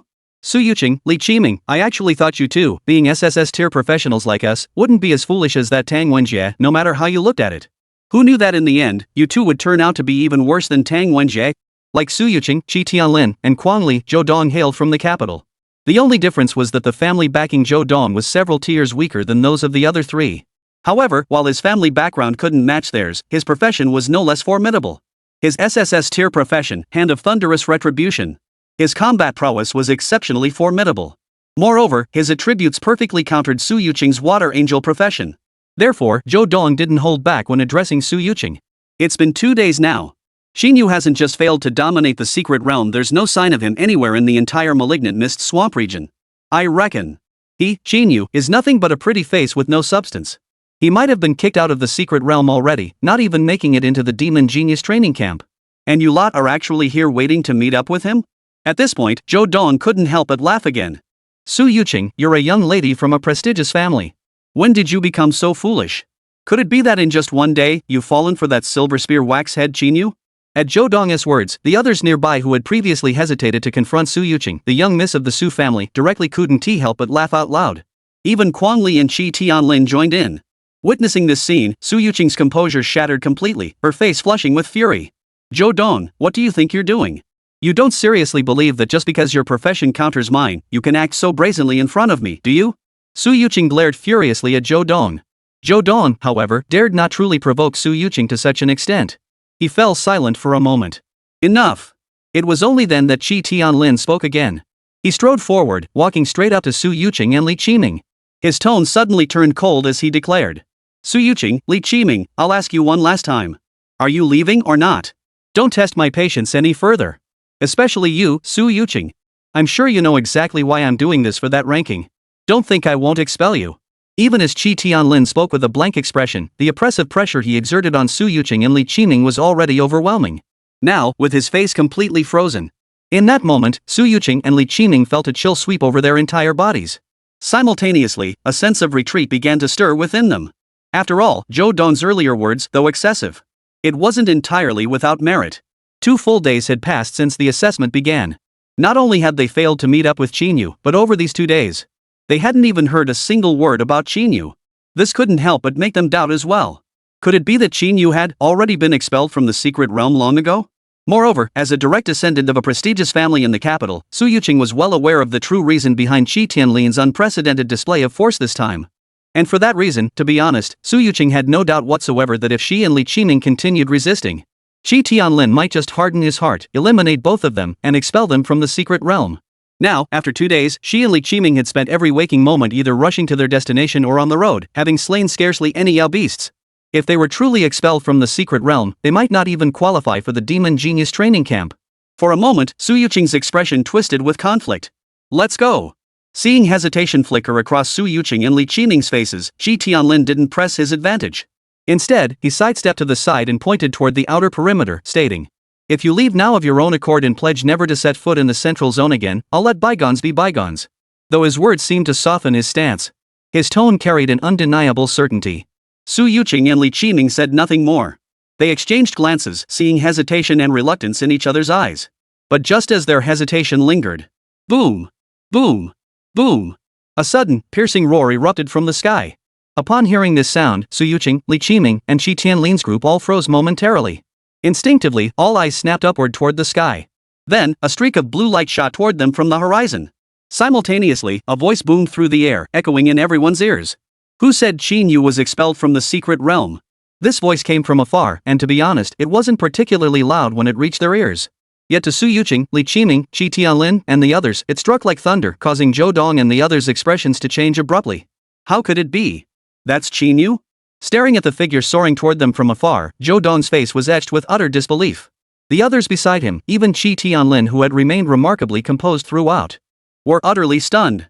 Only Su Yuqing and Li Qiming flashed intense delight in their eyes upon hearing that voice. Qín Yǔ. Chapter 170, I've got my pants down, and this is what you show me? The figure in the distance moved with astonishing speed. Almost simultaneously with Su Yuqing's gasp, it had already soared from afar and appeared directly above the group. Then, it descended straight into the encirclement set by Qi Tianlin and his group. The roar of the heavy-duty mechanical power exoskeleton faded, replaced by a dull thud as it hit the ground. As the mud kicked up by the landing settled, Qín Yǔ's voice echoed in their ears once more. Qi Tianlin, you've seized the central region of the malignant mist swamp and driven out the other newcomers. I have no objection to that. But treating my two teammates like this, isn't that a bit too much? Now, as Qín Yǔ's level steadily rose, the scanning range of his mechanical eye had grown increasingly vast. Therefore, he had heard every word of the conversation between Qi Tianlin, Su Yuqing, and Li Qiming through the mechanical eye. Frankly, Qín Yǔ felt little emotion about Qi Tianlin's actions in driving away the newcomers and barring them from this area. After all, to be honest, the Yao beasts in the central area were far beyond the capabilities of freshmen below SSS rank. While Qi Tianlin's actions were admittedly somewhat overbearing, but looking at it another way, it might actually reduce the death rate among other freshmen. The only thing that truly rankled Qín Yǔ was, among those expelled by Qi Tianlin were Su Yuqing, Li Qiming, Niè Yǔqiān, and Ning Qianqian. Qín Yǔ's tone was utterly cold. As he finished speaking, the expressions of Qi Tianlin's teammates around him shifted slightly. Even Qi Tianlin and Quan Li were no exception. However, as direct descendants of prominent Beijing families, Qi Tianlin and Quan Li possessed considerable depth beneath their rough exteriors. The moment Qín Yǔ appeared, both Qi Tianlin and Quan Li instantly realized their blockade plan was impossible to continue. Therefore, the moment Qín Yǔ finished speaking, a forced smile instantly spread across Qi Tianlin's face as he addressed Qín Yǔ with a faint chuckle. Qín Yǔ. Ha ha ha ha. I knew it. With your abilities, there's no way you could have met with an accident and been expelled from the secret realm as early as others claimed. Speaking to Qín Yǔ, Qi Tianlin's tone was remarkably different from his earlier interactions with Su Yuqing and Li Qiming, utterly unflinching from start to finish. His tone sounded remarkably warm and friendly. Moreover, he didn't immediately jump into the conversation. Instead, he first greeted Qín Yǔ. Only after that did he give a subtle nod to Quan Li beside him. Quan Li instantly grasped the meaning behind Qi Tianlin's glance. The moment Qi Tianlin finished speaking, Quan Li stepped forward and bowed slightly to Qín Yǔ. My apologies, brother Qín Yǔ. This time, it truly was my fault and brother Tianlin's. We were too hasty. We're really sorry. But brother Qín Yǔ, I can assure you that during the 2 days you were away, although Tianlin and I did indeed drive away Niè Yǔqiān, Su Yuqing, and the others, it was purely to drive them away. As for expelling them from the secret realm, that was certainly just idle talk. And brother Qín Yǔ, you know how it is with our group, so many people, yet only so many Yao beasts in this area. It's easy to get impatient. Please don't hold it against us. After Quan Li finished speaking, the crowd around him was utterly dumbfounded. This. What the hell is going on? Ha! Not just the teammates beside Qi Tianlin. Even Su Yuqing and Li Qiming were utterly taken aback. Just moments ago, Qi Tianlin and Quan Li had been brimming with arrogance. They'd have killed anyone who dared say no. Had backed down this quickly. Consider this, from the moment Qín Yǔ appeared to their surrender. It had taken no more than a dozen seconds. And throughout it all, Qín Yǔ had only spoken a word or two. And yet, Qi Tianlin and Quan Li had completely backed down. They even apologized to Qín Yǔ multiple times? To be fair, Li Qiming was actually handling this a bit better at the moment. But Su Yuqing felt her entire worldview had been shattered. After all, as a direct descendant of a prominent Beijing family herself, she knew all too well the pride ingrained in Qi Tianlin and Quan Li's very bones. Under normal circumstances, forget about them admitting fault voluntarily. Even getting them to lower their heads slightly was utterly impossible. Yet now, Qín Yǔ hadn't even lifted a finger. And Qi Tianlin and Quan Li just knelt down without hesitation. For a moment, Su Yuqing was utterly flustered. And it wasn't just those present. In the real world, countless new and returning students, along with their teachers, were also utterly stunned by this scene. After all, from their god's eye view, they had assumed this incident would inevitably lead to a showdown between Qín Yǔ and Qi Tianlin. They'd even spent half the day discussing it, eagerly awaiting Qín Yǔ's rage, then watching him beat the crap out of Qi Tianlin and his crew. To put it crudely, they'd already taken off their pants only to be shown this? In an instant, the entire plaza erupted in an uproar. Holy, wait, weren't Qi Tianlin and Quan Li acting all tough just now? How the hell did they end up kneeling the moment Qín Yǔ showed up? No, wait. Aren't they still in the secret realm? They have no clue about Qín Yǔ's strength. How could they still kneel?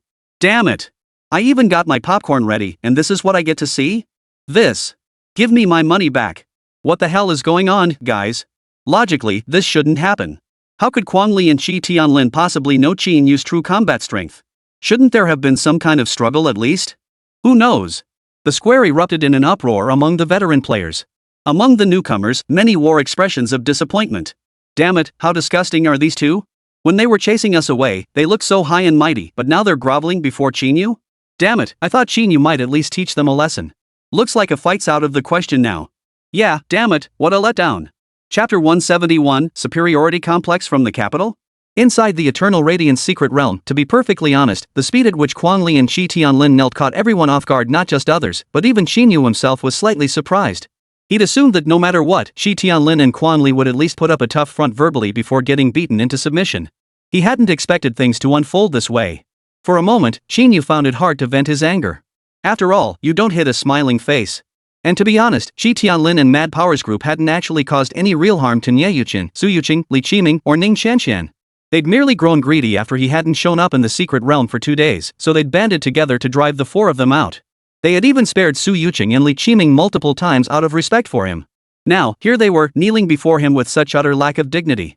To be perfectly honest, Qín Yǔ couldn't even find a reason to act right now, okay? Of course, what no one knew was, the reason Qi Tianlin and Quan Li immediately performed the brilliant kneel upon seeing Qín Yǔ was because, when they first hatched this plan, they had already factored in the possibility that Qín Yǔ might reappear in the secret realm. Though neither had ever faced Qín Yǔ in direct combat, they were both absolutely certain Qín Yǔ's power was absolutely beyond their ability to contend with. After all, as their clan elders had informed them, during his college entrance exams, Qín Yǔ had shattered an energy level tester with a single punch. His energy level was at least 6,000 aura. And at that time, Qín Yǔ was only at level 19, right? Now, Qín Yǔ's level had already surpassed 20. Moreover, he now sports a new set of mecha armor. At a glance, it's clearly superior to the one he wore during the college entrance exams, more advanced, more dazzling, and radiating an even more overwhelming aura. As for his strength? No need to guess, it's undoubtedly skyrocketed. Therefore, considering this, Qi Tianlin and Quan Li issued a strict order: if they encountered Niè Yǔqiān, Ning Qianqian, Su Yuqing, Li Qiming, and the others, they absolutely must not engage in direct confrontation. They were only to drive them away. And if Qín Yǔ actually showed up, then they would immediately abandon their plan to seize the central area and decisively back down. It must be said, these young masters from prominent families had thought things through quite thoroughly. After witnessing this entire maneuver, Qín Yǔ genuinely felt awkward about continuing his actions. But as the saying goes, the scheming villain, plotting with cunning and deep calculation, ultimately couldn't match the sudden inspiration of a fool. Within the secret realm, Zhou Dong watched as Qi Tianlin and Quan Li knelt down without any sense of dignity or principle. After a moment of stunned silence, his face quickly twisted into an expression of utter disbelief. His gaze swept over Qi Tianlin and Quan Li. Zhou Dong couldn't hold back any longer. Wait, Tiangu, Quan Li, what the hell are you two doing? He first confronted them with astonishment. Then, with a look of displeasure, he pointed at Qín Yǔ and declared, "What are we afraid of with so many of us here? At most, Qín Yǔ is only level 20, right? Even if his college entrance exam score really was 5,400 aura, that's only 1,000 or 2 more than ours. We've got over a dozen people here. Why should we fear some so-called genius who got lucky and popped up from some remote area?" The moment Zhou Dong spoke, the expressions of everyone present shifted. On Qi Tianlin and Quan Li's side, the expressions on both Qi Tianlin and Quan Li's faces darkened the instant Zhou Dong spoke. As for their teammates nearby, their expressions shifted from initial surprise to something more unpredictable. On Qín Yǔ's side, however, Qín Yǔ, Su Yuqing, and Li Qiming all wore expressions that turned amused at this moment. At this very moment, Zhou Dong clearly hadn't grasped the gravity of the situation. Seeing neither Qi Tianlin nor Quang Li react, and even worse, Qín Yǔ and the other two actually laughing under these circumstances, Zhou Dong's anger flared instantly. He glared at Qín Yǔ and snapped. Qín Yǔ, what the hell are you laughing at? I've had it with you for ages. Who do you think you are? Nothing but a worthless college entrance exam cheat. What genius? What prodigy? Don't you have any idea what you really are? Today, I, Zhou Dong, will show you what a real genius looks like. From Zhou Dong's words, it was clear. From start to finish, Zhou Dong never believed Qín Yǔ's college entrance exam scores were genuine.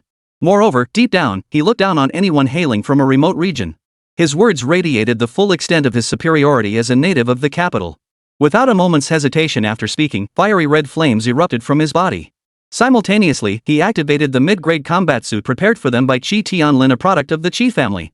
Instantly, crimson energy surged around his body. He charged straight toward Qín Yǔ. Zhou Dong! Stop! Zhou Dong's sudden attack was truly swift, causing Qi Tianlin and the other two to turn pale with shock. They immediately shouted out, trying to stop Zhou Dong. But it was too late. In the blink of an eye, Zhou Dong's fist, enveloped in a torrent of frenzied energy, slammed straight toward Qín Yǔ's face. A savage grin spread across his face, as if he could already see Qín Yǔ being sent flying by his punch. But the next second. Thud! With a dull thud, Zhou Dong's fist was caught firmly by Qín Yǔ's single hand. The violet energy exploded within Qín Yǔ's palm, yet it failed to even scratch the coating on the exterior of the heavy-duty mechanical power exoskeleton. Such a scene left not only Zhou Dong himself. The crowd around them watched in stunned disbelief, their pupils dilating in shock. This is insane. He caught Zhou Dong's full power punch with one hand? Damn, just how strong is Qín Yǔ? I thought Zhou Dong's energy level had surpassed 3,000 aura? For a moment, the onlookers couldn't help but erupt into murmurs. Qín Yǔ, meanwhile, looked at Zhou Dong before him, his face frozen in shock, and smiled with amusement. You talk a big game, but your skills don't match your mouth. Chapter 172, Zhou Dong's Demise. Qín Yǔ's voice wasn't loud, but to Zhou Dong's ears, it thundered like a bolt of lightning. Seeing his own attack, one he had unleashed with what he considered his full strength, casually parried by Qín Yǔ with a single hand, Zhou Dong's eyes were filled with utter disbelief. This can't be possible. I'm currently at level 19, with at least 4,000 aura in energy. Even an average third transformation martial arts practitioner wouldn't be able to block this so effortlessly. Zhou Dong's heart trembled violently. Yet, upon meeting Qín Yǔ's amused gaze and the surrounding crowd's gasps and jeers, his shock was instantly replaced by a wave of shame and anger. What are you gloating about? That was just me testing you. Zhou Dong first roared angrily, then, without further contemplating the vast gap in strength between himself and Qín Yǔ, he immediately swung his other fist at Qín Yǔ once more. And with this punch, Zhou Dong likewise, with all his might. A fiery red aura completely enveloped Zhou Dong's other fist. In the next instant, the fist tore through the air with a series of whistling sounds, hurtling rapidly toward Qín Yǔ's face. However, just as his fist was about to make contact with Qín Yǔ, in the next instant, Qín Yǔ's expression turned cold. He suddenly countered with a punch of his own, colliding head-on with Zhou Dong's. The two fists collided at the speed of light. One fist, enveloped in fiery crimson energy, radiated an extraordinary aura. The other, however, showed not the slightest trace of any unusual phenomenon. All that could be seen was a surface of glossy, reflective, jet-black steel armor. A dull thud echoed through the air. The outcome was entirely predictable to everyone present. Ah! My hand! Zhou Dong let out a piercing scream. In the next instant, Zhou Dong was sent flying backward. As he flew backward, a crimson arc of blood spattered through the air. After a long moment, Zhou Dong's body finally crashed onto the grass nearby. When everyone finally got a clear look at Zhou Dong's condition, whether it was Su Yuqing and Li Qiming or the group gathered around Qi Tianlin, everyone sucked in a sharp breath. This is terrifying. Zhou Dong is, after all, a young master from a prestigious family in the capital. He was defeated with just one punch? His hand was shattered? My goodness, just how powerful has Qín Yǔ become? Too strong, truly too strong. No wonder Brother Tianlin and Quang Li apologized to Qín Yǔ immediately. With that kind of power, if it ever came to a fight, even all of us combined wouldn't be a match for Qín Yǔ alone, right? Li Qiming, truly terrifying. Could Qín Yǔ really be this powerful? Su Yuqing, what did you expect? He's the top scorer in the National College Entrance exam on its very first day in our nation's centuries-long history. Of course he's powerful. Only a fool like Zhou Dong would dare oppose Qín Yǔ. On the grassy field, they watched Zhou Dong, now sprawled motionless nearby, clutching his left arm and wailing incessantly. For a moment, the entire group including Su Yuqing and Li Qiming was filled with murmurs and gasps of astonishment. Every face was etched with utter shock. And no wonder they were so horrified. Despite Zhou Dong's arrogant and boastful demeanor, his combat prowess among this group was by no means weak. After all, his profession was SSS tier and ultimate fist master, one of the top tier professions in the martial arts discipline. Yet now, in the very fistfight he excelled at, Qín Yǔ not only blocked Zhou Dong's full power punch with one hand, he even managed to blast Zhou Dong dozens of meters away with a single punch during their exchange. He had completely shattered Zhou Dong's entire hand. This level of power describing Qín Yǔ as outrageous or monstrous doesn't even begin to cover it, right? Ah! My hand! Qín Yǔ, you worthless trash from the sticks! Do you even know who I am? How dare you cripple my hand during such a crucial assessment? Zhou Dong's agonized screams echoed across the nearby grassy field. Amidst his wails, the gaze he shot at Qín Yǔ was filled with nothing but venomous hatred. Qín Yǔ, however, couldn't care less. After all, who was he? He was an SSS tier prodigy. The top scorer in the National College Entrance Exam. The highest ranked individual below level 20 in the history of Dragon Nation, indeed, the entire world. He simply refused to believe that these so-called aristocratic families of the capital would dare risk their entire lineage to target him.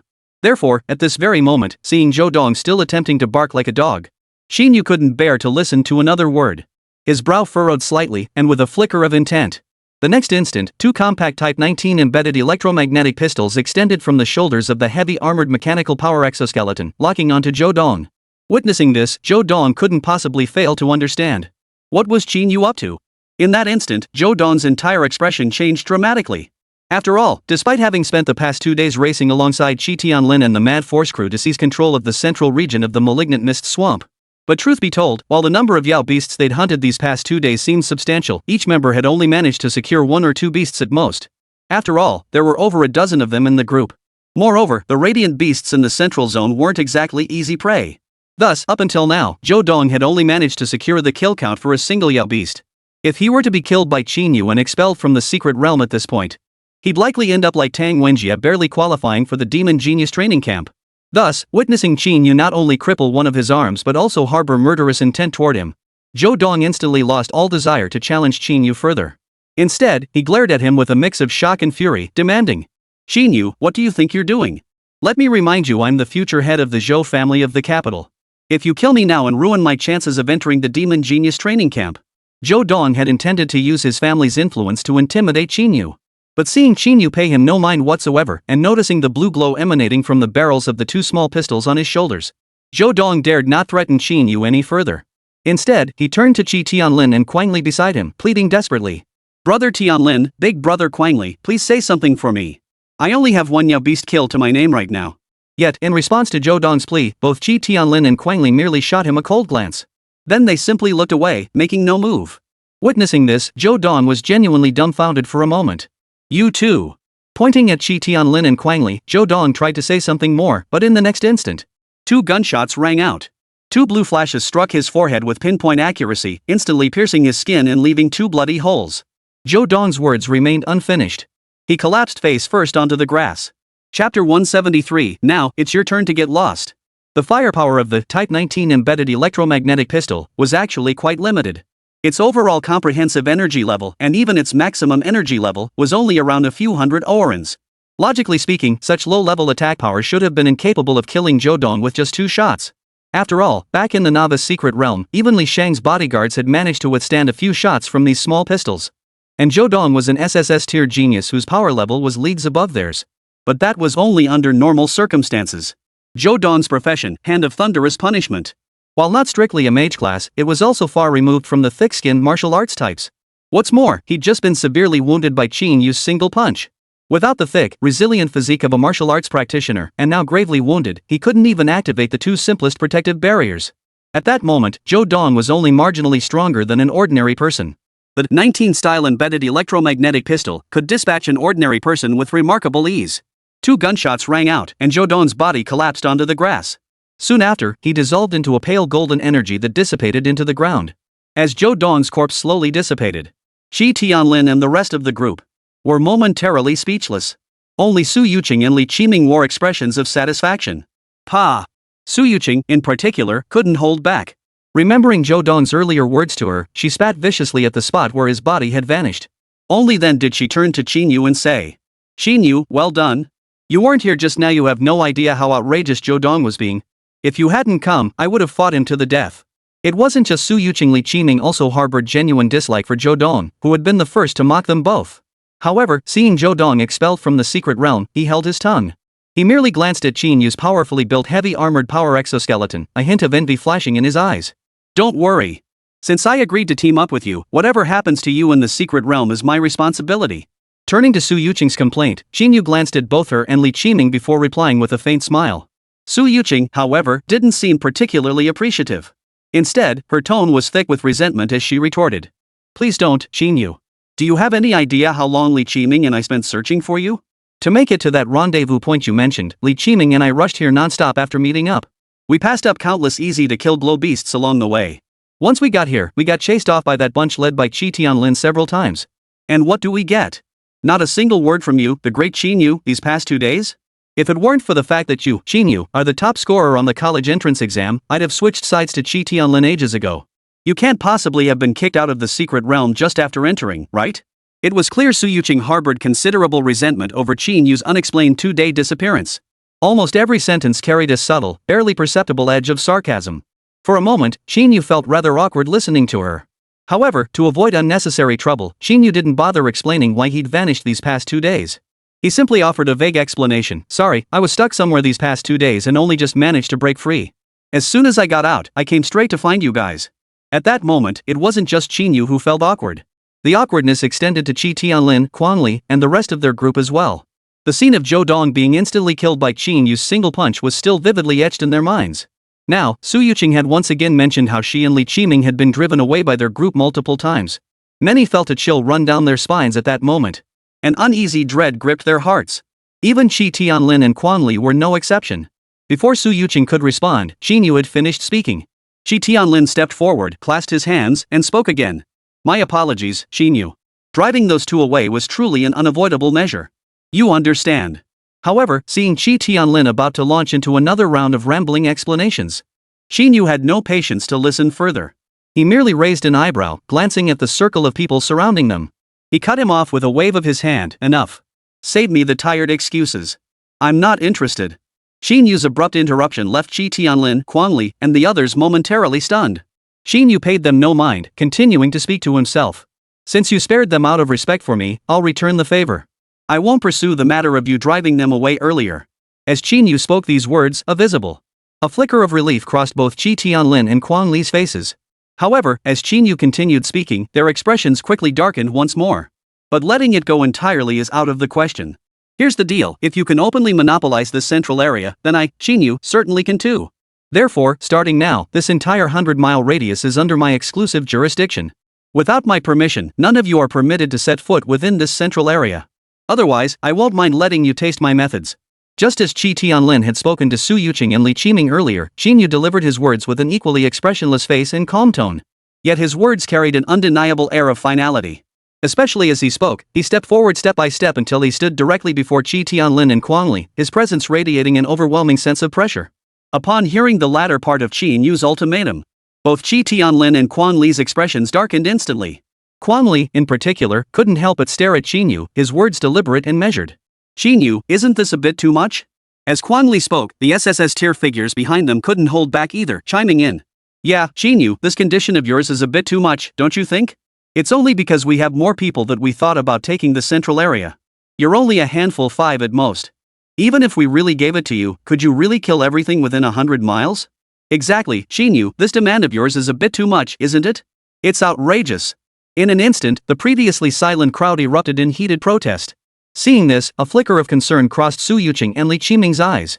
Clearly, they too believed it would be extremely difficult for just their small group to completely take over this central area. However, Qín Yǔ remained utterly unfazed by their questioning and accusations. After scanning the crowd, he raised an eyebrow and replied casually. Is this demand unreasonable? I don't think it's that unreasonable, do you? Chapter 174, Is my face worth so little? I don't think it's that unreasonable, do you? At this moment, Qín Yǔ's tone was decidedly playful while his entire demeanor radiated an air of utter nonchalance. Hearing Qín Yǔ speak again, these people still felt a hint of fear toward his strength. But considering that the central area had already been claimed, leaving them with nowhere to go, they couldn't help but retort. How is it not unreasonable, Qín Yǔ? Even with over a dozen of us, we can't guarantee we'd clear every single Yao beast from this area. Even with Niè Yǔqiān and that Ning Qianqian, you're only 5 people, right? 5 of you occupying such a large area, isn't that a waste of resources? As one person in the crowd spoke up first, the others quickly chimed in. Exactly, Qín Yǔ. In this malignant mist swamp, only this section has enough glow beasts to barely suit us SSS rank hunters. If you hog this spot, where are the rest of us supposed to find enough glow beasts? Exactly, Qín Yǔ. In an instant, the place erupted into a cacophony of voices. Yet, observing the indignant crowd before him acting as if they'd suffered some grave injustice, Qín Yǔ remained utterly unconcerned. He simply stood to the side, quietly observing them. When the clamor finally died down and silence settled over the group, Qín Yǔ finally let out a cold laugh and addressed the crowd. Wasting resources? 5 of us can't handle clearing this entire area? TSK. His tone started off playful, but grew increasingly icy as he continued. Listen, haven't you all got something wrong? When did I ever say I wanted several people to occupy this entire area? At these words, everyone Li Qiming, Su Yuqing, Qi Tianlin, Kuangli, and the crowd behind them froze in surprise. Qín Yǔ, what exactly do you mean by that? Someone from the crowd behind Qi Tianlin couldn't help but speak up again. But Qín Yǔ remained utterly unfazed, continuing as if speaking to himself. I don't recall ever saying that no one else besides you lot could enter this area, right? At Qín Yǔ's words, not only did the people behind Qi Tianlin turn pale, but even Qi Tianlin and Kuangli themselves grew grim. Staring at the brand new heavy-duty mechanical power exoskeleton outfitting Qín Yǔ, Kuangli suppressed his boiling rage and demanded in a low, heavy voice. So Qín Yǔ, you're clearly targeting us, aren't you? Yes. I'm targeting you lot. So what? It was clear that Qín Yǔ's blatant targeting of them had thrown both Qi Tianlin and Kuangli off balance. Their expressions darkened alarmingly. Yet Qín Yǔ showed not a shred of fear. He merely gave Kuangli, who had spoken up, a dismissive glance before firing back. At the same time, he added a taunt. When I arrived earlier, weren't you the one saying you knew you'd gone too far? Weren't you the one apologizing? What? While I was gone, you repeatedly drove away my teammates? Is one apology enough? Is my face worth so little? Though it said one shouldn't strike a smiling face, Qín Yǔ couldn't find a suitable reason to attack Qi Tianlin and his group just yet. But he certainly wouldn't let them off with a simple apology and a step back. Therefore, at this very moment, Qín Yǔ spoke. Utterly unlike his usual self, his words sharp and cutting. As Qín Yǔ spoke, Su Yuqing and Li Qiming beside him visibly relaxed, their expressions easing into relief. Then, glaring at Kuangli standing right before them, Su Yuqing gloated. Exactly. Is the prestige of our Qín Yǔ, the top scorer in this year's college entrance exam, so worthless? Do you think a simple apology will suffice? Do you even know what it means to turn the tables on someone? Kuangli, blame yourselves for being too greedy earlier. Everything was fine until you guys had to gang up on Qín Yǔ when he wasn't around. Now look at you reaping what you sowed. Hearing Qín Yǔ and Su Yuqing speak like this, Qi Tianlin and Kuangli's expressions shifted once more. At this point, Qín Yǔ had no desire to waste any more breath on them. He gave the dozen or so people before him a cold, dismissive glance. His tone grew steadily colder. Alright, I've said all I need to say. Now get out of here. If you don't leave immediately, don't blame me for taking matters into my own hands. This time, Qín Yǔ's tone was no longer as calm as before. Instead, his words carried an icy coldness. Moreover, as he spoke, Qín Yǔ deliberately cranked the power of his heavy-duty mechanical power exoskeleton to its maximum setting, recklessly channeling even more mechanical energy into it. In an instant, the entire heavy-armored mechanical power exoskeleton on Qín Yǔ's body erupted with a blazing blue glow. He resembled a steel war god. Witnessing this spectacle, the SSS-tier professional freshmen instantly fell silent. Each stared in awe at the armor on Qín Yǔ's body, now radiating streaks of blue light and flickers of electric sparks. Yet, even so, these individuals still did not truly give up. Instead, their gazes turned one by one to Qi Tianlin, who had remained largely silent throughout. At this very moment, Qi Tianlin's expression was grim and terrifying. His eyes visibly flashed with rage. As a direct descendant of the Qi family of the capital, he had never endured such humiliation. But then, he recalled the intelligence the family had provided earlier about Qín Yǔ. And before entering the secret realm, the imposing mecha Qín Yǔ wore, along with his true purpose for entering the Eternal Radiance secret realm. In the end, Qi Tianlin forced himself to endure it. He first gradually composed his expression. Then, he exchanged a knowing glance with Kuangli. After that, he addressed Qín Yǔ in a calm tone. Fine. Let's go. Without uttering any threats, he simply delivered this statement to Qín Yǔ in a matter-of-fact tone. Qi Tianlin said nothing further. He turned, beckoned to the others, and without hesitation, headed straight for the direction Qín Yǔ had come from. Seeing Qi Tianlin act this way, the others, no matter how unwilling they felt inside, had no choice but to follow. They could only follow Qi Tianlin with faces twisted in resentment. Watching Qi Tianlin and Kuangli's group gradually disappear into the dense forest until they vanished from sight, Qín Yǔ couldn't help but let out a soft sigh. This Qi Tianlin, he's quite the character. Chapter 175, The Conflict in the Central Region. After all, he's the designated leader among the new generation of the Qi family. If he weren't someone special, that would be the real joke. As Qín Yǔ finished speaking, Su Yuqing beside him responded with a smile. After adding her own agreement, she couldn't help but gaze at the gleaming black armor covering Qín Yǔ's body and murmur in admiration. Come to think of it, Qín Yǔ, you're the only one in our Star Ring Academy who can afford to give Qi Tianlin such the cold shoulder. If word of this reached the capital, it would surely cause quite a stir. Qín Yǔ remained non-committal, merely offering a casual smile without engaging further. Instead, he changed the subject, turning to Su Yuqing and Li Qiming. Alright, now that Qi Tianlin, Kuangli, and the others have withdrawn from this area, you two should wait here for a bit. I'll go fetch Niè Yǔqiān and Ning Qianqian over here first. Now that Qi Tianlin and Kuang Li's group had withdrawn from the central area, given Su Yuqing and Li Qiming's capabilities, as long as they didn't go looking for trouble by provoking Yao beasts they couldn't handle, they should be safe. Therefore, Qín Yǔ planned to let the two explore this area freely for a while. He himself would return to retrieve Niè Yǔqiān and Ning Qianqian. Though this approach might seem troublesome, it was, upon careful calculation, the optimal solution. After all, Niè Yǔqiān and Ning Qianqian were currently quite a distance away from this location. With the mechanical contraptions Qín Yǔ had forged so far, he simply couldn't manage high-speed aerial transport for two people. Moreover, this was the true heart of the malignant mist swamp. Therefore, Qín Yǔ had no choice but to make another trip back. He would retrieve Niè Yǔqiān and Ning Qianqian. Naturally, Qín Yǔ did not show favoritism toward Su Yuqing and Li Qiming. After speaking, he promptly retrieved a portion of radiant beast essence from his spatial ring and handed it to them, saying, "Oh, and since you two probably didn't hunt many glow beasts these past few days while trying to meet up with me, take these glow beast essences and absorb them first. As for the kill count, let's discuss that after I bring these two over." Good heavens, Qín Yǔ, what on earth have you been doing these past few days? Unsurprisingly, seeing Qín Yǔ casually pull out a handful of radiant beast essence left both Li Qiming and Su Yuqing as stunned as Niè Yǔqiān and Ning Qianqian had been. Su Yuqing spoke first, and immediately after, Li Qiming sensed the intense energy aura emanating from these glorious beast essences. He too exclaimed in astonishment, "Qín Yǔ, the grade of these beast essences seems incredibly high. What exactly have you been doing these past couple of days? How did you manage to kill so many high-level radiant beasts? Some of these radiant beasts are nearly level 40, aren't they? Even in this central area, there couldn't possibly be that many high-level radiant beasts for you to kill, right?" As Li Qiming spoke, Su Yuqing also caught on. For a moment, Su Yuqing asked curiously once more. "Right, Qín Yǔ, where did you even find all these Yao beasts to kill? Logically speaking, you haven't been in the central area, and besides, these past 2 days, there hasn't been a single trace of you anywhere in the entire malignant mist swamp. It's impossible for you to have so many high-level Yao beasts to hunt. You didn't sneak off to some other high-level area these past 2 days, did you?" It must be said, Su Yuqing was quite sharp. In an instant, she pieced it together and guessed Qín Yǔ's true whereabouts these past 2 days. Still, Qín Yǔ didn't confirm it. He merely smiled and didn't respond. Regarding his own bizarre experiences these past 2 days, Qín Yǔ felt it was best not to explain. After all, explaining it all would be far too troublesome. It would be better to let them see for themselves after the new student assessment concluded. "Alright, you two stay and explore this area for now.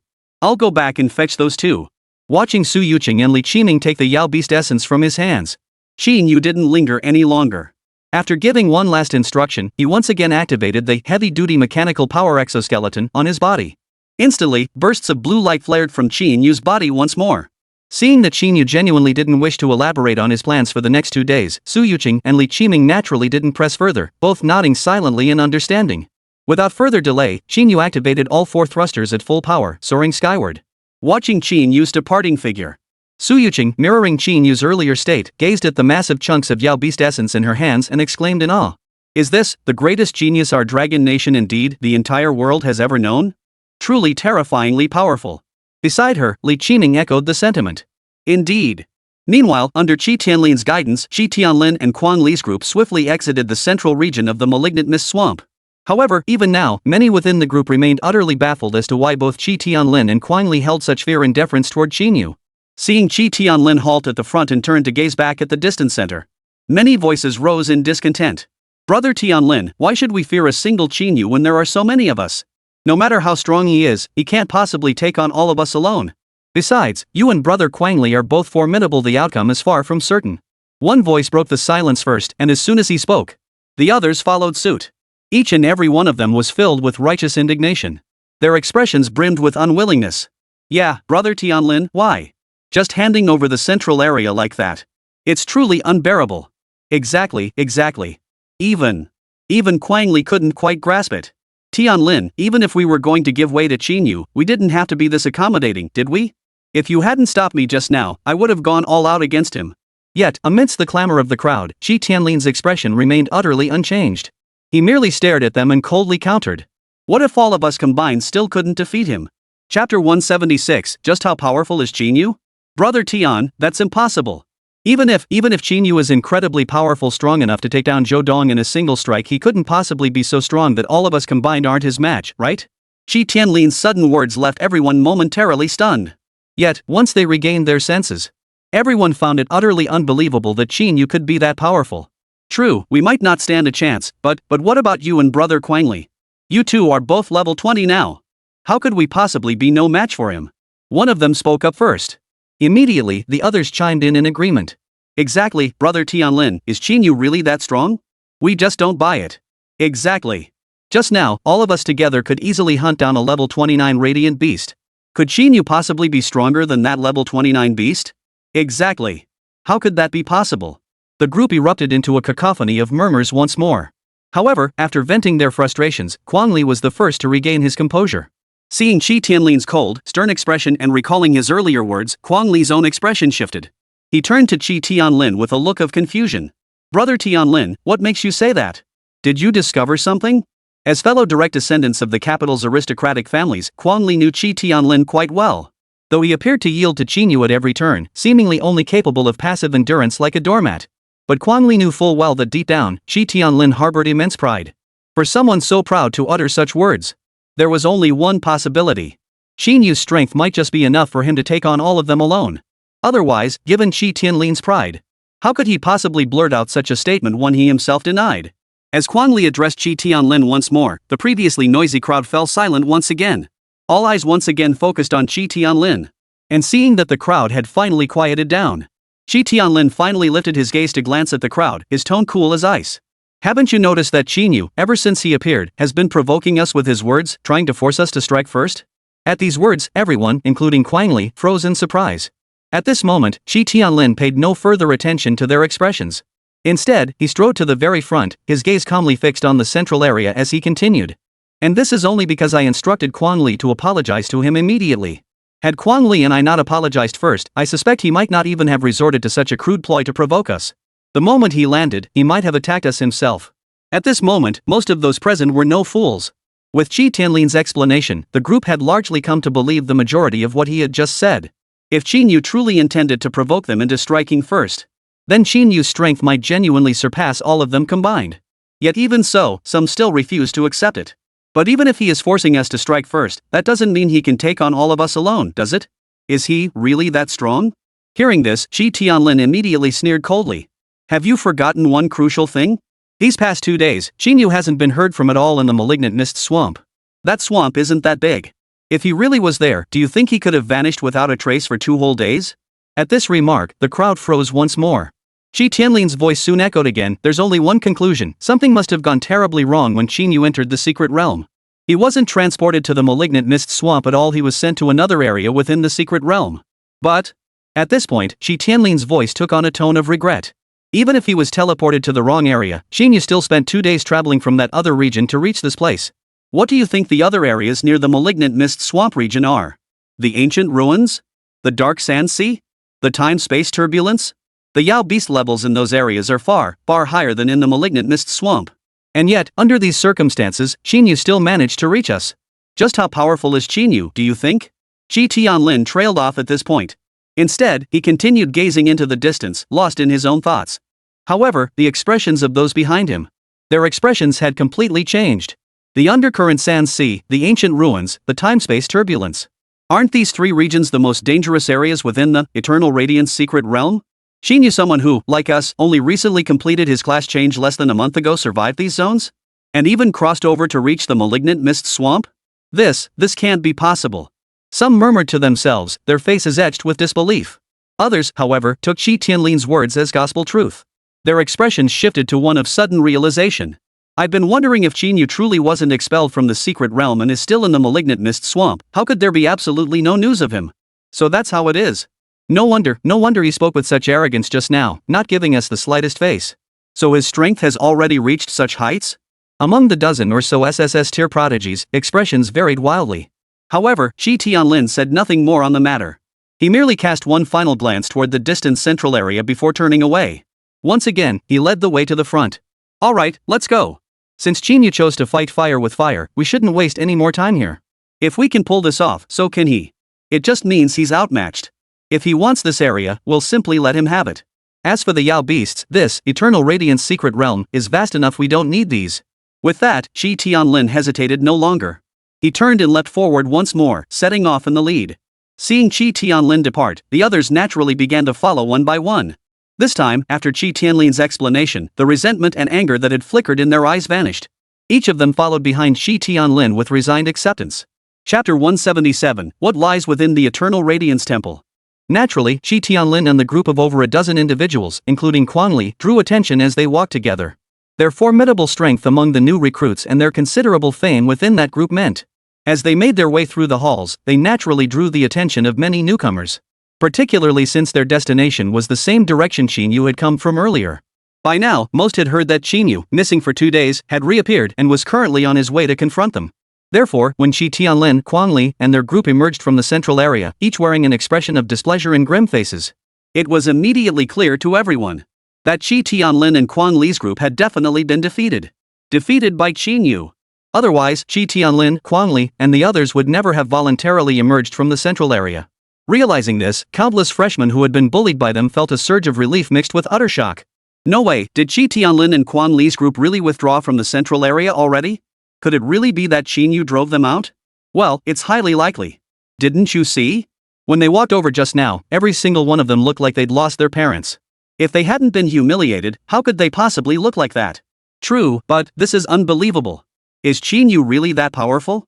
Beyond mere astonishment, some freshmen who had originally planned to follow Qín Yǔ's departure route now beat their chests in frustration, feeling they'd missed a major spectacle. Damn it! What a shame! We were just too slow. Otherwise, we could have seen what really happened. Damn right. Holy crap, we totally got screwed over this time. Yeah, exactly. Who can say otherwise? These murmurs of regret did not escape the ears of Shi Tianlin and his group. For a moment, the expressions on Shi Tianlin and Quan Li's faces darkened even further. However, in the end, Shi Tianlin didn't cause trouble for these people. After all, no matter what, they were all fellow students from the same school. For the next 4 years, they would be under the same roof. Moreover, by forcibly expelling these individuals earlier, they had already incurred widespread resentment. If they now resorted to violence over mere murmurs of discontent, he would have alienated the vast majority of the freshmen. Therefore, facing the murmurs, Shi Tianlin and his group could only pretend not to see, their faces darkening as they quickened their pace.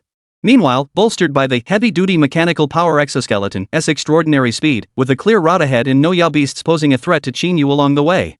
In less than 2 hours, Qín Yǔ had already brought Niè Yǔqiān and Ning Qianqian to the central region of the malignant miasma swamp.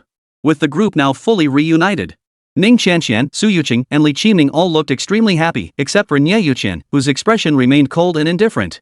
Wow! Sister Yuqing, we finally made it! I heard from the great Qín Yǔ that you and Brother Li were chased away several times these past days by those guys like Shi Tianlin. Ning Qianqian, ever the social butterfly, hopped down from Qín Yǔ's shoulder and immediately approached Su Yuqing and Li Qiming to greet them. After mentioning what Shi Tianlin and the Mad Strength Group had done, she grew indignant. Those guys are way out of line. Anyone watching would think they conquered this secret realm themselves. They actually think they can just seize the entire central area?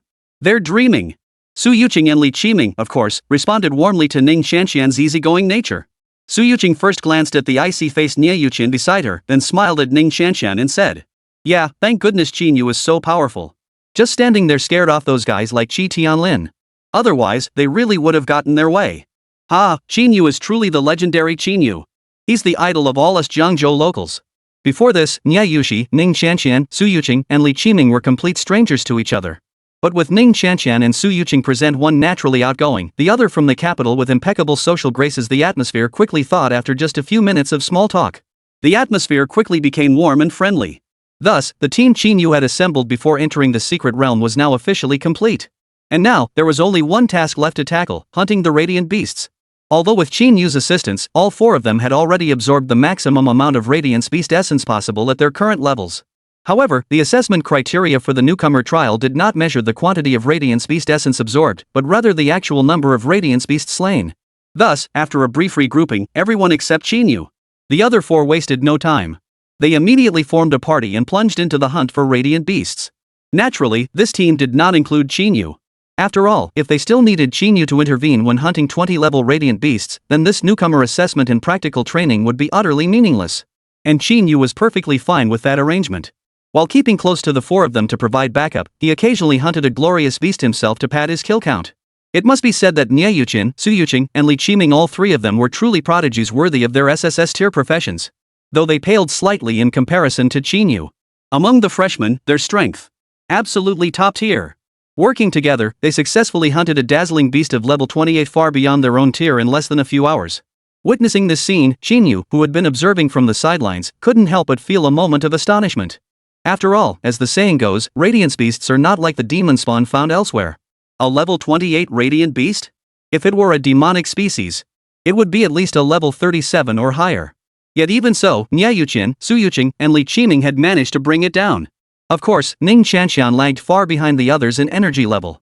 But thanks to the flexibility of her spatial type talent, her contribution was undeniably crucial. Qín Yǔ watched as the four of them gathered together, clearly capable of effortlessly fulfilling the requirements of the new student assessment without needing his intervention. Qín Yǔ, for the moment, no longer focused all his attention on the four of them. Instead, his thoughts turned to what lay within the Eternal Radiance Temple at the heart of the secret realm. Why did both Xiao Hufeng and that mysterious level 179 powerhouse he encountered earlier in the ancient ruins region insist he to go and see the Eternal Radiance Temple? Chapter 178, Level 29 Bone-Spiked Rhino, Entering the Eternal Radiance Temple. Regarding the Eternal Radiance Temple, after Xiao Hufeng had reminded him once via super message, Qín Yǔ had actually researched information about it online. Though online sources offered vague details about the Eternal Radiance Temple located in the central region of the 5 major zones within the Eternal Radiance secret realm, it didn't prevent Qín Yǔ from piecing together clues. This Eternal Radiance Temple at the heart of the Eternal Radiance secret realm was most likely a structure left behind by some ancient extraterrestrial civilization. As a traveler through time, Qín Yǔ found this structure deeply intriguing. After all, strictly speaking, he himself was a peculiar kind of alien on this planet. As a fellow alien, he naturally felt a strong fascination for structures left behind by such extraterrestrial civilizations. However, despite careful searching online, information about the Eternal Radiance Temple was scarce. As for the role this temple played within the secret realm, remained completely undocumented online. Qín Yǔ had actually considered asking Xiao Hufeng for detailed information about it, but after some thought, he ultimately decided against it. After all, if Xiao Hufeng truly believed Qín Yǔ needed to know this intelligence, he would have shared it long before the new student assessment. He probably would have told him already. Xiao Hufeng's silence clearly signaled that he deemed it unnecessary for Qín Yǔ to know these things in advance. Now that Xiao Yu, Ning Qianxian, and the others have likely passed their newcomer assessments, it's time to consider entering the Eternal Radiance Temple. As this thought crossed his mind, Qín Yǔ observed Niè Yǔqiān, Ning Qianxian, and the other two discussing how to divide the first Yao beast kill among themselves not far away. A resolute gleam flashed in Qín Yu's eyes at that moment. Time flew by like an arrow, fleeting as a shuttle. Before they knew it, another 3 days had passed. At the heart of the malignant mist swamp, beside a massive swamp, Niè Yǔqiān, Ning Qianxian, Su Yuqing, and Li Qiming were currently surrounding and attacking a level 29 bone-spiked rhino. Beside them, besides Qín Yǔ, numerous newcomers watched in awe. Over these past 3 days, Qín Yǔ had proven himself a man of his word. Although he had driven Qi Tianlin and the Mad Strength group out of this central area, logically speaking, if he had simply taken over this central zone and, like Qi Tianlin and his crew, forcibly seized it for himself, it's likely others wouldn't have said much. But Qín Yǔ did not do that. Instead, as he had stated earlier, he only barred Qi Tianlin and Quang Li's group from entering this area. As for the other freshmen, he paid them no mind whatsoever. Over these 3 days, Qín Yǔ had earned the goodwill of the vast majority of the new students. Meanwhile, thanks to Qín Yu's group's cleansing efforts over these days, the number of Yao beasts in this central area had also decreased significantly. The danger level had plummeted dramatically, prompting a steady stream of new students to flock toward this area. Naturally, this meant that any major moves made by Niè Yǔqiān and her group would draw crowds of new students eager to watch and observe. After all, the entire central zone was only so large. Once they engaged in battle, the commotion could be heard for dozens of miles around. It was impossible not to notice. Of course, with Qín Yǔ personally backing up Niè Yǔqiān and the others, no one dared to attempt suicidal maneuvers like intercepting them over the past few days. Each newcomer came to witness the gap between themselves and these SSS tier prodigies. And it must be said that after 3 days of practicing together, Niè Yǔqiān, Ning Qianxian, Su Yuqing, and Li Qiming's teamwork had improved tremendously. Take the current situation, for instance. Previously, even taking down a level 24 ordinary Yao beast together had been relatively taxing for the 4 of them. But now, facing this level 29 bone-spike rhino which had also mutated into a rare defensive attribute, the 4 of them were able to trade blows back and forth, holding their own without any disadvantage. At this very moment on the battlefield, Ning Qianqian, the weakest of the four in overall strength, was leveraging her exceptional escape abilities as a spatialist. She was frantically darting left and right before the bone-spiked rhino, constantly shifting her position to draw its aggro. The bone-spiked beast relentlessly targeted her, fixated on attacking. Meanwhile, the other three exploited the intervals between the bone-spiked rhinoceros's attacks on Ning Qianqian to unleash relentless ranged assaults upon it. In less than a few minutes, the bone-spiked rhinoceros was already covered in wounds, with over a dozen of the massive bone spikes protruding from its massive body shattered. As Ning Qianqian forced herself to use another spatial leap, materializing before the beast once more, she unleashed another shadow blade strike, barely scratching its hide. The bone-spiked beast, pushed beyond endurance, let out a piercing bellow. It lashed out with a claw strike toward Ning Qianqian. The next instant, Niè Yǔqiān, Su Yuqing, and Li Qiming, without a moment's hesitation, they unleashed their most powerful killing moves without a moment's hesitation. Frozen abyss. Mid-air, Niè Yǔqiān let out a fierce cry. Her slender, bony palm, enveloped in strands of icy blue light, slammed down with brutal force. Instantly, the surrounding air grew bitterly cold. A brilliant light erupted from Niè Yǔqiān's palm. Then, a sphere of ice blue light slammed squarely into the bone-spiked rhino's back. The instant the orb touched the bone-spiked rhinoceros, visibly, the bone-spiked rhinoceros's movements halted. Immediately afterward, a thick layer of frost formed on its back. Meanwhile, Su Yuqing and Li Qiming held nothing back at this very moment. Su Yuqing raised her staff overhead, murmuring incantations. In the next instant, a massive torrent of water surged upward from before her. Soared up from before her, swiftly following as it crashed down upon the bone-spiked rhinoceros. Meanwhile, Li Qiming had already prepared his lethal strike. As Niè Yǔqiān and Su Yuqing both landed precise hits on the bone-spiked rhinoceros, knocking it flat to the ground. The flying swords behind Li Qiming sheathed themselves in an instant. Each blade struck the bone-spiked rhinoceros's underbelly with pinpoint accuracy. Though the bone-spiked rhinoceros possessed astonishing defensive capabilities on its back, its underbelly proved exceptionally vulnerable. With Li Qiming unleashing all 8 blades simultaneously, within mere moments, the bone-spiked rhinoceros was pierced with over a dozen bloody holes. In that instant, the level 29 bone-spiked rhinoceros let out a piercing scream, stumbled, and collapsed onto the muddy marsh. The scene left the surrounding freshman spectators utterly speechless. Holy crap! How strong is that? That's a level 29 Yao beast. Qín Yǔ didn't even have to lift a finger, and Niè Yǔqiān and the other 3 took it down like that? This is seriously insane, right? Chapter 179, Back on Track. Among the freshmen recruited by Star Ring Academy, aside from Qín Yǔ's group and those taken away by Qi Tianlin and Quang Li, the vast majority of the remaining freshmen only possessed SS tier class levels. Though SS and SSS might seem like just one rank apart, the actual gap between them was truly worlds apart. Whether it was energy capacity or the 4 fundamental attributes, the disparity was far more than just a slight difference. Therefore, at this very moment, witnessing Niè Yǔqiān, Su Yuqing, Li Qiming, and Ning Qianqian teaming up to effortlessly take down a level 29 bone-spike rhino, the surrounding freshman spectators were utterly stunned, their gasps of astonishment filling the air. The ensuing battle in the swamp unfolded exactly as everyone anticipated. After Niè Yǔqiān, Li Qiming, and Su Yuqing unleashed their combo skills upon the bone-spiked rhino, even with its thick health bar and high armor, it simply couldn't hold out any longer. It was knocked flat onto the marshy ground, unable to even stand up. Seeing this, Li Qiming hesitated not a moment. He swiftly formed seals with his hands, commanding the gleaming blades that had returned to his grasp. He launched another fierce assault, driving the swords into the rhinoceros's belly. In that instant, the bone-horned rhinoceros let out a series of agonized cries. Meanwhile, Su Yuqing, Niè Yǔqiān, and Ning Qianqian, they did not intervene further. They simply watched quietly as Li Qiming completed the final strike. Before the operation began, they had already decided that the kill of this Yao beast would be reserved for Li Qiming. Naturally, after withstanding Niè Yǔqiān and the others' full assault, the bone-spiked rhinoceros's life had long been hanging by a thread. Thus, at this very moment, following Li Qiming's final barrage of attacks, the bone-spiked rhinoceros, as expected, soon fell completely still, dissolving into a pale golden energy mass that gradually coalesced into a fragment of radiant beast essence. Wow, Sis Yuqian, brotherly, Sis Yuqing, you 3 rock. Hee, we took down another Yao beast. As the bone-spiked rhinoceros finally fell, a thrilled smile spread across Ning Qianqian's face. Counting this one, we've taken down over 30 radiant beasts in just a few days, right? So strong. So strong. Is this the power of your SSS tier professions? Wah, I'm so jealous. Hearing Ning Qianqian's slightly exaggerated outburst, Niè Yǔqiān, Su Yuqing, and Li Qiming, who had grown accustomed to her over the past few days, except for Niè Yǔqiān, Su Yuqing, and Li Qiming, both rolled their eyes at Ning Qianqian, refusing to engage with her. As the 8 slender flying swords were once again sheathed one by one into the scabbards on his back, Li Qiming wasted no time in formalities. He reached out and grabbed the glowing beast essence floating above the swamp, tucking it straight into his spatial ring. Only after completing all this did Li Qiming turn to the three of them and ask. Next up seems to be Qianxian's turn again. Shouldn't we go kill that mutated red python? That mutated red python doesn't seem to have mutated in an aggressive direction. With Miss Niè's ice elemental talent, it should be relatively easier to handle. Niè Yǔqi, Su Yuqing, and Ning Qianxian all agreed to Li Qiming's suggestion. Niè Yǔqi remained aloof, responding with a single word, "I'm fine with anything." Su Yuqing and Ning Qianxian, however, were much livelier. Su Yuqing agreed with Li Qiming's suggestion.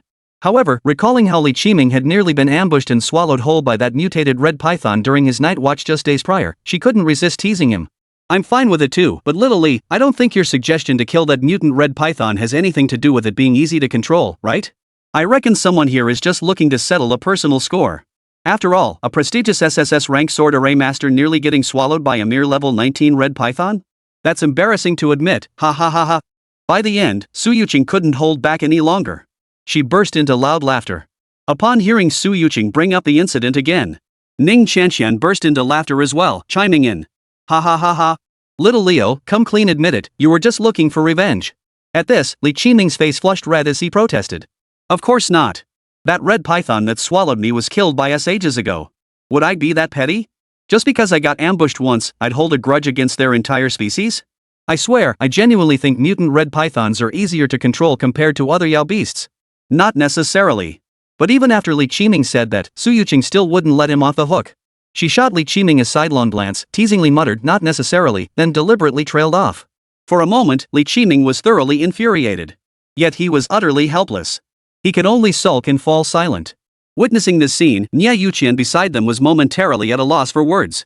Of course, bickering was bickering, and teasing was teasing. As they spoke, they didn't just stand motionless in the swamp. Instead, they had already walked over to Qín Yǔ.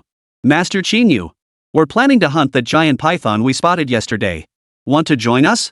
You know, the kind you slaughtered a whole bunch of last time. And that one seems mutated too. But not a species mutation, it seems to be a defensive mutation, like that bone-spiked rhinoceros we just encountered." The moment she reached Qín Yǔ, Ning Qianxian immediately started chattering away again. Qín Yǔ smiled at her, then glanced at Su Yuqing, Niè Yǔqi, and Li Qiming before saying, "I won't be joining you. And for the next few days, I won't be accompanying you either." At Qín Yu's words, Ning Qianxian, Su Yuqing, Li Qiming, and even Niè Yǔqi all froze in surprise. Then Niè Yǔqi, who had been mostly quiet, was the first to recover and asked, "What's wrong?" Chapter 180, The Disappearance of Qi Tianlin and his group. Over the past few days, Niè Yǔqi, Su Yuqing, Ning Qianxian, and Li Qiming had grown accustomed to Qín Yǔ standing by their side, providing backup during their joint battles. This allowed them to fight and unleash their full potential without restraint when facing powerful Yao beasts. After all, with Qín Yǔ as their absolute big brother watching their backs, even if unexpected incidents occurred during battle, Qín Yǔ could still rescue them if danger arose. This was the primary reason why the four of them had managed to hunt down so many Yao beasts so quickly over the past few days. Now, hearing Qín Yǔ announce he would be going solo next, the four of them froze for a moment. However, after a brief moment of confusion, Niè Yǔqiān suddenly seemed to grasp something. A thoughtful expression flashed across her face as she addressed Qín Yǔ again. "Are you planning to go to the Eternal Radiance Temple at the center of the secret realm?" The moment Niè Yǔqiān uttered these words, Su Yuqing and Li Qiming froze once more. The questions on their lips were abruptly swallowed back. They said nothing more, but their gazes toward Qín Yǔ now held a hint of envy. Su Yuqing and Li Qiming, one a prodigy from a prominent Beijing aristocratic family like Qi Tianlin, the other the sole heir to a Yizhou magnate. They both knew exactly where the Eternal Radiance Temple beast resided. Therefore, upon hearing Niè Yǔqiān's words, both instantly understood. Among the four, only Ning Qianxian still had no clue about the situation, her face filled with confusion. "Ha? The Eternal Radiance Temple? What is that place? Great God, Qín Yǔ, isn't the new student assessment about to end? What are you going there for?" Qín Yǔ didn't immediately answer Ning Qianxian's question. Instead, he glanced at Niè Yǔqiān, a fleeting, inexplicable expression crossing his eyes. Qín Yǔ understood why Su Yuqing and Li Qiming knew about the Eternal Radiance Temple. After all, both of them held extraordinary statuses. But Niè Yǔqiān? His childhood sweetheart, raised together since they were little? She knew about the Eternal Radiance Temple too? And she didn't seem the least bit surprised by his mention of it? In fact, she seemed almost prepared for it. Qín Yǔ was genuinely astonished. After all, even he still didn't know exactly what the Eternal Radiance Temple was. His desire to go there stemmed solely from Xiao Hufeng and that mysterious powerhouse he'd encountered earlier, both telling him he absolutely had to visit the Eternal Radiance Temple. However, though Qín Yǔ was deeply astonished at that moment, he said little more. He merely glanced at Niè Yǔqiān before withdrawing his gaze. He then surveyed the 4 people before him and nodded in response. That's right. With only a day and a half left until the assessment concludes, the number of radiant beasts you 4 have slain over these past days is more than sufficient not just for entering the top 40, but even for securing a spot within the top 10. Moreover, over these past days, I've already cleared away all threatening radiant beasts in this vicinity for the 4 of you. Therefore, it's time for me to pay a visit to the Eternal Radiance Temple. As before, although Qín Yǔ knew that Su Yuqing, Li Qiming, and even Niè Yǔqiān were all aware of what the Eternal Radiance Temple was, he still refrained from asking. He simply gave a brief reply. After Qín Yǔ finished speaking, Niè Yǔqi, Su Yuqing, and Li Qiming all nodded in understanding, acknowledging his explanation. And although for the next day and a half, Qín Yǔ would no longer be backing them up. But over these past few days, the number of Yao beasts they had slain had already far exceeded their expectations. Therefore, neither Su Yuqing nor Li Qiming voiced any objections at this moment. Then thank you, Qín Yǔ the Great, for backing us up these past few days. I truly didn't misjudge you. Teaming up with you has definitely not disappointed me. Su Yuqing mimicked Ning Qianqian's mischievous tone to express her gratitude. Li Qiming, however, addressed Qín Yǔ with genuine sincerity. Qín Yǔ, thank you for everything these past few days. Both of them expressed their gratitude. As for Niè Yǔqiān, she was far less formal. She merely looked at Qín Yǔ and gave a faint nod. For a moment, Ning Qianqian was the only one in the group still looking utterly bewildered. Ha? Wait, can someone explain this to me? What are you guys talking about? Why did I suddenly stop understanding? What exactly is the Eternal Radiance Temple? Qín Yǔ, what are you going there for? Is it dangerous or something? Hearing Ning Qianqian's voice, which sounded like that of a curious child, Qín Yǔ and the others couldn't help but wear expressions of helplessness. Su Yuqing looked at Qín Yǔ and said, Qín Yǔ, you go ahead. I'll explain it to her. She then turned to follow Su Yuqing and Li Qiming, preparing to give Ning Qianqian a primer on the basic information about the Eternal Radiance Temple. Qín Yǔ raised no objection. He merely nodded, ruffled Ning Qianqian's hair, and without further hesitation, activated the thrusters on his heavy armored power exoskeleton, initiating acceleration. With a single stride, Qín Yǔ soared into the air. Accompanied by another thunderous roar that reverberated in everyone's ears, his figure swiftly vanished into the distance. Watching Qín Yǔ's departing figure. By the muddy marsh, Niè Yǔqi, Su Yuqing, Li Qiming, and Ning Qianqian each wore different expressions. Niè Yǔqi's gaze was deep and pensive, while Ning Qianqian remained flushed with embarrassment, still blushing from the moment Qín Yǔ had ruffled her hair. As for Su Yuqing and Li Qiming, their eyes brimmed with envy. Of course, at this very moment, the crowd of freshmen who had just watched Niè Yǔqiān and the others battle naturally noticed Qín Yǔ's sudden departure. In an instant, the overwhelming majority of freshmen were filled with intense curiosity about where Qín Yǔ had gone. Ha? What's Qín Yǔ doing? Why's he rushing off like that? No idea. But isn't the assessment about to end? What could Qín Yǔ possibly be doing? Could he be thinking of taking advantage of the assessment ending soon to cause trouble for Qi Tianlin and the others? That can't be. Qi Tianlin and his group haven't been heard from in days. It's unclear if they're even still in the malignant mist swamp area. What would Qín Yǔ possibly want with them? No idea. Chapter 181, Ancient Ruins, Re-encountering Qi Tianlin. The Eternal Radiance Temple stood at the heart of the explorable region within the Eternal Radiance Secret Realm. If divided into 5 major zones, it lies at the junction between the Ancient Ruins Zone and the Undercurrent Sands Sea Zone. Traveling there from the heart of the malignant mist swamp wouldn't be too arduous a journey. At the very least, it is far shorter than traversing the entire Ancient Ruins region. Is considerably shorter. Thus, with no radiant beasts posing a threat to Qín Yǔ, he swiftly reached the outskirts of the malignant mist swamp. Only upon reaching this point did Qín Yǔ slightly moderate his pace. After all, the Ancient Ruins and the Dark Sandsea regions were not like the malignant mist swamp. Across the entire secret realm, there were scarcely any radiant beasts that could give Qín Yǔ even the slightest trouble.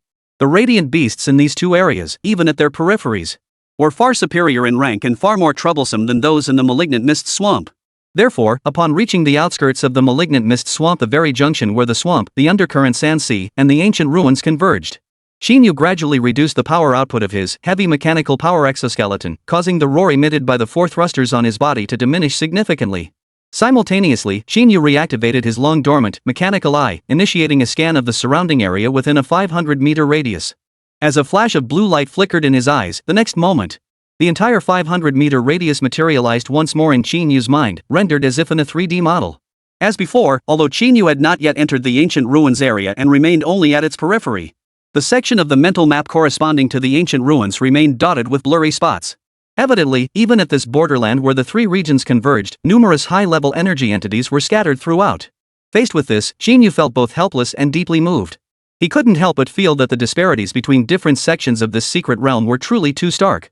Logically speaking, considering both the scanning completeness of the mechanical eye and the danger levels of the ancient ruins and the dark Sandsea regions, Qín Yǔ should have chosen the relatively safer undercurrent Sandsea region to reach the Eternal Radiance Temple. However, considering the undercurrent Sandsea region, it was entirely uncharted territory. Moreover, its danger level was hardly any less than that of the ancient ruins. Furthermore, traversing the ancient ruins was clearly a much longer route than going through the undercurrent sands. Qín Yǔ ultimately chose the route through the ancient ruins. After all, traversing the ancient ruins not only cut the distance significantly. Qín Yǔ was far more familiar with the various types of radiant beasts within the ancient ruins.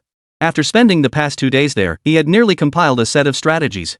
Beyond these two factors, however, lay the most crucial reason. The ancient ruins held far more than just radiant beasts. This region was also home to all manner of strange, high-level energy entities along the way, as well as ruins, some shattered, others intact.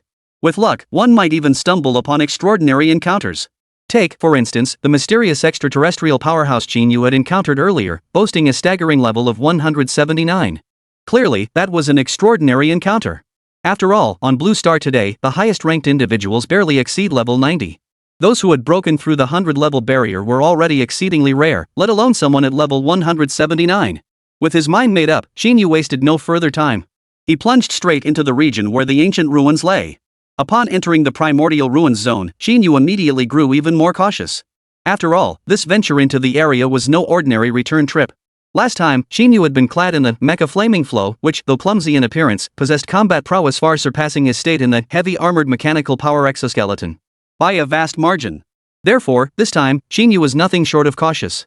He made far less noise than before. The only sound emanating from his entire body was the faint hum of his thrusters. His cautious approach paid off remarkably well.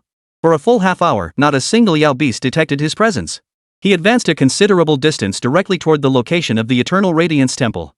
However, when Qín Yǔ reached another large ancient ruin area, he was astonished to discover through the scan of the mechanical eye that Qi Tianlin and Quangli, who had vanished from the ancient ruins region for 2 or 3 days, were actually right within this very ruin.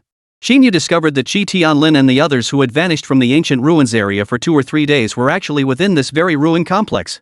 What's more, they were currently locked in a fierce battle against a radiant beast of a staggering level 31. For a moment, even Qín Yǔ was taken aback. It felt like fate had delivered an incredibly fortunate coincidence. Truthfully, ever since Qi Tianlin and the others vanished without a trace in the malignant mist swamp, Qín Yǔ had long suspected they must have ventured into one of the other regions. After all, he had already secured the central area of the malignant mist swamp. Given their group's combat strength and the actual number of Yao beasts they required, the malignant mists region simply couldn't possibly satisfy a group of over a dozen SSS tier individuals. But while he had his suspicions, upon actually encountering them here, Qín Yǔ still found the coincidence a bit too much. Moreover, he had always assumed that Qi Tianlin and the Mad Strength group had headed for the Dark Sandsea region. Unexpectedly, they had suddenly appeared in the second most dangerous of the 5 major regions, the ancient ruins. For a moment, Qín Yǔ didn't know whether to admire their courage or just think they were a bunch of idiots. Under the scan of the mechanical eye, Qín Yǔ had indeed detected Qi Tianlin and the others. In reality, he was still several hundred meters away from their group. And with the obstructions of various relic structures, Qín Yǔ remained completely undetected by anyone in Qi Tianlin's group. Therefore, at this moment, Qín Yǔ did not immediately approach to greet Qi Tianlin and Quangli. Instead, he silently deactivated the 4 thrusters on his mechanical exoskeleton and shifted his focus to observation. After a moment of observation, a faint smile appeared on Qín Yǔ's face. A faint smile appeared. Looks like these folks haven't been doing too well these past few days. Chapter 182, The Spatial Type Roaming Sand Lizard. Back when Qín Yǔ had driven Qi Tianlin and the Mad Strength crew out of the central region of the Malignant Mist Swamp, he had taken careful note of their numbers. At that time, even though they had already spent 2 days battling in the core area. However, aside from Tang Wenjie, who had accidentally provoked a high-tier demon beast upon entering the secret realm, resulting in 2 days and nights of relentless pursuit that left him unable to rejoin Qi Tianlin's group, ultimately perishing at his hands. The other SSS tier geniuses recruited by Qi Tianlin and Quangli. Not a single one had been eliminated from the secret realm. Moreover, each of them appeared to be in remarkably good condition. Yet now, through the scan of the mechanical eye, Qín Yǔ could see clearly. After just 3 short days, Qi Tianlin, Quangli, and their group had suffered devastating losses. In terms of numbers, Qi Tianlin and Quang Li's group had originally been a formidable force of full dozen members who had advanced to SSS tier professions, each boasting a minimum power level of over 2,000 Euler points. Yet now, their numbers had been cut in half. Only 6 remained. Moreover, among these 6 survivors, their current state was far from ideal. Apart from Qi Tianlin and Quang Li, who were still somewhat relatively clean, the others were disheveled and filthy, covered in yellow sand. Several bore terrifying wounds across their bodies. Their appearance was utterly pitiful. This sight caused Qín Yú's lips to curve into a faint smile. A faint smile curved his lips. Of course, to be honest, Qín Yú didn't feel much schadenfreude in his heart. Thus, after murmuring a low sigh of emotion, Qín Yú swiftly shifted his gaze to the radiant beast currently locked in combat with Qi Tianlin and the group led by Quang Li. With a flicker of thought, the creature's complete profile instantly filled his mind. Name: Roaming Sand Lizard. Level: LV 31. Total energy level: 6,500-6,800 aura. Species: Special Energy Life Form. Current status: Mutation complete. Skills possessed: Sandstorm, Burrow, Spatial Wander, Spatial Slash. And as they say, seeing is believing. After carefully reviewing this radiant beast's detailed profile, Qín Yú couldn't help but feel a surge of astonishment. To be perfectly honest, before activating the reconnaissance function of the mechanical eye, Qín Yú genuinely hadn't imagined that such a tiny Yao beast barely larger than a pangolin from his previous life possess an energy level as high as 6,500-6,800 aura. Moreover, it wasn't just any ordinary mutated Yao beast. Rather, it was akin to the mad armor bull he had encountered before. An extremely rare Yao beast that had awakened spatial attributes. For a moment, Qín Yú was speechless, even doubting whether he had wandered into the wrong area. This place wasn't the ancient ruins at all, it must be a spacetime turbulence zone. Otherwise, how could there be so many spatial attribute radiant beasts? After shaking his head in resignation, Qín Yú immediately turned his attention back to closely observing the battle unfolding between Qi Tianlin and his group. It must be said that although this wandering sand lizard appeared much smaller than the mad armor bull, and even its energy level was lower. However, its energy level of 6,500-6,800 auras proved quite troublesome for Qi Tianlin and the mad force group. In the brief time since Qín Yú's arrival, the two sides had already clashed several more times. Leveraging its overwhelming energy level advantage over Qi Tianlin's group and the unique agility inherent to its spatial abilities, it had maintained complete control over the battle from start to finish. After several rounds, Qi Tianlin and his group were left looking utterly grim. However, despite both Qi Tianlin and Quang Li being thoroughly suppressed by this roaming sand lizard during the fight, but just like the mad armor bull Qín Yú had encountered earlier, this roaming sand lizard wasn't a true orthodox spatial type Yao beast either. Its spatial abilities were limited to short-range techniques. In combat, it might manage to launch bizarre and agile surprise attacks against Qi Tianlin's group. But in terms of raw speed, it was far inferior to Qi Tianlin and his group. Therefore, even though this roaming sand lizard controlled the initiative in battle, attacking whomever it pleased, however it pleased, Qi Tianlin and the mad force group could only passively defend. Yet, this roaming sand lizard could never escape the encirclement of Qi Tianlin's group. Thus, as the minutes ticked by and its energy reserves dwindled, the sand skimmer lizard visibly grew frantic, repeatedly attempting to break through the encirclement set by Qi Tianlin and the mad force group. Yet, as the saying goes, while spatial abilities were indeed highly flexible and deceptively unpredictable in combat, but if sheer agility alone couldn't finish off an opponent, and if one's true speed couldn't match the enemy's, then in the end, it's still nothing more than meat on the chopping block. Take the mad armor bull Qín Yú encountered earlier. Or take this roaming sand lizard before him now. Hang in there. No matter how bizarre the sand lizard is, its energy reserves are finite. After this long, it must be nearly depleted. Hang on a little longer. Today, we will definitely slay this beast. Seeing that the roaming sand lizard, after fighting this long, was beginning to show signs of wanting to flee, Qi Tianlin and Quang Li, far from alarmed, were overjoyed. Qi Tianlin roared, then slammed his feet into the ground. Like a cannonball, he launched forward, closing the distance to the sand skater in an instant. His fist slammed toward the creature. However, as the space around the sand lizard warped, Qi Tianlin's furious punch ultimately struck nothing but empty air. Witnessing this, Quang Li, who had been on the other side, wasn't idle either. Pointing to a gap right beside Qi Tianlin, he shouted to those nearby. Quick! Quickly block him there! He's trying to escape in that direction. Hold on, brothers. This sand skater is on its last legs. If we just hold out a little longer, it's as good as dead. Quickly, block that gap. Chapter 183, No More Hiding, Face to Face. Amidst the furious shouts of Qi Tianlin and Quang Li, the faces of the SSS tier geniuses beside them, which had been utterly dejected moments before, suddenly brightened. Their spirits soared once more. Immediately, two figures gritted their teeth and began charging toward the gap. Though these SSS tier professionals lagged far behind Qín Yú, Qi Tianlin, and even Quang Li in energy levels, a distance of less than 100 meters was but a blink of an eye for them to cover. Thus, in the next instant, the figures of the two, radiating waves of energy fluctuations, appeared before the gap, neither too large nor too small. Following closely behind, just as Qi Tianlin had anticipated. As ripples spread through the space, the body of that roaming sand lizard materialized at the gap. Blocked. They were indeed trying to escape through this gap. Witnessing this scene, expressions of shock flashed across the faces of Qi Tianlin, Quan Li, and the others. Especially the two who had just rushed to block the gap. Without hesitation, they launched their attacks at the newly revealed sand lizard. Their professions, one a mage, the other a martial artist. The martial arts practitioner struck first, his entire body bursting with crimson flames as he unleashed a direct punch toward the roaming sand lizard. However, though this individual's class was also SSS tier among the strongest in the martial arts class, his level was still too low at this moment. His energy level hadn't been boosted at all. Thus, when his fist struck the wandering sand lizard, barely inflicted any damage. It merely caused the sand lizard to pause momentarily. Witnessing this scene, the man froze in shock. Damn it, is it really that tough? I refuse to believe it. However, his reaction was equally swift. Seeing his punch fail to harm the sand lizard at all, he immediately withdrew his fist. Instantly, his entire body spun violently mid-air. Then, a vicious roundhouse kick slammed into the sand lizard's body. The force behind this strike was nothing like that of his earlier simple punch. This strike channeled the full might of his martial arts training, and strictly speaking, it even carried the added force of gravitational acceleration. Thus, when it took this blow head-on, the roaming sand lizard didn't fare well either. Its entire body was flung violently back to the ground. As it hit the ground, it unleashed a thunderous roar, sending waves of yellow sand flying into the air. But it wasn't over yet. As this martial arts prodigy of SSS rank finished his sequence, the SSS tier prodigy of the mage discipline behind him had now completed his incantation and gathered his power. Rise forth. Flames from the depths of hell. Burn. Purge their sins. In midair, the mage's chanting voice suddenly rose in pitch.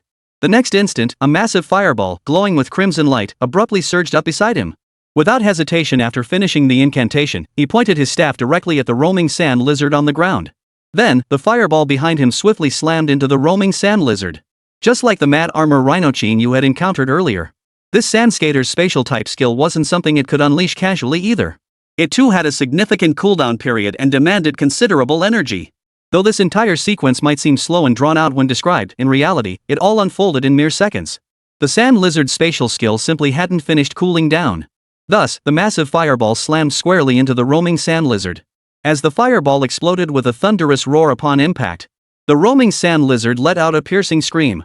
Witnessing this scene, the expressions of Qi Tianlin and Quan Li nearby grew increasingly delighted. Of course, amidst their excitement, Qi Tianlin's commands remained unwavering. Well done, brothers. This little lizard won't escape today.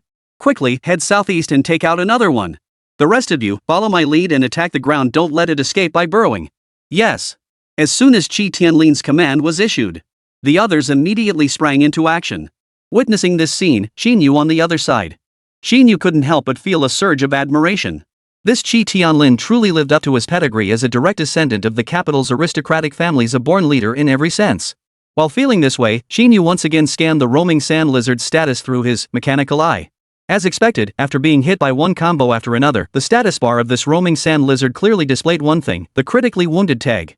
Looks like this roaming sand lizard won't be escaping today. Watching from afar, Qi Tianlin and his group had already launched a fresh offensive against the creature. At that moment, Qín Yǔ murmured under his breath. 5 minutes later, just as Qín Yǔ had predicted. Though this roaming sand lizard possessed a far higher energy level than any member of Qi Tianlin's group, and possessed exceptionally powerful and rare spatial type skills.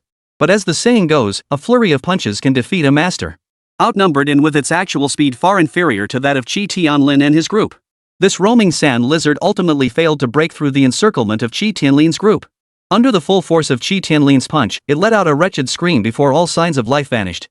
Immediately afterward, it transformed into a massive, faintly golden glowing beast essence. Witnessing this scene, after a moment's contemplation, Qín Yǔ no longer concealed his presence.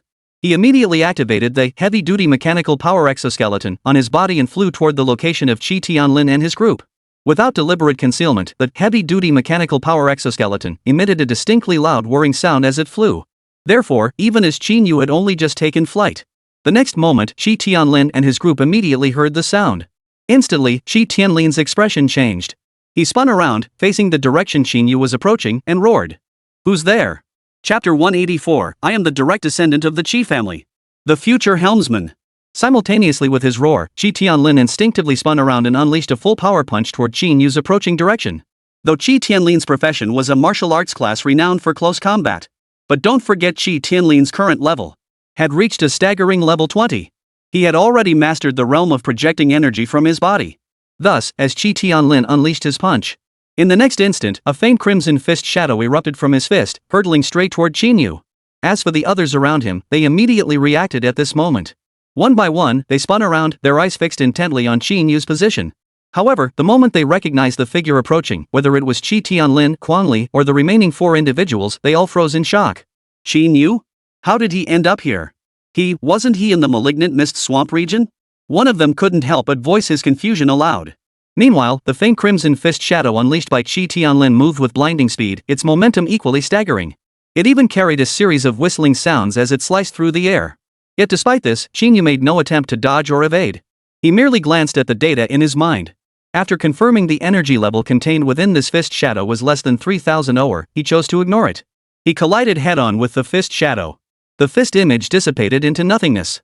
Qín Yǔ paused only briefly before continuing his rapid flight toward Qi Tianlin's location. Upon recognizing Qín Yǔ, Qi Tianlin and the others naturally ceased their attacks. Each stood rooted to the spot, watching Qín Yǔ's figure rapidly closing in on them, their expressions all different. Qi Tianlin and Quang Li exchanged a glance, then both wore faint, bitter smiles. As for the others, they remained utterly bewildered. Through the mechanical eye, Qín Yǔ could see every expression on Qi Tianlin and his group's faces with crystal clarity. But Qín Yǔ didn't dwell on it. He simply flew silently to stand before Qi Tianlin, who was positioned at the front. As the 4 thrusters on his heavy-duty mechanical power exoskeleton gradually reduced power until they neared stillness, Qín Yǔ landed silently before Qi Tianlin and his group. Immediately after, the individuals behind Qi Tianlin all revealed expressions of resentment and wariness. Qín Yǔ, what brings you here? Isn't driving us out of the malignant mist swamp enough for you? Before either Qín Yǔ or Qi Tianlin could speak. As the speaker finished, the expressions of everyone except Qi Tianlin and Quang Li darkened further. Qín Yǔ responded with a calm smile, "Don't misunderstand. I'm just passing by and happened to see you, so I thought I'd come over and say hello. That's all." His tone was cool and detached. After he finished speaking, the curly-haired man who had questioned him earlier was momentarily at a loss for words. After a long pause, he finally managed to spit out, "Who knows if what you're saying is true or false?" Qín Yǔ offered no response to this remark. He merely gave a faint smile before turning his attention away from the others. Instead, he turned his gaze toward Qi Tianlin and Quang Li. "Enough, Shaolin, shut up." Seeing Qín Yǔ's gaze shift to him, Qi Tianlin finally broke his silence and reprimanded the curly-haired man who had spoken earlier. It was clear that after these past few days, Qi Tianlin had clearly established considerable authority among this group.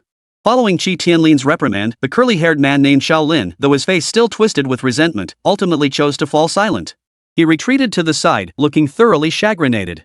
Only then did Qi Tianlin shift his gaze back to Qín Yǔ, his expression complex. After a long pause, he finally spoke. "Qín Yǔ, it's been a while. Qín Yǔ's tone remained as flat as ever. After the exchange, an awkward silence fell between them. This scene left the few people behind Qi Tianlin utterly bewildered, completely clueless about what was going on. Whispers soon began to ripple through the crowd behind them. "Ugh, what's going on here? I can't shake the feeling there's something else between Brother Tian and Qín Yǔ. No idea, but I kinda feel the same way too. Could it be related to Brother Tian's real purpose for entering this eternal radiance secret realm? That actually sounds plausible." The group's whispered conversation was as loud as thunder in the ears of everyone present. Not only Qín Yǔ, but even Qi Tianlin couldn't help but feel a bit exasperated by it. "Qín Yǔ, may I speak with you privately?" After a considerable pause, Qi Tianlin finally gestured invitingly toward Qín Yǔ. "Sure." Qín Yǔ nodded and followed Qi Tianlin to the highest point of an abandoned ruin. Perhaps because there was no one else around now, Qi Tianlin wasn't as silent as he had been earlier. Qín Yǔ had barely steadied himself when Qi Tianlin gazed out at the vast expanse of yellow sand before him and spoke. "Qín Yǔ, if I'm not mistaken, you're preparing to head to the Eternal Radiance Temple, aren't you?" Hearing Qi Tianlin's words, Qín Yǔ's expression turned peculiar for a moment. He hadn't expected Qi Tianlin to be so straightforward. Still, Qín Yǔ felt no need to hide his intentions. After a brief pause, he replied, "Yes. I heard the Eternal Radiance Temple still holds some secrets, so I plan to go take a look." Upon hearing Qín Yǔ's candid admission, a complex smile once again flickered across Qi Tianlin's face. He took a deep breath, and after a long moment, he finally said slowly, "Then congratulations to you." After Qi Tianlin finished speaking, Qín Yǔ had actually intended to respond further. But before he could speak, Qi Tianlin beat him to it. Moreover, he didn't delve further into the topic of the Eternal Radiance Temple. Instead, he suddenly asked Qín Yǔ. Qín Yǔ, do you think I was truly wrong to expel Niè Yǔqiān, Ning Qianqian, and the other for the other day? Qi Tianlin's question caught Qín Yǔ completely off guard. For a moment, Qín Yǔ was genuinely taken aback. Chapter 185. The front lines are strained, the human race retreats step by step. Faced with Qi Tianlin's abrupt inquiry, Qín Yǔ was genuinely at a loss. He couldn't fathom the intent behind Qi Tianlin's words. After all, in Qín Yǔ's eyes, this matter was long since over. However, just as Qín Yǔ was pondering, Qi Tianlin did not wait for Qín Yǔ's response. After merely glancing at Qín Yǔ, he immediately continued, Qín Yǔ, do you know? Those rumors circulating outside are actually not wrong at all. I am indeed the most outstanding among the direct descendants of our Qi family in this generation. At the same time, I am essentially the leading figure of the Qi family in the capital in this generation. Therefore, the burden I carry is far heavier than you could ever imagine. Whether it's the reputation of our generation or the responsibilities I'll bear when I join the military in the future, they all force me to become stronger by any means necessary. You may not know this, but over the past few decades, on the front lines, in the struggle against the demonic tribes, the situation has been grim both for the world at large and for our dragon nation. In fact, even calling it grim is an understatement. It's more accurate to say, we've been retreating step by step. Otherwise, how could so many spatial rifts suddenly appear within our dragon nation over the past decade? How could secret realms be occupied and corrupted by the demonic tribes? Qi Tianlin's words sent shockwaves through Qín Yǔ's mind. To be perfectly honest, he genuinely had no idea the situation on the human front lines had deteriorated to such an extent. In his understanding, or rather, based on the intelligence he'd gathered online, he'd always assumed the current standoff between humans and demons was one of stalemate, neither side able to gain the upper hand, leaning toward stability. He never imagined the human race's situation had deteriorated to such a dire state. Retreating on all fronts? Then why has there been no mention of this in the news or online? Shocked, Qín Yǔ couldn't help but press further. In response, Qi Tianlin shot Qín Yǔ a peculiar look before countering. Do you think that even if the government reported these events, what good would it do for ordinary people besides increasing their stress? With just one sentence, he left Qín Yǔ speechless. It was a question that cut straight to the heart of the matter. Even if ordinary people knew about it? It seemed they could indeed do nothing more than feel even greater pressure. After a brief silence, Qín Yǔ furrowed his brow and asked, what does any of this have to do with you driving away Niè Yǔqiān, Ning Qianqian, and the other two? Truthfully, there's no direct connection. Qi Tianlin answered without hesitation. The reason I'm telling you all this is simply to explain why I acted the way I did with that. I just wanted to grow stronger as quickly as possible, accumulate enough kills, and head to the Eternal Radiance Temple. At this point, Qi Tianlin glanced at Qín Yǔ again. Seeing the lingering confusion on Qín Yǔ's face, he paused briefly before continuing. Of course, Qín Yǔ, explaining all this to you isn't about arguing over right or wrong. What I'm trying to say is actually quite simple. That is, I don't want this minor issue to cause a rift between us. Because after spending these past few days with you, I've come to realize something: you are the greatest prodigy our dragon nation has ever seen. In the future, you will undoubtedly become the backbone of our dragon nation, even its very foundation. Truthfully, I'd very much like to be friends with a true genius like you. After Qi Tianlin finished speaking, Qín Yǔ finally grasped the meaning behind his words. For a moment, Qín Yǔ was at a loss for words. So, after all that beating around the bush, Qi Tianlin's real intention was to avoid antagonizing this so-called genius and to ease the tension between them. Don't worry, that incident is long forgotten. Qín Yǔ glanced at Qi Tianlin, his tone tinged with resignation as he replied. If I were in your shoes, I'd have done the same. So, let bygones be bygones. Since you gave me that face 3 days ago, I, Qín Yǔ, am not the kind of person who holds grudges. That incident was settled the moment you voluntarily led your men out of the central zone. Qín Yǔ didn't actually dislike Qi Tianlin as a person. In fact, he genuinely believed that Qi Tianlin truly lived up to his reputation as a direct descendant from one of the capital's prominent aristocratic families, a man of considerable caliber. As for the incident 3 days prior, he hadn't really given it much thought. After all, to be fair, if he hadn't possessed the massive combat boost from his heavy-duty mechanical power exoskeleton and mecha flame stream, he might well have acted just like Qi Tianlin, choosing to expel everyone from the area to ensure his own people could secure as much Yao Beast essence as possible. Therefore, standing in Qi Tianlin's shoes, Qín Yǔ understood him quite well. And precisely because of this, at this very moment, when faced with Qi Tianlin's overture of goodwill, Qín Yǔ naturally accepted it with pleasure. Alright, Qín Yǔ, I truly didn't misjudge you. You are indeed, just as I thought, someone destined for great things. Hearing Qín Yǔ's words, a smile involuntarily spread across Qi Tianlin's face. So, that's settled for now? We'll be fighting side by side for the next 4 years. Qín Yǔ smiled faintly and nodded calmly. Qi Tianlin didn't elaborate further. He only added, the number of radiant beasts Quangli and I hunted these past few days still falls short. And to be honest, our strength is simply inadequate. So yesterday, Qín and I decided we won't be going to the Eternal Radiance Temple this time. Wishing you smooth sailing on your journey to the Eternal Radiance Temple. Without further delay, he leapt from the ruined summit, landing precisely beside Qín and his companions. Qín Yǔ, however, did not follow Qi Tianlin down at this moment. Instead, he cast one last glance downward at Qi Tianlin and Qín's group before fully activating his heavy armored mechanical power exoskeleton once more. With a thunderous roar echoing through the air. In the next instant, he transformed into a streak of blue light. He sped toward the direction of the Eternal Radiance Temple. Soon, he vanished into a mere black speck within the sight of Qi Tianlin and his companions. Chapter 186, Eternal Radiance Trial, First Gate, Ascending the Divine Stairway. Amidst the swirling yellow sand, Qi Tianlin and his companions watched Qín Yǔ's figure recede into the distance until he vanished completely from the horizon.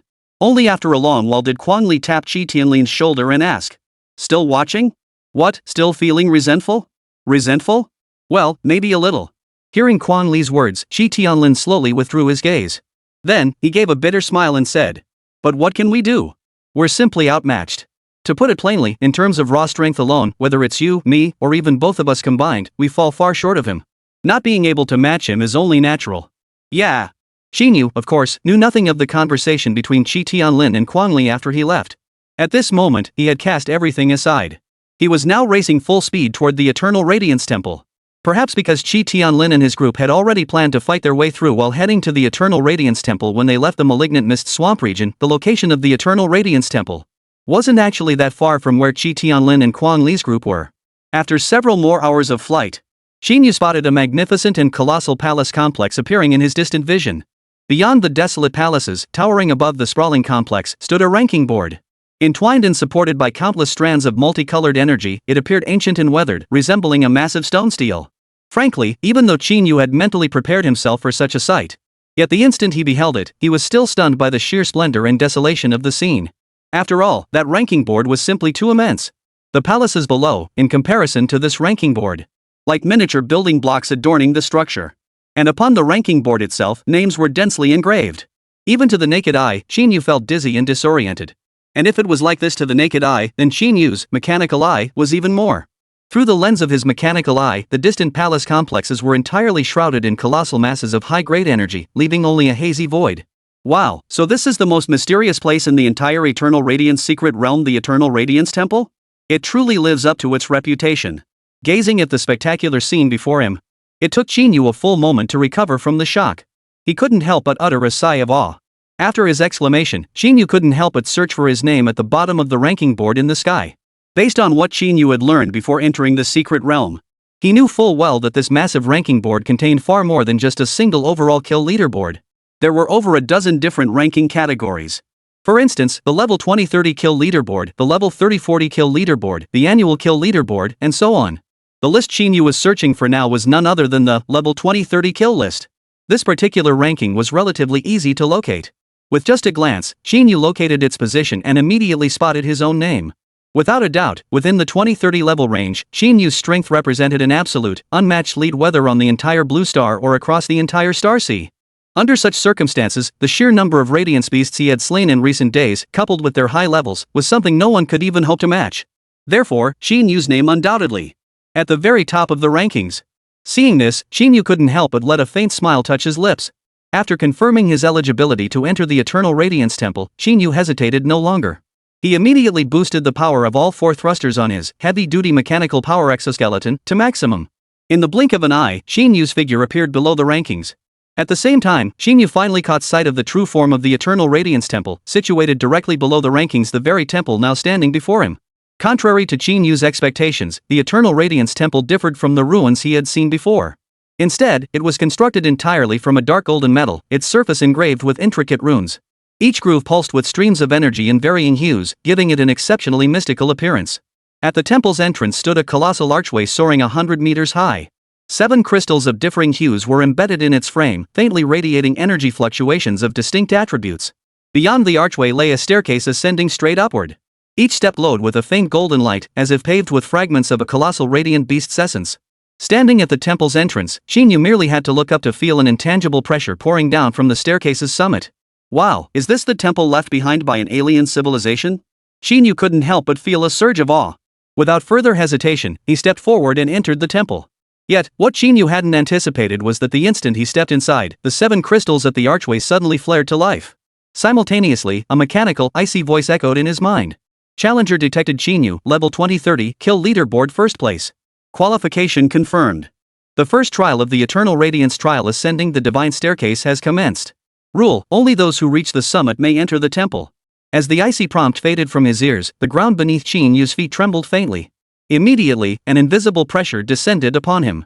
As if an invisible giant hand pressed down on his shoulders, attempting to crush Qín Yǔ. This sudden turn of events caught Qín Yǔ completely off guard. However, after a moment of astonishment, Qín Yǔ immediately realized. A gravity field? Interesting. Chapter 187, Talent Level, SSS Class. Of course, after a moment of adjustment, Qín Yǔ realized the pressure exerted upon him wasn't overwhelming. He merely activated the power of his heavy-duty mechanical power exoskeleton slightly. Qín Yǔ felt his entire body suddenly relax. His movements became effortless and fluid. Feels pretty good. Once he had gradually adjusted, Qín Yǔ hesitated no longer. He immediately began climbing the seemingly endless staircase stretching into the distance. This trial was remarkably similar to most of the assessment stages he had encountered in the vast majority of online novels he had read in his previous life. The first trial of the Eternal Radiance Temple, ascending the Divine Staircase. It followed the exact same formula. The higher he climbed, the greater the pressure the stairs exerted on him with every step. Moreover, after climbing just 1,000 steps, Qín Yǔ could distinctly feel the pressure on his body multiply several times over. Looking up at that moment, still couldn't see the top of the staircase. Relying solely on the heavy-duty mechanical power exoskeleton still feels insufficient. Just 1,000 steps, and this gravity field is already this terrifying. There must be at least several thousand more steps ahead. At this rate of gravity amplification, even with the heavy armored power exoskeleton's performance, reaching the summit is out of the question.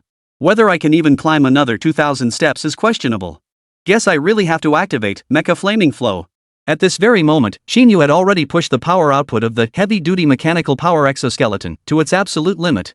Leveraging the inherent foundational traits of the Super God Mechanic class itself, Qín Yǔ possessed absolute mastery over the performance, power output, and other aspects of these mechanical creations he had forged. He possessed absolute mastery over the performance, power, and other aspects of these mechanical creations he had forged. Therefore, after briefly sensing the situation in his mind, and a quick calculation of the remaining steps, Qín Yǔ instantly realized that relying solely on the heavy armored mechanical power exoskeleton, he had absolutely no chance of reaching the summit of this endless divine ascent. After all, he had only reached the 1,000th step. And the heavy-duty mechanical power exoskeleton was already proving this difficult. How could he possibly manage the thousands of steps ahead, where the pressure intensified and gravity amplified even further? With that realization, Qín Yǔ hesitated no longer. With a single thought, he summoned the still damaged Mecha Flaming Edge from his forging space. As the over 4-meter-tall form of Mecha Flaming Edge crashed down beside Qín Yǔ, he wasted no time. He immediately opened the hatch behind Flaming Edge.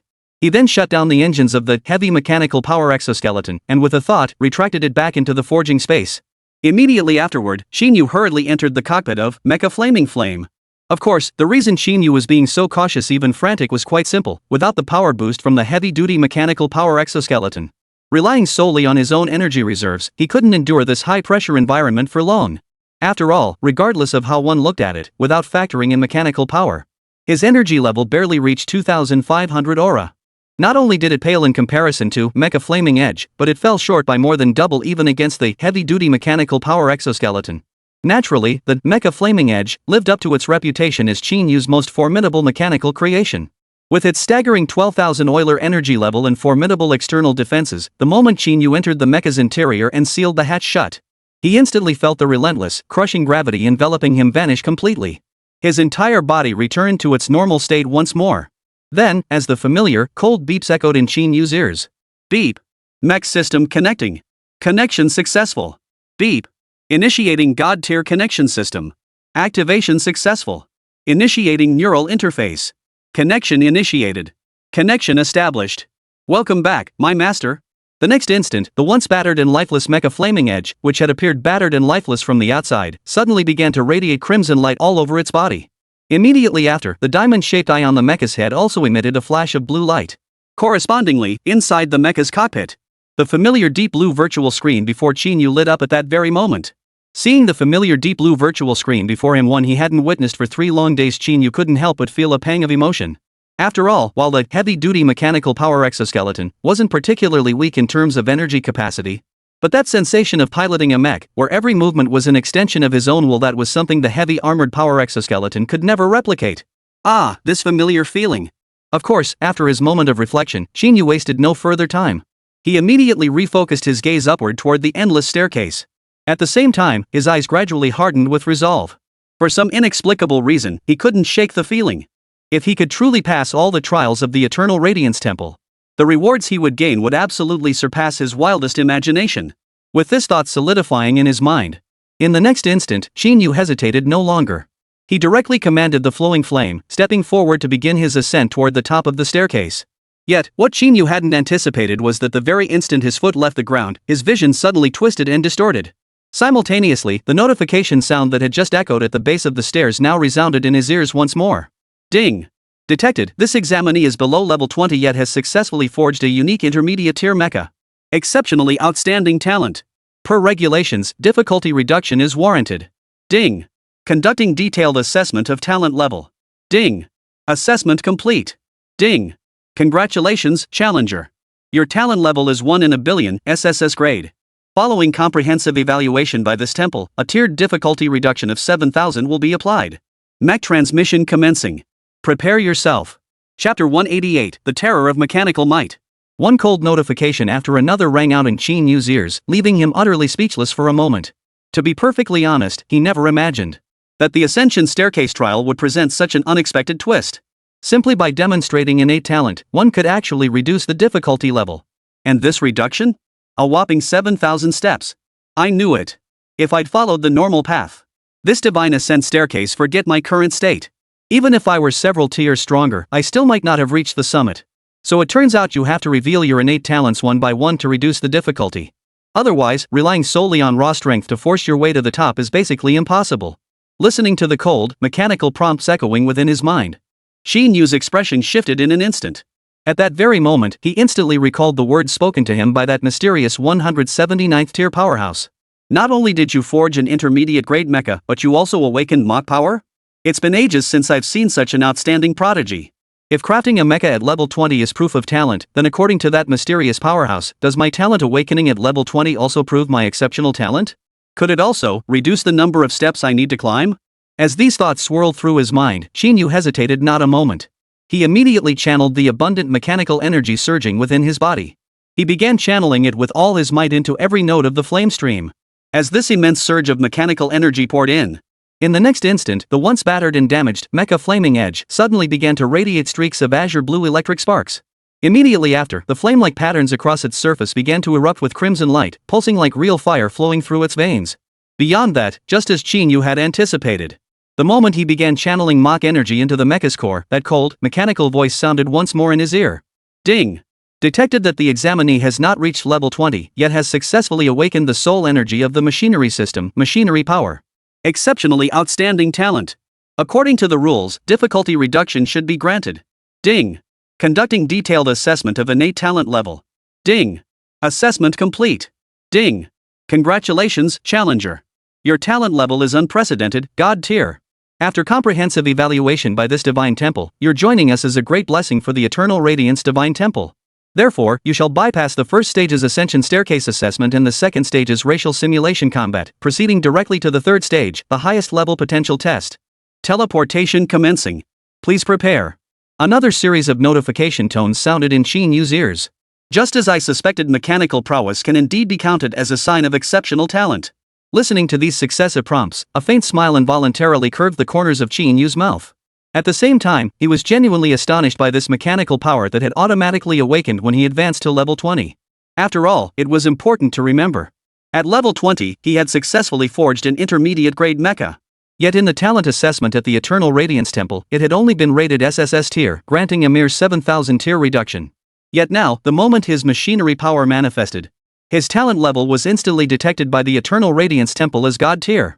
Moreover, it even exempted him from the assessment altogether. He was directly advanced to the third stage potential assessment? Didn't this mean that the Machina power he awakened at level 20 was far superior to the talent he demonstrated when forging that intermediate grade mecha at the same level? To be perfectly honest, Qín Yǔ was genuinely stunned by this revelation. Up until now, he had always believed that the machinery power he had awakened was just ordinary, a unique energy exclusive to the machinery discipline. It held nothing particularly noteworthy. He never imagined it would prove so valuable within the Eternal Radiance Temple. But upon reflection, mechanical combat relies primarily on external force and machinery. At level 20, other professions are merely beginners. And in my case, not only can I fight using mechanized constructs I forge myself, but in terms of raw power, I'm no weaker than any other transcendent class. It does seem a bit absurd, doesn't it? Of course, Qín Yǔ hadn't previously perceived his awakened machinery power as particularly special or flawed. That was solely because the awakening process had been so natural and straightforward, utterly devoid of any difficulty whatsoever. Now, prompted by the Eternal Radiance Temple and reflecting on it, Qín Yǔ realized that awakening his machinery power at level 20, compared to other professions, did seem a bit too extraordinary. After all, it was common knowledge that other classes at level 20, at best, they'd barely escaped the most vulnerable novice stage, having just cracked open the door to the extraordinary world. Let alone mastering energy control. Simply being able to execute skills properly was already considered a sign of exceptional talent. But him? The machinery power he awakened served a purpose far beyond merely amplifying the destructive force of these mechanical constructs. Beyond that enhancement effect, his own machinery power could be directly applied in combat. Moreover, this mechanical power substantially boosts his combat prowess. It directly elevates his power level by 2 to 3 times. Compared to other professions, it could be described as utterly overwhelming. Beyond these two effects, the mechanical power also enhances his forging success rate, forging speed, and more. Frankly, its utility is borderline broken, right? After comprehending all this, Qín Yǔ finally understood why that mysterious level 179 powerhouse had been so shocked by his awakening of machinery power, and why the Eternal Radiance Temple was now elevating his talent directly to god-tier status. After all, at this very moment, even Qín Yǔ himself now felt that his mechanic power was, well, just a tad bit incredible. Chapter 189, Eternal Radiance Continent. The Other End of the Star Sea. Of course, while Qín Yǔ pondered these thoughts, it seemed like an eternity had passed. But in reality, only a few seconds had elapsed. By the time Qín Yǔ snapped out of his shock and delight, a cold, metallic alert sounded in his ear. Immediately afterward, Qín Yǔ felt the already blurred space before his eyes twist and distort even further. Naturally, this sensation did not persist for long. After only a few seconds, the scene before Qín Yǔ's eyes gradually began to sharpen once more. However, the scene before him had already transformed beyond recognition. He was no longer standing on the seemingly endless staircase. Instead, he had entered a grand and imposing stone chamber within the temple. The entire chamber was still composed of that same peculiar, pale gold metallic substance Qín Yǔ had observed on the temple's exterior. The only difference was that the metal on the exterior was perfectly smooth throughout, while the metal in this chamber bore intricate, mysteriously etched inscriptions. Moreover, at the very center of the chamber stood a massive, ancient-looking stone pillar. At its very center, it supported a white stone block that Qín Yǔ recognized immediately, the Talent Awakening Stone. However, this Talent Awakening Stone was significantly larger than the 2 Talent Awakening Stones Qín Yǔ had seen in Jiangzhou. Moreover, intricate patterns were carved into its surface, resembling a peculiar magical formation. This stone pillar must be the potential assessment device mentioned in that alert just now. The moment he saw this, Qín Yǔ instantly understood. This stone pillar must be where one tests their innate talent. He didn't dwell on it further. After briefly surveying the surroundings, he slowly approached the pillar and extended his hand, pressing his palm into the palm-shaped indentation at its center. The instant his palm touched down, this plain, unadorned stone pillar, even exuding a sense of decay, suddenly burst into brilliant light. Immediately afterward, the entire chamber began to radiate faint golden light. Simultaneously, that cold, mechanical voice sounded once more in Qín Yǔ's ears. Esteemed Divine Tier Talent Assessment Candidate, greetings. Please remain calm. Your talent level assessment is now underway. Exert your utmost strength and channel your mechanical energy inward. Facing this familiar ritual for the umpteenth time, Qín Yǔ was now well versed in the process. His heart held no trace of panic, only a hint of reflection. Ever since his talent level was assessed as God tier moments ago, the tone and address of the Eternal Radiance Temple toward him had grown markedly respectful. The shift from you to you was one thing, but they'd even gone so far as to say, please do not panic. Frankly, this left Qín Yǔ somewhat speechless. Shaking his head, Qín Yǔ dismissed these stray thoughts and refocused his gaze on the pillar of light before him. At that very moment, as brilliant light filled the entire chamber, the stone pillar before him shed its former simplicity. Instead, intricate, mystical, pale gold inscriptions began to rise across its entire surface. Simultaneously, they began to intertwine and resonate with the other inscriptions in the room, creating a breathtakingly beautiful sight. Without hesitation, Qín Yǔ immediately channeled the mechanical energy within his body, pouring it frantically into the Talent Awakening Stone atop the pillar. The instant Qín Yǔ's mechanical energy flooded into the pillar, the next moment, the stone pillar erupted from its base, rapidly igniting with streaks of light in entirely different colors. What Qín Yǔ didn't know at that very moment. At the very instant he began his potential test. Far across the starry expanse, upon an island so vast it resembled a colossal continent where countless steel-like castles of spacecraft crisscrossed the skies. An elderly man seated at the island's center stared dumbfounded at the instrument before him, now pulsing with waves of radiant light. Divine tier talent. How is this possible? Staring at the information displayed on the screen before him, the elder's face was filled with utter astonishment and disbelief. Isn't that star domain one of the most remote corners in the entire star ring? I recall. That region was only formally incorporated into the Human Federation's territory a few hundred years ago, right? How could a top-tier prodigy with god-tier talent emerge so quickly? However, after a moment of shock, a resolute gleam instantly flared in the old man's eyes. This won't do. We must report this matter to the highest authorities immediately. If it truly possesses god-tier talent, leaving it to grow in that remote star domain would be a waste of such a precious gift. Without hesitation, he pressed a red button beside him. The moment the button was pressed, the entire island. An ear-piercing alarm blared instantly. What's happening? Why did the alarm suddenly go off? Could it be the Demon Clan launching a surprise attack? Bull! The Demon Clan attacking here? That's impossible. This is the Eternal Radiance continent. The headquarters of the Eternal Radiance Temple. Our Human Federation is sweeping the front lines with victory after victory. The demonic forces are retreating step by step. They'd have to be insane to sneak attack the headquarters of the Eternal Radiance Temple. True enough, but what the hell is this alarm about? No clue. Maybe something major happened inside the Eternal Radiance Temple itself. This sudden, continent-wide alarm. It brought the entire continent to an instant standstill. Countless humanoids, most retaining human forms, though some alien races were present, halted their actions at that very moment. Stunned, they listened to the alarm, neither too loud nor too soft. Yet distinctly jarring alarm. Of course, the alarm did not persist for long. After mere seconds, the sound faded away once more. However, it was precisely within those few seconds. Within the palace where the alarm button had been pressed, several cosmic-level powerhouses now stood, their auras so immense they warped the very fabric of space. Chapter 190, Access Granted and Rewards Distributed. Within the magnificent and vast palace, though only 4 individuals had arrived, each emanated an aura so formidable that it sent shivers down the spine of the elderly man who had triggered the alarm. And if anyone familiar with the mighty figures of the Eternal Radiance Temple were to witness this scene, they would surely gasp in shock.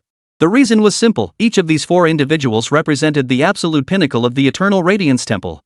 And they had gathered solely for the lowest ranking among them. They were all domain lords of the South Pole Star domain within the Eternal Radiance Temple. Honorable elders, according to the Eternal Radiance Secret Realm Management regulations established by our temple, the signal transmitted from that remote star domain has been unequivocally confirmed. Within the Tomahawk star system of the Southern Pole Star domain, there truly exists an unparalleled genius of god-tier talent currently participating in our Eternal Radiance Temple's assessment. Honorable lords, this matter is now entirely in your hands. This old man shall withdraw now. Though the old man possessed power that made him an absolute powerhouse among powerhouses across the entire star sea, capable of extinguishing a star with a single gesture. Simply exploding a star was child's play for someone of his caliber. Yet before these 4 individuals, he dared not show the slightest disrespect. Seeing that all who were meant to arrive on the Eternal Radiance continent had now gathered, the elder then cautiously and respectfully delivered his report before voluntarily withdrawing to the outer hall. Only after the elder had completely withdrawn did a voice slowly echo within the grand hall. A voice slowly echoed, "Judging by this signal, it seems undeniably divine-level talent." Divine-level talent? Come to think of it, hasn't it been several millennia since such a thing appeared in the entire starsea? Who would have thought that after thousands of years, it would appear in a remote star domain that has only recently been incorporated into the Federation's territory? This is truly a blessing for our Eternal Radiance Temple. The speaker was the sole woman among the 4. Her voice was ethereal and cool, tinged with a hint of wistfulness. As soon as she finished, another voice chimed in. The signals confirm it's undoubtedly a god-tier talent. However, that star domain borders the demonic tribe's territory. Coupled with their recent weakness on the front lines, could this be a scheme by the Demon Clan targeting our Eternal Radiance Temple? The speaker was none other than the domain lord of the Southern Pole Star domain. As the ruler of that star domain, he was naturally overjoyed that such an unparalleled genius with god-tier talent had emerged within his jurisdiction. After all, if this news proved true, then he would undoubtedly gain a formidable right-hand man for the future. However, as the domain lord of a star domain, one whose territories deeply bordered the demonic race's domain and were currently locked in conflict, he couldn't help but consider another layer of implications. Yet, his apprehensions quickly dissipated. For at that very moment, the most powerful and highest ranking of the 4, the Deputy Chamberlain, spoke up. The Hall Master has already contacted me. The news is certain. A peerless genius with god-tier talent has indeed emerged within that star domain. This has been personally verified by the Hall Master. However, according to the Hall Master's instructions, there is currently no need for anyone within the Hall to interfere with this genius's growth path. We only need to dispatch a small squad of Path Guardians to that star system for remote monitoring, ensuring he does not encounter any mishaps. After 4 years, we will then consider a deeper integration with him. As the Deputy Hall Master finished speaking, the expressions of the other three fell into confusion. The woman who had spoken first raised her voice, but if we've confirmed he truly possesses god-tier talent, why not recruit him immediately? With that kind of talent, leaving him in such a remote star system seems like a waste of such extraordinary potential, no matter how you look at it. As she finished, the domain lord of the Antarctic star domain exclaimed excitedly, exactly. Deputy Hall Master, why not find him immediately? I'll personally take him as my disciple and cultivate him. Otherwise, wouldn't we be wasting 4 precious years? However, the Deputy Hall Master cut straight to the point. Enough discussion. This is the Hall Master's personal directive. It's settled. As for the Guardian Squad matter, Domain Lord Lin, he is the prodigy who emerged from your Southern Pole Star domain. This matter is entrusted to you. Remember, the standards must be set at the highest level. If anything happens to him over these 4 years, you alone will be held accountable. Is that understood? Hearing the Deputy Hall Master speak so decisively, the other two naturally had nothing more to say. They both gave a faint nod, signaling their agreement.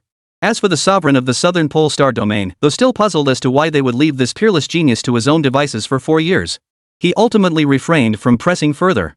Instead, he readily agreed to the arrangements for the Guardian Squad. Rest assured, Deputy Chamberlain.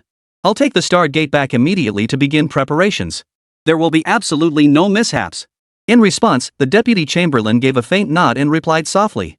Then, his figure began to slowly fade away. The other three, witnessing this scene, exchanged brief farewells before fading away one after another. In an instant, the vast palace once again fell into emptiness. Naturally, at this very moment, Qín Yǔ remained utterly unaware of the immense stir his talent test had caused on the other side of the star sea. He remained focused, frantically channeling his mechanical energy into the stone pillar. Simultaneously, the multicolored pillar of light that had begun rising from the base of the stone column gradually ascended to its very top. Then, that familiar, icy notification tone resounded in Qín Yú's ears. Ding! Talent potential test complete. Your final talent rating, unchanged from the initial assessment, is confirmed as God tier. Congratulations! You have successfully become a true disciple of our Eternal Radiance Temple. Access privileges and rewards are now being activated. Please wait. Access privileges are being granted. Permissions successfully granted. Preparing rewards. Based on your class, your rewards have been prepared and successfully distributed. Please check your inventory.